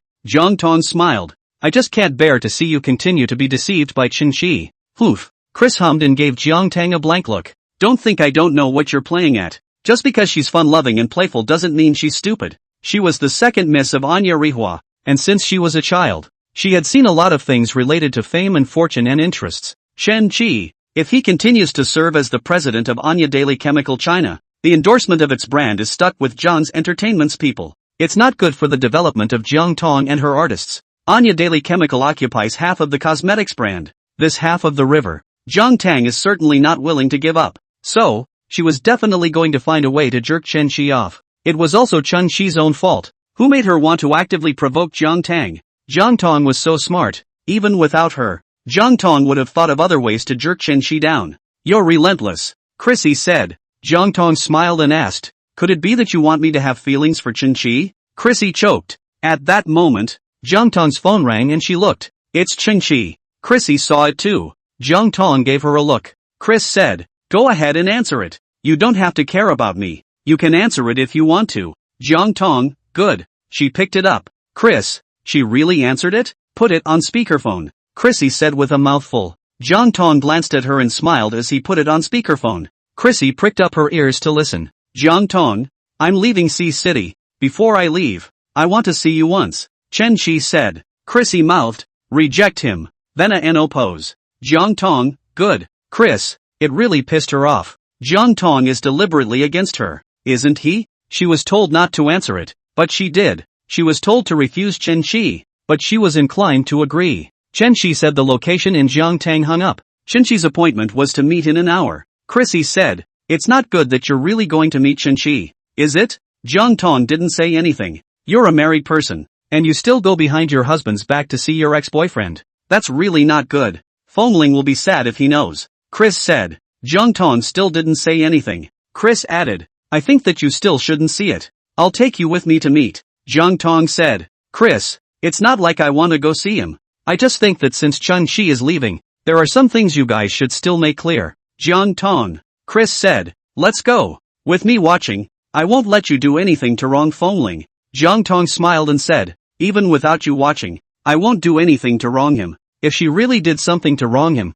according to young Master Feng's character, he would cry in anger. She couldn't afford to make such a cute little young Master Feng cry. Chrissy bristled and didn't say anything. Chrissy disguised herself and said she'd go first, sit next to them, and secretly listen to see what exactly Chen-Chi was going to say to Jiang Tang. Jiang Tang didn't care about her. Clarice, in the end, is still not willing to let go. Understandable. Who can be happy when their heart and passion is let down? Neither is willing. Jiang Tang arrived and saw Chen-Chi, as well as Clarice, who was sitting back to back with Chen-Chi after her disguise. She walked over. Chen-Chi looked at Jiang Tang, stood up and said, Jiang Tang, you're here. Jiang Tang nodded and sat down. Chen-Chi said, I've been demoted. I know. Jiang Tang said faintly. Chen-Chi looked at Jiang Tang and asked, there's nothing you want to ask me about Chris? Jiang Tang's tone was light. There's nothing to ask. Chen-Chi, because you don't care? So it didn't matter to her if he had a girlfriend or not, or what his relationship with Chrissy was? I'm sorry. Chen-Chi apologized seriously. About the matter of terminating the contract with your company's artists before. I'm sorry. After I found out you were pregnant, I panicked too much. I was afraid you'd give birth to Fongling's baby. I don't know if you have feelings for Fongling, but I know that once you give birth to this child, you and Fongling will not be separated. This child is not just your child. It is also the pivot that links the Jiang family and the Fong family. It relates to the future of both families. You will protect this child. You will love this child. Even if you don't love Fongling, for the sake of this child, you won't separate from Fongling. I was so scared. I was afraid I'd never get another chance. So, did what I did. I'm sorry. Jiang Tang looked at Chen Qi and faintly asked, who told you that I don't love Fongling? Chen Qi froze for a moment, looking at Jiang Tang with disbelief. You love Fongling? Jiang Tang asked. Could it be that I haven't acted obviously enough? Chen Qi trembled his lips for a long time before asking, what do you love about him? No matter what I love about him, whether I love his identity as young Master Fong, or whether I love Fongling as a person, I love him, Jiang Tang said. Chen Qi looked at Jiang Tang, red eyes, wanted to say something, but could not say a word for a long time. He was afraid that if he opened his mouth he would choke and break down if he opened his mouth. Chen Qi, in the future, we really shouldn't see each other again, Jiang Tang said. Is it because of what happened to Chris that you loathe me so much? Chen Qi asked, and even though he tried desperately to suppress it, he still heard the choking in his tone. Jiang Tang said, yes and no. You using Chrissy to troll for Chrissy is not really much of a thing, and in all my years at the mall, I've seen people with means more despicable than yours. But I can accept it when other people are like this. I can't accept it when you do it. There's no way I can accept that the person I once loved, the person who was near perfect in my mind, and now it's turned into this. Chen Qi, it's the current you that ruined the once you. Let me remember my youth. There was no beauty, only a field of unpleasantness. Chen Qi looked at Jiang Tang. There were 1,000 words he wanted to say, but in the end it only turned into a desperate, I'm sorry. He knew that he had absolutely no chance. Jiang Tang said faintly, I don't accept. I don't forgive. She stood up, looked at Chen Qi, and said, Chen Qi, goodbye. Never see you again goodbye. Chen Qi is offline for now. There will be a little bit of his storyline later on, but it's not a relationship thread. It's a career thread. Very little. To get to the new episode, babes can guess it. Ask for power with love.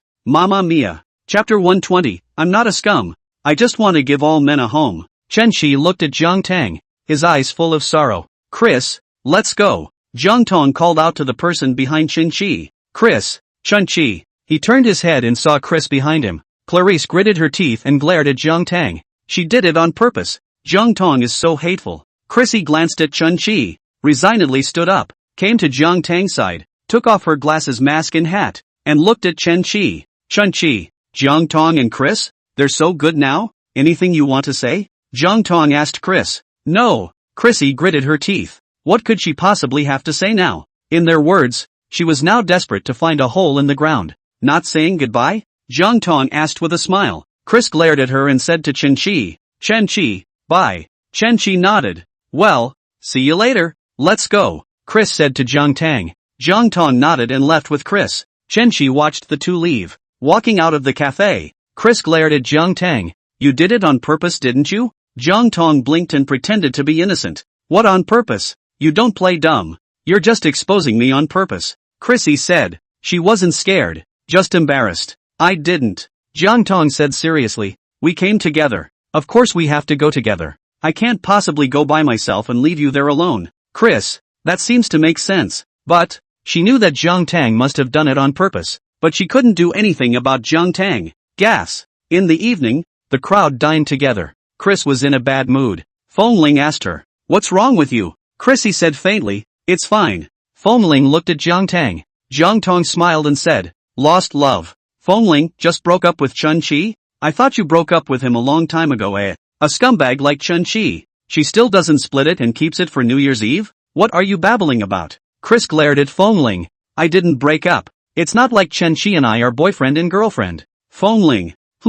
Not boyfriend and girlfriend? That's not true. Didn't you say you were boyfriend and girlfriend with Chen Qi before? Watch Chrissy take on Chen Qi. Fongling had a guess in his mind. You're not Chen Qi's licking dog, are you, Chris? And then the kind of thing where you think you licked it and call yourself someone's girlfriend, when in fact, you didn't lick it at all? Fongling asked. Chris rounded her eyes in anger and glared at Fongling. Fongling laughed at her. Chris, you're such a failure. A big lady of your status going to lick a scumbag and not getting it. Shame on you. Chris couldn't do anything about Fongling. So she looked for Jiang Tang. Jiang Tang, look at your husband. Jiang Tang looked at Fengling. Fengling was sitting upright. Had he gone too far? Shouldn't have laughed at Chrissy? Chrissy was already upset, and for him to be like that, it did seem wrong that his wife was angry. Seeing that Fengling didn't dare to be reckless with one look from Jiang Tang, Chris hummed. She couldn't cure Fengling. There was always someone who could cure him. Jiang Tang withdrew his gaze and said to Chris, "Look, Chris." And then what? Shouldn't have taught Fengling a few lessons. Jiang Tang smiled and said, "It's quite nice." Fengling looked at Jiang Tang in surprise, then deigned to look at Clarice. His wife loves him too much to teach him a lesson. Chris. Jiang Tang not only didn't teach Fengling a lesson, but also complimented Fengling on her good looks. Them too. What's with that? Others. Don't eat for a while. The dog food is full. After the crowd finished eating, Fengling pulled Chris aside and asked, "How many of them? Who do you really like?" Chris glanced at a few men standing not far away. A few men with outstanding looks and temperament standing together, drawing frequent turns from those passing by. "Actually, I like them all." Putting aside Chen Qi, she reverted back to her nature as a prodigal woman in love when facing other men. The good-looking ones like it. Fengling gave her a blank look, asking for nothing. "No, you can only choose one," he said. "Take another good look and choose well. I'll set you up when you're done." Gotta get Chrissy to start a new relationship in a hurry. That's how you can forget about Chen Qi. Otherwise, if she thought of Chen Qi again one day, and was with Chen Qi again, and gave Chen Qi resources, wouldn't Chen Qi make a comeback? He's got to snuff out any chance of Chen Qi making a comeback. Chris looked again. He's handsome and elegant. He's sassy. He's elegant and steady. He's prodigal. He's pure and lovely. He was reserved and charming. Really like every one of them. Chrissy said. Couldn't really choose. Fengling. You're hopeless. Scum girl. Chris, I recently learned a phrase on shakeology. Shakeology really is so happy. When she came to see City, in addition to running out to eat and drink, her second favorite thing was to brush Jiayin in the hotel. A brush is a few hours. A brush is all night. Simply cannot stop. Fengling, what words? Chris said seriously. I'm not a slag. I just want to give every man a home. Fengling, get lost. Chris, the crowd dispersed and went home. Back home. Fengling said to Jiang Tang, you should play less with Chris from now on.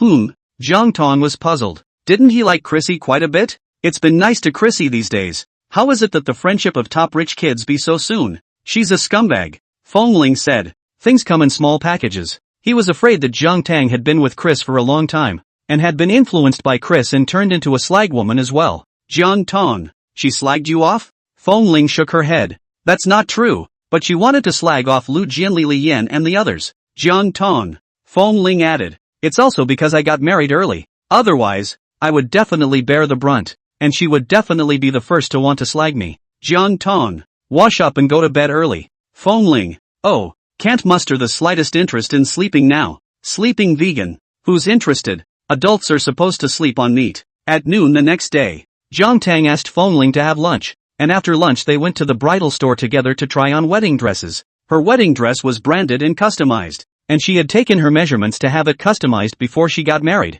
and it's only now that it's ready. Fengling was kind of looking forward to it. He hadn't seen Jiang Tang in a wedding dress. She must look beautiful in a wedding dress. The two ate lunch and went to the store. The store was closed, so only Jiang Tang and Fengling would be received this afternoon. Jiang Tang looked at the wedding dress and went to try it on. Fengling waited outside. It took about 20 minutes before Jiang Tang came out of the fitting room. She asked Fengling, how was it? Fengling looked at, his eyes straight. He couldn't help but blurt out, wife, you are beautiful. Beautiful. Seems to be glowing. Chapter 121, honey, can I kiss you? Jiang Tang smiled and said, it's not me who blows. Instead, it's a wedding dress. The wedding dress style is the more common sheath and large hem wedding dress, but with a lot of crushed diamonds on the dress. The bling shines brightly in the light. No, the glowing one is you. Fengling said firmly. The wife was in his heart, shining. The wedding dress was beautiful and sparkly though, but in no way did it overpower the beauty of his wife.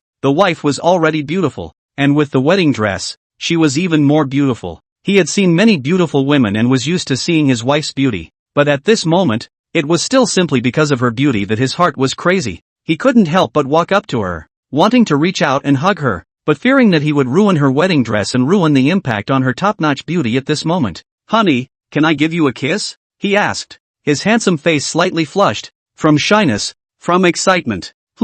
Jiang Tang looked at Fengling suspiciously. It wasn't like him to make such a request in front of the clerk. Young Master Feng's expression of emotion was still rather introverted most of the time. "You're so pretty, I want to kiss," Fengling said. The clerks laughed aside. Not a scoff, but an envious laugh. Truly enviable and desirable. They meet many prospective brides and grooms at the bridal store who come in to try on wedding dresses. And really, it's rare that a prospective groom is wowed by the sight of his bride's appearance in a wedding dress. A wedding dress is just a piece of clothing. It can only add a little bit of beauty, but it doesn't transform a person. While grooms-to-be give face to compliment the bride-to-be on how beautiful she looks in her wedding dress, but it's basically perfunctory. Feng Xiao, on the other hand, was truly stunned and really felt that his wife was the most beautiful in the world. Feng Xiao loves Ms. Jiang very much. Good. Jiang Tang nodded and smiled. Only one kiss. Aha. Fengling nodded his head and moved over, giving her a peck on the lips before backing away and looking at her with a look of satisfaction and excitement. The peach blossom eyes were bright and especially charming. Jiang Tang was all mesmerized by him. "You guys go out first," Jiang Tang said to the clerk. The clerks respectfully left, leaving space for the two. Fengling looked at Jiang Tang a bit puzzled and asked, "Honey, what did you let them go for?" Jiang Tang said, "They're in the way here." Fengling, "Huh?" Jiang Tang smiled and said, "Because I want to kiss you." Fengling froze, his eyes widening in disbelief as he looked at Jiang Tang. What did she say? She wanted to kiss him? Before he could come back to his senses, Jiang Tang stood on her tiptoes, hooked her hands around his neck, and kissed his thin lips. The warm, soft and sweet touch on his lips brought Fengling back to his senses, and in his heart, he was ecstatic, wrapping his arms around Jiang Tang and responding to her passionately. The two embraced and kissed for a long time before letting go. After releasing, both of them were panting with red faces and bright eyes, looking at each other. Though their lips parted, the two did not. Foreheads and noses pressed together, breaths intertwining as they breathed. Both of their hearts were beating fast. "Wife, I still want to kiss," Fengling said. Jiang Tang did not reject him and once again took the initiative to kiss his lips. In the end, by the time Fengling and Jiang Tang left to finish trying on their wedding dresses and left, both of their lips were red and swollen. The clerks looked on and smiled ambiguously. Laughing, Jiang Tang, such a steady person, was embarrassed. She shouldn't have fooled around with Fengling in the store, and in the future, she would be embarrassed to come back to this store. Fengling didn't care. Just laugh. He wasn't afraid. He gripped Jiang Tang's hand tightly, got into the car, and said, "Honey, I still want to kiss." "No way." Jiang Tang flatly refused. Fengling, "Why?" Jiang Tang, "My mouth hurts." Fengling, "How come I don't hurt?" Jiang Tang looked at him and snorted, not saying anything, thinking to himself, of course he doesn't hurt. It wasn't like she was gnawing on him too hard. But what about him? When he came on, he simply couldn't restrain himself from nibbling and biting at her lips. Can she not be in pain? Fengling thought to himself for a moment, and also looked back, and said with a bit of embarrassment, "Next time, I'll be lighter." He's too excited. He couldn't restrain his excitement even though he hadn't done anything more outrageous. Just kissing. Didn't control the force. Jiang Tang. Fengling returned home at night and said to Elder Feng, "Grandpa, the invitation, I want to write it myself." He didn't have any expectations when he first got married to Jiang Tang. He was forced. Everything about the wedding was arranged by Elder Feng. He didn't have much of a conceptual expectation of weddings or anything back then, and didn't even think about being personally involved in anything. But not anymore. Now he likes Jiang Tang, is looking forward to having a wedding with Jiang Tang, and wants to be personally involved in doing something or other. Elder Feng gave him a look and nodded. The invitations are customized. The format is fixed. What year, month and day, where the wedding will be held. Some words of invitation are printed. Fengling only needed to write his and Jiang Tang's names. Fengling didn't care and took the many invitations and went back to his study to write. He wrote his and Jiang Tang's names on the invitation, and then also wrote a line at the very end of the invitation. May the guests wish Fengling Jiang Tang the best of luck and grow old together. Jiang Tang took a shower and came out, saw Fengling in his study, walked in and saw him writing invitations. She picked it up and saw the last line, laughing. It's an unsolicited request for someone to bless them. Fengling is writing seriously. Jiang Tang complimented. The writing is good. A handful of beautiful brush strokes. Fengling was smug. I've practiced calligraphy since I was a kid. The only child of the Feng family, Master Feng had nurtured him in every aspect, and although he was dangling, he knew a lot of things. Calligraphy, piano, painting, horsemanship, golf, languages, etc. He took a lot of various talents. I'll write it too, Jiang Tang said with a smile. She hadn't been too interested in this kind of thing before. Not that she wasn't, but both families had money. So this kind of wedding trivia, just pay someone to do it. But now Fong Ling infected her. Young Master Fong looked hangdog, but he was actually very serious about the people and things he cared about. Jiang Tang was sitting next to Fong Ling, also holding a brush to write the invitation. Fong Ling has a take on a variety of talents. She would only be more than Fong Ling. Many of her talents have won awards in some of the more formal competitions. She also writes very well. Fong Ling looked away. The corners of his mouth hooked up. Worthy of being his wife, the writing is as good as his. They really are the most perfect match. Neither of them said anything, so they concentrated on writing the invitations. Each invitation carries their heart. The last line of the invitation all represents what they expect from their marriage. They hope that they will be able to play the piano and grow old together. Equals. I was sweetened myself while writing this chapter. See you tomorrow. Ask for power with love. Bishop. Chapter 122. I'm afraid of Crescent Moon stealing the bride. It took the two of them 2 nights to write the hundreds of invitations. Elder Fong took the invitation, smiled with satisfaction, and said to old Zhao, Tongtong's writing, it's really good. Butler Zhao smiled and said, the young master's writing is also very good. Elder Fong looked at it and hummed, almost as bad as Tong. Barely. Butler Zhao laughs. The young master's calligraphy was taught by the old master himself at the very beginning, and the old master's calligraphy was taught by everyone, and he wrote very well, and to this day, there are still people who come to ask for the old master's ink from time to time. It was also afterward that the old master was busy and the young master followed another teacher. Housekeeper Zhao said, if young master had been following master's lessons, he would have definitely written better. Elder Fong nodded his head, that was natural, and looked at Butler Zhao, saying, old Zhao, I've noticed that ever since Ah Ling got married, your ass-kissing skills are growing. It used to be a shot at Fong Ling. Now, even his ass is to be kissed. Butler Zhao was serious, with a serious and firm face. Master, I'm telling the truth. Elder Fong. He looked at the invitation and suddenly asked, Lao Zhao, do you think we should invite Liang? He stopped. The words changed. Forget it, she'll come if she wants to, but she is a woman without a heart. Butler Zhao was in rare silence. The car Jiang Tang bought for Fong Ling and Jiang Bei arrived. The car is not available domestically. It was shipped from abroad.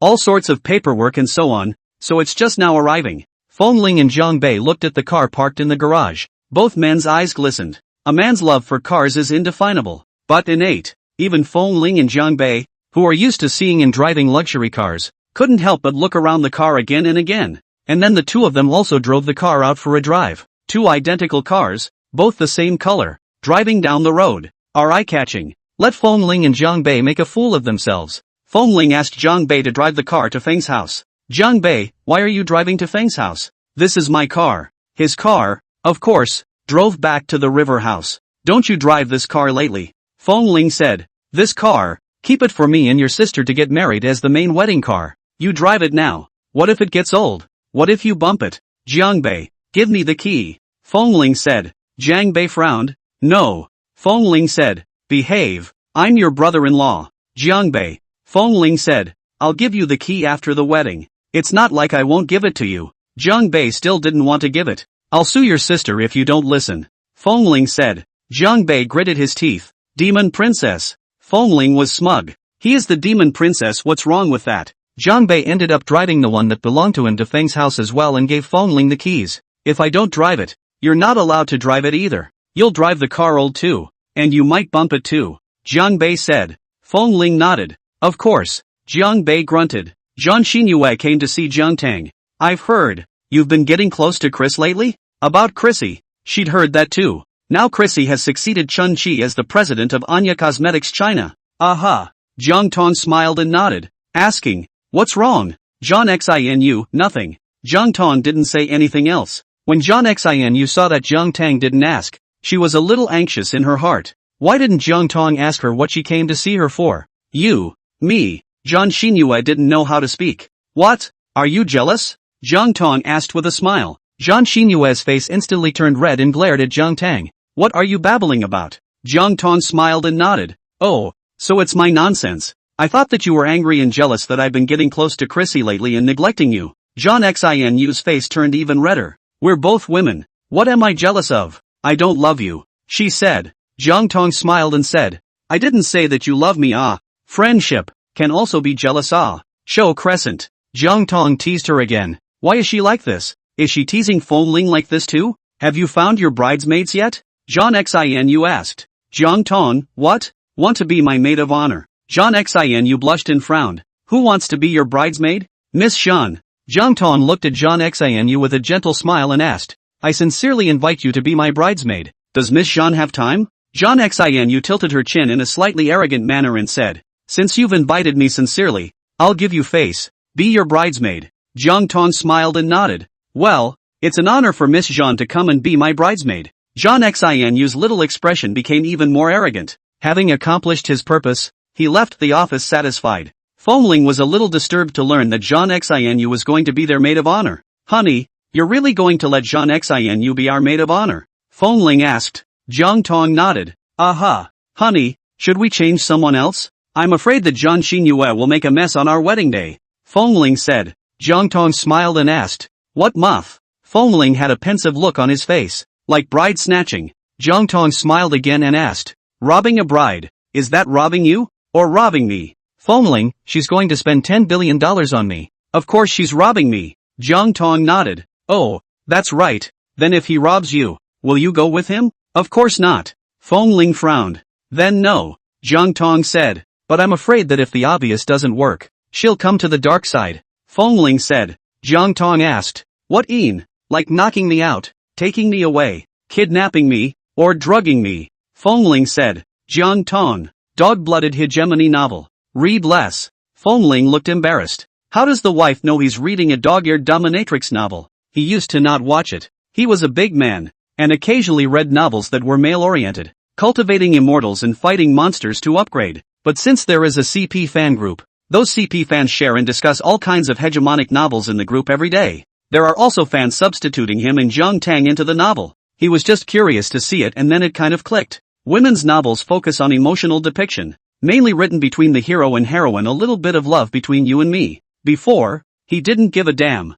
Now he analyzes it verbatim. Not to mention, he had seen him and Jiang Tang in many hegemonic novels. The Prince's Marriage to the First Lady, The Eye of the Tiger, The Second Female, The Second Male, The Infatuated Male Mate, The Disgusting Ex, The Female Match Who Does All the Bad Things. It's basically all right. I didn't look. Fongling retorted, but his eyes flickered, too vain to look directly at Jiang Tang. Then open the Tomato novel app in your phone. I'll take a look at your bookshelf. Jiang Tang said with a smile. Fongling, this is my privacy. Even though we are a couple, couples should have their privacy. Chapter 123 Male and Female Dog Lickers. Jiang Tang nodded. Well, you're right. Couples do deserve privacy. I won't look. Young Master Fong was relieved. Looks like he can keep the fact that he's reading a Dogma Buster novel under wraps. I did read a few novels recently. What with The White Moonlight of the Crown Prince of the Beijing Circle, Mr.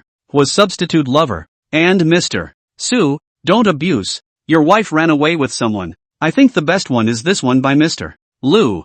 Jiang Tang said. Fongling frowned. These are the popular ones on the site. He's seen it too. Nonsense. Obviously the best looking is the Crown Prince of the Beijing Circle's White Moonlight. That surnamed Lu is a psychopath. Don't like people, and want to marry people, married people, and all kinds of abuse body and heart. Abuse of people's heart and soul. Left, he regretted it, and all kinds of begging licking dog behavior for forgiveness. Fongling frowned. It could be seen that young Master Fong was not ashamed of this kind of behavior. You say, why is that surname Lu like this? And that female lead too? The one surnamed Lu abused her so much, and in the end she actually forgave the one surnamed Lu and lived happily ever after? Simply incomprehensible. Young Master Fong spat indignantly. Jiang Tang looked at him with a smile. Didn't you say that you didn't read the Dog Blood Bully novel? Fongling. Oops. Careless. Fooled. He looked at Jiang Tang sadly. The wife is so devious to swindle his words like this. I didn't read it. Fongling beat a dead horse. It's those little girls in the fan group who are watching it.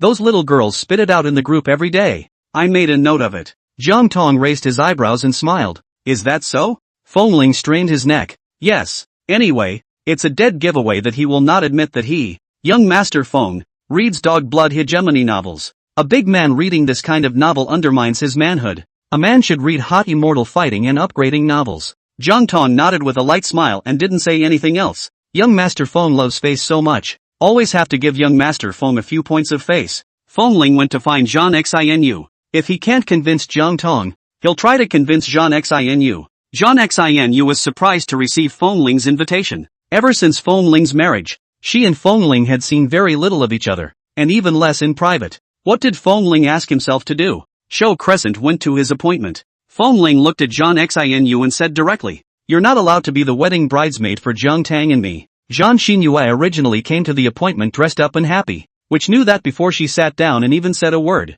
Fengling gave her a blow to the head. She really couldn't expect anything from a man who didn't love her. What was she expecting? Why do you have to dress up and be happy for an appointment? If she had known Fengling was talking about this, she should have refused. "You control me." Jiang Xinyu's temper also came up and said, "I want it. Jiang Tang has agreed." Fengling frowned. "She agreed. I didn't." Jiang Xinyu bristled. "What's the use of your disagreement? Don't you know who's in charge in your family?" Fengling's frown tightened as he glared at Jiang Xinu. "What do you mean by that? Are you saying that our Jiang Tang has the final say and I don't? Show Crescent Moon, isn't it? Of course not." Young Master Feng gritted his teeth. "I'm the man. The head of the family. I call the shots in our house." Show Crescent smiled. Didn't say a word. Fengling glared at her. "What do you mean?" Jiang Xinu, "I'll just smile and not say anything." "What do you mean you still don't understand?" Fengling, "But if you really are in charge of your family, you would have just asked Jiang Tang to reject me, and you would still come to me personally?" Jiang Xinu said. Fengling, "Jiang Xinu, this stupid white sweetie, seems to have gotten smarter. I just don't want to embarrass my wife." Fengling said, "If you don't dare, you don't dare. Have to find such a grand excuse." Jiang Xinu looked at him with disdain. "I really despise you now. A dog licker is a dog licker, and you're afraid to admit it." Fengling was about to explode with anger. "You're the dog licker." He glared at Jiang Xinu. Jiang Xinu nodded. "I admit, I'm a dog licker. Do you dare to admit that you are a dog licker?" Young Master Feng choked. He's afraid to admit it. Seeing him like this, Jiang Xinyu felt inexplicably painful in her heart and mocked him. Fengling, "Look, the wind and water turns. Before I licked you. Now, you licked Jiang Tang. See, you are no different from me." "Good." Fengling gritted her teeth. "Even if I'm a dog licker, there's a difference between me and you." "What difference?" Show Crescent asked. "The difference between a male dog licker and a female dog licker?" Fengling, "Hee hee, I licked. At least I licked. I got married to my wife. How about you? You licked for more than 10 years and got nothing. Lick dog lick dog lick. Lick until you end up with nothing. That's you." Jiang Xinu's eyes reddened with anger, close to tears. Fengling, "Simply murderous. Do you think you married Jiang Tang because you licked it? If it wasn't for Grandpa Feng, do you think you could have married Jiang Tang?" Jiang Xinu said angrily. When Fengling saw that Jiang Xinu was angry, he got happy and said with a smile, "No matter what it's because of. Anyway, I'm married to my wife. What about you? A single dog." Jiang Xinu gritted her teeth, endured and endured. But, with her teeth almost crushed, this breath was not endured. Exasperated, he glared at Fengling. Fengling said, "Jiang Xinu, I know what you want to do when you become our bridesmaid." Jiang Xinu gritted her teeth and asked, "What do I want to do?" Fengling, "It's nothing more than wanting to steal the marriage, or make things difficult for me when receiving the marriage to spite me, or get their hands dirty at our wedding banquet, drugging or something or other." Jiang Xinu, "You've read too many dog blood novels, right? Whatever you're trying to do, I'm wary that you won't succeed." Fengling said, "Jiang Xinu is sick." It was amazing that she had licked a psychopath for so many years, and on top of that hadn't even gotten to it. That's the real black history. Jiang Xinu left in a huff. "Go to Jiang Tang and tell him off. Fengling called me a dog licker. Fengling said I wasn't allowed to be your bridesmaid, that I was going to be bad on the wedding day, that I was going to steal the bride, sabotage the wedding banquet, and drug it." Jiang Tang asked, "What's going on?" Exhibition Crescent Moon then condescended to tell the story. Jiang Tang, two elementary school chickens arguing. She really didn't want to hitch a ride. It's a good thing the two of them aren't married. If the two of them got married, Grandpa would probably be pissed off alive by these two elementary school chickens before he could even wait to hold his grandchildren. Fengling was exasperated. Show Crescent is no better. If he doesn't let me be, I'll be Jiang Tang. I'm telling you, this bridesmaid, I'll be it. Jiang Xinu said with conviction. Jiang Tang nodded. Well, you're a sure thing. Equals. Today's update is complete and begging to be used with love. Chapter 124, Are You Her Dog? No matter how much Fengling blows his pillow, you can't back out. Jiang Xinu said. Gotta watch out for the scumbag Fengling blowing pillows. Jiang Tang laughed and said. He doesn't blow pillows. Young Master Feng is still young and simple, and has not yet learned the trick of blowing pillow wind. Zhan Xinyue grunted and said, if you dare to back out and not let me be your bridesmaid, I'll explode the black information of the company's artists. Jiang Tang. So hard. Seeing that the threat had deterred Jiang Tang, Zhan Xinu was satisfied and left. When she got home, Jiang Tang said to Fengling, don't mess with Zhan Xinu. Fengling frowned and asked, did Zhan Xinu go to complain to you again? Jiang Tang didn't say anything and acquiesced. Fengling gritted his teeth. What's wrong with the new moon now? Not moving to file a complaint? Is she a tattletale? Fengling was angry, but not just at Zhan Xinu, but also at Jiang Tang. Other people's wives know to turn their elbows inward. How come she turns her elbows outward? So, you're on Zhan Xinu's side? Fengling asked. Jiang Tang nodded. Aha. Fengling, why? I'm the one who's your husband. We're the family. Jiang Tang said. If I don't take her side and don't let her be my bridesmaid, she'll explode the company's artists' black information. Fengling, there are hundreds of big and small artists in the company, and there are quite a few with dark information. Jiang Tang said. What with all the smoking, relationships, grandstanding, stealing people's resources and whatnot? Fengling gritted his teeth. Doesn't she have any dark information? Jiang Tang smiled and raised his eyebrows. Oh, she has black material. Then tell me, what black material does she have? Does being a dog licker for over a decade count as blackmail? He asked. Jiang Tang smiled and asked rhetorically. What do you think? Fengling. Fengling was depressed. Don't be angry. Jiang Tang smiled and said. Zhan Xinu is now giving you a money-making machine. What's there to be angry about with a money-making machine? Fengling looked at her suspiciously. Since when did Zhan Xinyue become his money-making machine? She's my company's netizen. And now she's already been taking advertisements to make money for me. We're a married couple as one. And all the money we make after marriage is the joint property of the couple. And every penny she makes for me has a share for you. Isn't this the same as her being your money-making machine? Jiang Tang said with a smile. Fengling. This seems to be not so angry and difficult all of a sudden. A bit of a requirement for a money machine seems acceptable. The main thing is that the wife says they are one and the same couple and that they share property. Happy. Although she earns less now. Don't look down on it. She still has a lot of potential. Accumulating less becomes more. Don't look down on small money. Big money is accumulated from small money. Jiang Tang said with a smile. Fengling nodded. Aha. Seeing that Fengling was no longer angry, Jiang Tang smiled. Coaxing 2 elementary school chickens is a breeze. Take the pinch. Jiang Tang went back to his mother's house. With Fengling. Go back to your mom's house to discuss some specifics of the wedding. After the discussion, Tian Baizhou called Jiang Tang to his room and asked, the Feng family, did they say they would invite Fengling's mom? Jiang Tang shook his head. I didn't hear Grandpa say that. I don't think he will be invited. She also knew about Fengling's mom. When a simple investigation was conducted on Fengling before the marriage. After all, it is the marriage object, the person who is going to live for the rest of his life. She didn't dare to get married without investigating anything just because Grandpa Feng offered more. She's a bit more cautious in her approach. She was not sure about the specifics of Fengling's mother, but only knew a general idea that she divorced Fengling's father not long after giving birth to him and left the country. All these years, it's been abroad and hasn't come back. Tian Baizhou thought for a moment and said, there should be no invitation. They were not clear about the specific details of the Feng family's affairs, and they only knew that Fengling's mother had left the country. Knew no more than Jiang Tang. The reason why she asked Jiang Tang was because she thought that all the people in the country were more focused on family love, and for something like a son's wedding, as long as the biological mother was not dead, she would basically come, and those who were divorced would go back to attend the wedding of their children with their ex-husbands. So, she asked Jiang Tang. Seeing Master Feng's meaning, he shouldn't be invited. Tian Baizhou said. Jiang Tang nodded his head, looking at his grandfather's meaning. It should be. Since Elder Feng isn't going to invite, you shouldn't mention it either. Tian Baizhou said. Jiang Tang nodded. Ask Tian Baizhou. How are Jiang Bei and Zhu Nanqing? Tian Baizhou frowned and said. I can't see anything special. It's true that Jiang Bei doesn't dislike Nanxing, but more favorably, but it also seems like he doesn't. Nanxing looks the same.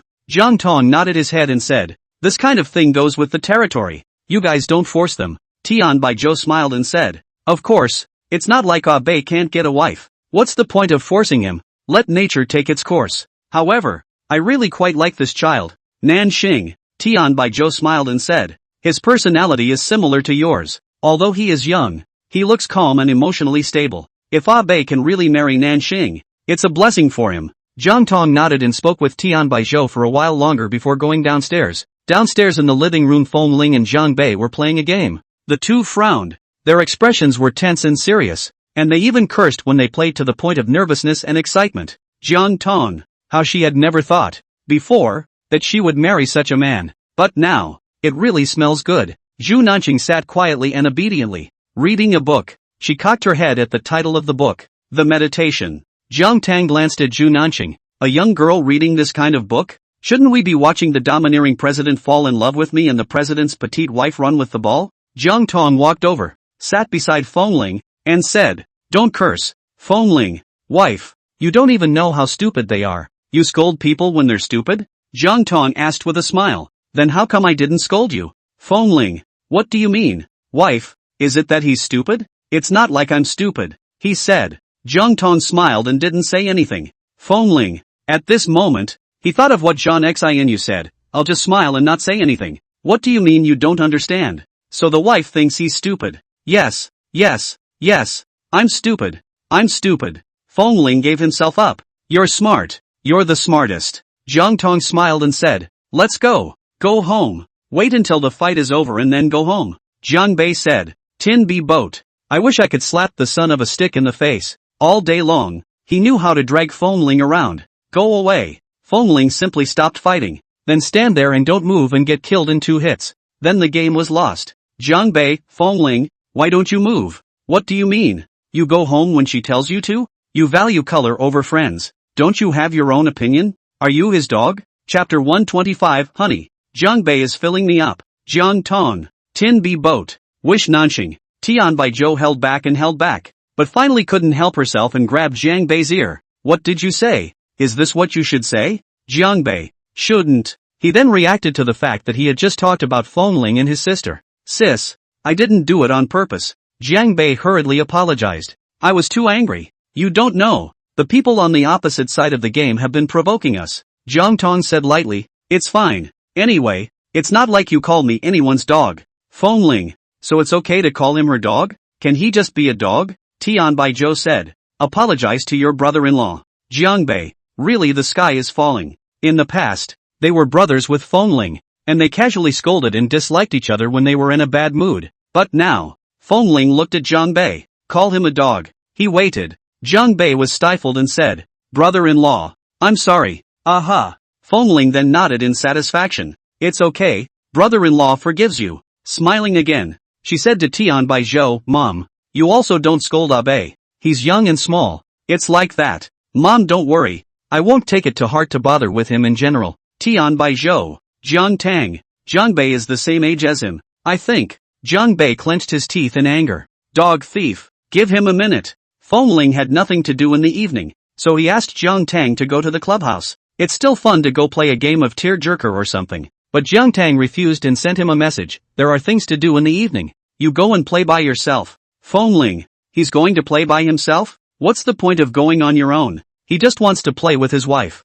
Now that his wife has refused, he doesn't want to play. However, over here, Lu Jianli and Bai Langyue they agreed. Knowing that Formalities didn't want to go, he opened up at Formalities on WeChat. "Bai Langyue, because Sister Jiang Tang isn't going." "You're not going?" Formalities, "Well, if my wife doesn't go, what's the point of me going?" Lu Jianli, he used to play with us every day. Played during the day and at night. Interesting. Now, with Jiang Tang's sister, we have no fun? Toki Chi-sang, how did I just realize that you are such a bigot? Bai Langyue, are you Sister Jiang Tang's dog? Wherever Sister Jiang Tang goes, you follow her? Lu Jianli, you asked us out today. We put off other people's appointments for you, and now you're saying you won't come? You dare not come to a try. Formalities has caused so much anger that he doesn't dare not to go. Just have to go. Have Junior arrange for a private room. When they arrived at the clubhouse, Formalities pulled out the invitation and handed it to Xiaoxi. Junior took it and opened it and froze. "For me?"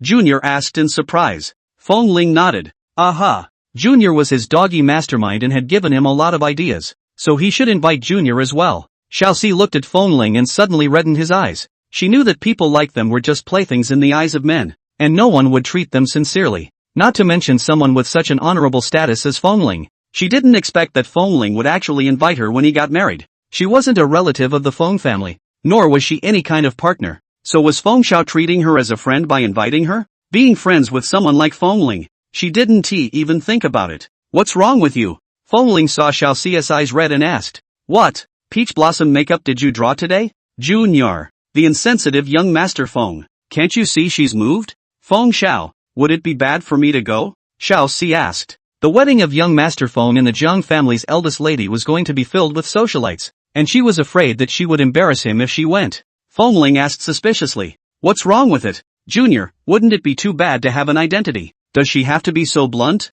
What? Did you do something nasty? Or did you break the law? Killed someone and set them on fire? Feng Ling asked. Junior, there's nothing wrong with it. Feng Ling said. You're invited. Just come. Xiao Xi smiled and said. Okay, Feng Xiao, I will definitely come. Feng Ling nodded his head and let Xiao Xi arrange for the drinks to go. Feng Ling and Lu Jianli had a great time with them and drank a lot of wine, and it was only when they were almost done drinking that Jiang Bei arrived late. Feng Ling, he had an uneasy feeling. As soon as Jiang Bei arrived, he poured himself a glass of wine and poured it for Feng Ling, saying with a smile, Brother-in-law, I'll toast you. Feng Ling looked at him. Jiang Bei is so understanding? He had just finished one cup when Jiang Bei came back. Brother-in-law, I'll toast you again. Cup after cup. In the end, Feng Ling drank too much. Jiang Bei then sent Feng Ling back to the Feng family, handed over to Jiang Tang. Sis, I told Feng Ling not to drink so much, but he insisted on drinking. He couldn't even stop him.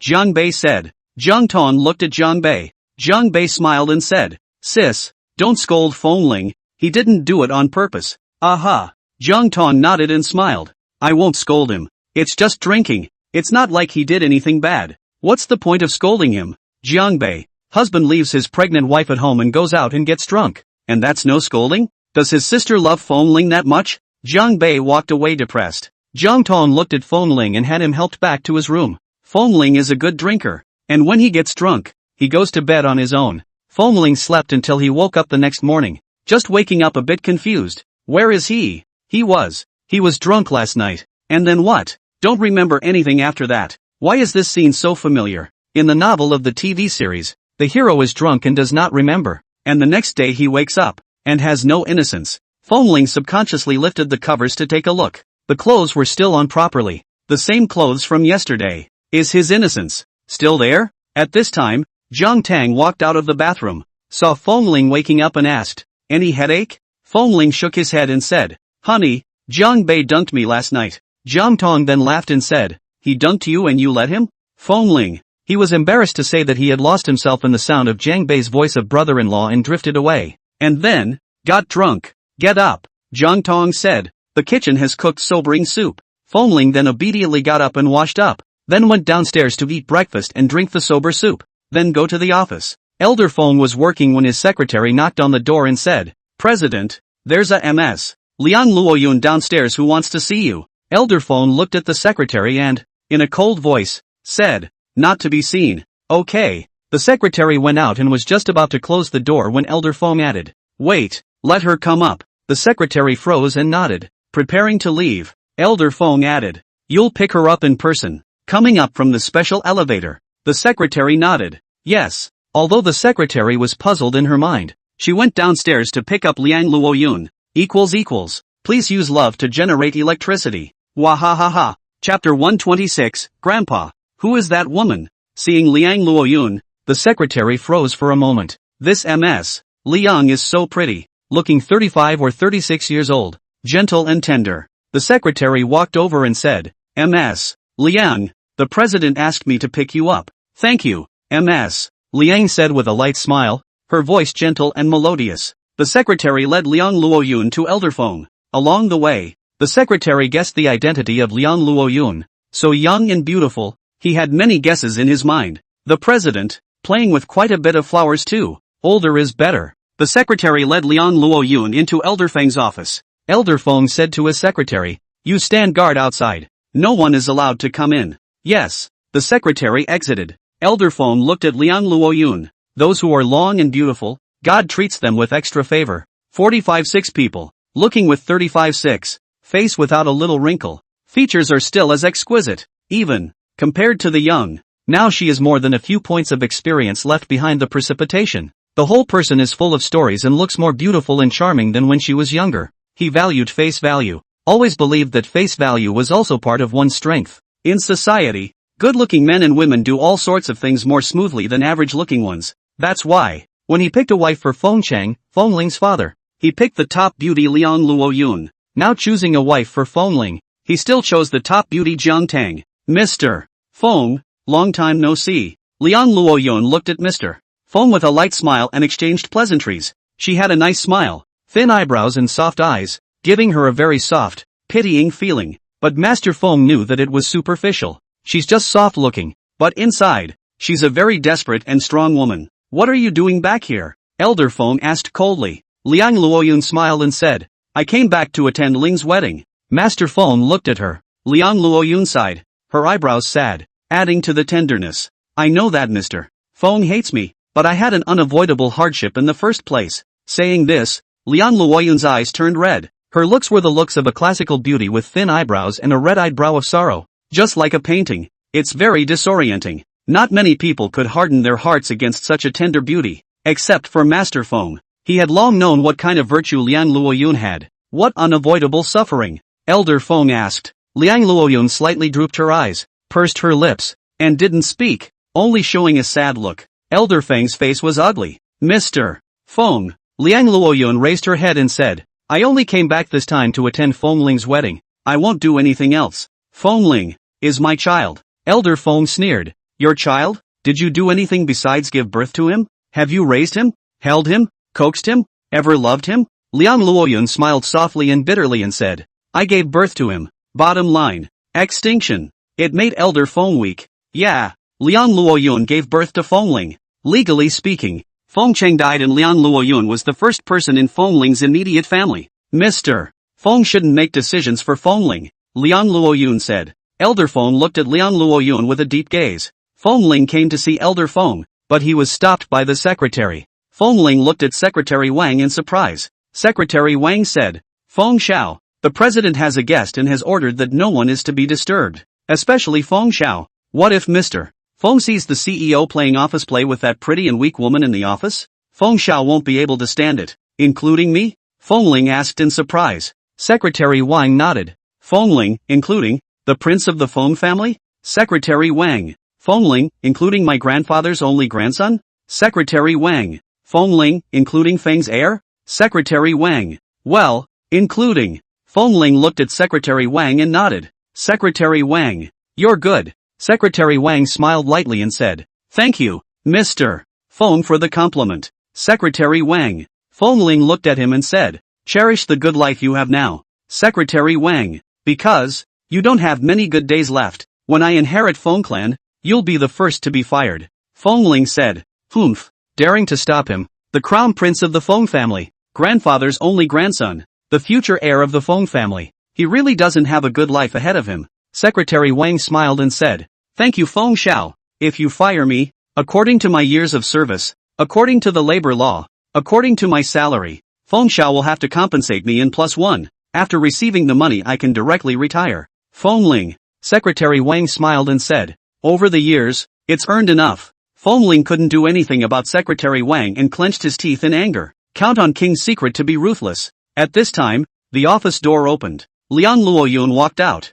Feng Ling froze for a moment when he saw Liang Luoyun. He had thought that his grandfather was meeting a very important client or something in his office, but he didn't know that it was actually a beautiful young woman. What's Grandpa up to in his office? He's half in the ground, and he's still pulling these stunts? And he's not afraid to die on a woman. Turns out, Grandpa liked this one. Feng Ling looked at the woman, and the woman looked at Feng Ling and smiled softly at Feng Ling. Feng Ling, and now you're just trying to curry favor with him? Feng Ling. Liang Luoyun called out to Feng Ling. Feng Ling snorted coldly and huffed into the office. Lorraine Liang. M.S. Liang, please, Secretary Wang said. Liang Luoyun watched as Feng Ling threw the office door shut with a bang, frowned lightly, and followed Secretary Wang. Feng Ling entered the office and glared angrily at Elder Feng. Grandpa, who was that woman just now? Elder Feng did not expect Feng Ling to meet Liang Luoyun so soon. Said, an unimportant person. A plaything? Feng Ling asked. Elder Feng frowned and glared at him. Don't talk nonsense. Feng Ling. Gotta. It doesn't seem to be a plaything. Grandpa kinda liked it and actually scolded him for that woman. Grandpa, you don't look at how old you are and you still play with women? Feng Ling said. Sure, you can find an older partner of a comparable age to spend time with. But what do people want from you when you find one that young? Figure you're older. Figure you don't shower? Shut up. Elder Feng casually picked up a pen and threw it at Feng Ling. Feng Ling. Awesome. Grandpa had not only turned his mouth on him, his precious only grandson, for that woman, but now it had grown to the point of making a move. Grandpa is really good. Elder Feng frowned and said, I don't have that kind of relationship with her. Feng Ling froze for a moment. No? Is he mistaken? No. Master Feng said. Chapter 127, I'm not Grandpa's first precious grandson anymore. Feng Ling still trusted Elder Feng, and when he said no, he believed him. Feng Ling was a bit vain, and he couldn't be blamed for imagining things. A young, pretty, soft woman with red eyes and a sad look came out of the office of her grandfather. An old man. Any normal person would think so. That's. Master Feng thought for a moment and said, it's a latecomer to a former business partner's family. Feng Ling was relieved. Grandpa couldn't be any more of an animal than he was to lay hands on a business partner's late bloomer. Then why does she seem to be crying? Feng Ling asked. Elder Feng didn't answer and asked, what do you want from me? Feng Ling knew that Elder Feng was changing the subject, but since the woman wasn't in that kind of relationship with Grandpa, what it was he didn't care and didn't press the issue, instead talking about him. After finishing his business, he walked out of the office and went to ask Secretary Wang. Secretary Wang, do you know who that woman was just now? Secretary Wang didn't answer. Feng Ling threatened. Secretary Wang, think carefully about who will be in power in the future. And in the future, who you will be hanging out with. Anyway, I can't hang out with anyone but Feng Xiao. Secretary Wang smiled and said, because, Feng Xiao just said a while ago that the first thing he would do to get to the top would be to fire me. Feng Ling, gnashing of teeth. Secretary Wang is really good. Now that's an expulsion or not. In the evening, Elder Feng returned home. Emotions are not high. Butler Zhao asked worriedly, Master, what's wrong with you? In a bad mood? His lordship has been happy every day since the young master and young lady got married. This is the first time the lord has looked like this since the young master's marriage. Elder Feng didn't say anything. When Jiang Tang and Feng Ling came back, they had dinner. Elder Feng said, Tang Tang, come with me to the study. I have something to tell you. Jiang Tang, good. Feng Ling, Grandpa wants to talk to Jiang Tang? What is it? Of course, it was normal for Grandpa to talk to Jiang Tang about something, but why did he have to go to the study alone to talk about it? Can't we talk in the living room? Who is Grandpa defending? Defend him? Elder Feng and Jiang Tang had gone to the study. Feng Ling looked at housekeeper Zhao. Butler Zhao smiled and asked, why is the young master looking at me like that? Feng Ling, to see you look good. Butler Zhao smiled even more happily and said, I do have a few good looks. Thank you young master for the compliment. He's the handsomest old butler in the butler's circle. Feng Ling, shameless. What is my grandfather going to say to Jiang Tang? Or is it something I can't listen to? Feng Ling asked Butler Zhao curiously. Could it be that I'm no longer Grandpa's first precious grandson? Butler Zhao smiled and comforted Feng Ling. Young master, don't think too much. You just need to remember that master loves you the most. Everything his lordship does is for you. And that is enough. Not enough. Feng Ling said. I still want to know what Grandpa is going to say to Jiang Tang. Butler Zhao smiled and said, it's probably something at work. These things, you wouldn't understand even if you told the young master. Feng Ling blew up. How come I don't understand? I also studied hotel management when I was in school, and I'm working now, so how come I don't know anything about the business world? Butler Zhao, young master understands? Of course. Feng Ling nodded firmly. Since young master understands things in the mall, then why does he lose his money every time he invests? Butler Zhao asked in a very sincere manner. Feng Ling was choked for a moment, gritting her teeth and glaring at Butler Zhao who had a sincere face. Good job, Butler Cho. Okay. Feng Ling gave 3 rows in a row. Old Zhao. You're good, Butler Zhao. Just be complacent for a few days. When Grandpa retires and I'm in charge of the family, I'll be the first to fire you. Feng Ling said. 1 or 2 of the ones around Grandpa were pricks. Secretary Wang is. So is Butler Cho. Each and every one of them did not give him the crown prince of the Feng family a second thought.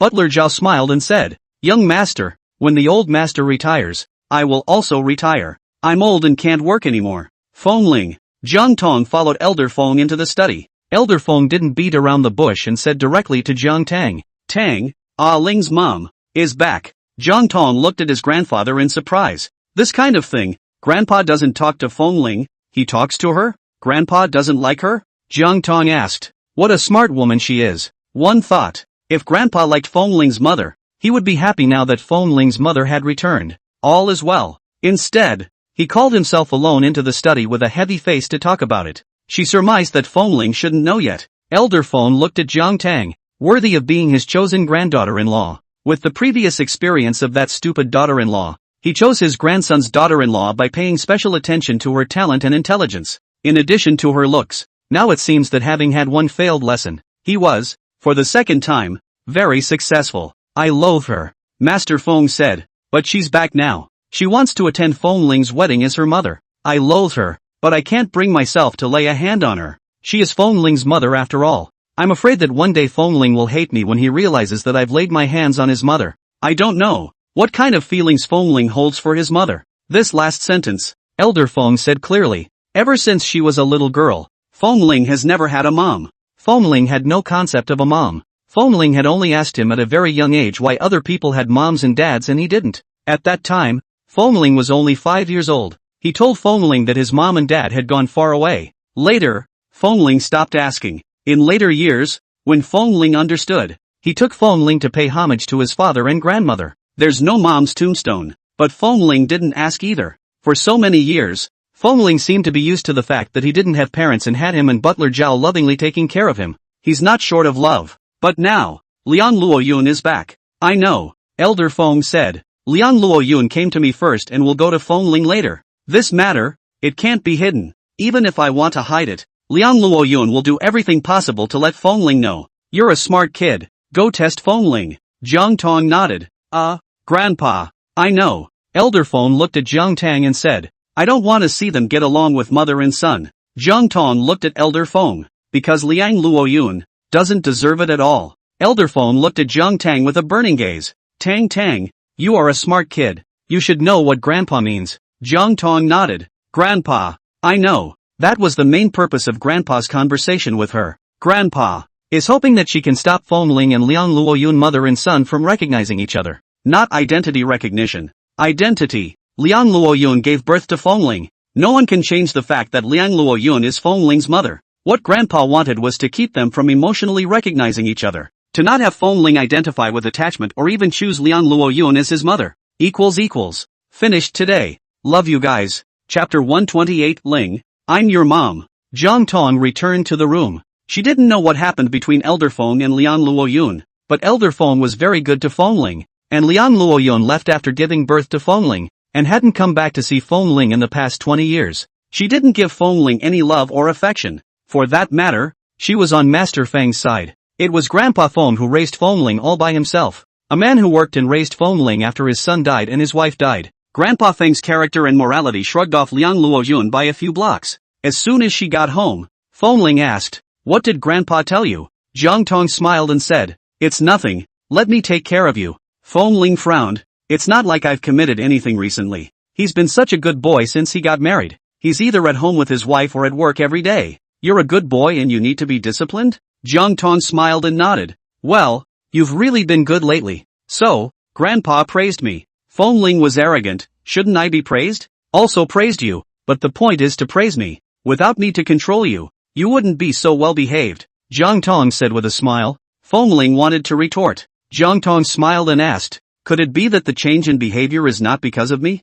Fengling didn't say anything. It is indeed because of her. Seeing Fengling not speaking, Jiang Tang smiled and leaned over, kissing him on the lips. So good. After the kiss, you want to go. However, she was pulled into Fengling's arms and clasped the back of her head and kissed her. You want to kiss and tease and then run away? Dream on. Kissing and kissing. Fengling got a little out of control. After a long time, Jiang Tang went to the bathroom to wash his hands. After washing her hands and coming out, Fengling took her hands and looked at them. The wife has really nice hands. Fingers white and long, without a single scar. Flawless as white jade. He took her hand and kissed it gently. Wife. Hard work. Jiang Tang watched his actions. Her fingertips moved slightly. Her palms burned. And her pretty face was colored with a touch of redness. Young Master Feng has also learned to tease people. After a few days, Liang Luoyun came to the front gate of Feng Group to wait for Fengling to get off work. She had thought that when she came back, Elder Feng would tell Fengling about her, and one of their grandparents and grandchildren would surely come and take the initiative to find her to see her. But she waited for days and days. Neither Elder Feng nor Fengling came to her. She couldn't sit still and could only take the initiative to come to Fengling. She didn't go into the office. She waited outside. Seeing such a beautiful woman, the security guard was a bit impressed and took the initiative to go up and inquire. Miss, are you looking for someone? Liang Luoyun smiled lightly and said softly, I'll wait for someone. Who are you waiting for? Shall I go and ask for you? The guard asked gently. Liang Luoyun smiled and shook her head. No need. Seeing this, the security guard had no choice but to return to work. I had thought I could help this overly beautiful and tender lady. Finally, Fengling got off work, and as soon as he stepped out of the company door, he saw Liang Luoyun. Liang Luoyun is too beautiful. Passing men and women cannot help but stare at more than two eyes. And even, there are men to go up to ask to hit on. Liang Luoyun refused with a light smile, saw Fengling and walked towards him with a smile. Fengling, if she's not Grandpa's concubine, what is she? Why did you come to him? In that instant, many thoughts flashed through his mind as he asked, You know me? Liang Luoyun smiled and nodded. Well, I've known you since you were born. Fengling, you've known each other since birth? He looked at Liang Luoyun and was silent. Liang Luoyun smiled and asked, Can we have dinner together tonight? Fengling looked at her and nodded. Seeing him agree, Liang Luoyun was happy. The two men arrived at a restaurant in a quiet setting. Liang Luoyun smiled and said, In the past, I would love to come to this restaurant to eat. So many years have passed. The decoration has changed. Fortunately the place has not changed. Otherwise, I would not be able to find it. Fengling didn't say anything. Liang Luoyun ordered a few dishes, handed the menu to Fengling and said, See what you want to order? No need. Fengling said indifferently, You order it. He looked at his cell phone and sent a message to Jiang Tang, Honey, I won't be home for dinner tonight. There's something going on. Jiang Tang didn't reply. Liang Luoyun ordered a few more dishes before handing the menu to the waiter, looking at Fengling and asking with a smile, Ling, do you know who I am? Fengling looked at her with a faint expression and said, I don't know. Ah Ling. Liang Luoyun reddened her eyes and said tenderly, I'm a mom. I'm your mom. Fengling, oh, actually, he knows. Just now Liang Luoyun said I've known you since you were born. The people who have known him since he was born, besides his family, are the medical staff. She obviously wouldn't be a paramedic. It would have to be a relative. The only family he has, besides his grandfather, is a mom. At a very young age, asked his grandfather, asked his mom and dad. Grandpa said mom and dad went far away. Didn't understand it then, but grow up and get it. Grandpa only ever took him to pay his respects to his dad and grandma, but never to his mom. It means, his mom is still alive. As for why he's never seen it, there must be a reason. Liang Luoyun didn't expect Fengling to react like this. Such peace. She thought that Fengling would be thrilled, whether he loved her or resented her. It shouldn't be such a calm reaction. Your grandfather, has he told you everything? Liang Luoyun asked. Ling, don't believe your grandpas. Mommy isn't cruel for not wanting you. It's all your grandpa's fault. Mommy has a hard time. Liang Luoyun said with red eyes. Fengling shook his head and said faintly, Grandpa didn't tell me anything. I only found out now. Liang Luoyun froze for a moment, a little embarrassed and a little disbelieving. He looked at Fengling. Master Feng really didn't say anything? Didn't denigrate yourself in front of Fengling? Liang Luoyun didn't know what to say for a moment, and Fengling didn't say anything. The atmosphere was awkwardly silent. Liang Luoyun was waiting for Fengling to ask her why she didn't show up for so many years, but Fengling didn't ask. In the end, it was Liang Luoyun who couldn't help but speak first. Ah Ling, I know. You complain about mom. In your heart, Liang Luoyun said. I don't complain. Fengling said. The tone was still calm. Lorraine Liang. She really didn't know how to go on. Fengling's reaction was completely unexpected to her. He was as calm as water, as if his presence couldn't draw even a ripple from him. It was as if her identity was not his mom, but a stranger. I'm just curious. You didn't show up for so many years, and now you show up. What is it for? Fengling asked. Seeing Fengling take the initiative to be interested in himself, Liang Luoyun's spirit lifted and said, I saw the news that you were getting married on the internet and specially rushed back from abroad. Chapter 129, I'm not stupid. I don't know how to choose between more money and less money? Fengling nodded. Turns out it's out of the country. I specially came back to attend your wedding. Maya Ling has grown up. Liang Luoyun looked at Fengling with a gaze that was gentle and kindly fond. Fengling nodded and said, I'll have to ask Grandpa about you wanting to attend my wedding. Liang Luoyun froze for a moment and looked at Fengling. If Grandpa doesn't agree, there's nothing I can do. Fengling said. Liang Luoyun was full of sorrow and said softly, Your grandfather, doesn't he like me and hates me? Fengling asked. Why does he hate you? Liang Luoyun didn't say anything. Seeing that she didn't say anything, Fengling didn't pursue the matter. The heart is probably in the right place. 2. Grandpa hates her. And if she doesn't say anything, then this, by and large, is her fault. Ling, Mom loves you. Liang Luoyun looked at Fengling and said, Mom had no choice but to leave you when she went abroad. Fengling nodded. Aha. Just perfunctory. But the heart doesn't believe it. He couldn't take her word for it and believe her. And misunderstand Grandpa. How sad that would be for Grandpa. Whether she loved him or not, he wasn't sure. And anyway, didn't feel it at the moment. But his grandfather's love for him had been felt deeply over the years. No one in the world loved him more than Grandpa. Liang Luoyun still wanted to speak. Fengling interrupted her. The food is here. Let's eat. Liang Luoyun glanced at him, nodded, stopped talking, and ate. After eating, Fengling said hello and goodbye and went home. In fact, his heart wasn't at all as calm as he appeared to be with the sudden appearance of his mom. It still made waves in his heart. Fengling returned home and went to find Elder Feng. Straight away. Grandpa, a woman approached me today and said she was my mom. Elder Feng looked at Fengling and was not surprised. Liang Luoyun will find Fengling sooner or later. It's the woman with red eyes who went out of your office that day. Fengling added. Elder Feng, her name is Liang Luoyun. Nodding, it is indeed your mom. Fengling, oh, Mr. Feng raised his eyebrows. Just no more? Fengling was puzzled. What else? Elder Feng. He glanced at Fengling. It really is a lack of heart. And then what? How does it feel to have your dead mom come out of nowhere? Elder Feng asked. Fengling, what dead? I know she's not dead. Every year you took me to visit Dad and Grandma. Never Mom, and I know she's still alive. Elder Feng glanced at him. I didn't see that you were quite smart. Fengling, how stupid was he in Grandpa's mind? Couldn't even figure this out? Then why don't you ask? Elder Feng asked. Fengling said, you naturally have your reasons for not saying anything. You won't necessarily say anything even if I ask. And besides, to me, it doesn't make any difference if I have a mom or not. He grew up happy, with his grandfather taking time out of his busy schedule to be with him and take care of him even though he was busy with work, as well as Butler Zhao, and so many staff members of the Feng family.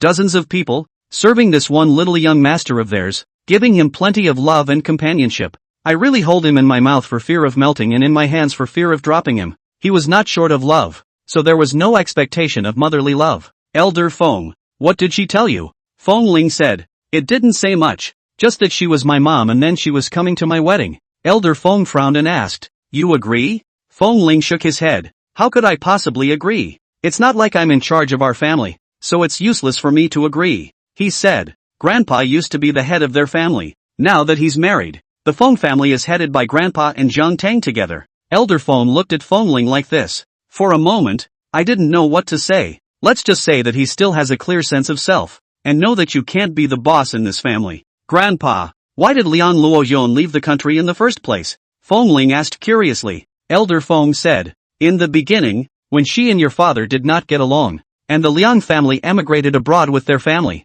she divorced your father after giving birth to you and followed the Liang family abroad. Okay, Elder Feng said. I'm tired. I'm going to rest. Fengling nodded. He could tell that his grandfather didn't want to say anything more, and left. It seems that Grandpa really hates Mom. Fengling returned to his room. Jiang Tang had already washed up and was lying on the bed reading a book. Read books on pregnancy. Fengling asked, wife, that night when Grandpa talked to you, was he talking about Liang Luoyun? Jiang Tang raised her head and looked at him, knowing that this matter could not be concealed. Even if they wanted to hide it, Liang Luoyun would still find Fengling. Aha! Jiang Tang nodded. Fengling looked at her sadly. You lied to me. Jiang Tang apologized. I'm sorry, I was wrong. Fengling didn't expect Jiang Tang to apologize so silky smooth. He couldn't do anything with it. Wife, what do you think about this? Fengling asked. Jiang Tang smiled and said, it doesn't matter how I look at it. What matters is how you look at it. Fengling, I'll use my eyes. Jiang Tang, then if Liang Luoyun asked you to go to M country with her and live with her, would you go? Fengling looked at Jiang Tang in surprise. How could I possibly go? It's not like I'm crazy. Jiang Tang, I'm the young master of the Feng family in Sea City, the future heir of the Feng family. The entire Feng family is mine. Fengling said, what can I get if I give up Grandpa, give up the Feng family, and go to M country with Liang Luoyun? I'm not stupid. I don't know how to choose between more money and less money. Jiang Tang, there's nothing wrong with that. So, between Grandpa and Liang Luoyun. You choose Grandpa?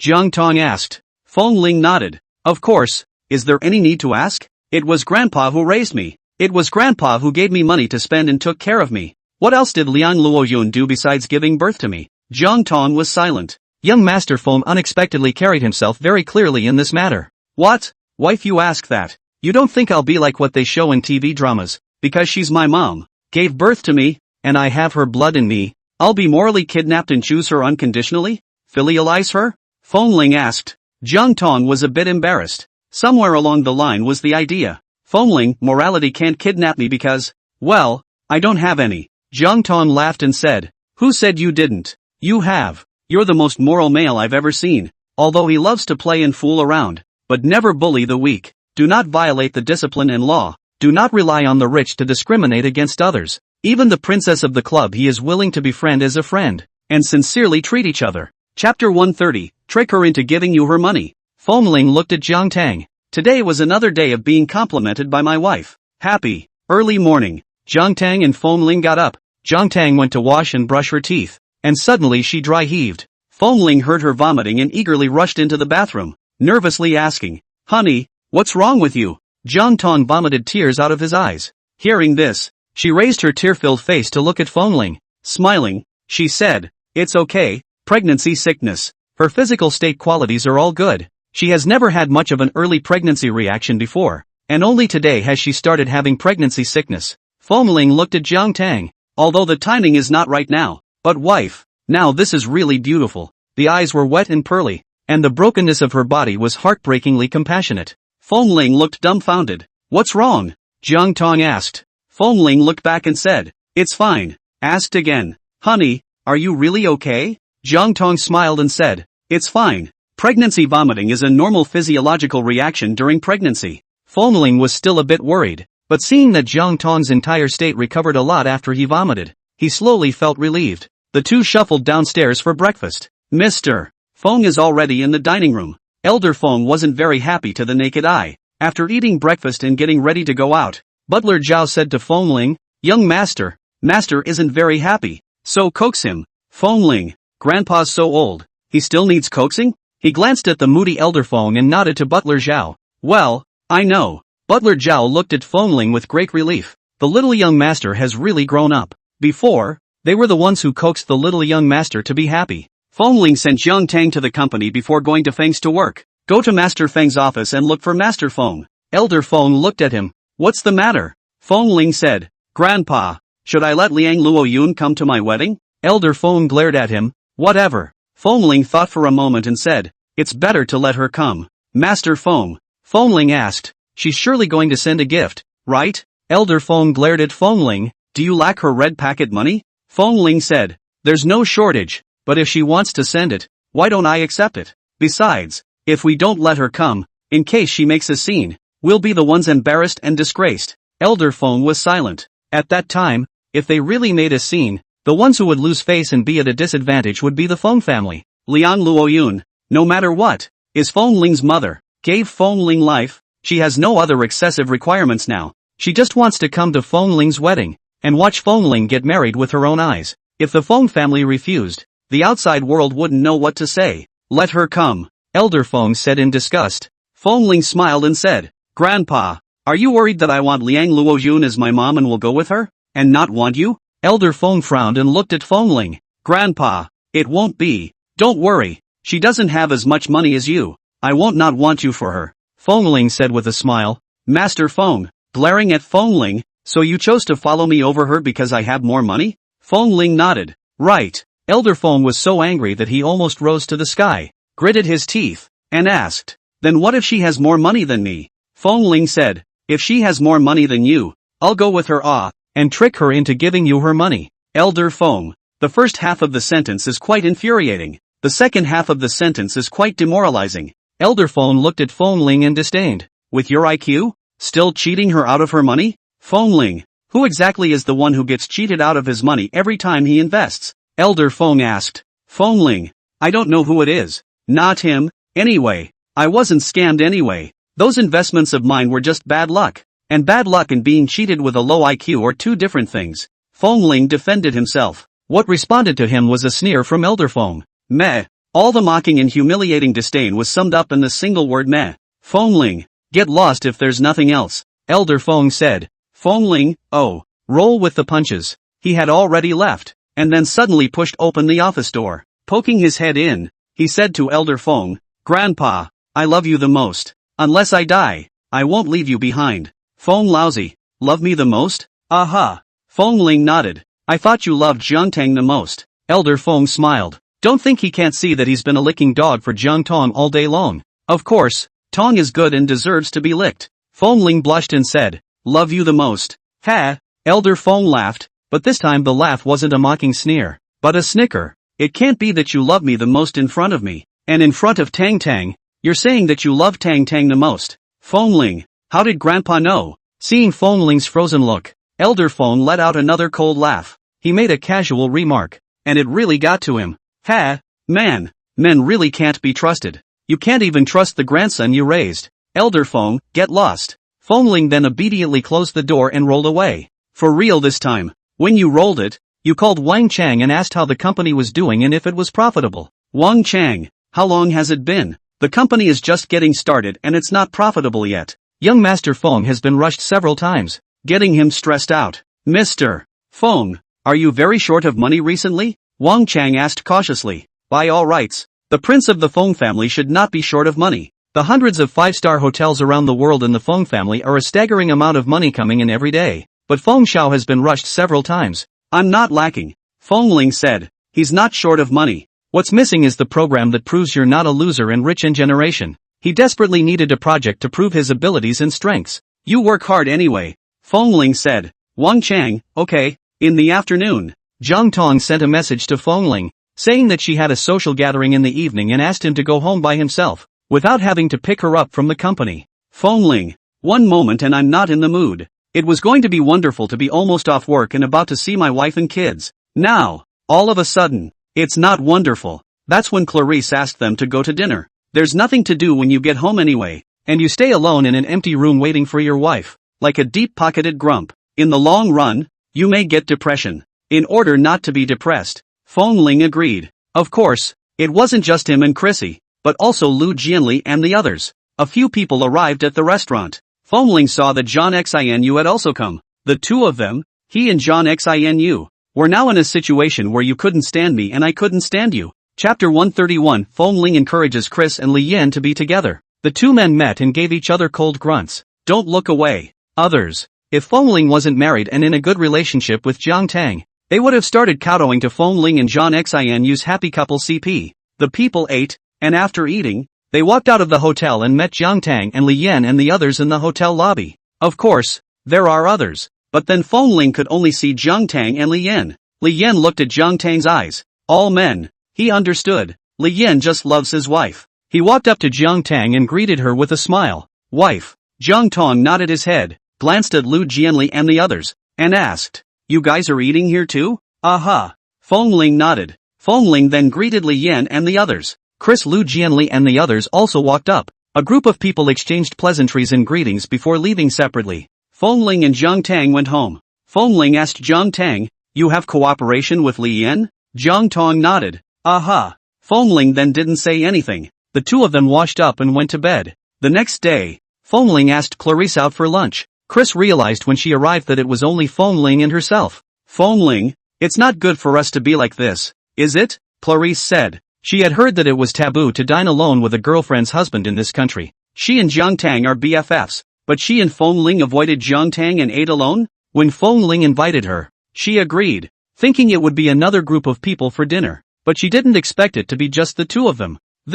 Fengling couldn't have taken a liking to himself, could he? She knew that many countrymen wanted to try a foreign girl. Did Fengling want to try it too? What's not good? Fengling asked suspiciously. Clarice was also of a straightforward nature and said directly, Fengling, although I do like your face, but, you are Jiang Tang's husband. I won't do anything to apologize to Jiang Tang. Fengling gave her a blank stare. If you wouldn't do anything to dishonor my wife, would I do anything to dishonor my wife? Chrissy, you'll do it? Chrissy did know Chinese, but sometimes, the meaning of the Chinese that was too roundabout, she didn't quite understand yet. Fengling, I won't. Chrissy sighed in relief. Oh, If you won't, what are you doing asking me to lunch alone? Chrissy asked. Fongling coughed dryly with a bit of embarrassment and said, there's something I want to talk to you about. What is it? Chrissy asked. Have you chosen among Li Yan, Lu Jianli and the others? Fongling asked. It's obvious that Chrissy is very fraternal and would love to give a home to every man she likes. Chris shook her head and sighed.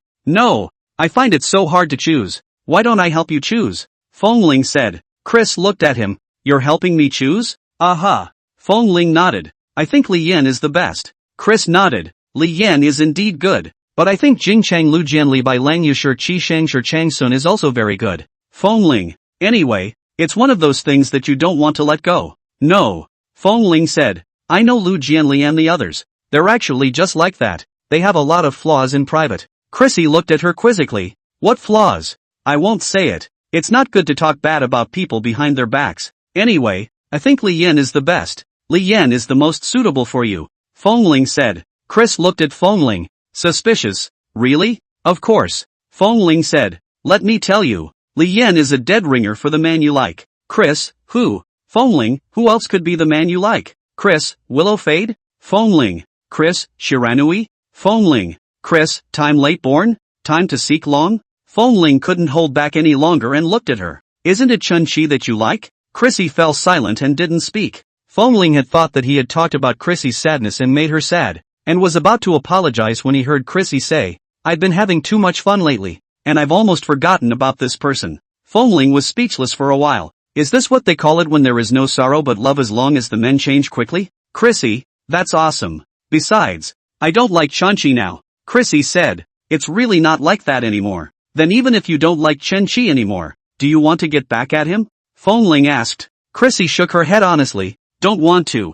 Fongling, Chun-Chi hurt you so much and you still don't want to get back at him. Are you the Virgin Mary? Chris, he used you to help him get to the top, using you as a backup, using the resources you gave him to curry favor with his ex-girlfriend. And you're not angry? Don't hate him? Don't want to get back at him? Fongling asked. Chris, silence. She really didn't want to retaliate. She's not that kind of character. She'd always looked the other way when it came to relationships. Li Yan and Chen-Chi are arch rivals. They didn't deal with each other when they were in school. Since Chen-Chi hurt you, you stay with his arch rival, torment him and take revenge on him. Make him regret it. Fongling said. Chris nodded and said, I've read this novel. Fongling looked at Clarice suspiciously. Getting down to business. What's this about a novel? Show Crescent recommended I read it. Chrissy said. When she arrived in Sea City, she read novels and swiped short videos to pass the time when she was bored. She thought Z's novels were really interesting. It's so nice. Men and women love each other to death.